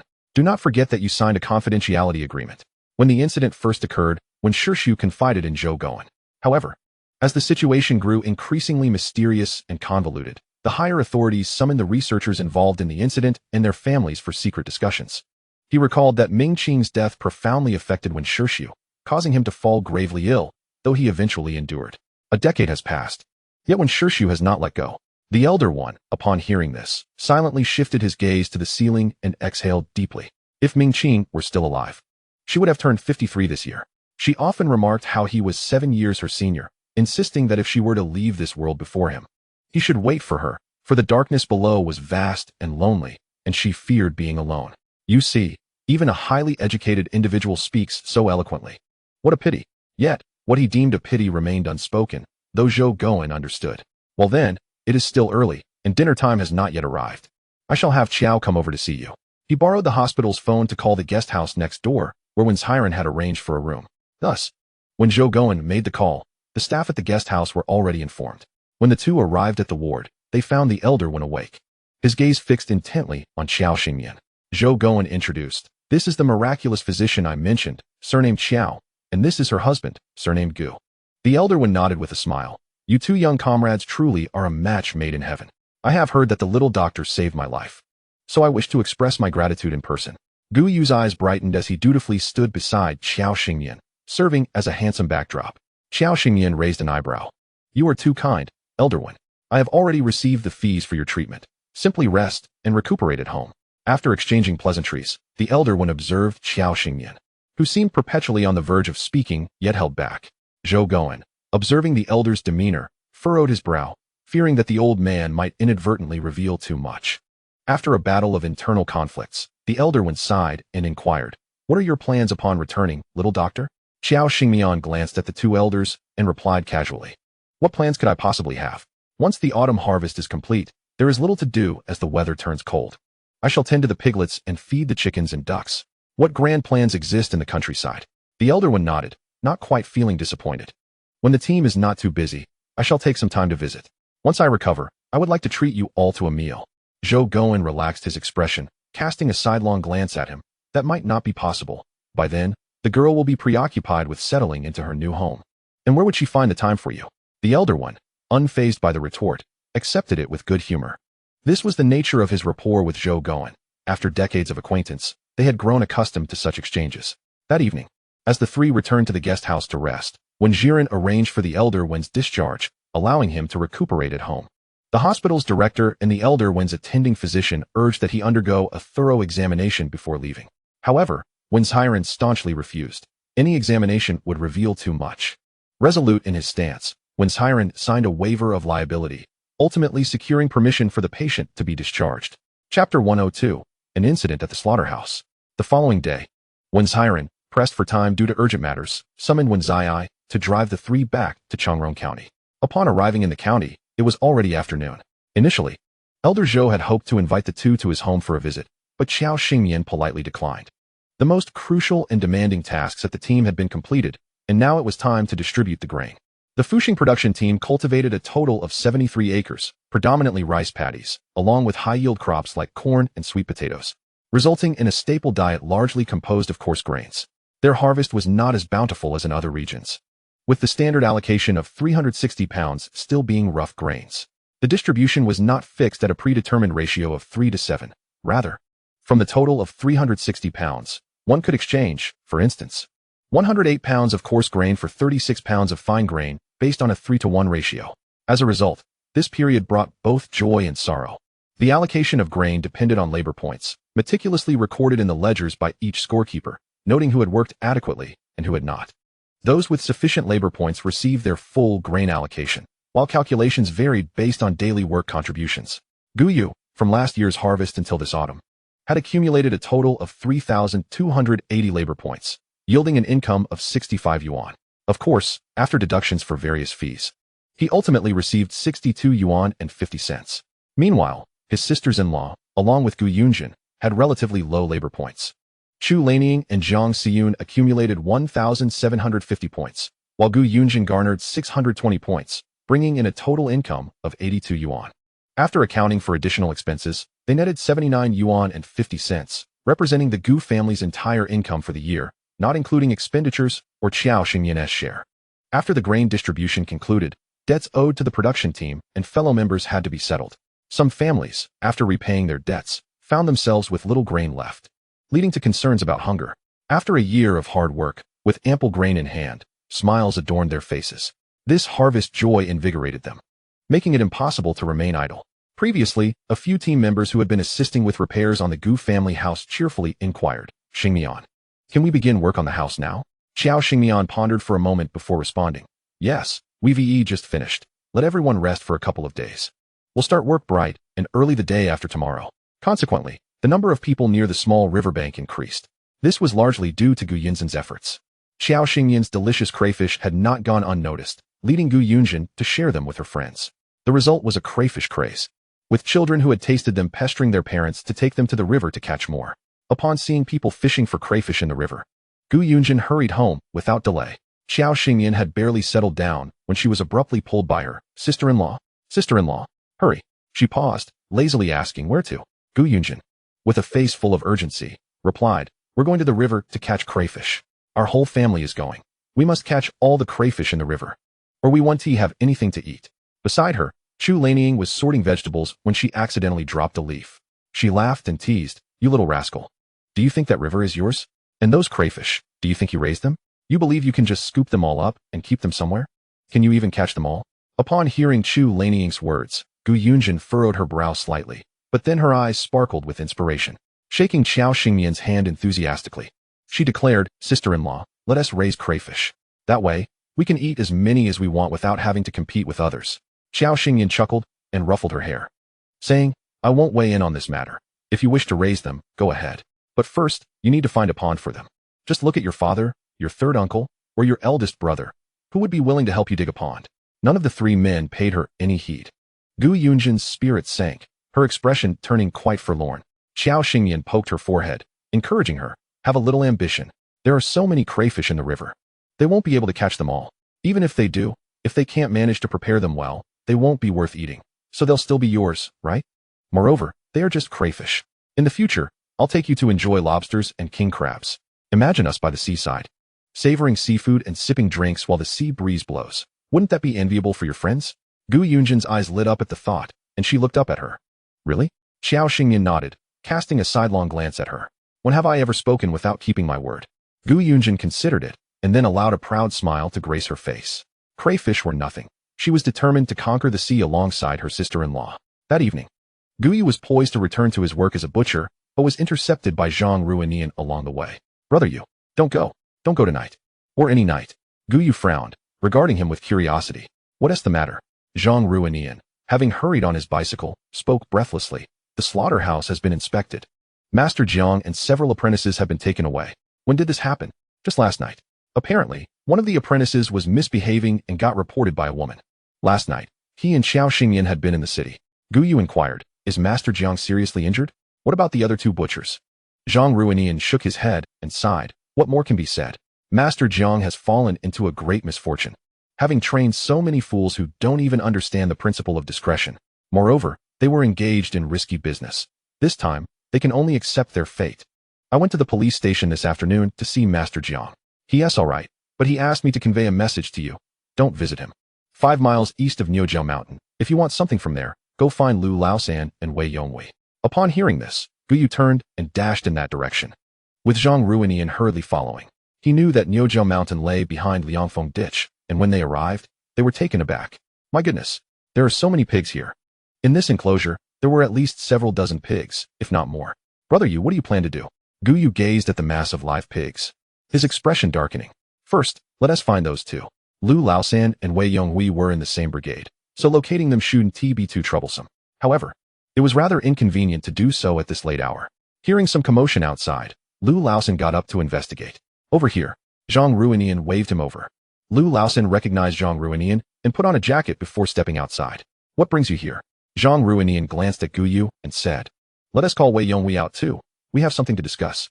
The four of them arrived at Niujiao Mountain under the cover of darkness. Zhang Ruinian spoke first. "Master Jiang was taken into custody today. You're aware of that, right?" The two men fell silent, but eventually nodded. Since Master Jiang's troubles had begun last night, they had been on edge, fearing that the police would come for them at any moment. "I went to the county police station to see Master Jiang. He intends to sell this pig farm to Brother Yu, but he wanted to consult you first." They exchanged glances, fear and apprehension evident in their eyes. Lu Laosan shook his head. "After experiencing this incident, Yonghui and I are unlikely to dare engage in such perilous work again. To be honest, we had already intended to quit. We only stayed out of respect for Master Jiang.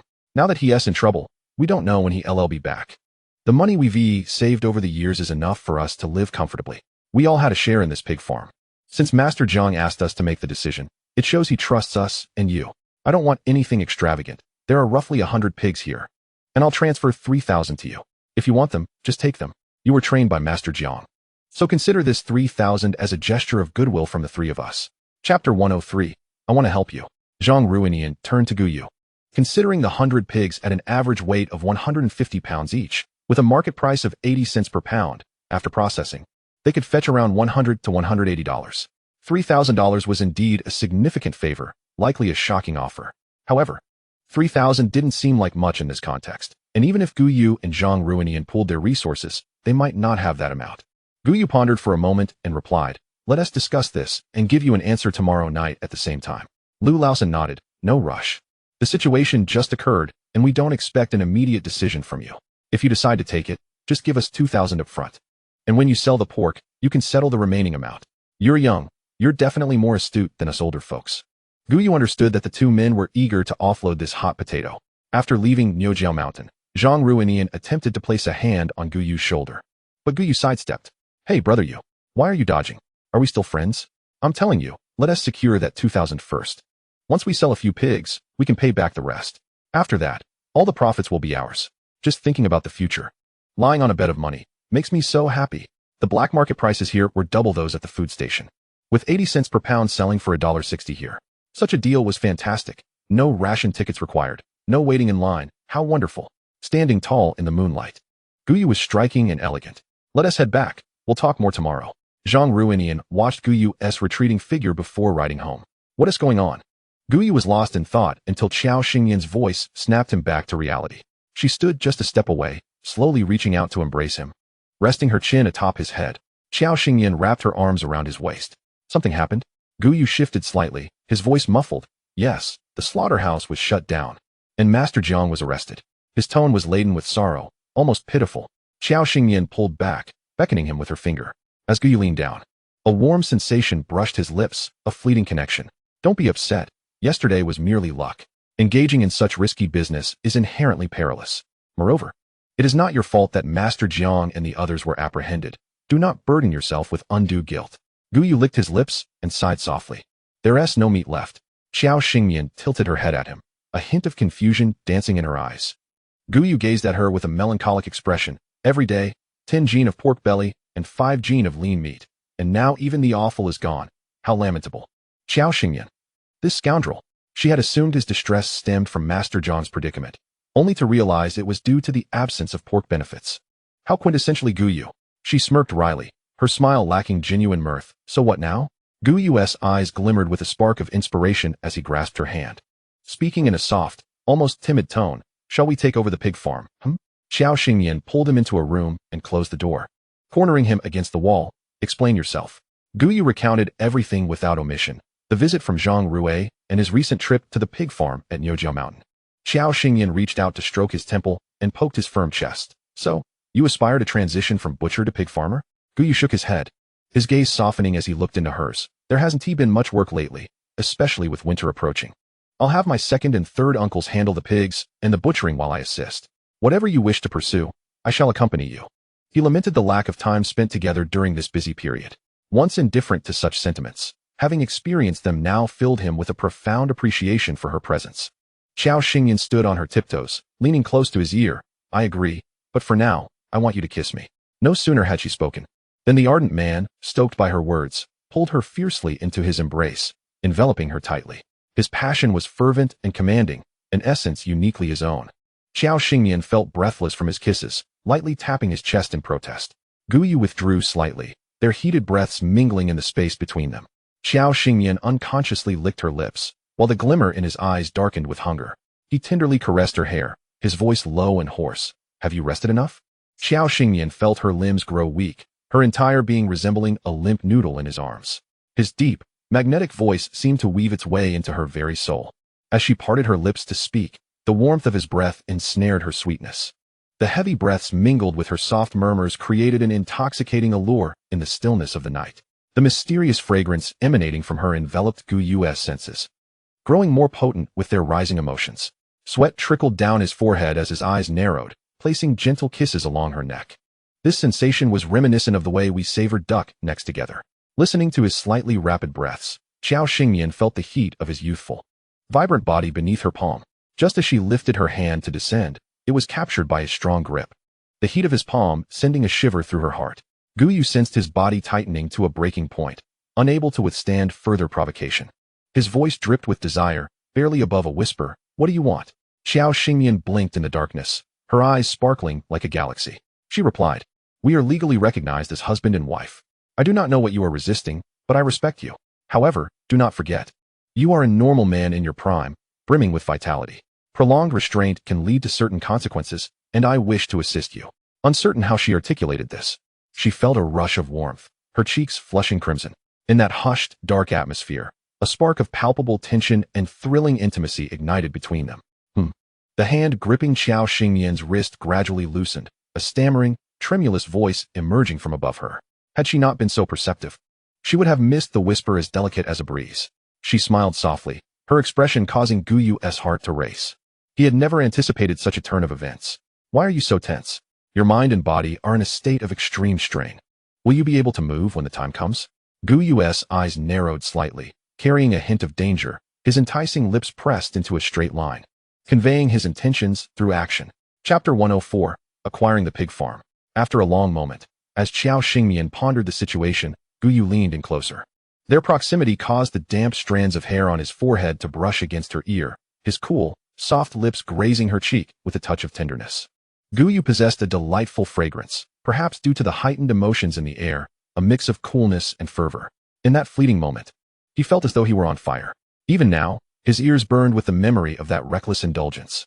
Qiao Xingyan pouted, playfully demanding, hurry and wash up. Gu Yu promptly stood, hastily tidying himself before stepping outside to fetch water. He meticulously wiped her face with a damp cloth before taking her delicate hand, tending to it with utmost reverence. Qiao Xingyan found his silly demeanor amusing, kicking off her shoes to wipe her feet as well. Her petite, porcelain-like feet fit snugly in his hand, his body warm while hers retained a slight chill. The contrasting temperatures sent a shiver through them both. Her alabaster cheeks flushed with warmth, causing her to retract her foot, only to have it caught in his firm grasp. Do not move. Qiao Xingyan playfully kicked her legs, her voice soft and lacking force. Let go, it tickles. Gu Yu ignored her, diligently attending to his task. After tending to her, he made his way to the riverbank to cool down, washing his soiled trousers in the process. Observing the large, inexplicable stains, Gu Yu felt his cheeks heat, his heart racing with a tinge of regret. When he returned, slightly damp, Qiao Xingyan was already nestled in bed, her eyelids fluttering as sleep beckoned. A warm body pressed against her, enveloping her entirely. Qiao Xingyan instinctively rolled into Gu Yu's embrace, her hand brushing through his still damp hair, the warmth of her palm drying it almost instantaneously. She nestled her face against his neck and murmured, once the house is built, let us not bathe in the river anymore. Gu Yu kissed her forehead softly. All right. The following morning, when Qiao Xingyan rose, Gu Yu had already gone to the back mountain for his morning exercises. She prepared breakfast and, recalling the peppers she had planted, decided to dilute some spring water to water them. I'll help. Gu Yu carried 2 buckets, joining her as they walked to the garden. The peppers had been planted for almost a month, and Gu Yu had taken meticulous care of them, fearful they would not thrive or become infested. He visited the garden daily, often watering, weeding, and fertilizing them. Fortunately, the peppers had begun to sprout flowers, and they would likely be ready for harvest next month. Qiao Xingyan has already begun to contemplate the purposes for this batch of chili peppers. Half of the Gu family's private plot has been allocated for growing peppers, while the other half is cultivated with leafy greens. As for the Qiao family's own land, it has become overgrown with weeds, and Qiao Xingyan is considering clearing it to plant a few fruit trees. Upon returning home, Xiao Xingyan convened a small meeting. Yesterday, Yugo informed me that there is a pig farm on Zhang Ruiyan's side that is no longer operational and is up for sale. He inquired if we were interested. After conferring with Yugo and calculating the potential, what do you all think? Jiang Suyun furrowed her brow, expressing concern. What if this gets discovered? Her question echoed the anxieties shared by the others. Although the authorities currently encourage members to raise pigs and poultry, each pig must be registered. This essentially means that members are assisting the government in livestock production. Well-cared-for animals can be sold to the state or consumed by the owners, benefiting both the nation and the populace. However, running a pig farm clandestinely carries significant risks. Xiao Xingyan nodded, acknowledging that with the slaughterhouse now closed, even if they were to raise pigs, there would be no place to butcher them or tools to do so, which is indeed a pressing issue. She stroked her chin, contemplating the prospect of acquiring a pig farm with nearly 100 pigs for 3,000 yuan. Not only Guyu, but she herself was quite tempted. Setting aside the initial investment of 3,000 yuan, if a pig could be sold for 100 yuan, they would stand to gain 7,000. Furthermore, there are breeding pigs that could produce offspring, ensuring a continuous cycle. The manure generated from pig farming could also be used for compost, significantly reducing fertilizer costs. What a lucrative venture this could be. With the year drawing to a close, the situation would become clearer after the new year. Xiao Xingyan clapped her hands and addressed the group. Do not worry. Since our family is undertaking this venture, I will resolve the issue of discretion. Regarding Xiao Xingyan's decision, Guo Pe, seated at the head of the room, had no objections, merely inquiring lightly. 3,000 yuan is no small sum. How do you plan to manage it? Guyu replied slowly. They said we should pay 2,000 yuan up front and settle the remaining 1,000 once the funds are recouped. Xiao Xingyan nodded, saying, I have sufficient funds on hand. If needed, didn't you previously give me gold, Pe? I could exchange that at the bank. We just need to keep enough for our living expenses. Aside from the nearly 2,000 yuan she had, the Gu family's dividend income still leaves over 140 yuan, which is ample for sustenance. Moreover, these are all mature pigs that could be sold on the black market at any time, ensuring a quick return on investment. It is likely this is why Lu Laosan is willing to accept an initial 2,000 yuan. Once everything was settled, Xiao Xingyan and Guyu headed to Niujiao Mountain together that evening. Not only Lu Laosan and Wei Yonghui were present, but also Zhang Ruiyan. Upon seeing them, they greeted the newcomers.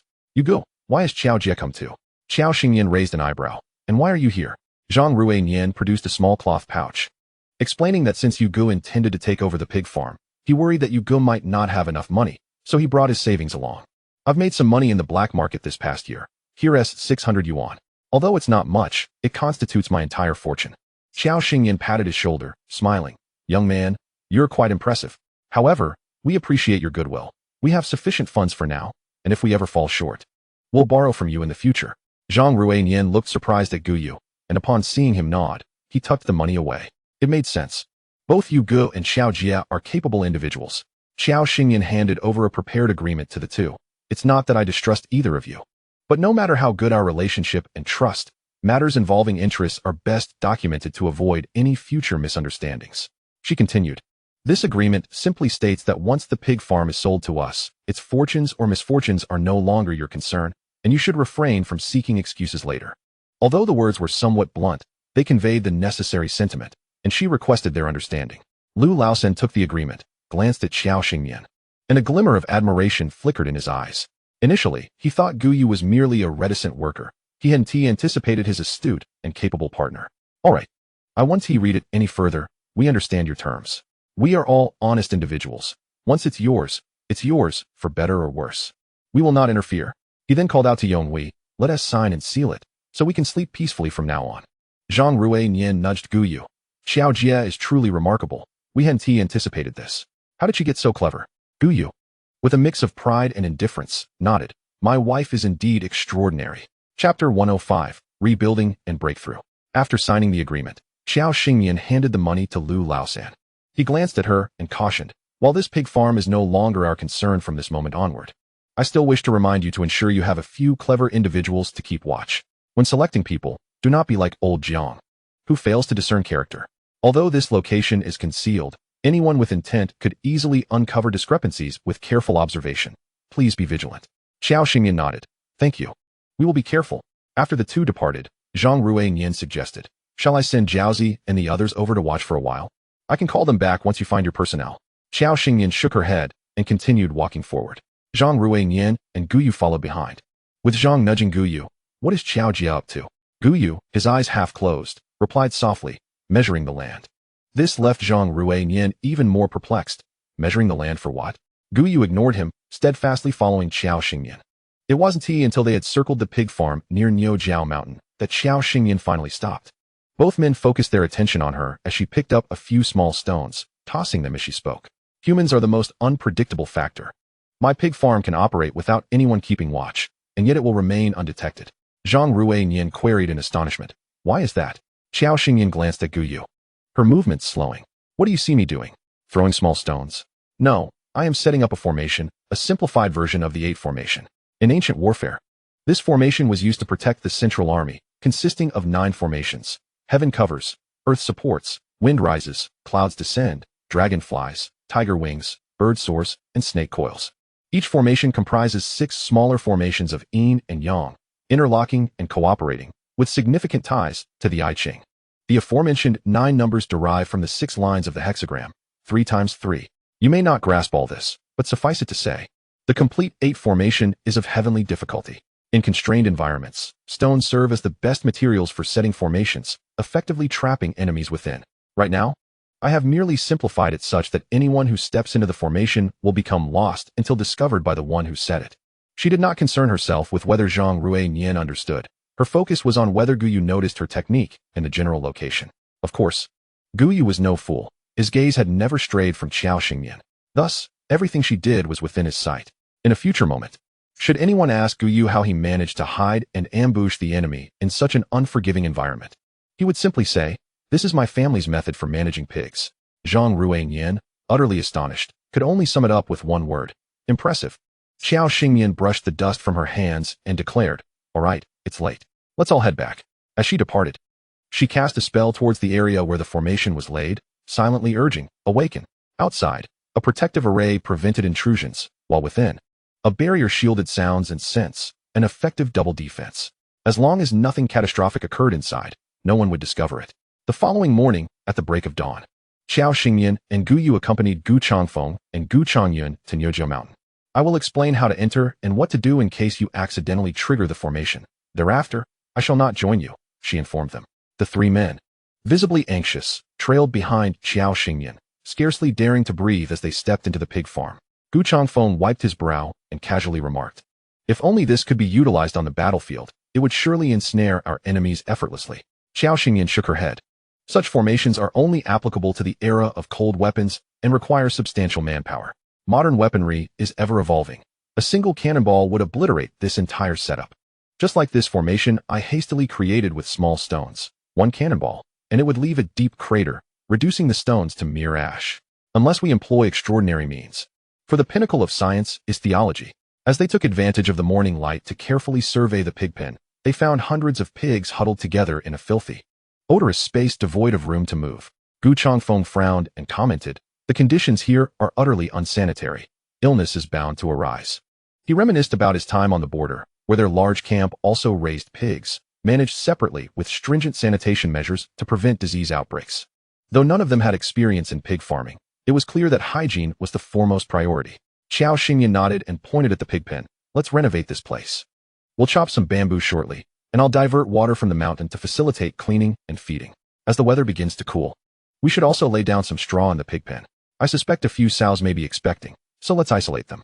I've heard pigs can be scary, and every litter is a potential profit, so we must be cautious." With clear divisions of labor established, they set to work with alacrity. This pig farm lay nestled within the hollow of Niujiao Mountain. After a brief walk, they stumbled upon a small waterfall cascading down the mountain. Qiao Xingyan joined her index and middle fingers in a sword gesture, and an invisible current sliced through the air, felling a patch of bamboo. She employed a smaller bamboo stalk to forcefully pierce through the joints of a larger bamboo tube. Only after connecting enough tubes to bridge the waterfall and the pig farm did she string them together. With the connecting points lacking any form of fixation, she used a small segment of bamboo that fit snugly into the larger tube and secured it with smaller bamboo strips to prevent any slippage. Thus, a bamboo water pipeline was constructed. With water in place, other tasks became significantly easier. Shall we consider rebuilding this pig farm? We can create individual pens for easier management and cleaning. The space is ample. We could allocate 1 pen for every 15 pigs, all separated by wooden boards. Guyu, eyeing the daunting task ahead, nodded. I will go chop some wood. Qiao Xingyan called out to him. I'll join you. The tools available at the pig farm were adequate, including cleaning equipment, pots for cooking feed, small carts, axes, knives, and sickles.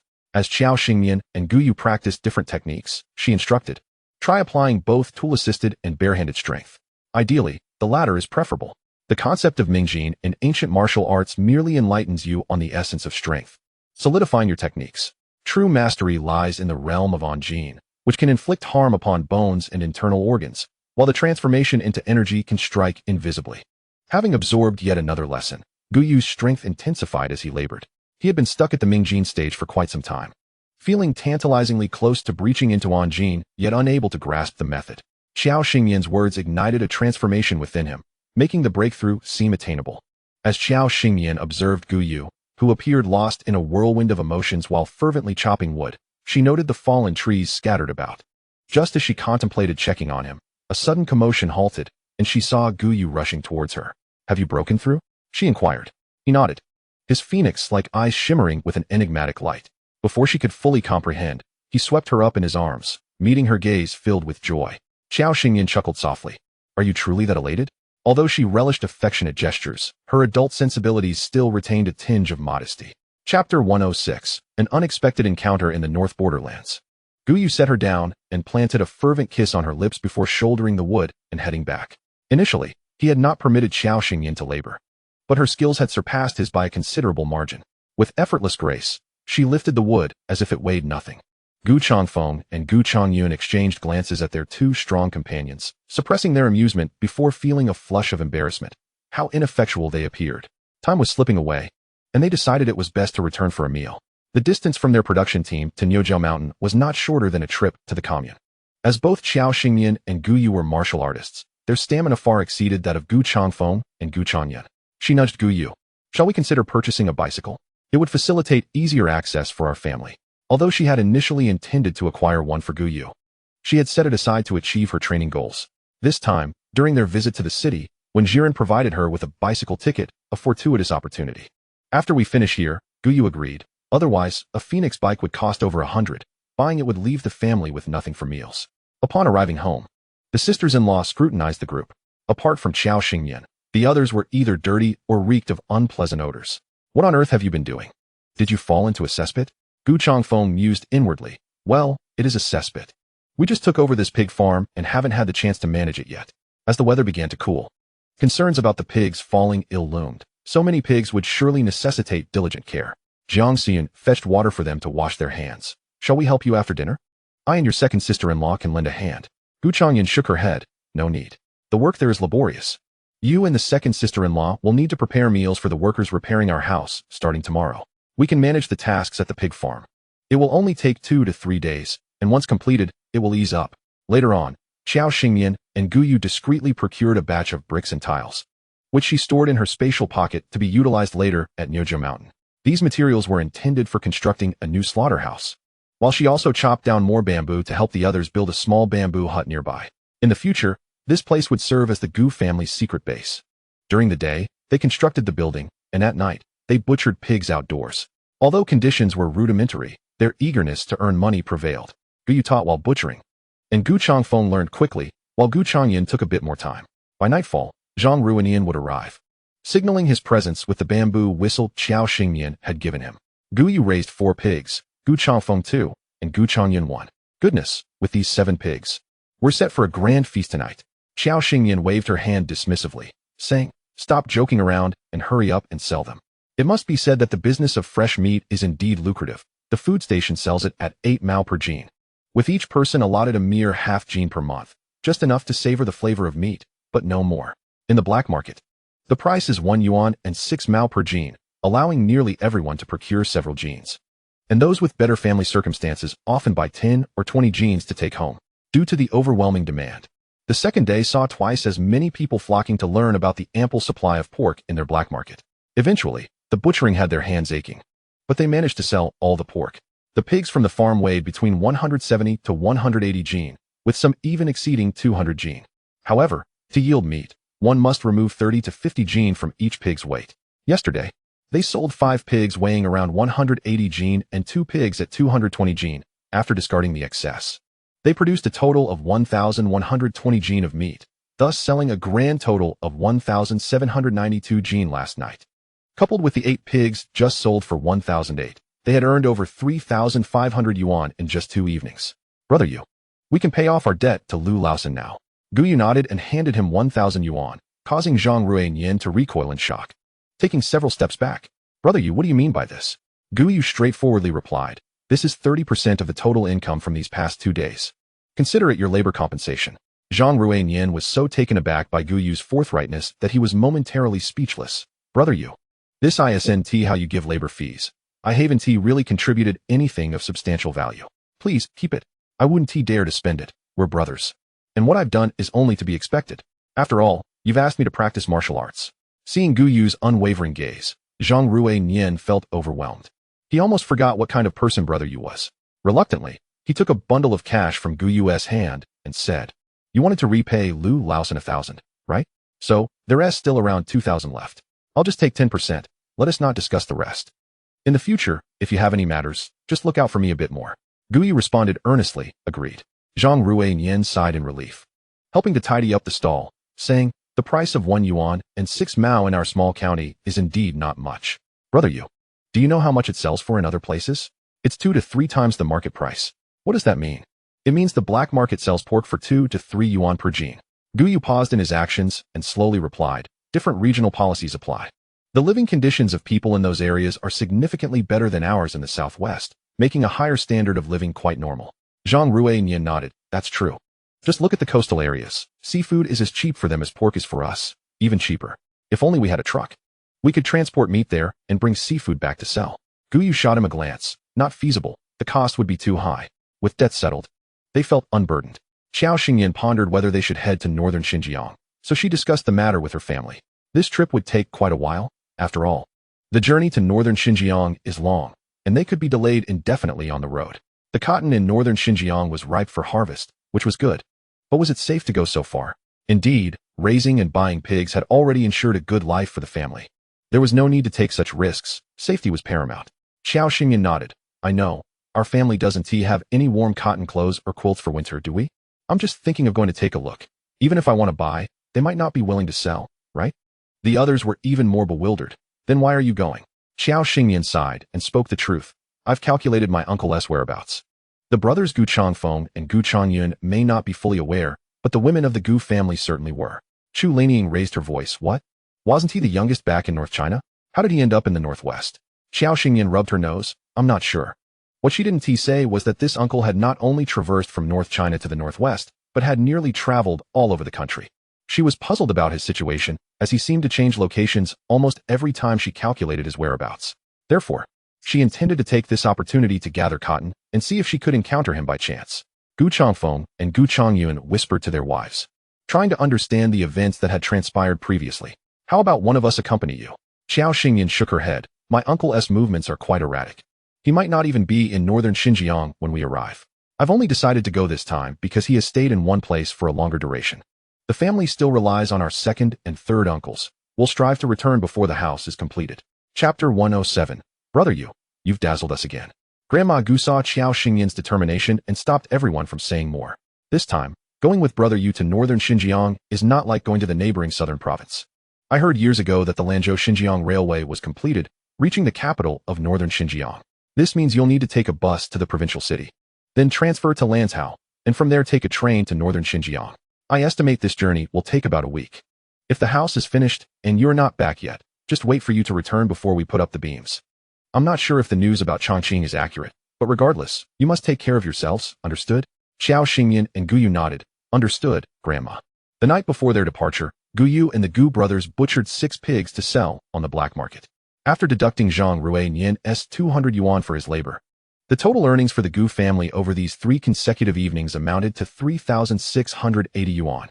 The Gu family members gazed at the pile of money on the table, swallowing hard unconsciously. Chu Lanying clapped her hands. Goodness, the fresh meat business is incredibly profitable. Xiao Xingyan nodded. As long as we have breeding pigs, we can continue this business indefinitely. Once we find suitable candidates. Our second and third uncles 1T need to personally handle the butchering. They just need to manage their teams for butchering, transportation, sales, and accounting. We can systematically improve this process in the future. After all, every person has a demand for meat. The profits earned over these 3 days should be shared among everyone. A portion will be set aside for household expenses, and the rest can be divided. Gu Changfeng frowned. It can't be divided this way.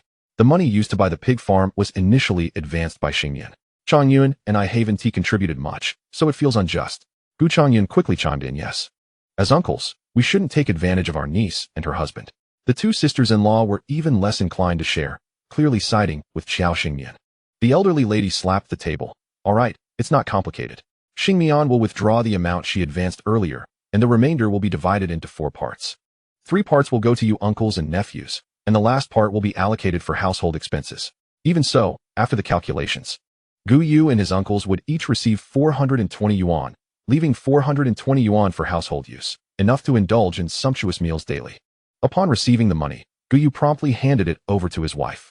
He was now able to earn money to spend on her. Qiao Xingyan poked his cheek and handed him 50 yuan. Here is your pocket money. Gu Yu glanced at her, accepting the money. As a man, how could he manage without some cash in hand? After all, one shouldn't constantly rely on their spouse to bear the financial burden when venturing outside, should they? With their departure imminent, Qiao Xingyan took advantage of the night to gather some supplies for home. Currently, meat was not in short supply at home, so she opted not to prepare that. She mixed some fragrant rice into the rice jar, filled the water tank with spring water, and stocked the cabinet with fruits. While also preparing provisions for the journey, she packed some sausages, a sauce made from cured meat, and some newly developed snail sauce. Along with braised intestines and eggs, everything she could think of went into her bag. This handbag was merely for appearances. After all, some items required refrigeration, and she stored them in her spatial compartment. As dawn broke, the two of them set out to find Zhang Wanfeng. What are you two up to? It's not even light yet, he remarked. Captain, Hugo and I are heading out. My dad as comrade wrote to say he has news about my uncle. Could you kindly provide us with a letter of introduction? Zhang Wanfeng glanced at the items Qiao Xingyan was carrying and scrutinized her. Since when did I know your father had a comrade dedicated to finding people? Moreover, wasn't he Gu Changqing lost in the deep mountains and never rescued? How did he end up outside? Qiao Xingyan responded with a blend of truth and deception. My uncle is quite lucky. He must have been rescued. Besides, my father has been in the army for over a decade, so it's not surprising he has some well-connected friends. Uncle, stop stalling. We need to catch our ride soon. Zhang Wanfeng tugged at his coat. Exasperated, come in. It's a good thing you came early, otherwise. If others saw you with all this food, eggs, rice, and meat, my career as captain would be over. Your father left you money, be frugal with it, or you'll see what happens when it runs out. You little rascal, calling me uncle when it suits you and captain when it doesn't. You weren't like this as a child. Where are you planning to go this time, and for how long? Watching Zhang Wanfeng scribble while he rambled on, Qiao Xingyan felt a warmth in her heart. Yet, she had to keep up the charade. I'm not quite sure. Last time, we rushed back, and they said to stay and play for a couple of days. They're busy with the autumn harvest, and once that's done, we'll have a proper time to enjoy ourselves. Uncle, money isn't born with us, nor does it go with us when we die. If it's spent, it's spent. You can't live like a hermit when you have money. Life would be dull. Besides, my Gu can earn enough to support me. Can't he? Gu Yu squeezed her hand, nodding seriously yes. Zhang Wanfeng shot a sidelong glance at the affectionate couple, mockingly said, yes, yes. Your Gu can support you, the little princess. Even if the autumn harvest pays out, you still need to be frugal. Enough of this chatter. Go on, and let your Gu worry about it, and hurry up and leave. Qiao Xingyan grinned as she took the paper, waving it. I'll bring back some local specialties for you. Watching them depart, Zhang Wanfeng shook his head with a helpless smile. You little rascal. What's with you? I regret not having another daughter back then. If we had a daughter like Qiao, it would be such fun. He turned to Lu Jing, sighing. This girl's temperament is nothing like Wayman's. I wonder if she takes after her unknown mother. After leaving the revival team, they hurried to the county town to catch a ride. By the time everyone was on board, they set off. Gu Yu let Qiao Xingyan sit by the window, and noticing her small yawn, he softly said, if you're tired, lean against me and sleep for a bit. Qiao Xingyan's eyes half closed, catching sight of 2 girls beside them constantly glancing in Gu Yu's direction. She tilted her head slightly, and as the vehicle progressed, a gentle halo of light filtered through the gaps in the roadside trees, illuminating his profile. His dark, deep-set phoenix eyes appeared indifferent, with long, raven-like lashes fluttering occasionally, complemented by delicate brows, a prominent nose, and subtly pale lips. When he was silent, he exuded an innate aloofness and detachment, appearing both restrained and alluring. Clad in a simple white shirt and black trousers, paired with a pair of casual white shoes, He was undoubtedly a striking young man. Coupled with his exquisite features and an understated yet commanding presence, he was utterly captivating. With a playful nudge, she leaned closer to him, whispering, "There are two girls over there looking at you." Guyu narrowed his elongated eyes slightly, not even shifting his gaze, simply lowering his eyes to fixate on her. "There's a girl right in front of me looking at me." Xiao Xingyan chuckled, covering her mouth, and whimsically remarked, "I'm thirsty." Guyu's lashes trembled as he retrieved a water bottle from her bag and handed it to her. Xiao Xingyan blinked. "Where's my little tea jar?" Guyu remained unfazed. Resigned, she took a sip from the bottle, finding the sweet and sour flavor delightful. Guyu took the bottle back. Drinking from the spot where she had just sipped, his voice low and tinged with pleasure. Good, sweet." Xiao Xingyan smirked. "Very well, you've impressed me." The two girls nearby, blushing with indignation, quickly averted their gaze, too shy to look again. Chapter 108. Arrival at the capital. By the time they reached the provincial city, night had already fallen, and they found a nearby guest house to stay for the night before setting off again the next day. Early the next morning, they traveled to Lanzhou, arriving in the afternoon to purchase train tickets. "It seems we'll have to stay another night in Lanzhou. The train is at 2:30 tomorrow." Xiao Xingyan felt it was utterly torturous. The train from the provincial city to the northern frontier was still not operational, and the nearest route was the Lanzhou-Xinjiang Railway built in 1962. They had already spent 2 days traveling from the county town to the provincial city and from there to Lanzhou. Tomorrow, they would have to endure 3 days and nights on the train, truly a slow journey across distant lands. In those times, without special circumstances or affiliations, one typically received only hard seats when traveling. As for soft sleepers, that was a luxury beyond reach for anyone but the privileged or wealthy. Thus, when purchasing tickets, Guyu blushed as he awkwardly claimed his wife's special circumstances by presenting the letter of introduction and their marriage certificate. They finally secured one hard sleeper and one hard seat, albeit in different carriages. Xiao Xingyan's face fell, her expression somewhat pitiful. She had never traveled by train in her previous life, as everyone had taken flights then. Guyu patted her head, assuring her, "It's all right. Once we're on board, I'll ask if anyone is willing to switch." Xiao Xingyan's bed was a lower bunk, opposite a young man whose features were strikingly deep-set, while above her were a young woman and a middle-aged lady, with the upper berth still unclear. After inquiring around, it seemed nearly no one was willing to switch, as traveling to the northern frontier required 3 days and nights. They would have simply opted for hard seats if they could afford it. Reluctantly, they abandoned the idea. Originally, Guyu suggested that Xiao Xingyan wait on the adjacent aisle seat, but when 2 women occupied that space, Xiao Xingyan had no choice but to stand aside. Guyu then pulled out a small blue floral sheet from his bag to lay down for her. The older woman behind them shot a sideways glance, muttering under her breath, "Who travels like this, so finicky, like a capitalist young lady?" The young girl next to her, munching on sunflower seeds, glanced at Guyu before shifting her gaze to Xiao Xingyan.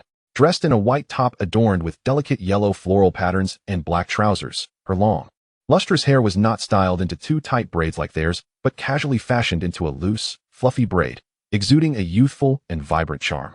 Though it may appear subtle, there is an enchanting quality that renders that milk-white visage akin to that of a fairy.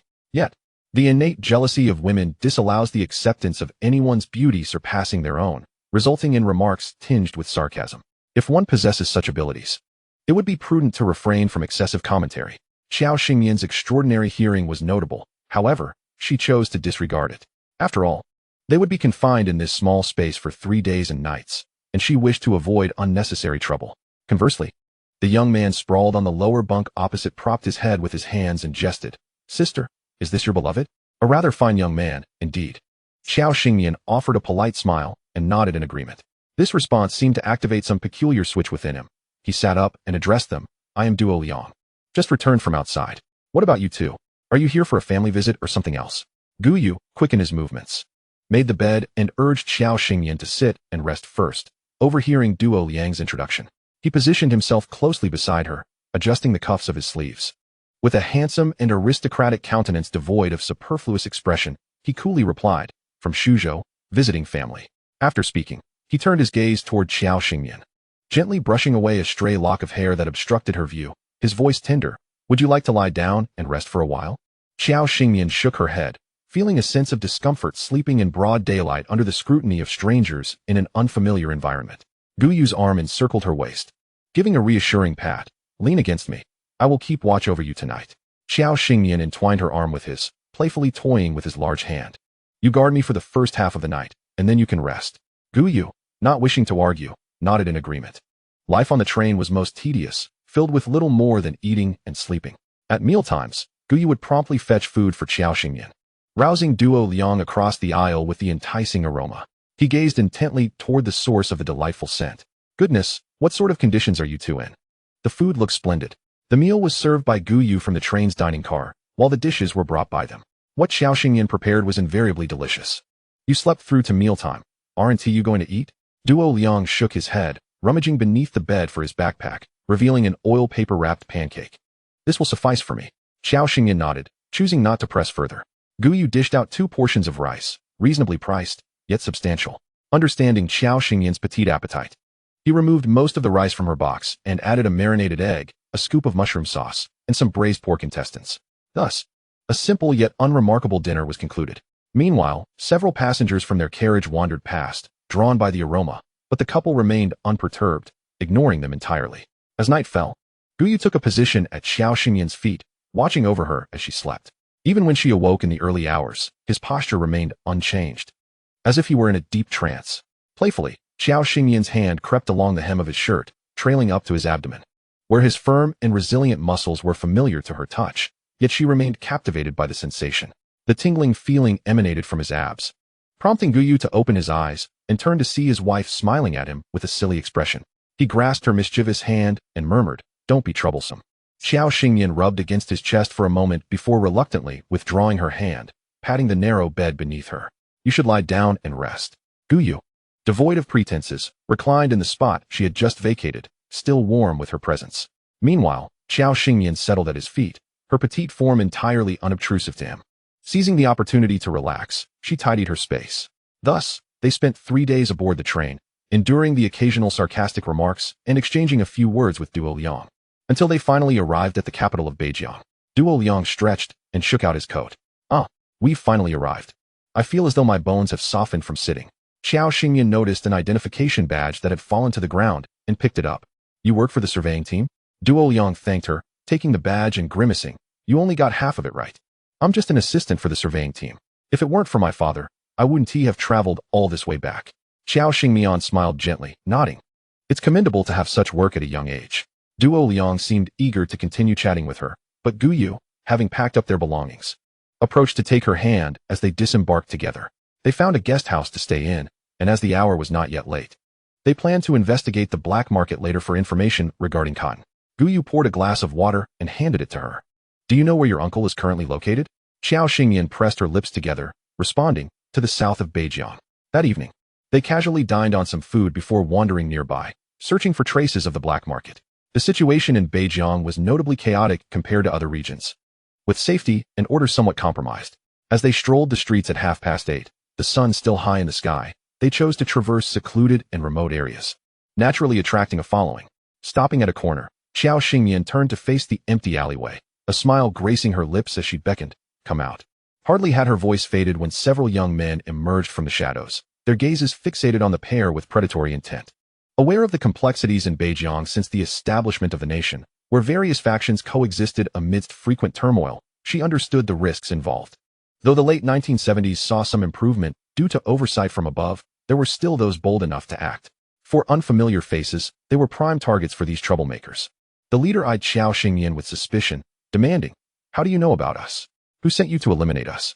Qiao Xingyan wiggled her fingers playfully. "Not at all. We're not sent by anyone. The way you speak suggests you've encountered trouble before, haven't you?" Alman's gaze toward her grew significantly more dangerous. "Either get out of our territory at once, or you shan't take a single step further." With that, he brandished a folding knife threateningly. Qiao Xingyan raised an eyebrow. "Do not misunderstand. We are genuinely not sent by anyone. We merely wish to find out where the black market is located." "How are we to know this was your territory? There are no signs to indicate it." Alman did not relax his vigilance, inquiring, "What do you want with the black market?" Upon hearing this, Qiao Xingyan sensed an opportunity. After all, they were entrenched in this underground world and were undoubtedly more knowledgeable than an outsider like herself. "We are here to procure cotton." Alman exchanged a glance with his companions and spoke in a language Qiao Xingyan and Guyu could not comprehend, instructing someone to return and consult with Mu Ti regarding their fate. Qiao Xingyan remained unperturbed, casually conversing with Guyu against the wall. Before long, the young man who had departed earlier returned, whispering something in Alman's ear. Alman then addressed them, "Follow me." Xiao Xingyan and Guyu were unaware of how many narrow alleys they had traversed, trailing behind several individuals, until they finally halted before what appeared to be a dilapidated factory. The atmosphere felt akin to hostages entering the lair of their captors. Failing to meet the demands of the kidnappers could result in their imminent demise. Upon pushing open the factory doors, the interior was in stark contrast to the dilapidation outside. Signs of life were evident throughout, and Armin shot a warning glance at Xiao Xingyan. Do not look around indiscriminately. He then approached Muti, who was indulging in opium, and indicated their presence, just the two of them. Muti, adorned in attire with religious undertones, scrutinized Xiao Xingyan and Guyu, then suddenly erupted into laughter. You two little rascals have traveled all the way from the central region to the northern frontier to collect cotton?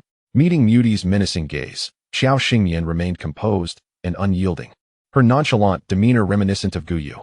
Regardless of our origin, as long as I possess the funds and you have the goods, a transaction can indeed be concluded. Muti scoffed, exhaling a plume of smoke that momentarily obscured his rugged features. As far as I know, over 50% of our country's cotton is monopolized by the 3 northern provinces, and the southern regions also cultivate it. Why come here? Or is your pretext of collecting cotton merely a ruse to eliminate us? The cotton from the northern frontier would only begin to dominate the national market in the years to come, and currently, it might not even account for 20%. Thus, her initial intention of coming to this remote northern land to gather cotton was to avoid drawing too much attention. Xiao Xingyan met Muti's gaze with an air of defiance. It is said that the long staple cotton from the northern frontier, having recently been experimented with new varieties, has yet to be cultivated on a large scale. If my memory serves me correctly, this variety is known as long staple cotton, which produces clothing that is comfortable, soft, breathable, and moisture-wicking. I have a penchant for novel things. Acquiring some to take back is certainly preferable to letting it rot in the farmer's hands, don't you think? You could profit as well, couldn't you? Muti regarded her intently. A momentary silence enveloping the air. After a while, he burst into hearty laughter.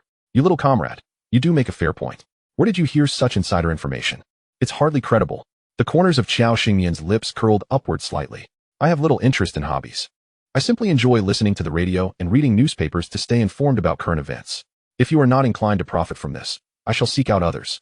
Muti's expression shifted abruptly, a disdainful snort escaping him. Do you think you can step out of this factory? Suddenly, numerous individuals wielding iron rods, machetes, and Browning pistols directed their weapons toward Xiao Xingyan in unison. Damn it! This northern frontier is hardly better than the Delta region. At nearly the same moment, Guyu positioned himself protectively behind Xiao Xingyan. She swiftly scanned the scene, gritting her teeth as she whispered, "The current situation is unfavorable for us. I'll provide cover. We must apprehend the leader swiftly. Do you understand?" The usually composed Guyu was now filled with a palpable sense of battle fervor. They had become comrades who could trust and entrust their lives to one another. 3, 2, 1, action. Xiao Xingyan initiated the assault, channeling her energy to repel the nearest enemy, followed by the sharp sounds of gunfire echoing in the air. She seized an iron rod from the ground and hurled it at the assailant, holding a firearm to the upper left, then deftly dodged the barrage of bullets that whizzed past her. Guyu, charging forward, also faced heavy resistance, having just avoided a strike. The next moment a knife grazed his ear. He exerted equal force against his opponents, treating them as mere punching bags for training, without a hint of hesitation. Inside the vast, abandoned factory, chaos reigned. Observing this turmoil from a distance was Muti, who appeared to be enjoying the spectacle. It's fortunate you didn't engage in the alley. Otherwise, with their skills, they would swiftly eliminated everyone if not for the pressure of firearms. Armin, standing beside Muti, nodded before questioning. Why not profit without firing a single shot? Muti fixed his gaze on Armin, his eyes gleaming with cunning. Do you think once we collaborate with them, they can safely depart with the cotton? If we expose ourselves because of this, will you still have your life? Armin pondered this, realizing the truth in Muti's words. Their mere presence was already conspicuous, should they abscond with such a large quantity of cotton.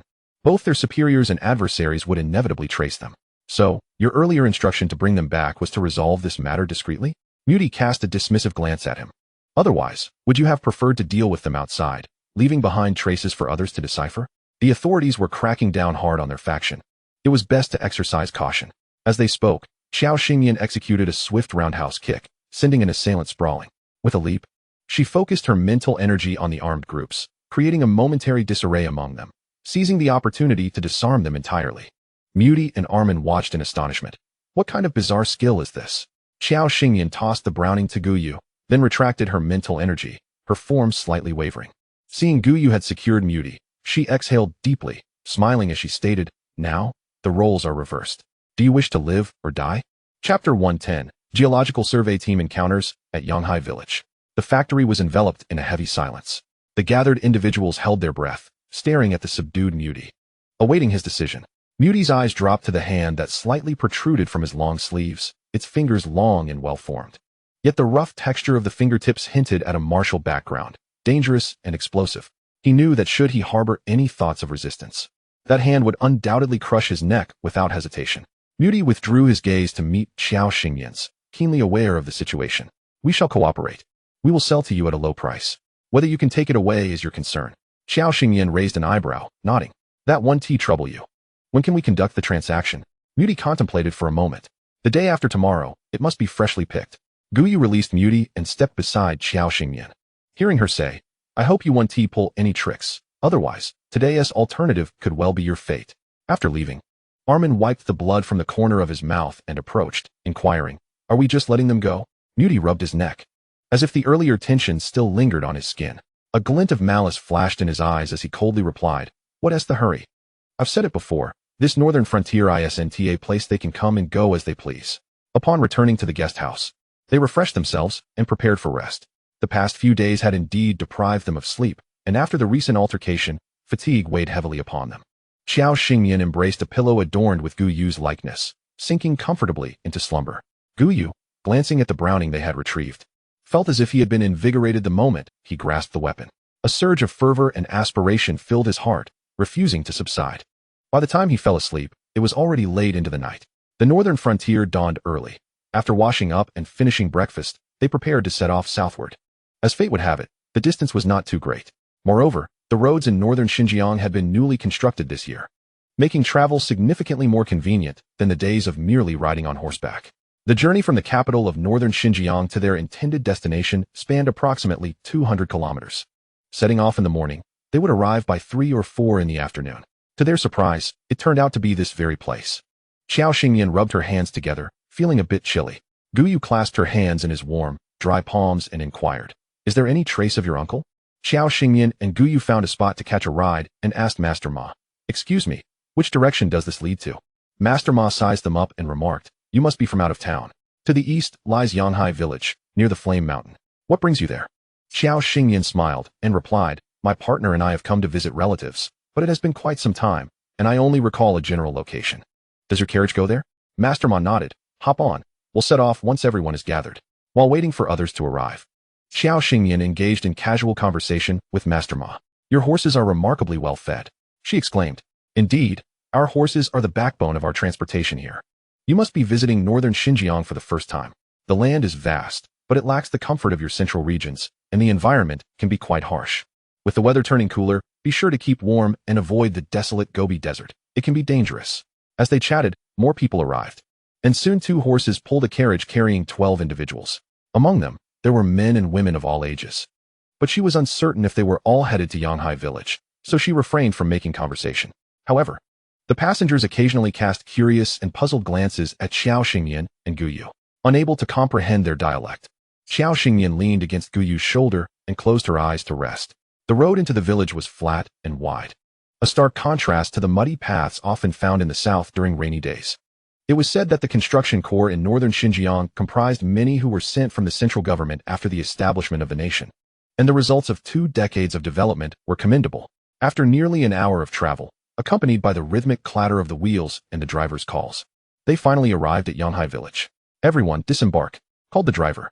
Among the 10 or so passengers, only 2 middle-aged women joined them in exiting the carriage, suggesting that the others were from nearby. Gu Yu held Xiao Xingyan's hand in one of his, while he carried a tote bag in the other. Xiao Xingyan held the talisman, checking for any signs of Gu Chongqing. "Oh, you too, what a coincidence. Your relatives are here too. Why didn't you mention it sooner?"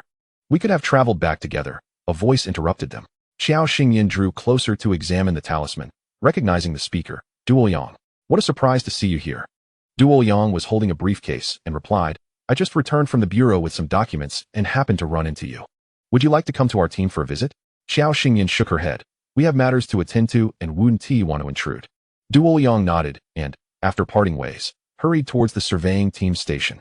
Watching Duo Yang's retreating figure, Xiao Xingyan mused. I can't shake the feeling that something is amiss here. Gu Yu gently squeezed her hand. We'll find out soon enough. Xiao Xingyan pulled out 2 pieces of cotton fabric, covering her head down to her neck, leaving only her eyes visible. Disguising herself was one matter. After all, the sun and sandstorms on the Gobi could be quite harsh during the day. Upon exiting Yonghai village, they were met with an expanse of yellow sand, nearly devoid of any greenery. Xiao Xingyan playfully tugged at Gu Yu's fingers and asked, What do you think of the scenery here? It must be quite unique at times. Gu Yu's deep voice replied, My grandmother mentioned that northern Xinjiang was once connected to the Eurasian continent, and influenced by that region, many garments and musical instruments originated from there, later making their way through the Silk Road into the Central Plains. Xiao Xingyan looked at him in astonishment. Wow, our grandmother is indeed an erudite person, knowing all this. Spotting the surveying team's markers in the distance, Gu Yu held her hand and said, Those educated in earlier times possessed considerable knowledge. Do you see that ahead? It seems to be our destination. Xiao Xingyan unfolded the talisman, which indeed flickered faintly, reminiscent of the moments spent searching for Gu Changfeng and Gu Changyun. They now pondered how to proceed. Let us act as if we are searching for Duoyang, she suggested. Agreed. This area was cordoned off with strips of cloth, and several individuals clad in navy blue geological team uniforms and earthy yellow excavation gear were diligently engaged in their work. As they approached, they were halted. No entry beyond this point. What are you two doing here? Xiao Xingyan bit her lip. We are just... Hey, what brings you here? Duoyang waved at them from a distance and approached, stating, They are my friends. You may continue with your work. I'll take care of them. He then turned to them. Are you two just wandering around? You could have come with me earlier. Let us get acquainted. A glimmer of recognition crossed Xiao Xingyan's eyes as she introduced herself. I am Xiao Xingyan, and this is my partner, Gu Yu. What is your team surveying for? Duoyang gestured towards the excavation site. There are rumors of mineral veins here, hence my father and Uncle Yang were dispatched. Let me tell you, this place is quite eerie. 10 years ago, a team came to survey, but for reasons unknown, the project was halted. This time, it was only restarted a month ago, thanks to Uncle Yang's insistence. Initially, my father opposed resuming the project, but somehow Uncle Yang persuaded him to join, which I overheard by chance. At this point, Xiao Xingyan felt even more perplexed. Didn't you say you were from here? Does that mean you left later? Duoyang nodded. Yes, I grew up here. 10 years ago. I was only 12 and vaguely remember that the team leader who came to survey was my father's and Uncle Yang's junior, Aunt Mingqing. She would occasionally visit me and bring treats. However, she fell ill and was sent back to Beijing for treatment, and I haven't heard from her since. Everyone was ordered to evacuate, and it wasn't until now that they were allowed to resume surveying. Xiao Xingyan nodded, indicating her understanding. Is there someone named Gu Changqing on your team? Duoyang turned to look at her, his gaze flickering between her and Gu Yu. Before a look of realization dawned on him. No wonder you both look so familiar. It's because you share a resemblance with comrade Gu Changqing. It's evident you are siblings. Gu Yu shot him a sidelong glance. He is my uncle. Duoyang halted, astonished. Your uncle? You two look like brothers. Xiao Xingyan laughed and added. You could say he is like an older brother. My Gu Yu is 19 this year, and my uncle is only 8 years his senior. Duoyang expressed his envy. You truly are a young couple. My mother is constantly urging me to go on blind dates, and I'm quite tired of it. If it weren't for that, I probably wouldn't be here at all. Upon reaching the excavation site, he pointed in the direction of Gu Changqing, saying, That's him. You two catch up. I'll organize the documents and come back to find you later. Xiao Xingyan expressed her gratitude, and once Duoyang had departed, she focused her attention on Gu Changqing. Gu Yu inquired, Aren't you going to greet him? Xiao Xingyan gazed at the luminous talisman in her hand and thought, Let us go take a look. The two halted not far from Gu Changqing, observing him at work. A staff member beside Gu Changqing caught sight of them and wiped the sweat from his forehead, nudging him with his elbow. Hey, Gu Changqing, are those two watching you? Gu Changqing, who was intently digging with a spade, paused his actions and turned to regard Gu Yu and the other person. Upon seeing Gu Yu's face, a fleeting moment of confusion and bewilderment flickered in his eyes. It was as if a machine had stalled, searching through his memories to find a match for that visage. And the only one that came to mind was his nephew, Xiao Yu. As Gu Yu noticed that Gu Changqing recognized him, he took a long stride forward. And Xiao Xingyan barely had time to pull him back before he had dashed over. Uncle. Gu Changqing was momentarily taken aback by the unexpected embrace, but as it subsided, the warmth dissipated. Looking at Gu Yu, who now towered over him, he inquired, Have you been well these past years? Gu Yu nodded. What about you, uncle? What happened back then? Why are you with the surveying team now? Gu Changqing opened his mouth to respond, but a colleague beside him glanced at the two and said, Gu Changqing, it's work hours. Save the reminiscing for break time. Gu Yu reached out to take Gu Changqing's spade. Uncle, Why don't you take a break? I'll handle this. The spade remained firmly in Gu Changqing's grasp as he shook his head. No, you go rest. I'll find you later. It was nearly 6 o'clock, and as mealtime approached, their excavation work would soon pause for a break. Xiao Xingyan stood at a distance, her brow furrowed in thought. Gu Yu remarked, no wonder uncle was running around everywhere. It turns out he is part of the excavation team. Xiao Xingyan shook her head, her brows knitted tighter. I can't shake the feeling that things aren't quite as simple as they seem. Let us observe for now. Later that evening, as mealtime arrived, Duo Liang approached them. Care to join me for a meal? Xiao Xingyan smiled politely and declined. No, we're having dinner with uncle soon. She then pulled out a jar of mushroom meat sauce and handed it to him. Thank you for helping us earlier. This is homemade and hygienic. So feel free to enjoy. Duo Liang accepted the glass jar with a beaming smile. I've been craving this since I was on the train. I'll head to eat now. If you need anything, just come to the surveying team office. Sure enough, not long after Duo Liang left, Gu Changqing arrived with a plate of food. He handed the aluminum lunchbox to the two of them. You're not part of the team, so I didn't arrange meals for you. I made extra, so make do with this. Gu Yu shook his head and pulled out the rice balls he had prepared earlier from his bag, along with various meat dishes to share with Gu Changqing. Look, uncle, you needn't worry about us. You should eat more. The excavation work is exhausting. If anyone had the closest relationship with the Gu family, it was undoubtedly Gu Changqing. Gu Changza had passed away early, and during his lifetime, he had little interaction with Gu Yu. So much of Gu Yu's memories of Gu Changza had faded over the years.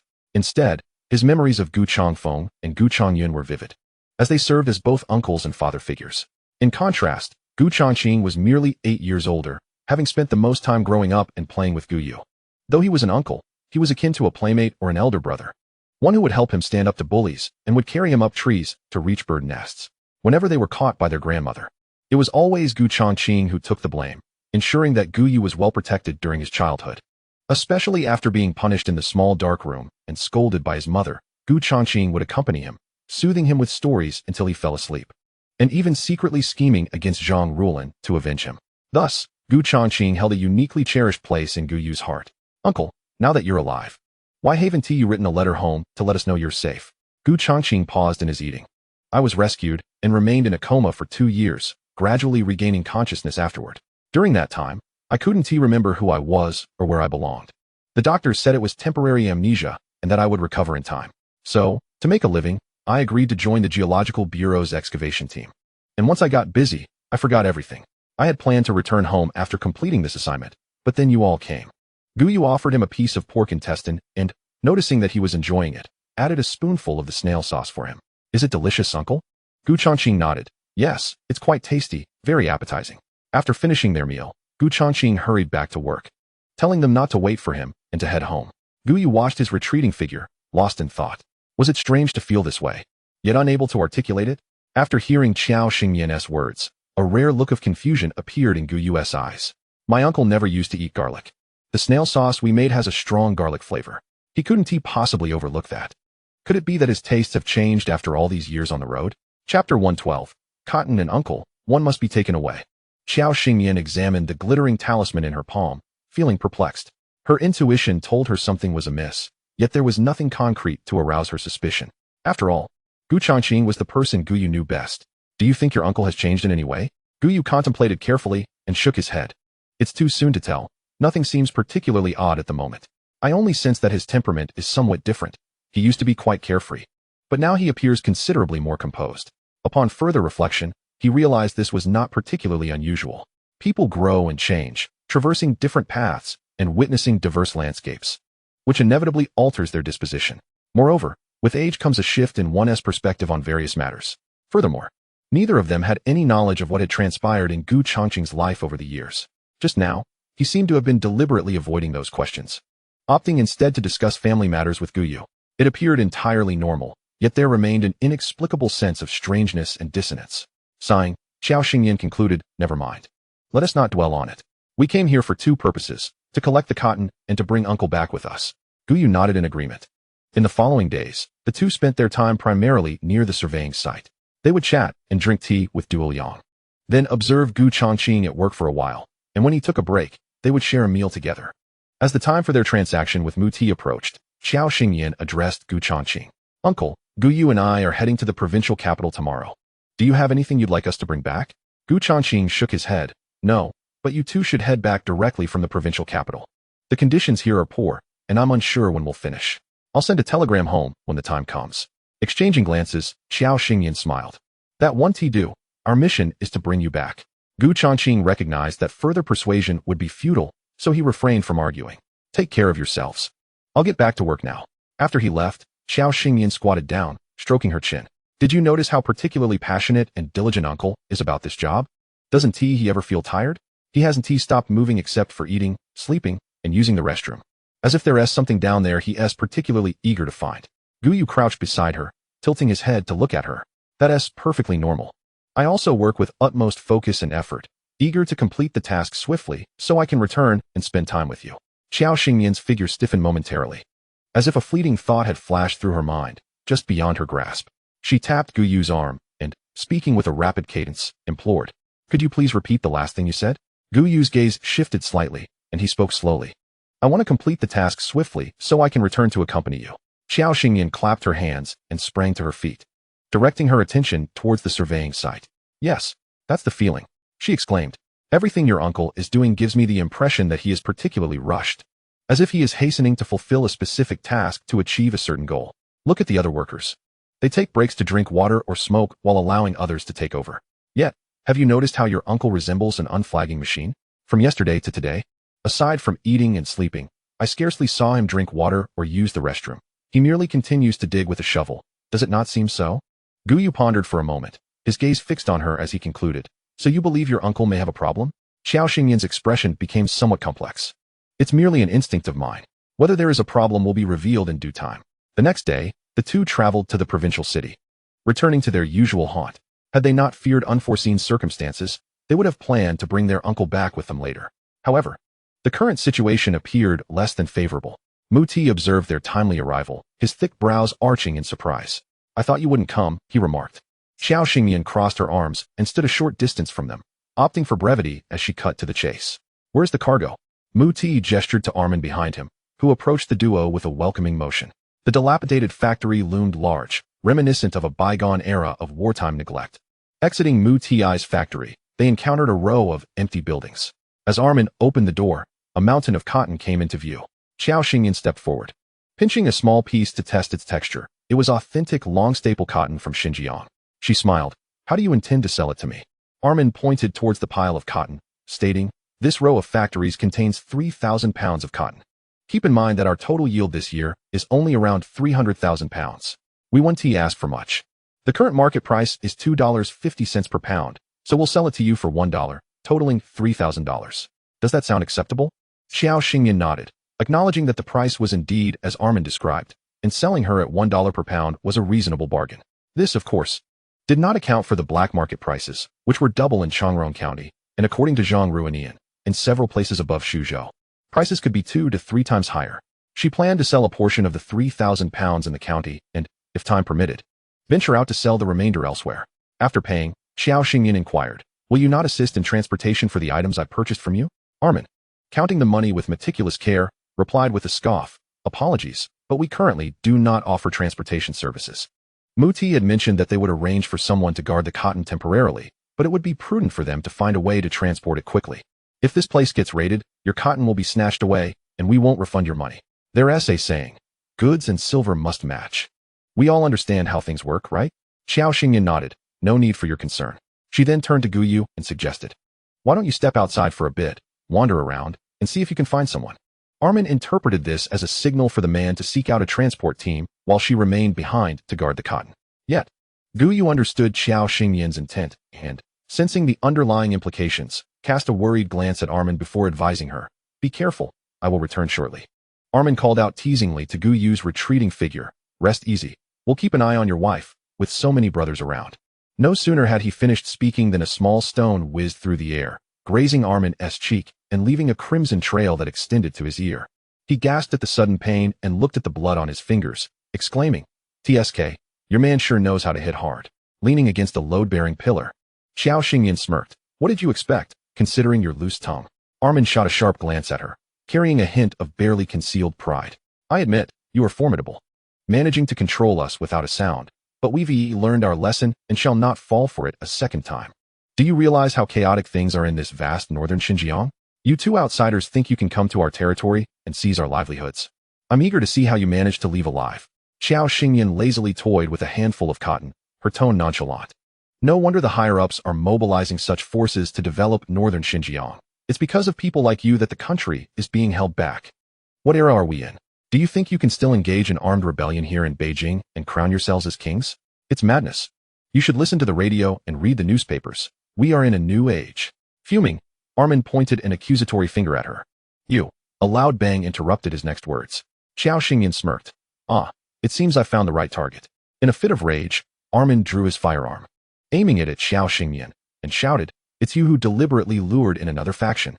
Xiao Xingyan fixed her cold gaze on the weapon pointed at her. The chill in her eyes, unmistakable. I detest being pointed at like that. The last person who did so is now swimming in the grass atop their grave. In an instant, Xiao Xingyan, who had been several meters away, appeared before Armin. Before he could pull the trigger, she swiftly grasped his wrist, twisting it gently. Crack. Armin cried out in pain, gazing at his distorted wrist, just as Gu Yu entered the scene.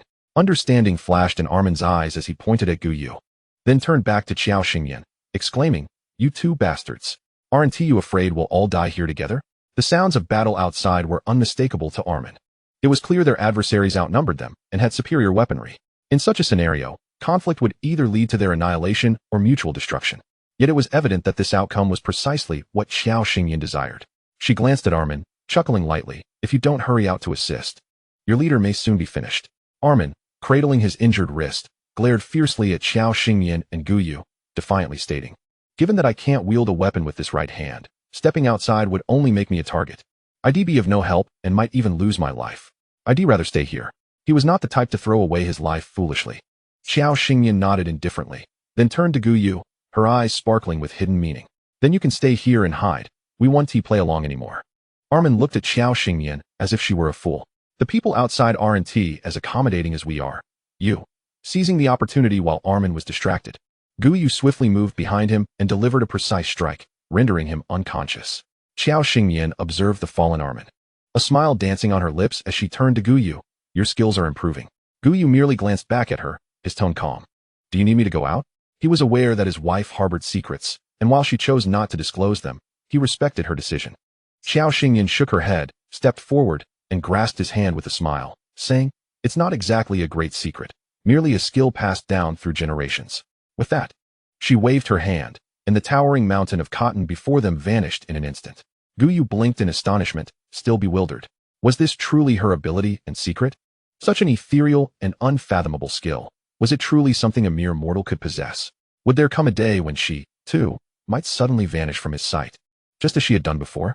Xiao Xingyan sensed the grip on her hand tightening and noticed a shadow of gloom pass over Gu Yu's expression. She gently twisted her hand within his, playfully chiding, "You're squeezing so tightly. Are you trying to crush my hand?" Gu Yu returned to himself, his gaze fixed intently upon her, as if contemplating the notion of merging her essence with his own, becoming one. Xiao Xingyan was unaware of the dark and obsessive thoughts swirling in his mind, but she could tell something was amiss with his demeanor. She lightly traced his palm with her finger, saying, "All right, do not fret. We shall discuss this matter later." Grasping his hand, she seized the opportunity amidst the chaos outside to dart through the nearby factory buildings, swiftly collecting all the cotton inside. Upon spotting the two of them, Mu Ti let out a loud roar. "It's those two outsiders here to collect cotton. Feng Mai, you fool. You've fallen for their trick and brought the fight into our territory." Xiao Xingyan and Gu Yu stood at a distance, raising an eyebrow at Mu Ti's realization. It seems Mu Ti is not as foolish as he appears. He understands our strategy of black market dealings. Gu Yu nodded, turning to her. "What do you intend to do?" Xiao Xingyan surveyed her surroundings and noticed a row of bicycles parked outside, inquiring, "Where did you find this group of people?" Gu Yu pondered for a moment and replied, "I wandered around the opposite street of this alley, sensing that someone was observing me from the shadows. Then I lured them out, informing them of a significant quantity of cotton available for clandestine trade in Beijing, particularly among the factions that lurked in the shadows. Survival necessitated the division of territory. Each possessed their own influence, ensuring that no single entity could dominate and monopolize resources. The sheer volume of goods they sought would inevitably attract the attention of rival factions, unwilling to allow Mu Ti to monopolize the haul. Indeed, all factions were secretly brimming with ambition, hoping to eliminate their opponents if possible. Meanwhile, upon hearing Mu Ti's words, Feng Mai waved his hand, signaling his companions to halt. Is what you said true? Mu Ti, clutching his shoulder where a bullet had penetrated, angrily pointed towards Qiao Xingyan and Gu Yu. He then turned to Feng Mai, exasperatedly exclaiming, Feng Mai, it seems you have enjoyed a peaceful life for too long, allowing your wits to decay. Do you truly believe the words of these two? Even if I acquired the cotton, how could they possibly take it? In the end, it would still belong to us. A flicker of doubt crossed Feng Mai's eyes as he instinctively rubbed his bald head, glancing at Qiao Xingyan and Gu Yu, beginning to see Mu Ti's point. Since I'm here, let us hurry and divide some of your goods. Hearing this, Mu Ti's heart sank, but fortunately, the money had already been exchanged.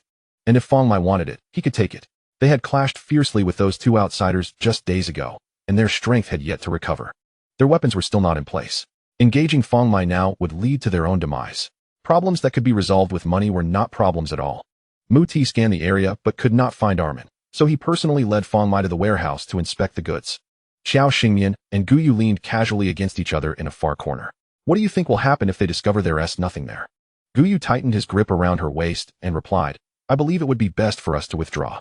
Qiao Xingyan stroked her chin, a playful glimmer in her eyes. Then let us retreat. After all, we have secured what we came for, so we shan't indulge them any further. However, just as they turned to leave, Mu Ti opened the warehouse door only to find it utterly empty, causing him to stumble in shock. Boss, Armin is over there. Following the direction indicated, Mu Ti indeed found Armin unconscious on the ground. He rushed over, slapping Armin's face vigorously. Wake up. Armin. Huh.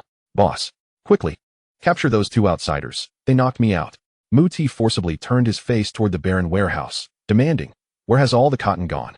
Armin stared blankly at the empty space, rubbing his eyes. No, that's not right. It was here before I passed out.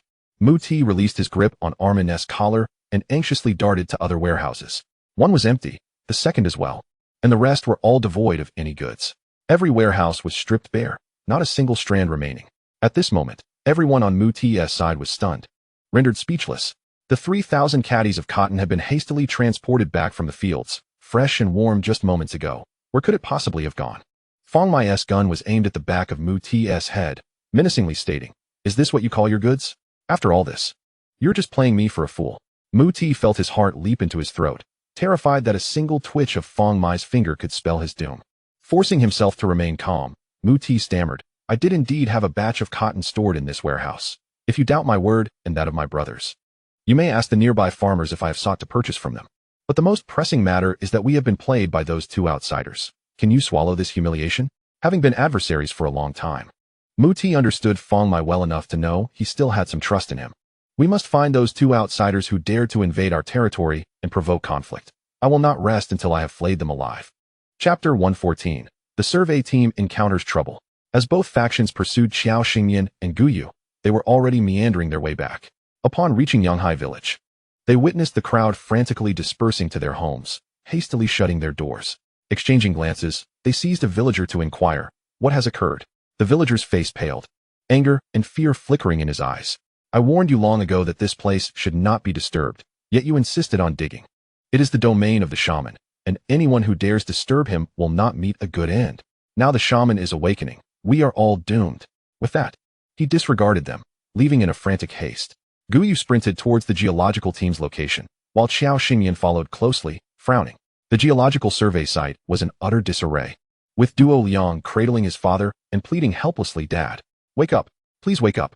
Where is the rescue team? Hurry and report to the county. Yang Youfa, carrying the organized documents on his back, rushed towards Duo Liang, urgently stating, Duo Liang, you are young. Take these documents back to the bureau and request immediate rescue. I will stay here with your father. Go quickly. With tears in his eyes, Duo Liang looked at Yang Youfa, gritting his teeth. Uncle Yang, tell me, why are you all here? It can't just be for surveying the mineral veins. You are trying to uncover the true cause of Aunt Mingqing's incident from 10 years ago, aren't you? Please, tell me what lies beneath. Yang Youfa nodded with a complex expression, letting out a sigh as he spoke. Indeed, aside from surveying the mineral veins, we genuinely wish to ascertain the true cause of your Aunt Mingqing's demise from years past. This matter was a state secret a decade ago, and it remains so, with only a select few privy to it. However, today's circumstances resemble those tales from the villagers about angering the shaman beneath the ground, leading to the emergence of deadly insects as a form of punishment. I naturally disbelieve such notions. Your father and the staff here were injured by venomous creatures in the desert during their deep excavation. which has resulted in the current predicament. You must hurry. Time is of the essence. Duo Yang gazed at Yang Youfa, then cast a glance at his unconscious father before accepting the bag he offered and sprinting towards the county town. After his departure, Yang Youfa lowered his gaze towards Hao Zhengbang and said softly, "Rise, the departed are gone. The round trip to the county town takes 2 hours. We must act swiftly." Hao Zhengbang stood, glancing at Yang Youfa, and replied indifferently, "Let us proceed. Go down, find what you seek, and do not return." Ignoring him, Yang Youfa approached the excavation site they had previously prepared, observing Gu Chongqing and the excavation team, who were patiently awaiting orders. Action. They had learned from previous documentation that there was a tomb complex in this location. Yet, locating the shaman's burial chamber would not be an easy task. Hao Zhengbang walked alongside Yang Youfa, tauntingly inquired, "How long have you been colluding with this organization? Even I was unaware. Does this not amount to treason?" Yang Youfa directed the beam of his flashlight onto Hao Zhengbang's face and scoffed, "Brother, do not forget that we are merely serving our respective interests. You seek clues about the incident involving your Mingqing Jr., while I require what I desire. Rest assured, there will be no conflict with the authorities." How could this be deemed treason?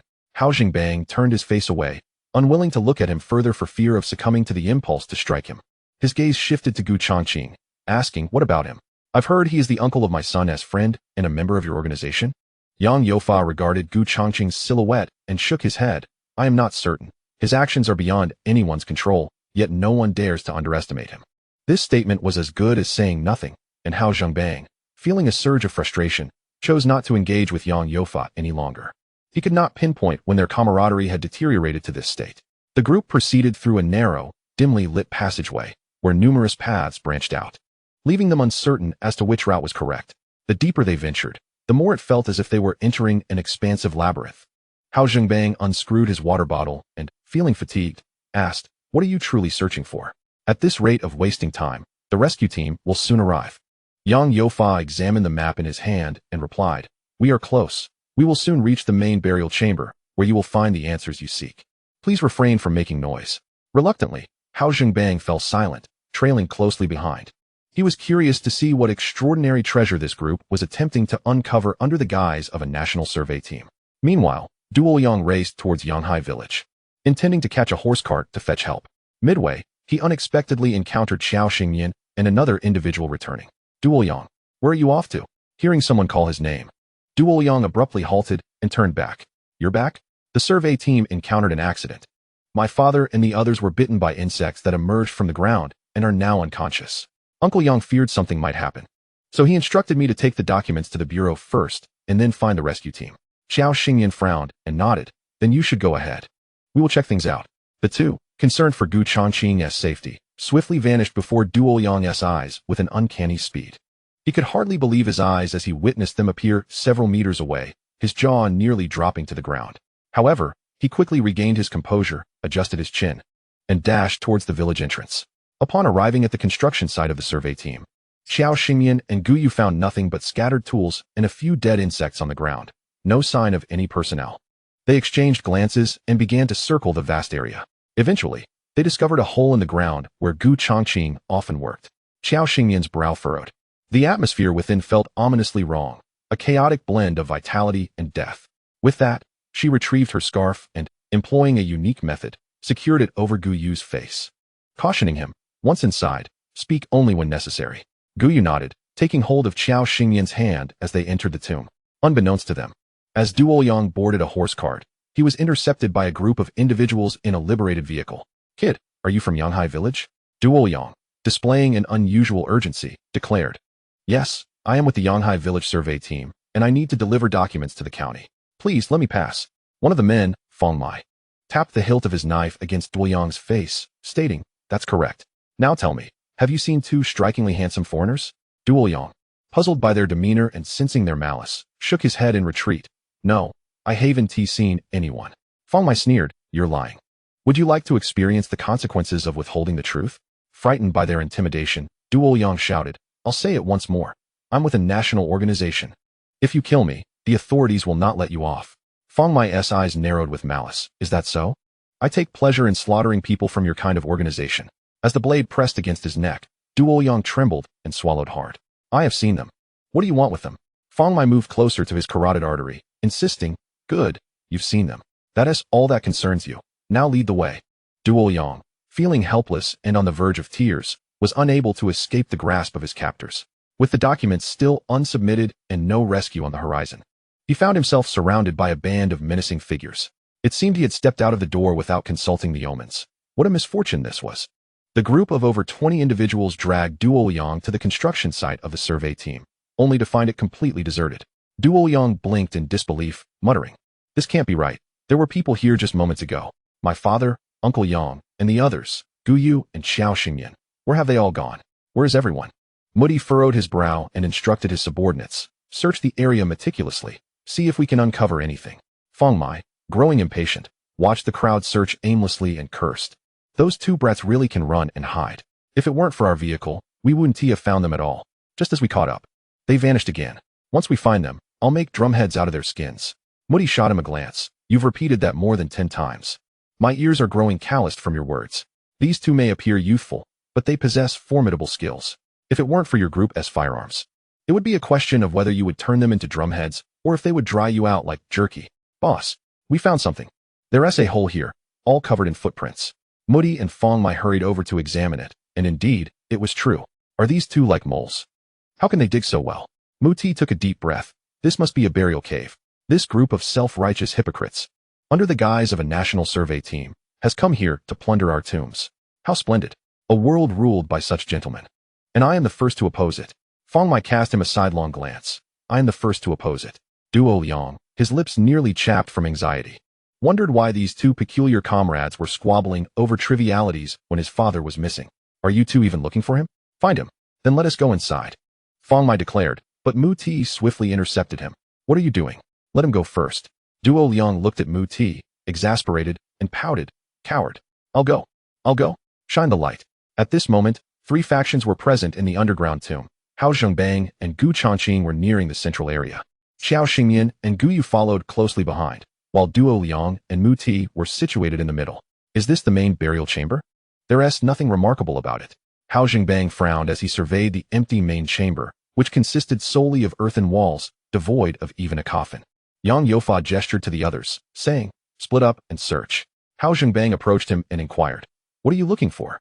Yang Youfa, scanning the area, didn't he even spare him a glance. "It's none of your business. Aren't you looking for the cause of Wan Mingqing's death? Find it yourself."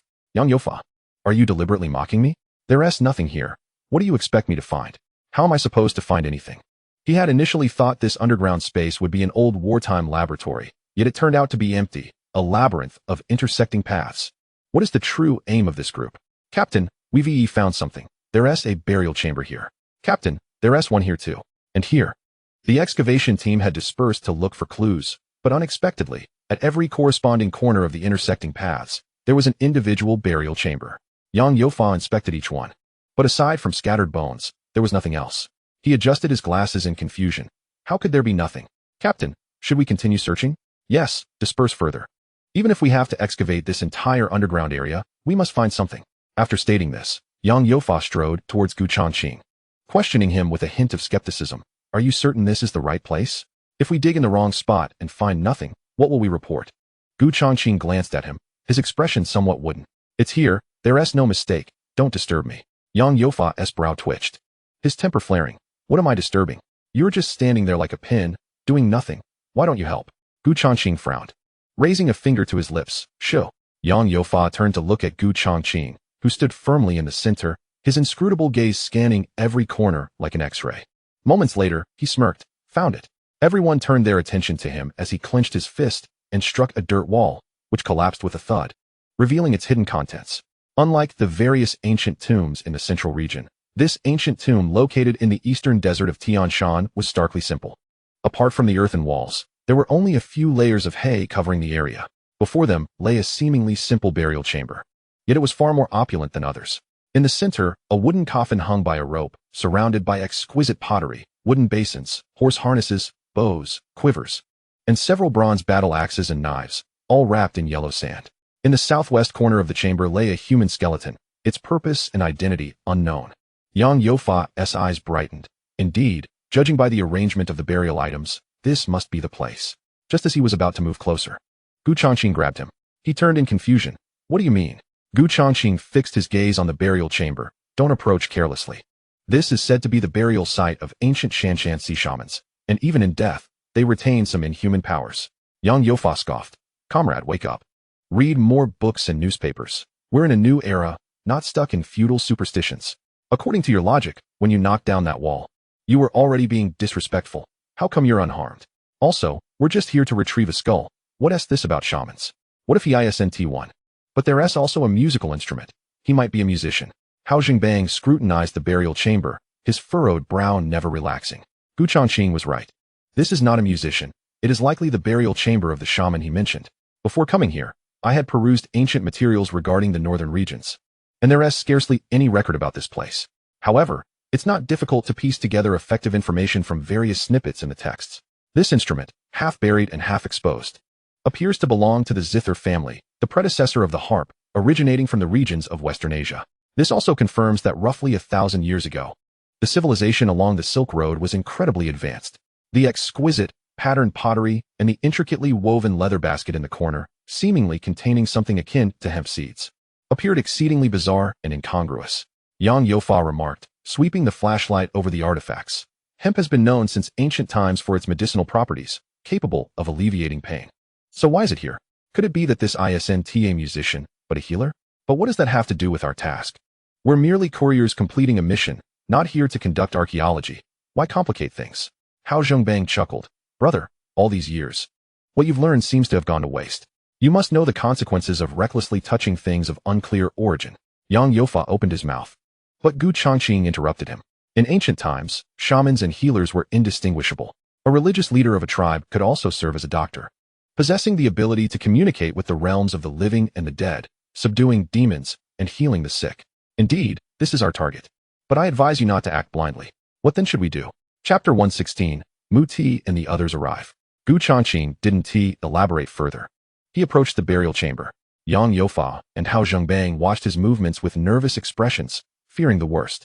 He stepped into the burial chamber, glanced at the wooden coffin suspended about half a meter off the ground, and with a firm hand, he opened the coffin, revealing an intact, desiccated corpse within. Yang Yofa anxiously inquired, "What is the situation?" Gu Chongqing, upon hearing him, remained unresponsive, simply staring at the corpse in contemplation. Tiny, nearly invisible particles began to disperse into the air the moment the coffin was opened. Hao Zhongbang felt an itch in his nose and mouth, covering his face and sneezing. Sensing something was amiss, he urgently told Yang Yofa and the others, "Quickly cover your mouths and noses. Are you sick or something?" Yang Yofa looked at him in confusion, somewhat impatient, but instinctively covered his mouth and nose. Not wanting to engage in further conversation, Hao Zhongbang hurriedly pulled out his handkerchief to cover his own mouth and nose, and after doing so, turned to the others. He noticed some were clutching their throats, writhing on the ground in discomfort. Some individuals immediately obeyed and covered their mouths and noses, their faces etched with terror as they gazed at the writhing figure on the ground, their eyes wide with disbelief.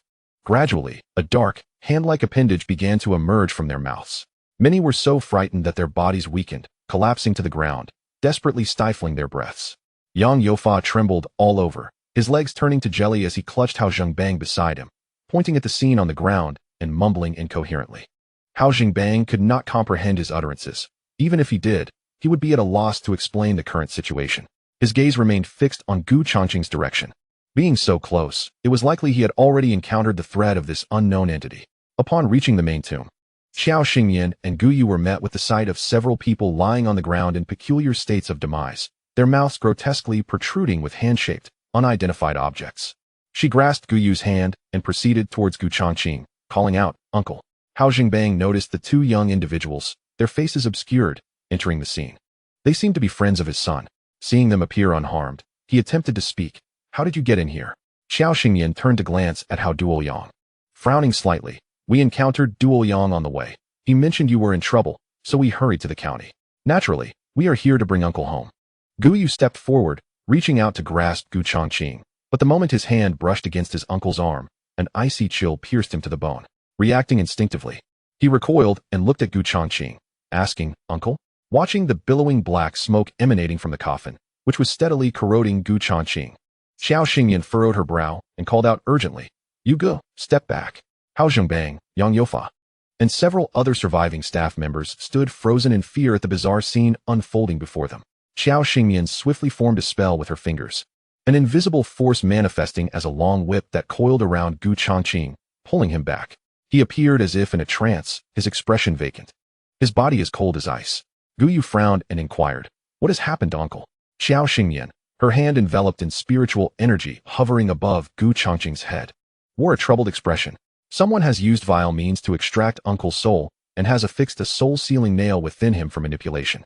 Given the circumstances surrounding the tomb's master, it is evident they intend to conduct a living sacrifice during an auspicious time in the 5 elements to achieve resurrection. Hao Zhengbang staggered over, dazed as he questioned. "So you mean someone seeks to resurrect whatever is in that coffin?" Xiao Xingyan nodded. "Indeed. Today, we've intruded upon an abundance of life energy. It should have been his time to enjoy the offerings. Our arrival has disrupted that. Thus, the tomb's master is quite angered. Deputy Captain Hao, you must lead your people to retreat. I will handle the rest." Hao Duoyang gazed at Xiao Xingyan with mixed emotions. "All right, we will withdraw. Please take care of yourselves." "Withdraw? Where do you think you're going? We've only just arrived, and you want to flee? Who will be responsible for my deceased brothers?" Muti, Duoyang. Xiao Xingyan turned to see several individuals appearing at the cave's entrance, with Duoyang being restrained in their grasp. Hao Zhengbang could hardly believe his son was present here. Muti looked at Xiao Xingyan and Gu Yu, a manic grin spreading across his face. "Well, how do you like that? Did you truly believe we wouldn't pursue you? Because of you too, we lost half our brothers. If you hadn't come down here, they wouldn't have met such a gruesome end. No one is leaving here alive today." Fong Mai prodded Mu Ti with a knife, gesturing towards the coffin. "There seems to be treasure over there." Mu Ti frowned at the coffin releasing dark smoke, surrounded by burial goods, and grimaced. "I warn you, the possessions of the dead are not easily acquired. You may obtain them, but you might not live to enjoy them. Do not forget how our brothers met their end. This place is cursed. We should eliminate these two and then retreat." Fong Mai reluctantly withdrew his gaze, glaring menacingly at Xiao Xingyan, as if he wished to flay her alive. Ignoring the group, Xiao Xingyan focused on Hao Zhengbang. "If we do not retreat now, we will be unable to escape." Hao Zhengbang anxiously glanced towards Mu Ti and the others, hesitating. "But my son is in their hands." Duo Yang, bound and gagged, could only emit muffled sounds of distress. Just as the two sides were at a standoff, the coffin behind them erupted with a violent commotion. A surge of black mist poured forth, tendril-like, reaching toward everyone present. Xiao Xingyan shouted, "Run!" She bit her fingertip, swiftly drawing a blood talisman on Gu Yu and Gu Changqing, then began to chant in opposition to the black mist. In the initial confrontation, the depths of which were unknown, the black mist breached Xiao Xingyan's defenses, charging directly into the crowd, ensnaring several unfortunate souls. The onlookers witnessed with horror as those individuals transformed into desiccated corpses, their blood drained in an instant. Xiao Xingyan glared coldly at the black mist swirling in the tomb, as if it were taunting her.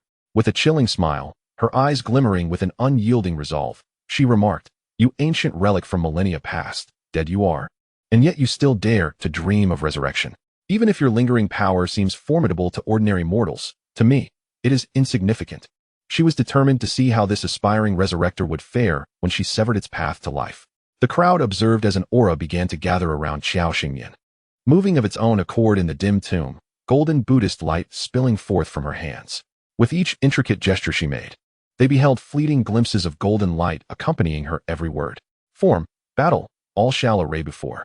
Each of the 9 words was imbued with potent spiritual and exorcistic power, transforming into 9 golden chains that purified the errant black mist. These chains seemed to possess a consciousness of their own, tightly binding the coffin, incinerating any black mist that dared to emerge as if it had touched molten lava.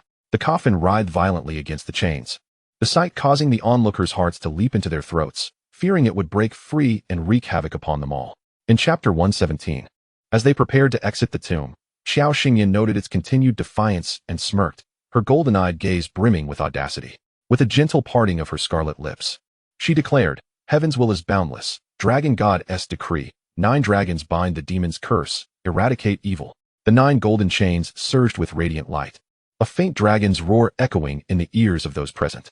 Moments later, the coffin fell silent. The brilliance dissipated like stars.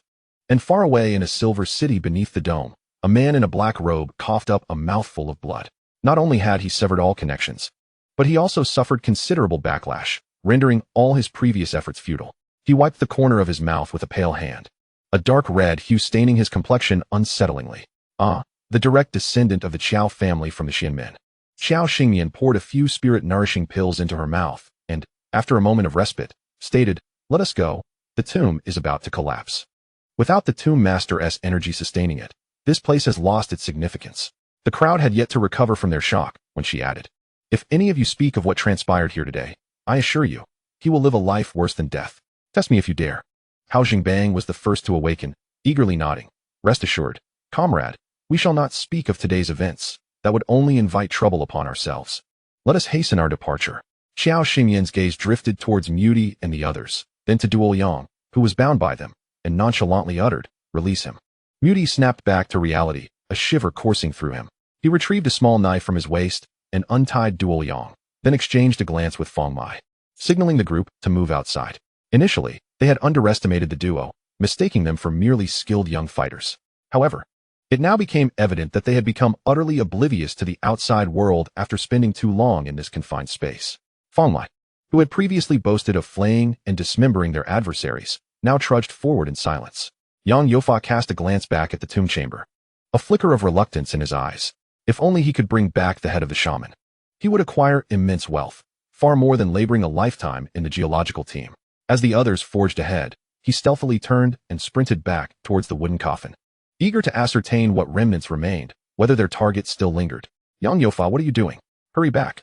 Hao Jingbang, who had been walking alongside Duo Yang, turned to inquire, only to witness Yang Youfa darting towards that ominous place. The group halted in response to Hao Jingbang's call. Xiao Xingyan scoffed, "Sometimes, when someone is intent on self-destruction, no amount of intervention will suffice." Just as she contemplated the meaning of Xiao Xingyan's words, a rustling noise erupted from the tomb chamber where Yang Youfa had ventured. Disregarding the others, she instructed Gu Yu to carry Gu Changqing and departed. Observing the two departing, Duo Yang hastily dragged his father forward. Not long after, a piercing scream echoed, "Senior brother, save me." Hao Jingbang froze, a flicker of hesitation crossing his features. "Dad, let us go. I advise against meddling in affairs that do not concern you. Hasten your departure, or when the insects finish their feast on that individual, they will catch your scent, and you shall be next on their menu." Xiao Xingyan reminded the group without glancing back. Whether they heeded her counsel was their own affair. Duo Yang, however, urgently pulled his father, trailing closely behind Xiao Xingyan and Gu Yu, feeling a heightened sense of safety the nearer they got. "Dad, Uncle Yang brought this upon himself. Greed leads to demise. He ceased to merit our sympathy the moment he strayed from the path. As for Aunt Mingqing's death, you need not investigate. I surmise she perished due to that old monster draining her essence upon entering this place. Let us focus on other matters and never return." Xiao Xingyan, eavesdropping on their conversation, inquired, "You've mentioned Aunt Mingqing and junior sister Mingqing, but why have you not mentioned her family? Aren't they concerned about this matter?" Hao Jingbang shook his head, explaining, "It's not that we don't care, it's simply that this matter is classified. Even family members signed non-disclosure agreements, forbidding discussion. Junior sister S. spouse took her back to her hometown for burial, and since this incident, there has been no contact for 10 years. I heard from Duo Yang that you are also from Shuzhou. My sister's family resides there as well. Quite a coincidence." Xiao Xingyan nodded, refraining from further inquiries. Upon hearing the scream, Muti and Feng Mai's group, spurred by Xiao Xingyan's words, seemed to have sprouted wings, practically racing towards the exit. They could hardly wait to have 2 more legs to propel themselves into the sky.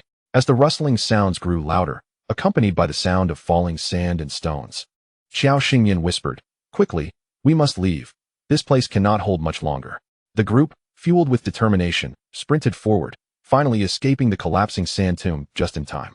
Xiao Xingyan turned to Duo Yang and Hao Jingbang, stating, "We have lingered in Beijiang for some time. We intend to return now. Farewell." After much contemplation, Hao Jingbang called out to the two, "I have an unusual request, and I hope you will oblige. My sister-in-law's family name is Wan, and her husband is Wan Shirshu. 10 years ago, when my sister came here for a survey mission, their family was reassigned to Shuzhou. I believe they are in Yumen City. If you have any acquaintances who could provide information, I would appreciate it. If they are doing well, there is no need to reply. I wouldn't want to disturb them." Xiao Xingyan regarded him with an odd expression, pondering the smallness of the world, before replying, "Rest assured, they are doing well. I recently visited to attend to the old gentleman's health, and he is in good spirits." Hao Jingbang was momentarily taken aback, then smiled with relief. "Well then, it seems I was overly concerned. Travel safely on your way back. With this mission concluded, we must prepare to withdraw our team. Should you have the chance, do visit Kyoto." Xiao Xingyan nodded. "Indeed, until we meet again." After bidding farewell to the father and son, Xiao Xingyan and Gu Yu, with Gu Changqing on their backs, regarded the 2 vehicles at the village entrance, raising an eyebrow. What? Do you truly wish to engage in a confrontation? Muti twitched his lips, his bravado noticeably diminished. Yet he held his head high and declared, in light of your assistance, we shall overlook this matter this time. Are you not bound for the state capital to catch a train? We shall escort you. Xiao Xingyan chuckled at the group, remarking, it seems you are not entirely devoid of decency, knowing how to repay a life-saving favor, indicating there remains a sense of right and wrong within you. If this is the case, why not align yourselves with the government rather than orchestrate chaos, believing that possessing a few weapons could enable you to contend with state power? The events in Beijing have reached the ears of even the uneducated children and elders in our team through broadcasts. The authorities have dispatched numerous troops, both to deter you and to develop Beijing. Do you not desire to witness a beautiful and prosperous city, where you need not hide in the shadows to make a living, but rather bask in the sunlight, living the life of an ordinary person, allowing your descendants access to education and a bright future? They certainly wished for that. However, the deeply entrenched mindset, ingrained over millennia, could not be altered overnight. Initially, Xiao Xingyan was unaware of their circumstances, contemplating reporting their activities to the authorities for professional resolution, arresting those who needed to be apprehended, detaining those who required imprisonment, and sentencing those who warranted labor reform. Yet, it became clear that violence begetting violence would not address the root of the issue. Surely, it would not be long before new armed factions emerged to replace these individuals. Chapter 118, Collaborative Development of the Beijing Cotton Market. Noticing the group's silence. Perhaps due to their recent brush with death, they now held a deeper reverence for life, making them receptive to her words.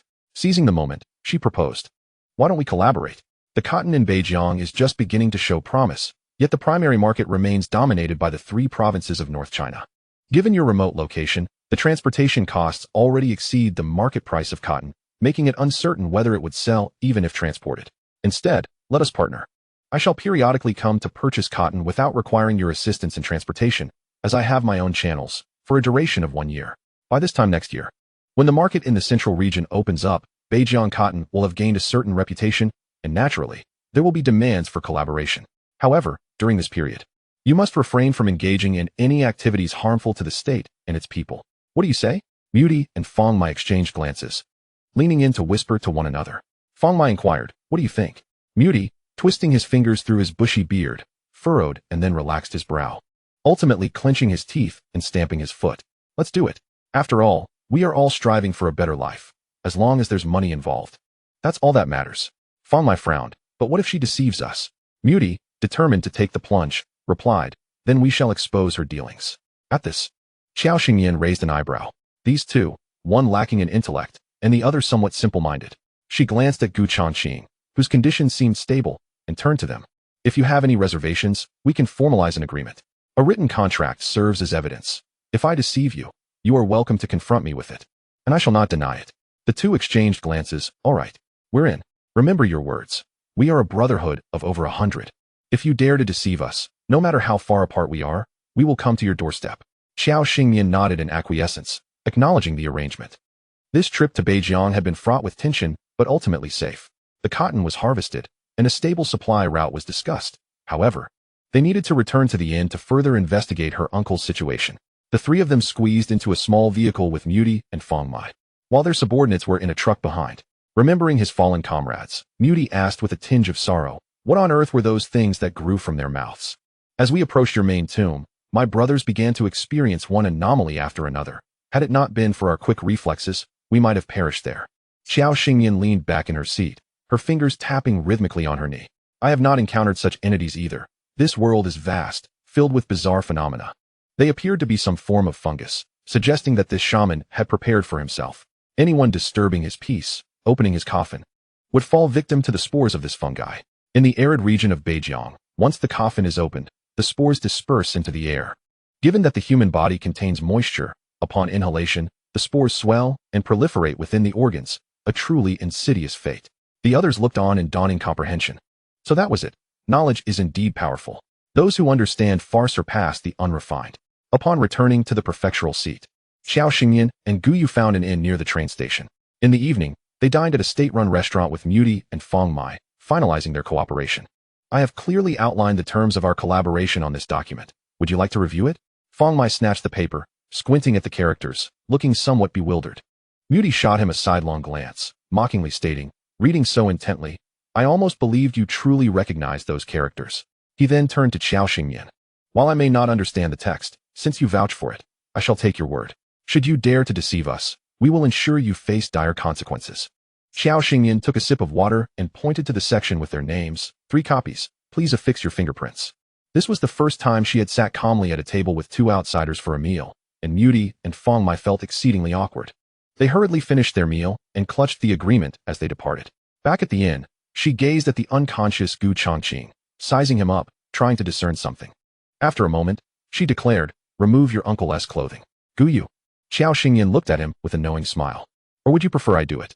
Gu Yu shot her a resentful glance and slowly began to strip Gu Chongqing, occasionally casting furtive glances at Qiao Xingyan. Whenever she displayed even a hint of admiration, he would hastily cover his uncle back up. Fortunately, Qiao Xingyan's expression grew increasingly peculiar. Just as Gu Yu was in a quandary about whether to remove his uncle's trousers, Qiao Xingyan commanded him to stop. He exhaled in relief, asking, "What is it?" Qiao Xingyan pointed to a spot 3 fingers below Gu Chongqing's navel. Looking at Gu Yu, "Feel it. Is there a nail there?" Gu Yu reached out, and indeed, he distinctly felt an object beneath the skin, nodding, "There is." He then looked at Qiao Xingyan, his eyes questioning, "What now?" She took a seat beside him. A glimmer of intrigue in her eyes. There is a folk belief that a person possesses 3 souls and 7 spirits, which can be harvested at corresponding times dictated by the 5 elements. When the 3 souls converge with the yin energy of the spirits, one can borrow a soul to alter fate. Earlier, in the tomb, I discovered hemp seeds. In ancient times, such things were not for common folk, but rather enjoyed by those of elevated status. In the arid region of Beijiang, where religion thrives, it is likely only shamans would partake. Thus, when the shaman passed, his kin likely buried the hemp as a burial offering, harboring a beautiful wish that he might enjoy it in the afterlife, or perhaps live on again, hoping he could be a shaman once more. Gu Yu frowned, uncertain. "So, you mean it's possible this shaman truly succeeded in reincarnation, and he sought this method to achieve genuine resurrection?" Qiao Xingyan nodded. "It seems so, but unfortunately, we interrupted it, and his previous body was utterly destroyed. So he will not possess such formidable spiritual power again. I suspect your uncle was his final target, having extracted his life force to impose a constraint within his mind for the purpose of a living sacrifice here. This explains why Gu Chongqing is unperturbed by food. It is because his primary consciousness is absent. He resembles a mere shell, a brainless automaton. All his dialogue seem programmed. Moreover, it is highly likely that someone is manipulating his actions and speech from behind the scenes." Gu Yu, upon hearing this, remarked with complexity, "Such abilities can hardly be considered human, can they?" He felt the bizarre occurrences in this world exceeded his imagination, both astonishing and terrifying. Qiao Xingyan chuckled softly. "Perhaps you are overthinking it. It's not a grave matter. He has his strategies, and I have mine. I will find a way to retrieve your uncle's life force, but now is not the time. The atmosphere here is too chaotic and unsafe. We shall discuss it upon our return." Gu Chongqing's current state resembled that of individuals suffering from soul displacement after a fright. Such situations typically require a family member to call back the soul, but Gu Chongqing was an exception. That entity had extracted Gu Chongqing's life force, yet fortunately, his other 2 souls and 7 spirits remained sealed within his body. This was advantageous for her. When they returned to the revival team, darkness had already fallen. The Gu family members stared at Gu Chongqing, who appeared like a wooden puppet, puzzled. "What happened to the youngest?" Qiao Xingyan shook her head. "It's nothing. He is just not in the best mental state." The matriarch examined Gu Chongqing, breathing a sigh of relief, and turned to Qiao Xingyan. "You were away for half a month, and your return is perfectly timed. The house is nearly finished." Qiao Xingyan smiled. "Indeed. Let Gu Yu take his uncle to our room to rest." Gu Yu closed the door, looking at Qiao Xingyan, seemingly awaiting her next move. She reached down and removed the nail beneath his navel, then inexplicably produced a white jade brush, dipping it in vermilion, and began to inscribe on Gu Chongqing's chest. Until the final stroke was completed, Qiao Xingyan nodded with satisfaction. "It's done. Tonight, we shall keep vigil until my uncle's soul returns, and then I will guide it back into his body. He will awaken by tomorrow." Gu Yu blinked and gently ruffled her hair. "You've worked hard." Qiao Xingyan responded with a charming smile, tilting her porcelain-like cheek towards him, receiving a resounding kiss on her face. Chapter 119. From Infatuation to Irreplaceability. During this time, they hadn't properly indulged in each other's company while out and about, but upon returning to their own territory, the 2 let loose and savored their affection until the stroke of midnight. Qiao Xingyan nudged Gu Yu's shoulder and touched her slightly swollen lips from his kisses. Speaking softly, "It's time to work." Gu Yu stood beside her. "What must I do?" Qiao Xingyan shook her head. No need, just observe. She certainly was not a lowly spirit medium from the folk tales, requiring extravagant trappings to summon souls. The Qiao family possessed their own secret art of soul summoning. The talisman drawn on Gu Chongqing's body would resonate stronger with the wandering soul the greater the spiritual power of the artist. However, it was evident that Gu Chongqing's soul had been deliberately restrained, and upon being summoned, it instinctively sought to break free from its shackles. On the sacred mountain, intertwined red threads and the frenzied ringing of bells surrounded a man who weakly gazed at the soul of Gu Chongqing, yearning to escape. He could only watch helplessly as Gu Chongqing's soul, under the influence of another powerful spiritual force, broke through its confines and departed from this place. He lacked even the strength to raise his hand, each breath accompanied by excruciating pain in his very core. The Qiao family, relentless and unyielding. In the small courtyard of the Qiao family, a faint soul appeared outside. Qiao Xingyan exhaled in relief. Is it back? Guyu looked around in confusion, seeing nothing. Qiao Xingyan playfully brushed her hand over his eyes, saying, "The yin-yang I opened for you can only last for 15 minutes. Once the time is up, it will dissipate on its own." Guyu observed the world that was vastly different from that of ordinary mortals, its hues muted and somber. Gu Chongqing's soul was surrounded by several wandering spirits, curiously circling him, seemingly intrigued by how this new ghost differed from them. He turned to Qiao Xingyan. "Is this the world as you see it?" Qiao Xingyan smiled, her eyes glimmering like a cascade of stars. "This is merely the world I can perceive. It does not mean I wish to see it 24 hours a day. The most vibrant world in my eyes contains you." Guyu bit his lip, his ears warming slightly. How should he respond to his wife's unexpected confession? The atmosphere surrounding Guyu was filled with pink bubbles, while Qiao Xingmian maintained a serious demeanor. She watched as a few lost souls attempted to reach for Gu Chongqing, and with a swift motion, she sent out a talisman, sternly declaring, "Withdraw at once. You disturb my important work. I will ensure your souls scatter." Suddenly, a slender incense stick appeared in her hand, which she lit and handed to Guyu. "This is soul-calling incense. Hold it and gently call his name. He will naturally follow the scent." The atmosphere was too chaotic, mingled with humans, livestock, and wandering spirits. Her uncle was somewhat disoriented. As his kin, he would naturally feel familiar with you. Guyu nodded, standing beneath the eaves, holding the soul-calling incense, softly calling, "Uncle, I am Guyu, please return." Gu Chongqing's soul approached him, gazing intently for a moment. Qiao Xingyan continued, "Bring him inside." Following the incense, Gu Chongqing entered the house, and the talismans on his body began to shimmer with a golden red light. Qiao Xingyan formed a seal with her fingers and recited, "Soul returns to body, body free. Spirit returns to man, man clear and pure, calm the soul." A pulling force surged forth, and Gu Chongqing's life essence vanished from its place. As his soul returned, the talismans on his chest melded into his body. Seeing this, Guyu inquired, "Is that all?" Qiao Xingyan nodded. "It's all set. He will awaken tomorrow." Gu Chongqing was not like Gu Chongfeng and Gu Chongyun, who suffered severe physical injuries requiring time to heal. His body was intact. He had merely been separated from his soul for too long, and he might be somewhat sluggish for the next couple of days. Gu Chongqing occupied the bed of the two, forcing Guyu and Qiao Xingyan to meditate outside for the night. She raised her gaze to the starry sky, finding it beautifully surreal. "You know, the place I come from doesn't have such a beautiful starry sky." Guyu instinctively tightened his grip on his knees, turning to look at her, cautiously asking, "Your world?" Qiao Xingyan shifted her gaze back to his face, bestowing him with a radiant smile. "Yes, you should have sensed it. I am not her, yet I am her. We both bear the name Qiao Xingyan. Our appearances are almost indistinguishable, merely existing in different spaces and times." Upon hearing this, Guyu subconsciously tensed, his large hand enveloping hers, gripping tighter. He had felt it since he handed her the divorce papers, in the past. She would never have looked at him with such direct and fervent eyes. "Yes, after her tragic drowning, I was summoned by fate to your side. As a direct descendant of the Qiao family, any practitioner is bound to face the 5 flaws and 3 deficiencies, often meeting an untimely end. Only the auspicious star can break this cycle, which is why I knew you were the one the moment I laid eyes upon you." Guyu lowered his gaze, his long lashes quivering slightly, his voice tinged with melancholy. "Then, is it because of this that you are willing to share your life with me?" Though this thought saddened him, he quickly reassured himself that regardless of the reason behind her willingness to be with him, as long as the outcome was what he desired, that was sufficient. Qiao Xingyan traced patterns on his palm, her playful smile illuminating her features. "Initially, it was for that reason. But the primary factor is that you are remarkably handsome and well-built. To have such a perfect gentleman as my lawful husband, I consider myself fortunate.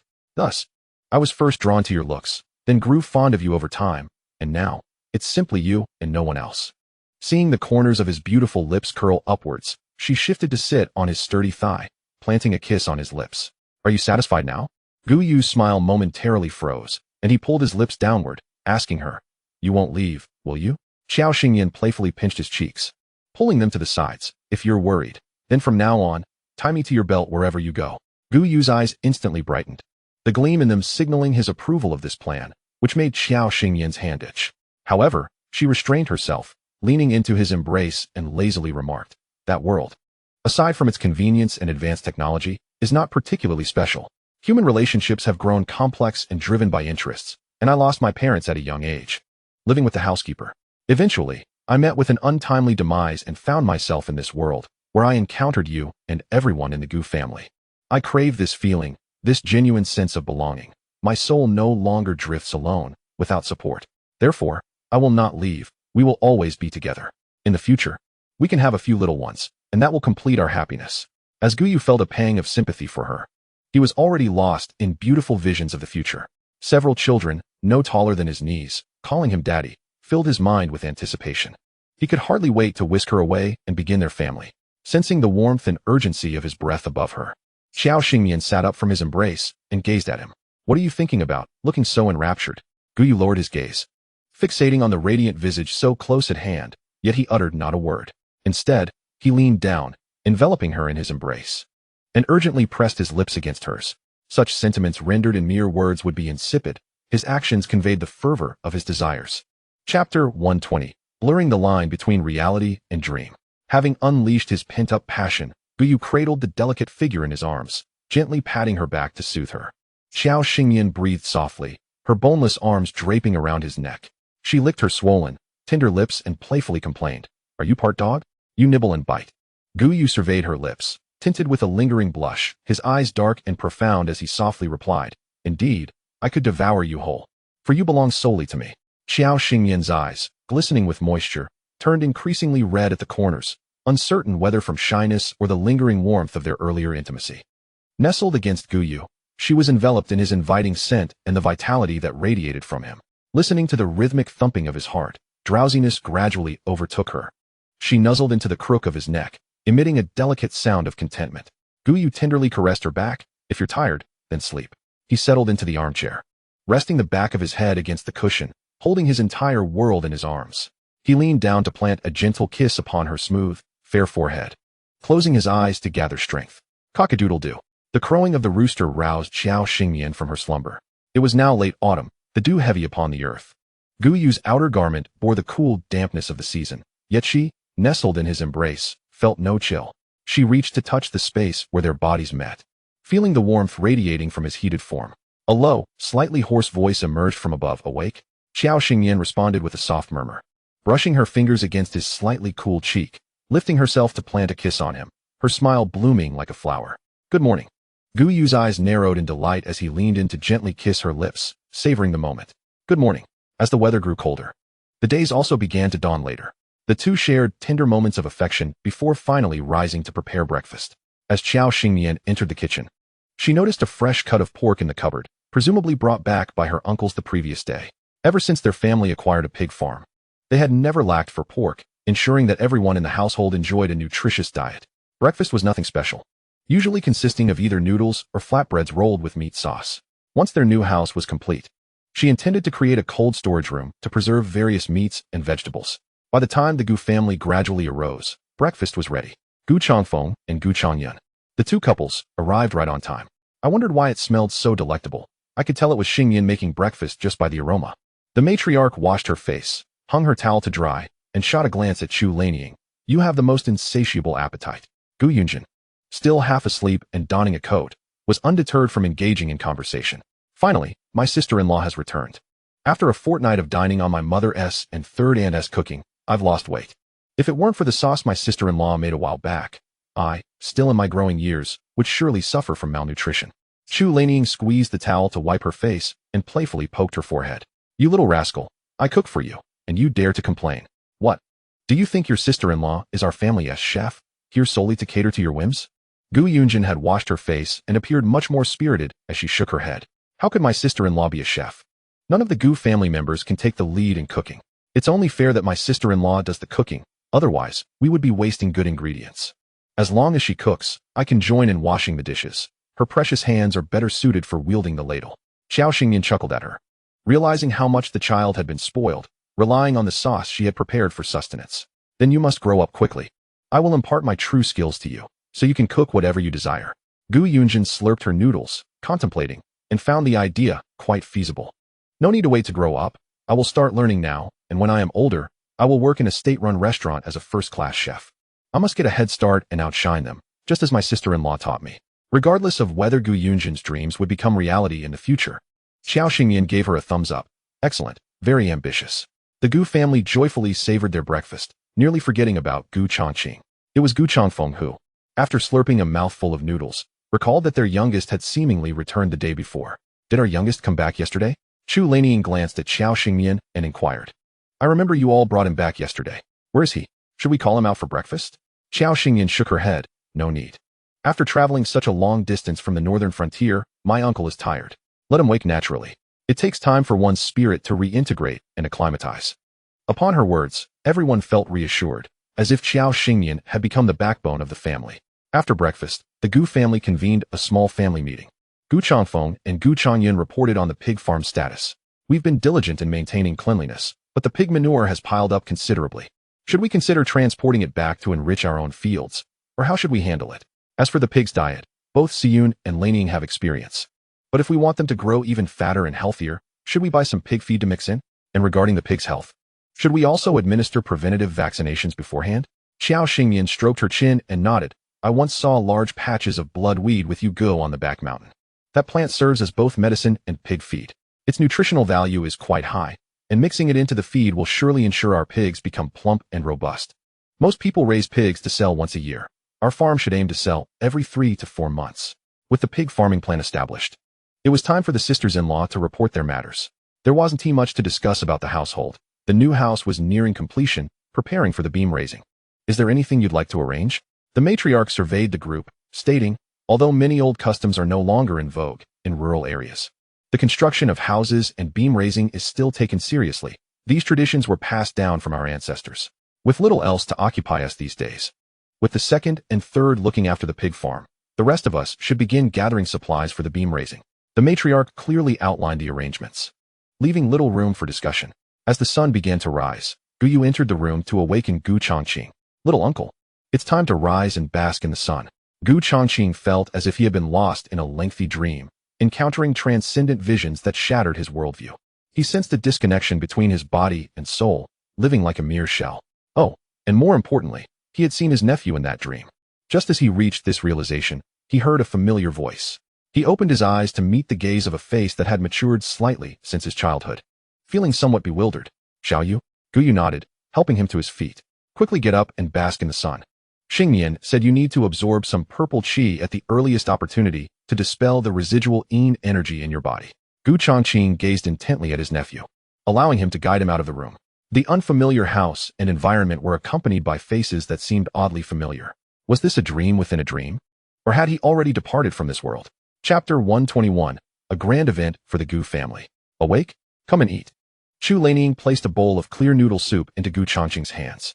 The warm touch was not scalding, yet it jolted Gu Changqing, making him exclaim, second sister-in-law? Third sister-in-law? Chu Lanian, with her basket on her back, intended to join Jiang Suyun in feeding the livestock. Turning back, she noticed Gu Changqing's dazed expression and, with a hint of concern, called out to Xiao Xingyan, girl, hurry over and take a look at your little uncle. He seems a bit out of sorts.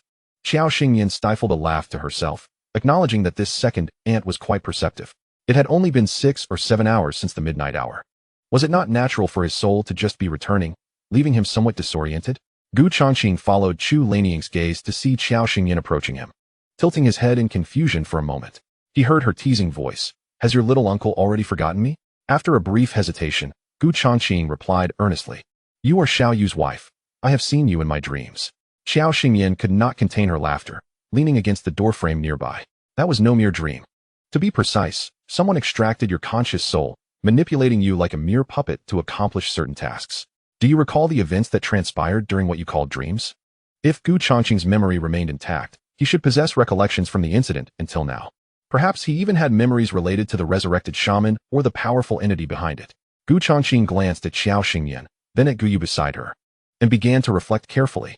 Initially, I was chased by a black bear and accidentally tumbled down a cliff. After that, I lost consciousness. He recounted everything he had experienced upon waking. Indeed, as he stated, he had been unconscious for a considerable time after being rescued.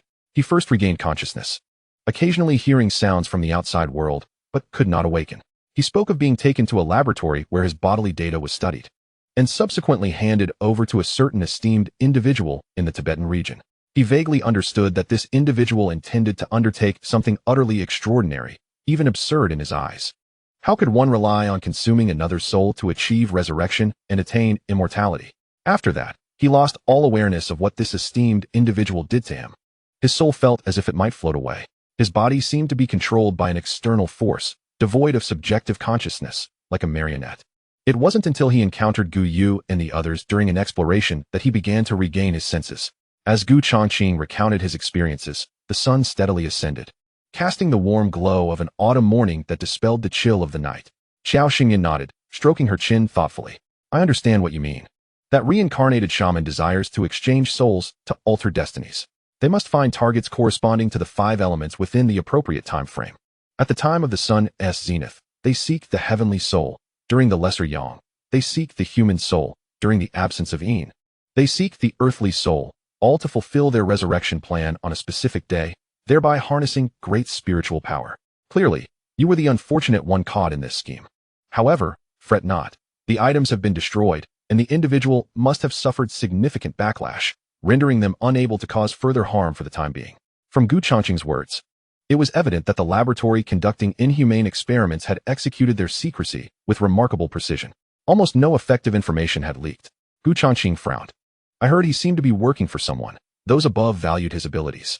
At their behest, he sought out some nefarious means to serve them. I wonder what consequences this failure might incur. Upon hearing this, Xiao Xingyan sighed. Indeed, in this world, human hearts are the most complex entities.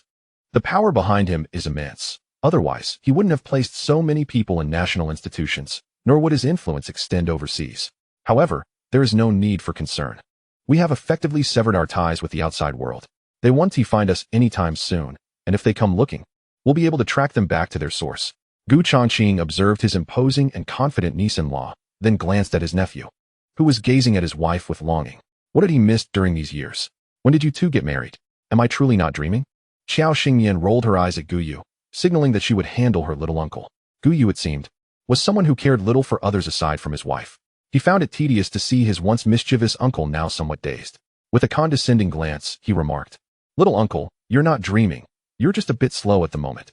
Gu Changqing looked at his tall and increasingly handsome nephew, feeling a pang of nostalgia. When I left, you hadn't even reached my shoulder. Now upon my return, you've surpassed me. What kind of fertilizer have you been consuming? Gu Yu scoffed, proudly lifting his chin. My wife feeds me well. Naturally, it's different from someone who is 27 and still has no wife. Gu Changqing thought to himself, is this brat truly my precious nephew? He retracted his gaze with a hint of melancholy, sighing, after raising such a big lad.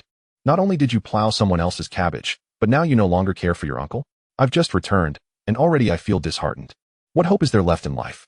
Just then, the elderly matriarch happened to emerge with a cup of water. Hearing his words, she retorted with annoyance. You know life has no hope, yet you don't hurry to find a wife and produce a grandchild for me. Had you not gone missing for 6 years, you could have had a child by now. Gu Changqing was taken aback, feeling wronged as he replied, but third brother is 2 years older than me, and he hasn't had any children either. The men of the Gu family were indeed somewhat unfortunate, aside from Gu Changfeng, who had Gu Yunjin.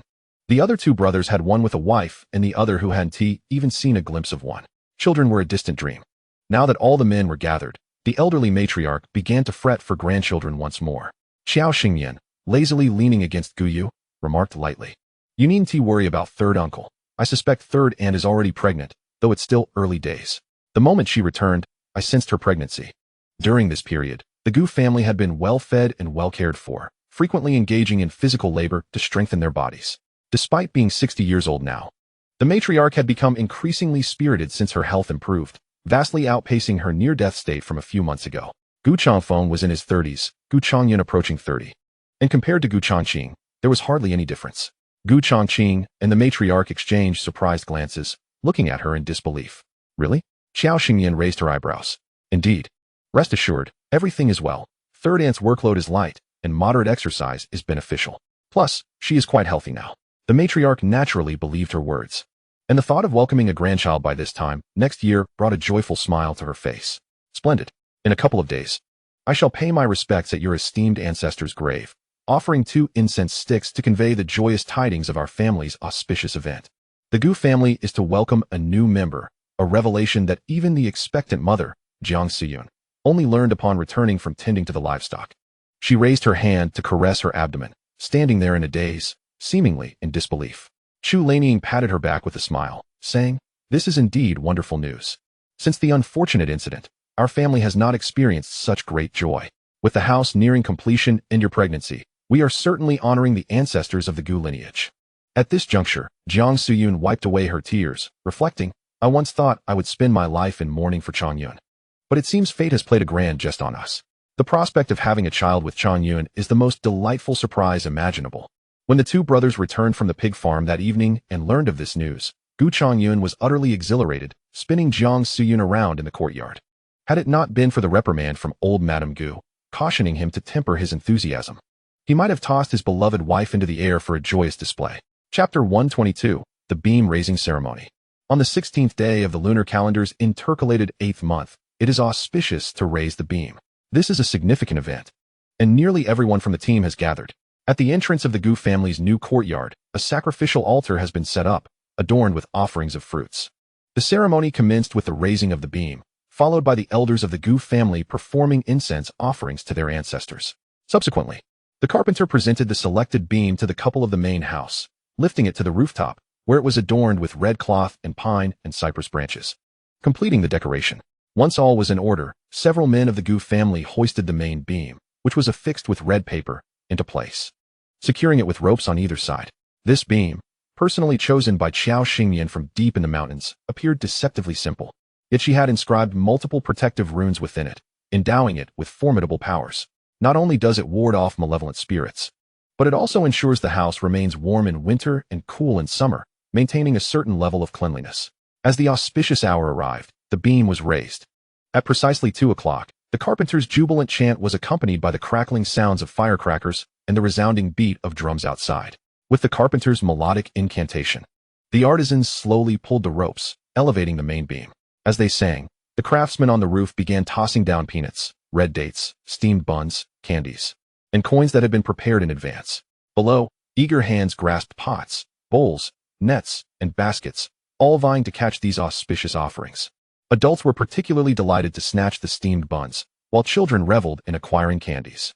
The Gu family had prepared an array of delightful treats, including not only fruit candies, but also the renowned white rabbit milk candies. The atmosphere was lively and festive, with the carpenters singing growing more spirited.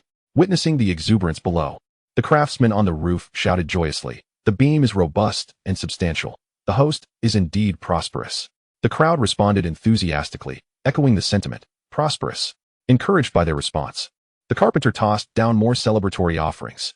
"The new house stands 5 zhang high. May life be ever prosperous." "Wonderful. The new house faces east. May the children be dragons." The louder the crowd cheered, the more the artisans on the roof showered the offerings. Zhang Ruinian had also come today with a few brothers to lend a hand and partake in the feast. His pockets were brimming with the seized offerings, and his voice was so loud that even those from the adjacent team could hear him. Xiao Xingyan observed the joyous scene, where both young and old, whether lucky enough to catch something or not, wore beaming smiles, their faces flushed with excitement. This was her first encounter with such a vibrant custom, and she found it rather fascinating and lively. As the beam raising neared its conclusion, children scoured every crevice for leftover sweets or coins, while the adults gradually exited the new house. The newly raised beam required some time to bask in the sun before the hosts would entertain their guests with a banquet celebrating the occasion. Due to the large turnout today, Xiao Xingyan had previously reached out to Zhang Wanfufu's family for assistance. Lu Jing readily agreed, enlisting Shiden's mother and several other wives to help with the cooking on the day of the beam raising. Most of the dishes were pre-prepared, making the task significantly more manageable. A table was set with 9 dishes, standard for such occasions, and the Gu family had ample supplies of pork intestines, having prepared over 10 jin in a single pot yesterday. Additional dishes included pig trotters, braised pork, for happiness meatballs, sausages, cured meats, and braised fish, each a hearty offering. Xiao Xingyan busily worked at the stove alongside several ants. As a small car and a following truck approached the Gu residence, those setting up the banquet looked on with astonishment and curiosity at the automobile. In these times, owning a car was a mark of distinction. It was not the privilege of ordinary folk. Did the Gu family perhaps have connections with some illustrious individuals? Meanwhile, Sherdan, playing nearby, tugged at Gu Yunjin's braid, asking, Jinjin, are these your relatives?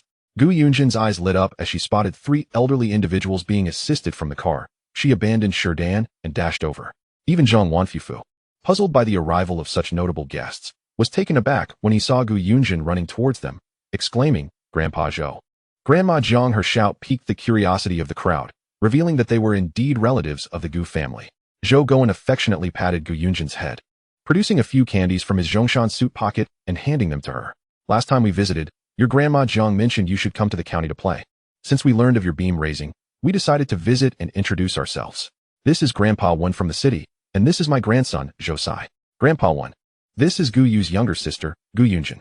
You children go play while Grandpa attends to some matters. Gu Yunjin glanced at the young boy standing beside Grandpa Zhou, who appeared to be around 10 years old, with distinct and handsome features. His tousled hair fell slightly over his brows, revealing a pair of bright, clear eyes that sparkled like the moonlit sky. His attire was impeccably clean and tidy, and when he smiled at her, it felt like a gentle spring breeze. It was her first time encountering such a charming and well-groomed boy, and in comparison to the boisterous Sherdan, he seemed an entirely different world. Grandpa Zhou, let me show you inside. My sister-in-law is likely still busy. The little girl, feeling shy, avoided making direct eye contact with Zhou Sai and hurried ahead to lead the way. Zhang Wanfufu stepped forward to catch Gu Yunjin's arm, quietly inquiring, Jinjin, who are these individuals? Zhou Gowen glanced at Zhang Wanfufu and introduced himself. Hello, Captain Zhang. We old fellows are patients and friends of Qiao's. Fate brought us together, and upon hearing of her new house's beam raising, we made a special trip to extend our congratulations. You should attend to your duties. Do not mind us. Zhang Wanfufu nodded, watching the departing figures of Zhou Gowen and his companions. He couldn't shake the feeling that the old gentleman looked familiar, as if he had seen him somewhere before. Captain, what is the relationship between these individuals and the Gu family? Indeed, Captain. How come we've never heard of such wealthy relatives of the Gu family before? Upon hearing their queries, a memory flashed in Zhang Wanfufu's mind. It was during a meeting called by the newly appointed secretary, where he had been introduced to various faces, and that old gentleman had been present too. Moreover, he shared the same surname as the county secretary. This was none other than Zhou's father. Casting a glance back towards the direction of Zhou Gowen and his companions, he hesitated momentarily, pondering whether to muster the audacity to approach them again for a greeting. Just then, Lu Jing approached from the side, inquiring, What are you staring at? Don't block my way to serve the dishes. Zhang Wanfu, noticing her tray laden with several plates of appetizers, quickly took it from her. Startled, Lu Jing exclaimed, What are you doing? Zhang Wanfu pressed his finger to his lips, hushing her. Shoo, keep your voice down. I'll take this dish to them. The elderly gentlemen and ladies that arrived earlier are not just anyone. No one here should dare eat before them. Annoyed by his cryptic demeanor, Lu Jing attempted to snatch the tray back, insisting, Stop fooling around. I'm busy, and the food will get cold. Zhang Wanfu deftly evaded her grasp, declaring, You should refrain from causing a ruckus. Let me tell you, the old gentleman at that table is the father of our county's Secretary Zhou, and the lady beside him is his wife. The identity of the other elderly gentleman remains unclear, but it certainly holds significance. You should inform Xing Mian about this matter at the stove. Lu Jing opened her mouth to respond, but before she could utter a word, Zhang Wanfu, resembling a diligent waiter, whisked away with the tray, vanishing from her sight. Chapter 123, The Arrival of Distinguished Guests. Upon her return to the stove area, she found Gu Yunjin already standing beside Xiao Xingyan, loudly exclaiming, Sister-in-law, Grandpa Zhou and Grandma Jiang have arrived, and they've brought a new Grandpa Wan and a young gentleman along. Would you like to go see them? Xiao Xingyan waved her cooking spatula, asking, Where's your brother? Gu Yunjin, standing on her tiptoes to ensure she was heard over the noise, replied, My brother and father are currently entertaining them. Just then, Guopo approached, tying on her apron, and took the spatula from her, saying, Since they have come specifically to see you, it's only right that you attend to them. Nodding in agreement, Xiao Xingyan entrusted the cooking task to her grandmother, washed her hands, and stepped out. At this moment, Gu Yu and Gu Changfeng were already seated. Engrossed in conversation, Xiao Xingyan approached them with a smile, saying, Grandpa Zhou, Grandma Jiang, and Grandpa Wen, what brings you here today? Zhou Gowen waved her over. gesturing for her to sit. When you called us a couple of days ago, my wife and I were deliberating on what to bring you. Just then, we received a call from Old Man 1, and I mentioned this to him, which led to a clamorous insistence that we all come together. And here we are, later. You should check on his health to ensure he has fully recovered, to avoid any discomfort upon returning home. Xiao Xingyan nodded, of course. She then turned her gaze to the youthful boy beside him, assuming he must be Grandpa Zhou's grandson. Zhou Goen, with a twinkle in his eye, remarked, "As expected of you, Xiao girl, nothing escapes your notice." He then patted his grandson's head, saying, "Xiao Yi, this is your grandfather and grandmother's savior. You may call her Sister Qiao or refer to her as sister-in-law like Xinjin. Either is acceptable." Zhou Sai politely nodded at Xiao Xingyan, greeting her with, "Hello, Sister Qiao." Noticing the composure he exhibited at such a young age, Xiao Xingyan glanced at the little girl beside her, who was gazing intently at him. "Hello, Xiao Yi. I assume this is your first visit to the countryside? Listening to us chat might seem dull. Why not let Xinjin take you to explore some fun activities?" Children generally adore play, and despite Zhou Sai's serious demeanor, he was still a child at heart, filled with curiosity about the unfamiliar environment. Gu Yunjin's eyes brightened as she winked at Xiao Xingyan. She then boldly stepped forward, taking Zhou Sai's hand, cheerfully saying, "Brother Xiao Yi, I'll take you to the back mountain to pick wild fruits that you've never seen before. The hawthorn tea we make here is absolutely delicious. And we can catch some crayfish and snails from the creek. I'll have sister-in-law cook them for you. I bet you've never tasted anything like it." Evidently, in the little girl's mind, the sweet and sour hawthorn fruit tea and the spicy stir-fried crayfish had become her top culinary delights, and she was eager to share them with her new friend from the city.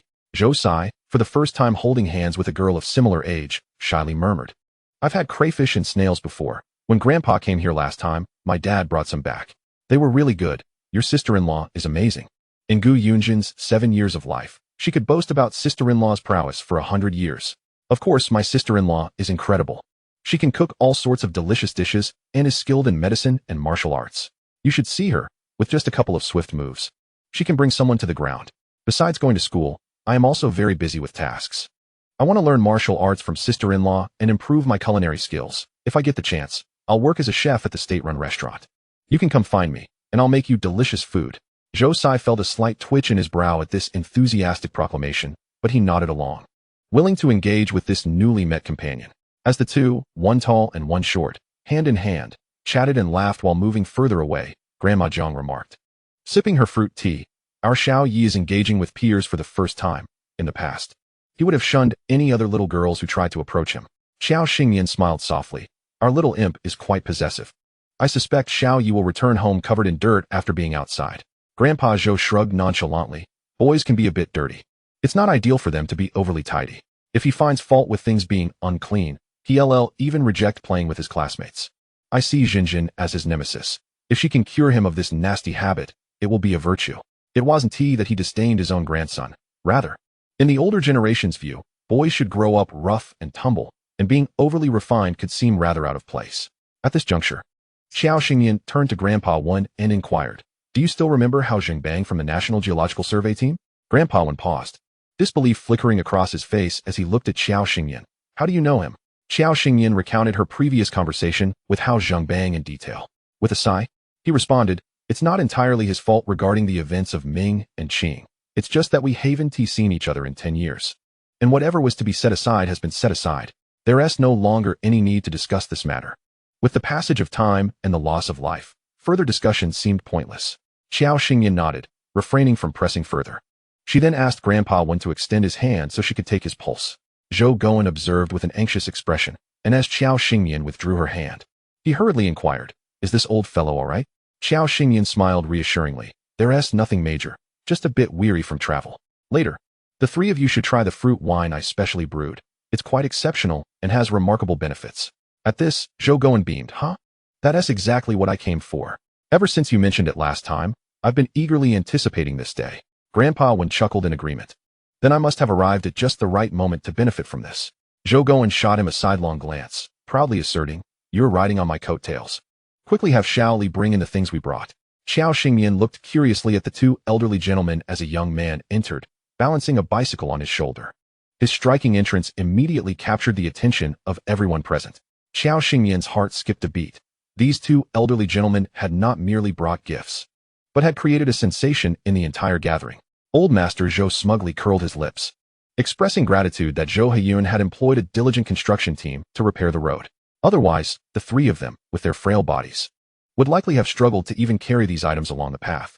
Upon witnessing the young Li set down his bicycle and dutifully head out to retrieve another piece, Xiao Xingmian twitched her lips in response to the sound. She hastily called for Gu Yu to assist.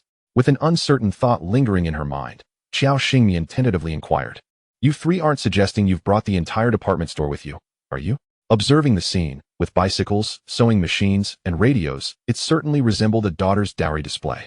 Zhou Guan nodded with pride and satisfaction. This move to a new home is indeed a significant life event. When you got married, we were not yet acquainted. Your father passed away early, leaving you without a supportive elder to speak on your behalf. We three old souls have managed to become a semblance of your family. Which isn't unreasonable, is it? After all, you don't call your grandparents for nothing, do you? Chapter 124. The partial old master Xiao Xingmian's gaze flickered, suppressing her emotions. You have truly gone above and beyond. I shall have you brother stay here with you. To express her gratitude to the three elders, she declared her intention to prepare a sumptuous feast for them. Jiang Xiaomi nodded and smiled, saying, "Go on, we can manage without your company for now. They are here simply to celebrate Liang's feast. We shouldn't impose on the host." After Xiao Xingyan departed, Gu Yu assisted in moving the sewing machine, followed by the radio and a large box filled with provisions, rice, flour, milk powder, malted milk, candies, and pastries, leaving everyone present utterly astonished. Incredible. The relatives of the Gu family are truly affluent. Look at all these items, with bicycles and sewing machines. One might think they are preparing for a wedding. Hey, you might not know, but I eavesdropped a bit earlier. I heard the team leader mention that those elderly couples are the parents of the county's secretary Zhou. The other old gentleman seems to be from the city. I'm not sure about his background, but he must be quite influential. Indeed. There are 2 vehicles parked outside, 1 car for passengers and a small truck filled with these items. As for Zhou Guan and his wife, they were already close to Xiao Xingmian. Zhou Heiyun, aware of how the 2 elders regarded her as a granddaughter, had contributed generously despite his absence. Old Master One, residing far in the city, couldn't possibly carry a heap of items. Before departing, the 3 children of the One family, grateful for the assistance provided to their father, generously offered money to the old man so he could purchase supplies in the county. If they couldn't find what they needed, they would procure it from the city. Aside from that, the old man had spotted 2 watches while shopping. One was the men's Rolex that Xiao Xingmian had admired, and the other was a women's version of the same model. Though not as striking, it was still attractive. He decisively chose both watches, but unfortunately, he only had 1 watch ticket, while the other was borrowed from his eldest son. Old Master One, what brings you here?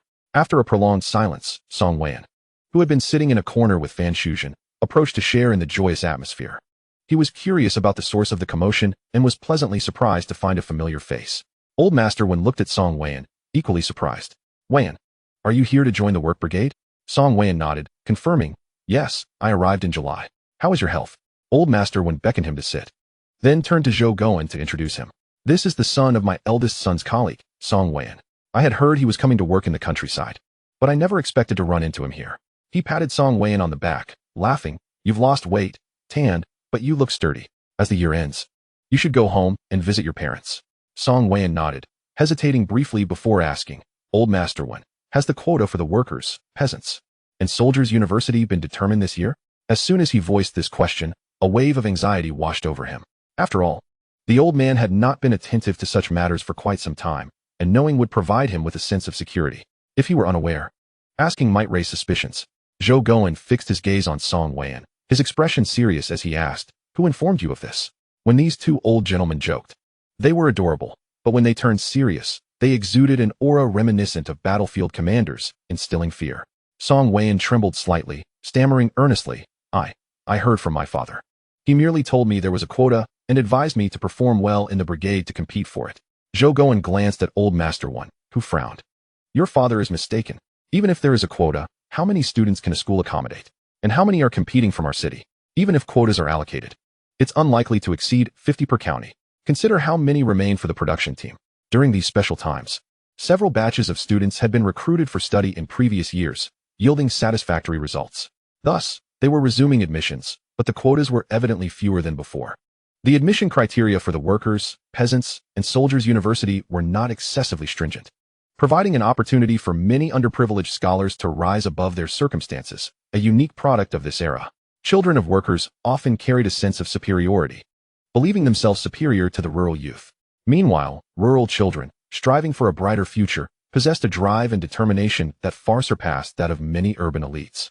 To enroll in university, students must be recognized and recommended by their peers, with approval from leadership and re-examination by the school, making the process quite stringent. Upon hearing this, Song Wei's heart sank. If the revival team did not receive a quota, then all his hard work over the past months would seem futile. Noticing his pallor, Zhou Gowen remarked coolly, "This year, the county does indeed have quotas, and the revival team is included. However, whether you are selected depends on your own efforts. You must understand that rural children are not inferior to those from privileged backgrounds. With only one quota, the competition is fierce." Hearing this, Song Wei's eyes lit up as he suppressed his excitement and nodded. "Yes, I understand. I won't disturb you any further." As Song Wei departed, Old Master Wen cast a glance at Zhou Gowen. "Why did you share that with him? He should strive for what he desires. If it's meant to be, it will be. If not, it won't. Isn't pursuing education with such intent at odds with the original purpose of coming to the countryside for learning?" Zhou Gowen took a sip of water, replying irritably, "I was merely trying to give him a heads up because of your connection, were it not for your relationship. And if I hadn't noticed how Qiao girl and you boy had no intention of pursuing education, that quota would hardly have been his to claim. Who knows? We might have had to trouble you to persuade your eldest son to secure a spot for them." Old Master Wen's eyes twitched slightly, left speechless. "You are lofty in spirit, while I regard you as a brother, yet you perceive me as a mere grievance. The allocation of positions is governed by specific criteria. And given his prominent features and ample stature, can he truly extract a place from his offspring? However, upon further reflection, if those children are indeed destined for school, can he refrain from extending his assistance?" He muttered softly. The disparity in treatment is exceedingly apparent. Zhou Gowen, with his keen ears, caught this, and snorted in response. "Human hearts are inherently biased. Let us not deceive ourselves, shall we?" Old Master Wen, "Very well then." Chapter 125, The Return of the Missing Person. Qiao Xingyan was oblivious to the thoughts of the two old gentlemen. Even if she were aware, it mattered not. What is there to quarrel over regarding the quotas for university students from the working class? Perhaps next year, the policies will open up, and she could usher her beloved Yu Gu into college. At barely 20 years of age, her enthusiasm for re-enrolling in university was scant, but Gu Yu was different. She was unaware of the tribulations he faced upon his return in her previous life. Yet, having arrived in this realm, she yearned for Gu Yu to lead a life devoid of regrets. He must experience all that is befitting his age, and he should have no less than others. She deeply sensed the intentions of the three elderly gentlemen, hence she approached her culinary endeavors with utmost seriousness. The stove in the new home was hastily assembled, and her actions would surely attract attention. Thus, she returned to the courtyard of the Qiao family, preparing to unleash her full potential. Every edible item in her space was transformed into a dish, an upgraded version of chicken stewed with mountain delicacies, stir-fried braised intestines, steamed pork, braised pork belly, pine fish, and braised lion's head meatballs. The lamb received from two local bandit leaders was fashioned into skewered lamb, alongside sticky rice with cured meat, crazily roasted pig trotters, and braised hocks. Her bustling efforts meant that by the time the feast was to commence, she was still not finished. Grandma Gu gazed at the table brimming with dishes yet to be served and inquired of Gu Yu, "Where has Xingyan gone? Should we not serve the dishes first, allowing others to start eating?" Gu Yu nodded in agreement. "Let them eat first. I shall go find her." Earlier, as the three elders sat idly, Gu Changfeng had taken them out for a leisurely stroll. Now, they were merrily catching crayfish and river snails with a group of children by the riverside. When Gu Yu located Qiao Xingyan and entered the Qiao family's courtyard, he was almost overwhelmed by the delightful aroma wafting through the air. Catching sight of him from the corner of her eye, Qiao Xingyan smiled and asked, "What do you think? Isn't it fragrant?" Gu Yu involuntarily swallowed, suddenly feeling a pang of emptiness in his stomach. "Are you concocting another heavenly meal?" Qiao Xingyan paused, then recalled the ingredients she was using, her eyes sparkling with pride. "Indeed, a celestial feast. Consuming it guarantees one a meteoric rise to happiness." Gu Yu approached to lend her a hand. Qiao Xingyan inquired, "Where have they gone?" Holding a bundle of firewood, he replied, "They are by the river, gathering crayfish and river snails." As Qiao Xingyan stored the prepared dishes in her space to keep them warm and fresh, Gu Yu, though amazed each time, had grown accustomed to it. He had forgotten to inform them that he had already prepared the snails and crayfish before their arrival. Since they rarely visited, they should enjoy themselves, after all. Such delicacies were consumed swiftly. On this occasion, they had prepared a small platter of snails and crayfish, fearing that the others might be unaccustomed to them. So they had not prepared too much. Thus, when the dishes were served, they sparked considerable debate. "But, Gu Laosan, why have you brought us crayfish and river snails? Aren't those meant for feeding ducks?" Gu Chongyun was not one to indulge them, casting a glance at the crowd. He casually picked up a crayfish and a snail to demonstrate. See, this is how you eat it. If you like it, eat. If not, spare us your complaints. I'm not a waiter here to cater to your whims, hoping you'll return next time. These two dishes were currently the most popular in the Gu household. What if ducks eat them? As long as they are delicious and non-toxic, it suffices. Weren't they once gnawing on tree bark and consuming clay? A few who had tasted these peculiar dishes were eagerly helping themselves, showing no regard for their table mates. What is this? You all are so adept. Have you tried them before? Lu Laojian slurped a piece of snail meat and glanced at the others. Oh, it was just that little girl Jinjin who sent some for my second child. We only had it that once. Later, I went to the fields to catch some myself. But the flavor was lackluster, so we didn't eat it again. I must admit, the Gu family really excels at preparing such unusual fare. A fellow diner asked.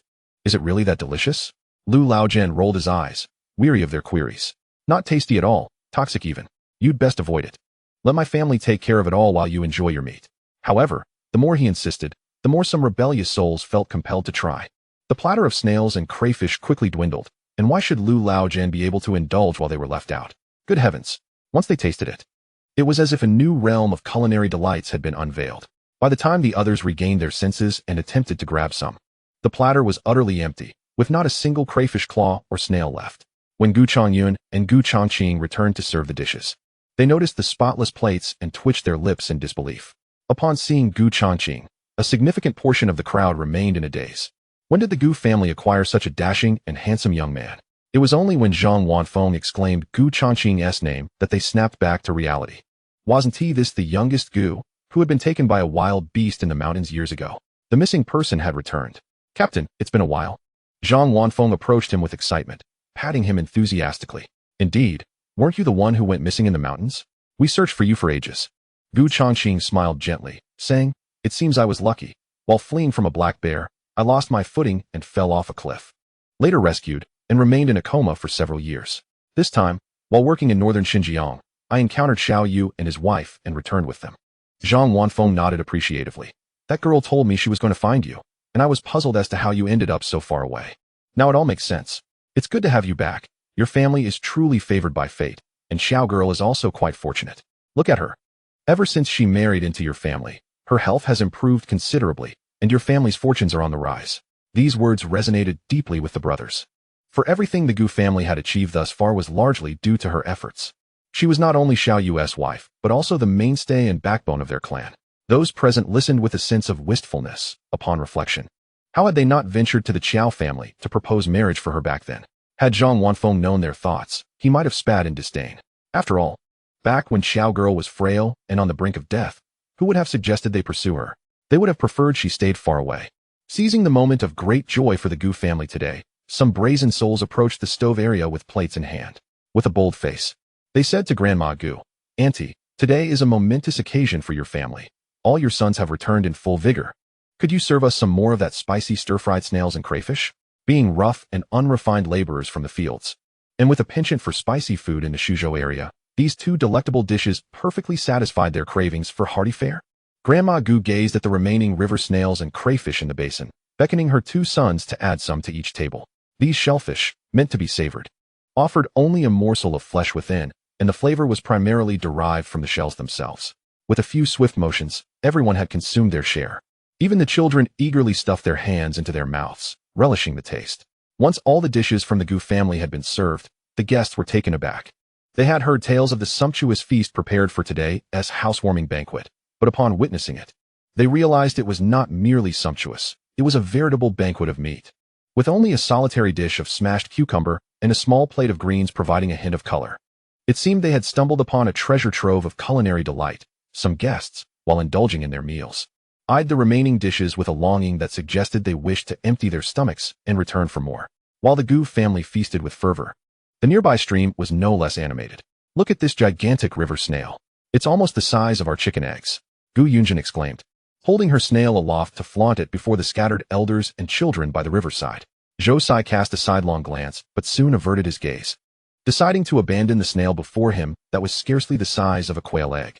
Gu Chongfeng observed the once pristine space, now muddied by the excitement of the guests, and attempted to intervene. Gentlemen, the hour is growing late. Shall we return for our meal? Old Master Wen had not enjoyed himself this much in a long while, shaking off the mud from his legs. Let us go back. Chapter 126, Divine Brew.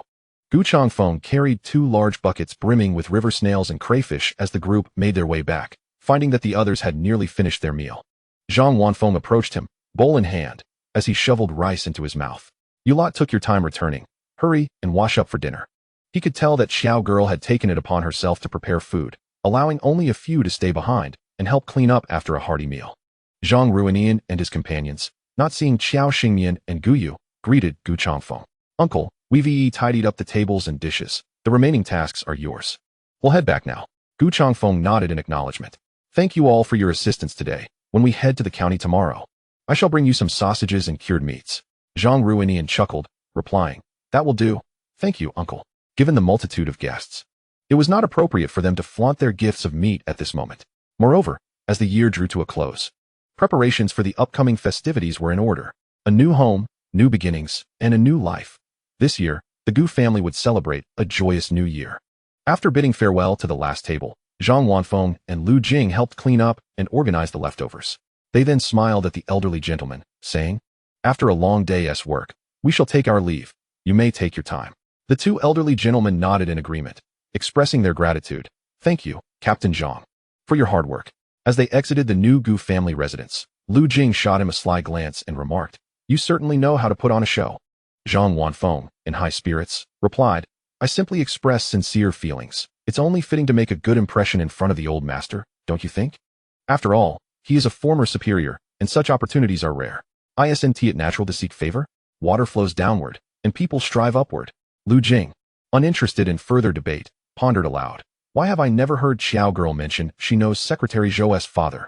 Zhang Wanfeng strolled beside her, hands behind his back. Who knows? That rascal Wayman sometimes takes her out for medical visits. Perhaps they met by chance. Now, let us not dwell on it. We should hurry back. Qiao Xingmian lifted the lid of the clay pot and peered at the simmering soup, deeming it nearly ready. She instructed Gu Yu, Go to the new house and gather everyone for dinner. It's likely not yet tidy over there, and I'd rather not eat there. Moreover, the dishes I've prepared are extraordinarily exquisite. Once served, their aroma may waft a great distance. It was preferable to dine here in the old courtyard, where they could eat and make noise without concern of being overheard. Wow, what a delightful paradise we've entered. The fragrance is so intoxicating, old Master Zhou exclaimed, eagerly circling the table, his expression one of sheer ecstasy. Just the aroma alone was enough to whet their appetites. Qiao Xingmian ladled the soup into bowls and invited everyone. Please, take a seat. I imagine you're all quite hungry. Old Master Wen gazed at the spread before him, astonished. I had no idea you could cook, girl. Your skills seem to rival even those of the royal chefs. Old Wen chuckled.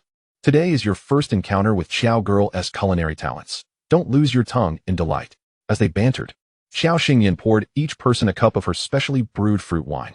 This was not merely hawthorn. It was a blend of various fruits from her space, harmoniously concocted into a delightful brew, akin to monkey wine in essence.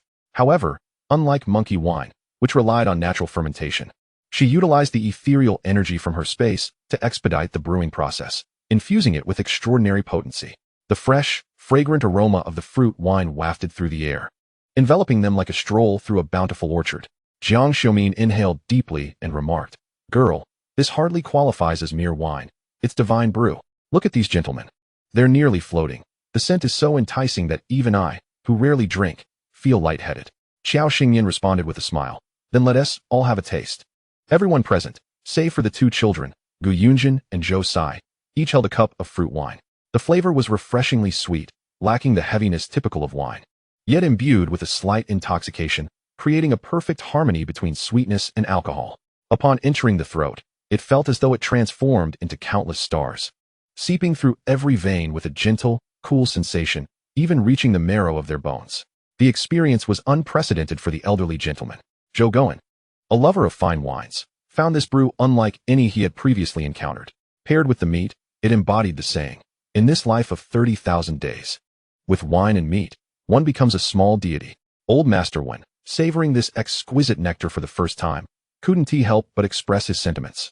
The sensation is invigorating. The fruitiness and the fermented aroma intertwine perfectly, creating a rich, harmonious flavor that is both delicate and lingering. Xiao Girl, does this wine have a name? Qiao Xingyan shook her head. Old Master Wen chuckled heartily. A brew that brings such celestial joy should be aptly named divine brew. It brings a sense of comfort to the soul. Do you have any left? Be sure to reserve a couple of bottles for me to take home. Xiao Xingyan nodded. Certainly, I have some. I will prepare a few bottles for each of you to enjoy slowly once you return. Her large wine barrel contained dozens of pounds. Wine is a delightful creation, and when the opportunity arises, she would brew floral and medicinal wines for leisurely enjoyment. Old Master Zhou raised his glass in cheer. Let us toast to your family's happiness and prosperity. As the elder of the Gu family, Grandma Gu naturally raised her glass in response. We gratefully accept your well wishes. The adults, consumed in their merriment, savored their meals with abandon while the two children huddled together, chatting and eating. Gu Yunjin poked a braised lion's head meatball towards Zhou Sai, saying, Why do you eat like a little girl? Just look at my father, my uncle, and my brother. Not one of them hesitates to devour meat and drink heartily. That's what it means to be a man. Your actions resemble those of Shinnong, tasting a myriad of herbs, merely savoring the flavors. Observe closely and learn from me. With that, she deftly picked up a lion's head the size of her fist with her chopsticks, took a hearty bite, and swiftly dug into her rice. Zhou Ziyue watched as her small mouth glistened with grease, her cheeks puffing out like a little squirrel, and her large eyes radiated an undeniable charm. A gentle smile played upon his lips as he wiped the oil from her face with a handkerchief, admonishing her, Do take your time while eating. Children who eat too quickly may choke. Gu Yunjin chewed her food, and, with a mischievous grin, exclaimed, Ah look, I've polished off my meal completely. Is my sister-in-law's cooking not far superior to that of your household? She continued, and I certainly won tea choke. My physical activity has increased tremendously. Not only must I engage my mind in learning, but I also exercise daily, allowing for swift digestion. Yet what of you? Are all the children in the city as frail as you? You appear more like a little chick than I do. I'll be 8 in just a few months. And I am merely half a head shorter than you. If you continue this way, my brother Xiao Yi will soon be reduced to a younger sibling. Chapter 127. The new house is completed. The sow gives birth. Zhou Ziyue retorted, Who is the younger sibling here? I must extend my gratitude to you. Yet, that wretched competitive spirit compelled him to grasp his chopsticks firmly and commence devouring his food. Jiang Xiumin, witnessing her grandson's ravenous appetite, tugged at Zhou Guan's sleeve, urging him to observe. The old gentleman, engrossed in his meal, was momentarily distracted. Following Jiang Xiumin's gaze, he noticed Zhou Ziyue and subtly shook his head, signaling her not to disturb him, allowing him to eat in peace. After all, this grandson had always been a picky eater, and despite medical examinations revealing no issues, it seemed he simply possessed a naturally small appetite. However, it appeared that his mother had indulged him too much, now that they were in the countryside. He exhibited no such peculiarities. Old Master One, having indulged in his meal, found himself uncharacteristically satisfied, having not eaten so heartily in quite some time. He lamented, I could use another stomach for all this. After savoring a sip of chicken soup, he sighed contentedly. This is what life should be like. My dear girl, once your new house is completed, why not rent this old one to me? I yearn to relish the simple joys of life once more. After living in the city for so long, it is this familiar way of life that brings true comfort. Xiao Xingyan took a sip of fruit wine and replied with a hint of contentment. I have no objections, though life here is ultimately less convenient than in the city. The old gentleman regarded her thoughtfully, his eyes sparkling with intrigue. Are you considering moving to the city? Xiao Xingyan nodded, then shook her head. It is inevitable. But not at present. It must wait until next year. The two elderly gentlemen nodded in agreement and continued to converse on various topics. As dusk began to settle, it was time for them to return. Xiao Xingyan stood, saying, Please, sit and rest a while longer. I will prepare some crayfish and river snails for you to take home as a late-night snack. It won't take long. Sated and content, they were inclined to lounge in their chairs, observing the playful interactions between the two children. Old Master One suddenly proposed, What if I invite my grandchildren to experience rural life during their break? Old Master Zhou shot him a sidelong glance. Your second daughter-in-law and my eldest daughter-in-law are cut from the same cloth. They guard their children as if they were precious jewels, practically wishing to keep them in their mouths. Had it not been for the opportunity presented while their mother returned to her family, I wouldn't have been able to bring Xiao Yi out. You wish for them to come during winter break? It will be dreadfully cold. What will you tell your second daughter-in-law if they fall ill? Mentioning Lu Shuiying ignited Old Master Wen's ire. She is the last person I wish to see. Just look at how she has raised my grandchildren, turning them into spoiled brats, just like their mother. At such a tender age, they feel compelled to compete with others. I have seen enough to warrant a stern reprimand, only to have them revert within days. My granddaughter is of similar age to Jinjin, yet 2 months older, and utterly pampered. I believe it would do her good to spend some time here and undergo a proper transformation. If she falls ill, we can treat her. Wasn't that how we all grew up in our time? I don't need to consult a woman about how to raise my own grandchildren. It is high time we correct their undesirable behaviors before they lead my grandchildren astray. Old Master Zhou nodded in agreement, and both resolved to send the children to the countryside during their break to rectify those troublesome habits. Xiao Xingyan had no objections. Having someone to play with Gu Yunjin would help expend some of her excess energy. She prepared the cooked river snails and crayfish into a basin and filled 2 bamboo tubes with wine for the 2 elderly gentlemen. Though suitable wine jars had yet to be procured, the bamboo tubes served as a natural vessel. Take care on your journey home, and do return for a visit. After seeing the old gentleman off, Gu Yunjin bid farewell to the handsome young man she had just met. She produced a small red string from her hand, upon which were carved the 12 zodiac animals, specifically a little sheep that Xiao Xingyan had playfully created for her. This set of zodiac animals was imbued with a touch of destiny, promising safety. However, the little girl was unaware of this significance. She merely found it delightful and adorable, surprisingly willing to part with it. Here, since you belong to the sheep, this little sheep is for you. Wear it on your wrist, and you shall be my good friend from now on. You can tell me anything, and if anyone bullies you, I shall help you retaliate. In short, I will look out for you.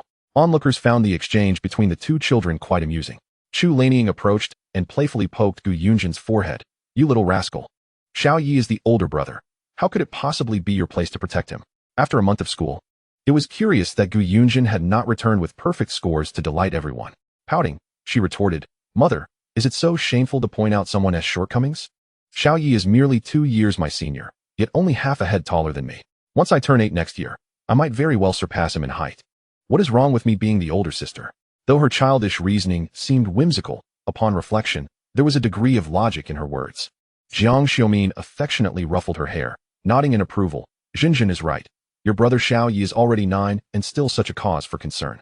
Once Xinjin surpasses him next year, let us see how he will feel about that.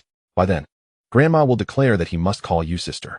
Although Zhou Ziyue was only 2 years older than Gu Yunjin, he was quick-witted. Holding the little sheep bracelet, he earnestly replied, I shall eat well and grow tall, so Xinjin can only be my younger sister.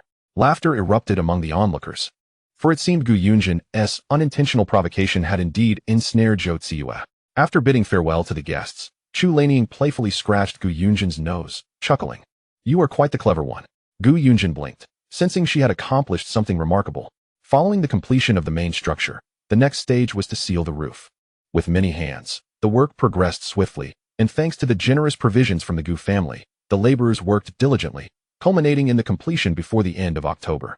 On the very afternoon of the new house's inauguration, the sow from the production team fortuitously gave birth to precisely 10 piglets.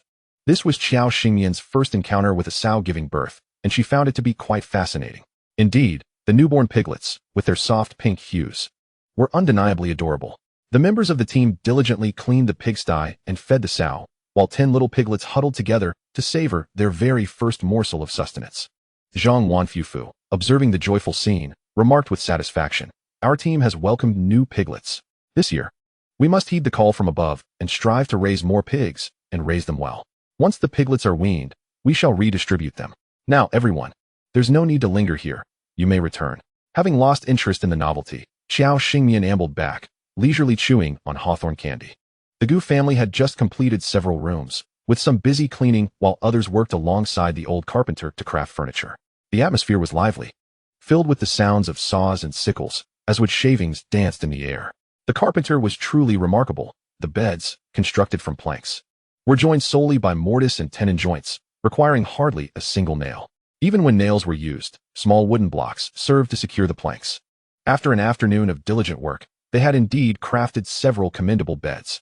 Xiao Xingyan watched as Guyu meticulously inspected every joint of the bed for any imperfections or splinters, smoothing them out with utmost care, even more so than he would for her. From her vantage point, she could only see his sharply defined profile, the alluring Adam's apple, and a hint of masculine charm that occasionally surfaced as he toiled. Guyu seemed to sense a familiar and intense gaze upon him and lifted his eyes towards her. At that moment, Xiao Xingyan, already caught in his gaze, quickly averted her eyes and approached him with a handkerchief in hand. She casually brushed her fingers over the smooth wooden bed and asked, her face alight with a smile, "Is everything all right?" Guyu took the handkerchief and wiped the sweat from his brow before heading to the well to wash his face. As he glanced at Xiao Xingyan's porcelain-like cheeks, his dark, profound gaze held an inscrutable expression as he replied with a non-committal "Hum you go," he said, looking at Mian with a jovial wag of his tail. The house is built, the bed is ready, sturdy, and reliable. When shall we celebrate our union? Chapter 128. To the best of my ability. I love you with all my heart. By 7 in the evening, the sky outside had turned completely dark. In the unlit village, a few households flickered with dim candlelight. The crisp autumn breeze carried a hint of delicate osmanthus fragrance. After a long day's labor, the Gu family was treated to a sumptuous meal prepared by Qiao Xingyan as a reward. Now, satiated and content, none wished to stir. She contemplated the oil lamp on the table, pondering when they might get electricity here. Gu Yunjin came over, holding a handful of osmanthus flowers, and cheerfully exclaimed, "Elder sister, do you smell how fragrant this is?" Qiao Xingyan leaned in to inhale the rich, sweet aroma emanating from the flowers, which invigorated her senses. An idea struck her, prompting her to request Gu Yunjin to fetch a bowl of osmanthus to wash. Once the little girl had completed her task, she trailed behind Qiao Xingyan like a small shadow, circling the newly constructed stove. "Elder sister, what are you making?" With no fresh milk available, Qiao Xingyan mixed powdered milk with water, then added egg whites and sugar, stirring it all together before steaming it in the pot. She tousled Gu Yunjin's hair affectionately and said, "This is a dessert, and I assure you all will love it." This dish required little time to prepare, much like steaming egg custard. 20 minutes later, a bowl of fragrant milk custard emerged, which Qiao Xingyan ladled into bowls for each person, topping them off with a sprinkle of osmanthus. The sweet creaminess combined with the floral fragrance made everyone's mouths water. "What delightful treat are you concocting this time?" they inquired. Qiao Xingyan handed them the bowls, saying, "This is called osmanthus sugar steamed milk, or you may call it osmanthus pudding. Do give it a taste." The women of the Gu family unanimously praised it as fragrant, sweet, and smooth, declaring it an excellent dessert. The men, however, acknowledged its deliciousness but felt less enthused, perhaps sensing that it would appeal more to the elderly, children, and women. Qiao Xingyan clapped her hands, declaring, "This is splendid. Each item has its own target audience. Yet women and children represent the primary purchasing power in the market. Since osmanthus is in season, we shall create a series of osmanthus products to sell in the black market." While the men of the Gu family earned a considerable income from selling fresh meat, the women were equally determined not to lag behind. Although they couldn't fully comprehend the intricacies of Qiao Xingyan's plan, they understood that regardless of the era, having money in hand instilled confidence within. Even if private trade was not yet permitted, it could not deter the rise of the black market. As the saying goes, where there is oppression, there is resistance. Moreover, the situation was gradually becoming clearer. As long as no one reported them, exercising caution was a viable means of survival. Qiao Xingyan shared her plans with the others, awaiting their willingness to participate. Gu Apo was always open-minded, as long as matters did not endanger their lives. She refrained from intervening. After collecting the bowls, she retreated indoors to rest, leaving the affairs of the young to themselves. With little to occupy her time, she tended to the livestock and managed the fields. You all can prepare the food at home, and in the evening, let the second and third uncles accompany you to sell in the black market. It will keep you busy and generate some income for the family. Jiang Suyun expressed her concern. "Can your second aunt and I really manage?" Qiao Xingyan chuckled. "It's not like I expect you to stand at the stove flipping pans, making desserts and pastries isn't difficult. Besides, I will guide you every step of the way, so you need not worry about not learning." After some discussion, the sisters-in-law agreed, and Qiao Xingyan felt a surge of joy, her mind already racing through the various desserts she had tasted in her past life, considering which would suit their current conditions and available ingredients. Once all discussions were concluded, it was time for everyone to return to their own rooms. Chu Lanian glanced around and, not spotting Guyu, inquired, "Where has Xiaoyu gone since dinner? What is he up to?" Qiao Xingyan shook her head. "I do not know. He merely mentioned he had matters to attend to and told us not to worry." Chu Lanian opened her mouth, but Jiang Suyun quickly stepped forward, linking arms with her and cheerfully suggesting, "It's getting late. We should head back to rest and not disturb him." She cast a glance at Jiang Suyun, feeling an inexplicable sense that they were concealing something from her. Jiang Suyun avoided her gaze, primarily due to the fact that the second sister-in-law was often blunt and straightforward. Xiao Yu, having a rare moment of clarity, sought to surprise Qiao Yatu, and they, as elders, certainly could not hinder him. Once everyone had dispersed, Qiao Xingyan took the oil lamp and made her way to the bathing room for a wash. She had even asked Guyu to prepare a large tub for her, allowing her to soak comfortably. Thankfully, she had the ability to inscribe a protective array for the home. Otherwise, she would surely freeze this winter. After changing into her nightgown and emerging from the bathing room, she was suddenly enveloped in a familiar, crisp aura, as warm, dry hands covered her eyes. That sensation was so recognizable that she needed no guesses to know who it was. However, recalling that this person had been sneaking around behind her back, she feigned irritation and spoke in a playful tone, "Pray tell, Which brave hero dares to intrude upon my private abode? Do you not fear my cries for help? Gu Yu cast his gaze downward, observing the dark crown of his wife's head, and softly remarked, "Take it easy. I fear you may lose your voice shortly." Having uttered these words, he carefully enveloped her in his embrace and led her into their room. Xiao Xingyan, intrigued, playfully chimed in, "TSK. I wonder which wild man possesses such audacity, thinking he can whisk me away and devour me." Little did she know which particular word or phrase had triggered the reaction of the man behind her. The previously indifferent and composed beast now appeared taut with unexplainable tension. With an air of desire in his eyes and a blush adorning his ears, he leaned closer to her ear, his voice deep and laced with seduction. "Indeed. You speak the truth. Tonight, I shall consume you completely." Once they had entered their new abode, Gu Yu closed the door, and Xiao Xingyan, with a beaming smile, inquired, "May I be released now?" Gu Yu obediently let her go. Xiao Xingyan was nearly blinded by the vibrant red decor, the red candles, the wedding bed, and the large crimson characters adorning the walls. This was undoubtedly a wedding chamber. She twitched her lips and turned to Gu Yu. "Is this what you have been secretly preparing all night?" Gu Yu, his face tinged with crimson, nodded slowly, his gaze softening. "For now, it must be this way. We shall make it up to you later." Though she refrained from asking what he meant by making it up, she understood, and that understanding filled her heart with joy. This man may lack the gift of eloquence, yet his actions spoke volumes. He truly cherished her above all. Her eyes alighted upon a wine glass on the table, and with a smile, she handed one to him, raising her glass in a toast. "Let us celebrate the union of Mr. Gu Yu and Ms. Xiao Xingyan. May your lives be intertwined in bliss, and may you grow old together. To this, Mr. Gu, I ask for your guidance in the years to come." A glimmer of mirth danced in Gu Yu's eyes as he leaned closer, entwining her hand with his. His voice laden with sincerity, "Should I ever stray from today's vow, may I perish. Mrs. Gu, for the remainder of my life, I shall love you with all my being." Chapter 129. The Long Night. Xiao Xingyan chuckled softly. "Who taught you that?" Her Yu was a quintessentially forthright man, never one to utter sweet nothings. How was it that he spoke so fluidly now? Gu Yu, a tremor in his grip on the wine glass, murmured shyly, "Ah. It was taught by my grandmother." Her cheeks flushed, her eyes sparkling with mirth. She leaned in and drained the divine wine in one gulp. The fragrant aroma of the wine and fruit wafted towards him, her rosy lips glistening, enticingly opening and closing just beneath Gu Yu's gaze. It was remarkable that he managed to maintain his composure. The wine, though innocuous, imbued them both with a hint of intoxication. He drew her closer, her cool form colliding against his fervent chest, sending ripples through the air. Xiao Xingyan found herself ensnared by Gu Yu's overwhelming and commanding aura. His lips, usually cool, now felt like a brand that sought to leave a mark upon her. A soft moan escaped her lips as she melted into his embrace, overwhelmed by the fiery heat radiating from him. A voice, deep and restrained yet tinged with yearning, whispered in her ear, "May I?" However, the intoxicated party merely raised her delicate arms to encircle his neck, her large doe-like eyes shimmering with a misty allure, gazing at him with a pout. "Hurry up. Stop stalling." What a dog of a man. Even now he hesitated. Did he truly think that if she were to say no, he would relent? The answer was a resounding no. Gu Yu, on the verge of combustion, could hardly contain himself. He was determined to devour the delicate creature before him.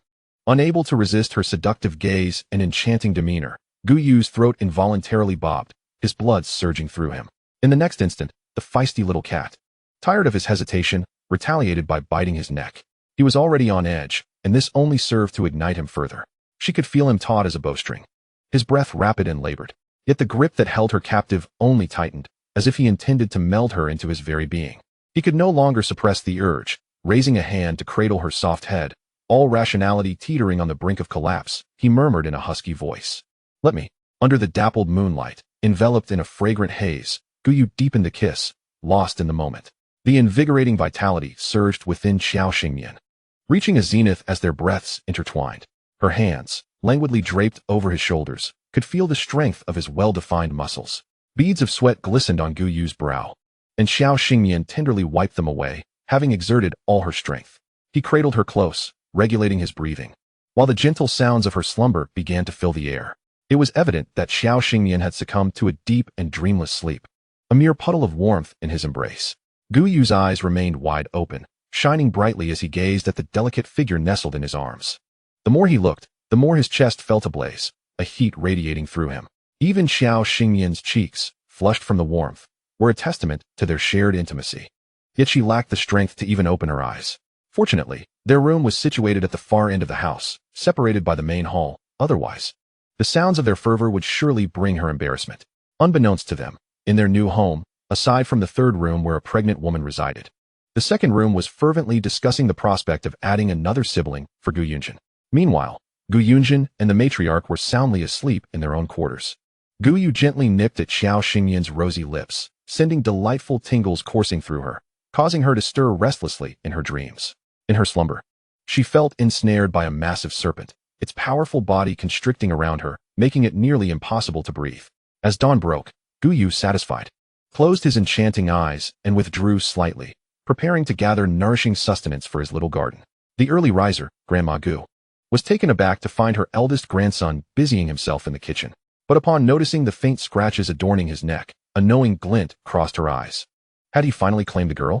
While pouring brown sugar, Gu Yu suddenly jolted, his face warming as he shyly nodded, mumbling a soft affirmation. Grandma Gu, having experienced such matters herself, couldn't help but chuckle at her grandson's bashfulness. Make sure to prepare some brown sugar eggs with a few red dates for her. It will help replenish her strength. And later, go fetch a hen. When Xiao Xingyan awoke, it was already past 8 o'clock, and the Gu family had long risen. She wriggled under the covers, her joints cracking, her entire body feeling sore and fatigued. No matter how thick-skinned she was, she couldn't help but blush, mentally berating Gu Yu. That rascal. How was it that he seemed like a gluttonous spirit, while she felt like a fish laid bare on a chopping board? While grumbling to herself, she tidied up somewhat and took out a few Peiyuan pills, feeding them into her mouth. After a circulation of spiritual energy, she felt significantly better. When she meets Gu Yu later, she must give him a thorough lesson regarding the considerations following the tender moments of a couple, given that it is their first time. She decided to let it slide this time. Rising to leave her room, she noticed that aside from Grandma Gu, everyone else had gone about their daily tasks, either off to school or to work. Grandma Gu glanced at her, noting her reasonably good condition, and pointed towards the kitchen. You has prepared some brown sugar eggs for you. Remember to eat them. As Xiao Xingyan was washing up, she inquired, Where's you? The elderly lady, seated under the eaves knitting, casually replied, He went to buy an old hen. Startled, Xiao Xingyan spat out the mouthwash and darted into the kitchen. Lifting the lid of the innermost pot, she was taken aback by the sight of a bowl brimming with brown sugar eggs. Her hands trembled slightly as she carefully picked up the bowl, fearful that the abundant layer of red dates would spill over, and she took a hearty sip. Hiss. Huh. So sweet. It's overwhelmingly sweet. Did he really put half a pound of brown sugar into this bowl of love-filled eggs? Just a sip of the sweet broth sent shivers down her spine, let alone the eggs. Grandma, who taught you to make these brown sugar eggs? I did. Why? Is it not to your liking? Grandma Gu asked, a hint of apology in her gaze as she looked at Xiao Xingyan. I'm sorry, dear. From now on, you'll have to keep an eye on this foolish grandson of mine. Chapter 130. Black Market Dessert Sales. When Gu Yu returned with the hen, he found his wife and grandma chatting amiably under the eaves. His eyes lit up, and he rushed over as if he had spotted a bone. You're awake? Are you feeling unwell? I made brown sugar. Xiao Xingyan quickly covered his mouth and dragged him into the kitchen. She initially spoke sternly, like a teacher giving him a lesson, and Gu Yu listened attentively, nodding like a diligent student. He promised to remember that he should clean up after their intimate moments and change the soiled sheets so they could sleep soundly together. Once Gu Yu had earnestly absorbed her words, Xiao Xingyan mischievously presented the bowl of brown sugar eggs she had just taken a sip from. With a teasing smile, she said, This is your reward.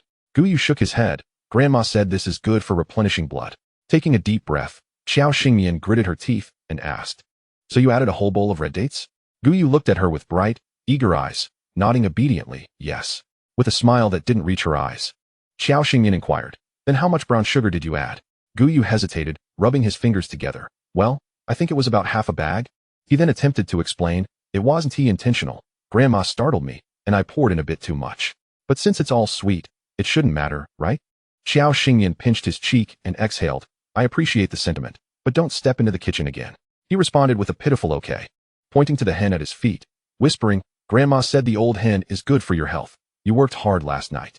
Xiao Xingyan replied with a smile that didn't quite reach her eyes. Last night, I wasn't the one working hard. It was you. So you should rest well these next few nights. Gu Yu, did he just start eating meat, and now he is being grounded? They spent the morning resting at home. And after lunch, they went to the back mountain to gather osmanthus flowers for drying. After finishing their work, Gu Yu's sisters-in-law gathered around Xiao Xingyan for a lesson. Since our ingredients are limited, we'll start with a small batch.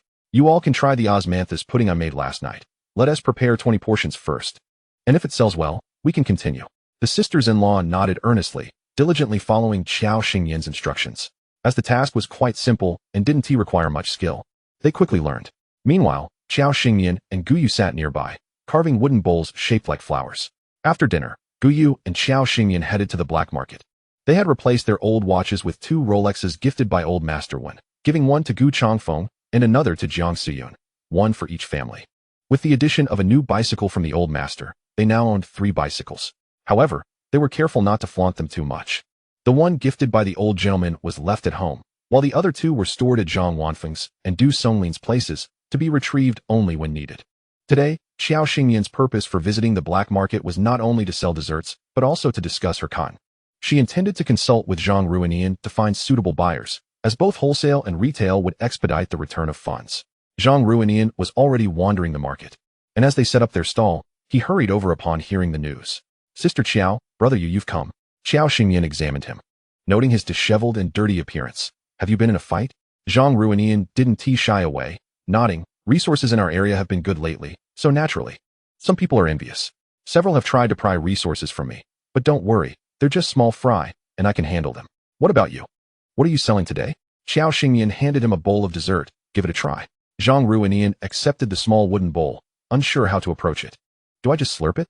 Qiao Xingyan nodded. You can use a spoon, or you can slurp it like eating egg custard. He took a sip from the bowl, and the rich aroma of milk and osmanthus filled his senses.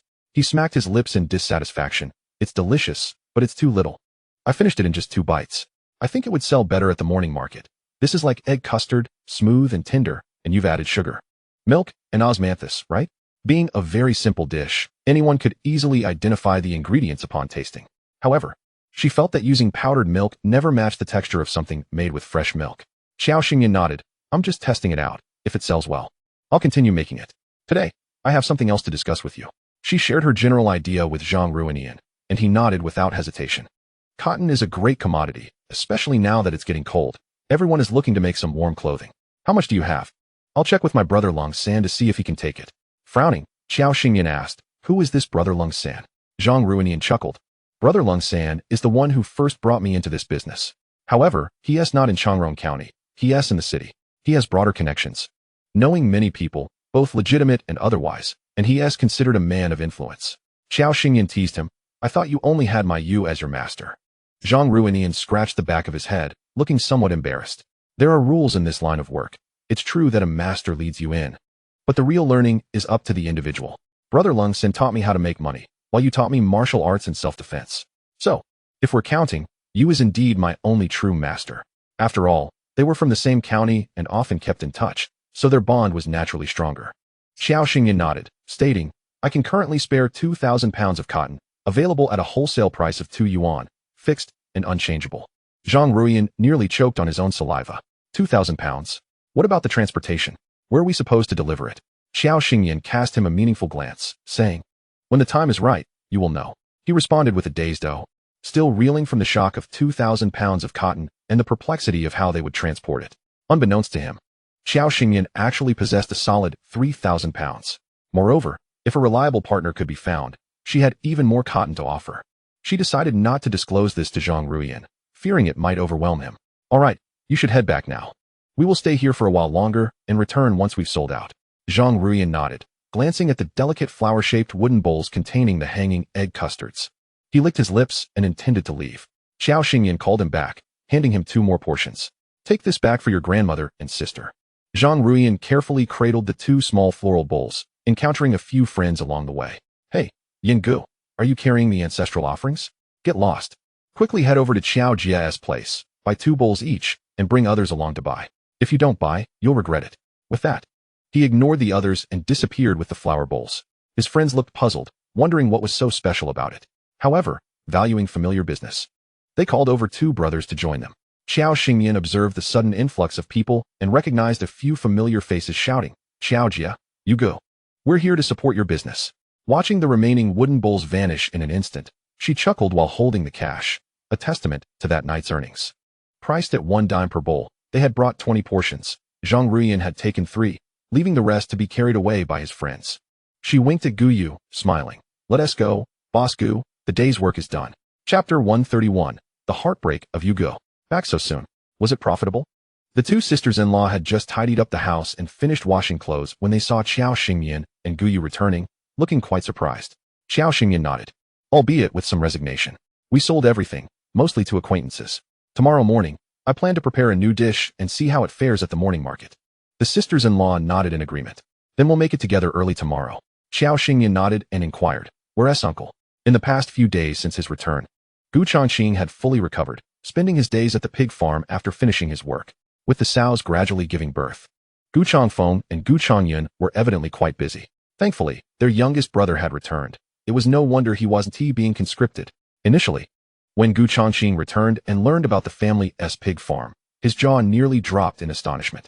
However, being the most quick-witted of the family, he soon accepted it after a discussion with them. After all, no one understood the Gu family's previous plight better than he did. Now that there was a viable path for the entire family to prosper, he felt that bearing some risk was worth it. After all, the old adage fortune favors the bold held true. Jiang Suyun replied, he probably went to the black market. When only Changfeng and Changyun were at the pig farm, they always went together. Now that Changqing is back, Changyun stayed behind to look after the piglets. Qiao Xingyan smiled, speaking of piglets, our Gu family is indeed ahead of everyone. The sisters-in-law laughed, of course. Compared to the 10 piglets from the production team, our pig farm now has nearly 30 piglets. We are definitely becoming a significant pig-raising household. As the end of October approached, the nights began to grow chilly. Logically, Qiao Xingyan could have used her spiritual energy to maintain a constant body temperature. However, at that moment, she felt as if she were nestled next to a warm stove, which not only provided comfort but allowed her to adjust her position for a better rest. Meanwhile, the stove itself wore an expression of longing as he gazed at his wife, who was snuggling against him. Her delicate little hands playfully patted his chest, admonishing, stay still. What are you fidgeting for? Do you want to go outside and attract mosquitoes? Gu Yu's voice, filled with a tenfold sense of grievance, echoed in the night. There are no mosquitoes outside, my wife, may I? His voice trailed off, almost breaking into a whimper. Why couldn't he savor the delightful presence of his wife, who was so near? Qiao Xingyan slightly opened one eye and noticed Gu Yu's eyes shining with a glimmer of moisture. She reached out to touch him, asking, who has bullied you? To make you feel this way? Gu Yu blinked, his long eyelashes, reminiscent of crow feathers, glistening with a hint of tears. He pressed his lips together, casting a sorrowful glance at her without uttering a word. Qiao Xingyan's smile widened uncontrollably, and she eventually succumbed to laughter, burying her face in his embrace. Gu Yu tightened his hold on her, playfully pinching her waist. You're so naughty. Qiao Xingyan laughed heartily, nodding in agreement. Indeed, I am naughty.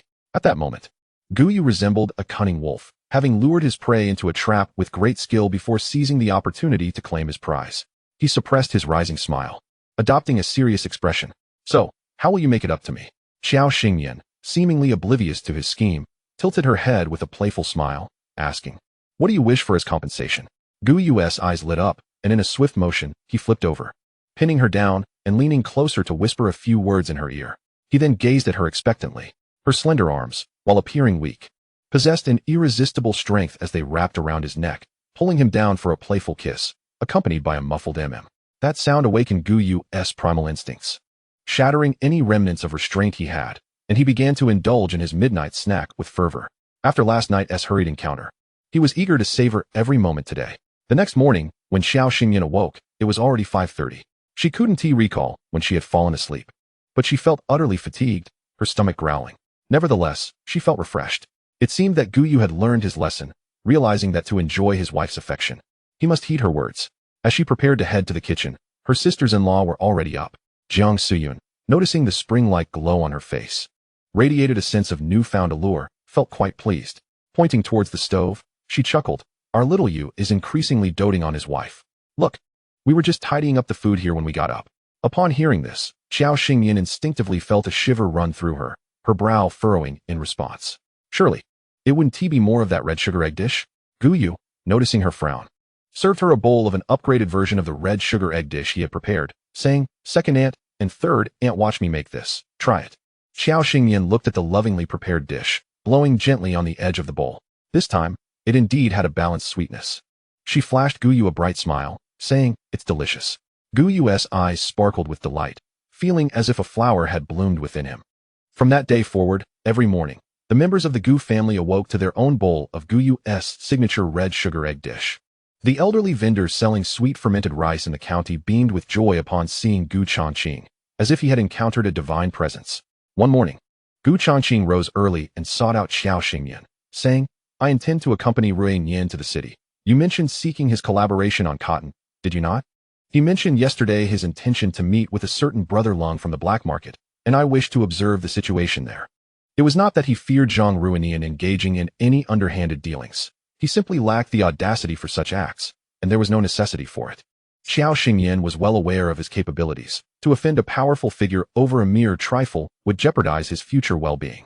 Nodding, Xiao Xingyan handed him a bag of cotton, stating, "Take this with you, and you may use it for comparison against regular cotton. The preliminary cooperative price I have set is 2 coins per jean. If your uncle can negotiate a better deal, then this business can be entrusted to him, and we shall all profit."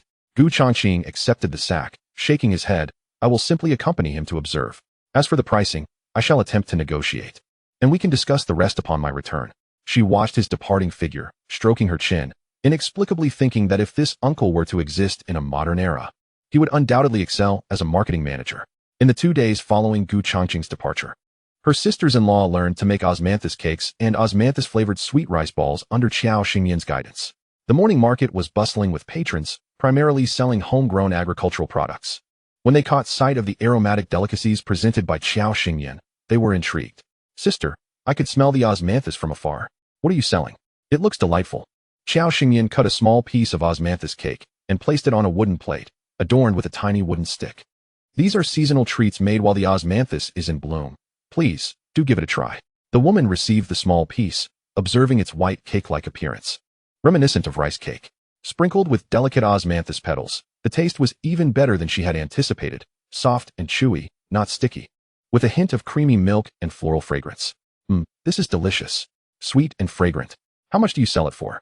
"I'd like to take some home for my wife and grandchildren." Estimating the cost of the osmanthus cake, Xiao Xingyan replied, "Today is my first day of trial sales, so I'm offering them at a low price of 7 for a dime.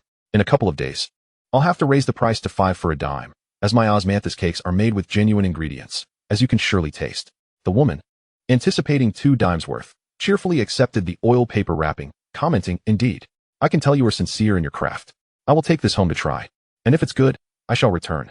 Given that sugar and rice flour were precious commodities, she wondered what motivated this young woman to create such delectable treats. Ultimately, they were both tasty and filling, certainly a worthwhile purchase. Chapter 132, The Morning Market Farce. One of humanity's most pronounced traits is the tendency to follow trends. Seeing others purchase something often incites a rush of subsequent buyers. Moreover, Xiao Xingyan's stall, with its fragrant offerings, was visually appealing and reasonably priced. She had prepared only 50 servings of osmanthus cake, which sold faster than her sweet rice balls, the latter priced slightly higher. Given that a teacup of sweet fermented rice in the county cost 5 cents, her small bowl of sweet rice balls, containing both sweet fermented rice and glutinous rice dumplings, was reasonably priced at a dime, accommodating diverse taste preferences. After her first day of trial sales, the number of patrons drawn by the enticing aroma grew steadily each day. Among them was the same woman who had previously approached her to support her business. "Sister, you've been here 3 days now, and I see your business thriving. Why not make more?" she inquired. "The treats I bought from you these past days are loved not only by my wife and grandchildren, but also by the elders at home. Yesterday, I visited my mother-in-law in the hospital. She has lost most of her teeth and had no appetite, yet she could enjoy your osmanthus cake, and even asked for more. I hurried here just to wait for you. My elderly lady has come to rely on these." Responding to the customer's feedback with a gentle smile, Xiao Xingyan explained, "Making these snacks requires time, and my ingredients are not cheap. Right now, I'm pricing them close to cost just to let everyone sample something new. Consider the amount of sugar and rice needed to make 50 osmanthus cakes, 20 bowls of osmanthus pudding, and sweet rice balls. It's quite substantial. I can manage a small-scale production, but any larger would be beyond my means." Originally, she had not intended to produce in excess. Her pastries contained a hint of spiritual rice, which not only filled the stomach but also nourished the body, justifying a higher price. Especially after hearing the woman's comment about her mother-in-law feeling revitalized after consuming them. It was evident that the benefits were significant. As the crowd understood the value of rice and sugar, they recognized the rarity of such ingredients. While some viewed the use of these goods for pastries as somewhat extravagant, they grumbled internally, but still desired to purchase. A jean of rice cost 14 cents. And for 7 cakes at a dime, it was clear that the cost of ingredients was reasonable, even accounting for the sugar, milk, and other materials. Those who lived frugally were well aware of the expenses involved. While it was evident the seller would profit from her cakes, it was equally clear that she deserved her earnings. After all, what purpose would there be in selling if it did not yield profit? Yet, some individuals complained about the cost of 7 cakes for a dime. A seemingly respectable young woman scoffed, selling these worthless things for 7 a dime? Have you all lost your minds? You could buy a gene of rice for that, enough to make 20 or 30 cakes. Xiao Xingyan, busy collecting payments, glanced at her, but chose not to engage. The osmanthus cakes, made with a blend of sticky rice and glutinous rice flour, indeed yielded 22 cakes per gene. Yet what of it? She had not even factored in labor costs, which would double the price.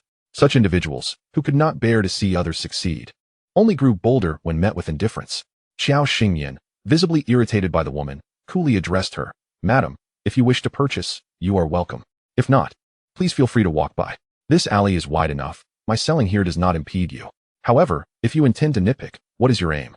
Are you seeking validation because of your own dissatisfaction with life? Is it your mother-in-law who resents your inability to bear children?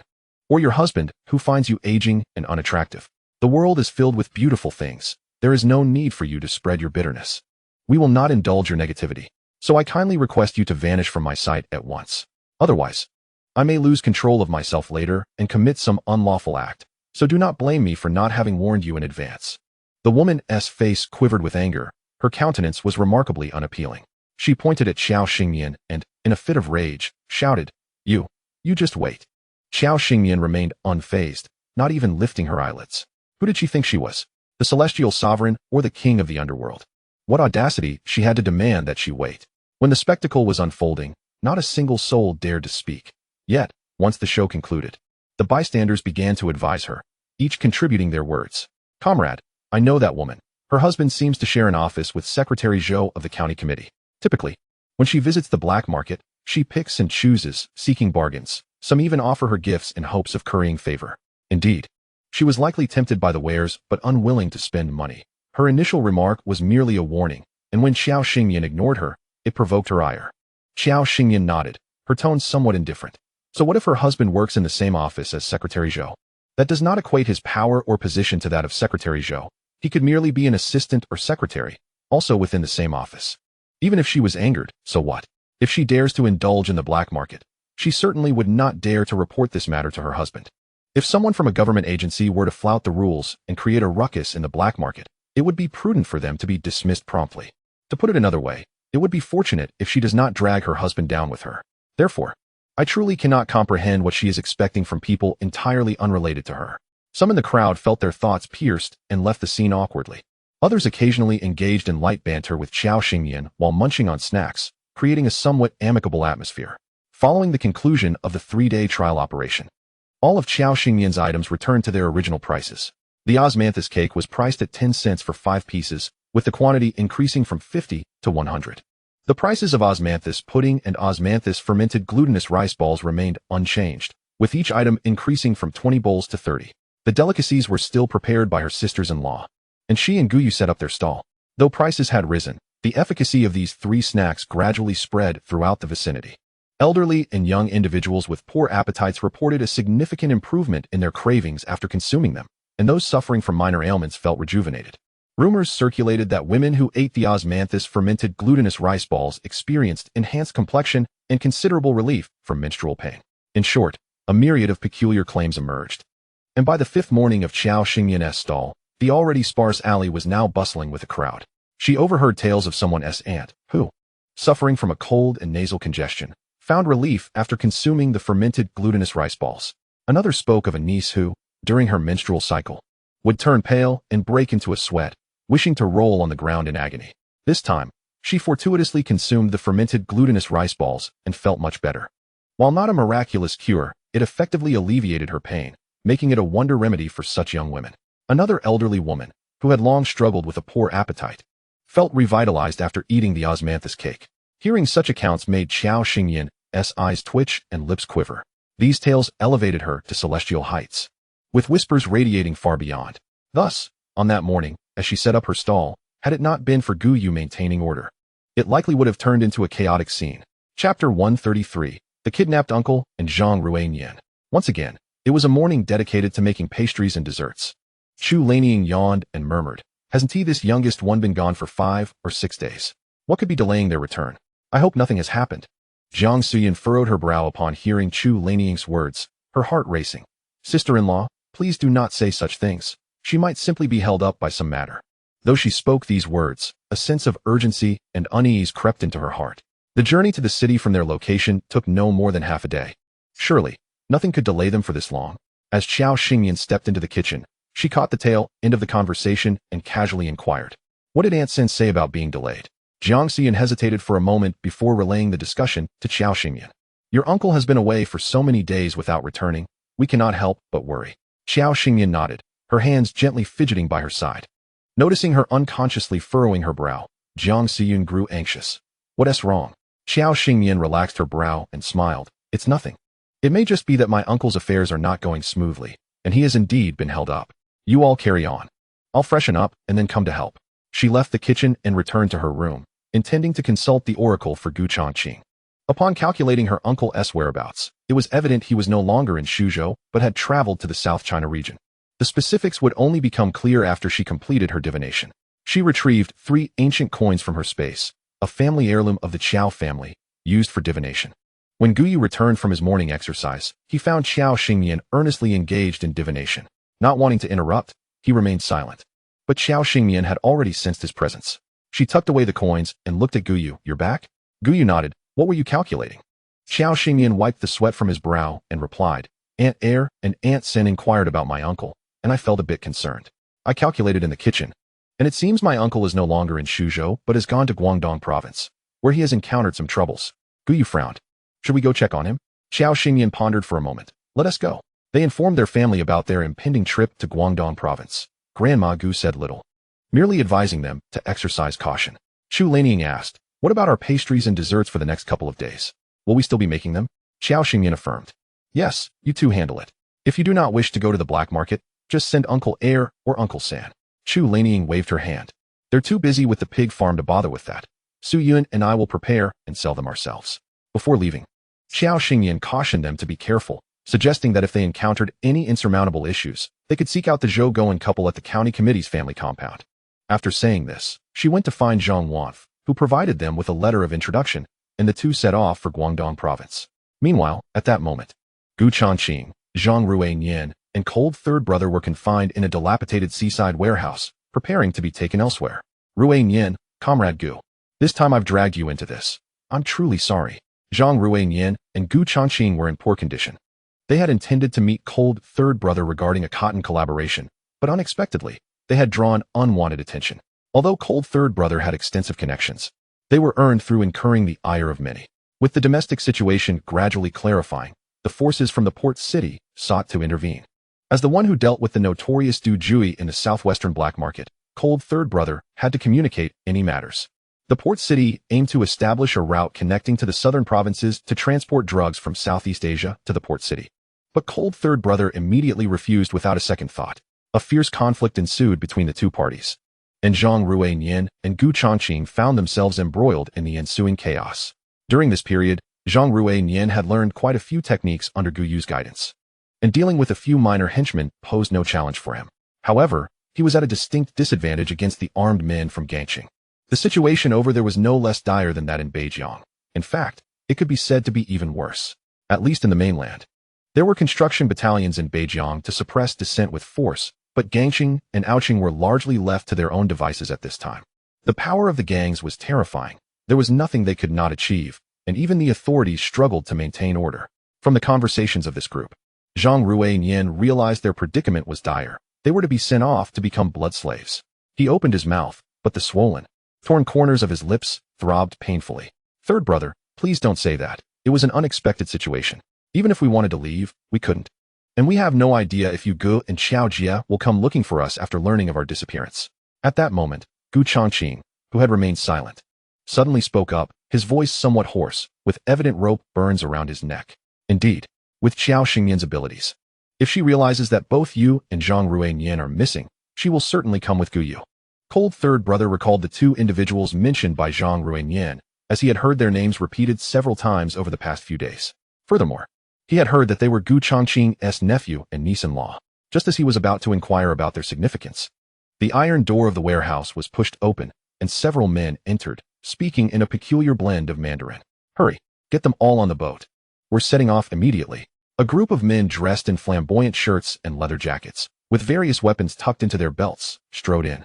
As they approached, the acrid smell of smoke irritated Gu Chongqing's throat, prompting him to cough twice. One of the men slapped a small knife against his face, grinning wickedly. You're about to be sent to the den of iniquity. Cheer up. Cold third brother scoffed disdainfully. You're capturing people on Dujio's territory. That's tantamount to slapping him in the face. Someone will come after you soon. The man, as if hearing an utterly ludicrous joke, shifted his stance. Squatting in front of cold third brother with a mocking smile. You're just a dog in front of Dujio. Do you really think he would risk his reputation for a mere dog like you? Just look at your mainland. What is your situation like? Dujio's power may be vast, but can he really extend his reach to Gangxing? I've heard you're working yourself to the bone, barely scraping by. Otherwise, you wouldn't dare to risk getting caught by the authorities for such petty thievery. Come with us to Gangxing. With your skills, you'll be working for our boss, enjoying all the delicacies and pleasures you could wish for, far better than living a life of disgrace here. Cold third brother fixed his gaze on him, then spat in his face. I would rather live here like a beaten dog than go serve you as a dog without dignity, subject to your whims. The man's expression turned cold. He raised an eyebrow, wiped the spit from his face, and then kicked him hard. He gestured to his men, blindfold them, and gagged them. Oh, and these three are quite troublesome. Remember to give them a dose of anesthesia first. I want tea cover for any injuries they cause. Understood, Biaogu. Chapter 134. Captured and taken to Gangxing. Currently, there was only one passage from the mainland to Gangxing, and Dujio's men were just as the boat was being launched. Zhang Wei, leading the group, saw Biaogu at the bow of the boat, looking smug as he waved at him, nearly grinding his teeth in frustration. One of his companions asked, Wei Gu, should we still pursue them? Zhang Wei, furious, slapped him on the head. What are you chasing for? Do you plan to swim over? The water serves as a natural boundary between us and the mainland. Once they're in the water, they're out of Huagua's jurisdiction, and we can't intervene. The man winced from the slap, clearly aware that Zhang Wei was in a foul mood. He muttered under his breath, but cold third was taken away. How do we explain this to Jiu Gu when we return?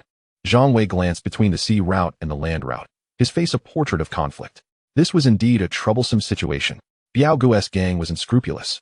If negotiations failed, they simply abducted cold third and two outsiders. Wasn't he that akin to delivering a resounding slap to Dujio's face on his own turf? If Dujio let this slide, how would he maintain face among the leaders of the southwestern underground factions? News of this would spread, and those entrenched in the northwest and north would lose all respect for him. Now, he had two choices: abandon the rescue mission and return, with the consequences being all too predictable, or opt for a perilous journey by land or water, risking everything to potentially save them. Zhang Wei's mind was a chaotic whirlwind.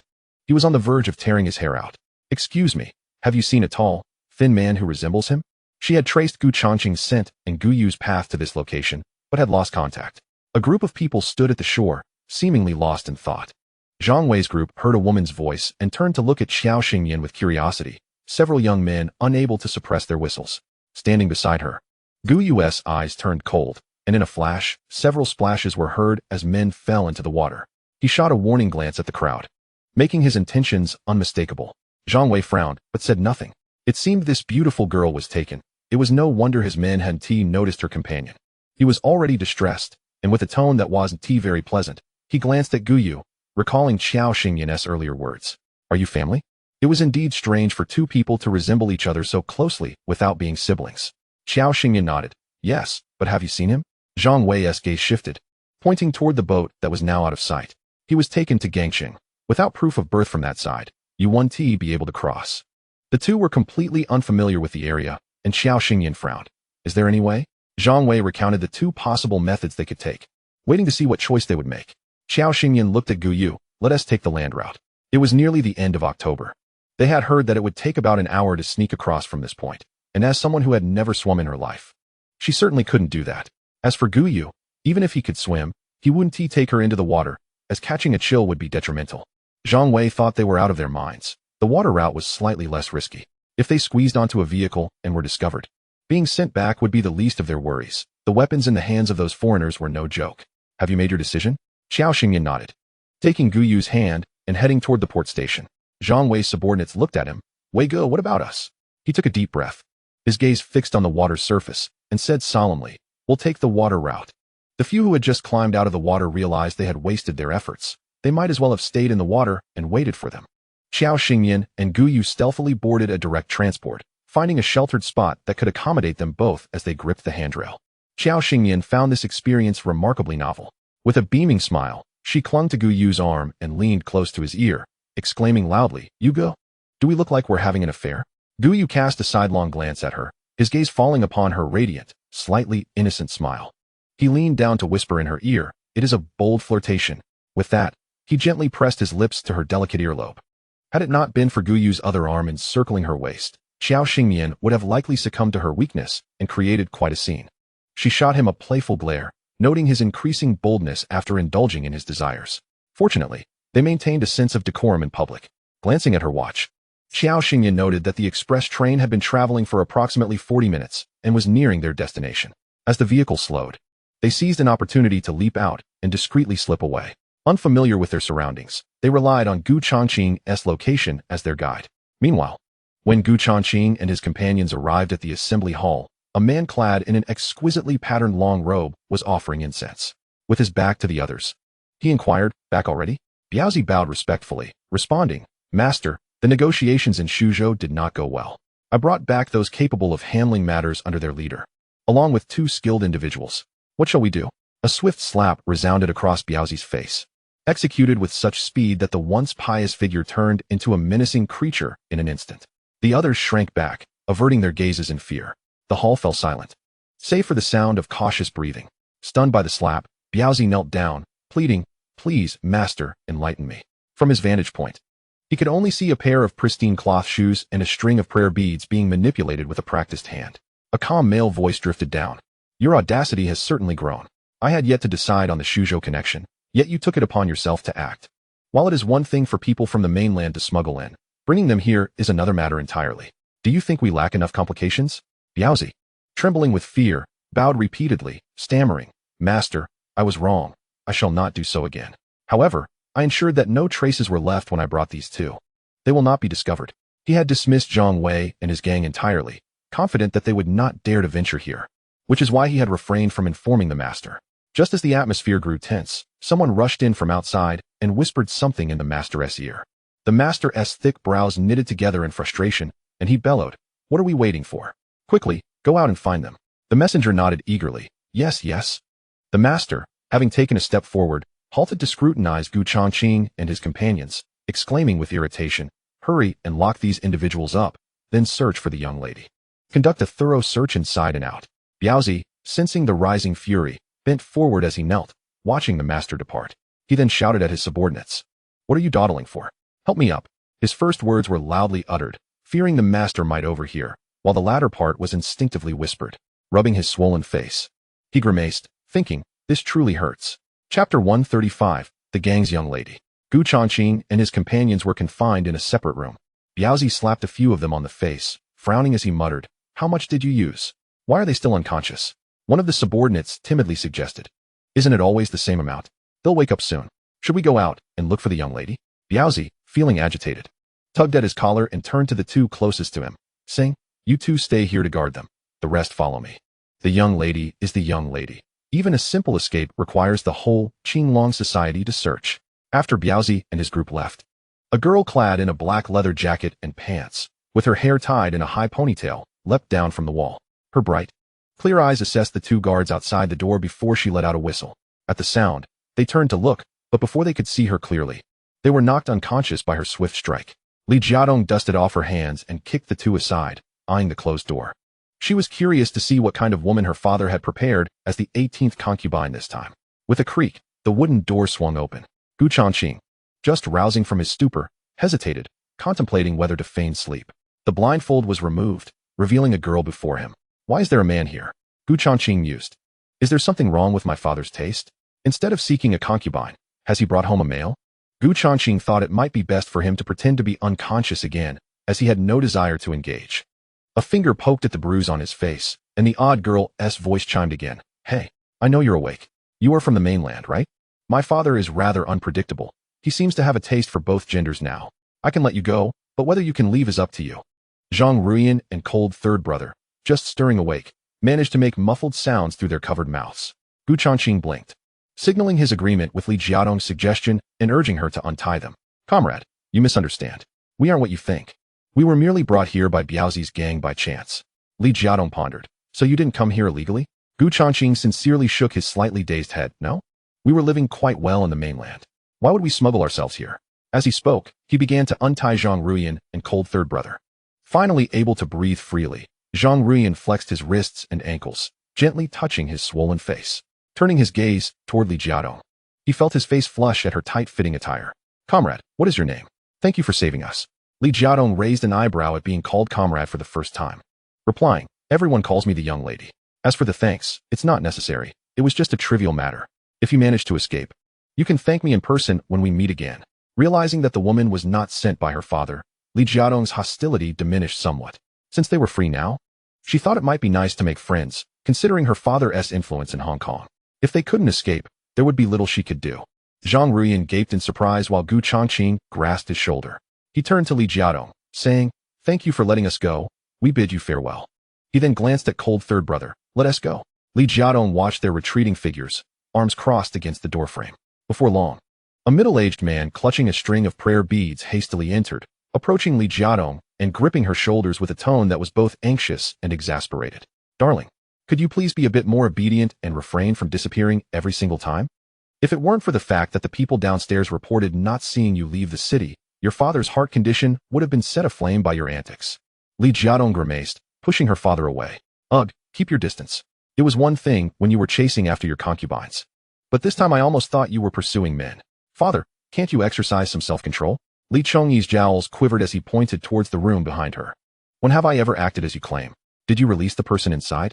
Upon seeing his beloved daughter frown at him with an air of defiance, he softened his tone. All right, if you let them go, then let's not be angry with each other. Li Jiadong huffed in response and turned to leave. As she departed, the fatherly smile on Li Chongyi's face vanished, transforming him entirely from the benevolent figure he had just been. He gestured to his subordinates behind him. Go and track those individuals' movements. We must not let them fall into the hands of the second in command. Understood. After Gu Changqing and his companions left the villa area, they took refuge around a corner. Observing the comings and goings of people, Gu Changqing whispered, our trio is too conspicuous. We should separate to avoid detection. Let us regroup at the port we arrived at. If you don't wait for me, just go back and seek help. Zhang Ruiyan, disagreeing, grasped Gu Changqing's arm. Uncle, we came out together. We ought to return together. Otherwise, how can I ever face Qiao Jie and you go again? Gu Changqing patted his shoulder reassuringly. Don't worry. Everything will be fine. We mustn't waste any more time.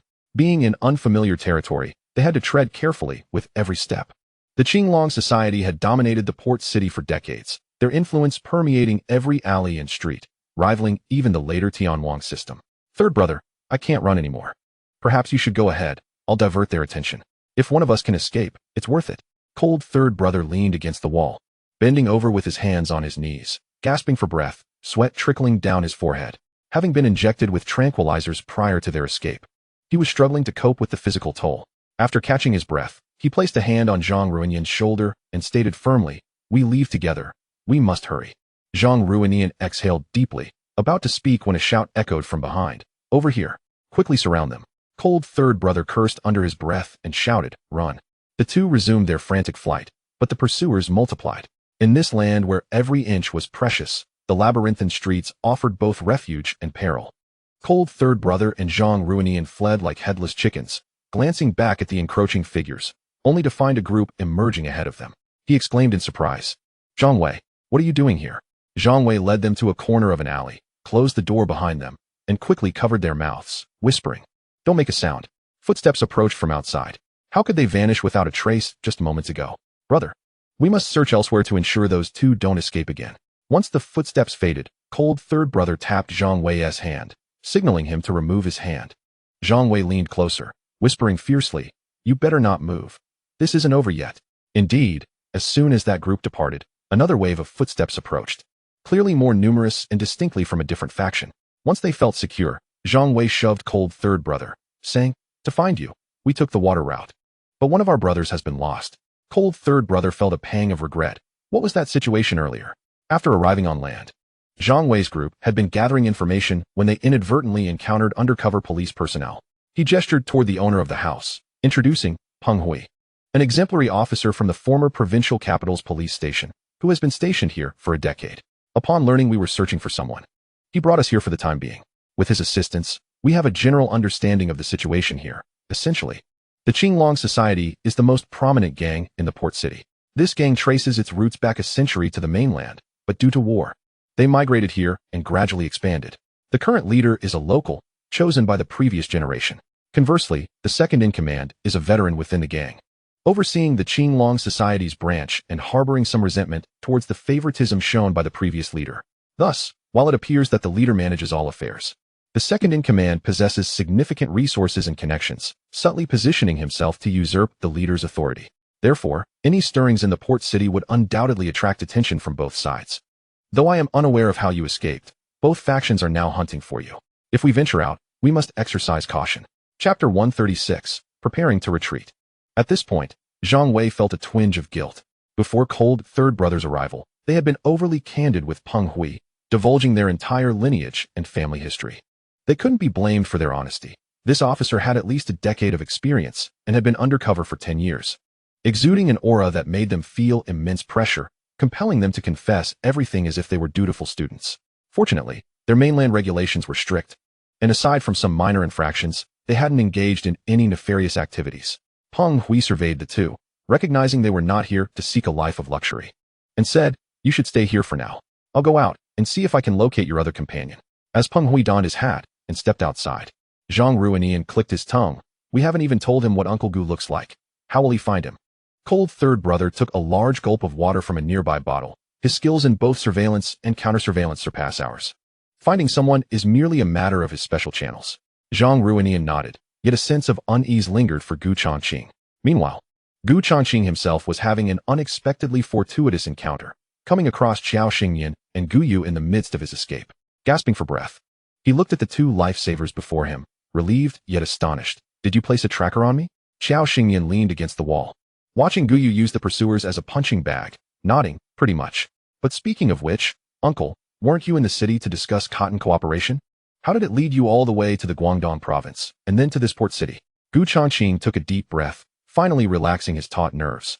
He waved his hand at Qiao Xingyan, feeling fatigued. "Let us discuss this later. Now is not the time." The gaze once again fell upon Gu Yu's fluid and formidable movements. "Once we return, I must request Xiao Yu to impart his skills to me. Otherwise, should I encounter such a situation again, I ought to possess some means of self-defense. Relying on you all to rescue me each time is rather undignified for my little uncle." Qiao Xingyan pondered, stroking her chin. "Then you should indeed consult senior brother Zhang Renyan." Gu Changqing chuckled. "No wonder that lad fights with such flair. It seems he learned it from my dear nephew." However, due to the myriad affairs plaguing the Gu family of late, Zhang Renyan has hardly made an appearance. Upon returning this time, she contemplated whether to establish a beginner-s martial arts class within the Gu household. Regardless of whether it be the matriarch or Gu Yunjin, everyone ought to engage in some form of physical training. The ability to master it is one thing, but strengthening one's physique is undeniably beneficial. Gu Yu is currently capable of dispatching 10 to 15 adversaries without much difficulty. Beyond that, it becomes somewhat strenuous. He surveyed the sprawled bodies around him, then rotated his wrist as he proceeded towards the two. "We must vacate this place swiftly. Their eyes are everywhere, and it won't be long before our situation reaches their ears." Qiao Xingyan nodded, glancing at Gu Changqing. "Can we still walk?" Gu Changqing nodded, gritting his teeth. "No problem. Your little uncle guarantees he won't be a burden." Qiao Xingyan handed him a Peiyuan pill, which he consumed before following suit. Gu Changqing found himself gradually accustomed to his niece-in-law's occasional conjuring of medicinal pills. After all, within the entire Gu family, his unassuming niece-in-law was the true powerhouse. Indeed, as soon as the dark little pill entered his mouth, before he could even chew, it seemed to dissolve under the warmth of his mouth and slid down his throat. All feelings of fatigue and weakness vanished, and he was certain he could carry an additional 5 kilometers. Gu Changqing felt invigorated, while Qiao Xingyan felt a pang of concern. Her Peiyuan pills had been depleting remarkably fast since arriving here, although she later refined a supplementary spirit pill. It was specifically targeted and not as versatile as the Peiyuan pill. The medicinal herbs she had planted in her spatial realm should be nearing maturity. Upon returning, she needed to allocate some time for proper cultivation and herb refinement. Not for any particular reason, but from the moment she set foot in this port city, she sensed it was anything but ordinary. The atmosphere here was highly complex, seemingly inhabited by numerous formidable practitioners, particularly in the villa district of the Qinglong society. She could faintly perceive a pressure emanating from cultivators. Clearly, there were hidden talents lurking here. It was likely due to the previous turmoil in the mainland, prompting many capable individuals to seek opportunities in the port city. Hence, she had no intention of disturbing these individuals. After all, the principle of if they do not offend me, I shall not offend them prevailed. Their plan was to retrieve her little uncle and then depart. However, midway through their retreat, they were intercepted. Xiao Xingyan and Guyu regarded the suddenly appearing man with furrowed brows. What do you mean, comrade? Peng Hui raised his hand, calmly stating, do not misunderstand. I have been aware since you left that narrow alley, following you with no ulterior motive, primarily to ascertain if this comrade here is the individual I seek, as his companion sent me to find him. Xiao Xingyan's gaze flickered. Had he been in that narrow alley with them? Yet she had sensed no presence. Either he was a practitioner of a higher level than herself, rendering her unable to detect him, or he had mastered a certain technique that allowed him to merge with the air, making him undetectable unless one's cultivation was sufficiently advanced. However, from the weight of his steps and his breathing pattern, it was nearly certain he belonged to the latter category, which was quite impressive. This place was indeed extraordinary. She cautiously inquired, how can I be sure the companion you speak of is the individual we seek? Peng Hui shrugged. You may choose not to believe me, but given your capabilities, it would be a simple task for you to eliminate me in a short span of time, wouldn't it? He was unsure of this female comrade's depth, but as for the male comrade, his martial prowess was quite exceptional. He felt envious. This was precisely the kind of talent needed in their line of work. Xiao Xingyan and Guyu exchanged glances, and she said, please, comrade, summon them to meet us at the port. Peng Hui nodded, understanding their intent. Too many people would make them a large target, increasing their risk. Moreover, there was only one port connecting the port city to the mainland, making their plan quite clear. As he turned to leave, he reminded them, if you are indeed important figures, I would advise against heading to the port just yet. I surmise there may be traps laid in wait for you there. If you are merely inconsequential individuals, then return the way you came and refrain from visiting this place again. Xiao Xingyan was uncertain whether they were on an important mission, but if traps were indeed set, she would have to proceed as she came. Why forgo a perfectly good ride? Was she truly expected to learn to swim like a dog paddling in water? Chapter 137. Seeking to recruit Brother Yu as a son-in-law? Upon their arrival at the port, the atmosphere was charged with various palpable presences, both overt and covert, rendering it exceedingly intricate. Xiao Xingyan gestured for a halt, stating, it appears the prominent figures in this port city do not wish for you to leave easily. A vintage British Rolls-Royce was parked at the edge of the dock, its front adorned with silver chrome accents, the sleek lines of the body gleaming in the golden hues of the setting sun. Not only were the men captivated, but even Xiao Xingyan, who was typically indifferent towards vehicles, couldn't he help but feel a sense of awe. This truly was a world of the wealthy. That car must be worth a considerable sum, wouldn't it? Only in the port city could one witness such a high-caliber luxury vehicle, even in the mainland. Owning a single car would make one the most striking presence on the streets. Isn't this car beautiful, you? Guyu nodded without hesitation. It is indeed beautiful. He was a 19-year-old young man, utterly defenseless against the allure of such a vehicle. Xiao Xingyan smacked her lips. Then let us strive to buy one by this time next year, so we can be the coolest kids around. Before Guyu could respond, Gu Changqing, unable to contain himself, interjected. Do you realize this car costs at least 25,000 pounds? Translated into the currency of the port city, that amounts to around 250,000. As for the exact exchange rate between the mainland and the port city, I'm not entirely sure, but it likely falls within that range. Xiao Xingyan and Guyu exchanged glances at his gesturing fingers, their hearts silent. Guyu clenched his fists, secretly resolving that although this goal was distant, it was not unattainable with effort. Xiao Xingyan, however, felt indifferent. 30,000 was merely a figure, as in her previous life. A single task could yield 10 times that amount and more. It was only upon arriving in this place that her perception of money had been completely overturned. Moreover, it wouldn't be long before she could freely pursue wealth, so she felt no unusual sentiments. Nevertheless, having a goal to strive for was a positive thing. Sister Qiao, Brother Yu, Little Uncle Gu, you finally arrived. The trio, standing in the corner, were suddenly called out, instinctively turning to face Zhang Renyin and his group. Her brow twitched, and she shouted, "Get back!" Sensing movement behind him, Zhang Renyin quickly sidestepped to evade an attack, subsequently delivering a swift kick to the assailant. Yet in that fleeting moment, more individuals surged forth from all directions. Gu Changqing twitched his lips, glancing at his nephew. So how did you teach him martial arts initially? Gu Yu's gaze flickered slightly. Thus, he had only acquired the superficial aspects, having endured numerous beatings, leading his body to instinctively react. Indeed, Zhang Ruinian, that lad, typically resorted to petty cleverness. However, when it came to martial arts, he was decidedly lacking in talent. Having taken his fair share of blows, his body had naturally developed an instinct for evading danger, occasionally managing to fend off a few strikes. To this, Guyu felt he could not hold any higher expectations. Qiao Xingyan, listening from the side, nearly burst into laughter. She had not been overly concerned with how the two practiced their martial arts. Yet she was pleasantly surprised by the outcome. It was fortunate that Zhang Ruinian possessed considerable endurance, having withstood such prolonged beatings. Reflecting on this, she resolved to concoct some remedies for bruises and injuries upon her return. The unwelcome elements around the port had been cleared away, seemingly. The locals had grown accustomed to such spectacles. Now, only various factions armed with knives, guns, and clubs remained, engaged in a purging operation against them. With Guyu present, Qiao Xingyan felt assured of her safety. Another safe haven was the Rolls-Royce. The cool lady in the passenger seat had her legs propped up on the car's edge, chewing bubblegum. The driver, clad in a suit, turned to glance at her. "Miss, the second-in-command has also sent people over. Shall we assist?" She was quite curious about how long it would take the three individuals they had released to reach the port. If they arrived alive, she would have someone drive them back. Yet, they encountered another group, indicating that the old man from that division was also aware of the situation. Thus, the second-in-command's men had spotted them as well. After all, there were only 2 Rolls-Royces in the entire port city, symbols of status and power. Li Jiadong, blowing a bubble while observing the fierce battle outside, remarked with a smile that did not reach her eyes, "It seems that the old man's people are increasingly disregarding us, clearly intent on snatching our targets." The driver nodded in agreement. "Then, shall we watch and see? I am rather intrigued by the strength of these mainlanders." The driver followed her gaze towards Guyu, whose graceful figure effortlessly dispatched all attacks directed at him, skillfully establishing an impregnable zone of defense and offense to shield the young lady behind him from any harm or disturbance. He nodded appreciatively. "This young man is remarkably skilled, and his techniques are evidently derived from a master. I had no idea there were such hidden talents in the mainland." Li Jiadong nodded in admiration. "Such a prodigy.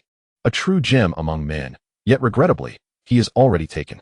The driver sighed inwardly, acknowledging the truth. This young man carried a hint of aloofness towards everyone. Yet when he looked at the girl behind him, warmth and affection radiated as if ice and snow had melted away. Otherwise, he would have genuinely considered finding a suitor for his young lady. Liang Yumin, witnessing his entourage of over 20 swiftly defeated, drew his gun and fired a few shots into the empty space before them, realizing that confronting them head-on was futile. As few on his side still had the strength to fight back, he could only buy time while awaiting reinforcements. He addressed Gu Changqing and his companions. "We never intended to confront you directly. Why are you fleeing? We merely learned that you had unexpectedly arrived in Port City and were released by the boss. Our second-in-command was curious and simply wished to invite you for tea. Look at the chaos you've caused. Did you truly believe you could escape unscathed? I shall inform you that anyone targeted by us, even if they manage to return to the mainland, will ultimately meet the same fate." Their informant embedded within the boss's ranks had already reported on these individuals' origins. Now, with their main den in dire need of supplies, the safest and most direct route led from the border strait to Suzhou and onto Guangdong province, with their people ready to greet them upon arrival in Port City. Thus, they would not overlook any decisive factors that could secure this route. Upon learning that these individuals had emerged from the boss's territory, they had intended to intercept and persuade them, yet had not anticipated their resilience. The second-in-command had also declared, if they could not obtain them, they would destroy them. Since Li Chongyi had shown no mercy, he could hardly blame Hu Bingren for being ruthless. Chapter 138. This handsome young man belongs solely to her. Applause echoed from behind the crowd. "Liang Yumin, do you mind my presence here? Miss, how have you been lately?" For this young lady of the Qinglong society, Liang Yumin naturally accorded her the respect she deserved. Upon seeing Li Jiadong, those aligned with the boss bowed their heads in deference and retreated to the sidelines like background figures.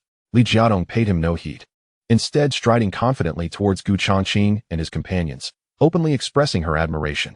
"You mainlanders are quite impressive.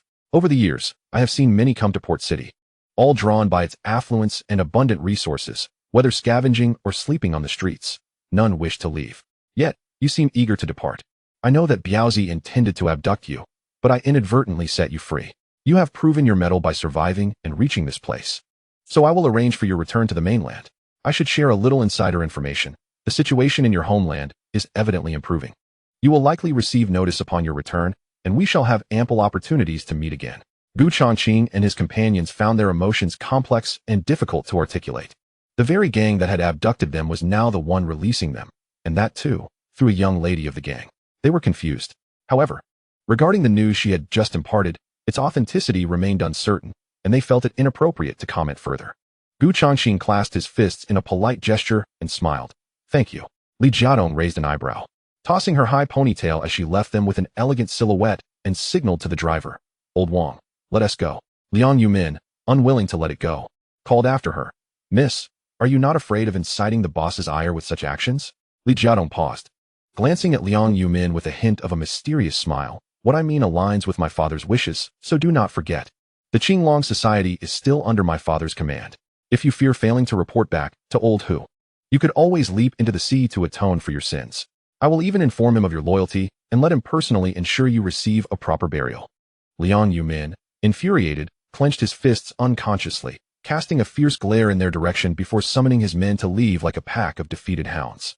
Xiao Xingyan regarded Li Jiadong with interest. The girl's character was genuinely appealing, setting aside her position as an adversary. She at least upheld a sense of morality and integrity. Furthermore, in this era, aside from individuals like Chu Lanying who were true to themselves, this young lady of the gang had certainly earned her respect. They did not wait long before a truck came to a halt in front of them, driven by a middle-aged man. He held a cigarette between his fingers and addressed Gu Chongqing and the others. I happen to be delivering goods, and just received a message from the young lady. There's still cargo in the back of the truck, so I would appreciate it if you could squeeze in a bit. Lung San and the others gestured their thanks to the truck driver. Squeezing in with the cargo was certainly an improvement. They had heard that Zhang Wei and his group had traveled here by swimming. Zhang Wei caught a meaningful glance from Lung San and retorted sarcastically. I see you all have quite the audacity, daring to ride in a vehicle owned by a gang. Aren't you afraid that the so-called young lady might employ some treachery, ensnaring all of us in one fell swoop? Then, I wonder where you would find a place to weep. Lung San, unusually lenient with him, was interrupted by Gu Chongqing, who spoke up. In this port city, if we're discussing the innocent, I suspect there are very few. The streets are largely dominated by their forces. So if she truly wanted to expend effort to capture us, it would be as easy as pie. However, this port city appeared to be more chaotic than anticipated. Take the Qinglong Society for instance. It seemed that the two leaders were now at odds, approaching a point of irreconcilable conflict. The young lady may appear youthful, yet her mind is far from simple. The second in command is aware that we emerged from their residence. His options are either to bribe us or eliminate us. Neither path leads to a favorable outcome. Allowing us to depart would be tantamount to slapping the second in command in the face, while also granting your Master Dujiu some face. The inland market is vast. They would not wish to offend Master Dujiu over a few insignificant individuals like us. Thus, in a sense, it serves as both a concession to Master Dujiu and a warning to the second in command that the reins of this port city are not in their hands. Zhang Ruiyan, being rather simple-minded, would not have comprehended the complex intricacies had Gu Chongqing not pointed them out. As he crossed his arms, intending to lean back and rest, he felt a letter tucked inside his clothing. He patted the seat in front of him and said, Sister Qiao, when we left earlier, Officer Peng asked me to deliver this small envelope to you. Would you please take it to the police station in Guangdong province? He mused, we barely know him. Why would he ask us to deliver a letter? Isn't he worried that we might be villains or mess things up? Lung Sin shot him a glance and remarked. Officer Peng said to hand the letter to Comrade Qiao, not specifically to deliver it. Zhang Ruiyan muttered under his breath. What difference does it make if Sister Qiao delivers it, or I do? Aren't we all part of the same group? Lung Sin scoffed. He probably knows you're unreliable. Xiao Xingyan, holding the envelope, felt somewhat perplexed but thought little of it. It seemed that Officer Peng valued their capabilities, trusting them to handle the letter, which is why he had asked Zhang Ruiyan to hand it to her. By the time they arrived in Guangdong province, night had already fallen. After disembarking, Xiao Xingyan paid the driver a large sum as a token of appreciation for bringing them all the way. She then instructed Zhang Ruiyan and the others to check into a nearby guest house while she and Guyu had to make a trip to the police station first. Upon arriving at the station, they expressed the urgency of needing to meet with the station chief. The police officer regarded them skeptically and replied, Our chief is very busy. If you have urgent matters, you may share them with us, and we will relay the message. Xiao Xingyan handed over the letter, stating, The contents of this letter are confidential. Are you certain you can bear the consequences if any risks arise after I hand it over? No one present dared to accept it, suggesting instead that they report the situation up the chain. Xiao Xingyan nodded and sat down with Guyu to wait. During this time, several young female officers cast glances in their direction, specifically towards Guyu. Xiao Xingyan was already accustomed to this attention. After all, her brother Yu's face could easily overshadow many of the youthful idols of later generations. If no one liked him, that would indeed be odd. But so what? Such an outstanding and handsome young man belonged to her alone. Others could only indulge in envy and jealousy. Chapter 139, Gu Yu's Choice. They did not wait long before a hurried middle-aged man approached them.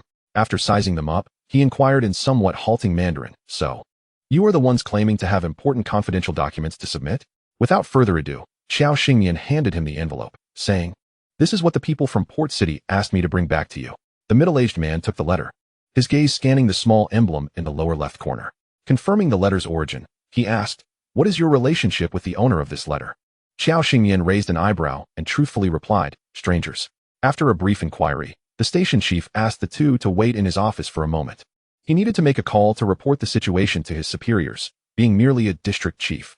He lacked the authority to open the letter and had to wait for someone from the provincial city to verify it personally. "Comrades, I don't know which guest house you're staying at, but this matter will require a special commissioner from the provincial city to confirm before you can leave," he informed them. Xiao Xingyan felt somewhat impatient with the cumbersome procedures, attributing it to the current lack of advanced technology. A simple holographic video or a flying vehicle could have expedited matters. Yet they were forced to delay until the next day. She pinched the bridge of her nose and sighed. "We brought it to your police station at the first opportunity. We haven't even arranged for accommodations yet." The chief nodded and suggested, "In that case, we can arrange for you to stay at the guest house next door. It's more convenient." Xiao Xingyan waved her hand dismissively. "That works, but we need to check in with our companions first to avoid causing them concern." Having been shuttling back and forth for days, they were quite exhausted. After locating Uncle Gu and the others and updating them on the situation, they returned to the guest house arranged by the police station comrades, not even having time for a meal before washing up and collapsing into bed. They did not awaken until the next morning when the sun was fully up. Xiao Xingyan snuggled against Gu Yu, her voice thick with sleep. "What time is it?" Gu Yu glanced at the clock on the bedside table. "It's a little past 8. Should we get up or sleep a bit more?" Being away from home and with no work to do, naturally, lying in bed was the most comfortable option. Moreover, the weather was growing colder, and nestled under the warm blankets, life felt exceptionally delightful. Yet, recalling the tasks at hand for the day, she reluctantly stretched her hands out from under the covers, yawning. "Let's get up. We didn't have dinner last night, and if we skip breakfast, we might as well become immortals." Gu Yu was quite taken with her sleepy demeanor. Since they were away from home and unable to enjoy meat, he pulled her into his embrace for a tender moment before they got up to wash up and plan to explore local delicacies. As they stepped outside, they encountered the police station's personnel. Given their proximity, they could see the station from the door. "Comrades, please wait a moment. Breakfast has been brought for you. Before the special commissioner arrives, you may need to remain in the vicinity for now." Xiao Xingyan looked at the two men, feeling somewhat exasperated. Wasn't this akin to a form of soft imprisonment? Nonetheless, they were merely ordinary citizens at the moment, and despite their inner dissatisfaction, they had to comply with the authorities. After having breakfast, they felt so bored they could almost wither away. But fortunately, Uncle Gu and Zhang Ruiyan arrived. "So, when can we leave?"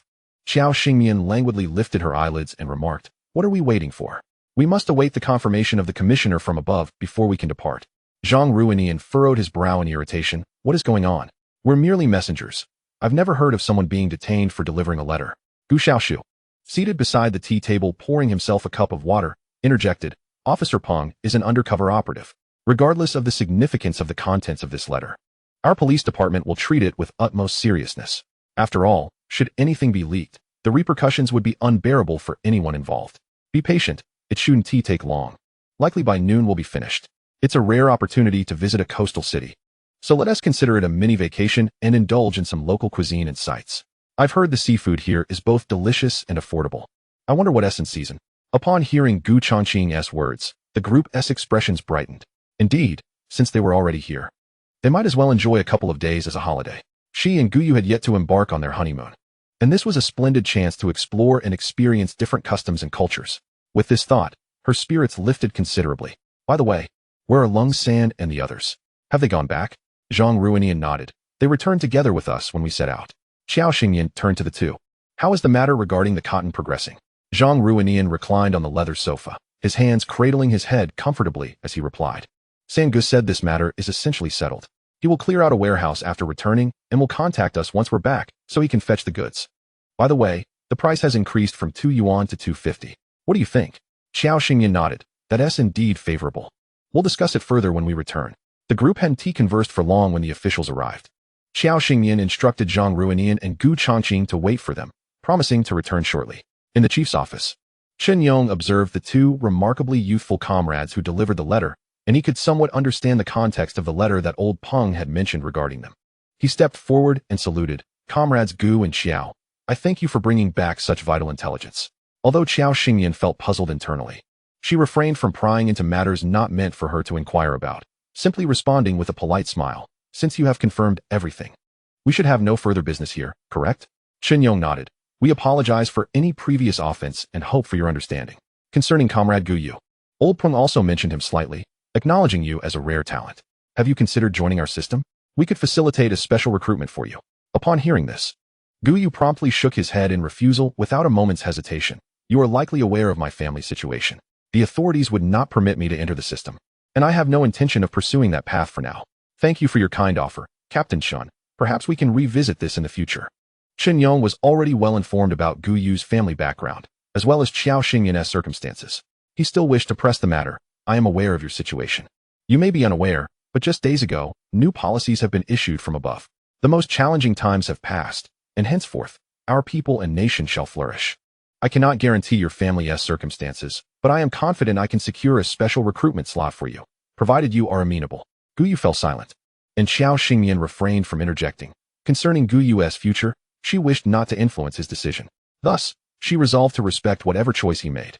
Fortunately, Gu Yu did not keep Chen Yong waiting for long and expressed his true sentiments. Chen Yong was momentarily taken aback, but then chuckled.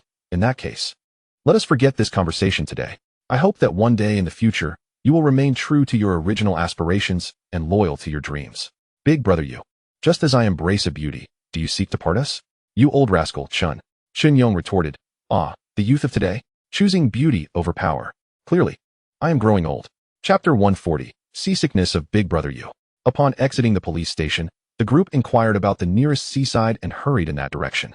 Gazing upon the vast and majestic ocean, the individuals from the inland regions felt particularly awestruck. So this is the sea indeed. Though they had seen it in textbooks during their childhood, the reality was far more profound than the paltry descriptions of words. Gu Changqing and Gu Yu, both of whom had completed their elementary and middle school education, had only known the sea through their studies. Witnessing it today, the sensation was undeniably one of relaxation and joy. As noon approached, numerous fishing boats began arriving at the shore. Xiao Xingyan observed the manually paddled wooden boats and thought how ancient this method of fishing seemed, compared to the modern fishing systems of the future. Everything here felt remarkably authentic. "Is it your first time at the seaside, young comrades?" An elderly fisherman approached them, dragging a considerable haul of nets. Zhang Ruinian nodded and stepped forward to inquire. "Sir, what seafood do you currently have?" The elder pointed behind him. "With the cold weather, it's tough to gather a variety. We venture to farther seas to fish, but here we do have some smaller seafood available. Sea cucumbers, abalones, large prawns, oysters, scallops, and the like. If you've come from the inland, it would be better to return when the weather warms up. Then you'll find everything in abundance. I also have some pickled hair crabs from before. Would you care to try some?"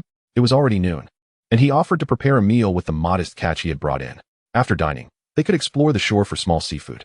After some discussion, the four decided to follow the elderly fisherman to his home for a meal. During their walk to his house, through Zhang Ruinian's conversation with him, Xiao Xingyan and the others learned that this gentleman, over 60 years of age, was named Deng Huaimin. He had originally had 2 sons and a daughter. After the early demise of his wife, his sons had started families of their own and seldom visited him. Only his youngest daughter occasionally came by to check on him. Zhang Ruinian asked, "Given this, why don't you live with your sons or daughter?" Deng Huaimin's weathered face, lined with the creases of time, bore witness to his life as a fisherman.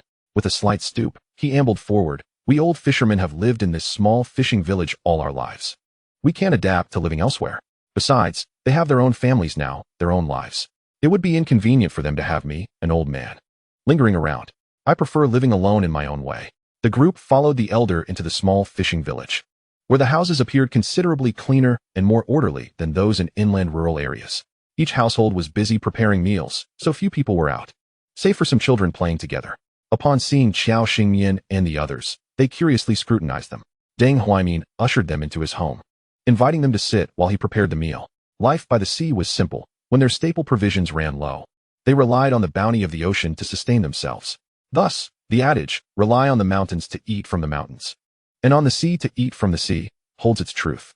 At this time, every household had ample pickled hair crabs and salted fish to last through the winter.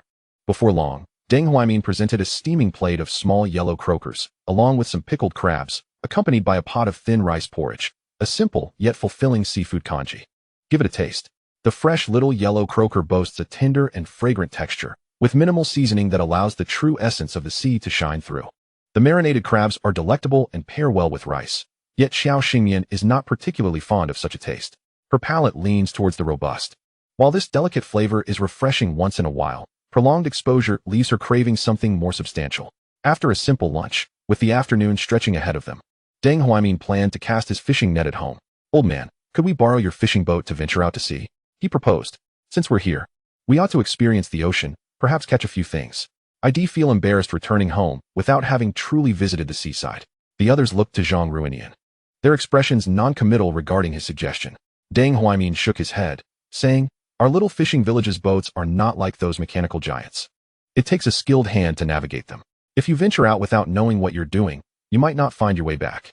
Moreover, this is the sea, not the rivers and lakes you're accustomed to. It is vast beyond description, and the ocean can be perilous. If you cannot swim and happen to fall overboard, retrieving you would be nearly impossible." Zhang Ruinian let out a disheartened sigh, only to hear Deng Huaimin continue, "If you truly wish to experience it, while the sun is still high, I can take you to a small island 20 nautical miles away. It's a place where we often gather supplies. We can return before nightfall." As the elder figure among them, Gu Changqing naturally stepped forward to express his agreement. He produced a large ration coupon along with 2 5-gene grain coupons and a 10-gene meat coupon, handing them to Deng Huaimin. "Consider this compensation for your lost day's labor and for the use of your boat. We hope you won't tea refuse, or we'll feel quite embarrassed." Deng Huaimin glanced at Gu Changqing and replied, "With the cold weather, there's little to do, so it hardly counts as a loss. You've offered too much." Gu Changqing shook his head, insisting on pressing the coupons into his hand. "Now, let us trouble the old captain to take us for a little jaunt." With a sigh, Deng Huaimin gathered a couple of woven baskets for them and led them to the shore. At that moment, the beach was nearly deserted save for the boats. Deng Huaimin's small fishing vessel felt rather spacious until 4 people crowded in, making it suddenly feel quite cramped. "Get settled. We're setting sail," he announced. Zhang Ruinian, brimming with excitement, let out a loud cheer, resembling a country bumpkin encountering the city for the first time.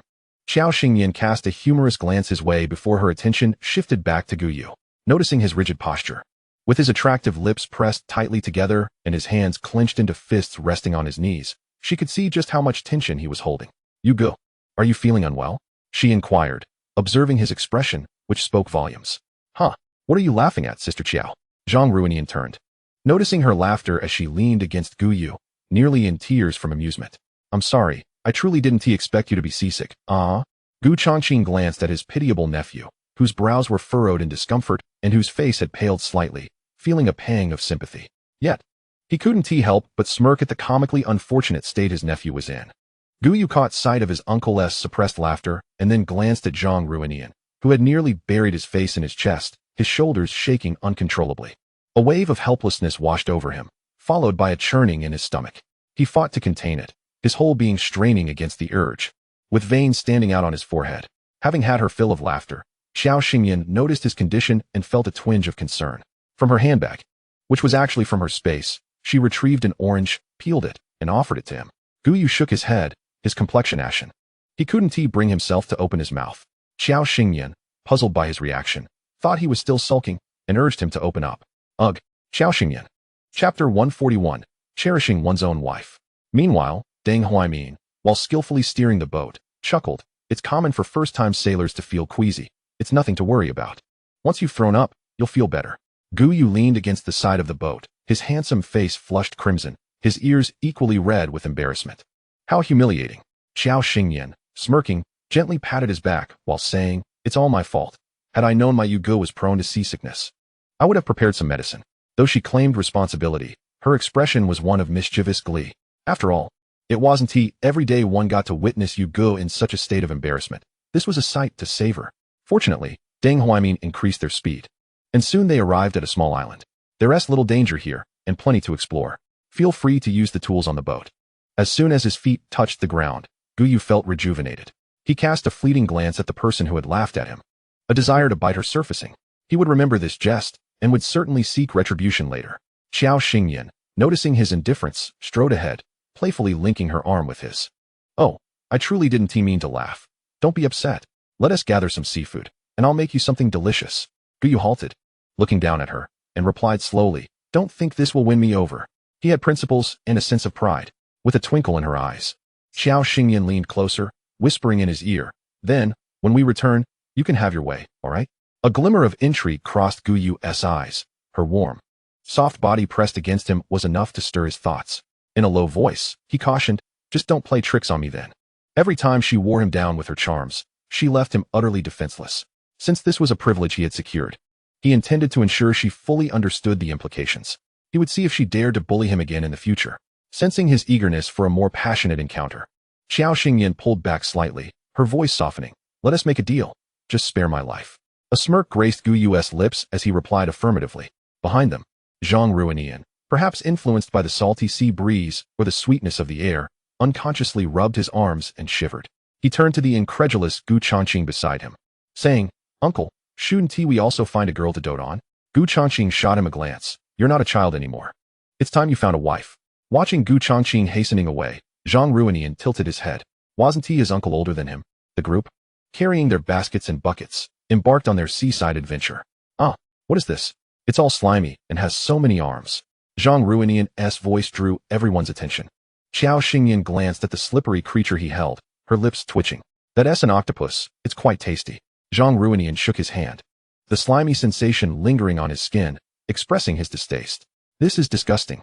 Even if it's edible, I wouldn't touch it. Not only does it have tentacles, but it also has those round, suction-cupped mouths. It's not poisonous, is it? Xiao Xingyan cast a fleeting glance at him. Then let us enjoy it once it's ready. Zhang Ruinian muttered softly, If we don't eat, we want to eat. Yet, he would never comprehend that something delightful may be absent, but it would never be late. The octopus they had just encountered had already slipped away, and capturing another would prove to be a challenge. Deng Huaimin sat aboard the boat, fishing while occasionally taking puffs from his economical cigarette, glancing their way from time to time to ensure all was well. This area was shallow, teeming more with shellfish and mollusks than with genuine sea fish or shrimp. After gathering a bucket of assorted small seafood, a few sea cucumbers, and 2 octopuses, Xiao Xingyan lost interest. Although these were deemed small seafood, they were merely commonplace to the fishermen by the sea. The true treasures lay hidden in the depths of the ocean. However, Zhang Ruinian and Gu Changqing found these unfamiliar creatures quite intriguing, even collecting numerous starfish. Gu Changqing remarked that the starfish were quite beautiful and wished to bring some back for Gu Yunjin. Zhang Ruinian also saw many and planned to take some home for his grandmother and sister. Are you tired of playing? Gu Yu looked at her, noticing her lack of enthusiasm, and turned back with the bucket in hand. Xiao Xingyan's gaze drifted toward the distant sea, stating, The real treasures lie in the deep sea. Gu Yu followed her gaze, pondered for a moment, then set down the bucket, preparing to remove his outer garment. Xiao Xingyan glanced at him, puzzled. Why are you taking off your clothes? To catch some seafood, he replied. No need. I have my own methods. They approached Deng Huaimin, who appeared drowsy while fishing, and suggested, Old Deng, since you seem a bit sleepy, why not rest on the shore for a bit? We could borrow your fishing boat. Deng Huaimin looked at the striking young couple before him and chuckled. Still wanting to try my fishing boat? Xiao Xingyan nudged Gu Yu. My husband learns quickly. Once he observes your technique, he'll master it. Reluctantly thrust into the role, Gu Yu nodded, though every fiber of his being resisted stepping onto the small fishing boat. Deng Huaimin stretched, and, putting away his fishing rod, walked toward the shore. Come, give it a try. Just don't go too far. Xiao Xingyan nodded, pushing Gu Yu onto the boat. Trust me, this time you'll steer, and I promise you won't feel seasick. Gu Yu maintained a serious expression, his face devoid of resistance to his wife's command, and began to rock the boat with a face that suggested a lack of enthusiasm. Initially, he struggled with the technique, causing the boat to spin in circles, which made Deng Huaimin reveal a bright grin, his yellowed teeth shining through. He nearly suffered an embarrassing moment, much to the amusement of a certain someone. Reluctantly, Captain Gu had to switch to full throttle, adopting a serious mindset akin to dealing with his wife as he diligently honed his skills. After spinning in circles for a while, he quickly grasped the steering, earning a thumbs up from Deng Huaimin. This lad is impressive. I'll let you row on your own, just don't go too far. Gu Yu rowed while Xiao Xingyan sat before him, resting her chin on her knees. So, are you feeling okay now? He looked at his wife, intrigued. How did you know? Xiao Xingyan replied with a playful smile. Because when I learned to ride a flying car, it was the same approach. We were up in the sky, and you are here in the water. The challenge is greater than on land, yet once you take control, that feeling dissipates. I was initially just guessing, but it truly worked. Congratulations, my dear you've mastered another skill. Gu Yu gazed at his wife's joyful demeanor, and his heart felt a little lighter. How could he do anything but indulge his beloved wife? Chapter 142, Preparing for the Future. Xiao Xingyan instructed Gu Yu to halt. They had nothing at the moment, making it impossible to fish like Jiang Taigong. Gu Yu looked at her, confusion evident in his eyes. Xiao Xingyan flashed him a mysterious smile, then extended a hand into the water, deepening his bewilderment. What was this? Was she feeding fish with her delicate hand? Meanwhile, Xiao Xingyan wore a self-satisfied expression. Just as Jiang Taigong once fished with a willing hook, today, Master Qiao summons fish with her bare hand. Gu Yu sat beside her, his eyes fixed intently on the water, eager to see how she would summon the fish. Unbeknownst to him, Xiao Xingyan cleverly summoned the spiritual spring water from her space to her fingertips as bait. In this world, no creature could resist the allure of spiritual energy, and the fish in the sea were no exception. Sure enough, it wasn't long before they noticed a surge of fish approaching from a distance, swarming toward them. Gu Yu, a bit apprehensive, asked, "These fish won't capsize our boat, will they?" The sight was indeed daunting, a dark mass swirling, mixed with fish of various sizes and colors. He had an unsettling feeling that they, along with the little boat, might be overwhelmed by the tide of fish. Xiao Xingyan, however, was unfazed. She simply gathered as many fish into her space as they came, regardless of their type. Her boldness even attracted the attention of the deep-sea dominators. Xiao Xingyan scanned the larger creatures nearby, intentionally releasing a subtle pressure to deter them from approaching. She then pointed to the fishing net frequently used by Deng Huaimin and said to Gu Yu, "You, now that you're the boatman, let us experience being fishermen. Toss out that net, and let us catch all these fish." Gu Yu was taken aback by his wife's commanding presence, but obediently cast the net. His strength rivaled that of Deng Huaimin, an experienced fisherman of decades, as he spread the large net evenly. As for when to pull it back, that was entirely up to his wife. Xiao Xingyan immersed her consciousness within her space, and as she gathered a large wave of fish, a vast fish pond suddenly materialized within her realm. The fish and shrimp she had collected swam joyfully in the pond. Although these were all saltwater fish, they appeared livelier in the space, likely due to the abundant spiritual energy. Now, she had gained a profound understanding of her space. It was indeed a classic case of you reap what you sow. This treasure was perfectly aligned with her desires. In the future, why would she need to travel to coastal cities for seafood? Her space had everything she could possibly want, fulfilling all her needs. The more she thought about it, the more content she felt. With a flourish of her hand, she called out to Gu Yu, "Set sail, let us head back." Gu Yu pointed at the water. "What about the fishing net?" Xiao Xingyan stroked her chin. "Don't worry about it. Those fish will follow us." The little fishing boat made its way toward the small island, and Xiao Xingyan casually let her hand dangle in the water. An increasing number of seafood followed closely behind. Large fish, big shrimp, and crabs, all entering her space. Meanwhile, Gu Changqing and Zhang Ruinian, who had filled their small bucket, sat beside Deng Huaimin, watching him fish, when their eyes inadvertently caught sight of the couple returning with the boat. Xiao Xingyan waved at them. "Hurry over to help." Deng Huaimin stood, staring in astonishment at the fishing net trailing behind them, along with the dark mass of seafood surging forth, nearly dropping his fishing rod into the sea in shock. "Have you stirred up a fish nest?" As he stepped forward to grasp the ropes aboard the small fishing vessel, he beheld the fishing net brimming with a considerable catch. With a hint of astonishment, he remarked, "This little fishing boat can scarcely accommodate such a haul.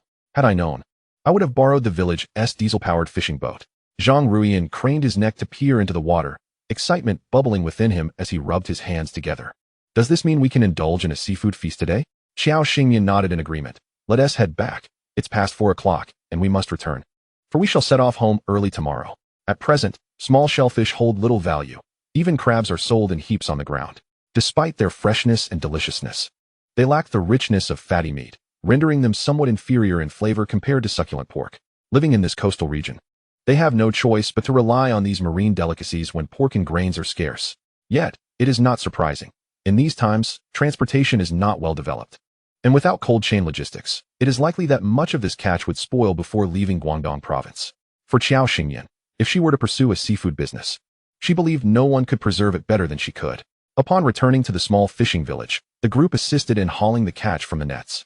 Knowing that the locals were not particularly interested in shellfish, Xiao Xingyan collected a substantial amount while leaving only a small portion outside. Deng Huaimin sifted through the haul, setting aside a significant portion, and addressed them. "These are your catch, and since I know you cannot take it all home, let us enjoy some today." I'll dry the rest and send it to you. Does that sound agreeable? Xiao Xingyan nodded at the considerable seafood. That works. We'll write down an address for you to send it to later. Deng Huaimin, living alone, possessed a modest fishing net. Unlike those diesel-powered vessels that could yield 1 to 2,000 kilograms in one trip. That evening, Zhang Ruiyan went out to purchase some spices and 5 pounds of rice flour, and they savored a delightful barbecue of fresh seafood at Deng Huaimin's place. The combination of the freshly caught fish and shrimp, paired with the specially crafted sauces by Xiao Xingyan, left everyone thoroughly satisfied. As dusk fell, they bid farewell to Deng Huaimin. Before departing, Xiao Xingyan handed him a note with their address. If you need anything, feel free to call. Should we require more seafood in the future, we would appreciate it if you could catch some, dry it, and send it our way.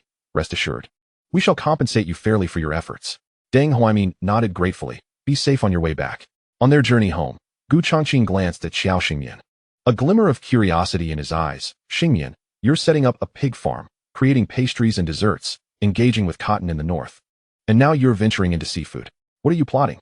At Gu Changqing's inquiry, both Zhang Ruiyan and Gu Yu turned their gaze towards Xiao Xingyan. Gu Yu, as a steadfast supporter of his wife, though harboring some speculation, refrained from questioning her, recognizing that these matters were closely tied to their livelihoods. If his wife wished to earn money, why not allow her to do so? After all, they had vowed to purchase a sports car within the year. Xiao Xingyan lowered her gaze, linking her arm with Gu Yu's as they walked. It's nothing of great significance. You heard the young lady in Port City. Upon our return, Officer Chun from Guangdong also mentioned that the external environment is improving. I believe it won't be long before our country embarks on comprehensive development. At that time, opportunities will abound. Regardless of whether the Gu family can regain its standing or return to the capital, financial stability is essential for us. Gu Changqing, quick-witted as he was, grasped her meaning almost immediately. So, you're preparing for the future, laying the groundwork for what is to come? Precisely. Chapter 143. Proactive engagement is superior to passive defense. Having read extensively, she possessed a general understanding of the storyline and the prevailing circumstances. However, after returning to the capital, the narrative had not elaborated much, primarily focusing on the daily interactions of the protagonists, which led her to lose interest. Now, the entire plot trajectory had diverged significantly, and their future would depend on their own diligent efforts. After a night of rest at the guest house, the group took the earliest train back to Suzhou the following day. They then traveled by bus to the county town, finally returning to the Fuxing Brigade. Xiao Xingyan sighed once more, lamenting how arduous it was to venture out during these times. By the time they arrived home, night had already fallen. The Gu family, seeing the weary travelers return, asked with concern, "How was it? Are you hungry? There is some food left in the pot. Shall I heat it up for you?" Xiao Xingyan waved her hand. "There is no need to fuss. You should rest. If we're hungry, we can manage something ourselves." Grandma Gu glanced at the trio, "Then we won't bother you." Once the family had retreated, the three gathered in the kitchen. Xiao Xingyan asked Gu Yu to boil some water for noodles. Gu Changqing resumed their previous conversation. "What are your plans now? I find it hard to believe that you two would simply stay at home, doing nothing." Stirring the noodles with her chopsticks, Xiao Xingyan responded leisurely, "No particular plans. It's already November, and with the weather turning so cold, we might as well hibernate at home. I see the situation improving. I wonder if Hugo wants to continue his studies and perhaps attend university?" She had little desire for further education. In her view, having money was paramount. Gu Yu, catching the glance from Xiao Xingyan, found himself momentarily at a loss for words. After a brief pause, he replied, "I wish to enlist." Xiao Xingyan nodded with understanding. A hint of surprise in her smile. "I suspected as much, but the situation with the Gu family is precarious. We still haven't uncovered who was behind the previous incident involving your second uncle. It's uncertain whether that big fish has abandoned us as bait or is secretly plotting something grand." Gu Changqing looked at him. "Isn't that the perfect scenario? We're in the open while they lurk in the shadows. Proactive engagement is superior to passive defense. Let us see what tricks they're attempting." Xiao Xingyan served the cooked noodles to them. "Eat something first. We can discuss it further tomorrow." Later that evening, as they lay in bed, Gu Yu gently caressed Xiao Xingyan, lost in thought. She nudged her forehead against his neck, murmuring, "Can't sleep?" Gu Yu's chin brushed against her hair, softly responding with a hum. Their family's standing was precarious, and should he enlist, there would undoubtedly be scrutiny from above. Moreover, the mastermind behind the Gu family's downfall would likely catch wind of it and might resort to insidious tactics against them. He was well aware of Xiao Xingyan's capabilities, yet he couldn't shake the anxiety of not being by her side. Would she fall victim to the schemes of petty individuals? Unbeknownst to him, the more he pondered, the more anxious he became. Xiao Xingyan lifted her head from his embrace. her hands playfully pressing against his face to capture his full attention. Leaning in, she gently rubbed her nose against his prominent nose, teasingly remarking, "What are you pondering at this late hour? If you wish to do something, just go ahead. If you decide against attending the spring session next year, we can always go the year after. I believe that might be preferable. The college entrance examination won't resume until October next year. Why dwell on it now? Besides, you hardly seem eager to pursue further studies." She added with a light-hearted tone, "If worst comes to worst, you can always attend military school later. After all, you're still under 20 and full of youth." Guyu gazed at the radiant face so close to him, inhaling the delightful fragrance that enveloped her. He rolled over, pinning her down, and placed a soft kiss on her dewy lips, murmuring, "Right now, I desire nothing but you. Do you remember the promise you made me by the seaside?" Xiao Xingyan raised an eyebrow, her clear, serene eyes meeting his, and responded with a smile. "I haven't forgotten." Guyu leaned closer, his warm body enveloping her entirely, his deep, magnetic voice resonating. "Then fulfill your promise." With that, his long fingers pressed the back of her head towards him, kissing her fiercely, as if he wished to devour her whole. The overwhelming intensity of the kiss left Xiao Xingyan momentarily dazed, until the chilly air against her skin brought her back to reality, making her realize she was like prey in the jaws of a wolf, completely at his mercy. Why did she suddenly feel a twinge of regret? From the moon's descent to the sunrise, the small room was filled with a bittersweet intimacy. Guyu looked down at the sweetly slumbering figure in his arms, planting gentle, good-morning kisses from her forehead to her lips. Xiao Xingyan felt a delightful tickle, her eyelids fluttering open slightly. She gazed up at the man hovering above her, pouting in a playful manner, "I'm so thirsty." With a swift motion, Guyu reached for a cup of honey water from the bedside, his brow furrowing slightly at its coolness. He took a sip, then leaned down, parting her lips with his, sharing the warm honey water from his mouth. Xiao Xingyan raised an eyebrow, her throat no longer parched, casting a puzzled glance at Guyu, as if to question whether she was drinking his mouthwash. Guyu leaned in, his narrowed eyes glinting with a hint of danger, and before she could fully comprehend, he captured her lips in a deep, commanding French kiss. Let the mutual torment commence. When morning arrived, the onlookers noticed the bite marks on both Xiao Xingyan's and Guyu's lips, shaking their heads at the antics of today's youth. As the Gu brothers prepared to head to the pig farm, Xiao Xingyan called out to her second uncle, "Have you retained your military status after being home for a while?" Upon hearing this, Gu Chongfeng frowned. "When the news of my supposed death reached you, no compensation was issued, and I suspect they've quietly annulled my military status." "What of it?" Xiao Xingyan shook her head, simply stating that Guyu would be going to the army in March next year. Gu Chongfeng's expression grew troubled. "To be honest, having spent so many years at the border, I've made no enemies. Before the incident, we were ordered to apprehend a group of armed individuals believed to be smuggling a large quantity of drugs. Everything appeared normal until we discovered that they were unarmed. I led a squad down another path and ended up ambushed. They had a small rocket launcher, and we were caught off guard. By the time I came to, I was back where you first found me. Logically, if I escaped from that village, they should have reported it. Why has there been no news in all this time? It perplexes me. Furthermore, if Xiao Yu enlists now, it would indirectly signal our enemies. The Gu family is living well. Do we want to invite trouble once more?" Chapter 144, Homegrown Chili Peppers. Gu Chongqing and Gu Chongyun, with their baskets on their backs, stowed their sickles and turned to hear their brother's words. "Just yesterday, I was discussing with Xingmian that passive defense is less effective than proactive offense. Our family has endured too much in recent years to simply bear it any longer. We must unearth the instigators and ensure they experience the devastation of losing everything, the taste of despair." Xiao Xingyan nodded thoughtfully. "I believe my uncle is right. It is indeed time for our family to strike back." The three Gu brothers headed to the pig farm, where the piglets had been thriving lately and required careful monitoring to prevent them from starving, becoming dehydrated, or falling ill. To assist them, Xiao Xingyan purchased a book on postpartum care for sows and another titled Comprehensive Pig Farming, handing them to the brothers. This was their family's livelihood. It required attentive care.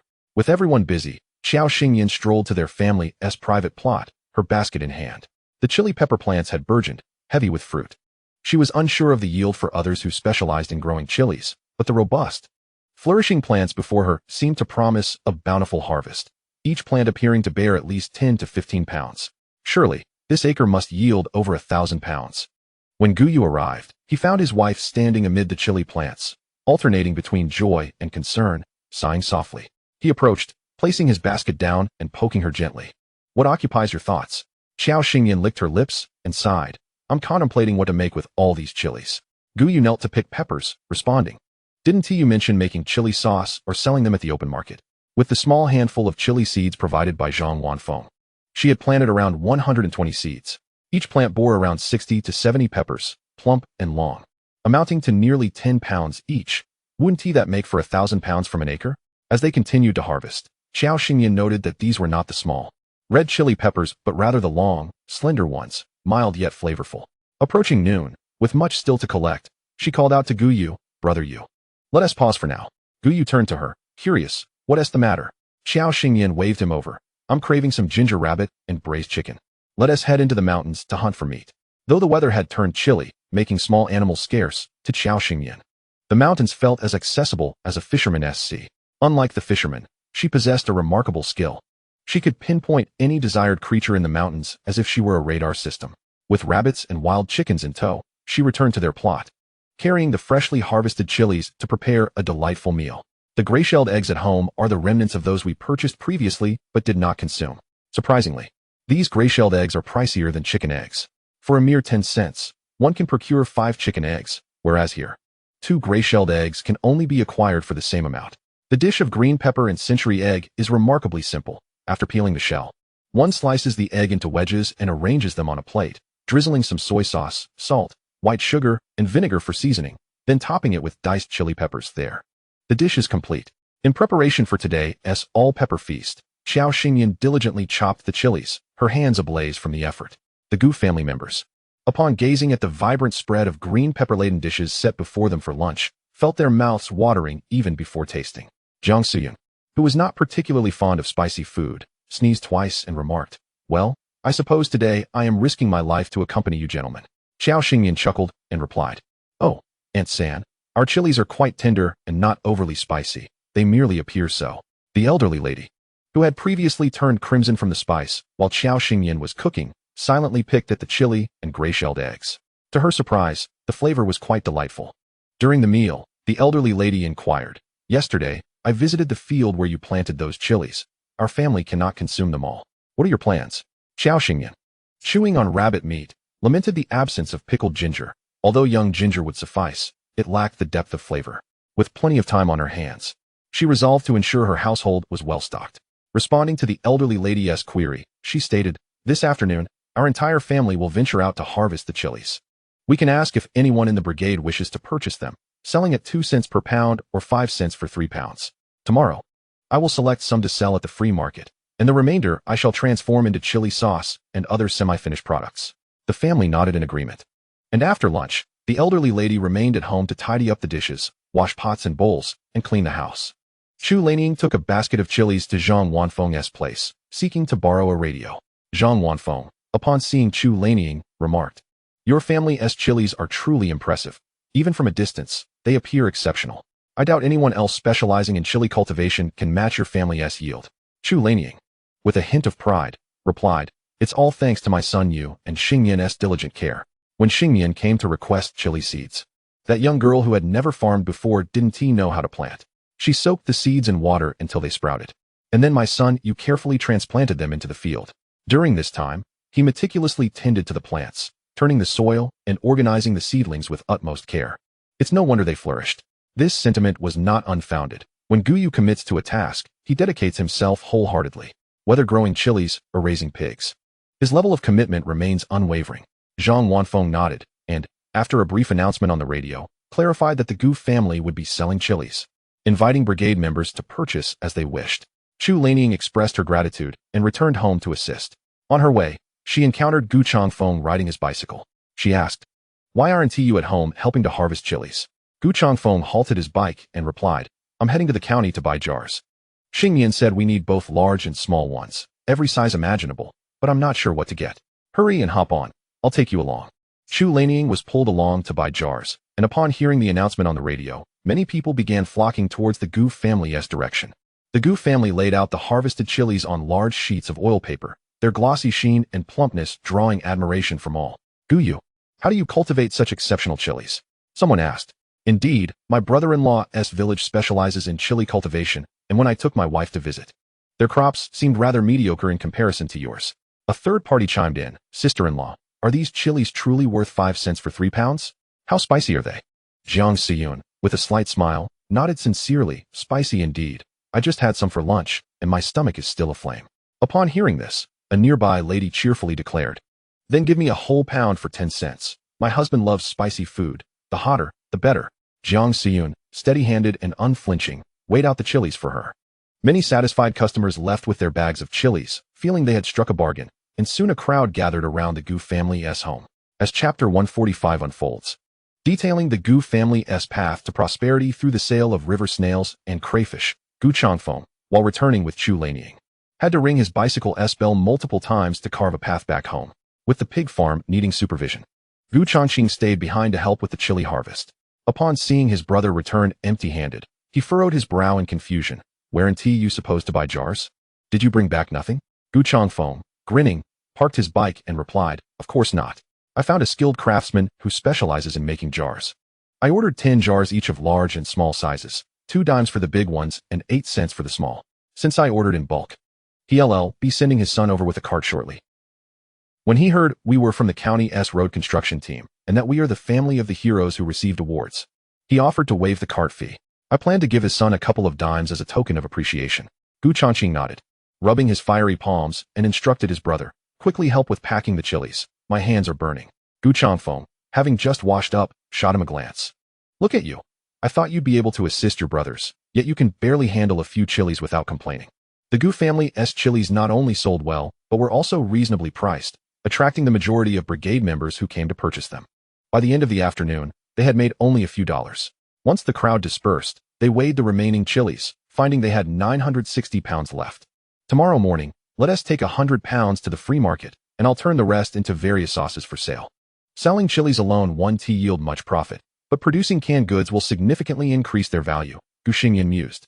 Before long, a man arrived outside the Gu family's home with a cart full of pickling jars, calling out for Gu Changfeng.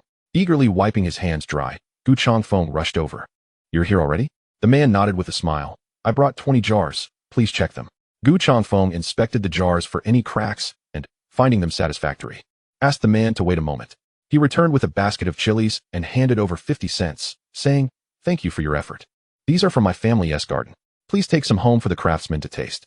We'll likely need more jars in the future, and I may call upon you again. Please accept this as a token of gratitude. It wouldn't feel right for you to return empty-handed." The man, appreciating the gesture, nodded in agreement. "Sure, my name is Wang Hai. Feel free to reach out whenever you need assistance." With that, he helped Gu Changfeng unload the jars from the cart. After bidding farewell to Wang Hai, Gu Changfeng called his family to help bring the jars inside. "Goodness, that is quite a lot." Xiao Xingyan lightly tapped on the jars and remarked, "These jars may suffice for the moment, but I shall require more for subsequent endeavors. Clearly, this is far from adequate." The family busied themselves in the courtyard, diligently washing and drying each jar before turning their attention to the peppers. They spent the entire day immersed in the piles of chili peppers. By the time Gu Yunjin returned from school, she was greeted by the pungent aroma of chili that made her sneeze multiple times upon stepping through the door. "Goodness, have I fallen into a chili pit? Or have I mistakenly entered the wrong house? Is this a chili factory?" Chu Lanying, with reddened eyes from washing too many peppers, turned to Gu Yunjin and said, quickly, "Drop your backpack and come help me." Gu Yunjin tossed her bag onto a chair in the main room, washed her hands, and hurried over to Xiao Xingyan. "Sister-in-law, would it be alright if I don't come back for lunch anymore? Please prepare extra food for me to take to school so I need not make the round trip at noon." While preparing the pickling spices, Xiao Xingyan glanced at her and asked knowingly, "What is the reason for this?" Gu Yunjin shyly produced a handful of coins and bills from her pocket and explained, "I took some of the crawfish and snails from home to school. When my classmates wanted to try them, I shared a bit, and they became quite enamored with the taste. I told them it was a unique dish from my home, and I could only bring a limited amount each day. They offered to pay for it, so I agreed." Xiao Xingyan chuckled. "So, you've earned your pocket money selling crawfish and snails?" Upon seeing Gu Yunjin nod, she inquired further, "But how did you manage to sell them? They are so common in the fields and ditches. Do people really want them?" Proudly, Gu Yunjin responded, "So what if they're common? They cannot prepare them like I do. Several friends who tried the ones from my house found the ones they caught themselves quite unpalatable. After tasting my crawfish and snails, they could hardly eat anything else.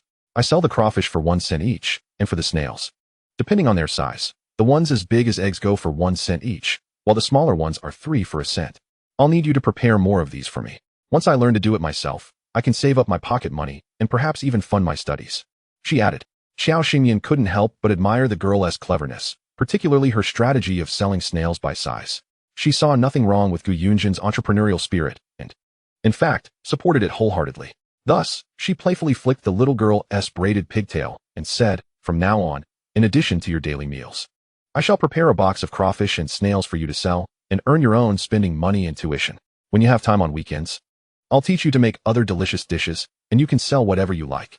Gu Yunjin's eyes sparkled with excitement as she threw her arms around Qiao Xingyan and exclaimed, "Sister-in-law, you're the best. You are my dear sister-in-law. Once I earn money, I will surely treat you well." Her exuberant voice carried to everyone busy in the yard.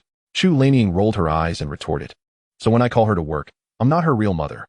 Huh, you little rascal." Once the peppers were nearly washed, Qiao Xingyan instructed them to drain the excess water and pack the peppers into the jars. In the kitchen, she added the pre-prepared spices, Sichuan peppercorns, star anise, cinnamon, bay leaves, ginger, garlic, into the oil until fragrant. After frying the aromatics to a golden hue, she removed them from the oil, added soy sauce, vinegar, salt, and sugar, mixing them thoroughly before allowing the concoction to cool. Finally, she poured it into the jars containing the peppers for preservation. With approximately 900 pounds of peppers, the 10-pound jars were insufficient to contain all the seasoning needed. She decided to finish the rest the following day, lamenting, "Oh dear, my old back can't take this anymore. Gulaire, come here and give me a massage." Gu Changfeng, having washed his hands, hurried over to assist his wife. Gu Yunjin, perched on a low stool, surveyed the towering mountain of peppers and asked, "Sister-in-law, could you make me some chili mushroom meat sauce to take to school for lunch? I could also add more spicy peppers to the crawfish and snails. It would surely be delightful." Chu Lanying pinched her daughter's ear playfully. "What do you mean? Are you planning to break away from the family and cook for yourself?" Gu Yunjin grinned at her mother and, as soon as her ear was released, dashed away. "I'm not breaking away. I just thought many of my classmates eat at school. I feel quite out of place always running home. Moreover, the time spent running back and forth could be used for a nap in class. While others enjoy a hearty meal and a good afternoon nap, I rush back, eat, and have no time to digest before hurrying off to school. It's exhausting. That's why I discussed with sister-in-law about not returning for lunch and just having her prepare something for me to eat at school." Gu Changfeng, feeling sympathetic toward his daughter's plight, nodded. "All right then, from now on, don't come home for lunch. Pack your meals the night before and take them to school. Tomorrow, I'll buy you a thermos." Gu Yunjin secretly flashed a thumbs up at Qiao Xingyan. Sleep? With such an energetic person, when would she ever feel sleepy? Her primary goal was to earn money at school. She truly was a clever little girl. Chapter 146, Selling Chili Peppers at the Free Market. The peppers had marinated overnight and absorbed the flavors. The following morning, before dawn, Jiang Xiyun knocked on the door.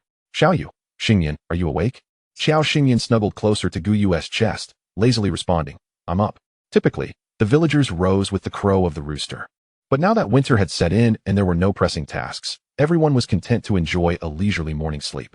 Jiang Xiyun's early visit was prompted by their plan to sell chili peppers at the free market that morning. They feared arriving too late would mean no space left. Gu Yu got up, swiftly dressed, and helped the still lazy Qiao Xingyan into her clothes. They wore coats made from cotton brought back by Qiao Xingyan from the elderly woman. Given their training, one in martial arts and the other in cultivation, their bodies had developed an enhanced ability to adapt to environmental changes. Even in this cold weather, Gu Yu felt no chill in his slightly thicker shirt. Once Qiao Xingyan was dressed, he leaned in and nudged her. "All right, let us wash up."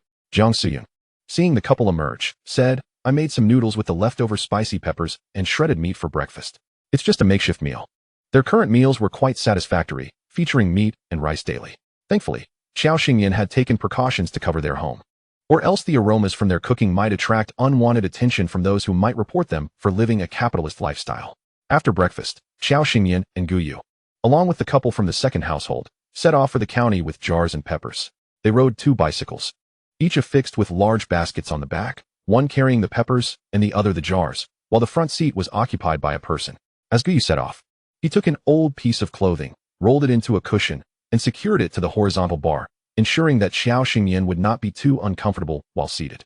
Chu Lanying nudged Gu Changfeng with her elbow, saying, "Look at young Yu over there, and then look at you." Gu Changfeng rubbed his nose and smiled apologetically. "Next time, I promise to make sure you have a comfortable cushion." After all, he had grown accustomed to life in the army, surrounded solely by men. The couple had been separated for an extended period over the years, leaving them with much to adjust to in their daily lives. By the time they arrived at the free market, it was nearly 7 o'clock. The sky had yet to fully brighten, but a considerable number of people had already gathered. Before they even stepped into the market, Chu Lanying instructed Gu Changfeng to halt, declaring that she needed to stretch her legs. Thankfully, it was winter, and her trousers were thick. Moreover, the road they traveled had been smoothed out. Otherwise, the journey would have been quite uncomfortable. Xiao Xingyan patted Gu Yu's arm, saying, "Put me down, I want to walk with Andy. You two should find a spot to display the chili peppers." They would adhere to the pricing they had set during their previous sales, 2 cents per pound, 5 cents for 3 pounds. The jar of pickled chilies would sell for 5 cents a pound, or 10 cents for 3 pounds. They would pull out the small plate from home to slice some chilies for customers to sample. If the taste was good, they would buy, otherwise, there would be no charge. Their approach to selling was somewhat puzzling to others. Charging 2 cents per pound, 5 cents for 3 pounds seemed like a loss. But it mattered not. Xiao Xingyan was determined to teach them the essence of gaining a modest profit through volume. In Suzhou, due to the humid climate, the demand for chilies had been substantial for centuries, making it a staple in every household. However, with the high demand came many growers. So when their chilies first entered the market, they lacked a competitive edge. One's advantages must be evident and experienced firsthand to be appreciated. Thus, they decided to play a little trick. The market typically priced chilies at 20 cents a pound, but they would maintain the market norms while introducing some novel strategies. Hey, 5 cents for 3 pounds. What a bargain. Who doesn't love a good deal? Understanding consumer sentiment is akin to understanding market trends. In a future life, although Xiao Xingyan had never studied marketing or business management, she was an avid shopper. Through extensive purchasing experiences, she naturally grasped these marketing techniques and commercial strategies. After perusing the market, they found the array of goods at the free market to be quite diverse. Xiao Xingyan observed corn grown by the members themselves, stacks of tobacco leaves, various vegetables, apples, oranges, winter dates, and old varieties of pomelos. Yet, the highlight remained the chilies, red-dried chilies, small hot peppers, large green meat peppers, Irjing Tiao, and Chao Tian peppers, all harvested from the members' own plots and brought to the market in wicker baskets. Chu Lanying noticed a small child, about 2 or 3 years old, in a nearby basket and playfully inquired, "Granny, are you selling this little one?" The grandmother, her sharp, thin face crinkling into a smile, joked in response, "Yes, I'll sell my little cannon to this Andy, so he can be a child at her home, all right?" The little boy, perched on the edge of the basket, with large, bright eyes, shook his head vigorously upon hearing the suggestion, pouting, "No, I don't want to go to Annie's house."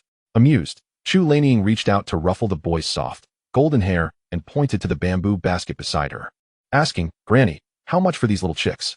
The grandmother opened the lid of the basket, revealing about 10 fluffy yellow chicks, chirping joyfully as they scampered about. She caught one in her palm to show her, saying, "My chicks are 5 for 1 yuan. How many would you like, young lady?" Chu Lanying glanced back at Xiao Xingyan, who was inspecting the little yellow chicks in the grandmother's hand, and said, "Let us take them all. 12 chicks for 2 yuan and 40 cents. The grandmother cheerfully accepted the payment and handed over the large basket, saying, "Young ladies, where are you headed next? I'll carry these chicks for you." Chu Lanying shook her head, pointing towards Gu Yu and Gu Changfeng. "Our husbands are over there selling chili peppers. We'll join them shortly." The grandmother contemplated for a moment, then hoisted the basket and the little boy onto her back, exclaiming, "Perfect. I need to buy some chilies too. I'll help carry them for you." Xiao Xingyan nodded gratefully, internally admiring the grandmother's genuine nature, and continued to browse with Chu Lanying. She noticed that the chickens at this market were not the monotonous, mass-produced birds found in later markets. They were diverse and unique. Along their path, they encountered not only the common mountain chickens, but also authentic black chickens, unfamiliar white-feathered chickens, and small, exquisitely patterned chickens. In addition to chickens, there were ducks, geese, various fish caught from rivers, predominantly two-bearded fish, along with pigeons and goats. As they continued their exploration, they purchased a dozen ducklings and a large goose. Having heard that geese were excellent guardians, no less effective than dogs. Meanwhile, the uncle and nephew sitting at the chili stall watched the array of chickens, ducks, and geese being delivered, alongside a pair of pigeons, feeling somewhat helpless. They exchanged a silent glance, understanding that these were purchases made by their wives. What could they possibly say?